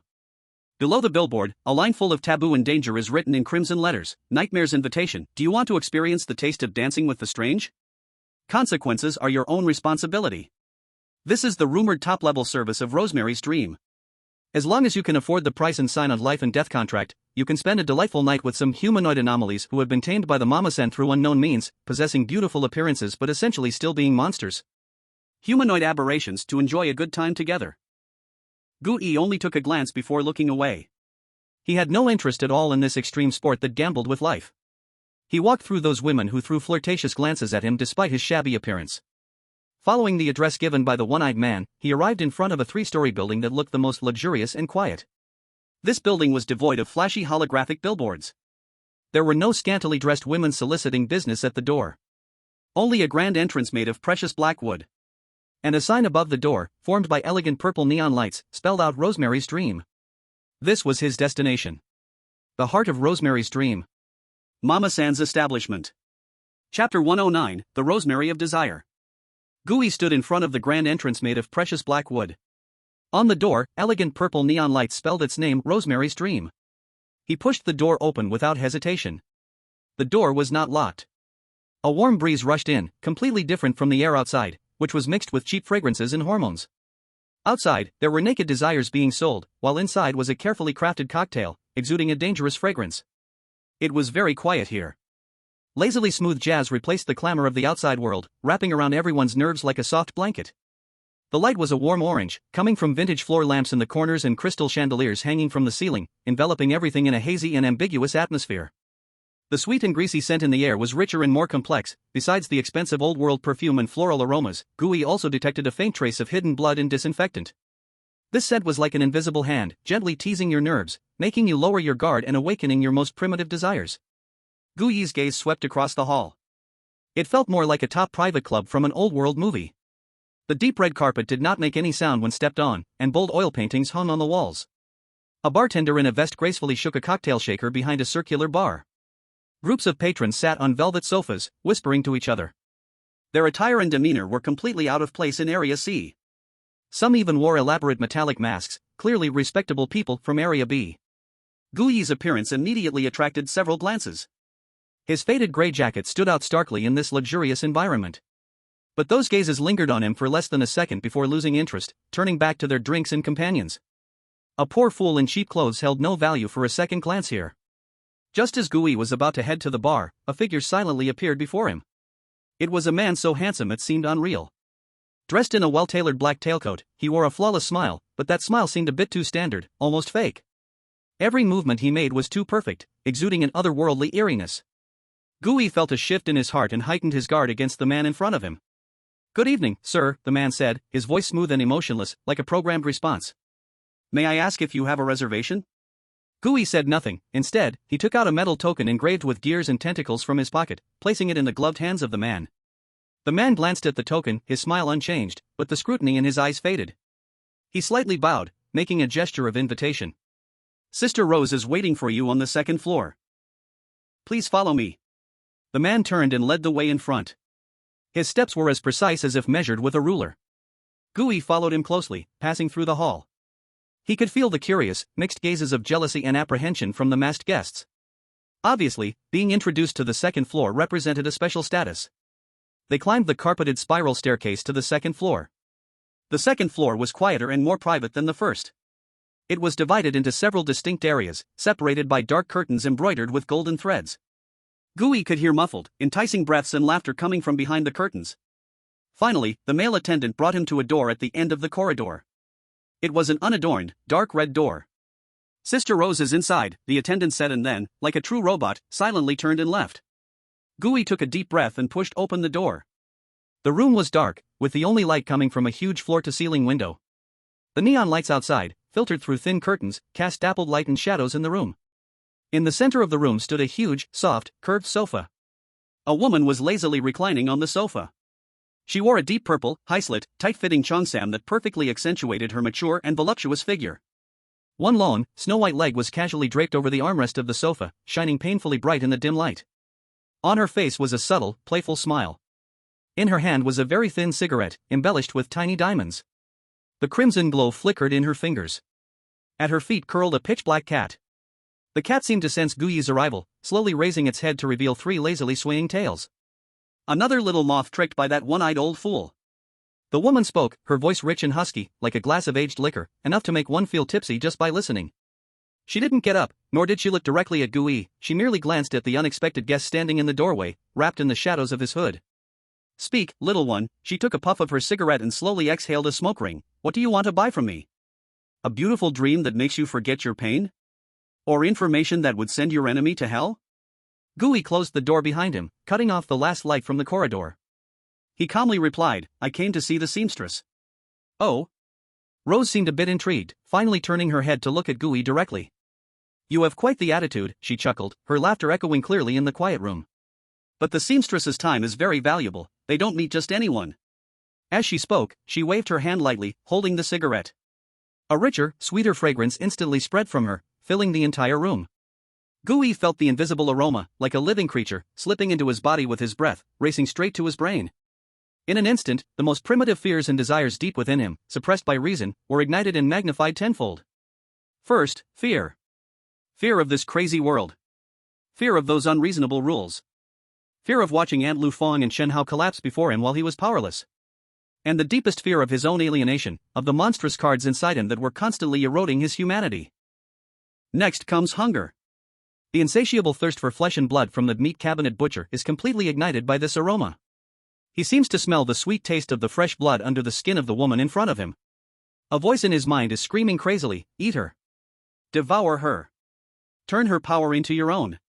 And, the most primitive, instinctual desire of a male creature to possess. The woman before him is like a ripe fruit, emanating a deadly temptation. A voice screams in his mind, "Possess her. Conquer her. Make her wear another expression under you. Gui's breath becomes heavy for a moment. He sees Rose on the sofa, her smile turning more playful. She seems to enjoy watching her prey gradually lose control and reveal their ugly side in front of her power.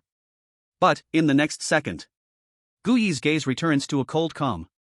The strange atlas deep in his soul lightly flips a page, and a cold, absolutely rational force rises like a firewall, completely isolating the incoming pheromone. Fear and hunger do not disappear, they still roar in his mind. But Gui can now coldly watch them like an observer. He understands. This woman just launched an attack on him. His gaze has completely turned cold. He is no longer that rookie who has to endure everything in the searing area. Without any warning. Crack.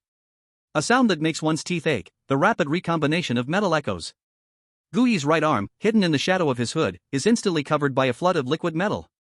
That silver substance flows, extends, and solidifies, and in an instant, it transforms into a sinister arm razor that gleams with cold light. Metallic tendons coil around his forearm like a python, exuding a primitive and violent beauty. Thousands of weapons.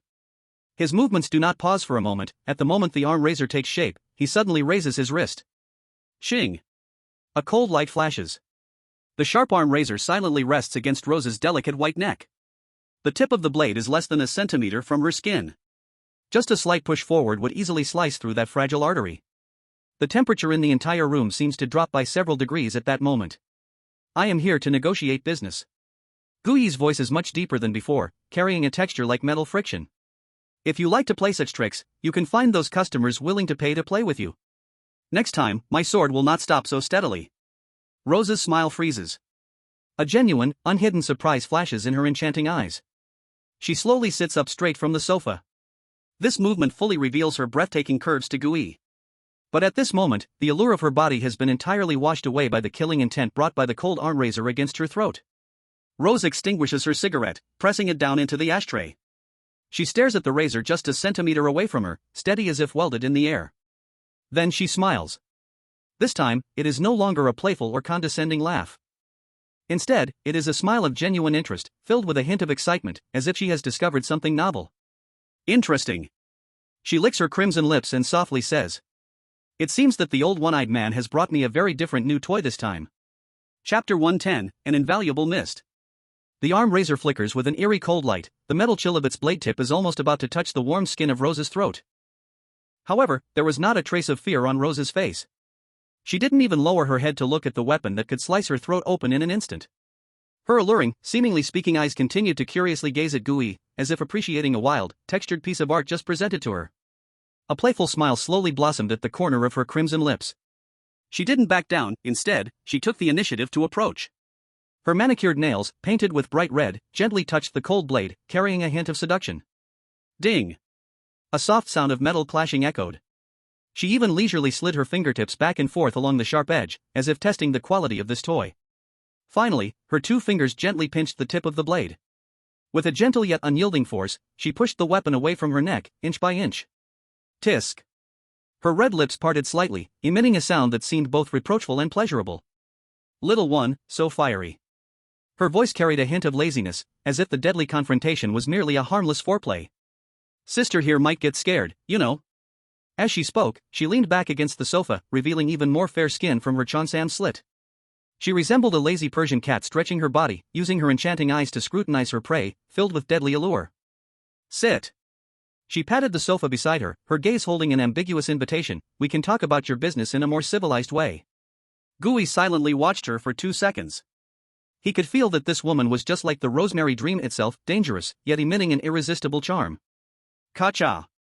A slight sound of metal contracting was heard. The savage blade transformed back into a liquid metal flow, retracting beneath his sleeve, returning to a normal arm shape. But he didn't sit beside Rose. Instead, he sat on a single sofa opposite her, maintaining a distance that allowed him to strike at any moment. Rose watched his actions, her smile growing thicker. Good vigilance. She lightly clapped her hands. Clap. Clap. The dark red door of the room opened silently, and the previously unrealistically handsome male servant walked in, carrying a tray. On the tray lay an exquisite tea set in an old-world style and 2 white porcelain teacups.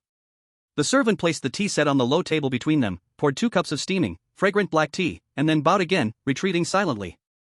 Try it. Rose picked up a cup of tea, gently blowing away the steam, infused with the petals of calming flower. It costs 50 credit points for a single petal on the black market. It can help relax those tightly wound nerves of yours a bit. Gooey did not touch the cup of tea. He was not here to indulge in luxuries. My time is limited, he said coldly. All right. Rose appeared somewhat helpless as she shrugged and set down her teacup, finally getting to the main topic. A bounty hunter looking for a framer, it's usually just a few things. She lightly tapped her fingers on the table, starting her interrogation. To repair the parts you damaged in battle? Or do you want to add something new for yourself? I want good stuff, Gooey replied succinctly. Good stuff? Rose seemed to have found an interesting word, chuckling lightly. That word is too vague, little one. In the C-Ring district, a well-maintained revolver would count as good stuff. But here with me. She paused, her gaze sharpening. The only things that can be called goods are those that can turn you from a human into a monster. She stared at Gooey, as if trying to see something from his reaction.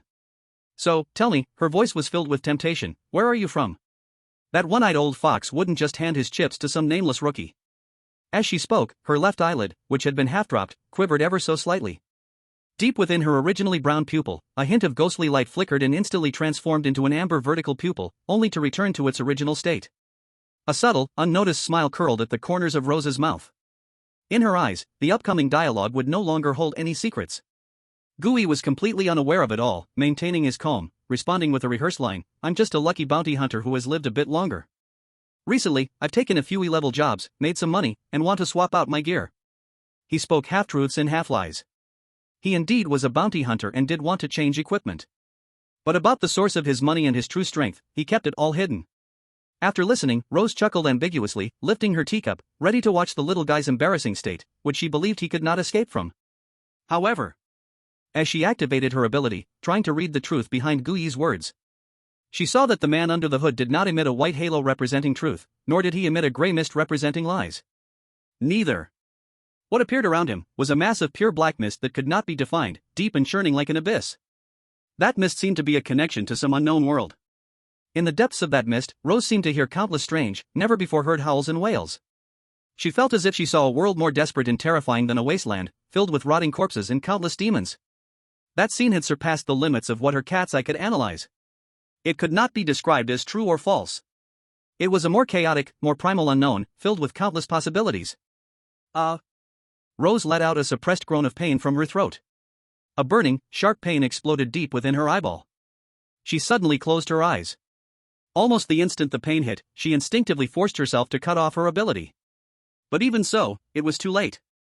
A warm, bright red liquid slowly dripped from the corner of her tightly closed left eye, leaving a shocking streak of blood on her fair, jade-like cheek. Gooey was about to ask when he suddenly froze. He saw the woman who had just been enchanting and in control, now shedding a trail of blood tears from her left eye. What had she just done to herself? Gooey quickly reacted, his gaze turning cold and dangerous. And Rose slowly opened her eyes. Her left eye had returned to its normal brown, but a trace of lingering shock remained in her gaze. The look she gave Gooey had completely changed. No longer seeing him as a moth or a toy. That gaze was mixed with wariness, fervor, and an almost uncontrollable possessiveness of an information dealer towards the unknown secrets. Gooey's cold voice shattered the silence. Was that fun just now? He pointed to the blood streak on Rose's face. It seems some things are not meant for your eyes to see. Rose, hearing this warning, not only did not get angry, but instead smiled. She extended her fair thumb, leisurely wiping away the blood streak on her cheek. Then, in front of Gooey, she put her blood-stained fingertip to her mouth and gently sucked it clean. The action was filled with wild allure. Indeed. I shouldn't look. She licked her lips, not hiding the excitement in her eyes, but isn't it even more interesting because of that? I'm not interested in your business anymore. She stood up, the hem of her cheepo falling down, covering that tempting snowy white. The one-eyed chip can indeed grant you a chance to meet them. She moved gracefully, silently approaching Gooey. Before Gooey could react, she reached out, her fingertips gently fixing the messy brim of his hood, further hiding his face. Her movements were quick, light, filled with an irresistible control. Gooey's body tensed instantly. If he hadn't been unaware of this woman's malice, he would have transformed on the spot. But now. Rose leaned down, close to Gooey's ear, a warm breath mixed with perfume and the smell of blood blew into his ear. I am more interested in you. After saying this, she straightened up, not giving Gooey any time to react, and turned toward a wall deeper in the room. Come with me. I will take you to meet my artists. Chapter 111, Gooey, greatly disappointed. Rose turned and walked toward a wall deep in the room, where a huge oil painting hung. The painting was strange, with no specific image, just a blend of scarlet and black blocks of color. Staring at it for too long would make one feel a wave of dizziness and nausea from the depths of their heart. She reached the wall, extending her right hand, which bore no bloodstains, and gently pressed an inconspicuous corner of the frame. Click! The painting actually rippled like water. The scarlet paint pulsed and contracted like living veins, emitting a faint heartbeat sound. Then the entire wall silently split open in the middle, slowly sliding apart, revealing an elevator shaft made of cold metal alloy. Let's go, my guest. Rose turned back, revealing a meaningful smile to Gui. Gui stood up, expressionless, and followed her. The elevator door closed behind them and began to descend smoothly and quickly. The previously charged atmosphere of ambiguity and luxury was completely shut outside. Inside the elevator were only cold metal walls and a ceiling light emitting a pale white glow. The temperature dropped rapidly at a pace clear enough for the skin to feel. In the air, the sweet, cloying scent of rosemary dream was gradually replaced by a stronger, more pungent, and more real odor.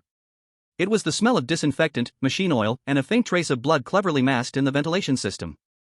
Gui's gaze became serious. He knew he was entering the B-side of this paradise of desire. Ding! The elevator reached the bottom, issuing a crisp alert sound. The door slowly slid open. The scene before Gui caused his pupils to involuntarily constrict slightly. Outside the door was an extremely wide, endless pure white corridor. The walls, ceiling, and floor were made of some seamless white polymer material, bright enough to be slightly blinding. This place didn't feel like a basement. It felt more like a madman's laboratory. And the most terrifying part of this long corridor was the rows of massive glass incubation tanks stretching from the ground to the ceiling on either side. Each incubation tank was filled with a pale yellow, murky nutrient solution. And in the nutrient solution floated shaped, completely deformed creatures. This one on the left is labeled 003.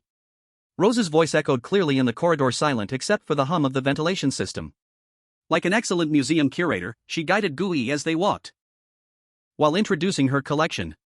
He is a bounty hunter who lost both arms during a mission. He came to me, saying he wanted a pair of hands that could hold a knife again. We implanted him with mantis-shaped bone blades. After surgery, there was a massive biological rejection reaction, and the tissue in his chest cavity went out of control, leading to a failed operation. Gui followed her gaze. In the cultivation tank, a naked male body was submerged. Huge, terrifying blades made of metal and flesh, like a mantis, were implanted in his shoulders. But his entire chest cavity had undergone extremely horrific changes. The skin looked as if it had been boiled, covered with fist-sized, constantly rotting and oozing tumors. What a pity! Rose's tone revealed not a hint of compassion, only regret. His body couldn't withstand the rejection reaction, ruining this creation. She then pointed to another cultivation tank. Number 007, a small gang leader. He was very afraid of death, so he wanted armor that could withstand bullets. We recommended a full-body package of corpse beetle exoskeleton. But after surgery, due to insufficient willpower, he couldn't suppress the instincts of the implant, which led to reverse erosion of his nervous system and personality rewriting, rendering the specimen useless. Inside the tank was a monster that was no longer recognizable as human. His skin had been stripped away in large patches, replaced by a black exoskeleton that seemed to be made of countless insect shells, uneven and pitted. But those exoskeletons clearly hadn't perfectly fused with his body. Countless thick flesh buds crazily burst out from the gaps in the shells, like intertwined, writhing worms. She continued to lead Gui, admiring one after another. Some wanted to implant wings, some desired 3 heads and 6 arms, and even some wanted to completely merge themselves with their motorcycles. In each cultivation tank was a crazy dream consumed by one's own desires. Gui remained silent throughout the entire process. His face showed no expression. He just listened intently, observing and analyzing, diligently collecting these precious pieces of information. Rejection reactions, genetic collapse, erosion of willpower. It seems these are the costs that a seamstress must pay on this path of gambling. Each failure is like a bloody warning. Warning all who come after, are you really prepared? Passing through this oppressive hall of losers. Ahead, a larger, airplane hangar-like circular hall appeared. Here, there were no failed products soaking in nutrient solution. Instead, there were living, active, successful products. In the center of the hall was a bright circular platform. A tall woman with a face as delicate as an angel and large, jet-black bat wings stretching behind her stood at the center of the platform. Her image was identical to the female lead of the Night Demon's Invitation Gui had seen on the advertisement outside, but she was clearly not the same person. She was wearing a black leather outfit, and a few researchers were adjusting the wings extending from her back. Those wings were evidently mere decorations, but each time electricity flowed through the metal interface connected to her spine, the wings quivered slightly. At that moment, during an adjustment, her body trembled suddenly, and she emitted an uncontrollable low moan from her throat. She seemed to notice Guyi's gaze and slowly raised her head. From over 10 meters away, those eyes, which should have been clouded with pain, precisely locked onto Guyi. She smiled at him, the corners of her mouth curving in an extremely slow, provocative arc. Then, she extended her scarlet tongue, leisurely lapping at her dry lips, stimulated by the electricity. Finally, she sent a silent kiss to Guyi. In another corner, on a more luxurious platform covered with velvet cushions, a girl with fluffy cat ears and a black tail was lazily curled up there, like a real cat, boredly sharpening her claws that had been transformed like talons with one finger. Guyi's brow furrowed slightly. His strange bestiary showed no response at all. Whether it was the night demon who provoked him or the seemingly harmless cat girl, there was no doubt they were human. Your advertisements outside say they are anomalies. Guyi's voice broke the silence. Rose seemed to have anticipated his question. She chuckled softly, a hint of teasing mockery in her laughter directed at the young boy's naivety. Oh, little guy, you wouldn't really believe that, would you? She looked at Guyi with interest. If it really were a wild anomaly with only a desire to kill, what kind of customer would dare to buy a ticket to play here? This is business. We sell pleasures, fantasies, and a little carefully controlled danger. Not a one-way ticket to a slaughterhouse. As she spoke, she gestured toward the other side of the hall with her eyes. Not just them, we also have fox spirits, elves, all kinds of styles, everything one could wish for. As long as customers can pay the price, we can tailor the wildest dream just for him, her. Rose turned her head and blinked her uninjured right eye at Guyi. What do you think? Are you interested? When you're done with your official business, I can let you experience it for free. Consider it a gift from your big sister to welcome you. Guyi did not respond to her teasing. His gaze had already passed over those products, focused on the end of the hall. There stood a heavy door made of thick, silver-white alloy. The door had no unnecessary decorations. Only a cold emblem deeply etched in by laser. Gears and tentacles. Seeing he wouldn't take the bait, Rose also lost interest, and so she put away her smile, guiding him through this living exhibition hall until they finally reached the large door. All right, the tour time is over. Before pushing open the door, Rose stopped one last time. She turned around, reminding Guyi in a tone that mixed laziness with a hint of seriousness. Here's some advice, little guy. The man inside is a true artist. And artists, you know, their brains can be a bit abnormal. She extended her finger and poked at Guyi's heart. Don't get yourself killed. She leaned closer to Guyi, her eyes revealing an unmasked heat. After it's done, come find me in my room. After saying that, she no longer looked at Guyi's reaction, turning around to press her palm on the identifier at the center of the door. A sound of hydraulic gas being expelled echoed. The alloy door slowly slid open to both sides. Chapter 112, Living Armed Modification, Big Chapter. The thick alloy door slowly opened. Behind the door, there was no scene of blood and parts that Guyi had imagined as a slaughterhouse. This place resembled a painter's studio. An abnormal painter's studio. The space was large, but the lighting was dim, with only a few spotlights casting down from the ceiling, illuminating the central area of the room. The air was mixed with the scent of turpentine, paint, disinfectant, and a faint hint of rust. The walls were covered with various paintings. Some were normal human anatomy sketches, but the body structures of the people depicted were marked with red lines showing various possibilities for modification. More were highly detailed oil paintings portraying different half-human, half-mechanical, or half-human, half-monster creatures, their poses twisted. Yet it carries a strange beauty. In the center of the studio, a man stood with his back to them. He wore a loose linen shirt, stained with paint and unknown smudges, his hair a bit messy, standing in front of a huge easel. In his hand, he held an industrial spray gun, applying the final touches of color to a thing tightly bound by iron chains on the easel. That thing once seemed to be a person. But now, half of his body had been replaced by a mass of twisted bones, exposed tendons, and rusty metal fragments, forcefully stitched together. At the junction of that mass and flesh, fresh, rough sutures lay bare. Rose. The artist did not turn around or stop his work, he merely greeted casually. Put him down, you can go. Rose seemed accustomed to this attitude. She winked at Guyi's back, whispered good luck, and turned to leave. The alloy door slowly closed behind Guyi. Click. With a soft sound, the entire studio was left with only Guyi and the artist with his back to him. The sound of the spray gun stopped. The artist put down his tool, seemingly satisfied with his work. He took off his goggles, tossed them on the nearby workbench, and turned around. He looked younger than Guyi had imagined, around 30, with an ordinary appearance, perhaps even a bit delicate. If it weren't for the dirty shirt and that hint of madness, he could pass for an ordinary office worker on the streets of Area B. New here, the artist pulled out a crumpled pack of mint cigarettes from his pocket, lit one for himself, then tossed the pack to Gooey. Gooey shook his head. Don't smoke? The artist shrugged, taking back the pack. Introduced by the one-eyed guy, you must be someone important. So, what do you want? He pointed at the still twitching work behind him. Want to add a new opponent or swap a leg? His tone was like a barber in a street shop, asking if you wanted a buzz cut or a crew cut. I'll take a look first, Gooey said. All right. The artist pointed to a table beside them piled with blueprints and parts. There's a catalog over there, take a look. If you see something you like and you're an old customer, I'll give you a 20% discount. Gooey walked to the table and picked up the synthetic leather-covered catalog. The Path of Evolution, a praise of flesh and steel. He opened the first page. A strong odor, mixed with formaldehyde and ink, rushed toward him. On the front page, there were no extra words, just a prologue written in a cold and fervent tone. Welcome to the next stage of evolution. Here, you will understand that pollution is not a curse, but a gift. Your weak human body will become the most beautiful canvas in our hands. Remember, pollution value is the only fuel that drives this power.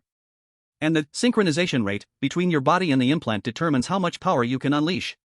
The higher the synchronization rate, the closer you are to God. Embrace it, use it, become it. At the bottom of the front page, there was a line marked in red, Store Rules. All prices are only for the surgical fees. If customers can provide fresh, high-activity weird materials, they can reduce the fee by 40%. Our store's material inventory is limited, and we can't guarantee all packages are in stock at all times. Want to become stronger? Go hunt for yourself. Gooey's gaze showed no fluctuations, directly flipping to the main text. The catalog was clearly divided into 3 parts.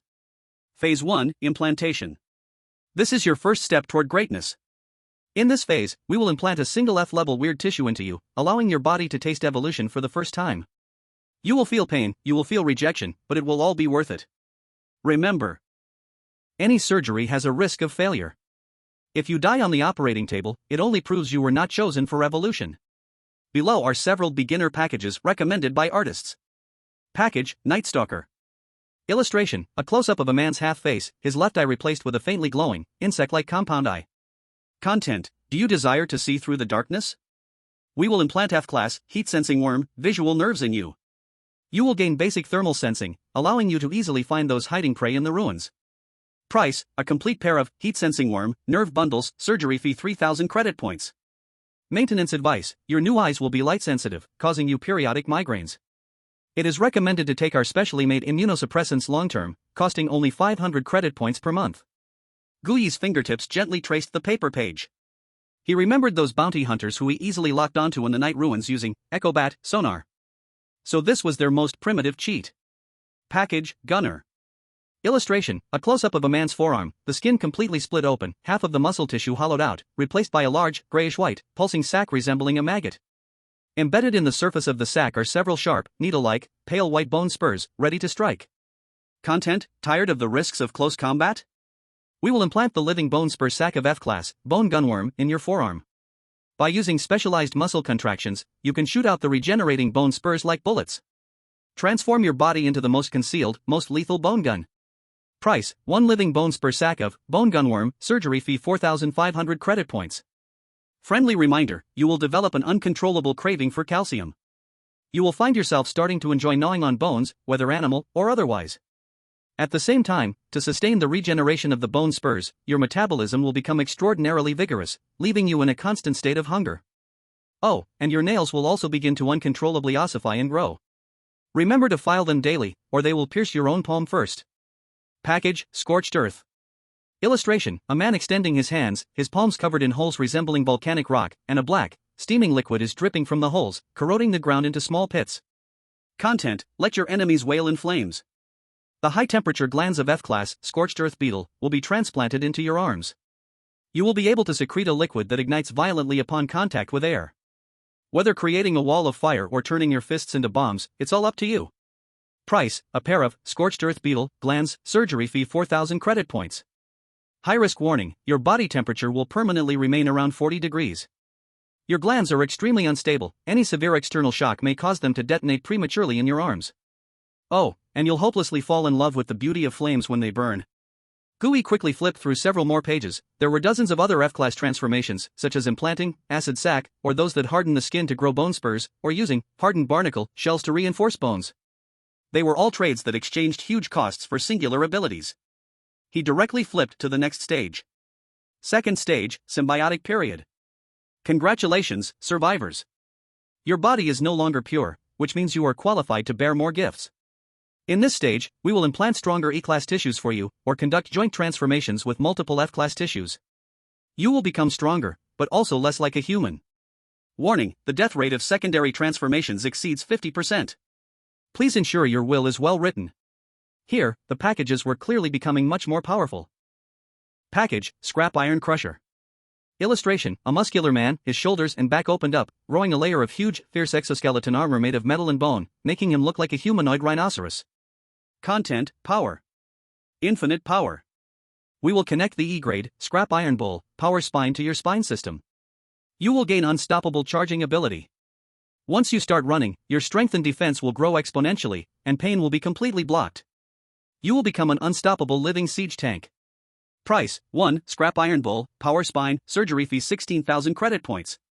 Driving instructions, once you enter charging mode, your brain will no longer be able to finally control your body. You will be like an out-of-control truck, hard to stop and difficult to turn. Moreover, after the charge ends, you will fall into a state of exhaustion that lasts for several minutes. Remember, either your enemies will be turned into mush by you, or you will become meat on someone else's chopping board. Package, Siren. Illustration, a woman's profile, her mouth open, emitting a silent scream, the air in front of her visibly rippling.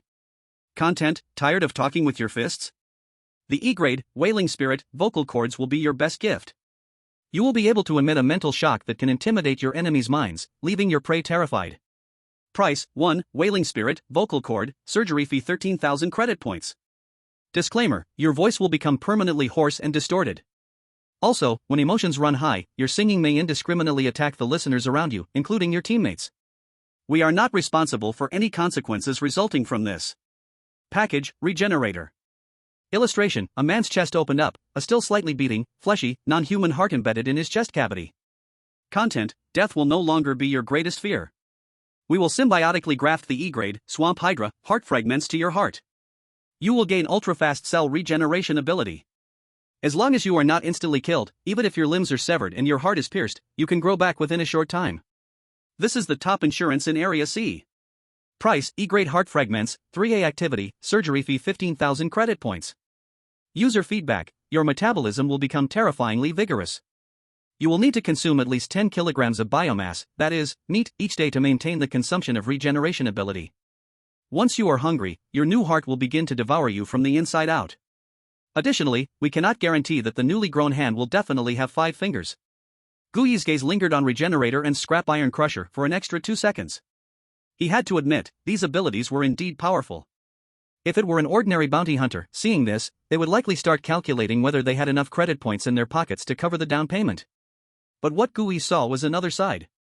Power was indeed great, but the cost was transforming oneself into a caged beast driven by instinct. Always hungry, always angry, and never able to stop. This kind of strength went against what he was pursuing. At the end of this section, a brand new column highlighted with a red border appeared. Artist's Masterpiece, Symphony Series. Solo notes can never become a symphony. This is my true art. Forget those little repairs, here, I will perform a symphony for you from head to toe. Every bone, every inch of muscle, will sing for a common purpose. This is no longer modification, this is rebirth. Of course, you need to first pay for the art. Prepare enough tickets.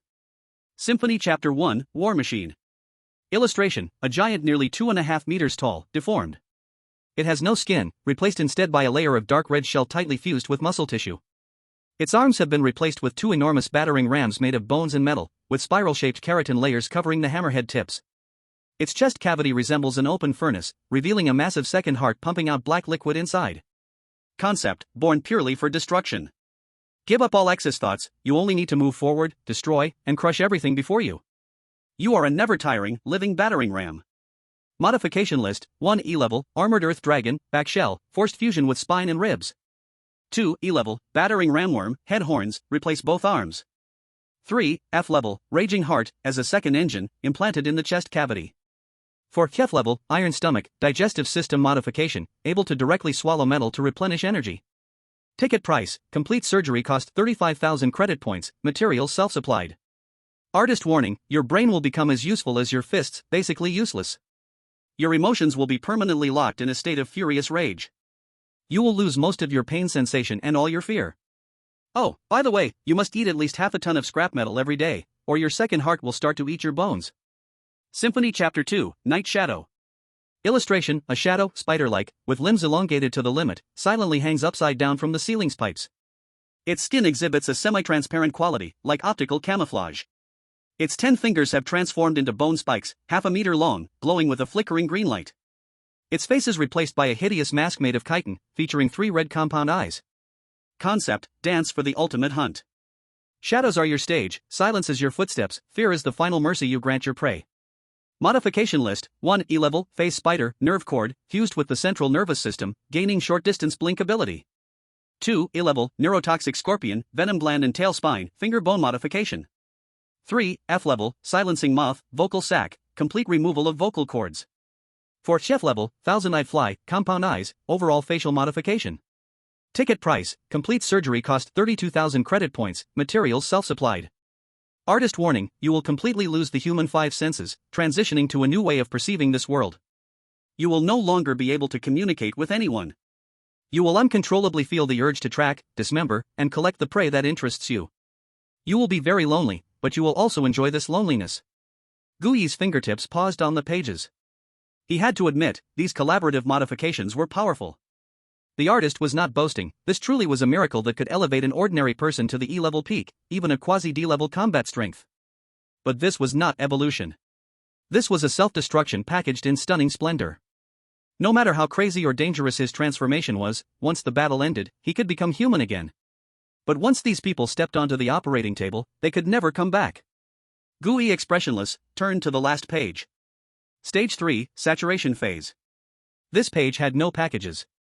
Only an invitation filled with fervor and fervent exhortation from the artist himself. This is the ultimate of art. It is also my lifelong pursuit. To achieve perfect resonance of multiple E-level cores, even D-level fragments, within one body. To create a walking disaster. Until now, no canvas has been able to reach this step. But this does not mean it cannot be achieved. It only means the previous canvases were too weak. And you, will you be the most special one? Come, embrace this greatness. Become my most perfect masterpiece. Even in failure, your corpse will become the most dazzling star in my gallery. Below the invitation, there is a massive illustration that occupies 2 entire pages. It is no longer human. Just a monster, with a blurred human silhouette, stitched together haphazardly from countless twisted flesh, shells, metal, and proliferating bones. On its body, one can see the shadows of all previous packages: insect compound eyes, arthropod limbs, the armor of a bull, writhing blood vessels. At the very bottom of the illustration, there is an official warning in a formal tone. Attention, this is a theoretical stage with a success rate of 0. Our shop bears no responsibility for any accidents that may occur to the canvas in the pursuit of art, such as spontaneous explosions, melting into a puddle, or turning into a constantly screaming flesh tree. Gui slowly closed the booklet. He now completely understood. This road is a one-way express train that uses one's own sanity and body as fuel. A shortcut to hell. Compared to the eerie illustrations, this is far too weak, and the cost is far too great. This is Gui's most straightforward evaluation in his heart. So, what do you think? The artist took a puff of smoke, the exhaled smoke making his ordinary face appear somewhat blurred. Have you made up your mind? I'm not interested in these. Gui put the booklet back on the table. The smile on the artist's face faded. Not interested? He frowned. Then why are you here? Come to chat with me? I heard. Gui pointed at the various forms of mechanical arms and exoskeletons scattered on the floor behind the artist. You also make things from the outside. The artist's expression turned a bit strange. He looked Gui up and down, as if re-evaluating him. External armaments? He exhaled a smoke ring, his tone carrying a hint of an artist's disdain for factory products. That thing can be called a work of art? Just a bunch of soulless iron lumps. I just want to buy weapons.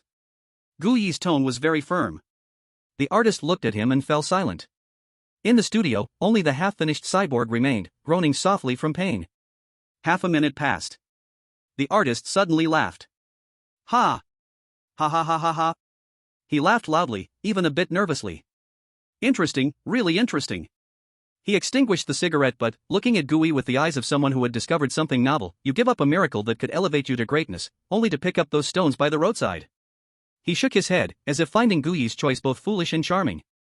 All right. He sighed, seeming to concede. The customer is God, even if this God's taste is as rotten as a pile of dung. He turned and walked into the deeper shadows of the studio. Since you only want to buy a few toys, then follow me. Chapter 113, I am going to start self-manufacturing and selling, big chapter. The artist led Gui deeper into the shadows of the studio. I heard, isn't the headquarters of the Stitcher in the West District? Gui asked casually as he walked. Headquarters? The artist's steps didn't stop, and he didn't turn his head, merely snorting disdainfully from his nose. That's a place for those who have to report to the old antiques.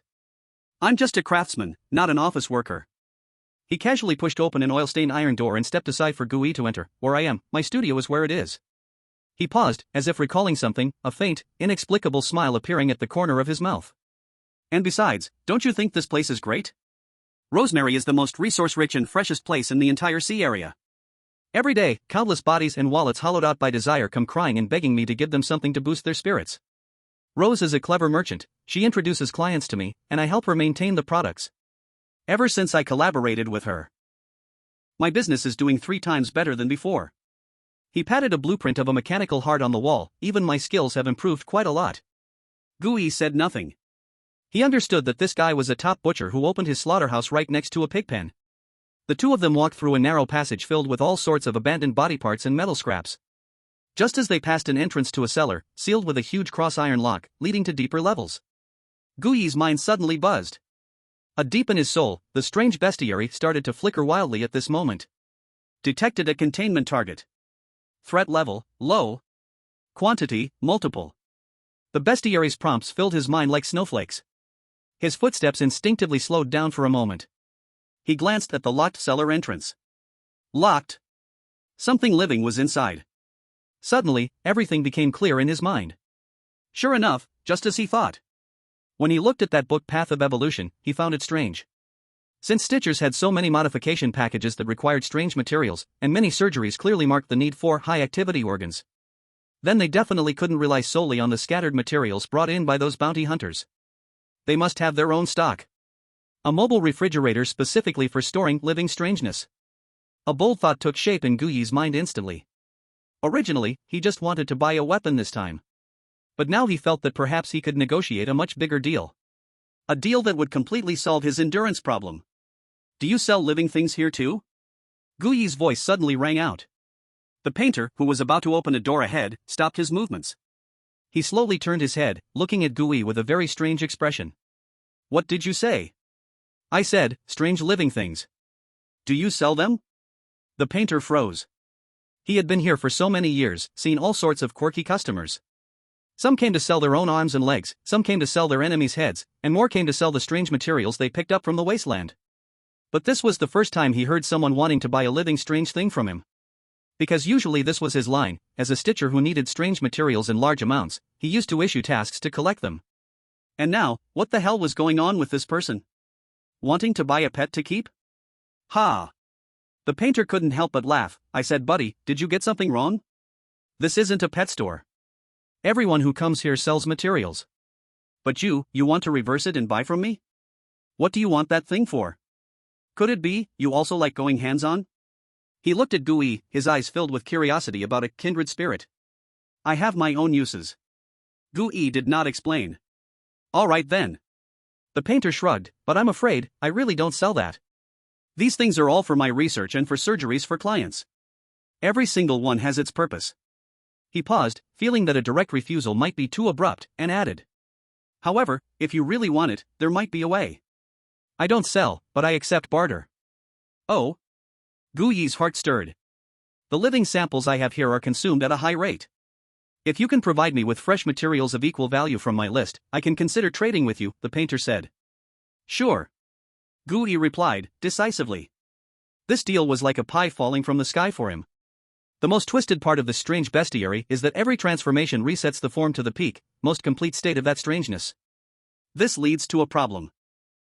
Every time he transformed, he was essentially creating out of thin air a brand new, intact, strange shell. And this shell itself was the highest quality strange material.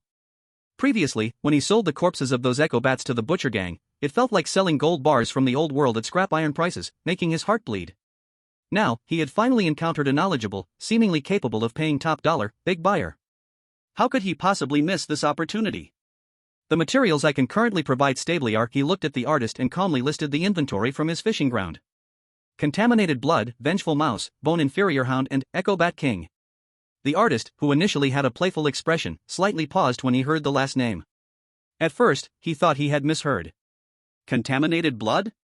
That kind of thing, although it is of low level, is difficult to preserve due to being liquid, and there are rarely highly active goods in the black market. Vengeful mouse and bone inferior hound are the most common materials in the searing area, but to be able to provide stably? That means the other party had an extremely efficient hunting channel. As for the last echo bat king? That is an E-level strange. And it is the leader of the group.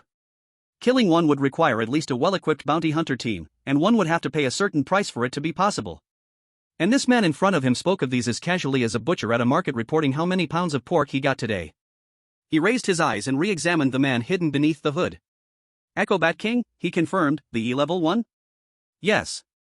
The artist's gaze grew somewhat meaningful. He silently raised the dangerous level of GUI in his mind another notch.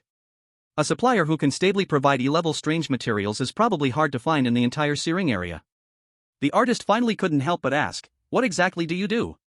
A supplier who wants to cooperate with you long-term. GUI answered calmly.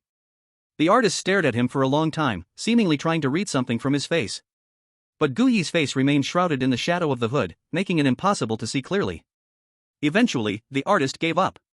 He knew that every powerful hunter has their own secrets. Asking further is a taboo in this industry.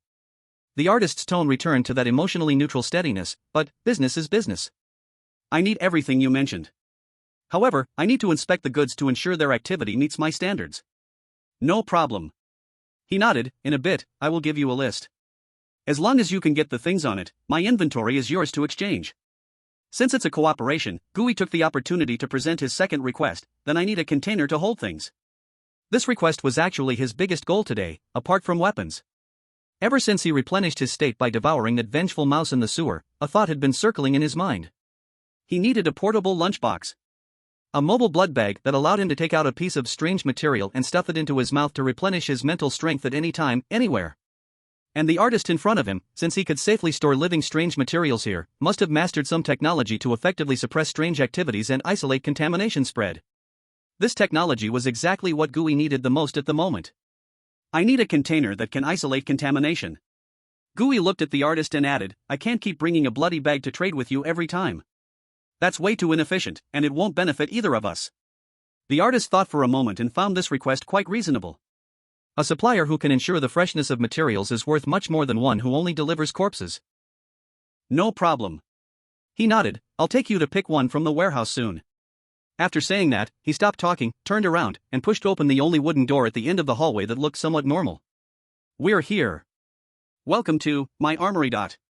Behind the door was a massive room 3 times larger than the studio outside. Here was the weapons display room that the artist looked down upon, calling them iron lumps and toys. The entire room looked like a madman's weapons museum. The walls were covered with all sorts of strangely shaped guns, knives, and armor. Each piece was filled with the rugged, violent, and reckless style unique to Area C. This way. Although he complained verbally, the artist was quite capable when he got into working mode. Like a patient sales assistant, he led GUI to a shelf filled with various shotguns. The Venomous Gunman, the best-selling entry model. He picked up a rugged-looking double-barreled shotgun and skillfully pulled the trigger. The barrel is engraved with hatred runes from the Grudge Mouse, and the shot is mixed with their tooth dust. When you shoot, it can cause a slight mental shock to the target, with a chance of inducing a second of fear. As for the side effect, he pointed to a small hole on the stock, oozing black goo. If you use it a lot, you'll hear someone cursing in your ear, you'll get used to it. He casually tossed the gun back on the shelf and dragged out what looked like a beat-up anti-explosion shield from a corner. The surface of the shield was covered with scratches and bullet dents, but in the center, it was embedded with a crystal-like substance that changed colors with the light. Crybaby Blast Shield, a good defensive item. The artist flicked the crystal with his finger. This thing is made from the skin of an F-grade oddity called Masochist Gargoyle. The worse you hit it, the harder it gets. So, this shield is the same. He smiled widely. Bullets and claws hitting it will instantly harden at the impact point, making its defense multiply. The only downside. His smile turned a bit sinister.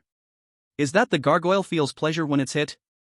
So every time you use this shield to successfully block an attack, it will transmit that pleasure directly into your arm through the grip. Use it too much, and be careful, you might fall in love with that feeling of being hit. He didn't wait for Gui to think further and pulled several palm-sized metal discs from a drawer to throw one to Gui. Pathfinder sensing landmine, for reconnaissance, not for bombs. Gui caught the disc. It felt cold to the touch.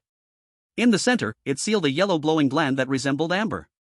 Inside is a gland from a guiding firefly. Once you pull the safety at the back and throw it out, it will emit a faint glow that attracts low-level oddities. The artist explained, when something gets within 3 meters of it, it will emit an extremely piercing scream. It's a pretty good early warning device and bait. As for the side effect, he pointed to his temple. The power of the guiding firefly is based on deception and misguidance. After using it, your sense of direction will become a mess for the next hour. You might bump into walls while walking, or even get lost on a straight path. The artist introduced one weapon after another. Each weapon had tempting and bizarre yet powerful effects.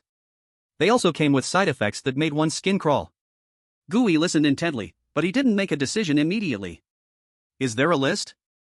He asked. Here. The artist pulled out a dusty binder from a nearby box, thicker and greasier than the previous one titled Path of Evolution, and tossed it to Gui. Take a look for yourself, just note down the number of whichever you want.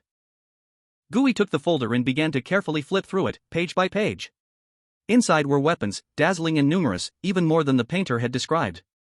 He quickly found what he needed. That thing looked like a beating heart made of dark red metal and some kind of proliferating tissue. Below the heart were several thick tubes with sharp needles attached. Living blood pump. Item description: a high-risk biological medical device. It can convert consumed flesh and blood into a regenerative essence infused with powerful life energy. Item effect: when used, the input syringe must be pierced into the user's body. The device will begin to consume the user's flesh and blood, and after 30 seconds, will generate a tube of type A regenerative essence from the output syringe. This essence can quickly heal most puncture wounds, tears, and accelerate bone healing. Item side effects: for every tube of regenerative essence generated, about 1 pound of the user's flesh and blood is consumed. This process is irreversible and cannot be stopped, and does not include any bleeding control function. Gui looked at the line, consumes about 1 pound of the user's flesh and blood, and his eyes suddenly lit up. He immediately raised his head to look at the painter. Tell me more about this thing. The painter followed his pointing finger, and a "you really know your stuff" expression appeared on his face. Living blood pump, he whistled, carefully opened the glass cabinet, and gingerly lifted out the still slightly beating metallic heart. Brother, your eyes are sharp. This is the treasure of my shop, absolutely a hot item. Hot item? Gui raised an eyebrow. With such severe side effects, are people still scrambling for it? Side effects? The painter laughed as if he heard a joke, revealing a mouthful of white teeth. That depends on how you use it. If some fool sticks it into themselves, that's asking for death. But for those big shots in the searing area who have resources, this thing is a money printer. He flicked the metallic heart with his finger, creating a crisp sound. 1 pound of flesh for 1 tube of type A regenerative essence. This deal is incredibly profitable. The painter lowered his voice, speaking with a mix of pride and a hint of eeriness. To tell you the truth, this thing has always been in high demand. Especially recently, with that butcher gang just taken down, you know? Gui nodded. They are my #1 big customer. The painter gestured. Those madmen order over a dozen machines from me every month. I heard they set up a production workshop in the basement, capturing a lot of unfortunate people who can't pay their debts, or homeless folks. The painter had a hint of scornful laughter on his face. They tie people to racks, insert the tubes, and as long as they feed a little nutrient paste to keep them alive, it becomes a continuous blood bottle production line. More than half of those high-purity restorative potions on the market are sourced this way. As he said this, he sighed regretfully. What a pity, with the butcher gang gone, there have been a lot fewer big orders lately. But... He looked at Gui, his eyes gleaming with excitement. As long as there are people in this world wanting to live, this thing will always sell. How about it? Want one? Although you may not have as much raw material as the butcher gang, this thing, even if just to save your life at a critical moment, is a miracle. After hearing this, Gui had already decided to buy this item. 1 pound of flesh? Forced sacrifice? For others, using it once was almost like walking through the gates of hell. But for him. In Gui's mind, the image of meat cabinet butcher, massive like a mountain of flesh, capable of infinite regeneration, immediately flashed. In his body, the most abundant thing was flesh and blood. This was simply a blood pack tailor-made for him. Just when he was about to close the folder and make the purchase, his gaze inadvertently swept to the end of the list. In the category marked as miscellaneous, Then, his gaze fixed on one of the items. It was a cool-looking electric guitar, black and red in color. Next to the illustration of the item, its name and effect were written. Heartbeat Echo Electric Guitar.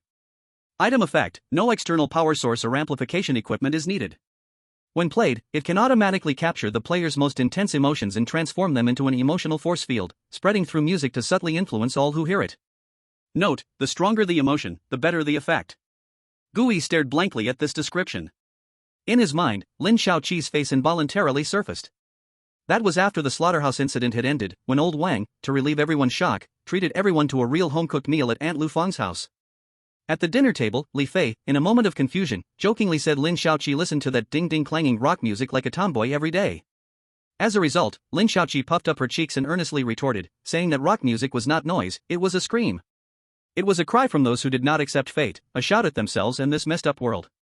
She even said her biggest dream was, one day, to save enough money to buy a real electric guitar that could play sounds and hold a concert. He still owed her a birthday gift. Gui quietly noted the number of this guitar. He closed the binder and returned it to the artist. "I'll take this, Living Blood Pump." Then, he pointed to the last page of the binder. "Also, what does this miscellaneous item mean? Why is there no price?" The artist took the binder, flipped to the last page, and took a look. "Miscellaneous just means what it says." He said somewhat helplessly, "These are all scraps I created in experiments or little trinkets I found outside. The functions are quite interesting, but they are of no use in a fight. The guests who come to me are all people who have their heads on the line. Who would spend money on a useless little trinket?" He looked at Gui as if he were looking at a kindred spirit with the same peculiar taste. "After a while, these things just pile up there. If they don't sell, I can't bear to throw them into the furnace directly. So they've all gone into the miscellaneous column." He looked at Gui and suddenly grinned. "What? Which one caught your eye?" "Forget it, since it's your first visit, and if what you said is true, you'll be my big customer in the future." He waved his hand generously. "Pick anyone you like, consider it a gift from me." A flicker of subtle amusement flashed in Gui's eyes. "Then thank you." He pointed to the illustration of the Heartbeat Echo. "I want this one." The artist led Gui and took out the slightly pulsating, living blood pump from the glass cabinet, also grabbing a black metal case marked with a biohazard symbol. He skillfully secured the blood pump in the hollow of the case and tossed in a few disposable sterile syringes. "Here, your spring water. Be careful when you use it after you get home. Don't accidentally turn yourself into jerky." He turned again, pulling the black and red Heartbeat Echo electric guitar with a worn canvas strap from the corner. "And this, your gift." He handed the guitar to Gui, his eyes filled with a kind of curious regard. "I really can't understand you more and more. First, you come to me to source living curiosities, and then you buy something that all smart people use to drain their enemies. In the end, the gift you chose is a guitar that couldn't even kill a mouse? I've seen madmen wanting power. I've also seen artistic youths wanting to embrace their instruments in death.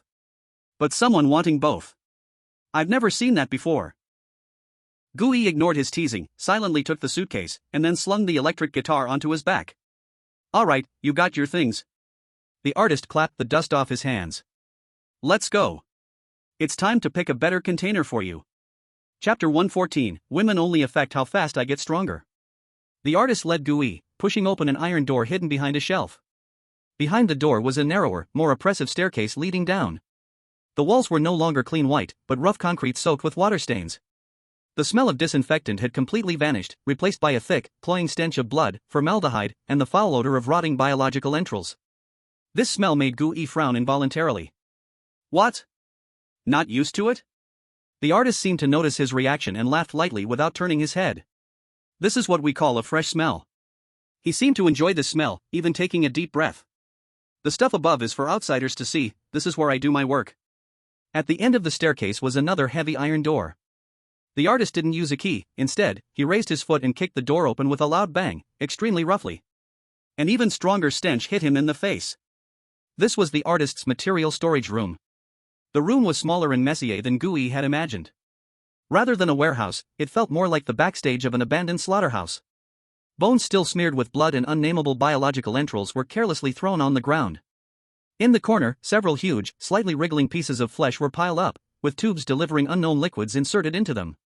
The most eye-catching feature of the entire room was a row of huge glass refrigerated cabinets lined against the wall, resembling specimen cabinets. Through the glass, one could see all kinds of bizarre organs and tissues soaked in formaldehyde. Feel free to look around. The artist was used to all this. He walked to a relatively clean shelf and began rummaging for something. Don't touch randomly, some things might look dead but are actually still alive. Gooey didn't admire the exhibits, his purpose was clear. The artist soon took down a silver-gray metal box, about the size of a suitcase and seemingly neither old nor new, and threw it directly to Gooey. Hold this. Gooey caught the box, feeling its cold weight. F-class biological sample standard containment unit. The artist lit a cigarette, leaned against the shelf, and began to introduce. The box walls are made from the remelted shell material of a stable anchor discarded by the Safe and Secure Council, capable of minimizing the reactivity of low-class materials. He pointed his chin at the latch on the box. Open it and take a look. Gooey placed the box on the ground and opened it. Inside, it was divided into 6 evenly sized independent compartments, each filled with a semi-transparent gel-like substance. Each compartment can operate independently, the artist explained.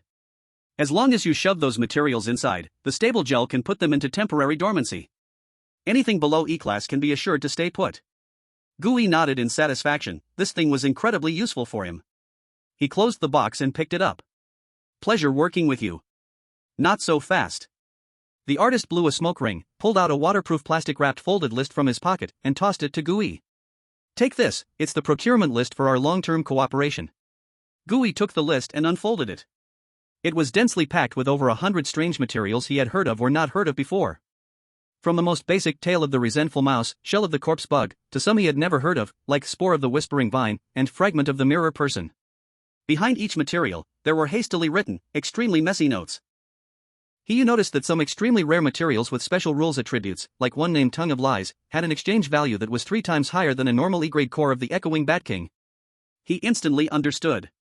In the eyes of technicians like the suturer, the functionality of materials was far more precious than their simple combat level. This also gave him a clearer plan for his future hunting targets. He carefully folded the list and put it in his pocket. The value of this list was incredibly high. All right. The artist snuffed out the cigarette butt. You've gotten the goods, it's time to settle up. He extended 2 fingers. The living blood pump is a flat price of 15,000 credit points. This box is a gift from me to you. After all, you'll be using it to deliver goods for me in the future. 15,000. But he remained unruffled as he took out his black credit point terminal. Beep. A soft sound, and the transfer was complete. The artist watched the long string of numbers suddenly appear on his terminal and whistled. Ha, a wealthy person. He looked at Hiyu, his eyes filled with a curious glint once more. I'm getting more and more curious about what exactly you do. A regular bounty hunter, Hiyu replied calmly while picking up the suitcase and the guitar on his back. All right then. The artist shrugged. Anyway, I only recognize money and materials. He flashed a smile at Hiyu. Come by often, my great supplier. Hiyu said nothing more, only nodded. Then, he picked up his spoils and turned around without a second glance, walking out of the bloody and frenzied warehouse. As he walked through the studio filled with artworks, passing the transformed person bound to an easel who had completely fainted, he felt a surging clarity in his heart. When he traversed the oppressive Lozer's corridor again, past the twisted monsters soaking in jars, he held only one unprecedentedly clear thought. To grow stronger as soon as possible. At all costs to become stronger. He must never become one of them. When he stepped out from the grand door carved from precious blackwood of Rosemary's Dream, the night had deepened. He carried the black suitcase holding the living blood pump and shouldered the brand new electric guitar, swiftly walking on the now quiet streets. He felt as if he had forgotten something important. But his mind was filled only with thoughts about the use of the living blood pump and the hunting targets on the purchase order. As for what he had forgotten, he thought for a moment and figured it should not be anything significant, so he dismissed it and quickened his steps back to the hive. Meanwhile, on the top floor of Rosemary's Dream, in Rose's room, she had changed into a more seductive black silk robe, with an open bottle of old-world vintage red wine and 2 crystal-clear wine glasses on the table. She lounged lazily on the sofa, toying with an empty wineglass in her hand. The handsome, otherworldly male attendant silently appeared behind her. Sister Rose. That guest has already left Rosemary's Dream. Rose paused her hand that was playing with the wineglass. Her smile slowly faded from her face. The room fell into a deathly silence. After a long time, she suddenly let out an extremely faint, almost inaudible, yet filled with joy and danger laugh. Ha! In the C-zone. For the first time, a man dared to stand her up. Interesting. Truly. More and more interesting. Chapter 115 New Fusion Card Rotting Tyrant, Big Chapter. When Yu returned to the hive carrying the suitcase and guitar, he was greeted not by the usual silence, but an atmosphere almost akin to a carnival. The beehive, a small living room rented by the entire team as a break room, was brightly lit, and all members of Team 7 were surprisingly present. Even Chen Hao, the usually reclusive tech genius, rarely seen outside his machine room, had unexpectedly come out, still clutching a terminal, but at least he was there. "AE, you finally came back." The first to notice him was Li Fei. This kid's face was flushed with excitement, like a child who just received a red envelope for the new year. He even spoke a bit tongue-tied. "Come quickly." "Great news." On the central table in the living room, there were, unusually, a few bottles of dark liquor, and Aunt Lu Fan was happily distributing food to everyone. Lin Shaoqi also wore a genuine, radiant smile on her face. And the supposed head of the family, Wang Zhenghua, was leaning on the sofa, holding a bottle of liquor. He had just returned not long ago. "What's going on?" Gui set down what he was holding, puzzled. "Are we getting bonuses?" "Better than a bonus." Li Fei excitedly wrapped an arm around Gui's shoulder and exclaimed, "We're moving." "Moving?" "That's right." Grandpa Wang took a big swig of liquor and explained with his rumbling voice, "Today at the company, they approved a set of merit reward housing, right in the East District. 3 bedrooms and a living room.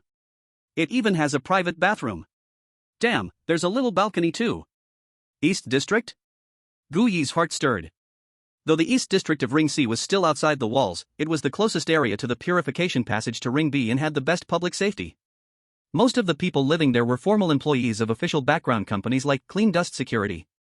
For ordinary people in Ring C, it was considered a rich neighborhood. "What Grandpa means is," Lin Shaoqi's eyes sparkled with hope for the future, "our Team 7, everyone, is moving there together. From now on, we won't have to cram into the shabby place." Aunt Lu Fang added with a smile, "I heard there's a little vegetable market there. From now on, Auntie will cook real meals for you." "So that's how it is." Gui looked at this group of teammates, who were discussing excitedly like family about what flowers to plant on the balcony and what kind of lights to install in the living room, and his heart, which had grown cold and hard from just witnessing the craziness of the Stitcher, softened uncontrollably. Indeed. For them, a place they could call home was more important than any weapon or extraordinary power. His gaze fell on Li Fei, who was grinning foolishly while looking at Lin Shaoqi, and then on the canvas guitar bag slung on his back. A sudden thought popped into his mind. He waved at Li Fei, "Come out for a moment." "Huh? Oh." Li Fei followed Gui outside into the dimly lit hallway, puzzled. "What's up, AE?" Gui didn't answer, he simply handed him the brand new canvas guitar bag. "This is for you." "For me?" Li Fei was even more confused. I can't play this thing. It's not for you to use." Gui looked at him, signaling towards the inside with an unmistakable look. "It's an opportunity for you. Shaoqi has wanted a guitar she can play for a long time, hasn't she?" Li Fei's breath instantly halted. He looked at the guitar bag in his hands, then at the girl inside who was smiling like the sun, his Adam's apple bobbing up and down. He certainly knew. He knew better than anyone how much Lin Shaoqi loved music and how much she adored something called rock. He had long dreamed of giving her a real guitar. This thought struggled wildly in his mind. As long as he nodded, he could take the guitar in and give it to his favorite girl in his name. He could imagine how surprised Shaoqi would be. So happy. But Li Fei's hand holding the guitar strap turned pale from the grip. In the end, he slowly shook his head and returned the guitar to Gui. His voice was a bit hoarse but exceptionally firm. "I appreciate your kindness. But this won't do." He looked up at Gui, his eyes filled with unwavering resolve. "This is the gift you want to give. I can't use your feelings to win her over. I like Shaoqi. But if I have to rely on deceit even for a gift to her, then I would despise myself." Gui looked at him, watching this naive boy who still retained a sense of innocence in a place as ruthless as the searing area. Gui smiled. He reached out and firmly patted Li Fei's shoulder. "All right." He didn't persuade any further. Some things are more precious than any assist. The two returned to the living room, and the lively atmosphere in the room remained undiminished. Gui walked directly to Lin Shaoqi and handed the guitar bag to her in front of everyone's curious gaze. "Here." "Huh?" Lin Shaoqi was stunned. "Last birthday, I forgot." Gui said in his usual concise tone, "This is a gift I got from a client, it's not useful here, so take it." He deliberately emphasized the words gift to ensure that this sensitive girl felt no burden. Lin Shaoqi looked at the guitar bag in front of her, then glanced at Gui's face hidden under the hood, hesitating. This is too precious." "What's precious about a gift?" Gui said calmly, "If you don't want it, I'll just take it to the black market and trade it for 2 bottles of black water." "Oh come on, Shaoqi, just accept it." Aunt Lu Fong chuckled to ease the situation. This is a rare intention from Ai. Li Fei also looked at her with encouraging eyes. Lin Shaoqi finally stopped refusing and cautiously took the guitar bag, her face slowly blooming with a smile that was 100 times brighter than before. Thank you, brother Ai. She eagerly unzipped the bag. When the black and red, rock-filled brand new electric guitar appeared before everyone, it was as if stars were sparkling in Lin Shaoqi's eyes. She extended her hands, cradling the guitar as if in a pilgrimage, carefully hugging it to her chest. Her fingers gently brushed over the cold body of the guitar, plucking the 6 strings that gleamed with metallic luster. Without connecting any devices, the guitar emitted a crisp, full chord. Lin Shaoqi was stunned. She instinctively pressed down on a few of her favorite chords from memory. Then, a miracle happened. That guitar seemed to sense her uncontrollable excitement and joy deep within her. A passionate electric guitar intro suddenly burst forth from the guitar body. That sound was bright, clear, as if connected to an invisible top-notch speaker turned up to the max. Tommy used to work on the docks, union's been on strike, he's down on his luck, it's tough, so tough. A life-filled voice from a man of the old world echoed throughout the entire lounge, accompanied by intense drums and bass. Everyone was stunned. What the hell? Li Fei was the first to exclaim, this thing sings by itself? Lin Shaoqi was also holding the guitar, completely frozen.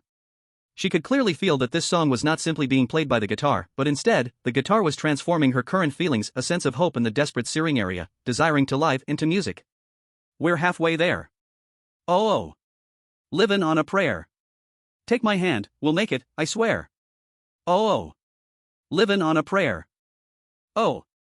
Living through prayers. The passionate chorus brought the atmosphere of the whole living room to a peak.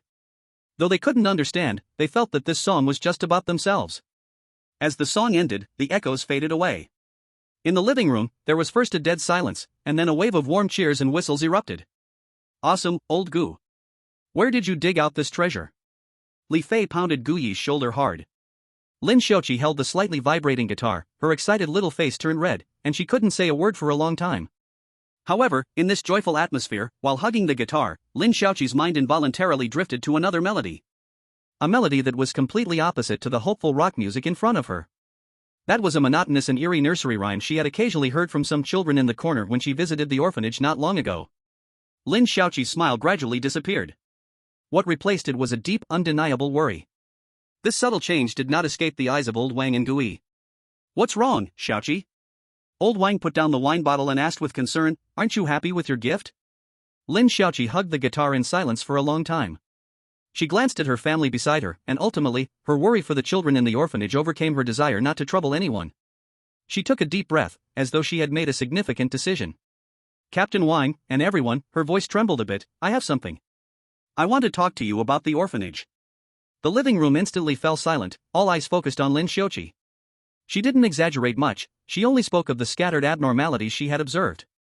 It was when I visited the children the other day, I noticed a few kids always huddled together, humming a very strange song, repeating just a few notes. And, another time, I saw a girl named Xiaoya drawing many strange red circles on the ground with chalk. As she spoke, her voice became somewhat uncertain. But, the strangest thing is, this afternoon, when I went again to give out the leftover candies. As a result, there were no abnormalities at all. The children were all playing games normally, happily. No one hummed that song anymore, and the red circles on the ground had all been wiped away. Lin Shaoqi scratched her head in worry. I even wondered if I was too tired and sensitive recently, making a big deal out of the kids humming. Before she finished her sentence. Red circles? Two voices almost sounded simultaneously. One was Old Wang. The other was Gui.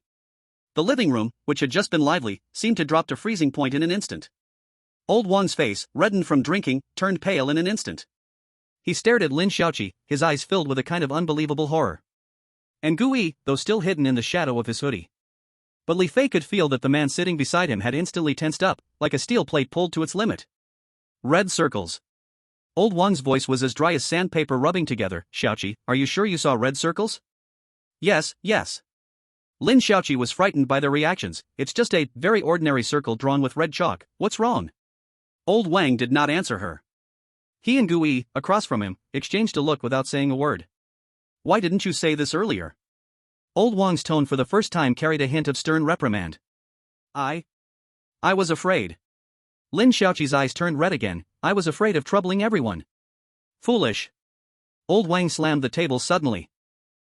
We are a family. A family, do you understand? He stood up and paced back and forth in the living room, his face dark enough to squeeze out water. Finally, he stopped in front of Lin Xiaoqi. He reached out his hand, wanting to ruffle her hair like usual, but lifted it halfway and put it down again, only speaking in a tone filled with exhaustion and fear.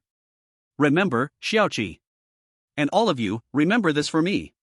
His gaze swept across everyone present. In this damn world, what keeps us alive is not guns, not fists. It's our understanding of when to say what. Information. Intelligence. This is our only weapon. From now on, no matter what you think feels wrong, no matter how small it seems, you must say it out immediately. Let's discuss it together. Do you understand? Understood. Everyone replied in unison. Old Wang sighed deeply. He looked back at Lin Xiaoqi, his tone softened, but carried an unyielding command. Xiaoqi, from now on, you cannot go to the orphanage alone anymore. He turned to Li Fei. Li Fei. Yes. Li Fei stood up straight instinctively. In the future, if Xiaoqi needs to go to the orphanage, you go with her, Old Wang ordered. Just say you're going to help move things, volunteer. Don't expose your purpose, watch more, listen more, and say less. Yes. Li Fei answered loudly, his eyes filled with determination. A celebration feast to mark the new house ended abruptly in a heavy atmosphere. Back in his small top-floor room, Gui closed the door. He carefully placed the box containing the living blood pump under the bed and sat cross-legged on the cold floor. The strangeness of the orphanage felt like a huge stone weighing on his heart. He sensed that this matter was not over, as if something still loomed over Area C, and he felt an unprecedented urgency. He needed stronger power. He closed his eyes and sank his consciousness deep into his soul. Cards emitting ominous energy slowly appeared before him. He began his nightly essential lesson, trying to merge. Since the last time he merged to form the Bone Butcher, he had been attempting new merges every day, but each time ended in failure. He had long grown accustomed to the emptiness of having his mental power instantly drained. Tonight, he didn't plan to make random permutations and combinations. His gaze was fixed on two cards he had contemplated for a long time. One was a highly functional card, Polluted Blood. The other was one of his current trump cards, Meat Locker Butcher. One was an invisible entity with liquefying corrosive properties, the other was a monster with flesh and blood regeneration. Their compatibility, perhaps the highest among all the cards he had? Gui no longer hesitated. He reached out his hands, gently bringing the two ominous cards together, then activated his mental power, pouring it into them wildly. Buzz. This time, instead of violently repelling each other as usual, the cards trembled intensely, as if they were about to tear his soul apart, before suddenly erupting into a rich, deep purple glow. The glow instantly engulfed the entire room. When the light faded, a brand new card, radiating a heart-pounding terrifying aura, lay quietly in Gui's slightly trembling palm. The surface of the card was no longer a single monstrous image but a mass of pale bone spurs and faintly visible blood vessels, continuously writhing into deep purple flesh. Type card, Rotting Tyrant. Level, E level. Type, Entity/Living Creature.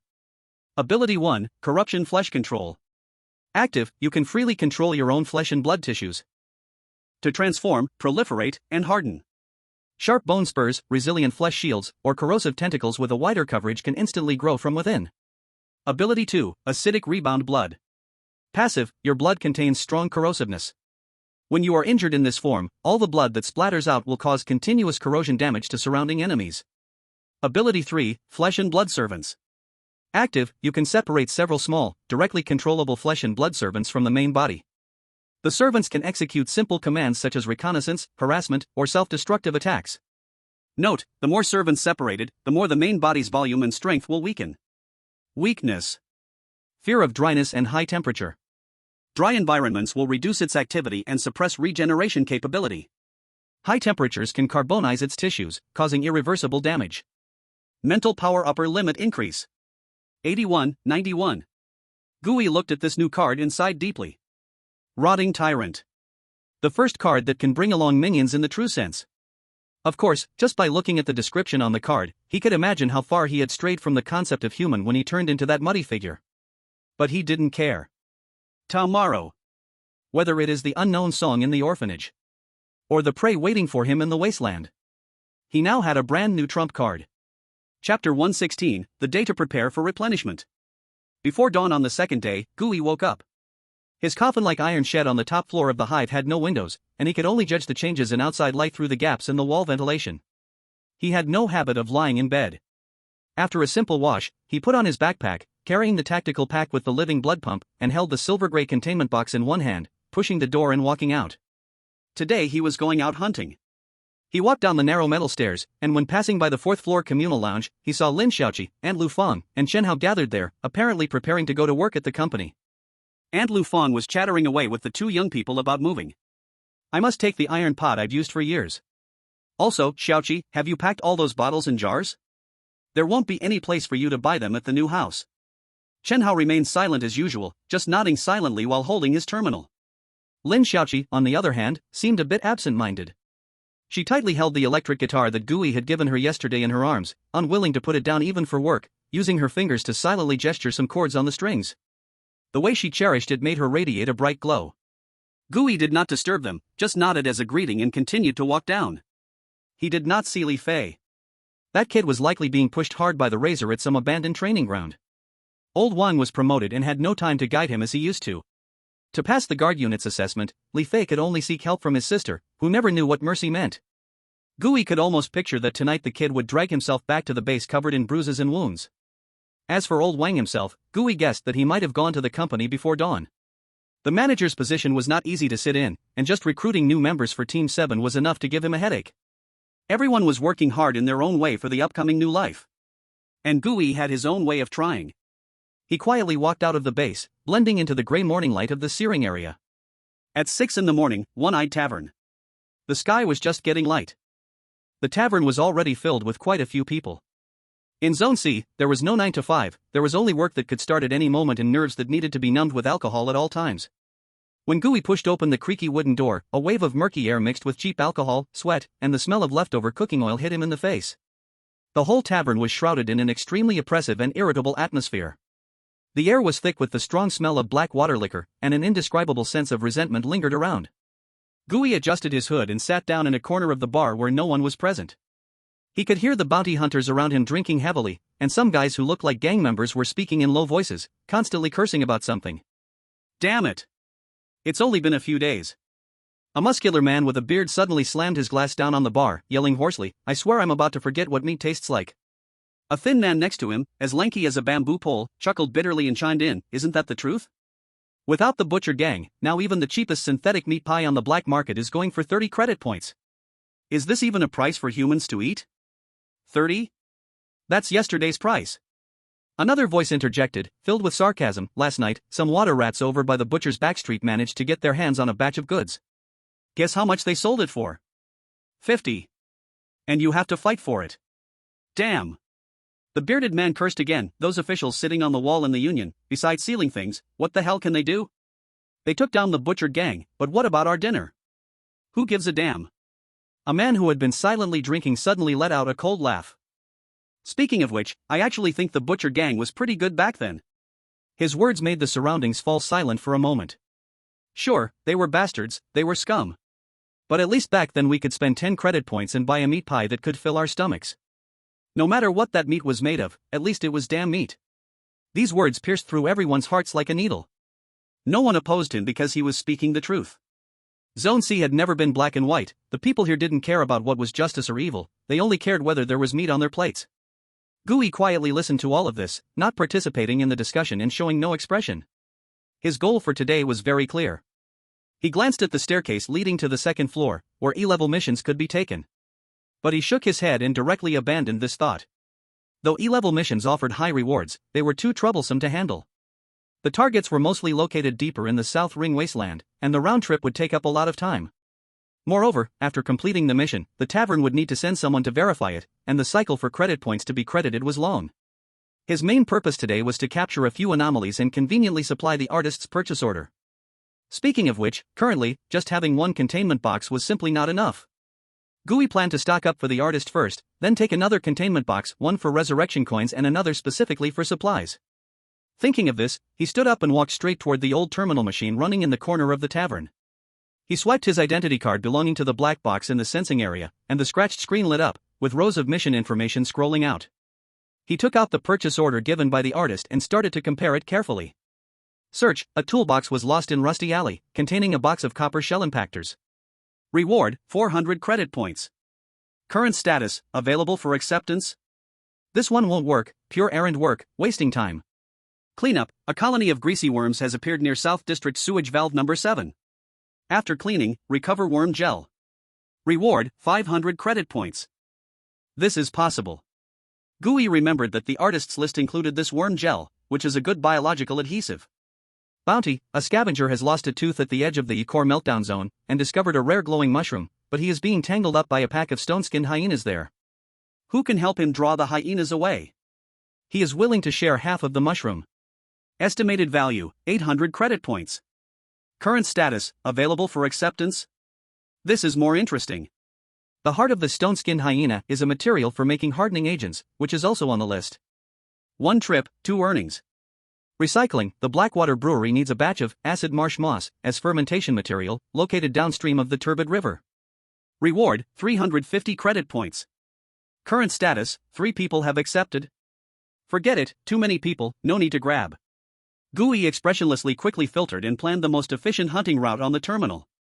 He accepted the tasks for Greasy Worm and Stone-Skin Hyena with his identity card. After finishing all this, he put away his identity card. But he didn't leave immediately. He walked to the bar, took out a metal chip engraved with the gear and tentacle badge from his pocket, and placed it in front of the one-eyed boss. Thank you. Gooey's voice was very calm. He didn't say much in thanks, but in the searing area, these 2 words sometimes carry more weight than any long speech. He was very clear that the reason he was able to meet Ross so smoothly last night, and even make a connection with that crazy artist, was largely thanks to this little chip. It was a pass, and also a kindness released by the one-eyed man. The one-eyed man paused in the action of wiping the glass. He glanced at the chip on the table, then raised his single eye to look at Gooey deeply before smiling. Ha! That was a heartfelt laugh, with a hint of appreciation. It seems your date last night went well. He slowly tucked the chip back under the bar, his tone a bit more familiar than usual. He knew that the young man before him understood what he meant. Dealing with clever people saves effort. How about it, the one-eyed man casually asked, that crazy artist didn't turn you into a painting on his wall, did he? Almost. Gooey answered half-truthfully. That kid really has a bad temper. The one-eyed man shook his head, but his skills are indeed unique in the entire South District. The fact that you came out of there in one piece and got what you wanted shows that you satisfied him.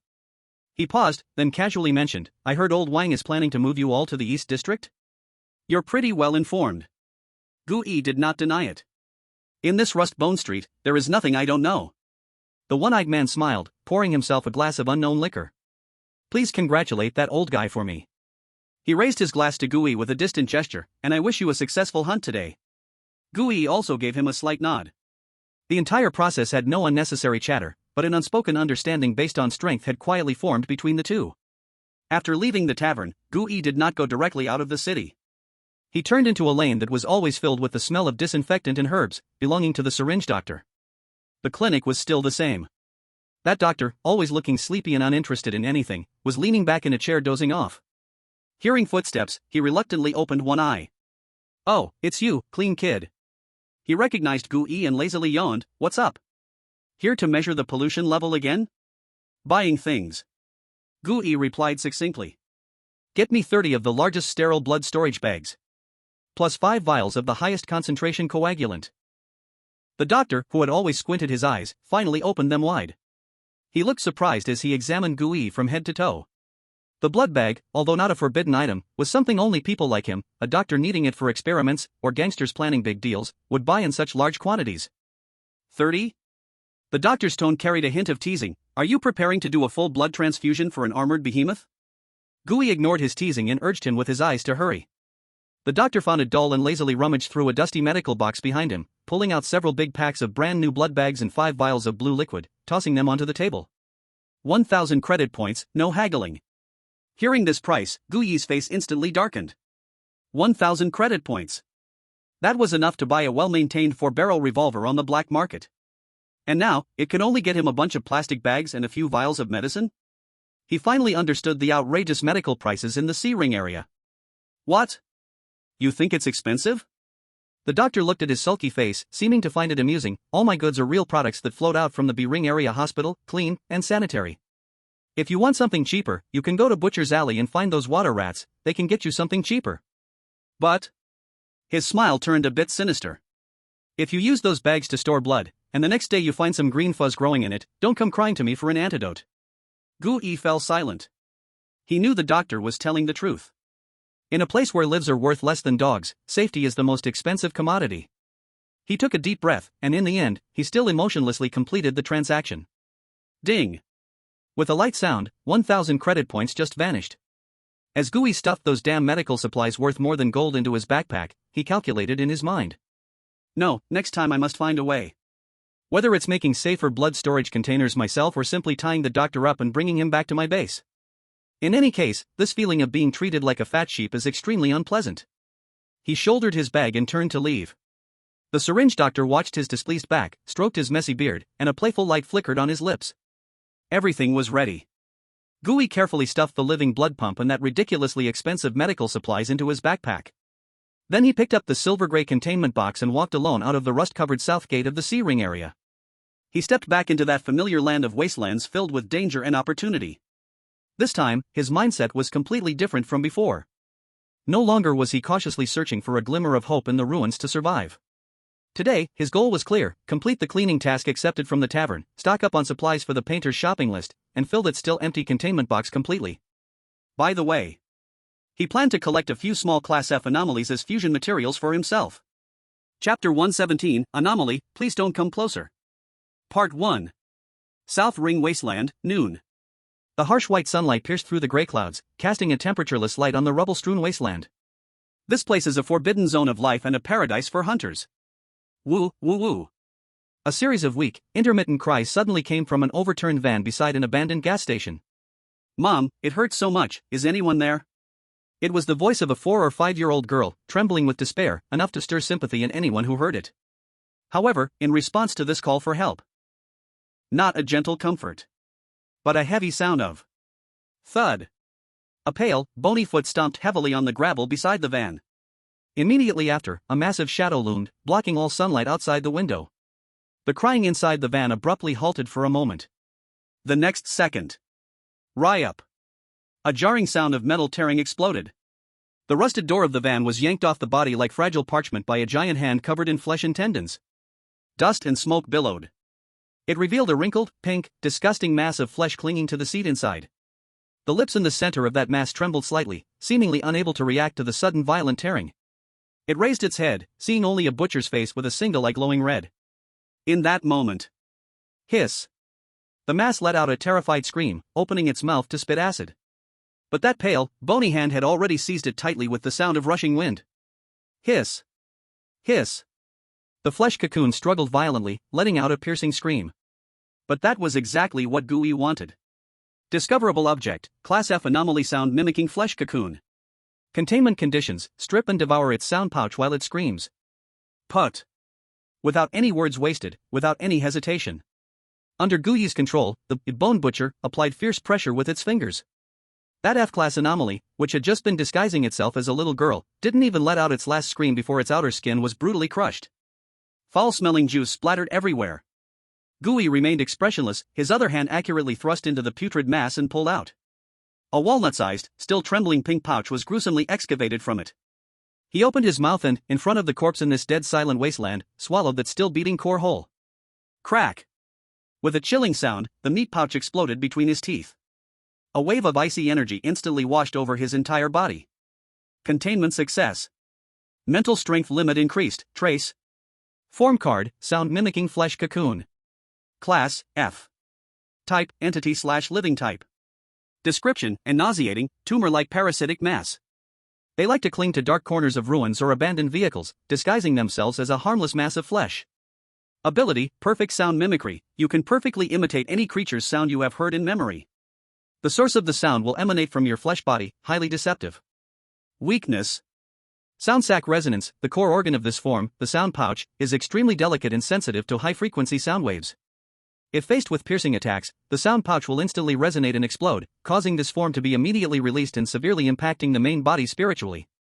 Movement limitation. After turning into a flesh cocoon, the movement speed will drastically decrease, with no physical defense means. Gooey licked the juice left at the corner of his mouth. Tastes good. He did not waste the rotten meat in the van, collecting it into a recycling box, as it could possibly serve as bait for hunting. After finishing the cleanup, Gooey left the abandoned gas station and continued deeper into the wasteland. Half an hour later, deep in a wilted forest covered in gray-white mycelium. Gooey stopped in his tracks. The scene before him made him squint his eyes. On this huge dead tree hung countless cocoons of various sizes. Some cocoons were wrapped in dead branches and leaves, but more contained the bones of various small creatures. What was most chilling was that these cocoons weren't just hanging randomly, they were reattached together with some extremely tough silk thread, like stitching a garment. Between those silk threads, countless little creatures no bigger than a thumb were hanging. A completely pale spider, with a back pattern resembling a screaming human face, was quickly darting around. F-level social and strange, ghost face weaver. Gooey glanced at the artist's list. Active silk sac of the ghost face weaver, high price for recovery. Note, this thing's silk contains neurotoxin, don't get bitten. He did not recklessly approach it. Although this creature was small, the sheer number of them, combined with that toxin that could instantly paralyze nerves, meant that an attack would turn him into a specimen. Surprisingly, he had to use the rotten meat he had just cleared so soon. Gooey threw the bloody chunks from the containment box forcefully towards the edge of the spider web. Smack! The meat chunk struck the web, causing intense vibrations. The spider swarm, which had been quietly sewing bodies, instantly erupted. The human faces on their backs seemed to come to life at once, letting out a chilling sound akin to nails scratching on a blackboard. Hundreds and thousands of ghost face weavers surged like a white tide, crazily pouncing towards that piece of bloody meat, instantly overwhelming it. Now's the time. Gooey moved. Facing this overwhelming wave of spiders, he showed no arrogance, directly focusing his thoughts. Form switch, decaying tyrant. Gurgle. Accompanied by a nauseating sound of rotting flesh, Gooey's body instantly collapsed and expanded. He transformed into a shapeless monster made of deep purple rotten flesh, pale bone spikes, and strong acidic pus. He pressed against the dense swarm of spiders like a living swamp. Squeak, squeak, squeak. The spiders trapped beneath him struggled frantically. Their proud paralyzing fangs sank deeply into the body of the tyrant, but it was like piercing into a pool of strong acidic mud. The toxins didn't have time to spread before their mouthparts were corroded with sizzling sounds, turning into wisps of green smoke. Gooey controlled parts of his body to extend tentacles, wrapping up a large group of spiders that were not completely dead and trapped in slime, and roughly stuffed them into the containment box he had thrown aside before transforming, completing his supply for the artist. Next, he looked at the remaining mass of white spiders still struggling wildly inside him, and the illustrated guide trembled with desire. Containment conditions, single-time consumption of more than 10 live adults. Then it's time to eat. The decaying tyrant's mouth, split open to the roots of its ears and filled with sharp teeth, suddenly opened wide, then swallowed the writhing mass of spiders on its body in one gulp. No chewing, just wrapping and digesting.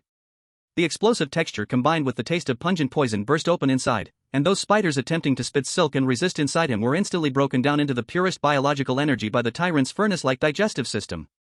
Containment successful. A new card slowly appeared in his mind. Form card, Ghost Face Weaver. Level, F. Type, entity type / living creature. Description, a group of micro-butchers with severe obsessive-compulsive disorder. They are keen on dismembering their prey and then sewing them into their preferred shapes with toxic silk. Abilities. Corpse Silk Traction, can spray high-intensity sticky spider silk. It can be used to hinder, bind enemies' movements, or shoot upwards as a rapid movement 3D maneuvering device. Nerve paralysis, your attacks, including spider silk, come with a weak paralyzing toxin. Weaknesses. Fire, spider silk and body are extremely flammable, flames are their nemesis. Extreme cold, in low-temperature environments, their actions become extremely sluggish, and the spider silk becomes brittle, losing its stickiness. Gooey released his transformation, returning to human form. Phew. He exhaled a breath that carried a fishy stench and instinctively rubbed his wrist. Not sure if it was because he swallowed too much just now, he felt something slightly pulsating beneath the skin on his wrist. It was as if a silk pouch had really grown there, with an impulse to raise his hand and shoot something out. He knew that this was, of course, impossible. This was just the body illusion brought to the brain by the remaining contamination value after containing the new weirdness. The hunt continued. But he did not forget the most important test of the day. Gooey did not continue to wander aimlessly on the wasteland. After containing 2 small weirdnesses, he found a relatively safe underground bank vault that had not completely collapsed. Clang. The heavy vault door closed, shutting out the wind and sand and prying eyes. Gooey did not rest. He threw his backpack on the ground, took out the black suitcase containing the living blood pump, and took out the sterile blood storage bag he had bought at a high price from the syringe doctor. It was time to test the true worth of this perpetual motion machine. Huff. Gooey took a deep breath, his mind moving. Form switching, meat cabinet butcher. With the explosive growth of bones and the increasing flesh, he instantly transformed into the terrifying butcher standing 2.5 meters tall. He did not hesitate at all. He grabbed the input syringe of the living blood pump and fiercely jabbed it into his thigh, which was as thick as a concrete pillar. V-room. The machine started, and the nauseating sucking sound echoed in the spacious vault. Extreme pain surged. Gooey looked down, watching as the muscles on his thigh shriveled and withered at a visible speed, as if the soul was being drawn out. But immediately after, the butcher's perverse regeneration trait was passively triggered. Although he did not devour new flesh and blood, the butcher's body itself was already stocked with astonishing biological energy. As the shriveled muscles sank, new flesh buds began to wriggle and grow frantically, instantly filling the void. On one side was the machine's greedy extraction, on the other was the monster's violent regeneration. In just 30 seconds. Ding! The blood pump stopped working. Gooey pulled out the tube connected to the output, now holding a swollen blood storage bag filled with golden red liquid that exuded a rich life aura. Regeneration solution, type A. Gooey transformed back into human form, looking at the heavy medicine in his hand and thought. If that old man in the syringe knew I could mass-produce this stuff, his eyes would pop out. This thing could sell for an astronomical price on the black market. And he only used a little bit of regenerating monster flesh to exchange for this big bag. Then, he conducted several sets of controlled experiments. He tried connecting the blood pump to the weird severed limbs cut from the hunt earlier. The red light came on, the machine ran empty. He then tried to connect only part of the free tentacles after transforming. Still a red light. As expected, Gooey looked at the experiment records in his hand, his eyes deep. The key is not the flesh and blood itself, but the living circulation. This machine must be connected to a living being with a life circulation system, extracting its vitality to transform the medicine. This also crushed his thought of relying on cutting meat chunks to infinitely farm medicine to sell. But this thing was already a divine tool for him. No wonder the recovery potions on the black market are so expensive and always in short supply. Gooey thought of what the painter said and understood a black industry chain in this world. Those blood bottles circulating in the hands of gang leaders probably all come from live people imprisoned in basements, filled with tubes, or low-level weirdness with regeneration abilities that are raised. They are living blood bags. As long as they don't die, they will be drained to death. What a cannibalistic world. Gooey shook his head self-deprecatingly and put away the blood pump. He looked at the remaining empty slots in the containment box and took out the painter's purchase order. At the top of the materials, it clearly stated, complete spine of the skeletal inferior dogs, and Echobat sound toxin sac. These two things, he possessed both. Gooey instinctively touched his own back and throat. If I turn into skeleton butcher, can I sell my spine? As long as I am ruthless enough, find a pair of pliers, pull out my spine, or cut out my vocal cords. Gooey shivered. He glanced at the rules in the guidebook. Warning, the form card's main body has suffered severe damage, such as broken limbs, missing organs, and will enter forced repair period. Normal damage repair time, 1 to 3 hours. Core component missing, repair time needed, 24 hours. During this period, this form card cannot be used. 24 hours. Gooey immediately dismissed that crazy thought. For a few thousand credits, to make my main movement card and reconnaissance card paralyzed for a whole day? In this wasteland where death can come at any moment, this is no different from suicide. No matter how you calculate it, it's not worth it. It's definitely not because he was afraid of pain. Better not think of such crooked ideas. Let's find some cost-effective anomalies to fill the gap. Gooey closed the list and continued to draw 20 blood bags for himself, until he felt that the biomass stored in the butcher's own cabinet was not enough, and that continuing could lead to the forced repair period. Then he stopped. After tidying everything up, Gooey pushed open the vault door and took a look outside at the sky. It was still early. Chapter 118, Anomaly, Don't Come Over. Part 2. The afternoon sun scorched the earth. Gooey stopped at an abandoned construction site. Among the pile of rubble, something that made one feel chills down their spine with just one glance, completely counter to physiological structure, was wandering aimlessly. It was a wheel formed by pale human vertebrae, forcibly bent and connected head to toe. It rolled like a white tire, swiftly speeding through the ruins, making a series of spine-chilling sounds of bones grinding and squelching under pressure. And in every joint of the spine, sharp bone spurs grew. Those were its teeth. Discovered containment object, F-level anomaly wheel of spine. Containment conditions, disassemble it completely. Simple, crude. Gooey had no unnecessary words. With a thought, he acted. Crack. His figure suddenly increased in height, and pale bones rapidly proliferated. In an instant, he transformed into skeleton butcher, wielding an exaggerated bone blade, exuding a fierce and violent aura. The wheel of spine sensed the presence of a living creature and instantly accelerated. It rushed at Gooey's legs like a crazed rotating meat saw, accompanied by whistling winds and flying rubble, ready to cut. In his hollow eye sockets, the eerie blue soul fire suddenly flickered. He did not dodge at all. Facing this F-level little thing, E-level power is absolute truth. Just as the bone will was about to strike his shin bone, Gooey suddenly raised a huge bone foot and stomped down hard. Bang! A deafening thud. Dust flew everywhere. The high-speed spinning wheel of spine was directly stomped into the ground by this foot. It spun wildly, bone spurs grinding out a shower of sparks against Gooey's hard leg bone armor, producing a shrill scream, but it could not shake this bone demon at all. Too noisy. Gooey coldly looked down at the struggling monster beneath his feet. He raised the bone blade high in his hand, then without any fancy moves, purely relying on brute strength, he heavily chopped down. Crack! With the first chop, the vertebra snapped, and the wheel spread open.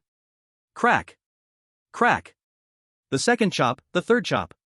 Gooey chopped as if he were cutting ribs, and each chop carried a heart-pounding sound of slicing wind. Bone fragments flew everywhere, and the anomaly that had just been so arrogant was completely chopped into a pile of bone crumbs within seconds by this brutal onslaught. Containment successful. A pale card appeared. Armed card, Wheel of Spine. Rank, F. A spine that shattered because it ran too fast in life, but in death, it wouldn't stop due to its obsession. It was jealous of all beings that could walk upright, and its only pleasure was the sound of shattered ankles. It was tireless, never resting. Ability, Madness Roller, summons an unwearied spine roller. It automatically locks onto ground targets, chasing, crushing, and cutting at the enemy's lower bodies like a mad dog, until destroyed. Gooey transformed back into human form, looking at the pile of immobile broken bones on the ground. He picked up a few relatively intact vertebrae and stuffed them into a containment box. With this, he could directly release a wheel to bite the legs of troublesome enemies in the future, perfect for annoying them and limiting their movement. After dealing with this roller, Gooey did not stop. He kicked away the rubble by his feet, moving toward the lower terrain of the mass grave. About an hour later, the dry heat in the air was gradually replaced by a damp, cold, and rotten stench. This was a tributary of the Dirty Water River, a submerged mass grave. By the edge of a muddy puddle, Gooey stopped. On the water's surface floated a dark mass, entangled like seaweed. That was not a plant, but a large mound of wet, still-growing, dead person's hair. Discoverable containment object, F-grade Eerie the Grudge of the Drowned. Containment condition, let it take root in your stomach for 10 seconds. Faced with such a venomous thing, Gooey switched forms again. His body swelled, flesh stacked, transforming into a 2.5-meter-tall, meat cabinet butcher. He extended his palm like a large fan, scooping up the damp black hair, and like eating a blob of kelp, directly stuffed it into his large, tooth-filled mouth, swallowing it whole. The hair slid into his furnace-like large stomach, immediately trying to pierce through the stomach wall to take root. But how terrifying was the regeneration ability of the meat cabinet butcher? That tiny bit of piercing pain was even less than a mosquito bite. Gooey calmly counted to 10. Then, he controlled the muscles of his throat, regurgitating the clump of hair that was half-eaten by stomach acid without any effort. Containment successful. Armed card, the Grudge of the Drowned. Rank, F. Description, it is the resentment that grows from the scalp of a swollen corpse. Don't mistake it for water plants, it is a shroud that wants to drag you into the water as a companion. In the view of this thing, warmth is a sin, and damp cold is the eternal home. Ability, hair strangulation, long, tough black hair grows from cuffs or collars, wrapping and tightening around nearby targets like a python. The hair doubles its toughness when it encounters water. After emerging from the mass grave, Gooey continued along a collapsed wall. He contained a few small Eerie's along the way, putting useful scraps into the containment box. When passing a dark corner of the wall, a chilling feeling of being watched crawled up his spine.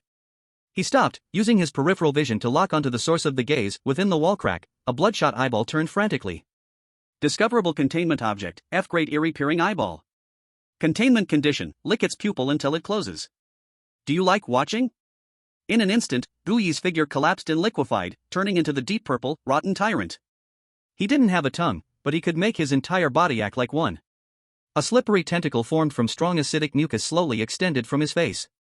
The eyeball watched this indescribable horror approach, trembling violently with fear, trying to retreat but having no way out. Sizzle. The tentacle lightly brushed over the surface of the eyeball. That was not licking, it was corrosive coverage. The eyeball underwent extreme chemical stimulation, spasming instantly, the pupil constricting to the extreme, then completely turning white, petrifying, sealing itself off. Containment success. Armed card, Eye of the Observer. Grade, F. Description, an eyeball that fell off because it saw too much. It hides in the darkest crevice, greedily recording all privacy and secrets. It has no eyelids because it cannot bear to blink, afraid of missing any dirty moment. Ability, Visual Link. Active, you can summon an eyeball and stick it to the surface of any object. This eyeball will enter an invisible state and establish a link with your visual nerves. Gooey transformed back into human form and threw the petrified eyeball into the box. The sun gradually tilted to the west, casting long shadows on the wasteland. In these few hours, Gooey was like a tireless harvester, using various forms to move around this wasteland. Besides these 3 rather tricky ones, he also casually caught F-grade fish like jumping bone and moldy nail. When the last rays of the setting sun disappeared over the horizon, Gooey transformed back into human form and stood on the desolate slope. He looked at the containment box in his hand, with its 6 compartments crammed full, almost unable to close the lid, and then he glanced at the pile of parts he removed from various bizarre creatures in his backpack that met the painter's list requirements. It's full. He patted the box with satisfaction. This time's haul, whether for his own use or for trading materials with the painter, was all gathered. Next, he just needed to finish the bounty task before he could go back. He turned around, looking towards the eerily silent area in the distance, the edge of the core meltdown zone where the scavenger gaptooth was located, about 10 kilometers away. There was a valuable glowing mushroom and a group of stone-skinned hyenas there. Crack! A sound of bones grinding echoed. Gooey's figure instantly hunched and elongated. In the blink of an eye, a bonehound covered in pale white bone armor appeared in the ruins. Roar!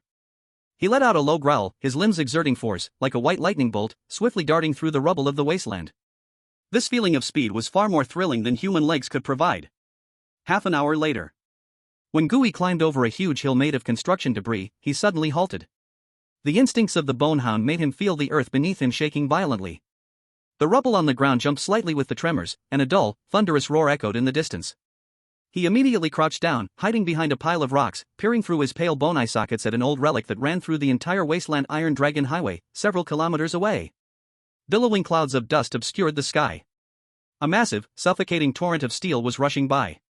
That was not an ordinary convoy, it was a moving war fortress. Leading the charge were several heavy armored engineering vehicles the size of 2-story buildings. They were equipped with huge alloy shovels and rotating wrecking hammers, crushing all the ruins, obstacles, and even the low-level bizarre creatures that couldn't escape in time, just like bulldozers flattening sandcastles. Trailing behind were dozens of heavy transport trucks dragging super-long flatbeds. Each flatbed was secured with a humanoid mech, 4 to 5 meters high. They lay like sleeping steel giants on the truck beds. There was no streamlined aesthetic, only the rawness filled with industrial violence. Exposed hydraulic pipes, thick reactive armor, and mounted multi-barreled rotary cannons and chainsaw swords all silently declared humanity's firepower. At the center of this procession were hundreds of military transports, loaded with supplies and fully armed soldiers. On the vehicle bodies, the symbol of the Human Civilization Coalition, the gear and wheat stalks, still appeared hard and cold in the dust. Gooey keenly noticed that among the grimy, dusty torrent of steel, there were several vehicles that stood out with a completely different aura. They were a few completely black special armored vehicles, sleek in design and without any seams. They looked far more advanced than the bulky beasts surrounding them, with some kind of buzzing device mounted on their roofs. Emblazoned on their sides was the symbol that struck fear into all the outsourced workers, the white balance, the mark of the real safe alliance. Even from this distance, Gooey could still feel the unsettling presence emanating from the black vehicles. The annual expeditionary force of the Human League. A vague memory surfaced in Gooey's mind. Every winter before the deep cold hits, the official forces of the Grey Grinding Disc organize a large-scale operation to enter the deeper forbidden zones. No one knows what their specific mission is. All that is known is that when they return months later, the sealed containers they bring back can keep the factories and greenhouses of Zone B running at full capacity for an entire year, sustaining the people of this city. Gooey lay on the hillside, watching it all. In front of the rolling dust and sleeping mechs, even his proud power, now only an E-class skeleton butcher, felt like nothing more than a big-caliber shell. The convoy roared past, gradually disappearing at the edge of the horizon. The vibrations calmed down. Gooey shook off the dust on his body and turned back to dive into the shadows of the ruins once more. That was his battlefield. In the corner where the expedition forces didn't bother to look, his prey was waiting for him to harvest it. Gore. The white bone dog let out a low growl and sped towards the core meltdown zone. Chapter 119, Don't Worry, I Don't Kill, Big Chapter. South Ring Wasteland, the edge of the core meltdown zone. Night fell. The night here was scarier than anywhere else. Due to the residual radiation from a nuclear leak decades ago, the air here was always filled with a visible green dust. Behind a natural cover formed by a collapsed overpass, toothless old Zhao was crouching, shivering from the cold. He tightly clutched a dirty spray bottle in his hand, his eyes fixed on a luminous blue mushroom glowing softly in the distance. That was the only bait, and also the only light source in this pitch-black wasteland. His face, already gaunt from years of malnutrition, now appeared even more lecherous due to tension and a twisted excitement. He pressed the old communicator on his collar and murmured angrily, "Baldy, Big Bear, you two aren't asleep, are you? Damn it, I'm freezing to death." "Shut up," came a crackling voice from the communicator, that of Baldy Old San, who was hidden in the ruins atop the overpass. With a homemade sniper crossbow in hand, its arrowhead coated with poison, he said, "If you keep talking, I'll shoot your butt with an arrow." "Damn it, I'm just hungry and anxious." Toothless licked his cracked lips, revealing a row of uneven yellow teeth. "Since that butcher gang was wiped out, I haven't smelled meat for almost 3 days. If today's job succeeds, the parts from that fat sheep should be enough for a good meal, right? But what time is it?" Toothless glanced at the pitch-black sky and complained, "Is that newbie called Black Box coming or not? The terminal showed he accepted the mission at 6 in the morning, and it's been over 10 hours. Did he crawl over here?" "I'm puzzled too," came another gruff voice from a burly man named Big Bear, who was hiding behind the side ruins. "Normally, a rookie would rush over as soon as they get a mission. This guy has been dragging his feet all day. Could he have died on the way?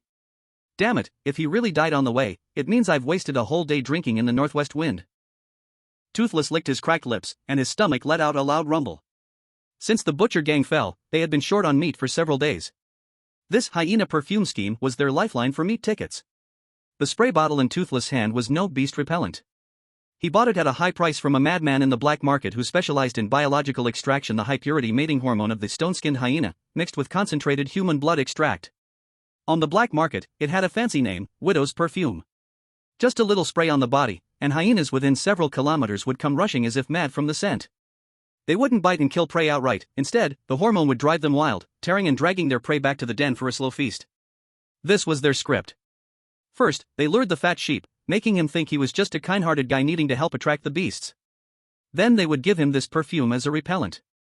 When that fool confidently charged out, surrounded and nearly mauled by the frenzied animals, the third guy hiding above would shoot a dose of tranquilizer. Once the hyenas bit him half to death, Big Bear would throw their special pepper incendiary bottle to scatter the pack. At that point, the equipment would be theirs. That half-dead hunter would provide them with days of enjoyment. This isn't killing. Toothless looked at the distant glowing blue mushroom in the shadows, sighing inwardly. This is simply, what's it called? Oh, right, the rational recycling of resources. They had done this trick 3 times before. If the butcher gang hadn't fallen, these 3 would not have thought of this method due to their cravings for meat. Just then, there were 2 faint knocks in the communicator. "They're coming." The bald man's cold voice suddenly sounded in the communicator, interrupting Toothless' fantasies. "That black box is here. Looks like good equipment." Toothless perked up. He immediately pulled out a roll of bloodstained bandage and wrapped it messily around his thigh, then lay down on the ground, adjusting his position to appear as if he were in pain and moaning. "Ouch, help, is anyone there?" His acting was honed through real combat, feeling effortless and natural. Guyi's figure slowly emerged from the darkness.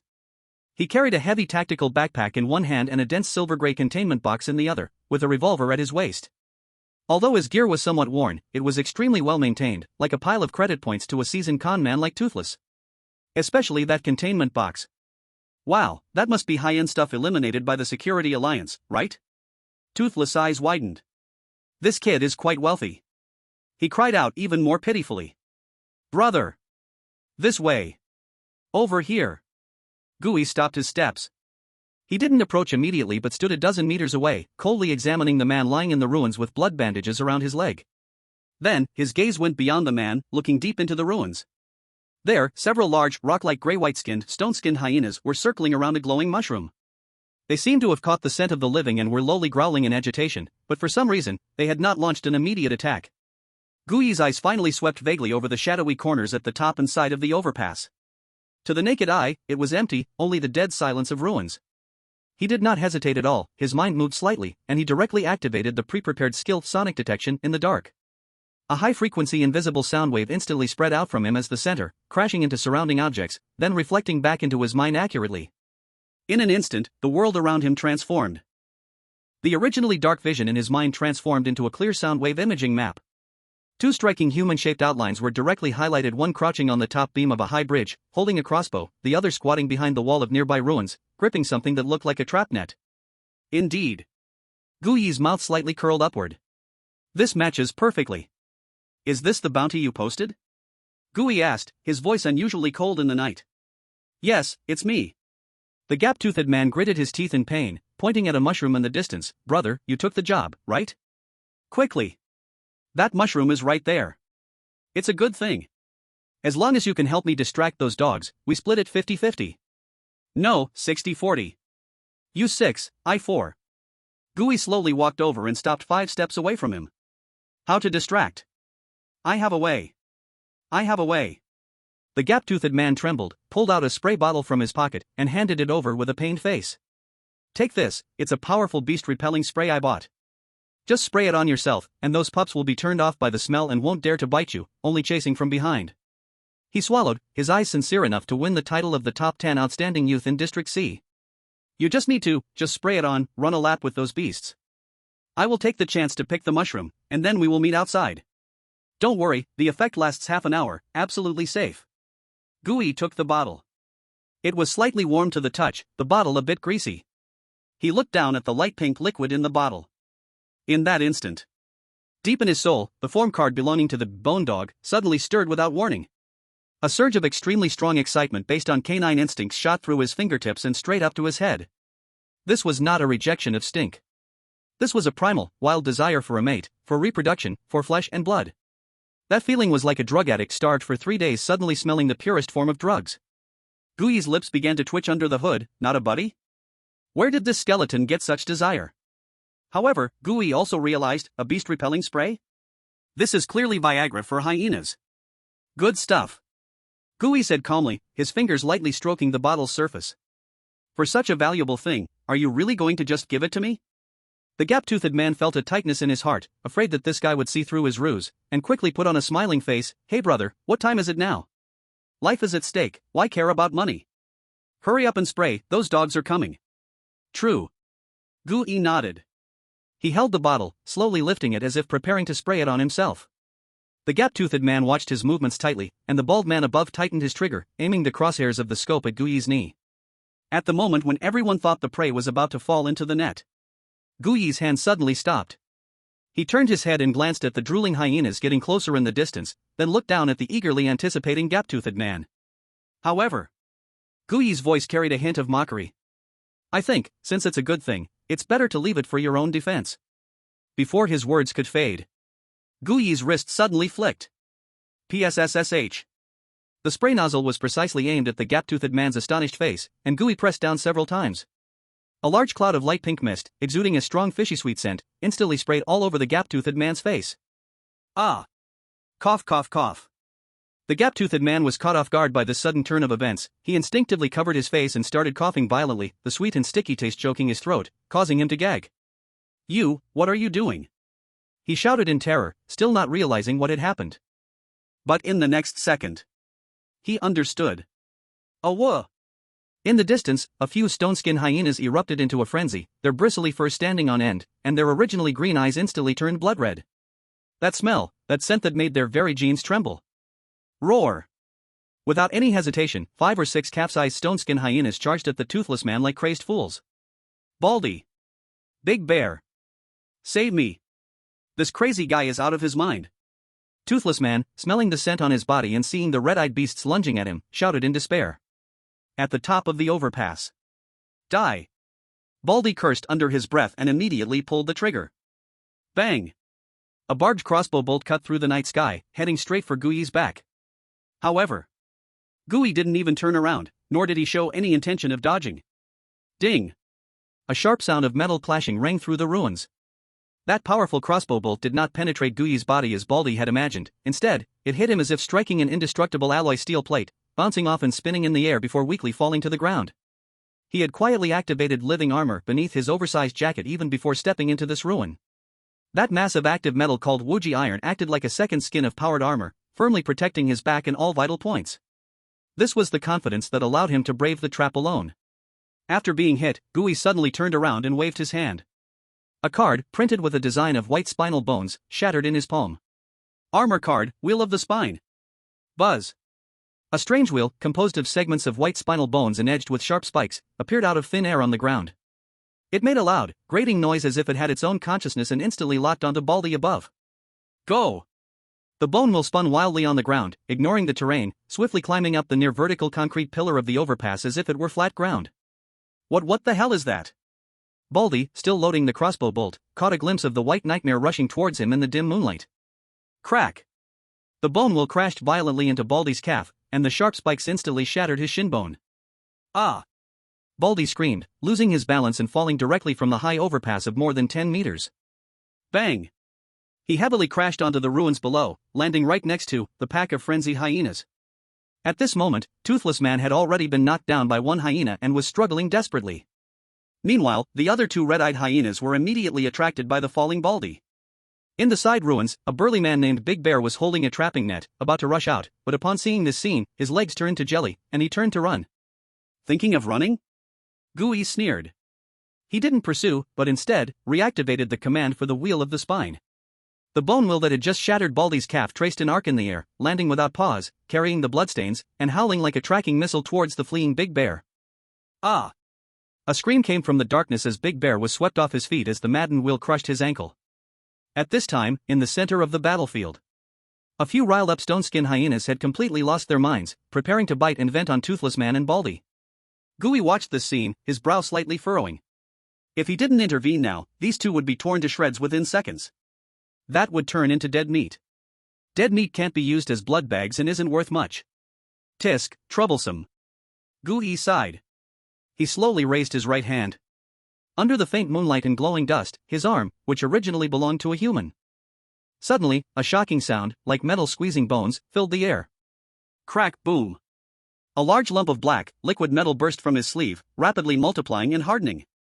In the blink of an eye, his entire right arm vanished, replaced by a cluster of sharp, glimmering black iron spears. Thousands of weapons. This scene completely surpassed the understanding of the three robbers.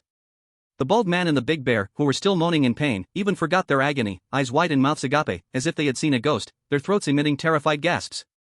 What was that? A mechanical arm implant? No. No prosthetic could grow like water out of nowhere. Before they could process it, Gooey waved his arm. Whoosh! Whoosh! Whoosh! 3 black metal spears shot out with a piercing sound. The stone skin of the hyena, proud and able to deflect regular bullets, seemed as fragile as paper in front of this terrifying metal piercing. Put! A dull penetrating sound rang out.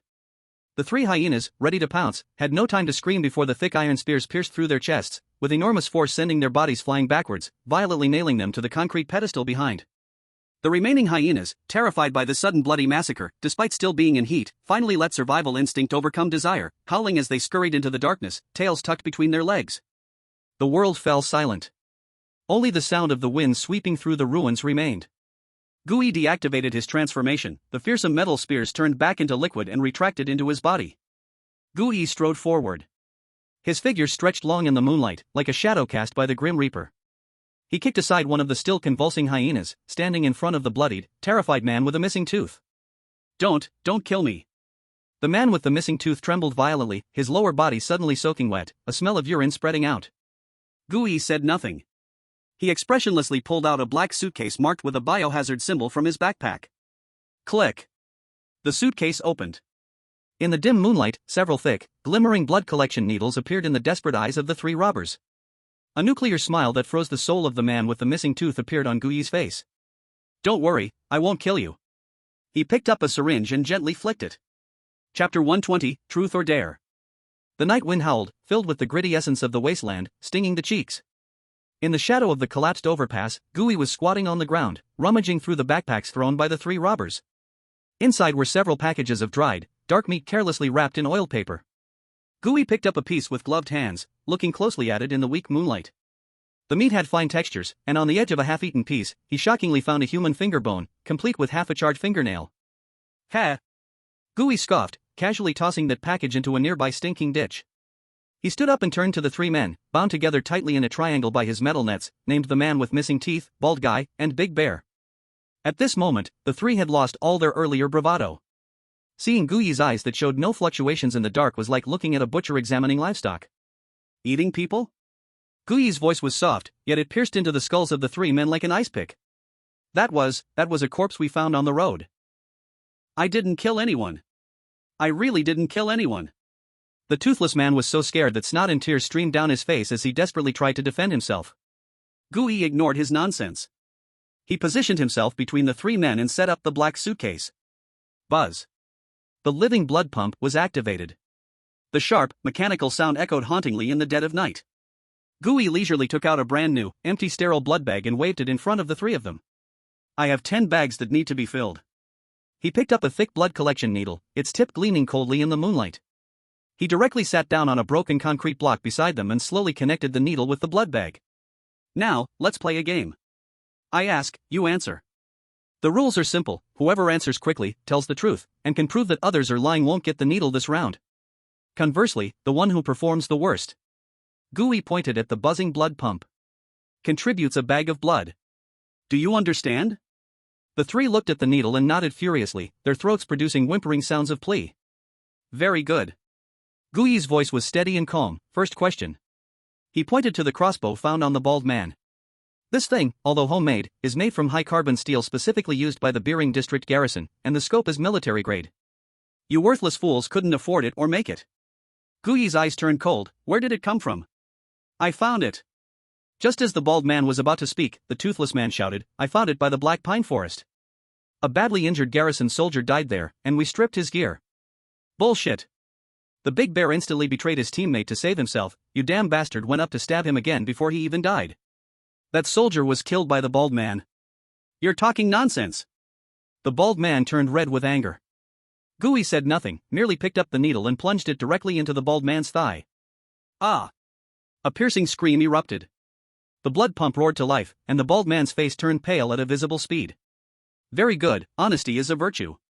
Gooey withdrew the needle and tossed the warm bag of blood into the container. Next question. You three have neither a vehicle nor mounts. With these legs of yours, how could you possibly avoid the dangers along the way and go so deep into the core molten zone? This was key information. The southern wasteland was fraught with danger. If they had taken the main road, these three rookies would have been dead 800 times over. They must hold some kind of safe secret passage. The sewer. This time, the big bear answered the quickest. We used the old world sewage system. There's a manhole cover in Rusty Alley. If you go down and walk 3 kilometers south, there's a dry underground river that leads directly to this area. Where's the map? Gooey stretched out his hand. In old Zhao's pants pocket, the big bear pointed at the toothless man. Gooey raised an eyebrow and looked at the toothless man. The toothless man's face stiffened. Before he had a chance to react, Gooey's needle was already plunged into his arm. Another bag of blood was filled. Gooey suppressed his disgust, put on gloves, and searched through the toothless man's groin to find a hand-drawn map emitting a strange odor. Though the smell was overpowering, it marked a winding underground route, even highlighting several relatively safe resting points and water sources. This was a good thing. With it, entering and exiting the wasteland could double their efficiency in the future. Third question. Gooey tucked the map away, his gaze becoming even sharper. Recently, someone has been looking for a few survivors who escaped from the Butcher Gang's stronghold. You three have been active in this area and are involved in this kind of killing and trafficking business. Have you seen any suspicious people? As soon as this question was posed, the three hesitated noticeably. Although they didn't know how deep the water behind this was, they instinctively felt that getting involved could lead to huge trouble. But looking at Gooey's blood-dripping needle, fear conquered everything. I've seen it. This time it was the bald man. He had just lost a bag of blood, weak as a leaf, but at this moment, he shouted for his life, pouring out all his strength. 3 days ago. At the exit of that underground tunnel. I saw a black modified SUV take away a few people. The driver was a woman wearing a gas mask, and among those people, one was the gold-toothed warehouse manager from the Butcher Gang. Where did they go? Gooey's syringe paused slightly, coldly asking. To the west. Heading towards the filthy pool. The bald man shouted until his voice was hoarse, his eyes revealing a primal fear of that place. That's the wildest hellhole in the Western District. Even as scavengers dare not get close. I saw the car drive in. Gooey squinted his eyes. Western District, filthy pool. That is the central gathering point of the entire Wanchuan City's sewage system, a real no man's land with pollution levels spiking year-round. It seems Teen Wong's guess was correct. The Butcher Gang has fallen, but these lost dogs have not died out. Instead, they have fled into deeper darkness. The next half hour was a complete collapse of humanity. Where did the inducing spray on you come from? Purchased from Old Scorpion. The formula leaked from the Butcher Gang. Now there's a lot of this stuff on the black market. Besides the one-eyed man, where do you usually sell the stolen goods you grab? In the general store on Mud Street. That old man pays little, but he never asks where it comes from. Where did you bury the people you killed before? Do you have any unsold stolen goods on you? Buried in that pit in front. There's a box buried in the pit ahead. Inside are 2 old-world mechanical watches and half a bottle of anti-inflammatory medicine. That was what Big Bear wanted to keep for himself. After asking 10 questions, that grading machine finally stopped buzzing. Looking at the 10 blood bags neatly stacked at his feet, filled with crimson liquid, Gooey nodded in satisfaction. But upon seeing the 3 people on the ground, at this moment, they were as weak as 3 dogs stripped of their spines. This living blood pump had not only drawn blood, it had forcibly liquefied and extracted the muscle tissue from their bodies through the syringe. Originally still somewhat robust, Big Bear and the Toothless Man now looked like 2 rag dolls that had been drained of their filling. Their thigh and arm muscles had greatly collapsed and shriveled, their skin hanging loosely on their bones, their whole bodies had shrunk a full circle, and even their breathing sounded like a broken bellows wheezing. And the worst off was the bald man. Because he performed the worst in the beginning, trying to lie and bite back, he alone contributed 5 bags of blood. At this moment, he could no longer be called a person. He curled up on the ground, his eyes deeply sunken into their sockets, cheekbones protruding, his whole face resembling a skull wrapped in a thin layer of skin. His right leg and left arm had completely withered, turning into 2 bony branches covered only with skin. He no longer had the strength to cry out in agony, just opening his mouth wide and emitting faint ha sounds from his throat, the only sign that he still clung to life being the barely visible rise and fall of his chest. Gooey expressionlessly tidied up the battlefield. He hung the crossbow at his waist, checking it. It was in good condition, a nice tool for sneaking. Big Bear's metal animal trap was also confiscated by him. This thing had extremely high resilience, able to trap even a stone-skinned hyena for a little while, very practical. There was also that half-used inducing spray, and the map of the wasteland tunnels, which had a scent but was worth a fortune. Finally, he emptied the large canvas bag originally belonging to these 3, used for holding the victims' belongings.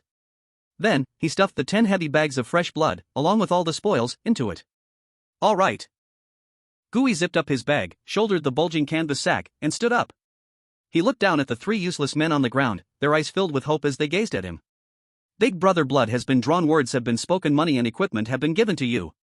The Toothless One weakly lifted his head, his voice trembling. You should let us go now, right? Gooey looked at them, the corners of his mouth curling into a faint smile. Of course. He nodded. I told you, I won't kill you. I am a person who values my word the most. The 3 were overjoyed. But at that moment, Gooey took out a spray bottle from his pocket, containing only a small amount of pale pink liquid. Looking at the bottle, the pupils of the 3 shrank to the size of pinheads in an instant. Despair suddenly drowned the glimmer of hope that had just risen. No, no. You can't. The bald man let out a scream like a pig being slaughtered. Don't be nervous. Gooey held the bottle, his tone calm as if he were fertilizing crops. This is a good thing you bought for yourselves. I don't like to take advantage of others, I'll return it to you. Before his words fell. SZZ. The pink mist spread out in the night. Gooey generously sprayed half a bottle of strong induction hormone evenly on the 3 of them. A strong, sweet stench that would drive beasts mad instantly enveloped the entire ruin. After doing all this, Gooey took a few steps back and looked at his watch. Good luck to you. He picked up the spoils, left a peeping eye on a rock, and turned to blend into the darkness. Leaving behind 3 living people exuding a deadly fragrance, letting out desperate wails in the silent, perilous night of the desolate land. Chapter 121, I hope more good people like this come. The night was thick as unyielding ink. Gooey didn't walk far. He crouched like a patient vulture atop a deserted water tower 100 meters away. He closed his left eye, while the optic nerve of his right eye connected to the newly acquired F-level armed card, peeping eye. That invisible eyeball, like a high-definition camera, transmitted the tragic scene there in real time to Gooey's mind. The image was a silent movie, but Gooey could imagine the piercing screams there. The strong scent of pheromones drove the group of stone-skinned hyenas completely mad. They were not simply eating, they were venting. The 3 living men, drenched in perfume, were seen by them as companions in food, exuding lethal attraction. Tearing, attacking, and moving in accordance with their instincts. The toothless trio struggled in despair, but limited by their movements, they could only watch helplessly as they became the props for the beast's feast. Gradually, they could no longer struggle. Under the ruins, only a group of animals, panting from overexcitement and release, remained, with their alertness lowered to the minimum. Almost done. Gooey opened his eyes and severed the visual link. The pack of hyenas was now exhausted, making it the best time to harvest. Huff.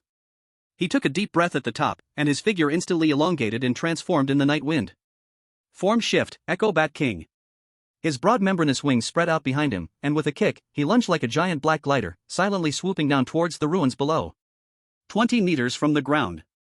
At that moment, the Soul Deep guidebook trembled slightly.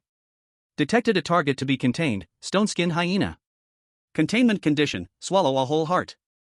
The hyenas, still indulging in the rotten meat, finally noticed the unusual airflow above their heads, raising their heads but not having time to roar. Gui's mouth, transformed into a bat's snout, suddenly opened wide. Eee. A high-frequency ultrasonic wave shock, invisible to the naked eye but powerful enough to shatter eardrums, slammed into the pack of dogs' center. A circle of transparent ripples even spread in the air. Below, 5 stone-skinned hyenas were struck as if a heavy hammer hit their heads, instantly stiffening, blood pouring from their mouths and noses, and collapsing to the ground in pain. But 2 hyenas at the edge reacted quickly. Although they swayed from the shock, their instinct to survive made them immediately tuck their tails and turn to escape into the gaps in the ruins. Run? In midair, Gui scoffed, folding in his wings, and his whole body fell like a meteor. A card in his hand had already shattered. Armed card, Wheel of the Spine.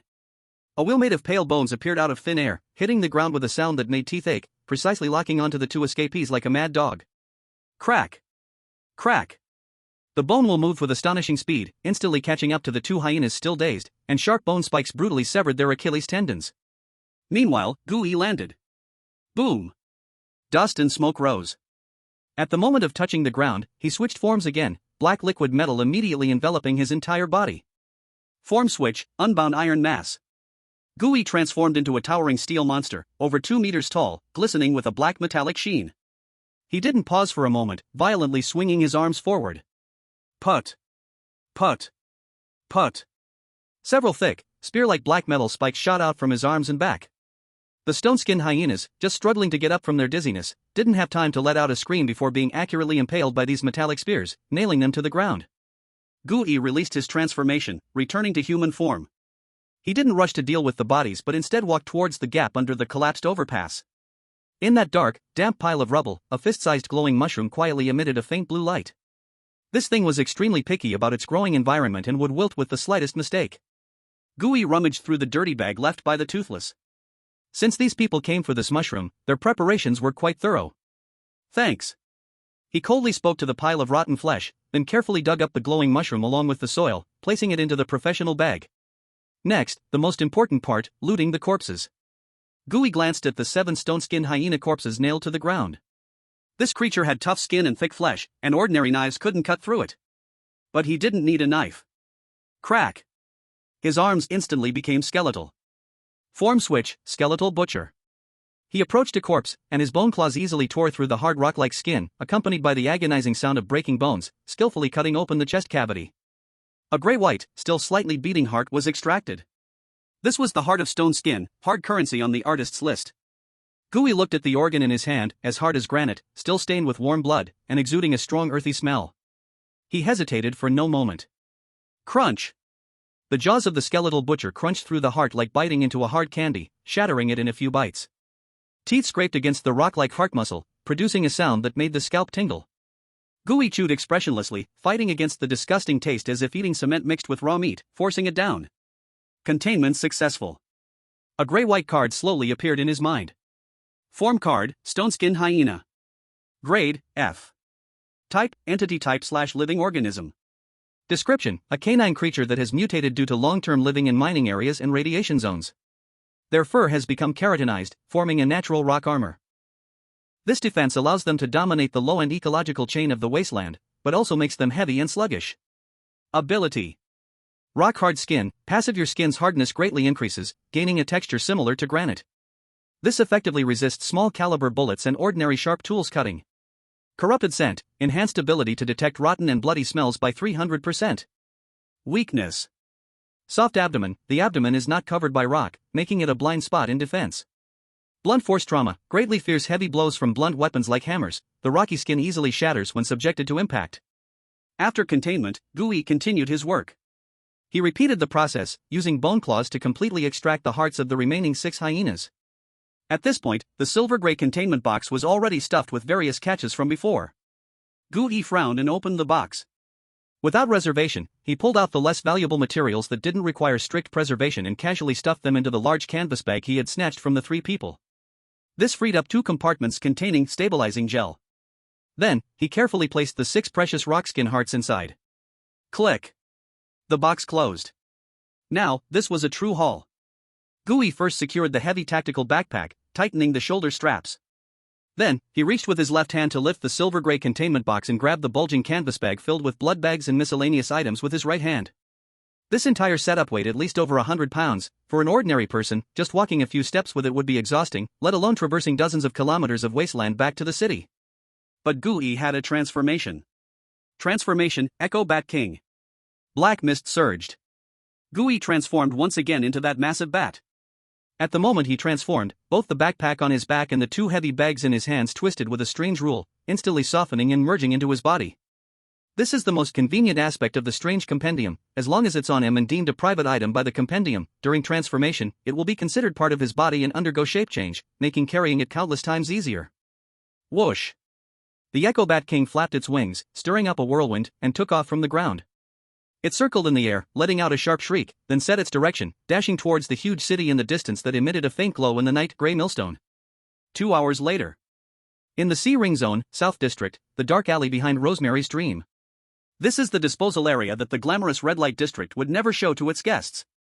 The air was thick with the stench of sewage and the pungent smell of some chemical agent. The corners were piled high with discarded trash and some medical waste. A shadow silently dropped deep into the alley. The black mist dissipated, and Gui walked out from the shadows holding the silver-gray containment box. He didn't go to the front door to find the inexplicably sleepy Rose, but went straight to the end of the alley, in front of a heavy iron door that looked rusty and unremarkable. This was the special passage the artist had informed him about when he left last time. In the future, bring goods through the back door. Rose is a shrewd businesswoman, there is no deal she doesn't want to cut from. If she finds out I secretly obtained so many good materials, who knows what tricks she'll use to lower my price or raise my rent. Moreover, don't go flaunting these bloody things in the lobby. If you scare away her rich guests, that loss I cannot afford. That's what the artist said back then. Gui really liked the vibe of these underground transactions. Safe, hidden, and without too much nonsense. He extended his hand and knocked rhythmically 3 times on the iron door. Bang, bang, bang. 2 seconds later, the small observation window, barely the size of a palm, slid open with a shush.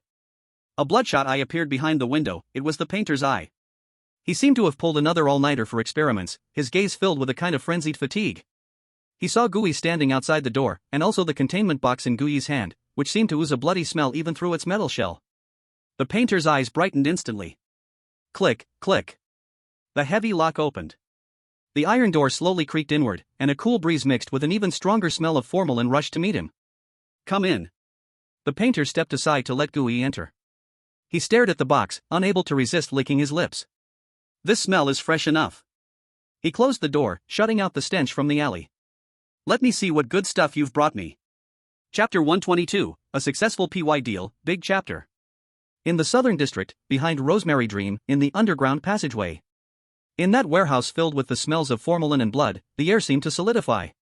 The painter stood before a metal dissection table, stained with dirt, holding a grayish-white heart that was still faintly pulsating in his hands. His gaze was no longer casual but filled with mania. Tisk, tsk, tisk. He made a series of exclamations, like a gourmet seeing the finest wagyu beef, or a pervert spotting the perfect lover. Look at this texture, look at this vitality. He gently caressed the surface of the heart, which had a layer of hardening rock-like skin, with his gloved fingers. Heart of stone skin.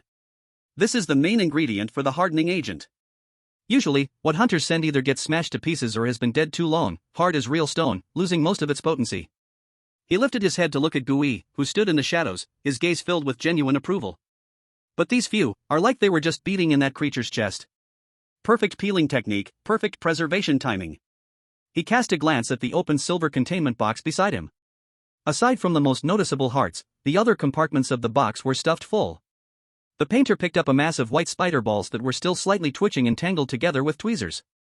Oh, ghost-faced weaving spider? His eyes lit up. The silk sac of this thing contains neurotoxins, making it perfect for paralyzing sutures. Usually, what is sent is charred black. It's rare to see such a complete living colony. He fiddled with the bundles of neatly tied razor grass rhizomes nearby, as well as a large bag of semi-transparent amber-colored worm gel.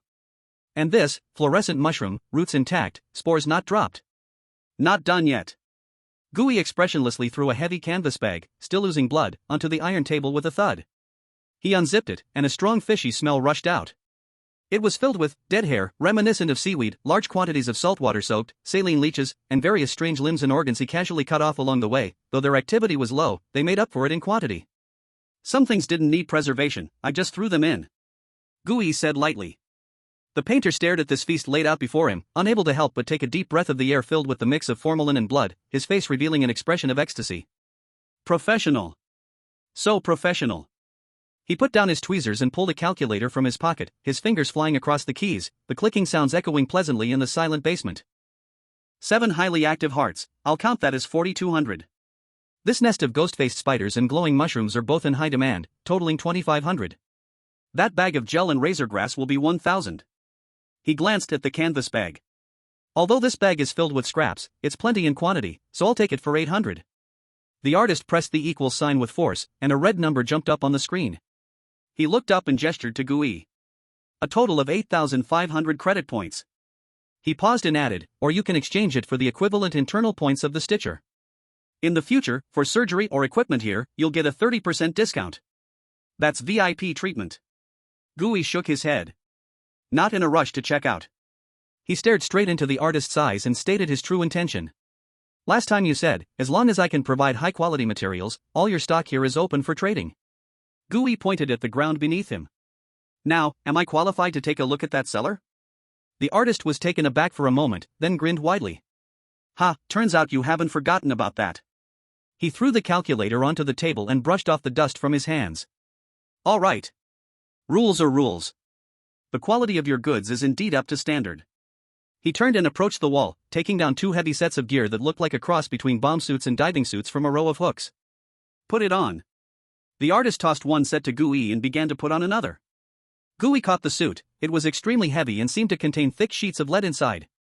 It's different down there. As the artist struggled to fit the helmet onto his head, he explained in a muffled voice. To keep those little cuties alive and prevent the detached organs from dying, I've reduced the stabilizer's field suppression power to its lowest. The pollution index down there stays above 50% all year round. It's even higher than the hunting areas outside the walls. If you go down without this gear, you won't last 10 minutes before your flesh starts to grow fur and you'll start hearing someone sing in your head. Gui nodded, not asking further questions, and skillfully donned the protective suit. His professional attitude raised the artist's opinion of him further. Click bang. As the huge cross-iron lock clicked open, the heavy iron door to the cellar creaked loudly as it was pulled open. A visibly faint green mist floated out through the gap of the door. It wasn't poison gas, it was the product of high-concentration pollution materialized. Stay close, don't touch anything. The artist's voice came through the helmet's communicator, distorted slightly by static. Even though they're all small, a bite can still be troublesome. Gui held the half-empty containment box and followed the artist down the staircase leading underground. The air became thicker as they descended, a pressure from the high concentration of pollution. Gui could feel the strange codex within him starting to awaken, as if a hungry ghost had caught the scent of a buffet. Finally, they reached the bottom. This place was not as chaotic as the warehouse above, on the contrary, it was neatly arranged. Rather than a cellar, it felt more like a dark, damp, and crazily imaginative underground aquarium. The surrounding walls were embedded with many variously sized metal grids emitting a faint blue glow. Those were small force field cages, created by the artist using discarded stabilizer cores. These fields could trap the creatures inside in a relatively still state, keeping them alive while preventing them from going berserk. Gui's gaze swept over the grids. The residents here, just as the artist said, were all small, but extremely rare or odd creatures. In a grid to the left, a transparent glass jar. Inside the jar, there is no water, only a mass of white soft-bodied creatures that looks like rotten mud. If you look closely, you will find that on the surface of that mass of mud, a painful human face occasionally appears, letting out a silent scream. Human-faced maggot. A bizarre parasitic entity. In the box on the right, there is a piece the size of a palm that looks like a reishi mushroom but is made of bright red flesh. A corner has been cut off, but the wound is visibly growing flesh at a remarkable speed. Flesh reishi. A rare regenerative plant anomaly. There is also a jar filled with what looks like green jelly, but when someone gets close, it violently bangs against the glass trying to suck blood, which is the blood-sucking moss. This is the artist's treasure trove and also his living spare parts library for those crazy modification surgeries. Feel free to look around, the artist said, pointing at the boxes with a tone of pride. Gui did not speak. In the artist's eyes, these are expensive materials. But in Gui's eyes, they are just rows of resurrection coins on shelves. His gaze quickly swept over, and the bestiary in his mind started to go wild. His selection criteria are very clear. First, the size must be small. Easy to carry, 1 bite each. Second, the containment condition must be devour. This way, combined with gluttonous regeneration, it can complete containment, healing, and mana recovery in an instant when eaten. Third, vitality must be strong. It can't die after being stuffed in a box for 2 or 3 days. Soon, he stopped in front of a box in a corner.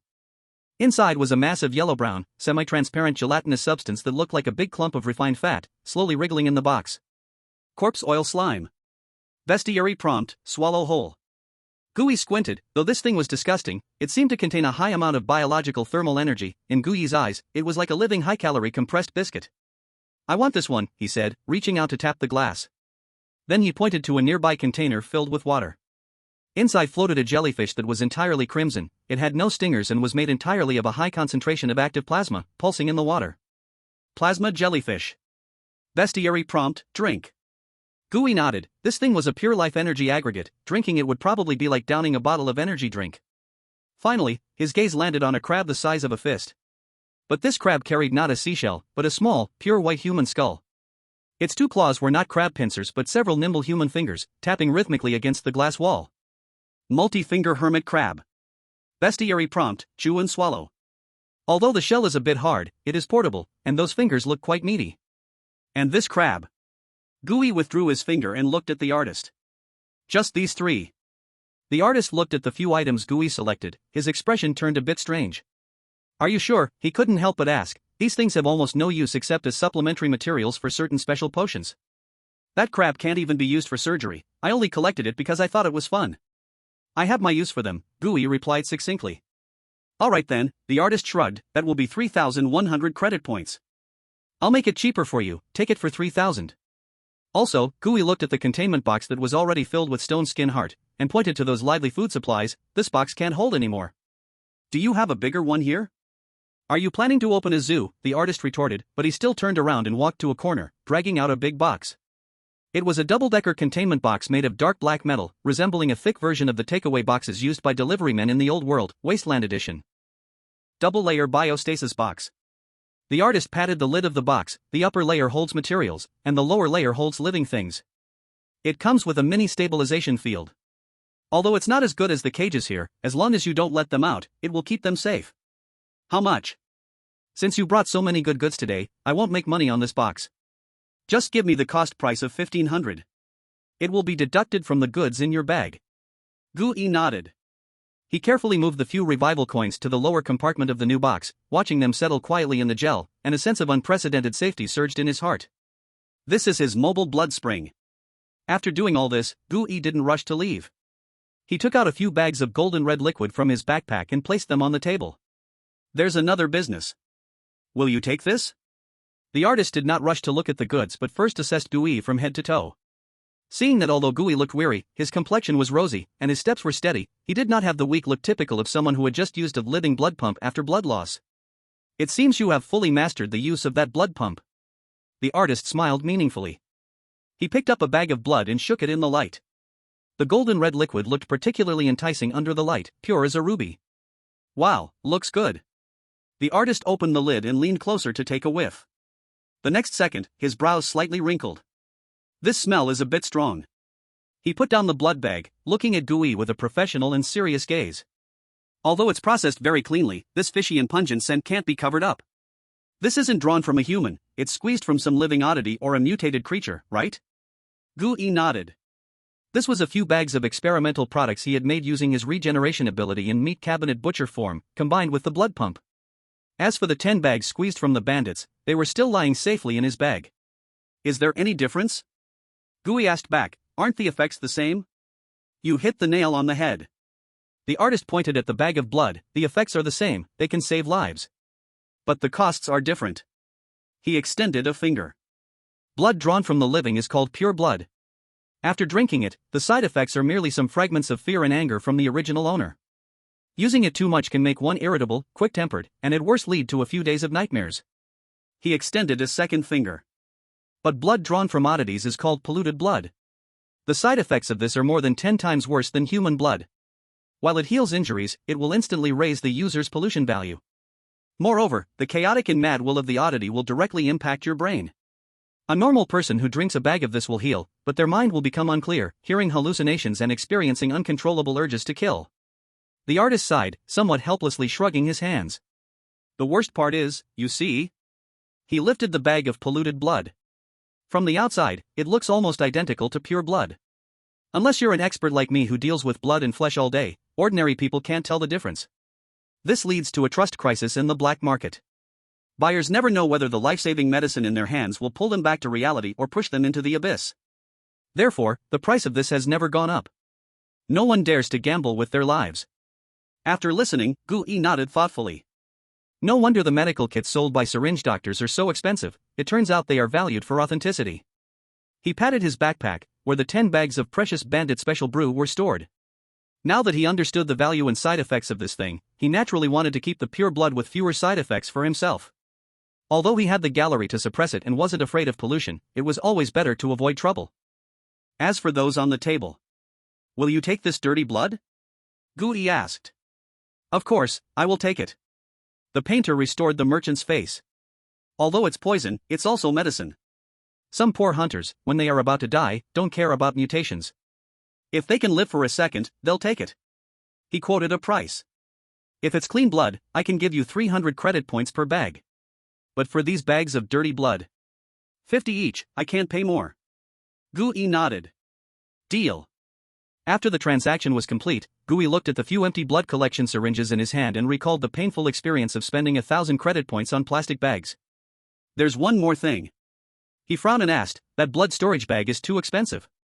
The Black Clinic sells them for about 50 credit points each, it's simply highway robbery. If you want to keep receiving goods long-term, I need a cheaper storage option. Ha, that old ghost with the syringes is indeed a heartless person. The painter laughed heartily, as if he had long heard of the black-hearted nature of his peers. He turned and walked to a corner, kicking a wooden box piled high with junk. If you don't mind the portability being a bit worse, I actually have plenty of alternatives. He took out a glass test tube, thumb-sized, sealed with a rubber stopper.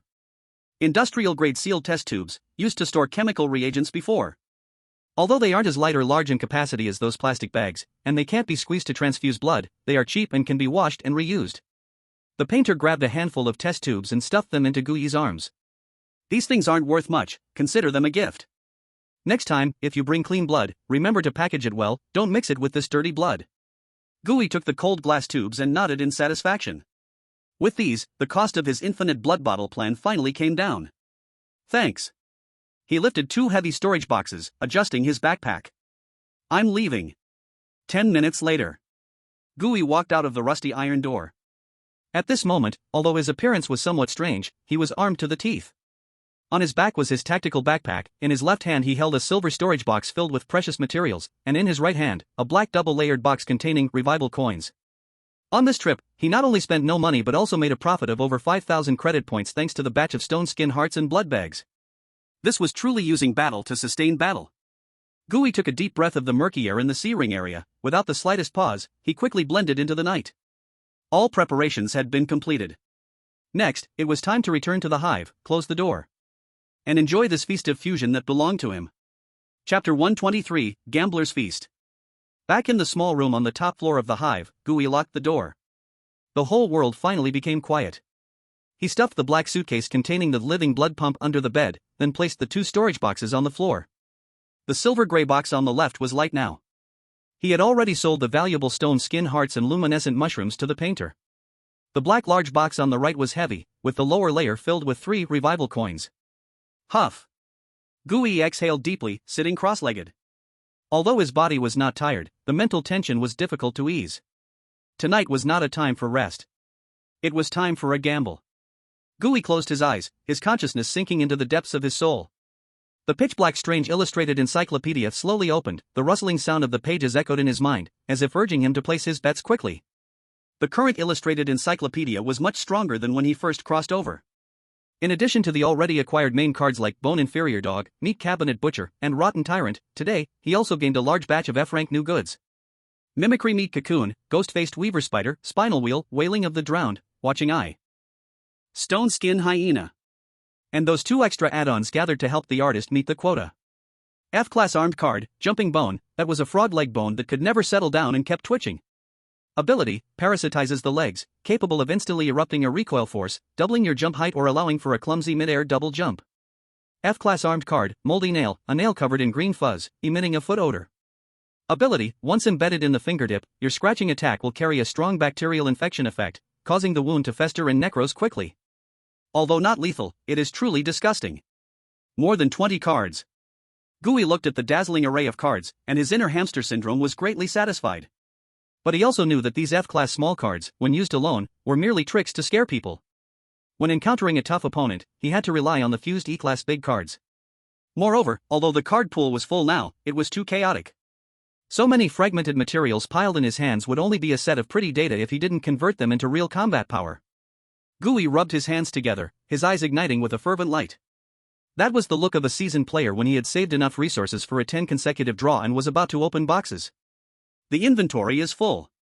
He licked his lips, it's time for an exciting fusion upgrade. The illustration book emitted a buzzing sound of desire, as if it too was anticipating the coming evolution. First shot, let's test my luck. Gooey's gaze drifted over 2 cards. One was the initial partner, F-class, Grievance Mouse, and the other had already evolved to E-class, Echo Bat King. Both are mice, although one has wings and the other doesn't, their biological structures should be similar, right? Gooey thought, if he could fuse the mouse's reproductive ability and digging skill with the bat, he could create something for ground listening or mouse swarm control, then the scouting ability would be even more comprehensive. Fusion. With a thought, the 2 cards slowly drew close. However, at the moment they touched. Buzz. A strong rejection sensation instantly surged. 2 cards repelled each other like magnets of the same pole, refusing to stick together. Gooey felt as if his brain was pricked by a needle, his mental force instantly bouncing away. Fusion failed, incompatibility. The light of the 2 cards instantly dimmed, turning into unusable gray. Cooldown time, 24 hours. Tisk. Gooey rubbed his temples, somewhat speechless. It seems the one with wings and the one that crawls underground aren't really from the same family.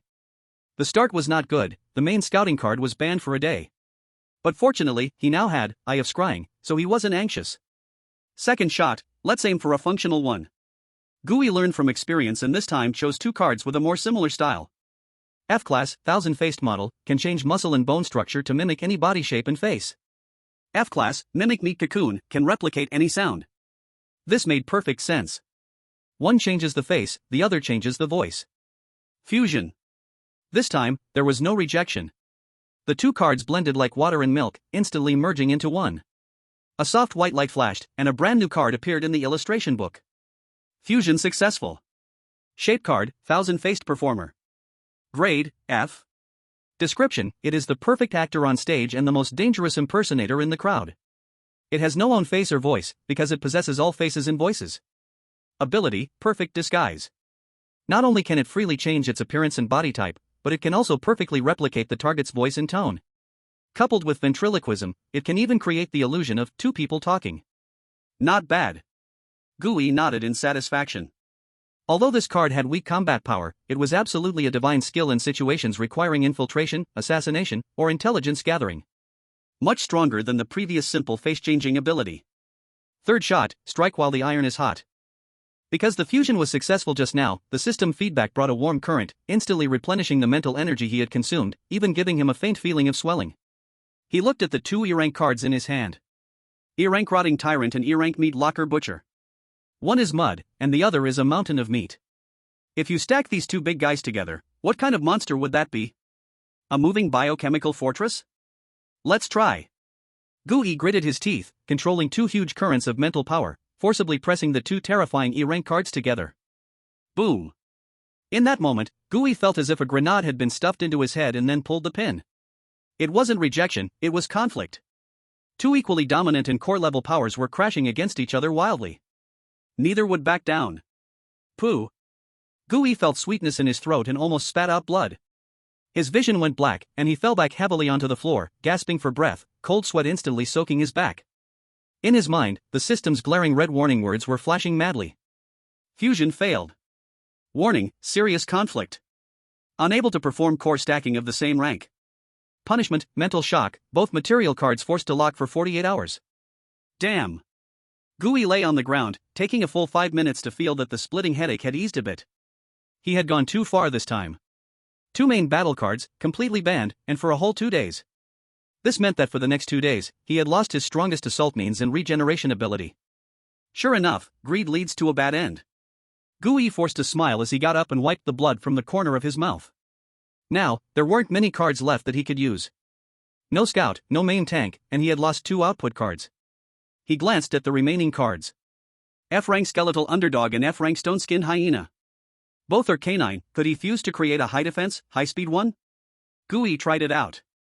Buzz. Again, it was rejection. Although not as intense as before, it still signaled failure. Fusion failed. Gui looked at the pile of gray cards in his hands, feeling a bit broken inside. This is the price of gambling cards. When luck is good, you feel like a lucky emperor. When luck is bad, you can lose everything including your underwear. Now, he still had that card he had just fused, Thousand-Faced Performer, and that Ghost-Faced Weaver was lit up. Besides that, the system was also piled up with Spinewheel, Drown One's Grievance, Unbound Iron Group, Rusty Hand, and a heap of various weapon cards. Looking at this jumble of equipment, Gui couldn't help but click his tongue, feeling a wave of regret in his heart. What a shame. Currently, the strange system had indeed reached LV.2, but it seemed to have only unlocked the fusion permission between shape cards. These weapon cards could only be used individually, unable to mold together like clay figures. This made his current fighting style a bit like a juggler, throwing wheels, then hair, then throwing broken hands after hair. Though he had many means, he lacked a decisive explosive power. If only I could fuse these scraps as well, and create a divine weapon. Gui glanced at the experience bar of the system, which was still slowly growing, quietly jotting down a note in his heart. Hopefully, when the system reaches LV.3, it can unlock a similar function. Setting aside this mental clutter, Gui took a deep breath. One last time. Gui took a deep breath. If he lost again, he would have to curl up in the beehive like a turtle for the next few days. He looked at Thousand-Faced Performer. This card was for infiltration, and if discovered, escaping would be a big problem. And Ghost-Faced Weaver's ability is to spray spider silk for 3-dimensional movement. What if he gave the spider's mobility to this card? Let a Master of Disguise have the mobility of Spider-Man? That sounds like a perfect assassin template. Go for it, a bike becomes a motorcycle. Gui focused his remaining mental energy, and the Ghost-Faced Weaver slowly pushed towards the Thousand-Faced Performer. Buzz. The 2 cards made contact. There was no rejection. And no violent clash. The card depicting a swarm of spiders transformed into strands of silvery threads, gently wrapping around the Faceless Performer card and slowly seeping into it. In the next second, a dazzling deep purple light erupted in Gui's spiritual sea. It worked. E-level. As the light faded, a brand new card quietly floated in the air. Fusion successful. Form card, Thousand-Faced Performer, Evolved version. Grade, E. Description: it is a phantom in the night, an elusive ghost. It possesses not only 1,000 changing faces but also the bizarre skills to move freely in the urban jungle. Ability 1, Perfect Disguise. Retains original abilities. Can change appearance, body shape, and voice at will. Ability 2, Corpse Silk Traction. Newly added, invisible silk sacks have evolved under your wrists and fingertips. You can shoot high-strength sticky threads for quick movement, hanging, or setting invisible traps in the dark. Gui looked at this new card with a bit of surprise. The image on the card had not changed much, it was still the faceless silhouette, but there were now some faint silver silk-like patterns on his wrists and ankles. This did not transform into a new monster, but rather upgraded the ability. This opened a new thought for him: fusion does not necessarily create a new species, it may also provide new energy to the original form. Just as Gui felt delighted by the success of the fusion. Suddenly. Snap. A crisp sound, as if some invisible shackles had been broken, echoed deep within his soul. Then, an unprecedented cool sensation instantly enveloped his whole body. That feeling was like someone who had been suffocating in a high-altitude oxygen-deprived environment suddenly returning to the plains, every breath filled with sweetness from the rich oxygen. Gui opened his eyes wide. He did not feel any explosive change in his physical body, but he could clearly sense that the air around him, which had always felt thick and heavy like glue, had become lighter. The world seemed a bit more friendly to him. All along, as long as he was inside high walls, he could feel a subtle feeling of nausea and oppression. That was the massive reality stabilization anchor force field in the bearing area, instinctively rejecting and suppressing the strange power within him. But now, that layer of cling film seemed to have been pierced. Before he could think it through, the eerie pictorial in his mind suddenly shook, and several lines of clear text appeared. Mental power limit breakthrough, 156/156. Detected host's mental power has crossed the first threshold, 150 points. Gained passive trait, basic reality anchor resistance. Description: your soul strength is now sufficient to resist some of the reality stabilization anchor rule suppression. Effect: while using strange abilities in a safe zone inside the high walls, the mental power consumption multiplier is reduced from 200%, double penalty, to 120%, slight burden. Gained passive trait, pollution resistance level 1. Description: soul container has been expanded, significantly reducing rejection reactions to alien rules. Effect: greatly enhances resistance to mental pollution and rule erosion. Meanwhile, the upper limit of low-tier, F-level, strange material that can be accommodated in the body has increased, and no significant physiological rejection reactions occur anymore. Gained passive trait, low-tier exemption. Description: the rule power of F-level strangeness has become as natural to you as breathing. Effect: when maintaining F-level form cards/weapon cards, mental power consumption is almost zero, only consumed when activating special skills. Gooey looked at these two lines of prompts, his eyes instantly brightened. This is the true qualitative change. He immediately tried it out. With a thought, the pollution blood activated. In the past, transforming in the room felt like turning on a tap for mental power, it flowed out wildly. The heavy feeling of being rejected by the world pressed down on him, making it hard to breathe. But now, the consumption bar barely moved. While that sense of oppression still lingered, it had transformed from running with a stone on my back to taking a stroll in thick clothes, completely within bearable limits. This meant that in the future, when he encountered sudden situations in the city, he no longer had to feel restricted. He could even treat certain F-level abilities as permanent buffs to activate. Immediately after, the guide popped up one last message, cold water splashing onto him. Warning: low-level energy saturation. Description: the fragmented rules of F-level abnormalities can no longer provide you with the nutrients for soul growth. Guidance: please contain E-level and above abnormalities to continue increasing your mental strength limit. Has the newbie village forced graduation? Gooey clenched his fist, feeling the full and calm power within him. Chapter 124, Moving to the East District. In the early morning, the hive was rarely enveloped by the usual moldy smell and oil scent. Instead, it was filled with a mix of dust, old newspapers, and a certain breath called farewell. In the public lounge on the second floor, a wrinkled floor plan was spread out on the scratched wooden table. Wang Jinghua, Lu Feng, Li Fei, Lin Xiaoqi, Chen Hao, and Gui, 6 heads huddled together, staring at the thin paper, the atmosphere feeling oddly awkward. How do we divide this? Li Fei scratched his head, his fingers tracing the drawings back and forth, unable to figure out the math. There are only 3 rooms in total. One for Captain Wang, one for Aunt Lu, and Xiaoqi, being a girl, naturally needs her own. That leaves the 3 of US men. Should we sleep in the living room? Or renovate the kitchen? It was a standard 3-bedroom apartment in the East District's New Hope community. For an ordinary family of 3, it was a mansion. But for these 6 members of Team 7, this place was not any more spacious than the hive. Old Wang held an unlit cigarette, his brow furrowed into a knot. He truly wanted to take everyone along to enjoy the comforts, but the physical space was as tight as the resources in Area C, a slight division would stretch everyone thin. What if I sleep on the balcony? Li Fei tentatively suggested. After all, I'm tough. Oh please. Aunt Lu shot him a glance. There are strict rules over in the East District.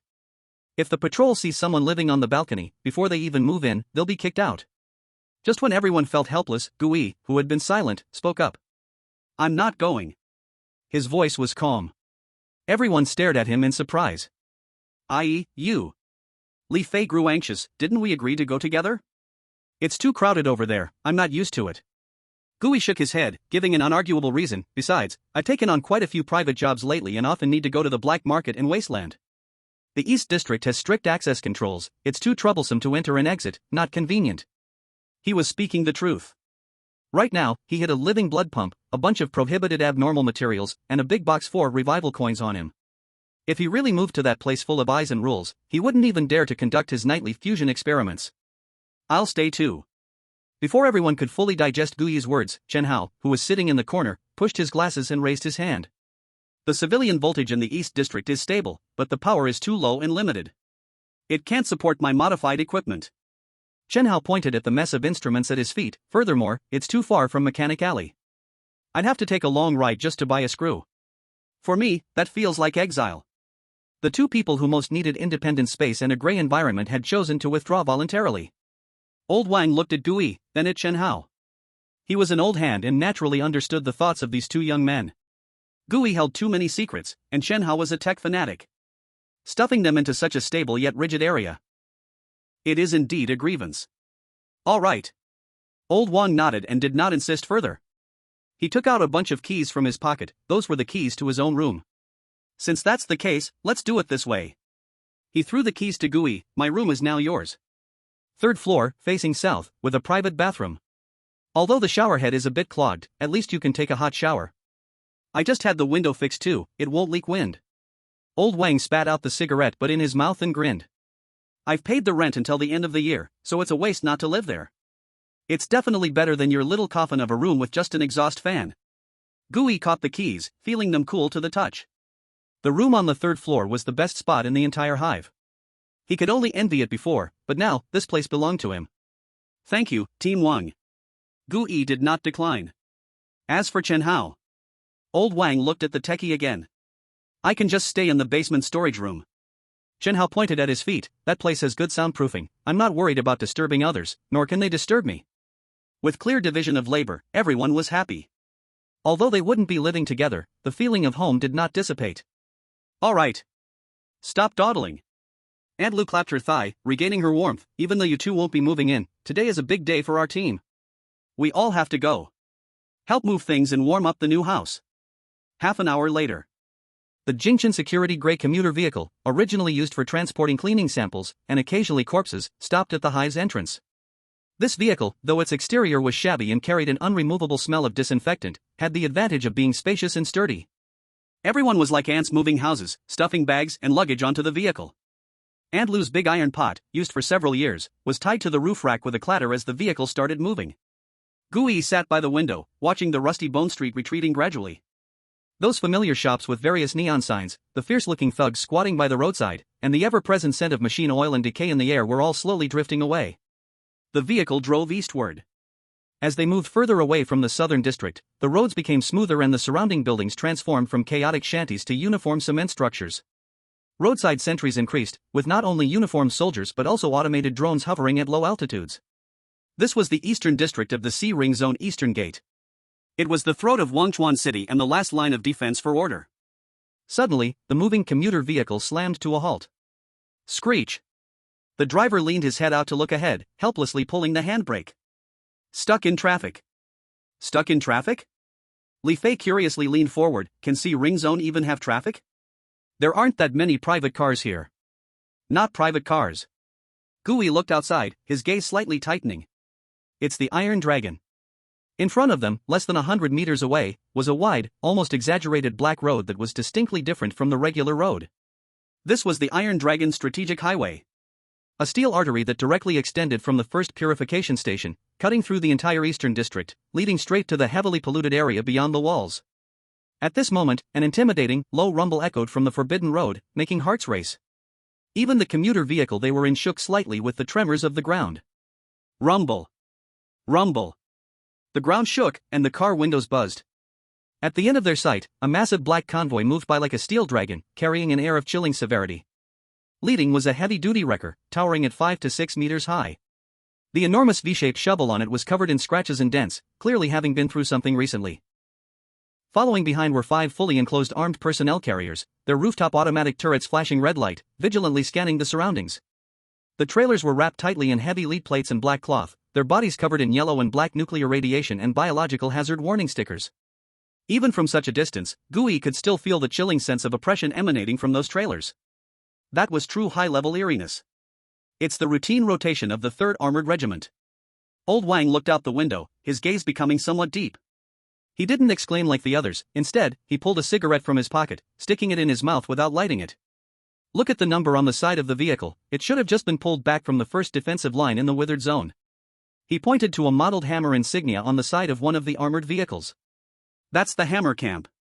Back when I served in the Great Wall Brigade, I dealt with these guys driving tanks a lot.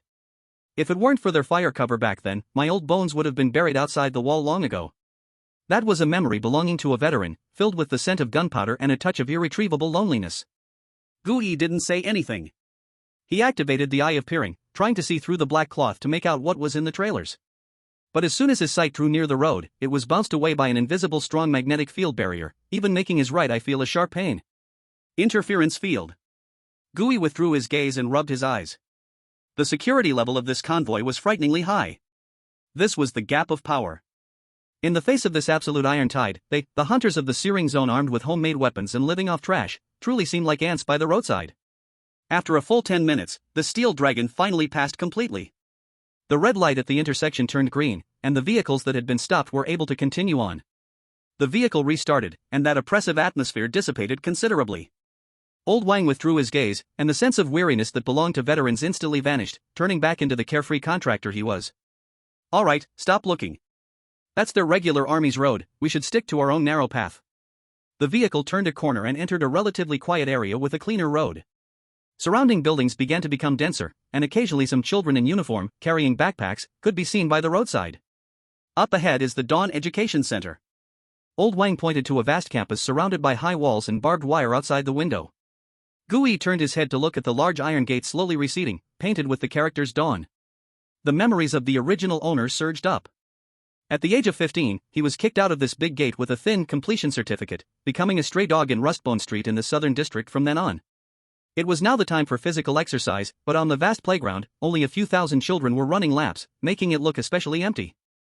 There are far fewer kids than in my time, Gui casually remarked. Yeah. Old Wang sighed, in this world, fewer and fewer people dare to have children. Plus, with that damned pollution. The vehicle continued forward, passing through the area where the education center was located. We have arrived. Li Fei excitedly pointed ahead. Gui followed his finger and saw several pale yellow tube buildings. Though their outer walls were mottled, they stood neatly in a row at the end of his sight. New Hope. Gui silently repeated this name in his heart. Chapter 125, Some walk into the sunlight, some turn into the night, great chapter. The gray commuter van, loaded full of belongings and hope belonging to Team 7, finally wheezed to a stop. We've arrived, get out. With the driver's shout, the doors opened. What came into view was a cluster of more than a dozen six-story buildings.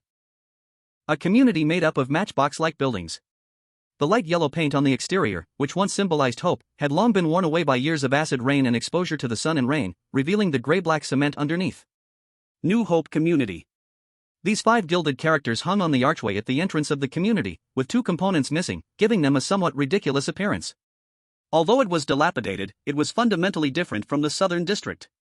The ground was paved with cement, there were no flowing sewage or piles of garbage. The flower beds, though filled with plastic green plants that didn't need watering, at least looked green. The most important thing was, it was quiet here, without the roaring sounds of modified motorcycles from gang members racing down the streets, only the occasional muffled broadcast from a distance. Building 3, Apartment 402. That should be the one. Old Wang held the distribution slip in his hand and pointed to a building not far away. Everyone began unloading the cargo like ants carrying food. Gui didn't speak, silently carrying the heaviest wooden box. Chen Hao, on the other hand, was carrying a pile of heavy electronic items, trailing behind. Although they didn't live here, according to the old tradition of the Sea-Ring district, when moving into a new home, someone had to come to settle the house. The group marched into the hallway with great momentum. The hallway didn't have that distinctive urine and moldy smell common in the Southern District. Instead, there was the sharp scent of cheap disinfectant spray left over from years of use. The walls were covered with various People's Union slogans and photocopies of red-headed documents. No private wiring, save water, everyone is responsible, report suspicious individuals, build a safe community together. These slogans were like invisible barriers, trapping the people living here tightly. Without an elevator, everyone could only climb the stairs step by step. Just as they reached the 3rd floor, not yet at apartment 402's door, a middle-aged man in gray work clothes, carrying a bag of garbage, suddenly came down from the staircase above. The man, seeing the group blocking the narrow stairs with large and small bags, immediately furrowed his brows into a shape. He stopped, waved his hand in front of his nose as if swatting away some flies. Hey, move aside. You're blocking the way. His tone carried a blatant disdain and sense of superiority.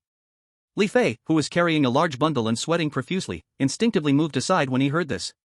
But the man didn't soften his tone because of Li Fei's courtesy. Instead, he pushed further, sneering. Moved in? What's going on with People's Union now, letting anyone in here? He looked up and down at Li Fei's faded work uniform, then sniffed the smell of oil and rust that could never be washed off from the Southern District, and his disdain grew even more evident. I say, you guys can move in, but don't leave your dirty garbage piled in the hallway. This building is a civilized one. If it attracts rats and cockroaches, or if the smell of poverty doesn't go away, I'll complain to the community administrator. As soon as these words were spoken, the previously joyful atmosphere instantly froze.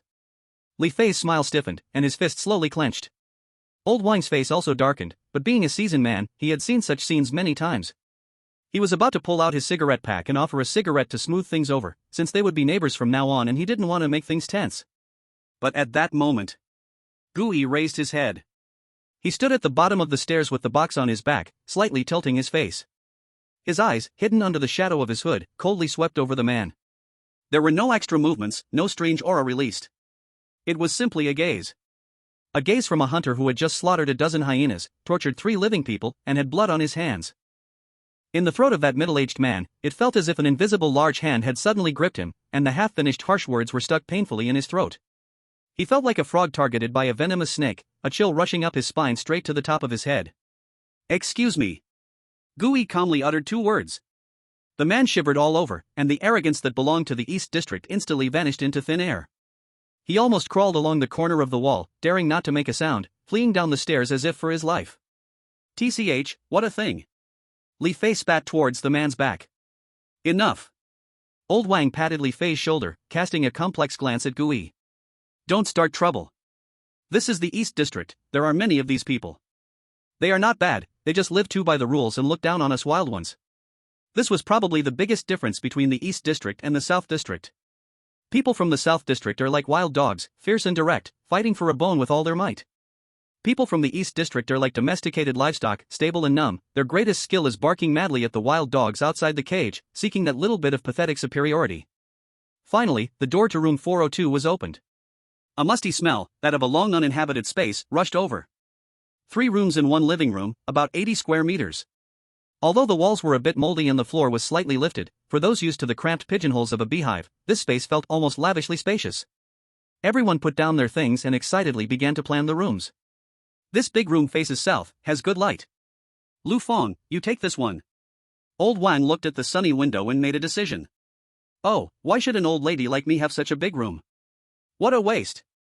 Aunt Lu quickly waved her hands to refuse, pulling Lin Xiaoqi beside her. "Give it to Xiaoqi. A girl has many things and needs space to practice piano." "Oh, I can't do it."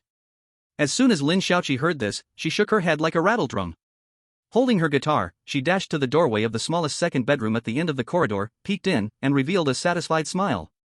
"I want this room. Although it's small, it's far from the hallway, quiet. In the future, I won't worry about disturbing the neighbors when I practice piano." And she turned around, looking at old Wang, her eyes filled with understanding and seriousness. "The biggest room must go to the captain. Your back isn't good, it's spacious here, and there's a window for sunlight, which is good for your health." "Right, Captain Wang." Li Fei also jumped in, excitedly howling, and threw himself onto the shabby but still fairly sturdy fabric sofa, bouncing a couple of times. "You can't refuse, you are our main support, of course you have to live in the master bedroom. As for me..." He comfortably stretched and patted the sofa beneath him. "This sofa is mine now. Much better than sleeping on the floor, from now on, this is my exclusive sleeping spot, no one can take it from me." Watching them fighting over this few dozen square meters of space, Gui leaned against the doorframe, feeling thankful again for not moving here. This place was too cramped for him. "By the way, everyone must be thirsty, right? I'll go boil some water, let's make a pot of tea and warm up the house." Aunt Lu was also someone who couldn't stay idle. She took out the new kettle from her bag and cheerfully walked into the kitchen.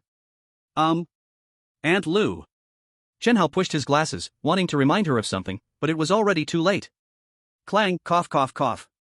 The sound of the faucet violently shaking came from the kitchen, it was the air being squeezed in the pipes. Then, a few drops of murky, rust-colored yellow water sadly dripped down. And then, there was no more sound. "Hey! Why isn't there any water?" Aunt Lu slapped the faucet, looking puzzled. "Is it broken?" "It's not broken." Gui walked over and pointed to behind the kitchen door.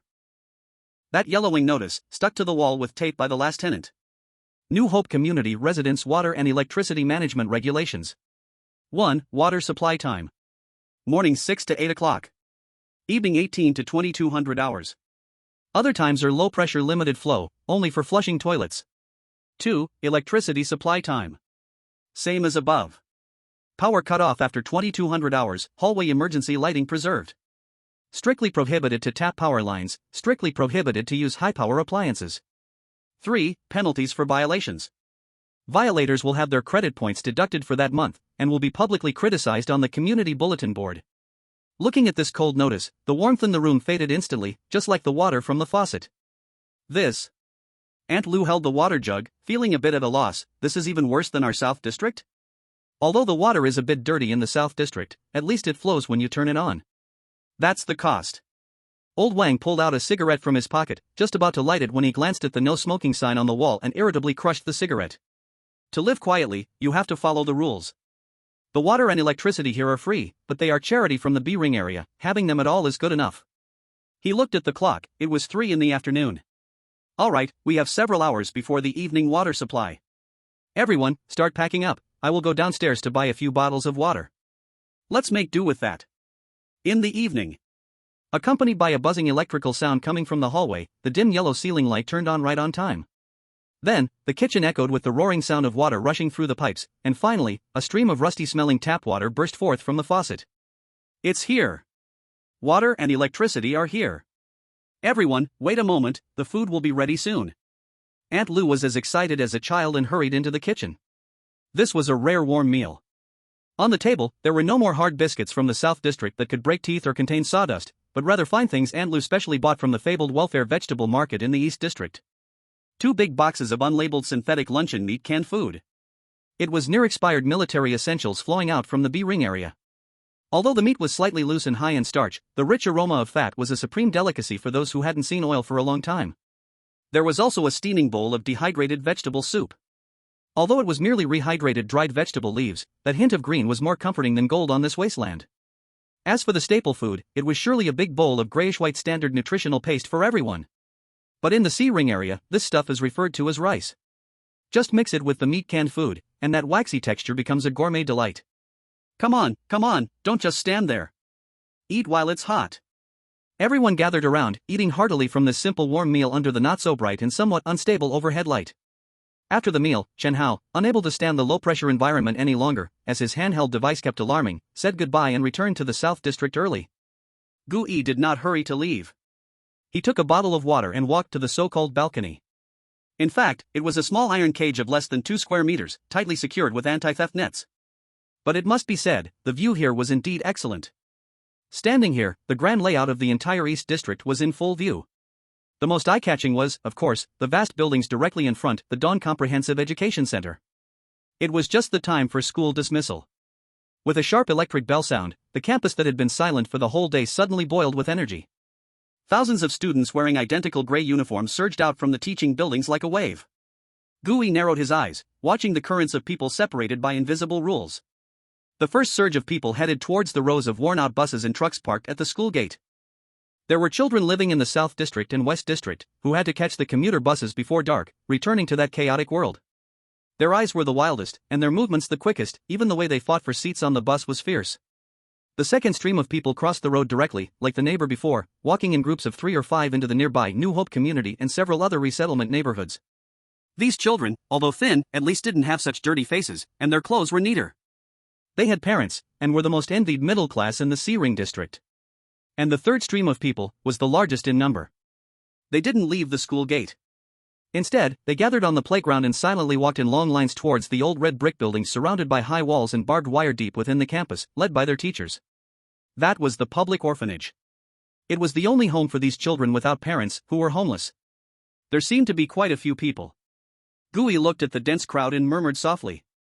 In this era of sharply declining birth rates, this place gathered all the future of the entire C-ring district. His gaze passed over the school and looked further afield. At the end of the East District was the C-ring district guard base. On the towering concrete walls, searchlights had already lit up, and huge radar antennas were turning slowly, a symbol of absolute power. Next to the base was the logistics transfer station, which operated day and night. Countless heavy trucks came and went, the logistics heart of the entire Wangchuan city. What are you looking at? Old Wang pushed open the balcony door and stepped out. He habitually held a cigarette in his hand but remembered the house rules and tucked it behind his ear. Looking at the road. Gu Yi pointed at the complex streets in the distance, which looked like blood vessels. Team Wang. He turned around and lowered his voice. About the few fish that escaped from the butcher gang. I have some information. Old Wang's expression instantly became serious as he leaned against the railing, indicating for Gu Yi to continue. Yesterday, I was out in the wasteland on a mission, and I happened to deal with a few scavengers who were involved in black market dealings. Gu Yi didn't go into too much detail, obscuring the process. Before I dealt with them, I asked a few casual questions. Although those guys were full of hot air, there was one thing they all said consistently. Gu Yi paused to gather his thoughts. They said that a few days ago, near the sewer outlet, they saw unfamiliar faces. It seemed a vehicle took a few people away. From the look of it, they didn't seem like ordinary refugees. Vehicle? Old Wang frowned. Where was it headed? They said they didn't see the license plate, but the direction was towards the west. Gui pointed towards the western part of the city, which lay in deeper darkness. And according to those scavengers, the people involved seemed fully armed, not good people. West. Old Wang looked in that direction, his brows knitting tighter. That's the West District. Slums, garbage dumps, and various chaotic underground cults. If they really escaped into the West District, then things would get troublesome. That place even the People's Union's patrol teams are reluctant to enter, with a complicated terrain and more chaotic power dynamics than the South District. I've heard there have been quite a few crazies appearing there in recent years, very xenophobic. If those people really hid in there, it wouldn't be easy to get them out. What about the officials? Any progress? Gui asked back. Don't mention it. Old Wang sighed, rubbing his brow, looking somewhat tired. The People's Union's investigation team has been digging through the ruins of the Butcher Gang for several days. They dug up quite a number of bodies, but most useful clues have been destroyed. As for that red circle. Old Wang paused, his tone becoming a bit strange. It's weird to say. Since the slaughterhouse exploded, the previously rampant rumors of the red circle in the South District. It seems like everything has disappeared overnight. Disappeared? Gui was taken aback. Yes. No new red circles have appeared, and I didn't hear any strange singing. I even sent people to check the marked locations before, there was nothing unusual. Old Man Wang helplessly spread his hands. The investigation team has been watching for several nights, not even a ghostly shadow was caught, and they had to return empty-handed in the end. Besides, you saw it too. He pointed towards the Iron Dragon Highway, which was still bustling with traffic. The annual expeditionary force has just set off, and most of the troops have been pulled out to the outer wall. The city's defense is already stretched thin, and they won't continue to spend massive manpower and resources on a rumor that has temporarily vanished. So, this matter has to be put on hold for now. After listening, Gui nodded thoughtfully. Disappeared? No, it absolutely cannot have disappeared. Anyway, since there is a clue, I plan to take some time to check it out in the next 2 days. Whether it's true or false, I need to investigate. Please be careful, Old Man Wang cautioned, those people in the West Zone aren't quite normal. If things seem off, withdraw immediately, don't be brave. Don't worry, I know what I'm doing. Old Man Wang looked at Gui's eyes, which were calm to an unsettling degree, and finally nodded. Alright, contact me if there's any news. As night deepened, the streetlights in the East District lit up on time, illuminating the orderly streets as if it were daytime, but it also made them seem even more desolate. Gui said goodbye to the people who were tidying up the house and walked down the stairs alone. He glanced back at the entrance to the community. Warm light shone through the window of room 402. I'm off. He pulled up his collar, turned, and melted into the night, taking the last bus back to the South District. When he returned to the hive, Gui went straight up to the 3rd floor and opened his new room that originally belonged to Old Man Wang. He didn't rest, instead, he dragged out the silver-gray containment box given by the artist from under the bed. The previous stock had all been sold off, and now the 6 compartments inside were empty, waiting for new tenants. Gui checked the stabilizing gel inside the box, confirmed everything was in order, and picked it up. Then, he took out the old task terminal and glanced at it. There's still one unfinished task from the job he received yesterday. Cleanup, a colony of greasy worms has appeared near valve number 7 in the South District sewage system. After cleanup, recover the worm gel. Reward, 500 credit points. Valve number 7. Gui mentally went over the map. That location was on the edge of the South District, it was where sewage gathered, dark, damp, and right on the necessary route to the West District. The route is perfect. Gui closed the terminal and a satisfied smile crept onto his lips. Though these greasy worms are disgusting, the gel inside them is hard currency regularly purchased by the artist. It is also a basic material for making many potions. The material he sold to the artist yesterday included this gel, which he scraped from a place in the wasteland. I'll clean up these worms along the way, fill the box, and then go explore the West District. Both making money and doing the right thing, this kind of 2-for-1 deal was his favorite. Gui held the box and pushed open the door again, disappearing into the intricate shadows of the South District. Chapter 126, Webs Block the Road, Bone Wheel Strangulation. New card link. Late at night, South District sewage entrance. Gui pulled open the heavy, rusted sluice gate, and a wave of heat mixed with rotten grease and stale sewage hit him. Cough. He frowned, tightened his collar to cover his mouth and nose. This is the major sewage artery of the South District, and the dirtiest gut of the entire city. All the sewage, industrial waste, and even some improperly disposed of bits of corpses eventually gather here. Gooey held the silver-gray containment box. Walking down the slippery maintenance passage. The ground is covered with a thick layer of black filth, making a squelch sound underfoot. The walls are crawling with unknown fungi, emitting a dim green light under the flickering emergency lights. His target is at valve number 7. According to the mission information, there have been frequent pipeline blockages there lately.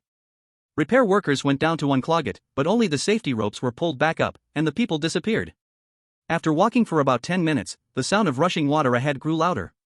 The oily, fishy smell in the air became stronger, even to the point of being stinging to the eyes. Gooey stopped in his tracks.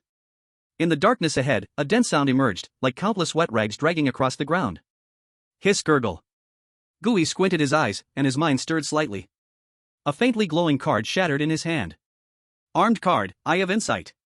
An eyeball, filled with blood vessels, appeared out of nowhere, silently sliding along the damp ceiling. As the visual signal connected, Gooey could clearly see the scene ahead. At the enormous round valve number 7, the wastewater that should have been rushing forward was blocked. What blocked it was a massive tangle of grayish-white, plump bodies. F-level anomaly, greasy worms. These things looked like enlarged maggots, each the thickness of a thigh, covered in translucent slime. They were clinging to the metal pipes, using their mouthparts filled with sharp teeth to frantically devour everything organic around them. There were at least 20 of them. Just as Gooey was observing, a sudden shake in the depths of his soul caused a line of crimson text to appear. Detected containment target, greasy worm. Containment condition, swallow a complete live one whole. Swallow whole. Gooey cut off the link and retracted the eyeball. For an ordinary person, this condition would be seeking death, but for him, it was just a signal to feast. He moved his neck and did not charge in directly. Just right, I'll use you to try out the new combination. Gooey raised his left hand, directed toward the other end of the sewer. This was the only escape route for the worms, and swung fiercely. A card depicting black long hair instantly activated. Armed card, Curse of the Drowned. Ziz. A sound that made the scalp tingle, as if hair was growing wildly, echoed. Gooey's left sleeve instantly tore apart. Countless strands of black, wet hair, reeking of rotting flesh, burst out from his hair, arm pores, and skin gaps. They twisted and wriggled in the air like black snakes sensing the presence of a living person, instantly blocking the entire sewer exit, weaving into a nauseating black net that was still dripping. He threw out another card. Armed card, Wheel of Spines. Buzz. The wheel, composed of pale white spinal bones, appeared out of nowhere and made a grinding sound as it landed. It behaved like a mad dog smelling blood, starting to spin wildly on the ground under Gooey's mental command, gathering strength. After doing all this, Gooey truly revealed his fangs. Buzz. Mental power surged. Gooey's form instantly expanded, bones tearing through skin, flesh multiplying and reorganizing crazily. In the blink of an eye, the 2.5-meter-tall bone slayer appeared in the dark sewer. But it wasn't over yet. Gooey's mind moved again, activating another F-level armed card. Armed card, Moldy Nails. Ziz. The once white bone claws of the bone slayer instantly became covered in a nauseating dark green hue. That green spread rapidly like living mold, making the giant bone claws look like they had just been dug out from a plague-ridden grave. Enchanting complete, deadly infection. Time to get to work. Gooey stepped heavily, treading through the mud like a heavy tank, directly crashing into the swarm of worms. Hiss. The group of worms, engrossed in their feast, was startled. They turned around, not fleeing, but instead viciously leaping up, opening their anus-like mouths to spray jets of yellow-green corrosive slime. Zizzazizi. Several streams of slime precisely sprayed onto Gooey's chest and arms. The skin of the bone butcher was instantly corroded, emitting plumes of white smoke and a charred smell. Intense pain surged along his nerves, but this pain didn't make Gooey retreat. Instead, it thoroughly awakened the brutal instincts within this body. Roar. Gooey let out a low growl, stepping forward instead of backward. He swung his mossy green bone claws fiercely at a worm lunging toward him. Pooh. The sharp claws dug into the flesh. The slick worm didn't even have time to evade and was directly eviscerated. Moreover, the moment the wound appeared, the bizarre deep green mold immediately invaded through the blood. The flesh around the wound blackened, rotted, and decayed at a visibly rapid pace. The worm writhed in agony, trying to escape by slipping away using the grease on its surface. It wriggled desperately toward the exit of the sewer. However, just as it was about to touch the exit, swish! A black hair net woven from the curse of the drowned suddenly came to life. Dozens of damp black hairs precisely ensnared the worm's body like tentacles. Although the worm's surface was slick with grease, the hairs gripped hard as if they had barbs, tightening their hold the more it struggled. Hiss! The worm let out a desperate scream.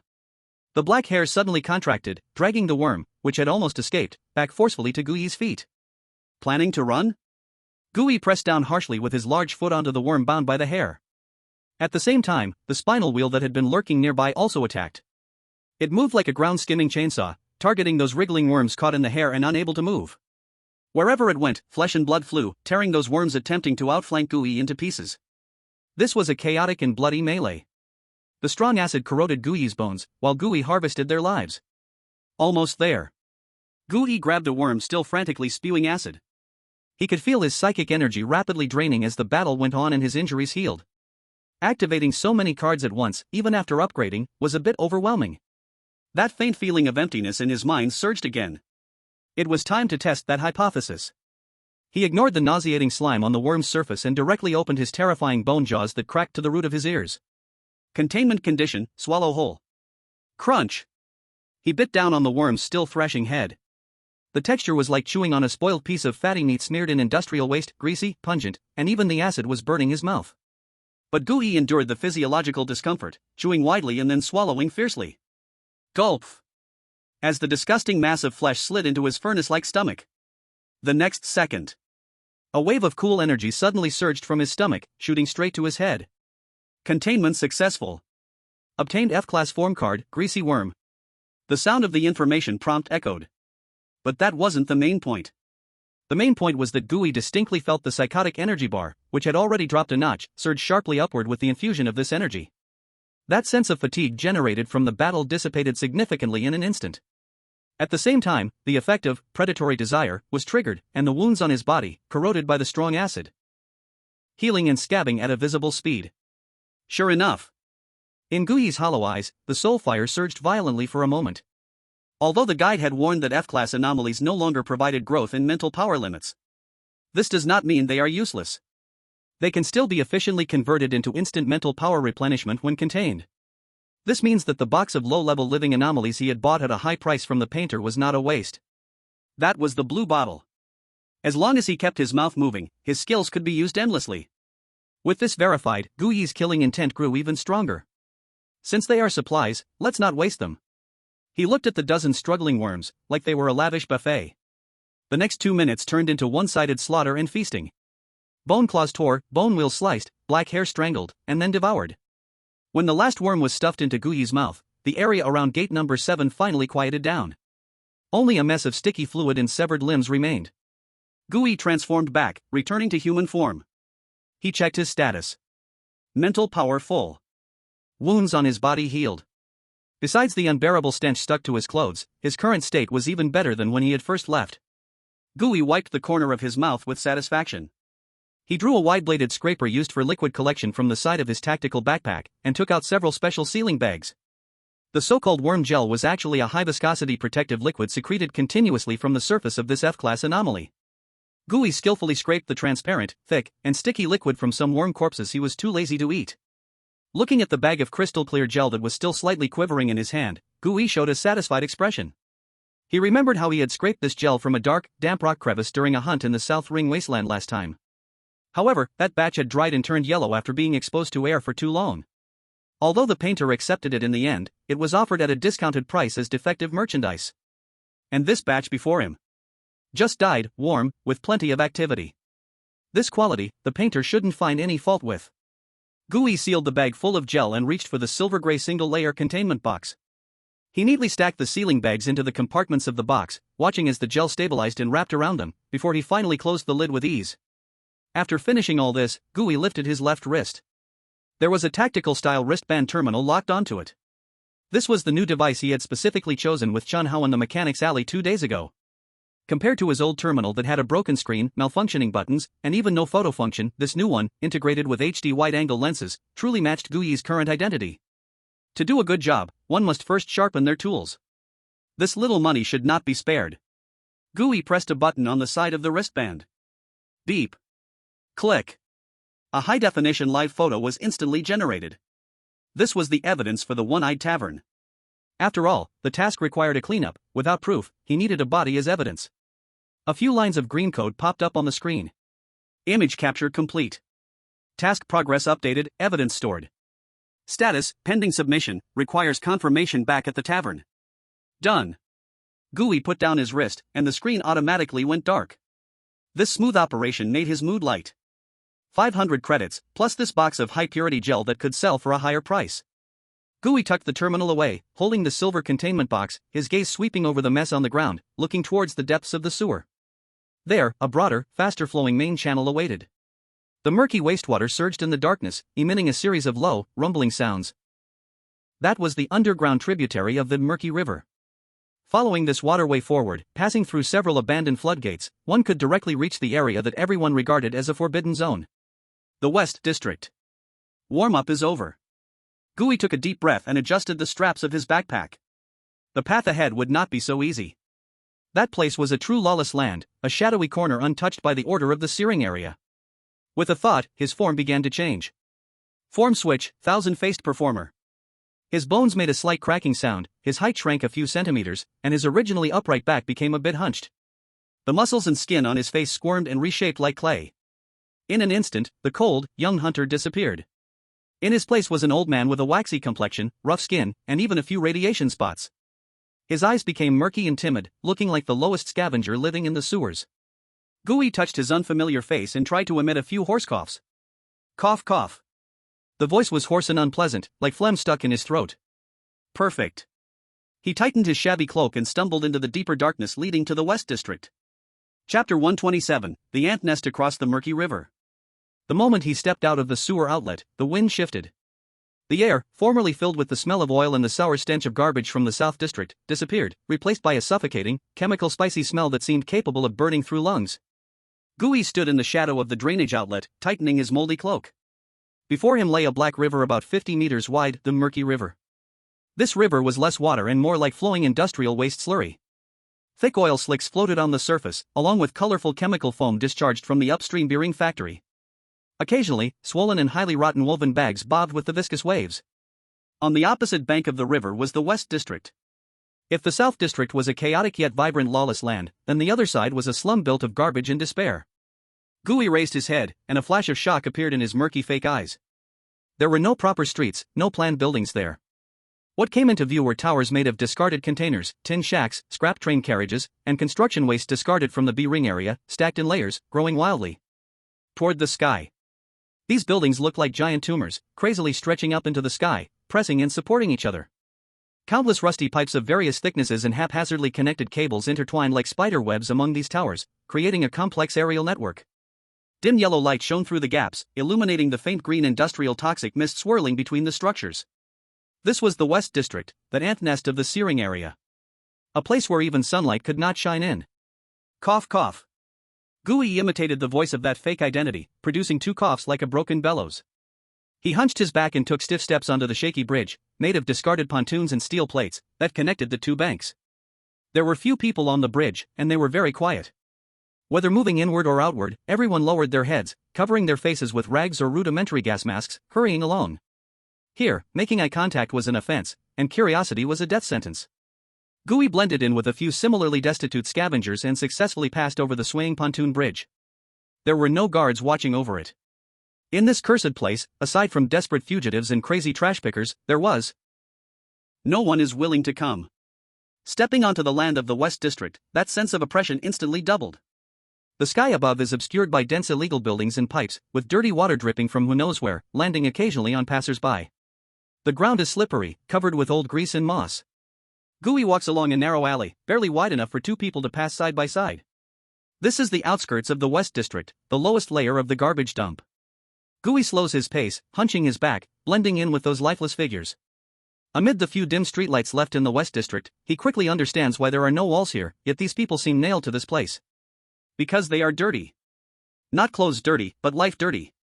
The man squatting in the corner like a dog, digging for food, has a cluster of gray-green, pulsating abscesses like grapes on the back of his neck. The woman who just passed Gooey has a twisted hand resembling a chicken claw, with 8 fingers exposed from her tightly wrapped sleeves.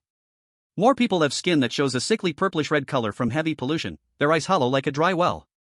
Murmuring to themselves, it's unclear if they are praying or cursing. These people are the waste excreted from the South District. In the South District, even the fiercest gangsters and the greediest factory owners fear death and pollution. No one will hire a mutant that could turn into a monster at any moment. Even the homeless in the South District would chase them away with stones, afraid of getting cursed. They are the untouchables of the C-Ring District. Even at the resource exchange set up by the Human Union in the center of the Sea Ring district, they are not qualified to approach. Once they show up, the South District residents nearby would expel them like they were pestilential dogs. To prevent these tens of thousands from rioting, the Human Union has set up a special window, tightly surrounded by iron bars, at the junction of the South and West districts, where they periodically drop a minimum standard of nutritional paste. That morsel of food is the last breath holding up this ant nest. Gooey retracts his gaze, passing by a stall set up by a sewage pit. The stall owner is an old man missing an arm, his face shedding like old tree bark.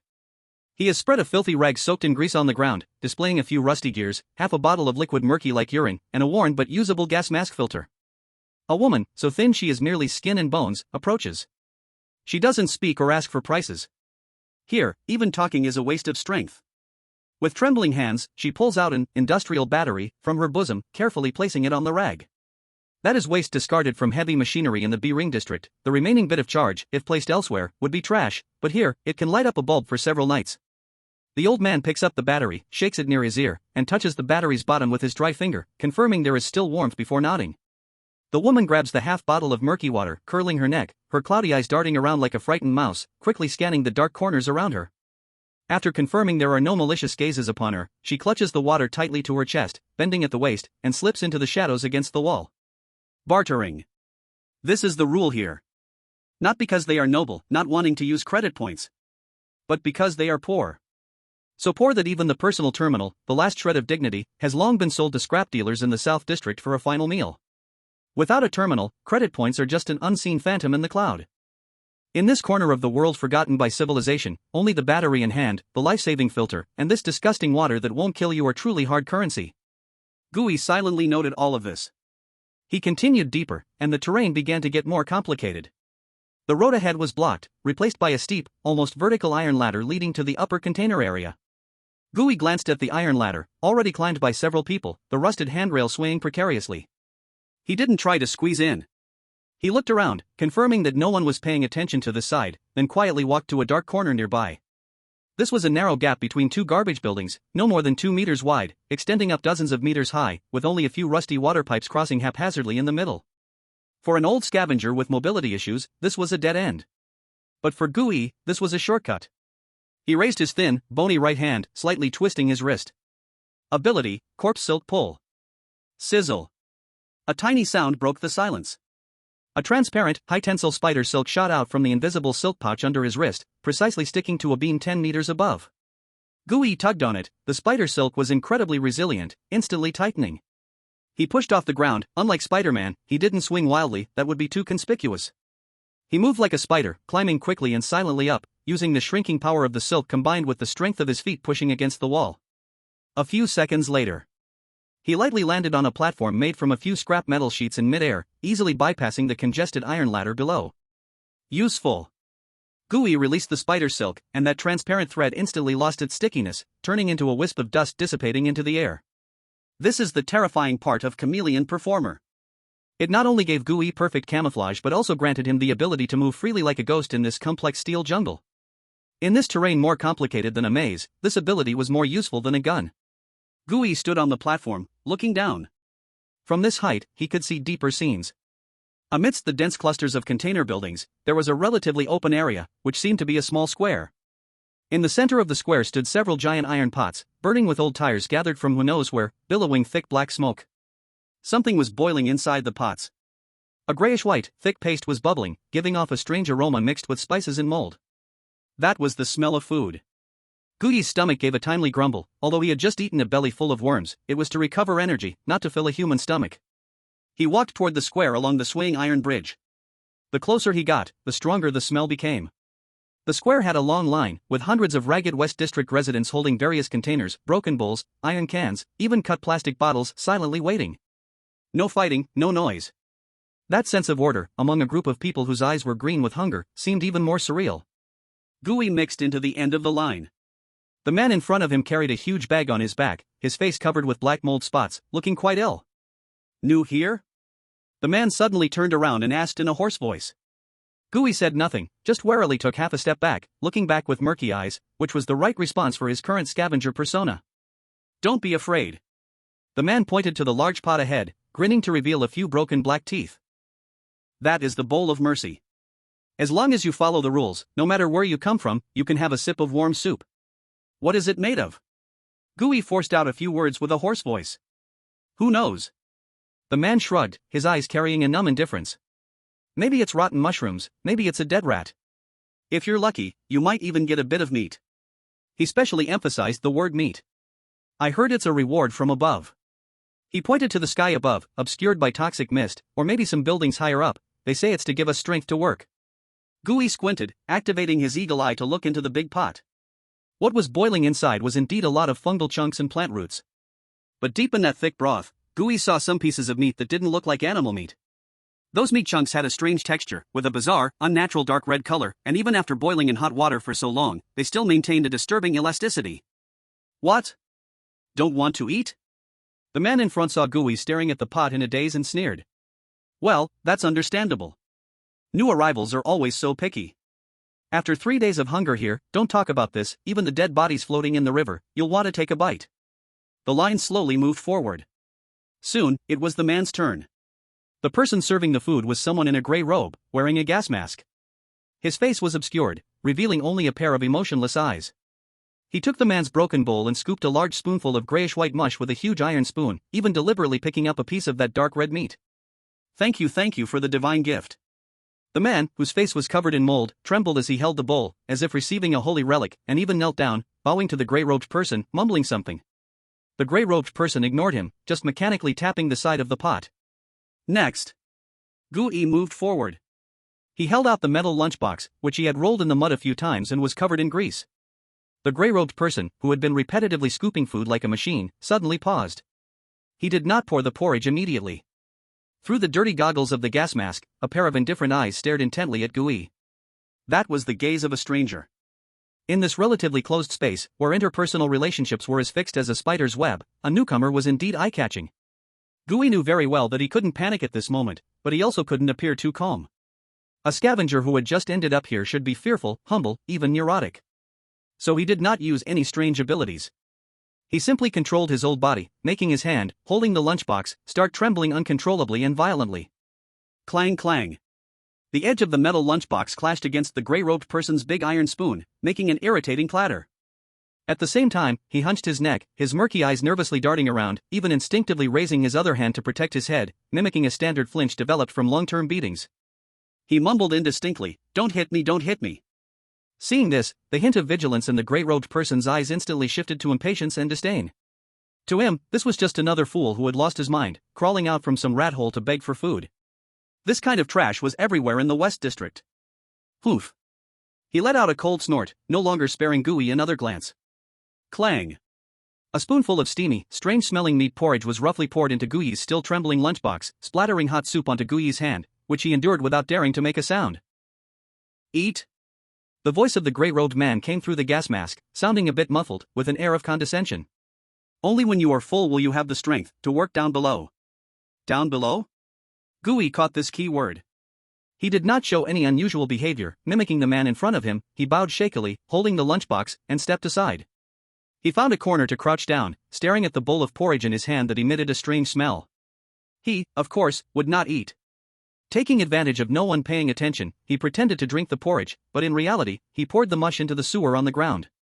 His murky fake eyes were fixated on the gray-robed man and the dark alley behind him that led deeper into the buildings, a place that appeared particularly grim even in daylight.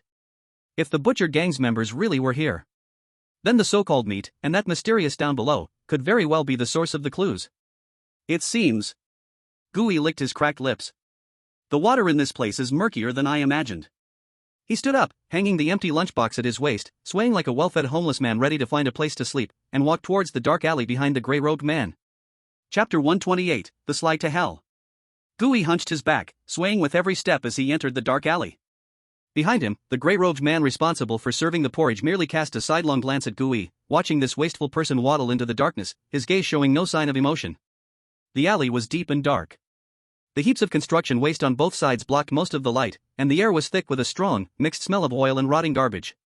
After walking for about a few hundred meters, flickering flames appeared in the darkness ahead. Gooey squinted his eyes and lightened his steps. In front of him, a concrete platform, flanked by a few abandoned buildings, was gathering 2 or 3 dozen homeless men who had just passed the porridge selection. They were being herded together like cattle by several guards in black rubber uniforms, armed with iron rods. Gui hunched his back and blended into that group. The people in this group were all strong laborers who had just passed that selection. Although called strong laborers in the West District, they were just slightly needy and had not contracted visibly deadly infectious diseases. No one spoke. Only the heavy breathing and the splash of shoes stepping in the sewage could be heard. Everyone was silent, or rather, everyone was numb. After swallowing that bowl of porridge mixed with meat, a strange sense of obedience seemed to envelop them all.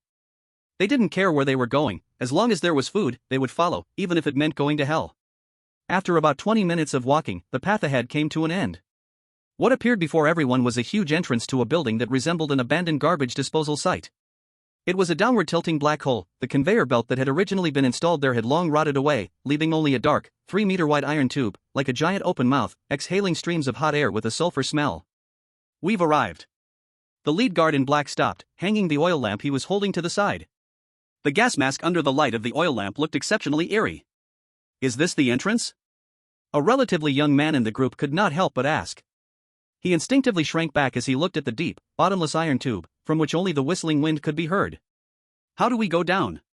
"There are no stairs." "Stairs?" The black uniformed guard let out a muffled laugh, as if he had heard a joke. "No need for stairs." He raised his hand and pointed at the dark opening of the tube. "Jump down." "What?" The young man's face turned pale. "How deep does this look? Will I survive jumping down?" "Not going?" The guard explained nothing, simply pulled out a serrated machete and weighed it in his hand. "If you don't go, then you have to spit out that bowl of porridge. Including your stomach." The young man stared at the dark red blood rust on the knife, his throat bobbing violently. He glanced back at the black dead end behind him, then forward at the steaming opening in front of him. In the end, hunger and fear overcame reason. He closed his eyes, gritted his teeth, and walked to the pipe's edge like a death row inmate about to jump off a cliff, took a deep breath, and jumped in. "Ah!" The scream was instantly swallowed by the pipe, accompanied by the sound of his body scraping against the metal wall with a zzz sound, the noise growing fainter until it disappeared completely. "Next." The guard waved his hand mechanically, as if throwing away trash. The remaining people were scared, but seeing one take the lead, they all followed and jumped down one after another. It was Gui's turn. His disguised old face turned white, his whole body trembling, looking like he was about to wet himself. "Hurry up, old man." The guard impatiently tapped the pipe wall with the back of his knife. "Don't make me kick you." Gui trembled and walked to the pipe's edge, peeking inside. Eye of peeking activated. The darkness faded from his view. This was not a vertical well but a giant slide with a slope, spiraling downwards. The inner walls of the pipe were coated with a thick layer of slippery black grease. It felt like a giant monster's esophagus. Cough. I'll jump." Gui pretended to accept his fate, crossed his arms, tilted his body, and slid down the pipe. Whoosh! In the moment of weightlessness, a strong sense of falling struck him. The speed picked up. The sensation beneath him was extremely disgusting. He could feel the damp coldness and stickiness of the thick layer of grease even through his tattered cloak. The wind howled in his ears, mixed with the terrified screams of those ahead that hadn't faded away yet. The pipe was not straight, but full of sharp turns. Bang! Gui's shoulder crashed into the pipe wall, making a muffled sound. If it were an ordinary person, this would likely have caused a fracture. But at the moment of impact, the strange property of Thousand Faces' favor acted like a spring, absorbing most of the shock. Not only did he remain calm, but he even opened his eyes in the darkness. He was calculating his sliding speed, figuring out the depth here. 5 seconds, 10 seconds, 15 seconds. He had at least descended 70 or 80 meters underground. This was definitely not an ordinary sewage system. The sewage system in the southern district was only a few meters deep. This felt more like a deep air defense tunnel built in the old days to guard against nuclear strikes, or some kind of abandoned underground transport network. As the depth increased, the air's smell changed. No longer just a simple stench, but a more pungent, strongly chemical smell. It was a mixture of strong acid, sulfur, and the charred smell of some organic matter after burning. Though not immediately suffocating, every breath felt like his throat was rubbed with sandpaper. At this moment, a sudden light came from ahead. That was the exit. Splash! With a loud noise, Gui adjusted his posture and flew out of the pipe. Puff! He did not land on hard ground, but rather fell onto a thick, soft pile of things. That was a buffer mountain made up of solidified grease, household trash, and some unknown fluff-like substances. But not everyone was as skilled and lucky as Gui. Crack! Not far from where Gui landed, a sound of bones breaking, sharp enough to make one cringe, echoed. The young man who had been the first kicked down, due to the wrong posture, crashed headfirst into a hardened chunk of grease. His neck twisted at a strange angle, his body twitched twice, and then became still. He was dead. Damn it. From the shadows beside him, two people dressed in full rubber protective suits walked out, holding iron hooks in their hands. Skillfully, they hooked onto the still warm corpse, dragging it away like a dead dog, directly towards a side door leading into the dark. From there, a vague roar of machinery could be heard, along with a stronger, richer smell of meat. Gooey squinted his eyes and said nothing. He blended in among those who were groaning and dazed, slowly getting back up. The scene before him made his murky artificial eyes squint slightly. This was an enormous underground space. The ceiling was a pitch-black rocky dome, at least 50 meters high, filled with pipes that hung like stalactites, dripping black liquid. The entire space was shrouded in a dim yellow fog. The air was murky with low visibility, filled with huge exhaust fans roaring, trying to suck away the toxic gases, but clearly not very effective. And in the distance, countless glaring searchlights illuminated this underground space like a doomsday factory. This was the true face of the West District Underground. Cough, cough, cough. Everyone around was coughing violently. The air here was like slow poison for an ordinary person. This was the underground of the West District. The surrounding workers all managed to get up, each one dirty and frightened, trembling at the underground scene before them. Well, where is this? Hell, this must be hell, right? Just then, a blinding spotlight suddenly shone down on this group of people. Hey! Newcomers! A coarse voice echoed through the vast underground via a loudspeaker. Not far away on a high platform, a few people in full protective suits stood, holding electric shock batons and high-pressure water guns. The leader, an extremely burly man, did not wear a helmet, revealing a face filled with burn scars. What caught more attention was his right arm rather than a hand. It was a hydraulic piston directly implanted into his shoulder, still dripping black oil. This was a foreman who had undergone brutal modification. Welcome to Down Below. The foreman grinned widely, his smile appearing particularly sinister in the spotlight's shadow. Stop standing there like idiots, trash. He swung his hydraulic arm fiercely, smashing it against a nearby railing with a loud crash. We don't keep idle people here. If you want to live, get moving. With his roar, several guards holding high-pressure water guns rushed over. SSSSS. The cold, piercing high-pressure water jets hit the crowd, washing away the mud, grease, and even the shred of human dignity from their bodies. Ah! Stop it! Stop it! The crowd screamed, chaotic and disordered. Gooey mixed in with the crowd, pretending to be knocked around by the water jets, but his gaze remained calmly observant of his surroundings. He saw it. It was a vast sedimentation pool, divided into countless grid-like sections. The pools were filled with colorful chemical waste and household sewage flowing from above. The surface of the liquid bubbled with toxic foam, emitting a sharp acidic smell. And in those pools, countless black shadows like ants were wriggling. They were not naked. Surviving in such an environment for half an hour was impossible. They wore crude protective suits made from plastic sheets and tape, with the cheapest gas masks or wet rags on their faces. They held long-handled nets, trying to fish out something from the scalding waste. That is. Gooey activated his eye of insight. He saw that those people were dredging a glowing crystal that had settled at the bottom of the waste. In a distant corner, Gooey saw several fallen laborers. Their protective suits were torn, and their exposed skin was covered with fish scale-like growths and rotten sores. Those were deformities caused by long-term exposure to high-pollution waste liquid. But that wasn't all. Gooey keenly noticed that the patrolling overseers, and even the foreman with only one mechanical arm, they all bore signs of modification to varying degrees. Although those modifications were rough, even shabby, filled with the local workshop style of the searing area. But the idea of forcibly stitching metal, bizarre organs, and human bodies together, Gooey was too familiar with it. That was the work of the suturer. Hey! Old man! A whip crack suddenly exploded next to Gooey's ear. An overseer came over and kicked Gooey in the rear, causing him to stagger. What are you looking at? Do you want to die? The overseer tossed over a dirty, patched-up rubber protective suit and a gas mask. Put it on. Go to pool number 3 and get to work. Cough, cough. Yes. I'll go right now. Gooey lowered his head, pretending to be submissive, trembling as he picked up the equipment. Chapter 129, The Legend of the Sewers. Pool number 3, shift change. Load the harvested crystals into barrels. The overseer waved a charged whip, roaring loudly in a sea of toxic white mist. In the brief moment of confusion, filled with steam and people exchanging shifts, the hunched old man in a tattered rubber protective suit slipped and seemed to lose his footing, rolling into a shadowy corner piled with waste. 1 second later. When the overseer's gaze swept by here, all he saw was a heap of discarded filters and rotten plastic sheets. The person was gone. Gooey pressed against the oil-stained pipe wall, silently sliding deeper into the darkness. The surrounding environment was changing noticeably. The noisy roar of machines and the overseer's shouting had become inaudible. In its place was a chilling, eerie silence, broken only by the sound of dripping liquid. On the pipe walls here, the accumulated grime was at least 3 times thicker than outside, with some areas even forming a hard shell, clearly neglected for a long time. Is this a place even the overseers don't want to come? Gooey came to a conclusion in his heart. This should be the discharge end of the entire underground factory, or some kind of abandoned deep structure. The ground beneath his feet disappeared. In its place was a strange ground that was soft, slippery, and would sink slightly when stepped on. Around him was pitch black, a true darkness where one could not see their own hand. Gooey's mind stirred, and the eye of insight silently manifested, clinging to the high wall like a damp gecko. If it weren't for last night's fusion experiment, which caused the Echo Bat King main scouting card to be forcibly locked by the system for several hours, he wouldn't need to exert this effort. Moreover, this cursed place was filled with toxic gas and oil, making visibility extremely poor, unsuitable for maintaining human form for a long time.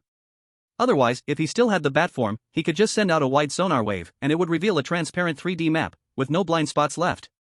I'll just have to make do.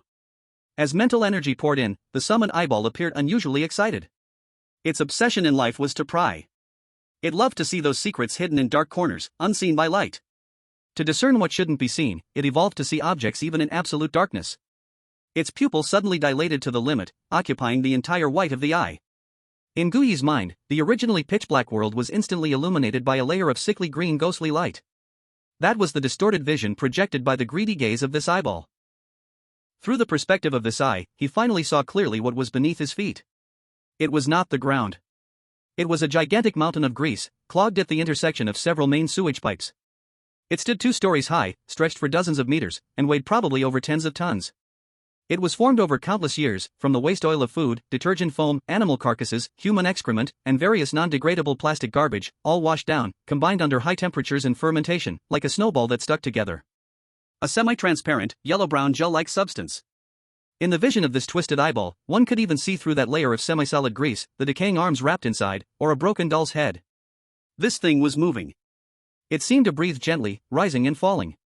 With each rise, the bubbles on the surface burst, releasing streams of visible yellow-green gas. Chlorine, ammonia, and high concentrations of methane. If this thing caught fire, the entire underground of the West District would probably explode into the sky. Gooey looked at this thing, 100 times more disgusting than polluted blood, instinctively glancing at the guide in his mind. No reaction. No containment prompt, no red light flashing. In the guide's assessment, this mass had even produced a type of low-level biological activity called slime, still regarded as a natural phenomenon, or rather, a pile of garbage. Not bizarre, yet more like a monster than bizarre. Gooey gazed at the toxic gas-emitting surface, not foolishly walking towards it.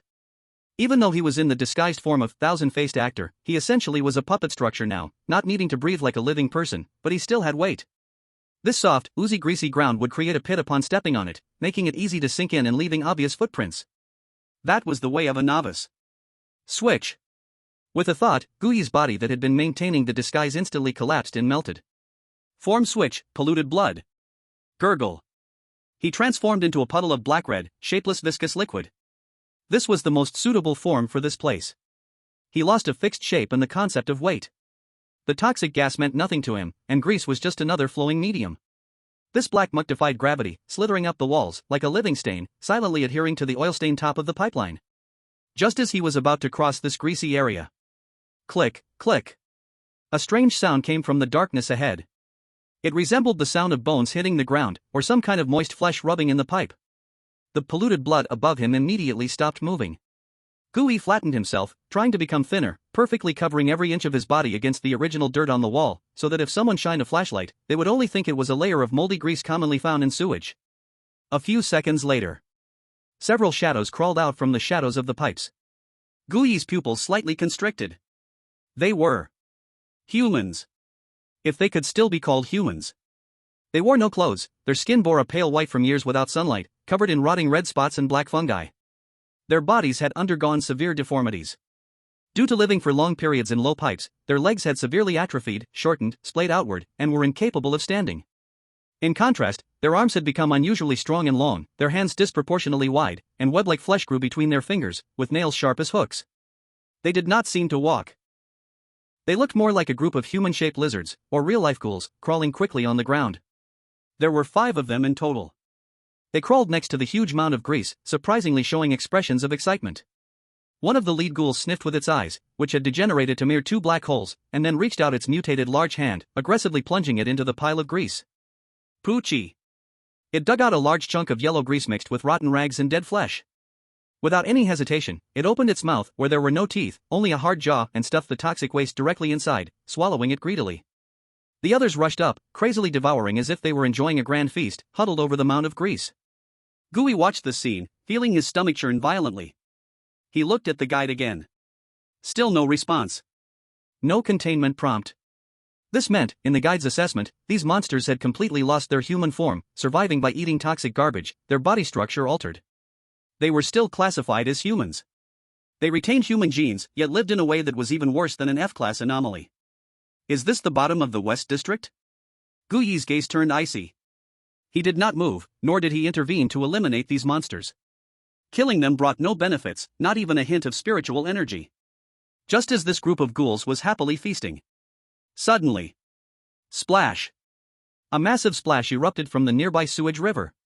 A thick, whip-like object covered in black-purple slime shot out from the muddy water with a whooshing sound. Smack! The lead ghoul, busy eating, didn't even have time to let out a scream before it was tightly wrapped around the waist by that whip. Immediately, a tremendous force yanked the creature. The mutated human, weighing over 100 pounds, was pulled into the water like a rag doll. Gulp! Giant bubbles rose to the surface, and in that instant when the ghoul struggled to be dragged down, Gooey peered into the water with his spy eye and saw what was beneath. It was a giant catfish, over 4 meters long, bloated and white all over, covered with lumps like a toad's skin, and it had no scales. But this thing had clearly mutated. Its head was ridiculously large, and 2 long whiskers had evolved into powerful tentacles, which had just pulled a person away, with rows of hook-like teeth lining its mouth. Even more disgusting, on either side of its body, there grew 2 rows of limb-like flesh, clearly enabling it to crawl on land for a short time. The moment Gooey got a full view of this creature, the guide in his soul trembled violently, and the scarlet prompt arrived just as expected. Detected a containment target, F-class anomaly corrupted undead fish. Containment conditions: tear off and swallow its mutated tentacles while it is in a living state. Swallow while in a living state. Gooey felt like he might become the #1 gourmet in the world of anomalies. A muffled scream came from underwater, quickly drowned out by the sound of bones being chewed. The remaining 4 ghouls on the shore were terrified. They emitted sharp, rat-like squeaks, scrambling down from the mound of grease, desperately fleeing deeper into the pipes. It seemed the giant monster wasn't satisfied after eating one. Splash! Its enormous body surged directly onto the shore. The fleshy limbs on either side moved rapidly across the layer of grease, astonishingly fast, chasing after the fleeing ghouls. Its large mouth opened and closed, emitting a chilling sound like a crying baby. Wow wow! Gooey remained pressed against the wall, completely motionless. This was a wild ecological hunt in the abandoned zone. He was not a savior, nor did he have interest in saving these aberrations that could no longer be called human. However, Gooey looked at the strange fish chasing its prey, his eyes stirring. This creature could move on land and water, and had incredibly strong, strange tentacles. Once captured, it could fill the gap in his underwater combat skills. Since it's come to me, then it shouldn't leave. The few ghouls had already slipped into a narrow pipe to escape. The strange fish, unable to catch up, angrily thrashed its tail, smashing the oil slime nearby into pieces. It turned around, seemingly ready to return to the water. At that moment, Gooey moved. He silently fell from the shadows of the ceiling, releasing the form of polluted blood in midair and switching to thousand-faced mercy. At the same time, with a thought, 2 armed cards activated simultaneously. Armed card, the grievance of the drowned. Splash! Countless thick, wet black hairs instantly erupted from Gooey's sleeves and collar, wildly growing like a gigantic black spider's web, covering the strange fish completely. Before the slippery strange fish could slip into the water, these tough dead hairs tightly wrapped around its body and limbs, struggling like a caterpillar wrapped in a cocoon. Next. Armed card, unfettered iron group. Crack! Gooey's right arm instantly liquefied and reformed into a thick, menacing black metal spear. Using the immense momentum of his fall, he plunged down like a black meteor, striking hard into the back of the strange fish. Put! The metal spear penetrated the thick skin and muscle of the strange fish without hindrance, deeply nailing it into the underlying layer of oil slime, pinning it down like a specimen. Roar! The strange fish let out a wailing baby cry, its massive size giving it an extremely tenacious vitality. Even after being pierced, it continued to thrash wildly, its enormous tail splattering oil slime everywhere. That's right, don't die too quickly. Gooey did not pull out the metal spear. Instead, while keeping it pinned down, he switched forms again. Crack! Bones expanded, flesh grew. Our old eating master, Bone Butcher, mounted the strange fish. Gooey reached out with those gigantic, bloody bone hands, grabbing the two thick tentacles flailing at the fish's face, trying to fight back. Get down for me. He exerted great force. Snap! With a sound of tearing muscle, the two nerve-connected tentacles were wrenched off the strange fish's face by Gooey. The strange fish was in agony, writhing its whole body, letting out one last shriek. Gooey showed no hesitation. He opened his white, bone jaw split to the ear, grasping the two wildly writhing tentacles in his hands, and shoved them into his mouth. Gulch crunch. Though the tentacles were tough, under the terrifying biting power of Bone Butcher, they shattered like brittle bones. Fishy, slimy, still writhing. Gooey swallowed without expression. Capture successful. Acquired F-level form card, corrupted zombie fish. As the alert from the encyclopedia rang out, the red light in Gooey's eyes grew brighter. But it wasn't over yet. This strange fish was now captured, but its body remained, its vitality still there. Passive trigger, desire to hunt. Gooey looked at the large fish still twitching beneath him, the Bone Butcher's blade raised. The rest belongs to me. The hand rose, the knife fell. The next 2 minutes were a cruel yet efficient feast. Before the strange fish finally breathed its last, most of its body had already turned into the nutrients for Gooey to restore his mental power. Burp. Gooey stood up, wiping the black blood from the corner of his mouth. After dealing with this roadblock, Gooey glanced at the pipe where the ghouls had escaped. There was something not quite right in that direction. Though the pipe was small and covered in a messy pile of garbage. Gooey keenly noticed that the garbage there showed signs of being artificially arranged. Moreover, a faint yet extremely stable airflow wafted through that hole. It was the wind brought about by the ventilation system. Someone is inside. Gooey squinted his eyes. Not the ghoulish creatures that only consumed garbage, but rather a more organized and advanced existence. He did not rashly crawl inside. He raised his wrist and shot out a spider silk, pulling himself to the corner above the pipe. The ability of the chameleon activated. His form changed again, his skin turning grayer, even simulating several festering sores on his cheeks, making him look like a larger member of the ghoul group he just saw. Then, he used hands and feet to crawl into the dark hole silently, like a true large lizard. The true underground of the West District was just beginning to reveal its corner. Chapter 130, Nest. The pipe was narrow. Gooey was not walking now, but crawling. The ability of the chameleon was in full effect, turning him into a grotesque humanoid on all fours with rotting skin and undead evolved to survive in the pipes.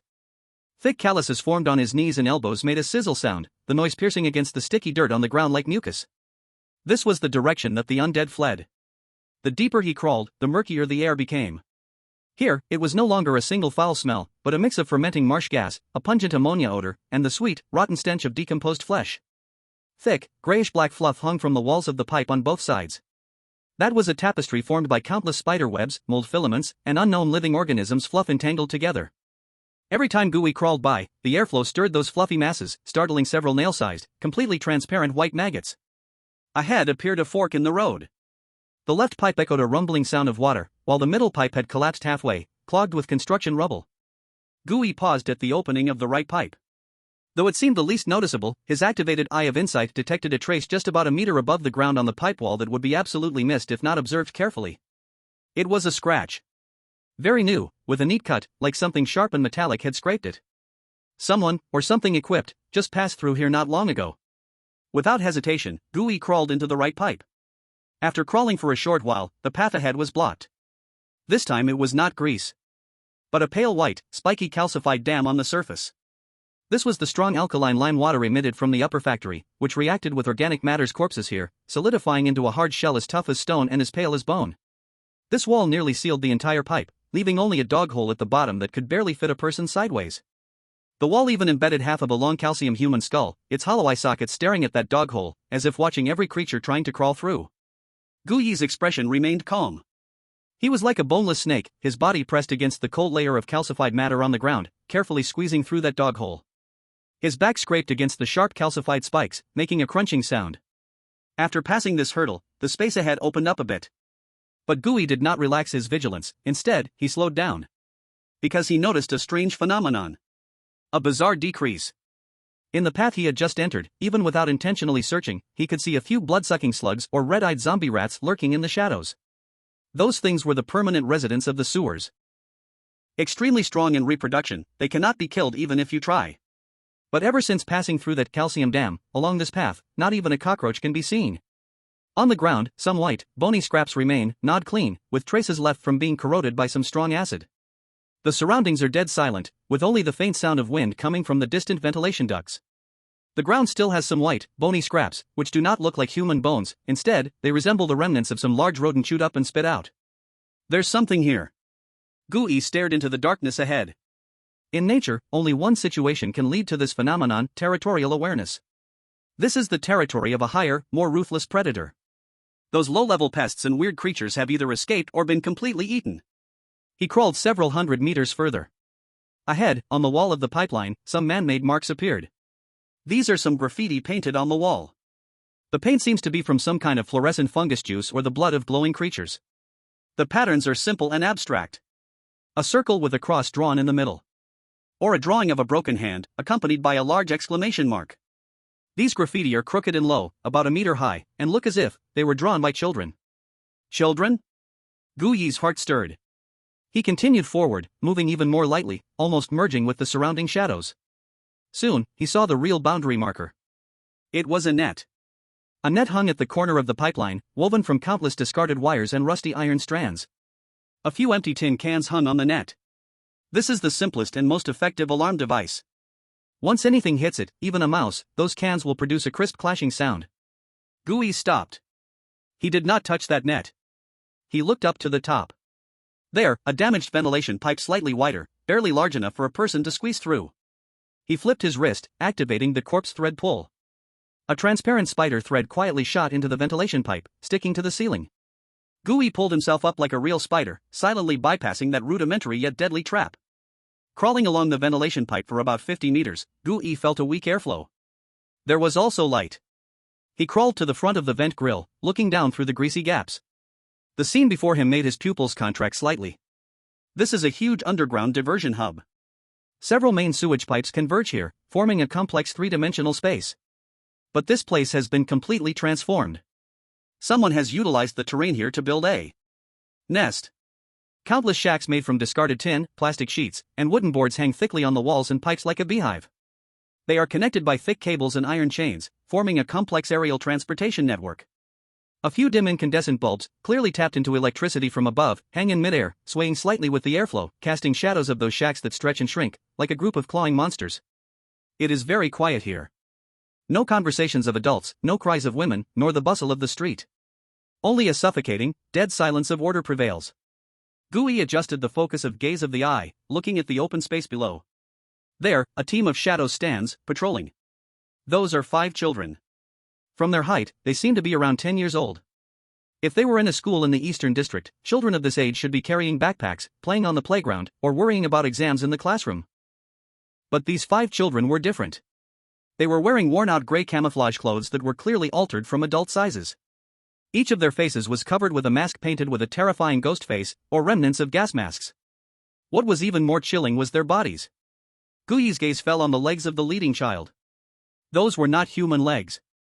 From the knees down, there were a pair of reverse-jointed mechanical limbs made from some unknown metal and biological shell. Their structure looked like enlarged grasshopper hind legs, brimming with explosive power, each step silent on the ground. Then he looked at the child on the left. His entire right arm was gone, replaced by a thick, clearly belonging to some large, strange skeletal claw. The claw hung on the ground, even longer than his own body. There was another child, his back was swollen, as if carrying a huge lump. Upon closer inspection, it was not a lump at all, but a biologically similar organ, slightly wriggling like a venom sac, with several tubes connected to it, leading to a modified water gun in his hand. Deformed, incomplete, modified. This was not a gather place for homeless children at all. This was a squad of abandoned deformities, forcibly modified and armed by some power, formed into a troop of child soldiers. The Seamers. Gui coldly whispered this name in his heart. Only that group of mad artists would perform such cruel surgeries on these still developing children. Moreover, looking at the traces of their modifications, they were clearly more refined than the laborers in the upper working area. If those laborers were disposables, then these children were carefully cultivated warriors. At that moment, the patrol team below suddenly stopped. The child with grasshopper legs abruptly turned his head to look at a shadowy corner nearby. There, a solitary F-grade carcinoma rat was trying to sneak into the camp to steal some food. The rat had just peeked its head out. Whoosh! Without any nonsense or warning. The child didn't even turn around, he just launched himself off the ground with those reverse-jointed mechanical legs. His entire body shot forward like a fired cannonball, instantly crossing over 10 meters. Thud! A sharpened triangular iron piece in his hand accurately pierced the rat's head, nailing it to the ground. The motion was quick, clean, and ruthless. There were no unnecessary movements, and no emotional fluctuations. The other children also gathered around. The child with the skeletal claw walked over, skillfully sliced open the rat's belly with his claw, tossed the entrails into a nearby sewage ditch, and then threw the remaining meat chunks into a cloth bag he carried. Not a single person spoke throughout the entire process. They coordinated with each other, as if they were 5 fingers of a single hand. Gooey watched the scene, his expression slightly grave. These were no children. They were clearly a group of little monsters disguised in human skin. Their eyes held no innocence, only a cold, beastly nature forged from long-term brainwashing and cruel training. This is what they call a nest. Gooey recalled a term mentioned by the earlier mantis. The enforcer organization of the seamers. So this was its true face. Gooey did not act rashly. His current identity was that of a corpse eater from the distortions who accidentally stumbled here. According to the rules here, he was the intruder, the prey. If discovered, these little madmen would surely pounce without hesitation, tearing him to pieces and serving him for tonight's extra meal. Although given his current strength, killing these children wasn't difficult. But he wasn't here to slaughter the child soldiers. If he acted here, it would definitely alert the entire nest. Even attracting the higher-ups of the seamers. That would be too costly. Gooey held his breath, using the corpse silk's pole to firmly secure himself at the top of the ventilation duct, remaining completely still. He was waiting. Waiting for the patrol team to leave. Or, waiting for a chance to be alone. A few minutes later, the group of children finished dealing with the rats and continued their patrol along the established route, quickly disappearing into another duct opening. Gooey did not move immediately. He planned to wait another 3 seconds. 1 second, 2 seconds. Just at the 3rd second, Gooey's movement suddenly froze. Something was not right. The wind in the ventilation duct changed. The faint airflow that had been blowing in from the depths behind him suddenly created a very slight disturbance, as if something was blocking the wind's path. Soon after, the stench of slimy odor wafted through the weak current. It was at least 15 meters away, still at the corner of the duct. Someone. Or rather, something. And it was silently, quickly approaching him. Gooey did not turn back, any movement would alarm the other party. He willed his eye of insight to silently change direction, pressing against the duct wall to look into the depths of the darkness behind him. In the night vision, a figure slowly crawled out from the shadow at the corner. Gooey's pupils slightly constricted. It was a very small dark shape, but it was not walking on 2 legs, instead, like a giant spider, it had its limbs spread out, hanging upside down on the duct wall. Its limbs. No, they were not human hands and feet at all. Those were 4 long, slippery, soft appendages covered in suckers and barbs. And on the end of the right front appendage, it flexibly coiled around a knife that had no reflection at all. That appendage twisted around the knife's handle, the suckers tightly sticking, not only stabilizing it but also allowing for bizarre attack angles that no human wrist could achieve. Its eyes emitted a faint green glow in the dark, locking onto Gooey's position. A mutant? Or a modified human? Gooey quickly judged in his heart. Looking at this body structure, it resembled some kind of monster fused with cephalopod genes. And the fact that it wielded a knife with its appendage indicated it retained human intelligence and had received professional assassination training. It seemed like this was a hidden guard specifically responsible for clearing pests in narrow ventilation pipes. Gooey's heart sank. The other side had clearly already discovered him.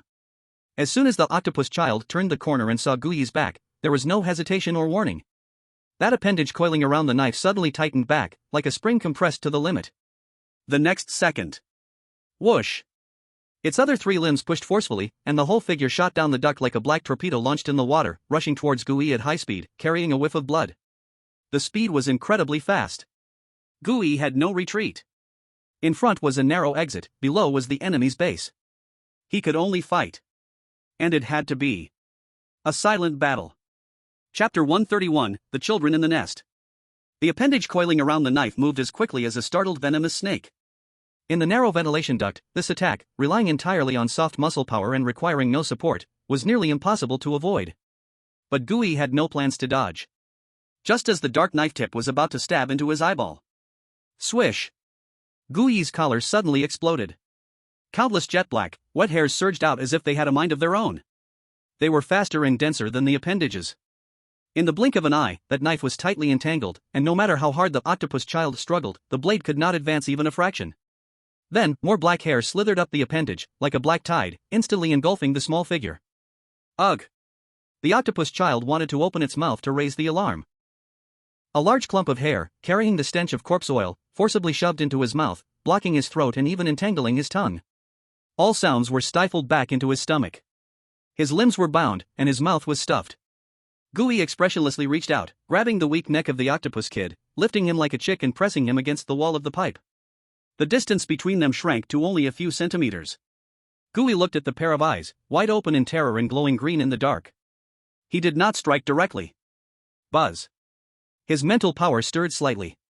The card of the rule, glowing with a strange red light, the game of hide-and-seek, E-level, shattered into a circle of invisible ripples, spreading out instantly. The surrounding air suddenly dropped to freezing point.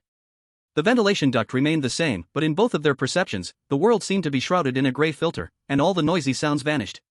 Then, a tender, ethereal, but emotionless child's voice, without warning, directly echoed deep in their minds. Hee hide and seek, let's begin. 10. With the countdown starting, the octopus kid, who was tightly bound, suddenly convulsed violently. That was the instinctual fear of life towards the rules. 9-8. The voice continued, dripping with a mocking tone that kept closing in. The octopus kid's pupils trembled wildly, his limbs struggling desperately, wanting to crawl into the shadows, seeking a place to hide himself. This was the forced impulse granted by the rules. 5-4. But he couldn't move. Gooey's hand clamped down like a vice on his neck, black hair wrapping around his body like chains. He could only watch as that countdown to death ticked away, inching closer to zero. This kind of must hide yet cannot hide despair instantly shattered his psychological defenses. 3-2-1. I am coming to catch you. That voice suddenly became sharp and excited. Gooey looked at the child before him, now terrified and limp, leaned close to the child's ear and softly declared the conclusion. I found you. Buzz. The rule's judgment took effect. As the loser, the octopus kid's body suddenly stiffened, the sparkle in his eyes quickly fading, replaced by a hollow bewilderment.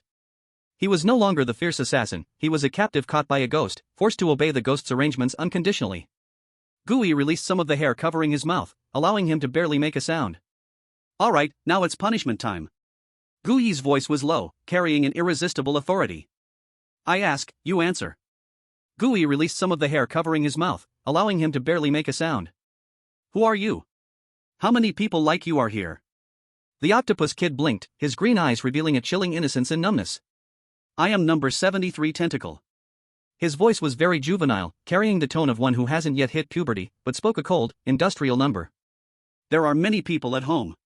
Also, number 45 claw, number 60 leg. Gooey's heart sank slightly. Number 73 meant that there must be at least 70 of these modified child soldiers in the nest. Where did you come from? From the garbage heap. Number 73 answered matter-of-factly, or from the river. We are all broken children, unwanted. It was the white coat uncle who took us back, gave us a new home. Who takes care of you? The instructor. And the white coat uncle. Mentioning the instructor, number 73's tentacles instinctively shrank back. The instructor is very fierce. If you don't behave, or if you slack off in training, you will be taken away. To do what? To make a contribution. Number 73's tone carried a hint of fear. The instructor said that the parts of bad children cannot be wasted, they need to be taken apart and given to obedient good children. What is your means of communication? What do you do when you meet outsiders? Show knives. Number 73 waved his tentacle wrapped around a dagger. If you don't respond, or there's no smell, it's a mouse. Kill the mouse, and there will be meat to eat at night. Smell? Gooey caught on to this word. Yes, the smell of family. Number 73 sniffed. Gooey understood. It must be some kind of chemical marker, or perhaps a pheromone. No wonder these kids coordinated so well, they didn't even need to speak. How did you become like this? Gooey pointed at his tentacles. Uncle in the white coat. Number 73 answered quickly, Uncle in the white coat is good, just lie in bed and sleep, and when you wake up, you will become stronger, and you will have new hands. He wiggled his few slimy tentacles, seeming quite satisfied with his new hands. When you are strong, you can help the uncles catch mice and catch bad people. Gooey frowned deeply upon hearing this. In this child's perception, being amputated and turned into a monster was a kind of reward. The brainwashing was thorough enough. "Have you seen a woman?" Gooey tentatively asked, with two hands like knives, like a mantis. Since the mantis had come from here, the people here should have some impression of her. Number 7 thought for a moment, tilting his head, a hint of confusion flashing in his eyes. Mantis? He seemed not to understand this word. With hands like knives, are you talking about the older sister who has graduated? Number 73's eyes brightened. That dual-knife sister. She comes back to see us sometimes. And she brings us things from above. The instructor says that as long as we complete all the training, we can graduate. We can go to the world above, eat whatever we want, and never have to crawl through tubes again. Indeed. The mantis was also a product of this place. One last question. Gooey stared into his eyes. What is at the deepest part below? Where do those uncles in white coats hide the good things? But this time, number 73 shook his head. I don't know. His answer was crisp and very confused. The instructor won't let us go to the very bottom. Only the big guards can go there. We can only catch mice in the tubes. I've never been there. Gooey squinted. It seemed this child's permissions were limited to the outer security and ventilation pipes. For the real core secrets, he knew nothing. He changed angles and asked about the terrain and specific numbers, but apart from his own patrol area, this child was completely clueless about other places. His world was confined to this dark network of pipes. All right. Gooey sighed. No more could be asked. This child had already said all he knew. The rest was beyond his level of access. The game is over. With these 4 words, the rules of the hide-and-seek game were lifted. But Gooey did not give him the chance to wake up screaming. Using the last bit of control left from the rules, he issued his final command to the octopus child. As a punishment, you are very sleepy now. Sleep now. As soon as the words fell, number 73, who was originally struggling in fear, instantly softened. His eyelids seemed to carry a heavy load, completely unable to resist the force of the rules. Rolling his eyes back, he fell into a deep sleep. Gooey caught his limp body. He did not kill him. Killing a brainwashed child was meaningless, and the smell of blood would bring more trouble. The side effect of the rule card would cause this child to forget the conversation after waking up, only thinking he had fallen asleep while on patrol and had a dream. But to be safe, Gooey still carried him back quickly through the ventilation shaft that had avoided the alarm net. This place was some distance from the nest, relatively concealed. Hiss. Gooey raised his wrist, activating the corpse silk pull. Dozens of strong spider silk shot out, wrapping the unconscious number 73 like a cocoon, hanging in the shadow at the top of the pipe. His mouth was sealed, and his limbs were bound. He would have to sleep at least until tomorrow morning. After doing all this, Gooey took a deep breath. He originally planned to disguise himself as number 73 using the thousand-faced performer to blend in. But as he looked at the child wrapped like a cocoon, and the few tentacles still twitching mindlessly, covered in suckers, he shook his head. No, it wouldn't work. The risk was too great. First was the smell. The child had mentioned that they carried the smell of family, a special kind of chemical pheromone. Gooey could mimic the appearance, but he couldn't replicate that scent. Secondly was the biological structure. Those soft tentacles were not just about form, inside were complex nerves and bundles of muscles. The current camouflage ability of the thousand-faced performer could not simulate such bizarre organs. Let's use the old method. Gooey took a step back, his figure blending into the darkness. His mind stirred slightly. Form switch, polluted blood. Gurgle. Gooey's body instantly collapsed and melted away. Bones vanished, flesh turned to mud. In the blink of an eye, he transformed into a pool of sticky liquid, only the size of a basin, swirling black and red. This was true infiltration. No fixed shape, no breathing, not even body temperature distinct from the surrounding sewage. In the filthy underground of the West District, who would notice a pool of sludge in the corner? Gooey controlled his liquid body, silently flowing down through the gaps of the ventilation duct. A few minutes later, an inconspicuous black sludge, sliding down the shadow of the wall, slowly descended above the massive underground nest. He did not rush to land but attached himself to a rusty beam spanning the air. What he had seen earlier through the vent was only the tip of the iceberg. Now, the entire nest unfolded before his eyes. This was not merely a barracks, it felt more like a grotesque breeding farm. Aside from those transformed warriors on patrol, many makeshift hammocks and iron cages were scattered along the edges of the nest. Locked inside were more children, looking only 7 or 8 years old, or even younger. They had no mechanical legs and no bone claws. Each child bore obvious deformities, some with severely curved spines, some born missing a leg, and others with large tumors on their faces. They were not training but quietly huddled in their cages like livestock awaiting slaughter, their eyes hollow, neither crying nor making a fuss. Occasionally, a few instructors in gray uniforms would walk by, tossing some moldy bread or unknown pills into the cages. The children would silently pick them up and eat them, not even fighting for them. Gooey watched this scene, his liquid body rippling slightly. This was what the seamster called adoption. Collecting these discarded rejects of the world, selecting those with strong willpower and high physical tolerance, transforming them into killing machines. What about the rest? He recalled what number 73 had said, the parts of bad kids cannot be wasted. If they couldn't withstand the transformation, or lacked developmental value, their corneas, kidneys, and even relatively healthy skin would probably be taken apart, placed in cold storage, and turned into spare parts for repairing other finished products. Just then, a sound of even footsteps came from a passage below. Tap, tap, tap. Gooey immediately focused his mind, pressing his body flatter, almost melding into the beam. A group of people emerged. Leading them were two fully armed adult guards, guns in hand, scanning the surroundings cautiously. Behind them followed three people in spotless white rubber protective gowns, wearing gas masks and goggles. Uncle in a white coat. The kind yet terrifying presence referred to by number 73. These three held electronic tablets, and it seemed they were not touring a slum but inspecting their own chicken farm. They walked to the row of iron cages. Because the distance was too far, plus the roar of the ventilation fan underground, Gooey could not hear what they were saying. He could only see a silent drama. One of the leading men in a white coat stopped in front of a cage. Inside, there was a little girl with a huge tumor on her back. The man in the white coat reached out his hand, poking the tumor with his gloved finger, seemingly checking its elasticity. Then he turned around, nodded to the assistant behind him, and marked a check on the record board. The assistant immediately opened the cage, grabbing the trembling little girl like a chick, and threw her into a pre-prepared metal transport box on wheels. Next, the leader walked over to a cage in the corner. This was a boy with severely atrophied legs, curled up on the ground and coughing violently, even coughing up blood. The man in the white coat just glanced coldly, without any hesitation, directly marking an eye-catching X on the record board. He made a throat-cutting gesture to the guard beside him, then pointed at the boy's eyes and waist. The guard skillfully dragged the boy out, heading towards a side door deep in the shadows. After completing this round of screening, the three men in white coats seemed to finish their work and gathered together to exchange a few brief words. Then the group split up. Two of the men in white coats took the transport box containing the qualified products and walked towards a nearby area. And the leading man, who looked the highest in status, walked alone, carrying a silver metal briefcase, turning to walk into the deepest part of the den. That direction was exactly the direction leading to the warehouse indicated by number 73. It was also the area connecting the geothermal pipeline, heavily guarded. Gooey, hidden on the beam above, saw a cold light flash through the massive black sludge. Storming in was impossible, as it was clear there were heavy guards. But what if this key walked over by itself? Gooey made no sound. He was like a drop of dirty water leaking from the roof, silently sliding down the wall's shadow.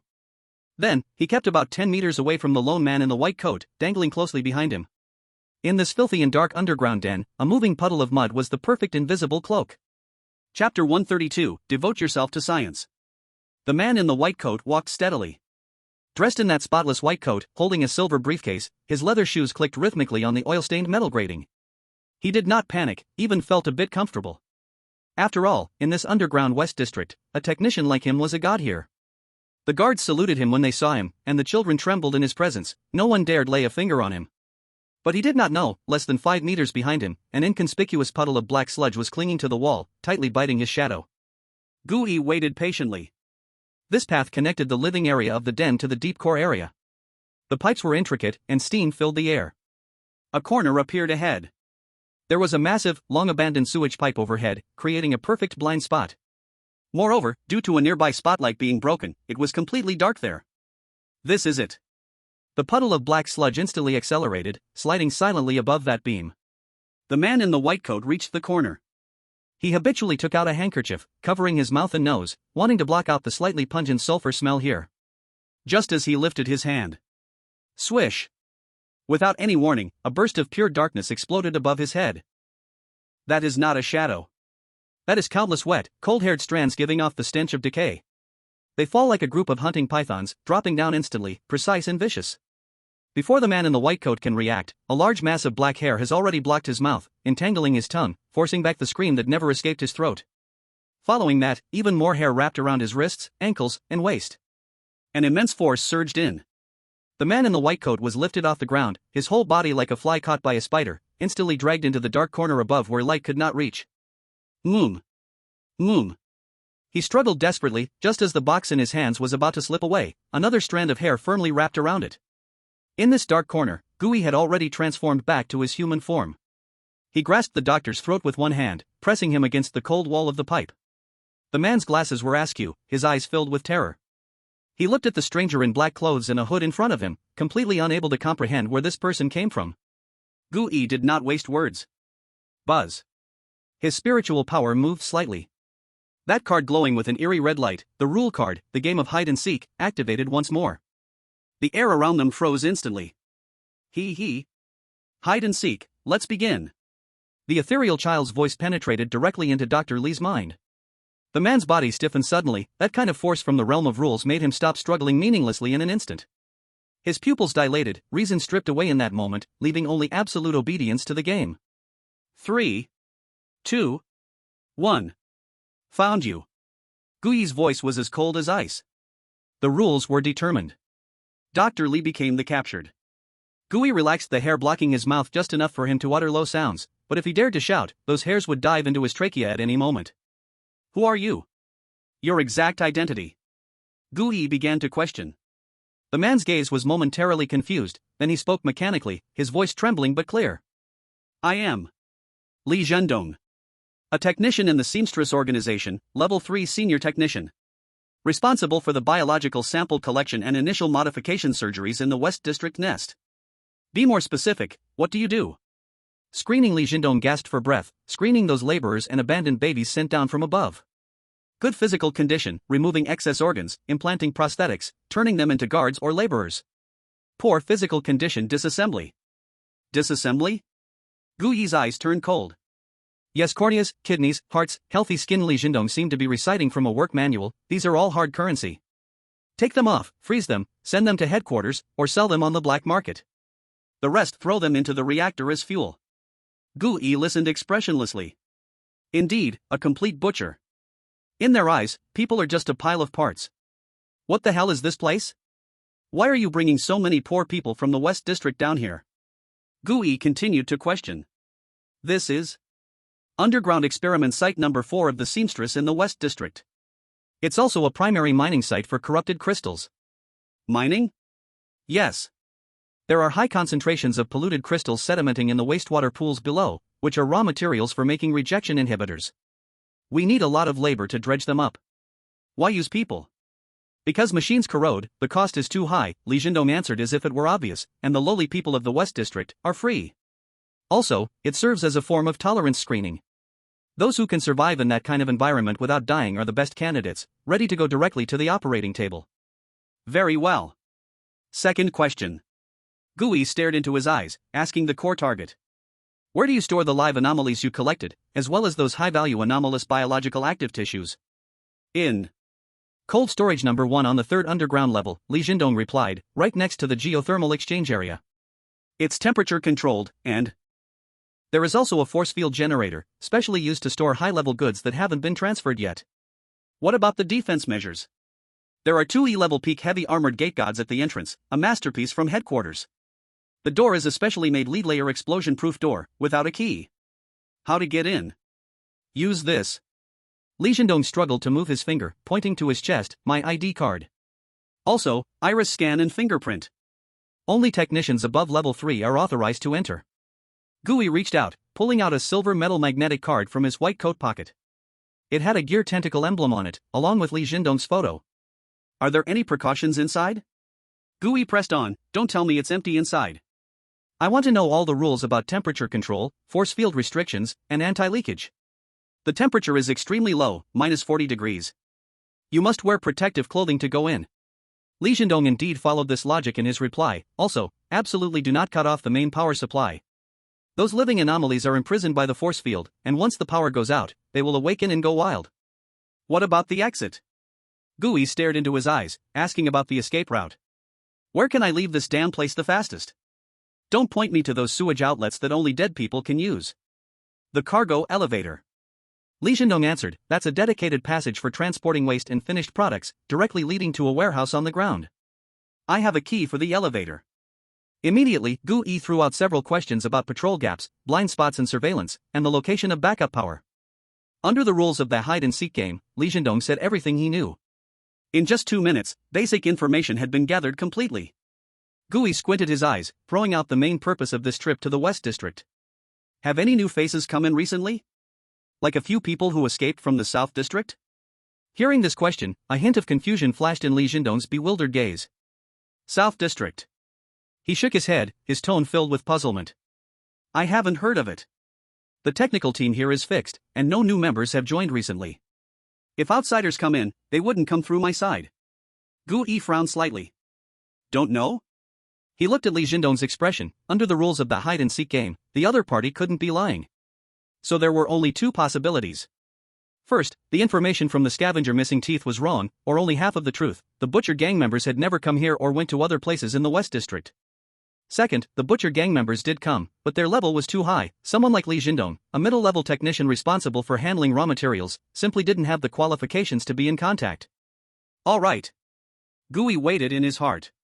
Regardless of whether the Butcher gang members were here or not, since he had come, he had no reason to miss out on this warehouse full of living material. It was always better to seize the benefits first. One last question. Gu Yi looked at Li Zhendong, his eyes showing no warmth. What are you going to do with that little girl with a tumor on her back? Li Zhendong was taken aback, seemingly not expecting the ghost to ask such an irrelevant question. That is the best culture dish. He said as if it were obvious, cut open her spine and implant the poison sac. Although the process will be very painful, with a high death rate, if successful, it can create a brand new gas soldier. This is, for science. For science. Gu Yi repeated those words, a hint of sarcasm curling at the corner of his mouth. Well said. Game over. He did not directly snap the other party's neck, instead, he loosened his grip. The rule of the hide-and-seek game was lifted. The confusion in Li Zhendong's eyes instantly vanished, replaced by extreme terror. He opened his mouth to scream, to plead for mercy, to tell the person in front of him how important he was as a senior technician.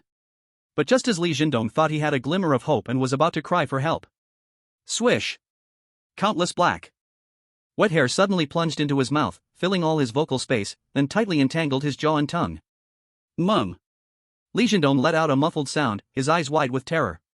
Since you love science so much, Gu Yi said, opening Li Zhendong's silver briefcase, let's conduct a rigorous quantitative experiment. He pulled out a stack of brand new, sterile blood storage bags that Li Zhendong originally intended to use for other organs. Then, he opened his backpack and took out the black, ominous living blood pump. At the sight of the machine, Li Zhendong's pupils shrank to the size of a pinhead. As an expert, he knew too well what this thing was for. Don't move, or the needle will slip. Gu Yi's tone was calm, as if soothing a patient. He skillfully inserted the thick input needle precisely into the large artery in Li Zhendong's neck. Buzz. The blood pump started up. The sickening sound of sucking echoed in the dead silence of the corner. Li Zhendong's body began to twitch violently. He could distinctly feel his blood, essence, even the life force in his muscle fibers, being greedily drawn out by the machine, sip by sip. That feeling was more painful than death by 1,000 cuts. But he couldn't scream, he couldn't even faint. Because Gu Yi was staring at him with cold eyes, as if recording some kind of data. 1 bag, 2 bags, 3 bags. Li Zhendong watched those bags that originally belonged to him swell up, filled with his golden red life essence. His skin began to rapidly shrivel and turn gray, and the originally fitting white coat became loose, like a layer of skin hanging on a skeleton. His eyes went from panic, to despair, and finally to begging for death. Kill me. Please, kill me. Gu Yi remained indifferent.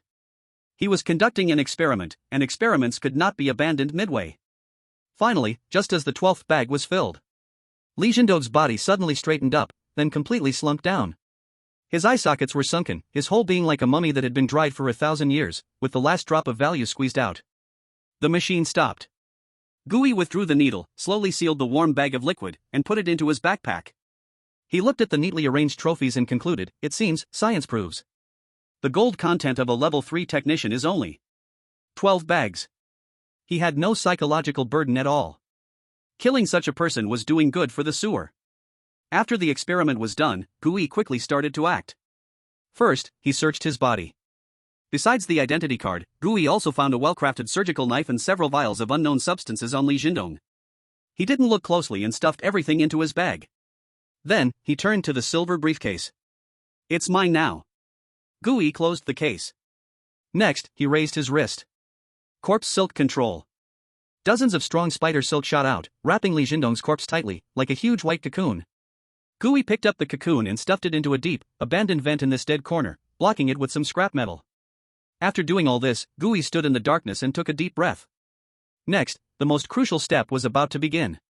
He looked at the identity card of Li Jindong in his hand, recalling the man's demeanor, tone, and even the slightly pigeon-toed posture when walking. Li Jindong. Gui whispered. His consciousness sank into the specimen. Shapeshift, thousand-faced actor. Crack, crack, crack. A series of subtle bone adjustments sounded. Gui's height increased by 2 centimeters, becoming slightly slimmer. The muscles in his face began to wriggle. High cheekbones, deep-set eyes, pale and delicate skin. A few seconds later, a living Li Jindong stood in the shadows. Gui picked up the golden-framed glasses that had fallen on the ground and put them on his face.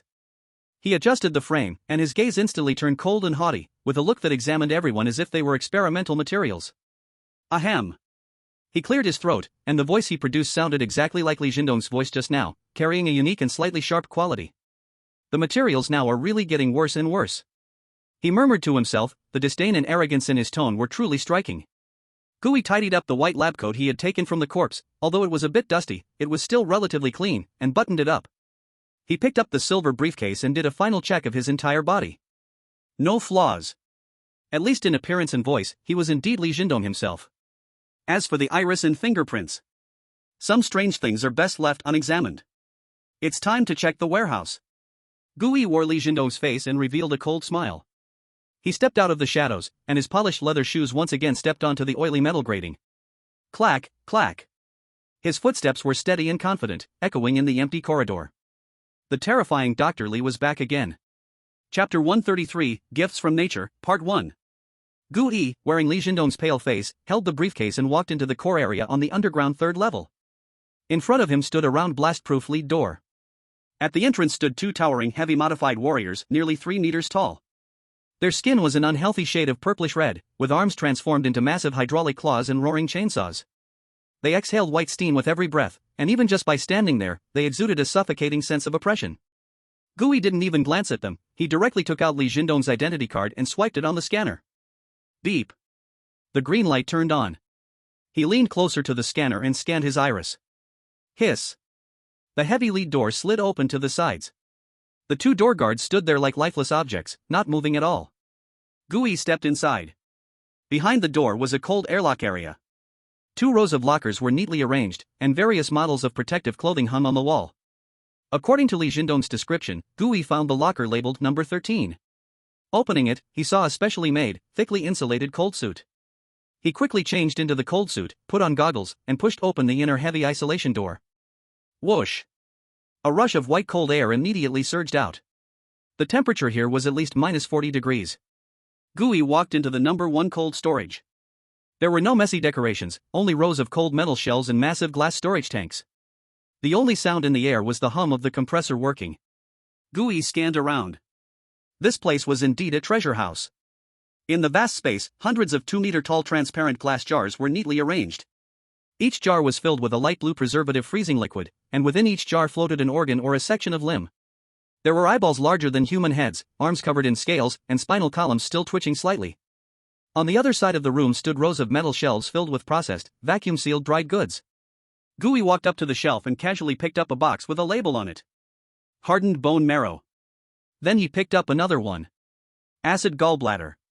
Another one. Scales of the deep diver. These were all good things. On the artist's list, these items could exchange for quite a number of credit points. Gui didn't waste time lamenting, he directly activated the scanning mode of the Eye of Insight and quickly darted between the shelves, looking for smaller items. Valuable hard currency. Just as he walked past a specially reinforced display case in the corner, a strange vibration suddenly shook in his mind. Discovery of containment target. Level, F. Gui stopped, turning to look at that case.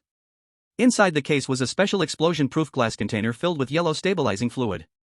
In the center of the liquid floated a dark red biological organ about the size of a fist, gently pulsing. It looked like a stomach filled with fluid, and even in this cold storage at dozens of degrees below zero, the glass surface showed no frost, feeling somewhat warm to the touch. Gui glanced at the label below the case. ID, Mat 704 phosphoroyl sac. Source: core sac of the mutated fuel slug. Description: this is an extremely unstable high-energy biological organ that typically grows inside mutated organisms that have long consumed chemical fuels and highly toxic waste. The sac is filled with golden yellow, biologically active phosphor oil. Warning: this substance is extremely reactive. Once it leaves the stabilizing liquid and comes into contact with air, it will ignite violently in 0.5 seconds. The flame temperature can instantly reach 1200 degrees Celsius and has a strong adhesion, unable to be extinguished with water, until the fuel is depleted. Gu Yi's eyelid twitched severely. Isn't this a biological version of a white phosphorus bomb? At that moment, the blood-red containment conditions from the guide appeared before him. Containment condition: swallow it whole, and endure its burning until it merges, approximately 60 seconds. Gu Yi fell silent. Swallowing a white phosphorus bomb? That sounds like seeking death. But Gu Yi looked at the sac radiating a tempting golden light. Since I'm here. Gu Yi muttered this phrase, a curse engraved in the DNA of the Chinese people, in his heart. Moreover, his current cards lean somewhat towards physical abilities. Most of his transformation anomalies primarily dealt pure physical damage, and against certain physically immune monsters, he was at a disadvantage, desperately needing some elemental damage to complete his attack spectrum.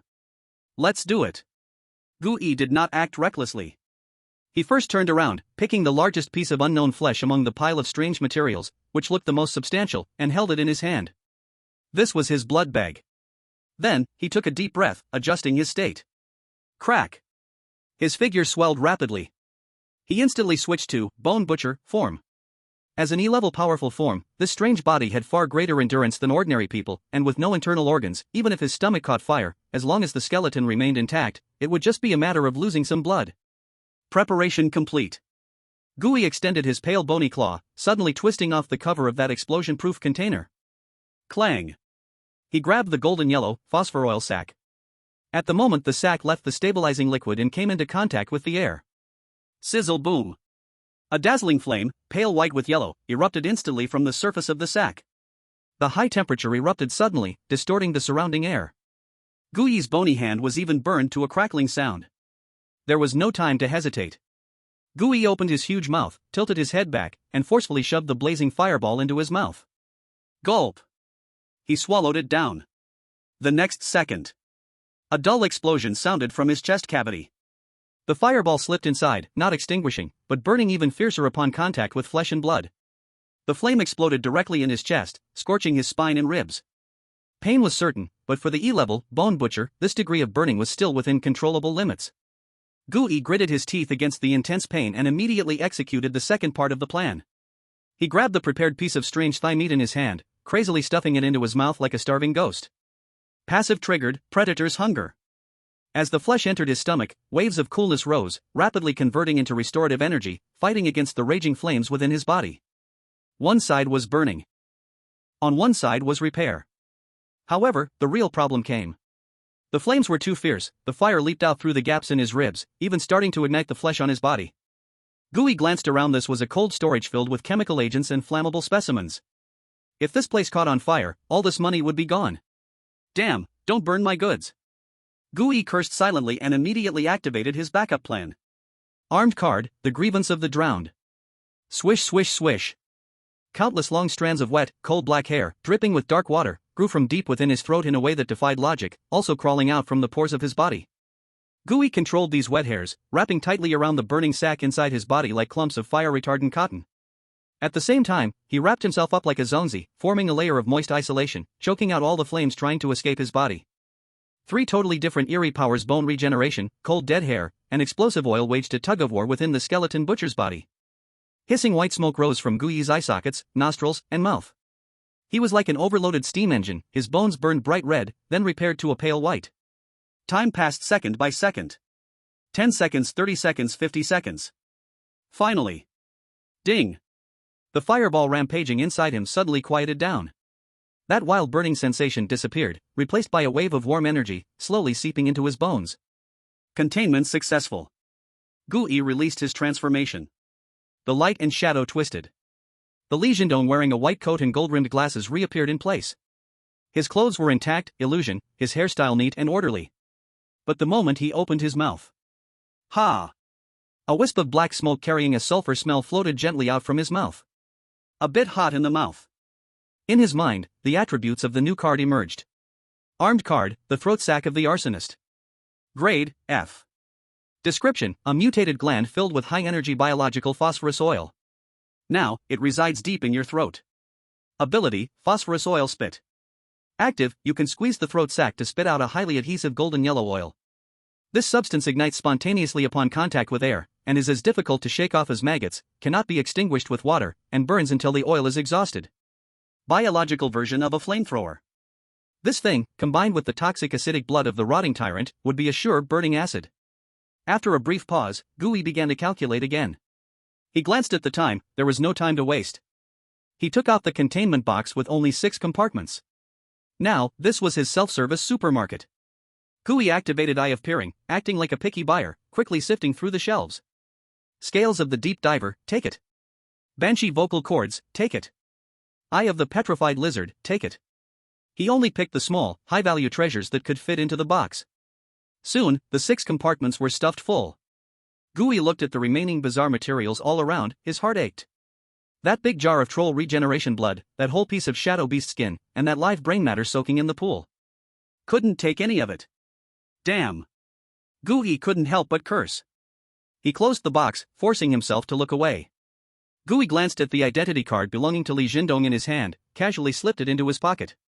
He knew very well that once this operation was done, the identity of Li Jindong would be completely discarded. The seamstress would definitely discover the technician was missing, and the warehouse had been robbed. By then, the security system here would definitely reset. It would be impossible to get back in using face recognition. Gooey raised his head, his gaze began to search the cold storage's ceiling in corners. Soon, he locked onto a vent located high up in the corner. A weak airflow stirred there. Found it. Gooey squinted his eyes, firmly remembering that spot in his mind, planning to check where it leads when he leaves later. As long as there is a gap, even if it is only a finger wide, his polluted blood can squeeze in. This will be my private warehouse from now on. When the heat dies down and I need something, I'll just come back in to get it. After marking, Gooey picked up the heavy containment box and turned to walk out of this storage room for dead objects. But his inventory was not finished yet.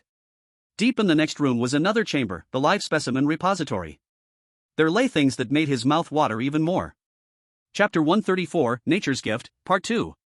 Gooey reached the end of the cold storage and pushed open the airtight door labeled Live Specimens, handle with care. This was still cold storage number 1, only separated into 2 layers by a heavy explosion-proof glass wall. The outside layer held dead objects, while the inside contained living ones. As soon as he stepped in, it was not as noisy as he had imagined. On the contrary, it was frighteningly quiet. There was not a whiff of strange odor in the air, just the faint sound of the powerful ventilation system at work. The walls were embedded with over 20 independent small force field cages, emitting a faint blue glow. The bizarre creatures inside, under the strong pressure of the force fields, mostly remained in a semi-dormant stasis, like specimens sealed in amber. There were no huge monsters here. All that were locked away were the economy types most favored by the artist's technical personnel, small in size but high in yield. Although they were all level F, the appearances of these things could definitely give an ordinary person 3 days of nightmares. These are all good stuff. Gooey turned back and locked the door behind him. Faced with this room full of ingredients, maintaining a human form was disrespectful to the food and a limit to his own appetite. Crack! With a slight thought, Gooey's figure instantly swelled, his skin tearing apart, and his white bones piercing through flesh, growing wildly. In an instant, the 2.5-meter tall bone butcher stood in the center of the cold storage. Little treasures, here I come. He took heavy steps toward the nearest cage. Through the glass, he saw a rusty piece of scrap iron inside, on which clusters of gray-brown, volcanocone-like hard-shelled creatures were parasitizing. In his mind, the pictorial guide trembled, crimson letters appearing. Discovery of containment object, level F anomaly rust barnacle. Containment conditions, remove and devour it from its attachment while in its attacking state. Gooey did not smash it directly. His current identity was senior technician, and he had the authority. He extended his bony finger and pressed a few buttons on the control panel beside the cage, inputting Li Jindong's employee number. Ding force field released. As the blue light faded away, the creature in the cage instantly came to life. It sensed the approach of an unfamiliar presence, and those mouthparts that had closed like chrysanthemums suddenly opened wide, its previously motionless body beginning to writhe violently, filling with biological pressure. Bang! Bang! A dull crashing sound echoed. Several rusty iron nails, carrying incredible kinetic energy, viciously slammed against the bulletproof glass of the cage. Crack! That special glass capable of withstanding gunfire instantly developed several spiderweb-like cracks, white powder trickling down. not bad in power. The soul fire in Guyi's eyes flickered. This piercing force was already comparable to a small caliber handgun fired at close range.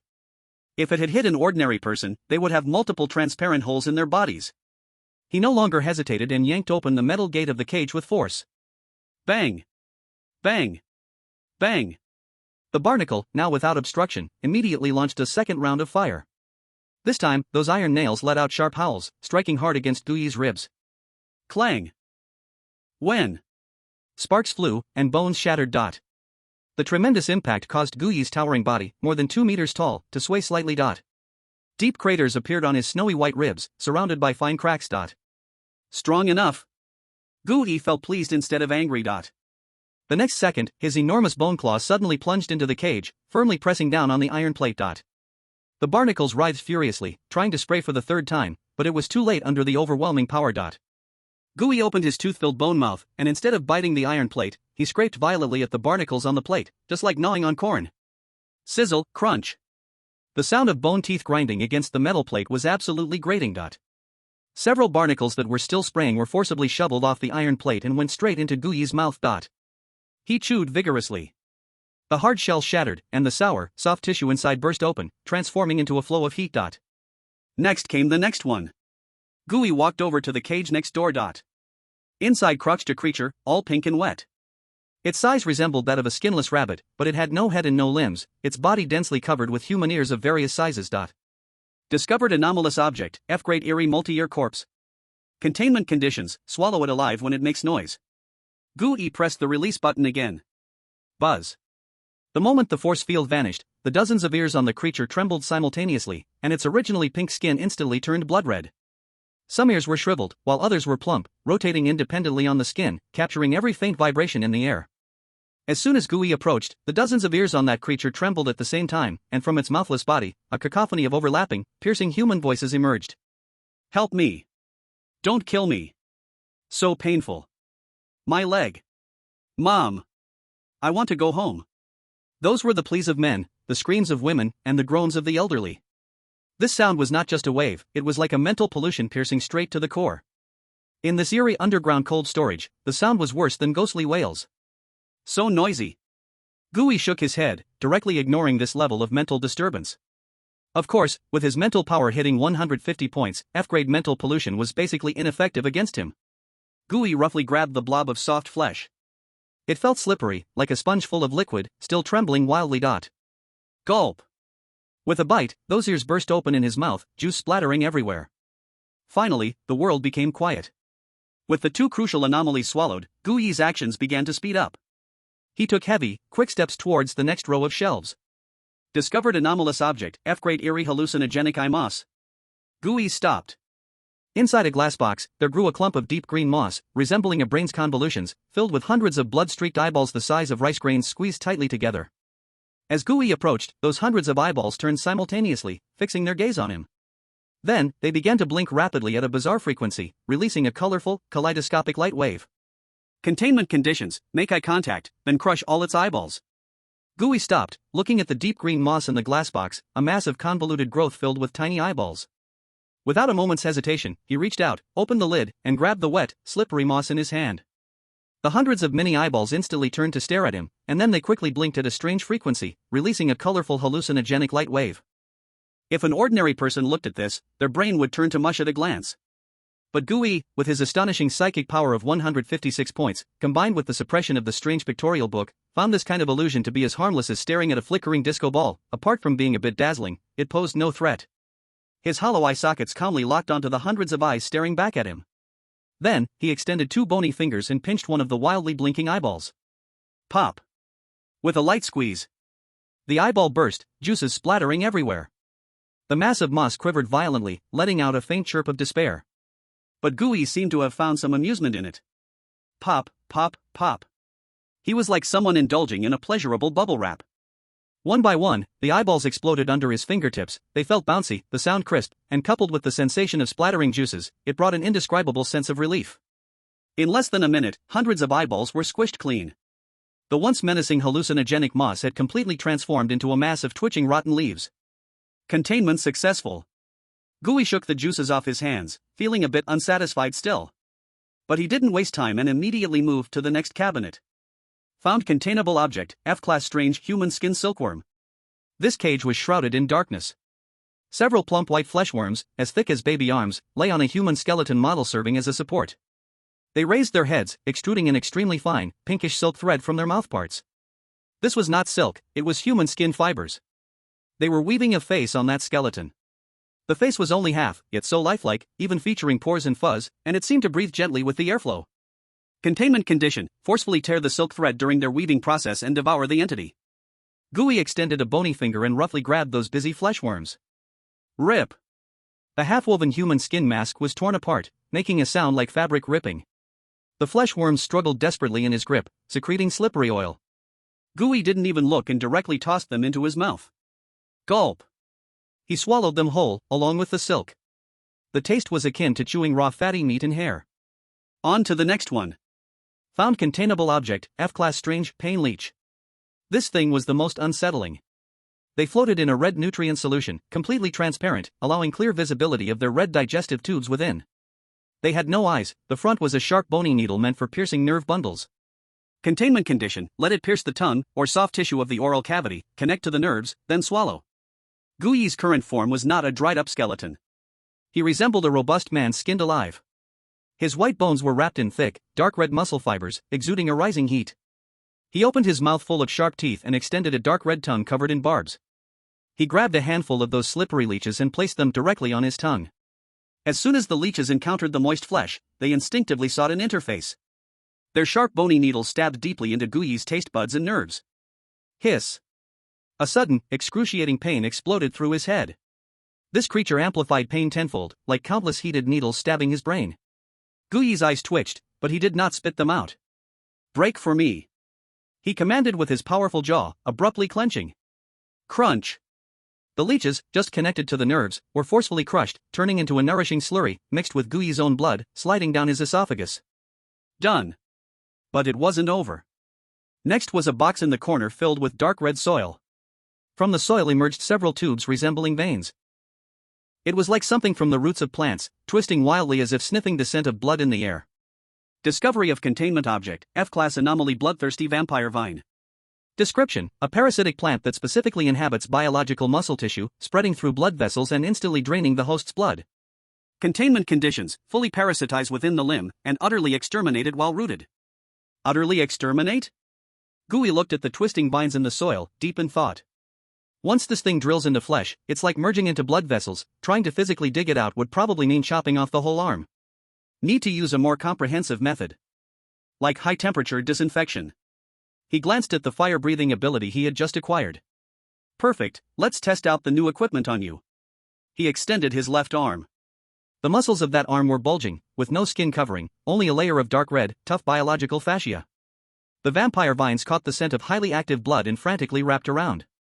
Sharp roots easily pierced the fascia, like a few redworms, quickly drilling into Gooey's forearm muscles. Gulp, gulp. Under the skin, you could see red protrusions moving and spreading wildly. Gooey distinctly felt his left arm go numb. It was the signal of blood being rapidly drawn away. It's eating well. Gooey's eyes grew cold. Armed card, the sorrow of the drowned activated. He took a deep breath, and the new organ deep in his throat suddenly contracted. Who? He opened his mouth wide and spat out a jet of golden, thick grease onto his left arm, now crawling with vines. The grease met the air and instantly ignited. Zizz, zizz. Flames instantly engulfed his whole left arm. This was no ordinary fire, it was highly adhesive phosphorus oil. Ugh! Even in the form of a monster, Gooey couldn't help but let out a muffled groan from deep in his throat. That feeling was like putting his hand into a bubbling pot of oil. The high temperature not only burned the surface muscles but also scorched the bones and nerves inside. His left arm muscles twitched violently in the heat, emitting a charred smell. But this was exactly the effect he wanted. High temperatures penetrated through the wounds and pores, directly burning into the depths of the muscles, scorching the roots of the vampire vines. Those vampire vines, still greedily sucking blood, were suddenly in trouble. They twisted and writhed violently within the muscle fibers, emitting shrill screams like boiling water. But they couldn't escape, they could only be roasted and carbonized alive within Gooey's flesh. As his entire left arm was about to be burned into charcoal, the pain nerves were nearly numbed. Enough. Gooey gritted his teeth, and with a thought. Armed card, the sorrow of the drowned. Swish, swish, swish. Countless damp, cold long hairs, dripping with dark water, crazily sprouted from his shoulders, rapidly wrapping around the burning left arm, smothering the stubborn flames layer by layer. As the smoke cleared, Gooey looked at his charred arm, still steaming. With the passive trigger of hunger for prey, the scorched dead skin began to fall away, revealing fresh red meat quickly regenerating beneath it. Among the dead skin, a few pieces of plant residue, now turned to ashes, were wrapped. Containment successful. He shook his hand, the piercing pain slowly subsiding, replaced by a tingling sensation of new flesh growing. This self-service meal was proceeding in an orderly manner. Gooey didn't let any cage go unaccounted for. Strange and bizarre creatures that would drive anyone insane continuously disappeared into that terrifying mouth. 20 minutes later. The originally full inner cold storage was completely empty.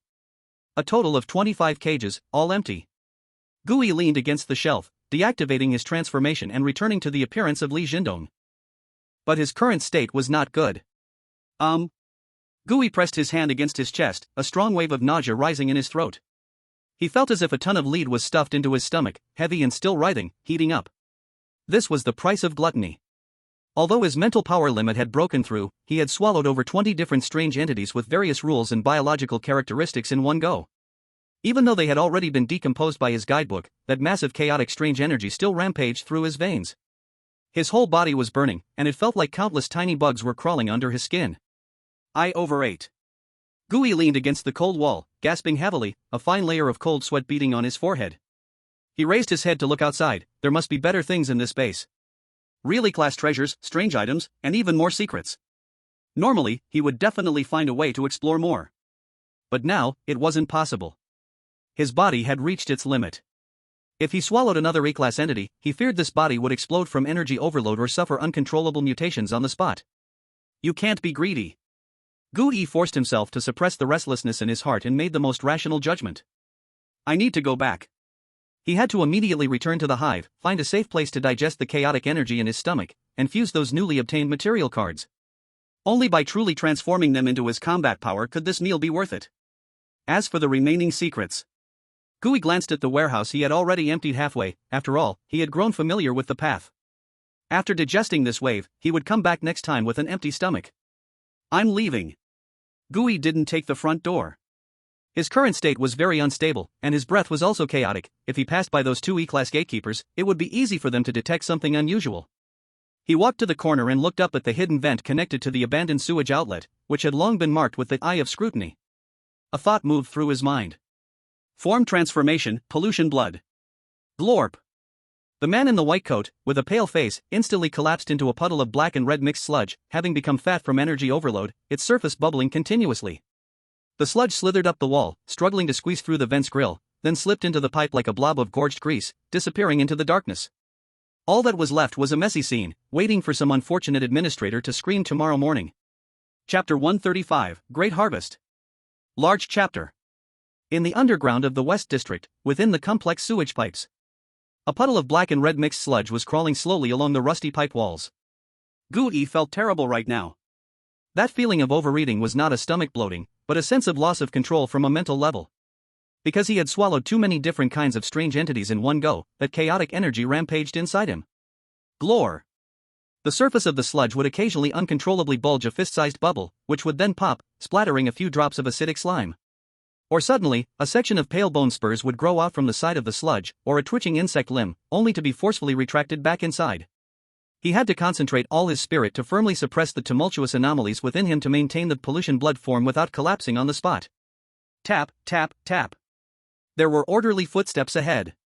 That was the patrol team of the hive. A few kids with leg modifications into mechanical limbs were quickly running past.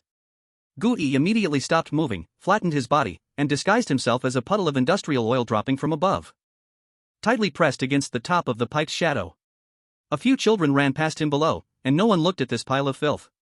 When the footsteps faded away, Gooey let out a sigh of relief and continued moving towards the remote vent layer. He couldn't go straight. There was still a tail that needed handling. A few minutes later, that pile of muck flowed back through the gap, returning to the hidden layer.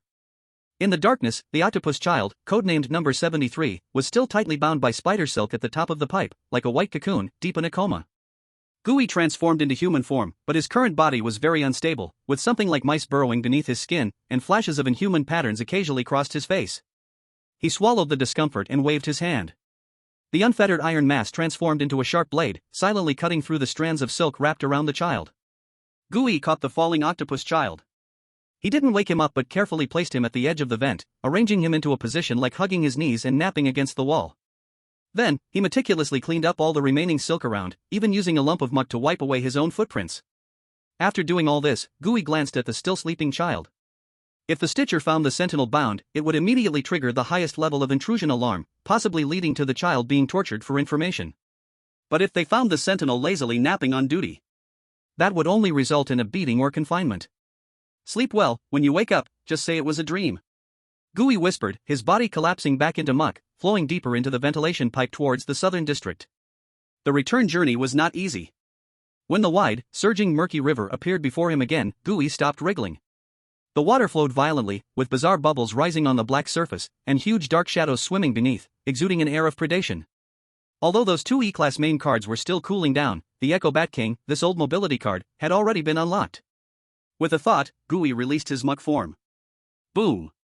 Black mist exploded. A giant bat with a wingspan of over 3 meters appeared in the air.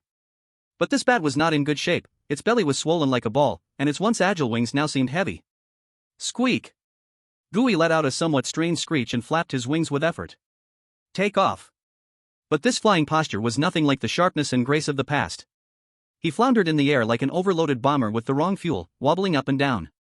Several times, due to sudden collisions of energy within, his wings nearly cramped, the whole body sinking down, and the sharp claws even scratched the water's surface, startling the dark shadows below to surge up, mouths wide open trying to bite the low-flying fat bat. Get lost! Gooey, suppressing the urge to vomit, unleashed a sonic wave shock, stunning those creatures leaping from the water, and then desperately flapped his wings, awkwardly lifting his position. All this time, he stumbled and swayed, narrowly avoiding falling into the river to feed the fish. Finally, a familiar number 7 valve appeared ahead. This was the entrance to the Southern District sewer. Splash! Gooey simply couldn't fly anymore, crashing down like a thrown sandbag onto the muddy bank, even rolling 2 times on the ground before stopping. Although he looked messy, at least he made it. The smell in the air changed from the pungent chemical acidity back to the familiar stench of decaying household garbage. Gooey changed back into his disguise form, wiped the mud off his face, and dared not stay longer. He avoided all the underground patrols, though there weren't really any proper patrols in the Southern District, following the familiar pipes. Like a ghost returning home, it slipped into the underground drainage system of the neighborhood where the beehive was located. 3rd floor. Gooey followed the water pipe on the outer wall, like a stain flowing upstream, squeezing into the small ventilation opening of his new room that was only as wide as a palm. Plop. Mud fell to the ground, quickly gathering and rising in the center of the room. The sound of bones restructuring exploded densely, blood and flesh filled in, and skin covered. A few seconds later, pale-faced, drenched in sweat, and with his clothes soaked in cold sweat, Gooey reappeared in the room. Huff, huff. He collapsed directly onto the floor, gasping for breath, his fingers still twitching slightly. As time passed, the strange illustrated handbook deep in his mind began to operate wildly. It forcibly formatted, classified, and packaged the turbulent and chaotic energy within him. That feeling of imminent explosion in his body finally slowly dissipated. What replaced it was a row of cards flickering with dim light, neatly arranged in his mind. Gooey lay on the ground for a full 3 hours before he felt he had come back to life. He got up, grabbed the water kettle on the table, and took a large gulp of cool water. Then he pulled the curtains, locked the door, and sat back by the bed. Although this action nearly made him burst, it was definitely worth the effort. Come on, let's see what tonight's harvest is. With a thought, the illustrated handbook unfolded in his mind. This harvest was terrifying, filling his card pool to the brim. Gooey sat on the edge of the bed, his consciousness sinking into his mind. The first card was a rusty iron sheet, oozing acidic liquid. Weapon card, rusty buckshot. Original, F-rank rusty barnacle. Description, a hard-shelled creature that parasitizes on old metal surfaces, resembling a volcanic cone. They have no eyes, only a mouth that opens and closes like a chrysanthemum. They soften and consume metal by secreting strong acid, compressing the indigestible waste inside them, and when in danger, they spurt it out like bullets. Ability, Metal Jet. When activated, a biological launch hole will appear in your palm or chest. You can usually swallow metal waste like nails and shell casings to store it inside. During battle, with the biological high-pressure airbag, you can spray these metal fragments like a shotgun. Effective killing distance is 20 meters, in a fan-shaped spread, specifically designed for all who defy you. The second card was a strange skinning rabbit covered in ears. Weapon card, Ear of the Dead. Original, F-rank multi-eared corpse. Description, a pink, moist soft-bodied creature. It has no head or limbs, and its body is covered in an array of human ears of various sizes. These ears rotate independently on the skin, possessing perverse hearing and a wicked interest in repeating the last words of the dead. Ability, eavesdropping species, you can split a nearly invisible ear from your fingertip, sticking it to walls or enemies. It acts like a listening device, transmitting all sounds within a 50-meter radius, including heartbeats and blood flow, directly into your mind. The third card was a massive green moss that was still blinking wildly. Weapon card, hallucinogenic iris. Original, F-rank hallucinogenic eye moss. Description, a deep green moss plant, riddled with crevices like brain flowers. Its surface is covered with hundreds of green-sized eyeballs. These eyeballs blink at specific frequencies, releasing light waves that can severely disrupt biological visual nerves, causing intense vertigo and hallucinations. Ability, hallucinogenic gaze. Your pupils will mutate into a kaleidoscope structure of this moss. When you gaze at a target, you can actively release high-frequency light waves to interfere. Enemies who maintain eye contact for more than 3 seconds will experience severe color distortion and dizziness in their visual nerves, as if they've drunk 2 pounds of fake alcohol while on a roller coaster. The fourth card was a plump white fleshworm. Form card, skin-weaving flesh silkworm. Original body, F-class human skin silkworm. Description, a fat white worm. It spits out not silk, but extremely tiny, biologically active human skin fibers. They have severe obsessive-compulsive disorder, keen on wrapping and stitching rotten meat pieces layer by layer, creating a structure similar to a cocoon. Ability, living suturing. After transformation, you become a giant meat worm. Although you move slowly and have no attack power, you can spit out that tough skin fiber. It can perfectly suture and repair any flesh wound like real skin, and even be used to create lifelike human skin masks. The fifth card shows a leech, completely red, covered with nerve tentacles. Form card, painful leech. Original body, F-class pain leech. Description, a transparent segmented animal, with a visible red digestive tract inside. It has a sharp bone needle on its head, specifically used to pierce the nerve bundles of prey. It does not suck blood but feeds on biologically generated pain signals, capable of amplifying pain feedback to the host several times. Ability, nerve hijacking. After transformation, you become a slimy red leech, about the length of a finger, extremely difficult to catch. You can burrow into the enemy's wounds or holes, directly connecting to their pain nerves. Once connected, you can magnify any small touch, like a breeze, into excruciating pain in their mind, causing instant shock. The last card describes a red vine wildly swimming in blood vessels. Weapon card, vascular parasitic vine. Original body, F-class bloodthirsty demon vine. Type, symbiotic weapon. Description, a dark red parasitic plant disguised as an animal's blood vessel. Its root system is a hollow needle structure, extremely sharp. Once it touches biological muscle, it instantly burrows under the skin, spreading and growing along the blood vessels, quickly draining the host's blood. Ability, Scarlet Whip. In battle, it pierces through your skin and emerges as a 5-meter-long blood-sucking tentacle covered with barbs. It can whip enemies like a whip and penetrate their bodies to forcibly extract blood, refilling you, acting as a temporary blood transfusion.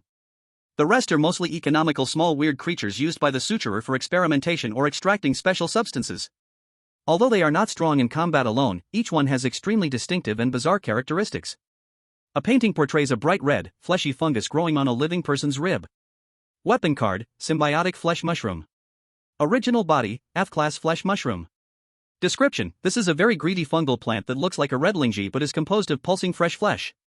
It cannot survive independently and must deeply root into the host's blood vessels and nerves to achieve symbiosis. Ability, pain repository. You can plant it in your waist or back. It will absorb your blood and grow rapidly. The cut-off flesh is rich in high calories, tasting like premium raw beef. But be careful, its nerves are linked to you, cutting its flesh will cause you to feel the same intense pain. A round ball, black and spiky like a sea urchin. Weapon card, high-pressure puffball. Original body, F-class static puffball. Description, this is a faceless being, even indistinguishable from head to tail, covered in dry, hard black fuzz. It trembles and rubs against the air madly at all times, its surface crackling with sound, surrounded by blue electric arcs. Ability, biological battery. Held in your hand, it is a restless high-voltage power source. It can violently charge your electronic devices, like terminals and night vision devices, or be pressed directly against an enemy, giving them a defibrillation shock strong enough to lead to cardiac arrest. Form card, guiding firefly. Original body, F-class guiding firefly. This is an insect that is the size of a thumb, looking like some kind of deformed hybrid between a moth and a firefly.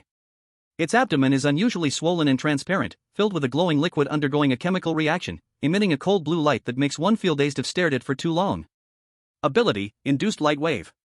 After transformation, your tail can emit a special frequency of light. This light has a deadly attraction to low-intelligence creatures, beasts, F-grade oddities, luring them into your designated trap like hypnosis. Form card, corrosive slug. Original, F-grade strong acid slime. Description: this is a blob of a boneless, yellow-green gel-like creature. Its surface is filled with secretory glands that continuously ooze a strongly irritating acidic liquid. Wherever it crawls, whether soil or metal, white smoke rises, leaving a deep etched mark behind. Ability: industrial-grade corrosion. After transformation, your body is the strongest corpse solvent. It can not only be used to destroy corpses but is also a powerful tool for breaking locks and melting fences. Form card, adhesive tree frog. Original, F-grade biological blue frog. Description: this is a red frog that looks like it has been skinned alive. Its muscle fibers are directly exposed, staying moist year-round, secreting a transparent and highly viscous body fluid. This fluid rapidly solidifies upon contact with air. Ability: strong adhesion. Your limbs and skin can generate an extremely strong stickiness. This allows you to walk on ceilings as if on the ground, and in close combat, you can stick the enemy's joints tightly or directly seal their mouth and nose. F-grade armed card, alchemical corpse mite nest. Original, F-grade alchemical corpse mite. Description: this is a group of parasitic mites that are the size of a fingernail, presenting a silvery gray color. A miniaturized, hive-like colony of creatures. Ability: flesh alchemy. Once activated, they will parasitize you, appearing like a patch of silver skin disease. You can feed them any fresh meat, from corpses or your own flesh. They will consume the organic matter within seconds and chemically react inside their bodies, ultimately excreting high-purity, biologically active metallic particles. F-grade form card, sealing wax bug. Original, F-grade corpse wax beetle. Description: a creature that looks like a beetle, but its shell is soft, grayish-white, and plump. They live in sealed coffins, secreting a greasy corpse wax to wrap up the bodies. Ability: wax sealing. Transforming into a wax bug, you can spray out a grayish-white fast-drying corpse wax from your mouth. While this wax has no defensive power, it can instantly seal off severe bleeding wounds. Though it won't heal, it can stop the bleeding, or be used to block door gaps, keyholes, and even seal an enemy's mouth and nose to suffocate them. F-grade armed card, electrosensitive nerve cluster. Original, F-grade copper wire parasite. Description: this does not look like a creature from nature at all. It looks like a tangle of red and blue electric wires pulled from an appliance, but on closer inspection, those wires are actually bundles of biological nerves with a rust-colored vascular system. Now, it is implanted in your arm, like a set of spare wires under your skin. Ability: current siphon. Your arm has high resistance to low-voltage electricity and can suck in electricity similar to how a leech sucks blood, by contacting a power source, outlet, battery, or even an enemy's electric baton. F-grade form card, calcified bone maggot. Original, F-grade calcified bone maggot. Description: a creature that is entirely horrifically white, without eyes, and whose head resembles a calcium drill. They specialize in burrowing into the bone marrow cavities of large creatures. Ability: bone hardening. Transforming into a bone maggot, usually used in a fused skeletal form. You can secrete calcifying fluid. Make your exoskeleton harden like iron in an instant, greatly enhancing physical defense, or cause the joints of your enemies to calcify, making their movements stiff. F-grade armored card, silencing flesh membrane. Original, F-grade silencing flesh membrane. Description: this is a thin, translucent, living human skin as light as a cicada's wing. It usually floats in places heavy with dark energy and is extremely sensitive to sound. Ability: silent seal. You can summon this flesh membrane. Stick it on the soles of your shoes to silence your footsteps, attach it to the muzzle of a gun to act as a silencer. If thrown on an enemy's face, it will instantly tighten, sticking to their mouth and nose like cling film, not only physically silencing them but also causing suffocation. F-grade form card, ashen thermophilic moth. Original, F-grade heat source moth. Description: a palm-sized gray moth covered in dirty ash-like dust. It has no mouthparts, only a red straw-like tube. Lacking vision, the world is a dark void, with only the heat-emitting creatures appearing as blinding torches. Ability: body temperature plunder. You have a pathological greed for heat. You can see heat sources through walls. When you land on a creature's skin, that straw can instantly pierce pores, madly extracting their biological thermal energy. The area you bite will instantly freeze, decay, and present a purplish-black color similar to frostbite. F-grade armored card, corpse walking recording eye. Original, F-grade replicating eyeball. Description: this is a bloodshot eyeball that has detached from its socket but is still alive, with the optic nerve swaying like a tail behind it. It always has an obsessive voyeuristic fixation, closely watching everything around it. Ability: retinal recording. You can throw this eyeball high or into a hidden corner. It will act like a biological camera, permanently burning the images in its field of vision onto the retina. Even if it gets crushed, as long as you retrieve the fragments, you can still read the last recorded image. F-grade armored card, following corpse phosphorescence. Original, F-grade guiding ghost fire. Description: a group of cold, ghostly blue flames, exuding the smell of aged bones. It has no consciousness, only a primal instinct toward death. Ability: Dead Man's Compass. When you summon the ghost fire, it will ignore the wind direction and swayily drift towards the place within 500 meters that has the heaviest corpse scent, usually where a body lies or a crime scene. An unbeatable choice for finding bodies or burial sites. F-grade armored card, Echo Brain Bacteria. Original, F-grade memory sponge brain. Description: a pink, grooved fungal mass that feels like touching a pulsating brain, the surface is wet. It is extremely sensitive to vibrations. Ability: sound imprint. Stick it on a wall or object, it can absorb the surrounding sound vibrations like a sponge soaking water. When you squeeze it, it will replay that recording through vibrations, with a hoarse and distorted sound, as if echoing from hell. F-grade form card, Gallbladder Beast. Original, F-grade scavenging gallbladder beast. Description: this is an ugly creature living in chemical sewage outlets, resembling a hairless, swollen wild boar. Its skin is semi-transparent green, and through its belly, you can clearly see a massive, pulsating dark green gallbladder inside. It feeds on highly toxic waste and decaying corpses and has a strong metabolic system. Ability: toxin metabolism. After transformation, you will gain the toxin-resistant constitution of this creature. When you are poisoned, your gallbladder will operate frantically, extracting and concentrating the toxins from the blood, then expelling a foul-smelling black oil through the sweat glands. F-grade form card, Toxic Marsh Lungfish. Original, F-grade Toxic Marsh Lungfish. Description: an amphibious fish about 1 meter long, with 4 short, fleshy limbs. It lives year-round in muddy pits filled with marsh gas. On the sides of its neck, 2 rows of bright red, externally flared gill slits can filter oxygen from the highly toxic air. Ability: universal breathing. After transformation, you can breathe freely in underwater, swamp gas, toxic smoke, or even in environments with extremely high spore dust density. Your lungs evolve into the most advanced biochemical filter. F-rank form card, Boneless Slug. Original, F-rank boneless slug. Description: a blob the size of a human, completely transparent gelatinous soft creature. It has no bones inside, just a floating brain core and digestive tract. It usually lies on the ground like a puddle of water and secretes a large amount of mucus when moving, able to squeeze through any hole larger than 5 centimeters in diameter. Ability: slippery body. After transformation, you will shed the constraints of bones, and your body can stretch, compress, and reshape freely like a liquid. Physical hits are almost ineffective against you, blunt objects sink in, and sharp objects pass through and heal automatically, making it an ultimate form for escape and infiltration. F-rank weapon card, Terrifying Anemone. Original, F-rank Terrifying Anemone. Description: this is not a plant, but a sensitive creature that looks like a fleshy flower, usually parasitizing in the ear canals of dead bodies. It is entirely pink and covered in fine nerve tentacles. It has a morbid sensitivity to malice and gaze. Once it senses a predator lurking in the shadows, it twitches violently and secretes an acid that stimulates nerves. Ability: malice perception.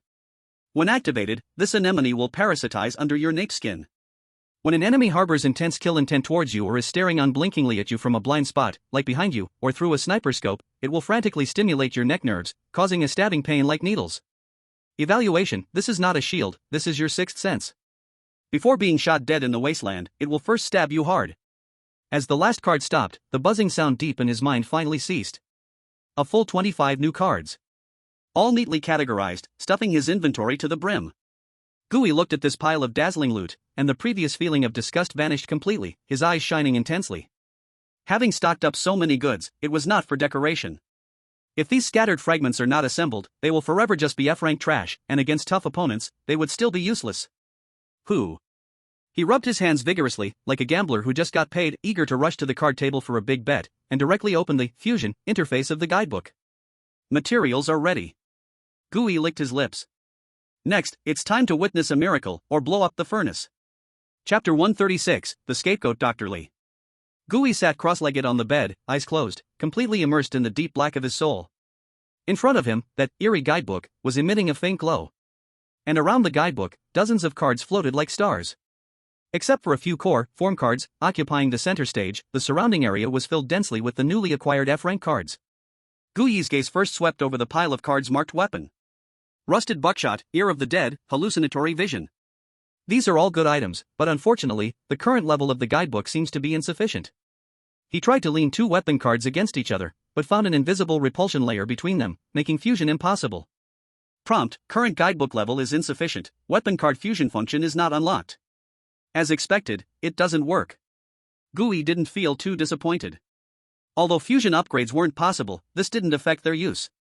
These weapon cards are like independent little trinkets hanging on him. As long as his mental power is sufficient, he can hang several buffs like a Christmas tree when going out to fight. The only downside is that the more he hangs, the faster his mental power consumption. GUI then shifted his attention to the form cards that could be fused. First step: enhance infiltration. GUI's consciousness stretched out and picked up 2 cards. Main body: E-level 1000 face performer, evolution version. Material: F-level human skin silkworm. This card has now merged with the silk sac of the ghost face weaver, enabling it to spit silk and change its face. But GUI always felt it had a fatal flaw: the texture. It disguised itself by twisting muscle and bone, but the skin felt too cold, like a layer of rubber or dead flesh. If there was close contact or if the other person touched it, it would be easy to expose the flaw. And the silk produced by the human skin silkworm could mimic the most realistic biological texture. Need to add another layer of skin. GUI selected that card: F-level human skin silkworm. Merge. With a thought, in the consciousness space, the card featuring a plump fleshworm transformed into a stream of light and drilled into the faceless performer's body. No rejection, perfect compatibility. Merge successful. Shape card: 1000 face performer. New feature added: painted skin. Description: your disguise is no longer just a trick of light and muscle. Now you have real biological texture. You can mimic the target's body temperature, skin roughness, and even the goosebumps response when touched. GUI touched his own face, and with a slight thought, activated 1000 face performer. The skin on the back of his hand instantly became rough and cracked, giving it a characteristic coolness of an elderly person. The next second, it became warm and delicate again. That's right. GUI nodded in satisfaction. Even if scanned with an infrared thermometer, it won't show any flaws. GUI looked at the card in his hand, 1000 face performer, and felt it wasn't enough. Since he already had spider silk for 3-dimensional maneuvering, could it be taken a step further? He set his sights on the card: F-level biological blue frog. This thing's characteristic is secreting a powerful adhesive. Spider-Man has it, how can I not have wall climbing? GUI slammed the 2 cards together. Buzz: a flash of green light passed. Merge successful. Shape card: 1000 face performer. New feature added: adhesive pads. Description: your palms and soles have been specialized to secrete a controllable biological superglue. You can climb and stay on any surface, including ceilings and glass walls, like a gecko. GUI looked at this card and couldn't help but smile. Able to spit silk, able to climb walls, and he also had a danger-sensing Peter, F-level fear anemone. I've truly become the BYD park of the Searing Zone. GUI made a sarcastic remark. However, this agent suit indeed made his future movements in the city countless times more convenient. Infiltration was settled. Next came the hard-hitting guys. GUI took out his strongest melee trump card, E-level skeleton butcher. This thing was ruthless, but its defense relied entirely on bone resistance. When faced with real large-caliber weapons or armor-piercing bullets, bones would still crack. Need to reinforce it. He selected that card, F-level hardened bone marrow worm. This worm could secrete calcium-based mucus, although its side effect was making bones brittle. Under the rule suppression of an E-level strength like skeleton butcher, that little side effect could be completely ignored. Merge. Merge successful. Shape card: skeleton butcher. New feature added: super calciumized skeleton. Description: your bone density has increased by 100%, and the surface is covered by a dense layer of calcium with a metallic luster. Now you can withstand small caliber armor-piercing bullets head-on. But this wasn't the end. Being tough alone wasn't enough, it also needed to be disgusting. GUI picked up the card that left a deep impression on him: F-level pain leech, in his consciousness again. This thing could amplify pain. When he consumed it, it truly hurt. Since we're butchers, when the knife comes down, it has to make people hurt. GUI's eyes turned cold, slapping the leech card into the butcher card. Merge successful. Shape card: skeleton butcher. New feature added: touch of pain. Description: fine neural poison spines have grown on the surface of your bones, invisible to the naked eye. Enemies scratched by your bone claws or cut by your bone saw. The pain nerves at the wound will be forcibly amplified by 5 to 10 times. A scrape is a serious injury, a broken bone means shock. GUI looked at this newly refreshed main card and nodded in satisfaction. This combination is too sinister. In the future, if someone gets slashed by him, that feeling will probably be similar to being sliced to pieces. This is not just physical damage, but also mental torment. GUI glanced at the remaining cards in his hand, his mind becoming lively. Let's first create an environmental adaptation. He selected the F-class vacuum lungfish and F-class gallbladder beast. These two cards, one can filter dust through lung mutation, the other can detoxify through liver mutation. In this Western District sewer, filled with toxic gas, they are truly essential. Fuse. With a thought, the two cards slowly approached each other, experiencing no rejection, but rather smoothly merging into one. A flash of green light passed. Fusion successful. Morph card, Murky Lung Beast. Grade, F. Description: an amphibious creature that can freely navigate through highly toxic marshes and polluted wastes. Its skin can resist corrosion, and its gills and lungs can filter oxygen from toxic gases. Ability: universal breathing, breathe freely underwater and in toxic gas environments, plus, toxin metabolism, greatly enhances resistance to biological and chemical toxins. Good stuff.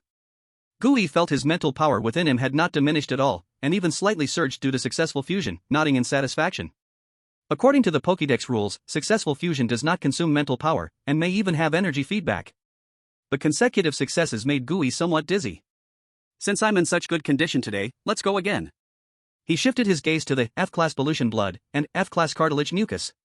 One is liquid, the other is soft. Can they merge to make the sludge flow faster? Or turn into some more resilient gel? He attempted to align the two cards together. ZZZZ. Suddenly, a sharp pain shot through his head, like a needle stabbing his temple. Fusion failed, forms are incompatible. The light from the two cards instantly dimmed, turning into gray and becoming unusable for 24 hours. At the same time, Gooey clearly felt his mental power drop significantly. This is the cost. Fusion failure, mental power backlash, deducting 20%. TSK, I was careless. Gooey rubbed his temple, and for the next 10 minutes, he tried 2 more times, both resulting in failure. 3 consecutive explosions. Gooey sat pale on the bed, his head buzzing. He glanced at his status bar. Remaining mental power, 40%. 3 failures directly knocked out 60% of his mental power. I can't gamble anymore. Gooey forced himself to calm down. He must retain at least 20% of his mental power as a baseline, to deal with sudden situations for survival or to maintain the disguise of thousand-faced performer. This means, he only had enough chips for one last attempt left. Gooey's sight landed on an inconspicuous card, F-class heat source moth. This was something he grabbed casually in the corner of the cold storage, this moth being blind, only flying toward heat. He thought about his other main scouting card, E-class Echo Bat King. The bat is also blind, relying on sound waves for positioning. It is useful, but if the opponent does not make any sound or is a special material that can absorb sound waves, the bat becomes useless. Blind meets blind, can 2 negatives make a positive? With a mindset of, there's nothing to lose anyway, Gooey merged the 2 cards together. Buzz. Surprisingly smooth. A faint golden light exploded in the space of consciousness. Fusion successful. Morph card, Echo Bat King. New trait, Thermal Echo. Description: your sonar system has mutated. You can not only construct terrain through echoes but also mark the heat emitted by targets in your mind as colors. Effect: even if the enemy hides behind cover without making any sound. As long as he has body heat, in your eyes, he is a bright red target. Thermal imaging radar? Gooey looked at the card with delight. Now, his reconnaissance ability had no blind spots at all. Physical invisibility? I have sonar. Not moving? I have thermal imaging. Unless the opponent is dead or a stone, they can't escape his eyes. The fusion ended. Gooey slowly opened his eyes, exhaling a long breath of turbid air. At this moment, the sky outside had already begun to lighten. He reorganized the current battle power system in his mind. Bone Butcher, enhanced hardness, inflicting extreme pain, a warrior who confronts head-on. Thousand-faced performer, perfect disguise, scaling walls, a stealthy assassin. Echo Bat King, sonar plus thermal imaging, map-wide view. Rotten Tyrant, cooling down strong acid ground clearing, AoE King. In addition to that pile of assorted weapon cards. Who? Gooey leaned back, collapsing onto the bed, staring at the mottled water stains on the ceiling. This is way better than being sunburned on the wasteland, fighting with hyenas for food. This stock purchase directly saved him at least a month of outdoor hunting. No wonder robbers love to rob banks. Gooey sighed. Meanwhile, in the underground of the West District, the Stitcher's stronghold. Compared to Gooey's comfort, the atmosphere here was more oppressive than a morgue. At the entrance of cold storage number 1, dozens of fully armed black-clad guards surrounded the area tightly. The 2E-level peak heavy guards still stood at the door like fools, completely unaware of what was happening. Inside the cold storage, A middle-aged man in a white coat, looking a bit neurotic level 3 technician, Zhao Gong, was standing in front of a shelf that was mostly empty. The coffee cup he was holding had long since fallen to the ground and shattered. He also came to take goods. There was a big operation today, urgently needing a few highly active hearts. He had been humming a little tune, swiped his card to enter, still wondering why the entrance buffer zone was so chaotic, and there were water stains left uncleaned on the floor. Until he pushed open the big door of the cold storage. He looked at the shelves that should have been filled with precious organs, now cleaner than if a dog had licked them. And at the inner chamber, which only had glass shards and slime left, with not a single hair remaining from the live storage. His lips trembled violently, and he looked like he had seen a ghost. And no. There's nothing left? It's all F*King gone? Zhao Gong let out a sharp roar, his voice betraying him. Security. Where's security? Who was on duty last night? Did we get robbed or something? Soon, the security supervisor rushed in with people. After a series of urgent technical checks, the result left everyone in disbelief. Zhao Gong, there are no signs of forced entry on the door lock. The security supervisor wiped his cold sweat, pulling up last night's access records. The system shows, the main door was open normally. He pointed at a line of glaring green data on the screen. Time, 23:45. Operator, Level 3 Technician, Li Zhendong. Verification method, ID card plus iris scan, passed. Duration of stay, 40 minutes. Li Zhendong? Zhao Gong was stunned. This is impossible. Old Li has gone mad? How dare he? We searched his dormitory. The supervisor swallowed hard, he is not there. And his personal terminal is also turned off. An eerie silence enveloped the cold storage. All evidence pointed to an unbelievable yet unquestionable fact. Li Zhendong, a senior technician who had worked for the Stitchers for 5 years, used his position to sneak and steal the core assets valued at tens of thousands of credit points in the dead of night, then he fled. Bastard! Traitor! Zhao Gong angrily slammed the record board in his hand onto the ground. How did he take it out? So many things. Just by himself.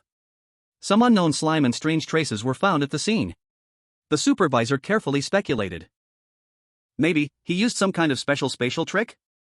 Or maybe he already found a buyer outside for help? No one knows the truth. And no one can imagine that the real Li Zhendong, at this moment, is like a silkworm cocoon, eyes wide open and unable to die, stuffed in a dark vent hundreds of meters away, carrying a black pot that could get him torn to pieces for that true great thief. Half an hour later. A deadly order targeting traitor Li Zhendong spread instantly through the seamstitchers' underground network, reaching even the Black Market and Bounty Guild in the Southern District. Bounty amount, 50,000 credit points. Life or death, regardless.